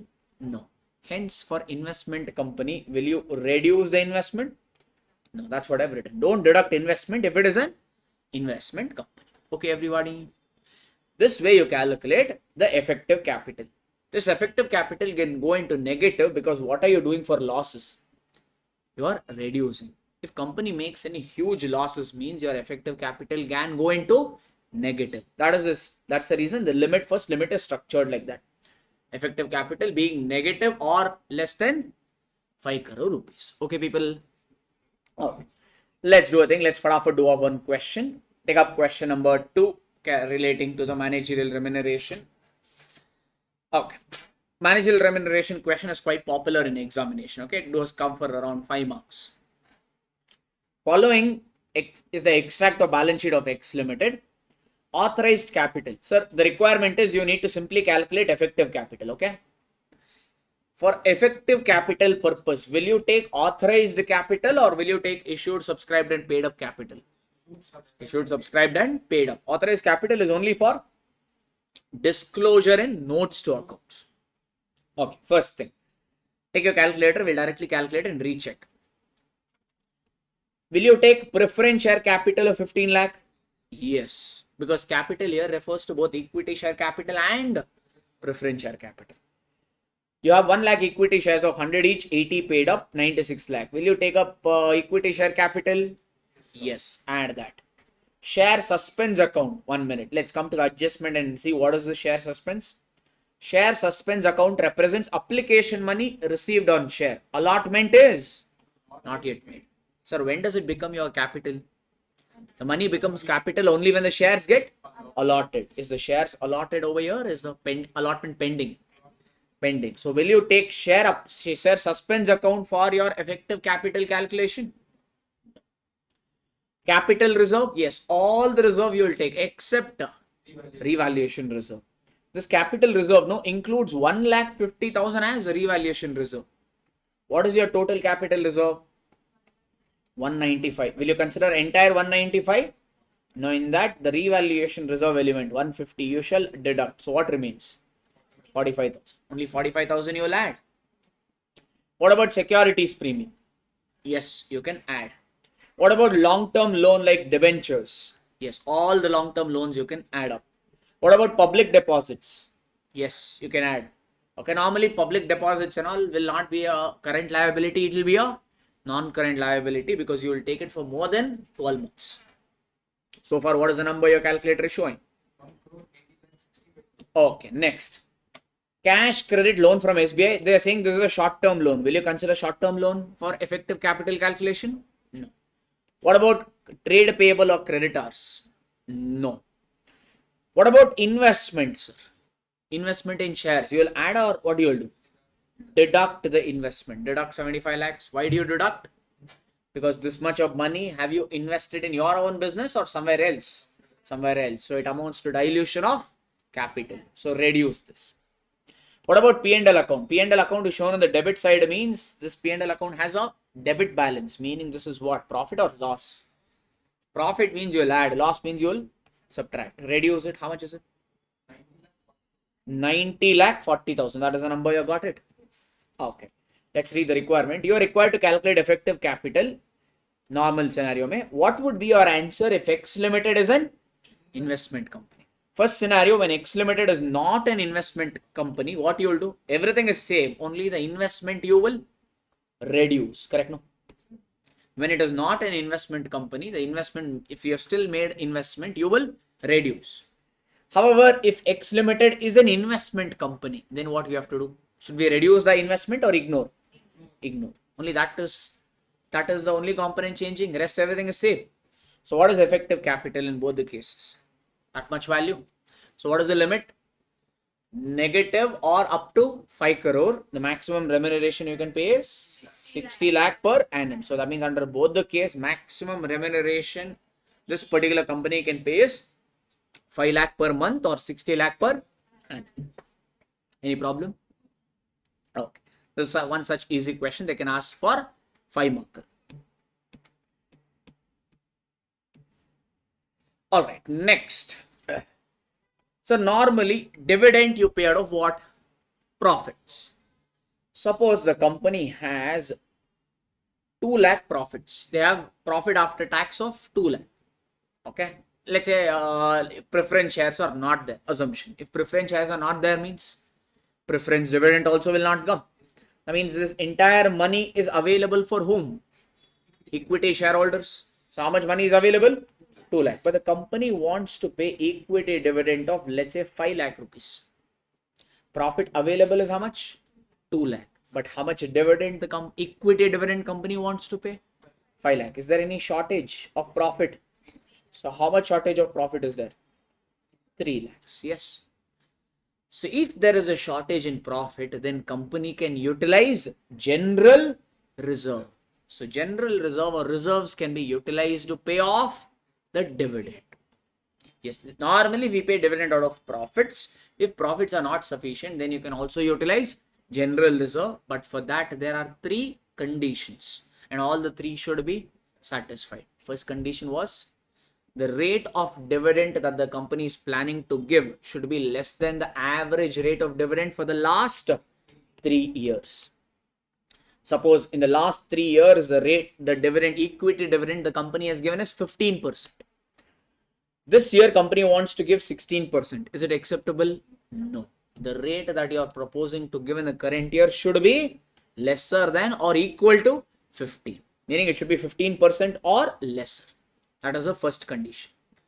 Second condition, the amount to be withdrawn from the general reserve should not exceed 10% of paid up capital and free reserve as per the latest audited financial statement. How much ever amount you are planning to withdraw from reserve. Here, how much is the shortage? 3 lakh. That amount should not exceed 10% of paid up capital and free reserve. And this paid up capital and free reserve should be as per latest audited financial statement. I will again solve one question. Once I'll tell the limit for your reference. Third one is the balance in general reserve after withdrawal. After using general reserve for dividend, balance will be there, no? So that balance in general reserve after withdrawal should not fall below 15% of paid up capital.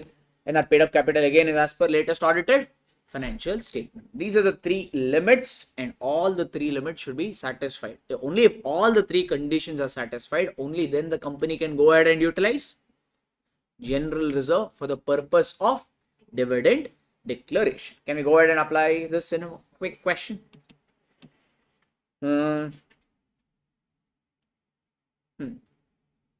Come to question number 4.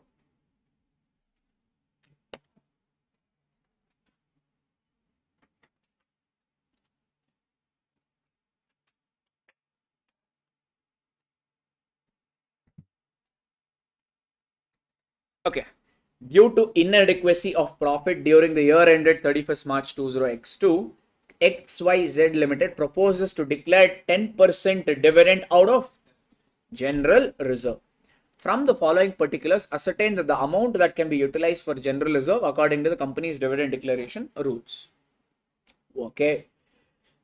Company has preference shares. What is the preference share capital? 17 lakh 50,000. They have equity share capital worth 80 lakh. They have general reserve on 1st April 20x1.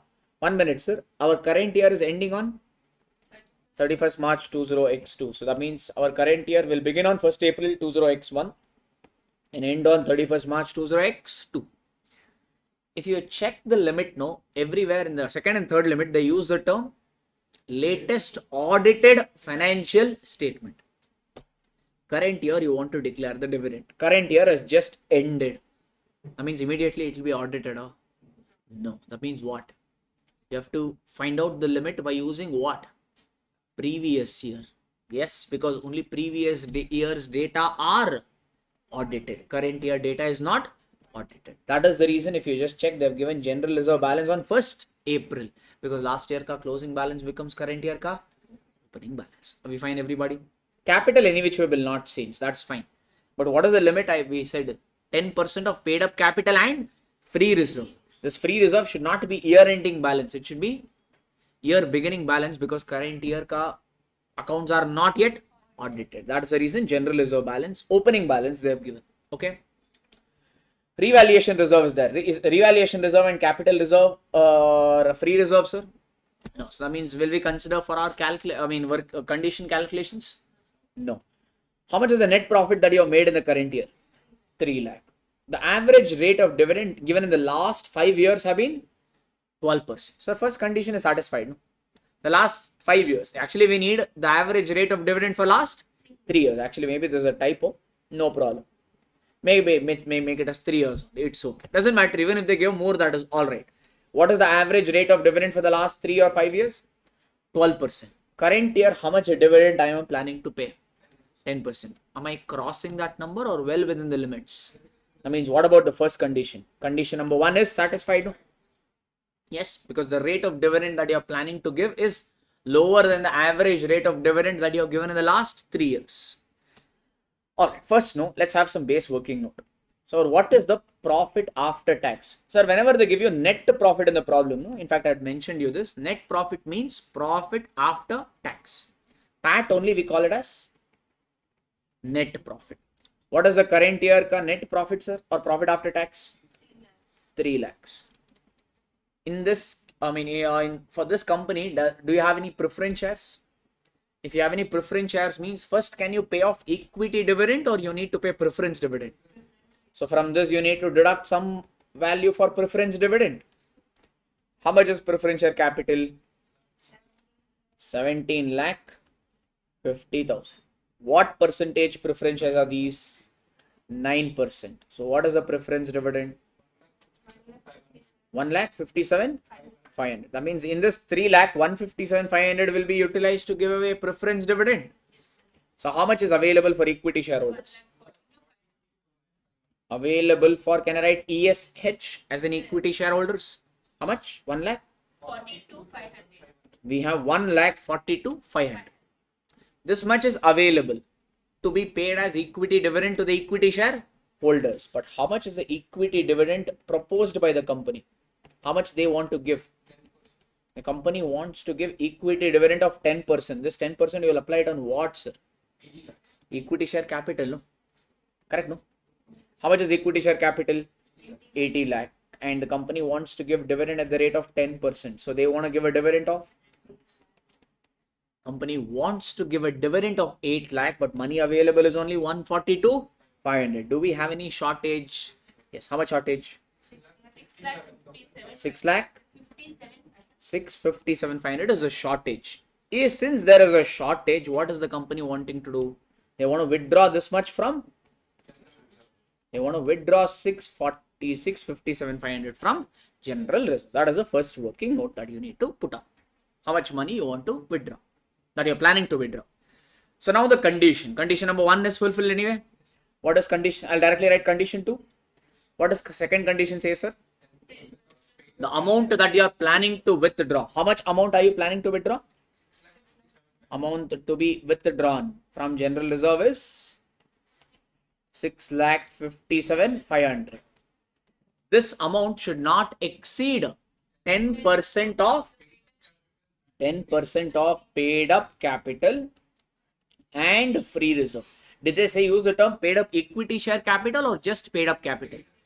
That means paid up capital here includes both paid up equity share capital as well as paid up preference share capital. Calculate this 10% of what is the paid up equity share, and this paid up equity share capital, free reserve and all should be as per latest audited financial statement. Sir, preference share capital, equity share capital and all will keep changing every year or it will be same. Last year also same, current year also will be same. Free reserve. What is the free reserve in this problem? General reserve and P&L. But P&L, this 3 lakh, you got it at last. Is this audited number? Is this 3 lakh audited number or unaudited? Unaudited, because net profit you got it only in the current year. Current year financial statements, is it already audited? No. So which is the only free reserve for limit calculation? General reserve. Okay, na sir? So paid up preference share capital is 17.5 lakh, paid up equity share capital is 80 lakh, and general reserve audited number is 25 lakh. Calculate this, sir. 10% of this you calculate, 12 lakh? 12,25,000. So maximum amount that you can withdraw is 12,25,000. But I am planning to withdraw just 6,57,500. Am I breaching or violating the limit or well within the limit? That means what is this condition? Not satisfied or satisfied? So condition number 2 is satisfied. I'm writing quick note, not writing the full thing. It's fine enough, fair enough now? This is your second condition. Third condition is what? Balance in general reserve after withdrawal. Sir, what was the balance in general reserve before withdrawal? 25 lakh. Okay. How much are you planning to withdraw from general reserve? 6,57,500. So after you withdraw, how much will be general reserve ka balance? 18,42,500. So what they are saying is balance in general reserve after withdrawal should not fall below 15% of paid up capital. So calculate 15% of paid up capital here means preference share capital plus equity share capital. Add this and calculate 15%. How much are you getting? 14,62,500. What does the limit say? The balance in general reserve after withdrawal should not fall below 14,62,500. Is the balance in general reserve falling below 14,62,500 or it is much above? It is much above. So condition number 3 is failed or satisfied? Satisfied. So all the 3 conditions are satisfied. So can the company go ahead and utilize general reserve? Yes, that is the conclusion. Since all of them are satisfied, you can go ahead and utilize general reserve to pay off your dividend.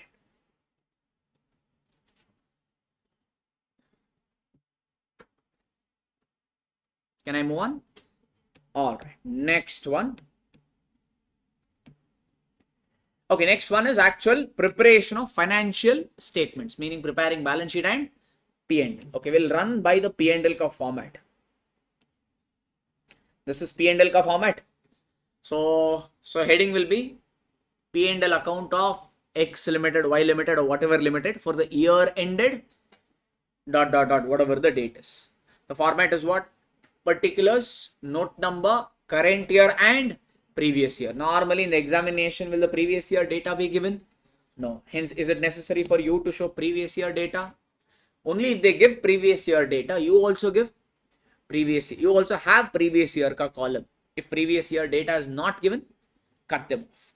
Alright. So now first column in your P&L or you will show is what, sir? First, revenue from operation. That is nothing but your sales. Below that you will show other income like commission received, interest received, profit on sale of asset, etc., etc. Any income other than sale will get fitted into other income wala category. Okay, this is your total income.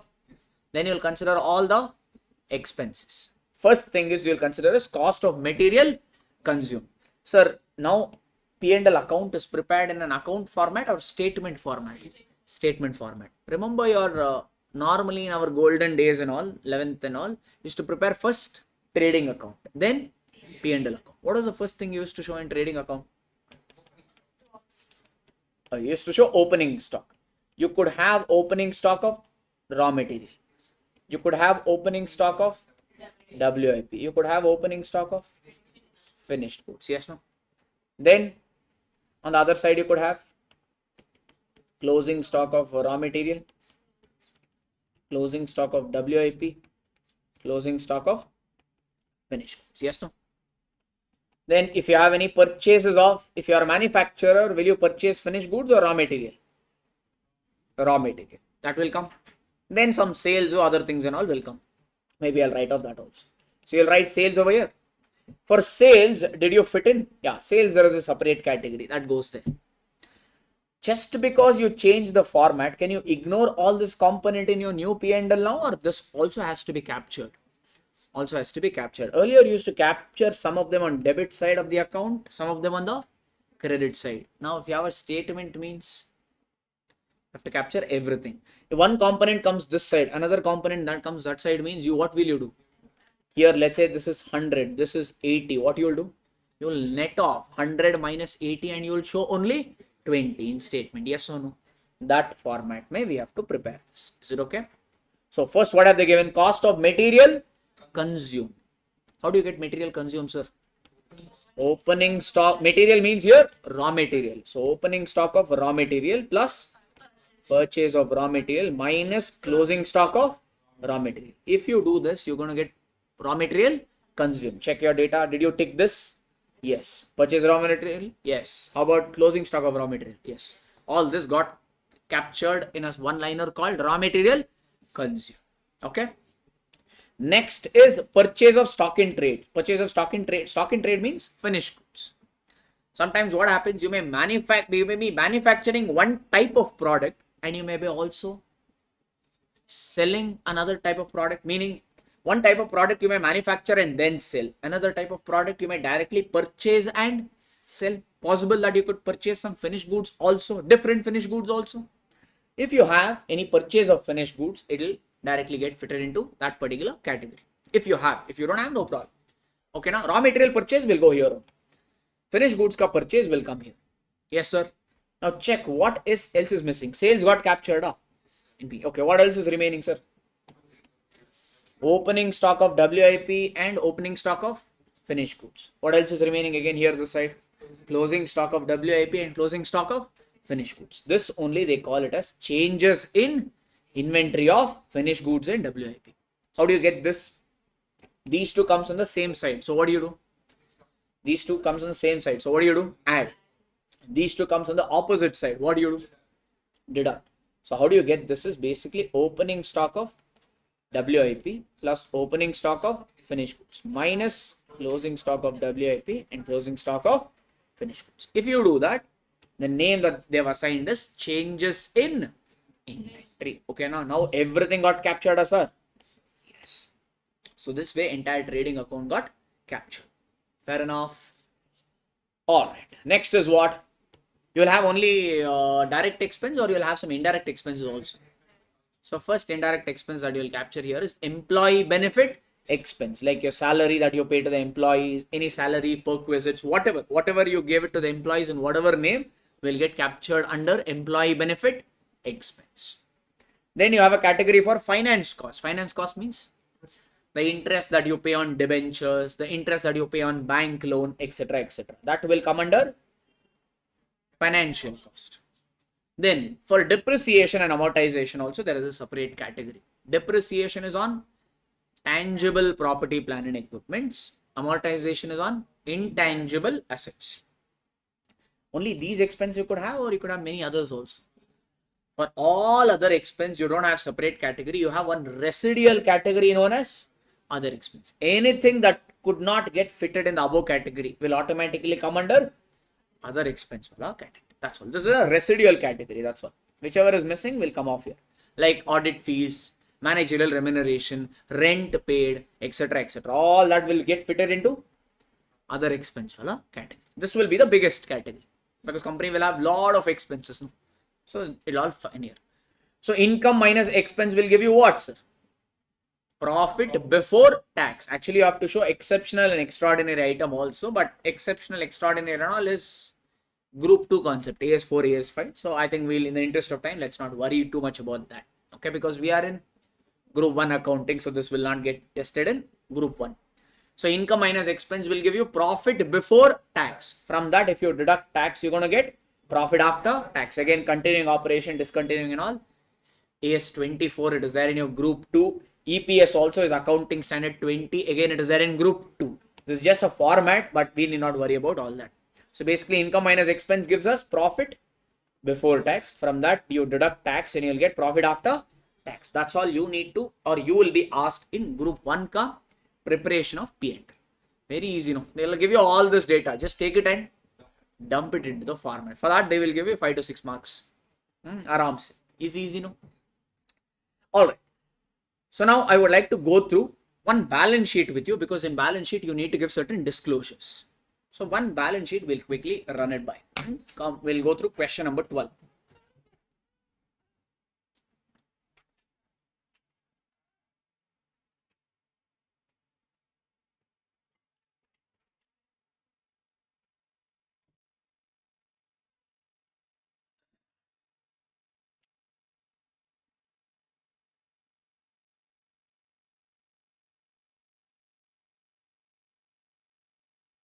Yes, can I start? From the following particulars furnished by Pioneer Limited, or maybe 1 second, hang on. You guide me the balance sheet format. Let's see before we dive in or read the question. What is the heading first? Okay, here it is. No, give me this is the Pioneer Limited. So give me from the beginning. Balance sheet of Pioneer Limited as on 31st March 20x1. Okay, below that, particulars, note number, current year, previous year. If they give you previous year data, have that column, otherwise cut. So below particulars column, you'll write Roman letter 1. What? Equity and liabilities. Under that, point number 1, shareholders funds. Under that, point number A, share capital. Point number B, reserves and surplus. Okay, point number 2, non-current liability. Under non-current liability, you will have long-term borrowings for your loan taken from bank, debentures, etc., etc. Then third one is your current liabilities. That's where you will have your creditors, short-term provisions, other current liabilities, etc., etc.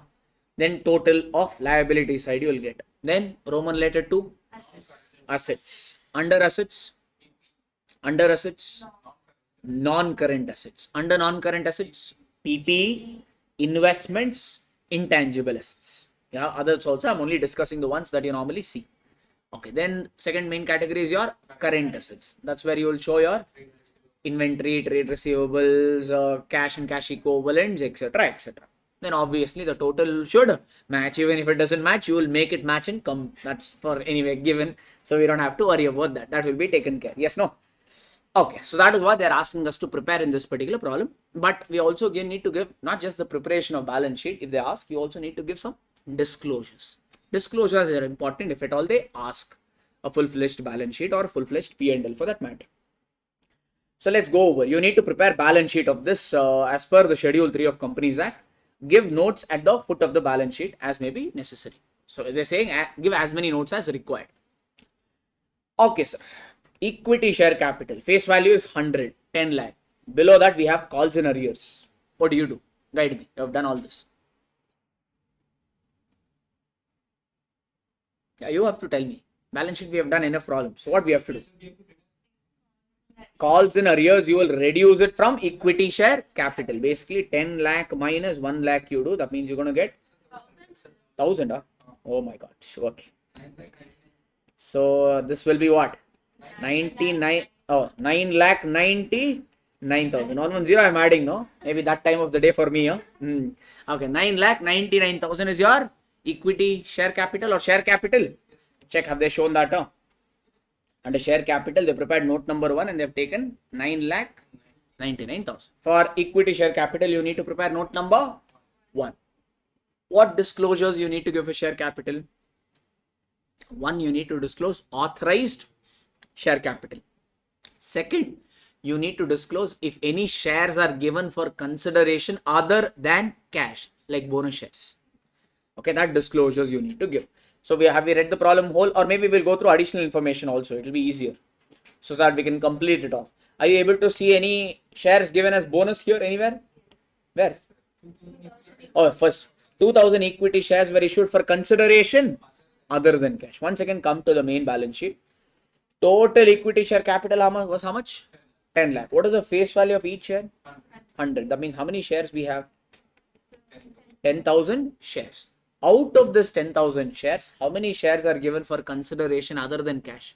2,000. This disclosure in main balance sheet or notes to accounts? So come to notes to accounts that they have prepared note number 1 here. Note number 1 is for share capital. You'll say 10,000 equity shares of 100 each. How much?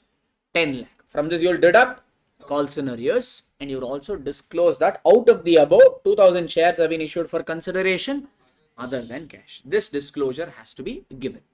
Totally equity share capital is 9,99,000, which gets reflected in your main balance sheet. Any problem? Like this, point by point we will cover and finish it. Okay, no?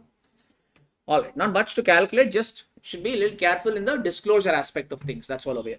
So these are done. Even the adjustment number 1 is done. Okay, let's dive into the next. Land, sir. Land, building, plant and machinery, furniture. All this will come under which category? We have main category as non-current assets. Under non-current assets, we have category called PP. All that will get fitted in there. Check, have they given any adjustments for land building? In fact, they have given cost of the asset. Cost here refers to the original cost. Okay, check. Building ka, what is the cost? 4 lakh. But what is the value given in the main table? 3,50,000. You bought it for 4 lakh. Now it is 350, means 50,000 is your depreciation. Yes or no? So that means on building 4 lakh minus 3,50,000, depreciation aspect is 50,000. Like this, can we find out for everything? Yes, sir. Okay. Plant and machinery ka value, original cost was 7 lakh, but now its value is 5,25,000. That means 1.75 lakh is your depreciation. Furniture, you bought it for 62,500, but its current value is only 50,000. That means the depreciation is 12,000. And all this data you will give in which note? A note relating to property, plant and equipment. Which note number have they prepared for that? PP, they prepared note number 6. Come to note number 6. Check, have they shown all this? Okay, land was there. On land, will you calculate any depreciation? Land value, what was the initially given in the table? 2 lakh. Here also it will be 2 lakh. Building, no. Original cost they have taken, they have reduced depreciation and got the value. In fact, all this we need to calculate, or everything they have only given? Given. So like that, you just keep showing. Just now we calculated. No? So basically, this is only your, all this only is your property, plant and equipment ka value. Add all this for me. 550, so 10, 75, 11 lakh 25,000. So if you add all this, you're getting 11 lakh 25,000. That 11 lakh 25,000 should come in your main balance sheet as property, plant and equipment. The breakup of that you will give it in note number 6 along with depreciation wala figures. Okay.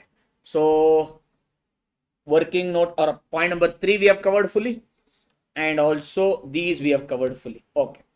General reserve. Where will general reserve come, sir? Under reserves and surplus. And we prepare which note for reserves and surplus? Note number 2. Come to note number 2, all of you. How much is general reserve given? 2,10,000. Check. In note number 2, have they taken general reserve 2,10,000? Yes. Other things we'll figure it out later. For now, whatever we're finding, we'll go on ticking them. Next, what is given, sir? Loan from State Financial Corporation. If they don't tell loan from SFC and all, generally the loan will be on a long term duration, meaning for more than 1 year. So it will be shown under non-current liability. It's an assumption. Whatever you want to assume, you can. But generally, loan is assumed to be on the long term basis. So 1 minute. Now, in fact, so this where it should come then. Under non-current liability, there is a category known as long-term borrowings. There you should show. But hang on, check if there is any information. Point number 4, you just check. How much is that loan balance they gave in the question? 1,50,000. That's what they're telling over here. The balance of 1,50,000 in loan account with State Finance Corporation is inclusive, meaning it includes 7,500 for interest accrued but not due. Oh, what is this? Let's say, sir, you are paying the interest to the bank on a half yearly basis. Let's assume that you convinced the bank manager saying you will not pay the interest monthly, you will pay it half yearly. So let's say the interest due date is 30th June and 31st December. Okay. So that means you have paid the interest in the current year up to 31st December, but your year ends on 31st March. That means January, February, and March. Is it part of your financial year? Yes. That means has interest accrued?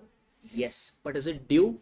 No, it is due for payment only in the 3 months later, which is 30th June. Yes or no? This is what we mean by interest accrued but not due. Understood? Huh? Fair enough? Alright. Sir, interest and all is a non-current liability or current liability? Interest and all, will you settle it for more than 12 months, sir? Or within 12 months you will settle? You'll settle. That means this is what? Current liability. But they said the loan amount includes this. So is the value given correct? No. So that means the loan value, non-current liability portion, is it 1,50,000, sir? No, from 1,50,000 you have to reduce 7,500. So that becomes how much? 1,42,500. Check, have they done this? For non-current liability and long-term borrowings, have they prepared any note? Yeah, they prepared note number 3. Come to note number 3. Term loan. How much have they taken? They've taken 150 or 150 minus 7,500. 150, they've deducted 7,500 and they've taken it as 1,42,500. What about the 7,500? Where it will come? Current liability. Under current liability, you have other current liabilities. There is another current liability category. There you will show interest accrued but not due. It will fit in there. Okay now? Good. Okay, and also no, whenever you have a term loan, right? Loan from bank, you need to tell whether it is a secured loan or unsecured loan. Secured loan means you have pledged something or you have given something as a surety and then taken the loan. And what you have given as security also you need to disclose, or what you have hypothecated also should be disclosed. Check over here, what sort of loan is this? This loan is secured by hypothecation of plant and machinery. So this is secured or unsecured loan? Secured loan. Secured against what? Hypothecation of plant and machinery. You should mention that. So this comes under secured loan and it is secured by hypothecation of plant and machinery. That you should mention. Okay, sir. Alright, so this is fully covered. Next, inventory of finished goods and raw material. Put together how much total inventory? 2,50,000. Where it will come? Current assets. Under current assets, we have P&L we are not doing. We are only doing balance sheet here. So balance sheet, you have a category. Under current assets, we have a category of inventory. Check, have they shown 2,50,000? Under current assets, inventory 2,50,000. They prepared note number 7 because you need to disclose the type of inventory. Total inventory, you will show it in main balance sheet. In this 250, how much consists of raw material? How much constitutes work in progress? How much constitutes finished goods? You need to disclose. For that, they prepared note number 7. So first of all, this inventory consists of what and all? Finished goods and raw material. Come to that note number 7. Have they shown that? Inventory, raw material and finished goods. Raw material is 50, finished goods is 2. Total is 2,50,000. This is just breaking up the components and showing. Main value you show in, total value you show in the main balance sheet. Breakup you show it in notes to accounts. That's all. Okay, what is the next one? These are over. No, here they've given provision for taxation. Provision for tax and all. Can you keep it outstanding for more than 1 year, or it's a short-term liability? So it should come under current liability wala sector. Under current liability, you have a category known as short-term provisions. There, the 68,000 should come. Have they made any note for short-term provisions? Under current liability, there is short-term provisions. They made note number 5. Come to note number 5. They've showed provision for tax, 68,000. That's all. No other provisions are there. Hence, the total value is also 68,000.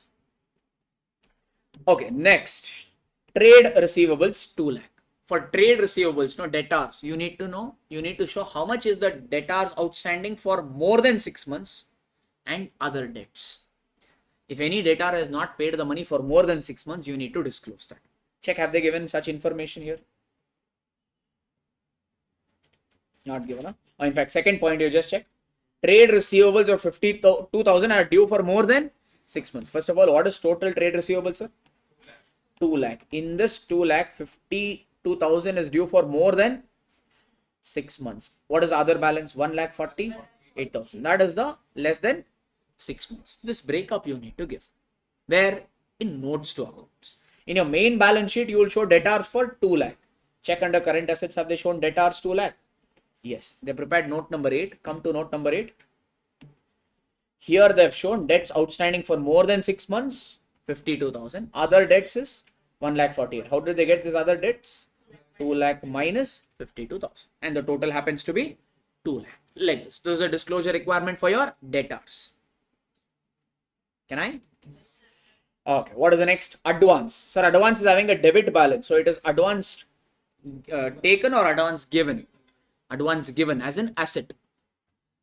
Again, they have not told what is it. Okay, so you can consider it as long-term loan and advance and short under non-current assets, or you can consider short under current assets, whatever you want. I think here they've shown it under current assets. Under current assets, you have category known as short-term loans and advance.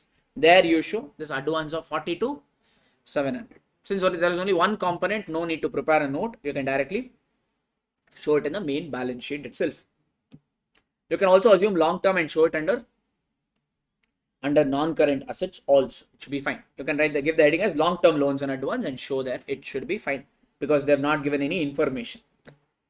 Okay, what is the next one, sir? Dividend payable. Once you declare a dividend, can you keep it outstanding for many days or within 30 days you need to clear? That means this is what sort of liability? Current liability. Under current liability, this comes under other current liability. So have you made any note for other current liability?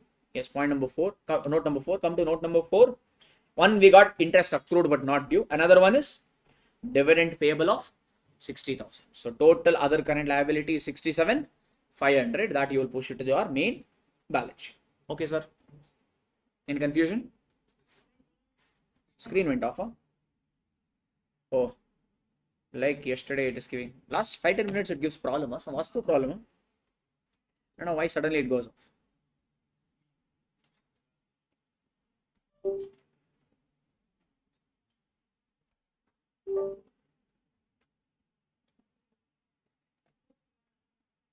One minute, let me at least save off this.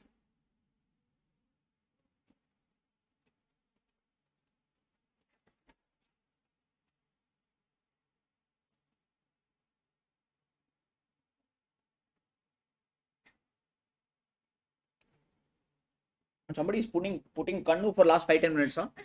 Yesterday also same thing. Today also unbelievable. Okay, it's trying to connect. It got connected. Yeah, looks like here it got. You thought you'll get break, no? No worry, you'll get permanent break in another 5-10 minutes. Okay, yes, everything is visible now. Right? Now it's better, now. So yes. So total other current liability. Other current liability, there were two components. One is interest accrued but not due. Another one is your dividend payable of 60,000. Put together, it is 67,500. That 67,500 comes in your main balance sheet. Okay. What else is there, sir? P&L account. P&L is having a credit balance. Where will you show P&L, sir? Reserves and surplus. You prepare note number 2 for reserves and surplus. You have identified already general reserve. P&L, have they shown 86,700? Check. P&L 86,700. Put together reserves and surplus is 296,700. This 296 will come in your main balance sheet as reserve and surplus. Okay, what is the next one? Cash balance. This is your cash in hand and this is your cash at bank. Where will these two come? There is a separate category under current assets called cash and cash equivalents. For bank, no, you need to disclose how much is the bank balance you maintained with scheduled bank and other banks. Check, have they given any such information in notes to accounts? The balance at bank includes 2,000 with Perfect Bank, which is not a scheduled bank. Okay, totally how much bank balance have you maintained? 2,47,000. In this 247, 2,000 is not a scheduled bank. That means balance 245 will be related to scheduled bank. This disclosure you need to give. So for cash and cash equivalent, they prepared note number 9. Come to note number 9. 1. Cash at bank. Totally how much? 247. How much with the scheduled bank? 245. How much with the other banks? 2,000. So totally it is 2,47,000. This is your cash at bank. Do you have cash in hand also? Yeah, cash in hand also they had given, no? That is how much? 30,000. Have they considered in the same working note? Yes. So put together, what is your total cash and cash equivalent? 277. That will be pushed to your main balance sheet. 2,77,000. Done, Aji. So note also we covered. All right. This is also over. This is also over. Okay. Next, anything else is there? Loans is unsecured. For loan, we had long-term borrowings. For long-term borrowing, which working note did we make? Note number 3. Come to note number 3. We already have secured loan. Now this is what loan? Unsecured loan. How much? 121. That means what is your total long-term borrowing? 2,63,500. Push this to your main balance sheet as 2,63,500. Anything are we calculating or just giving informations? Giving information. That's all these sort of problems will be. Okay. It'll be easy, just that you need to pay a little attention to the disclosure aspect of things. Rest everything is very straightforward. Finally, trade payables. Trade payable as in creditors. That you have a separate category under current liability. Under current liability, trade payable is 2 lakh. If you just check liability side, everything I've ticked off. Rest everything is the total. Here also everything we have ticked off and rest is your total. That's how your balance sheet got matched. So pay attention to the disclosure aspect of things. That's all. Okay, sir.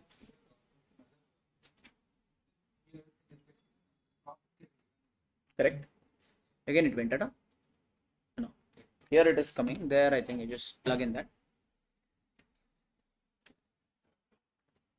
Don't put movie down.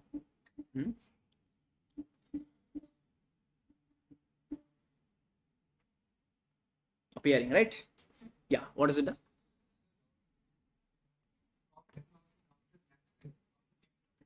Which one? This is PAT is after tax only. Okay. Keep that remote with you only. Better. Okay. Sometimes it acts weird. Huh? No. See, first you will get profit before tax, no? From this you will deduct tax in your P&L, correct? Then you're going to get profit after tax. So this tax is not tax paid. This is provision for tax. Because what is the journal entry for provision for tax? P&L account debit to provision. So in P&L, what you see now is not tax paid. It is provision for tax. This provision for tax you have credited, meaning it's a liability. So obviously it will have a credit balance. So it will affect both your P&L as well as balance sheet. Once you have paid this provision for tax, then the journal entry will pass. Provision for tax to bank account. Then close up. Actually, this is not how we do it. The companies generally pay advance tax. So they will have advance tax account separately, provision for tax account separately. Once the income tax assessment is completed by income tax officer, advance tax and provision will be adjusted. Both will be closed. But at least theoretically accounts we say when you pay tax, pass this journal entry. Practically it doesn't work like that. But no problem. Practically anyway we have time to learn any which way. Okay now? Yes. Anything else? Last? What adjust? Oh, one more he's saying one more adjustment is there. 1 minute. Where it is there? Here. The company had a contract for the erection of machinery at 150 which is still incomplete. What? First of all, what sort of contract is this? Have they given? This could be a contract where company has taken a contract to construct a machinery, or this could be a contract where company has given the contract to somebody else. In fact, they've just given a contract. No? Just like suppose you and I enter into a contract, immediately I'll pass journal entry or something should happen there. Some cash ka len den should happen, correct or no? So that means all this we don't have to worry about anything. They should have given more information. Nothing we can do with this existing information. They have also ignored. You can also ignore. Okay, now people. So yes. So that's once again. Let me just quickly check the charts if there's anything missing. Now these are disclosure aspect. What I just covered. It's come over here. Another is sometimes this I've already told you how to get changes in inventory, raw material consumed. You know, we discussed that. Sometimes they also give you something in the problem known as adjusted purchase. And how do you get adjusted purchase? Normally, closing stock will not come inside trial balance because it is included in purchase. Closing, if you remember your golden days, after trial balance, the very first adjustment was closing stock. So closing stock never came inside trial balance because the value of closing stock is already included in purchases. That is the reason it came outside. But whenever they give you adjusted purchase, no, closing stock will come inside trial balance. Okay. Why? Because why does closing stock not come inside trial balance? Because it is included in purchase. And how do you calculate adjusted purchase? Opening stock plus purchase minus closing stock. So closing stock was included in purchase. Now it got excluded. That is the reason whenever they give you adjusted purchase in the problem, closing stock will come inside the trial balance and opening stock will not come because it is already added with purchases. Okay, there's one problem specific adjustment. Two problems we have covered. I've just brought in this. Is it okay? All right. So this is thing.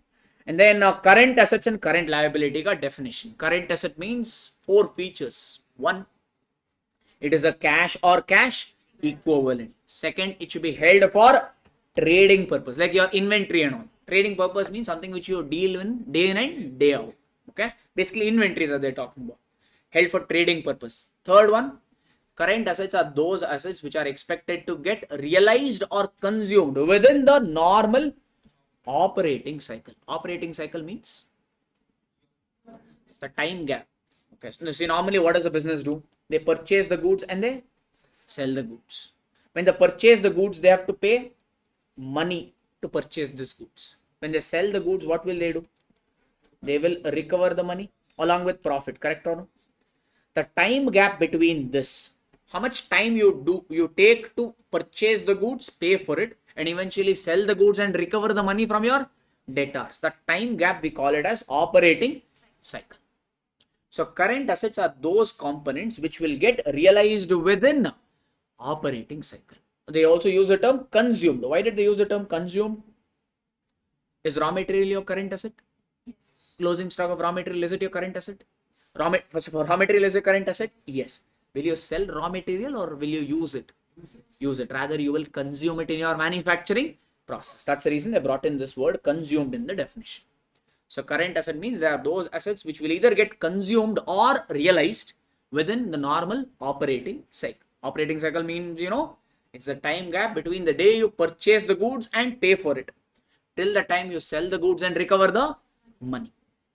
Fourth aspect is current assets are those assets which are expected to get realized within 12 months, not from the date of transaction, but from the end of the balance sheet date. You have to count 12 months from the balance sheet date. So current year, let's say, is 1st April 2023 to 31st March 2024. So you'll prepare balance sheet on 31st March 2024. Count 12 months from this date. What it will be? 31st March 2025. Those assets which will get realized within this date is a current assets. So if any debtor or if any bill receivable is expected to get realized within this date, then when you prepare balance sheet on this day, you'll show such an asset as current asset because it is getting realized within 12 months from the balance sheet date. Remember that 12 months is not from the transaction date, it is from the balance sheet date. If you know current assets, automatically you know current liability definition also. What is the first component of current asset? Cash and cash equivalent. Cut off that. What is the second one? Held for trading purpose. Same thing. Current liabilities are those which are held for trading purpose. Then current liabilities are those liabilities which will be realized or settled within the company's operating cycle. Then current liabilities are those liabilities which are expected to be settled within 12 months from the balance sheet date. And one more we have, it is not important for you, this will come more in your CA final level. I think regular class might explain this. Current liabilities are those liabilities where company does not have an unconditional right to defer the payment beyond 12 months from the balance sheet date. I think I'd given you a debenture example there. You want to know again or what? Okay, maybe 1 minute. Hang on. Let's say company has issued 10% debentures worth 10 lakh. The term of the debenture is 5 years. That means you will redeem these debentures when? After or at the end of 5th year. But company has told the debenture holders, boss, the term may be 5 years, but whenever I want, I will redeem. Company has taken one right for itself. What right is that? Whenever they want, they can redeem, meaning they can pay this 10 lakh back to the debenture holders and cancel these debentures. If company wants, they can redeem in the 2nd year itself, or year 3, or year 4, or year 5. Who has this choice? Company. Yes, no? That should not be there.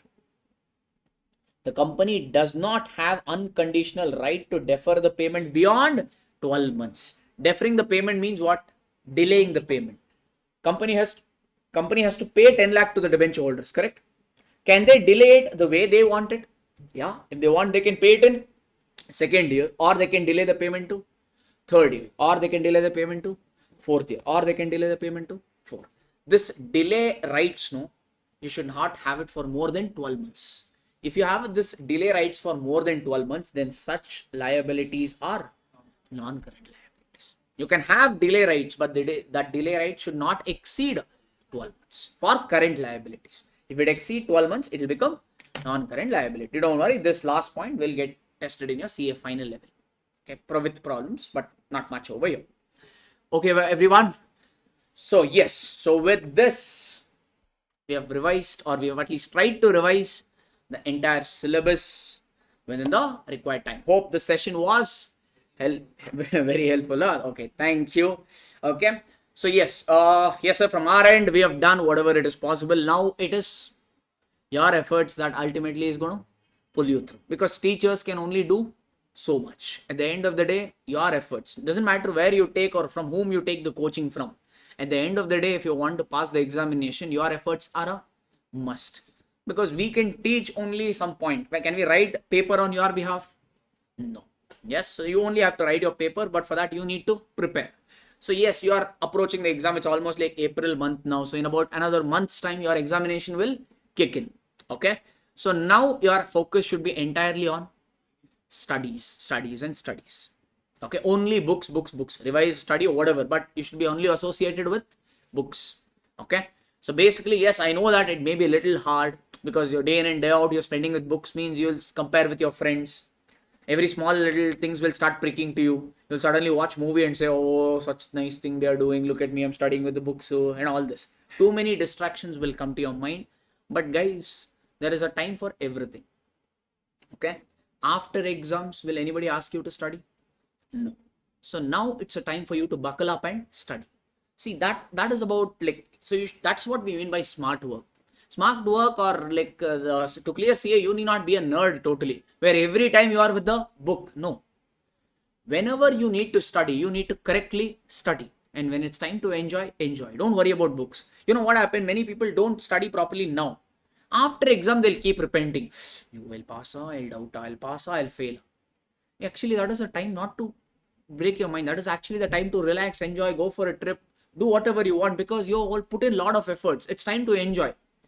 But the people who have not put in the efforts will have that anxiety that they may pass or they may fail. So actually, say if you put in the efforts properly now, still it is not late. 1 month is good enough time. Pay complete attention. I know it could be a little difficult to study for 8 hours, 10 hours or 12 hours or whatever. It may be a little difficult, but do remember it is a passing phase. You just have to put in it for 1 more month or 1.5 months at best. Then ultimately what, sir? CA ka entry level will be fast. You'll be one step closer to that final dream of CA. Exams and all, I always say, don't make it a habit of writing again and again. You'll lose the motivation to study. Whatever, accounts may be your favorite subject, but 3 times if I ask you to study, you wrote the exam, 4th time automatically you'll say, what is this stuff? Correct? Because whatever it is, no matter how good a student you are, because nobody likes to study again and again. That is a hard reality of life, including teachers. It's hard for us also sometimes to prepare and come and okay, but say that's the reason at this point of time, be fully focused. Don't pay attention to the naysayer. Someone who says, no, this is very difficult, I want to give up. All that thought, let it not come to your mind now. For now, your thought should only be 1 month. I will make sure that I will utilize it properly, and I will make sure that I will write the paper 1. No giving up the attempt. Okay. Many students study for like 15-20 days. If it is not going as per the plan, they will say, okay, we'll write next attempt. Anyway, new syllabus is coming. These sort of crazy thoughts will come. Don't go into all that drama. Okay. You have your golden chance to clear examination now. 1 month, if you put in the efforts, no, almost 6 to 7 lakh rupees you can save. Yeah, literally. Because if you don't write your examination, then you have to write your examination in the next 6 months, and result will come after 2 months. So 8 months salary you will lose. You want to lose 8 months salary? 8 months salary is almost at least 5 to 6 lakh. You are ready to take 5 to 6 loss? 5 to 6 lakh rupees ka loss, are you ready to bear? No. Then put in the effort for 1 month and make sure that. Okay. So yes, be completely motivated. Okay. So yes, just associate yourself with a positive company. Do not listen to people who says now it is not possible and all that. Check them out. Meet them after 1 month. It is okay. For now, you be with yourself and with your friends who are kind of helping you or driving you to clear that examination. Associate yourself with a good company. Okay. All right. So wish you all the very best, and I hope that I will see you next in CA final level. Okay, fair enough. And more importantly, I also wish to see you when, especially online guys, some of them are in the YouTube, so I don't know whether you have taken class from me or not. I would love to meet you as a fraternity member, as a CA than as a student, and I hope that that day comes in your life a lot sooner. Okay, so wish you all the very best, guys. Take care, stay safe, bye bye.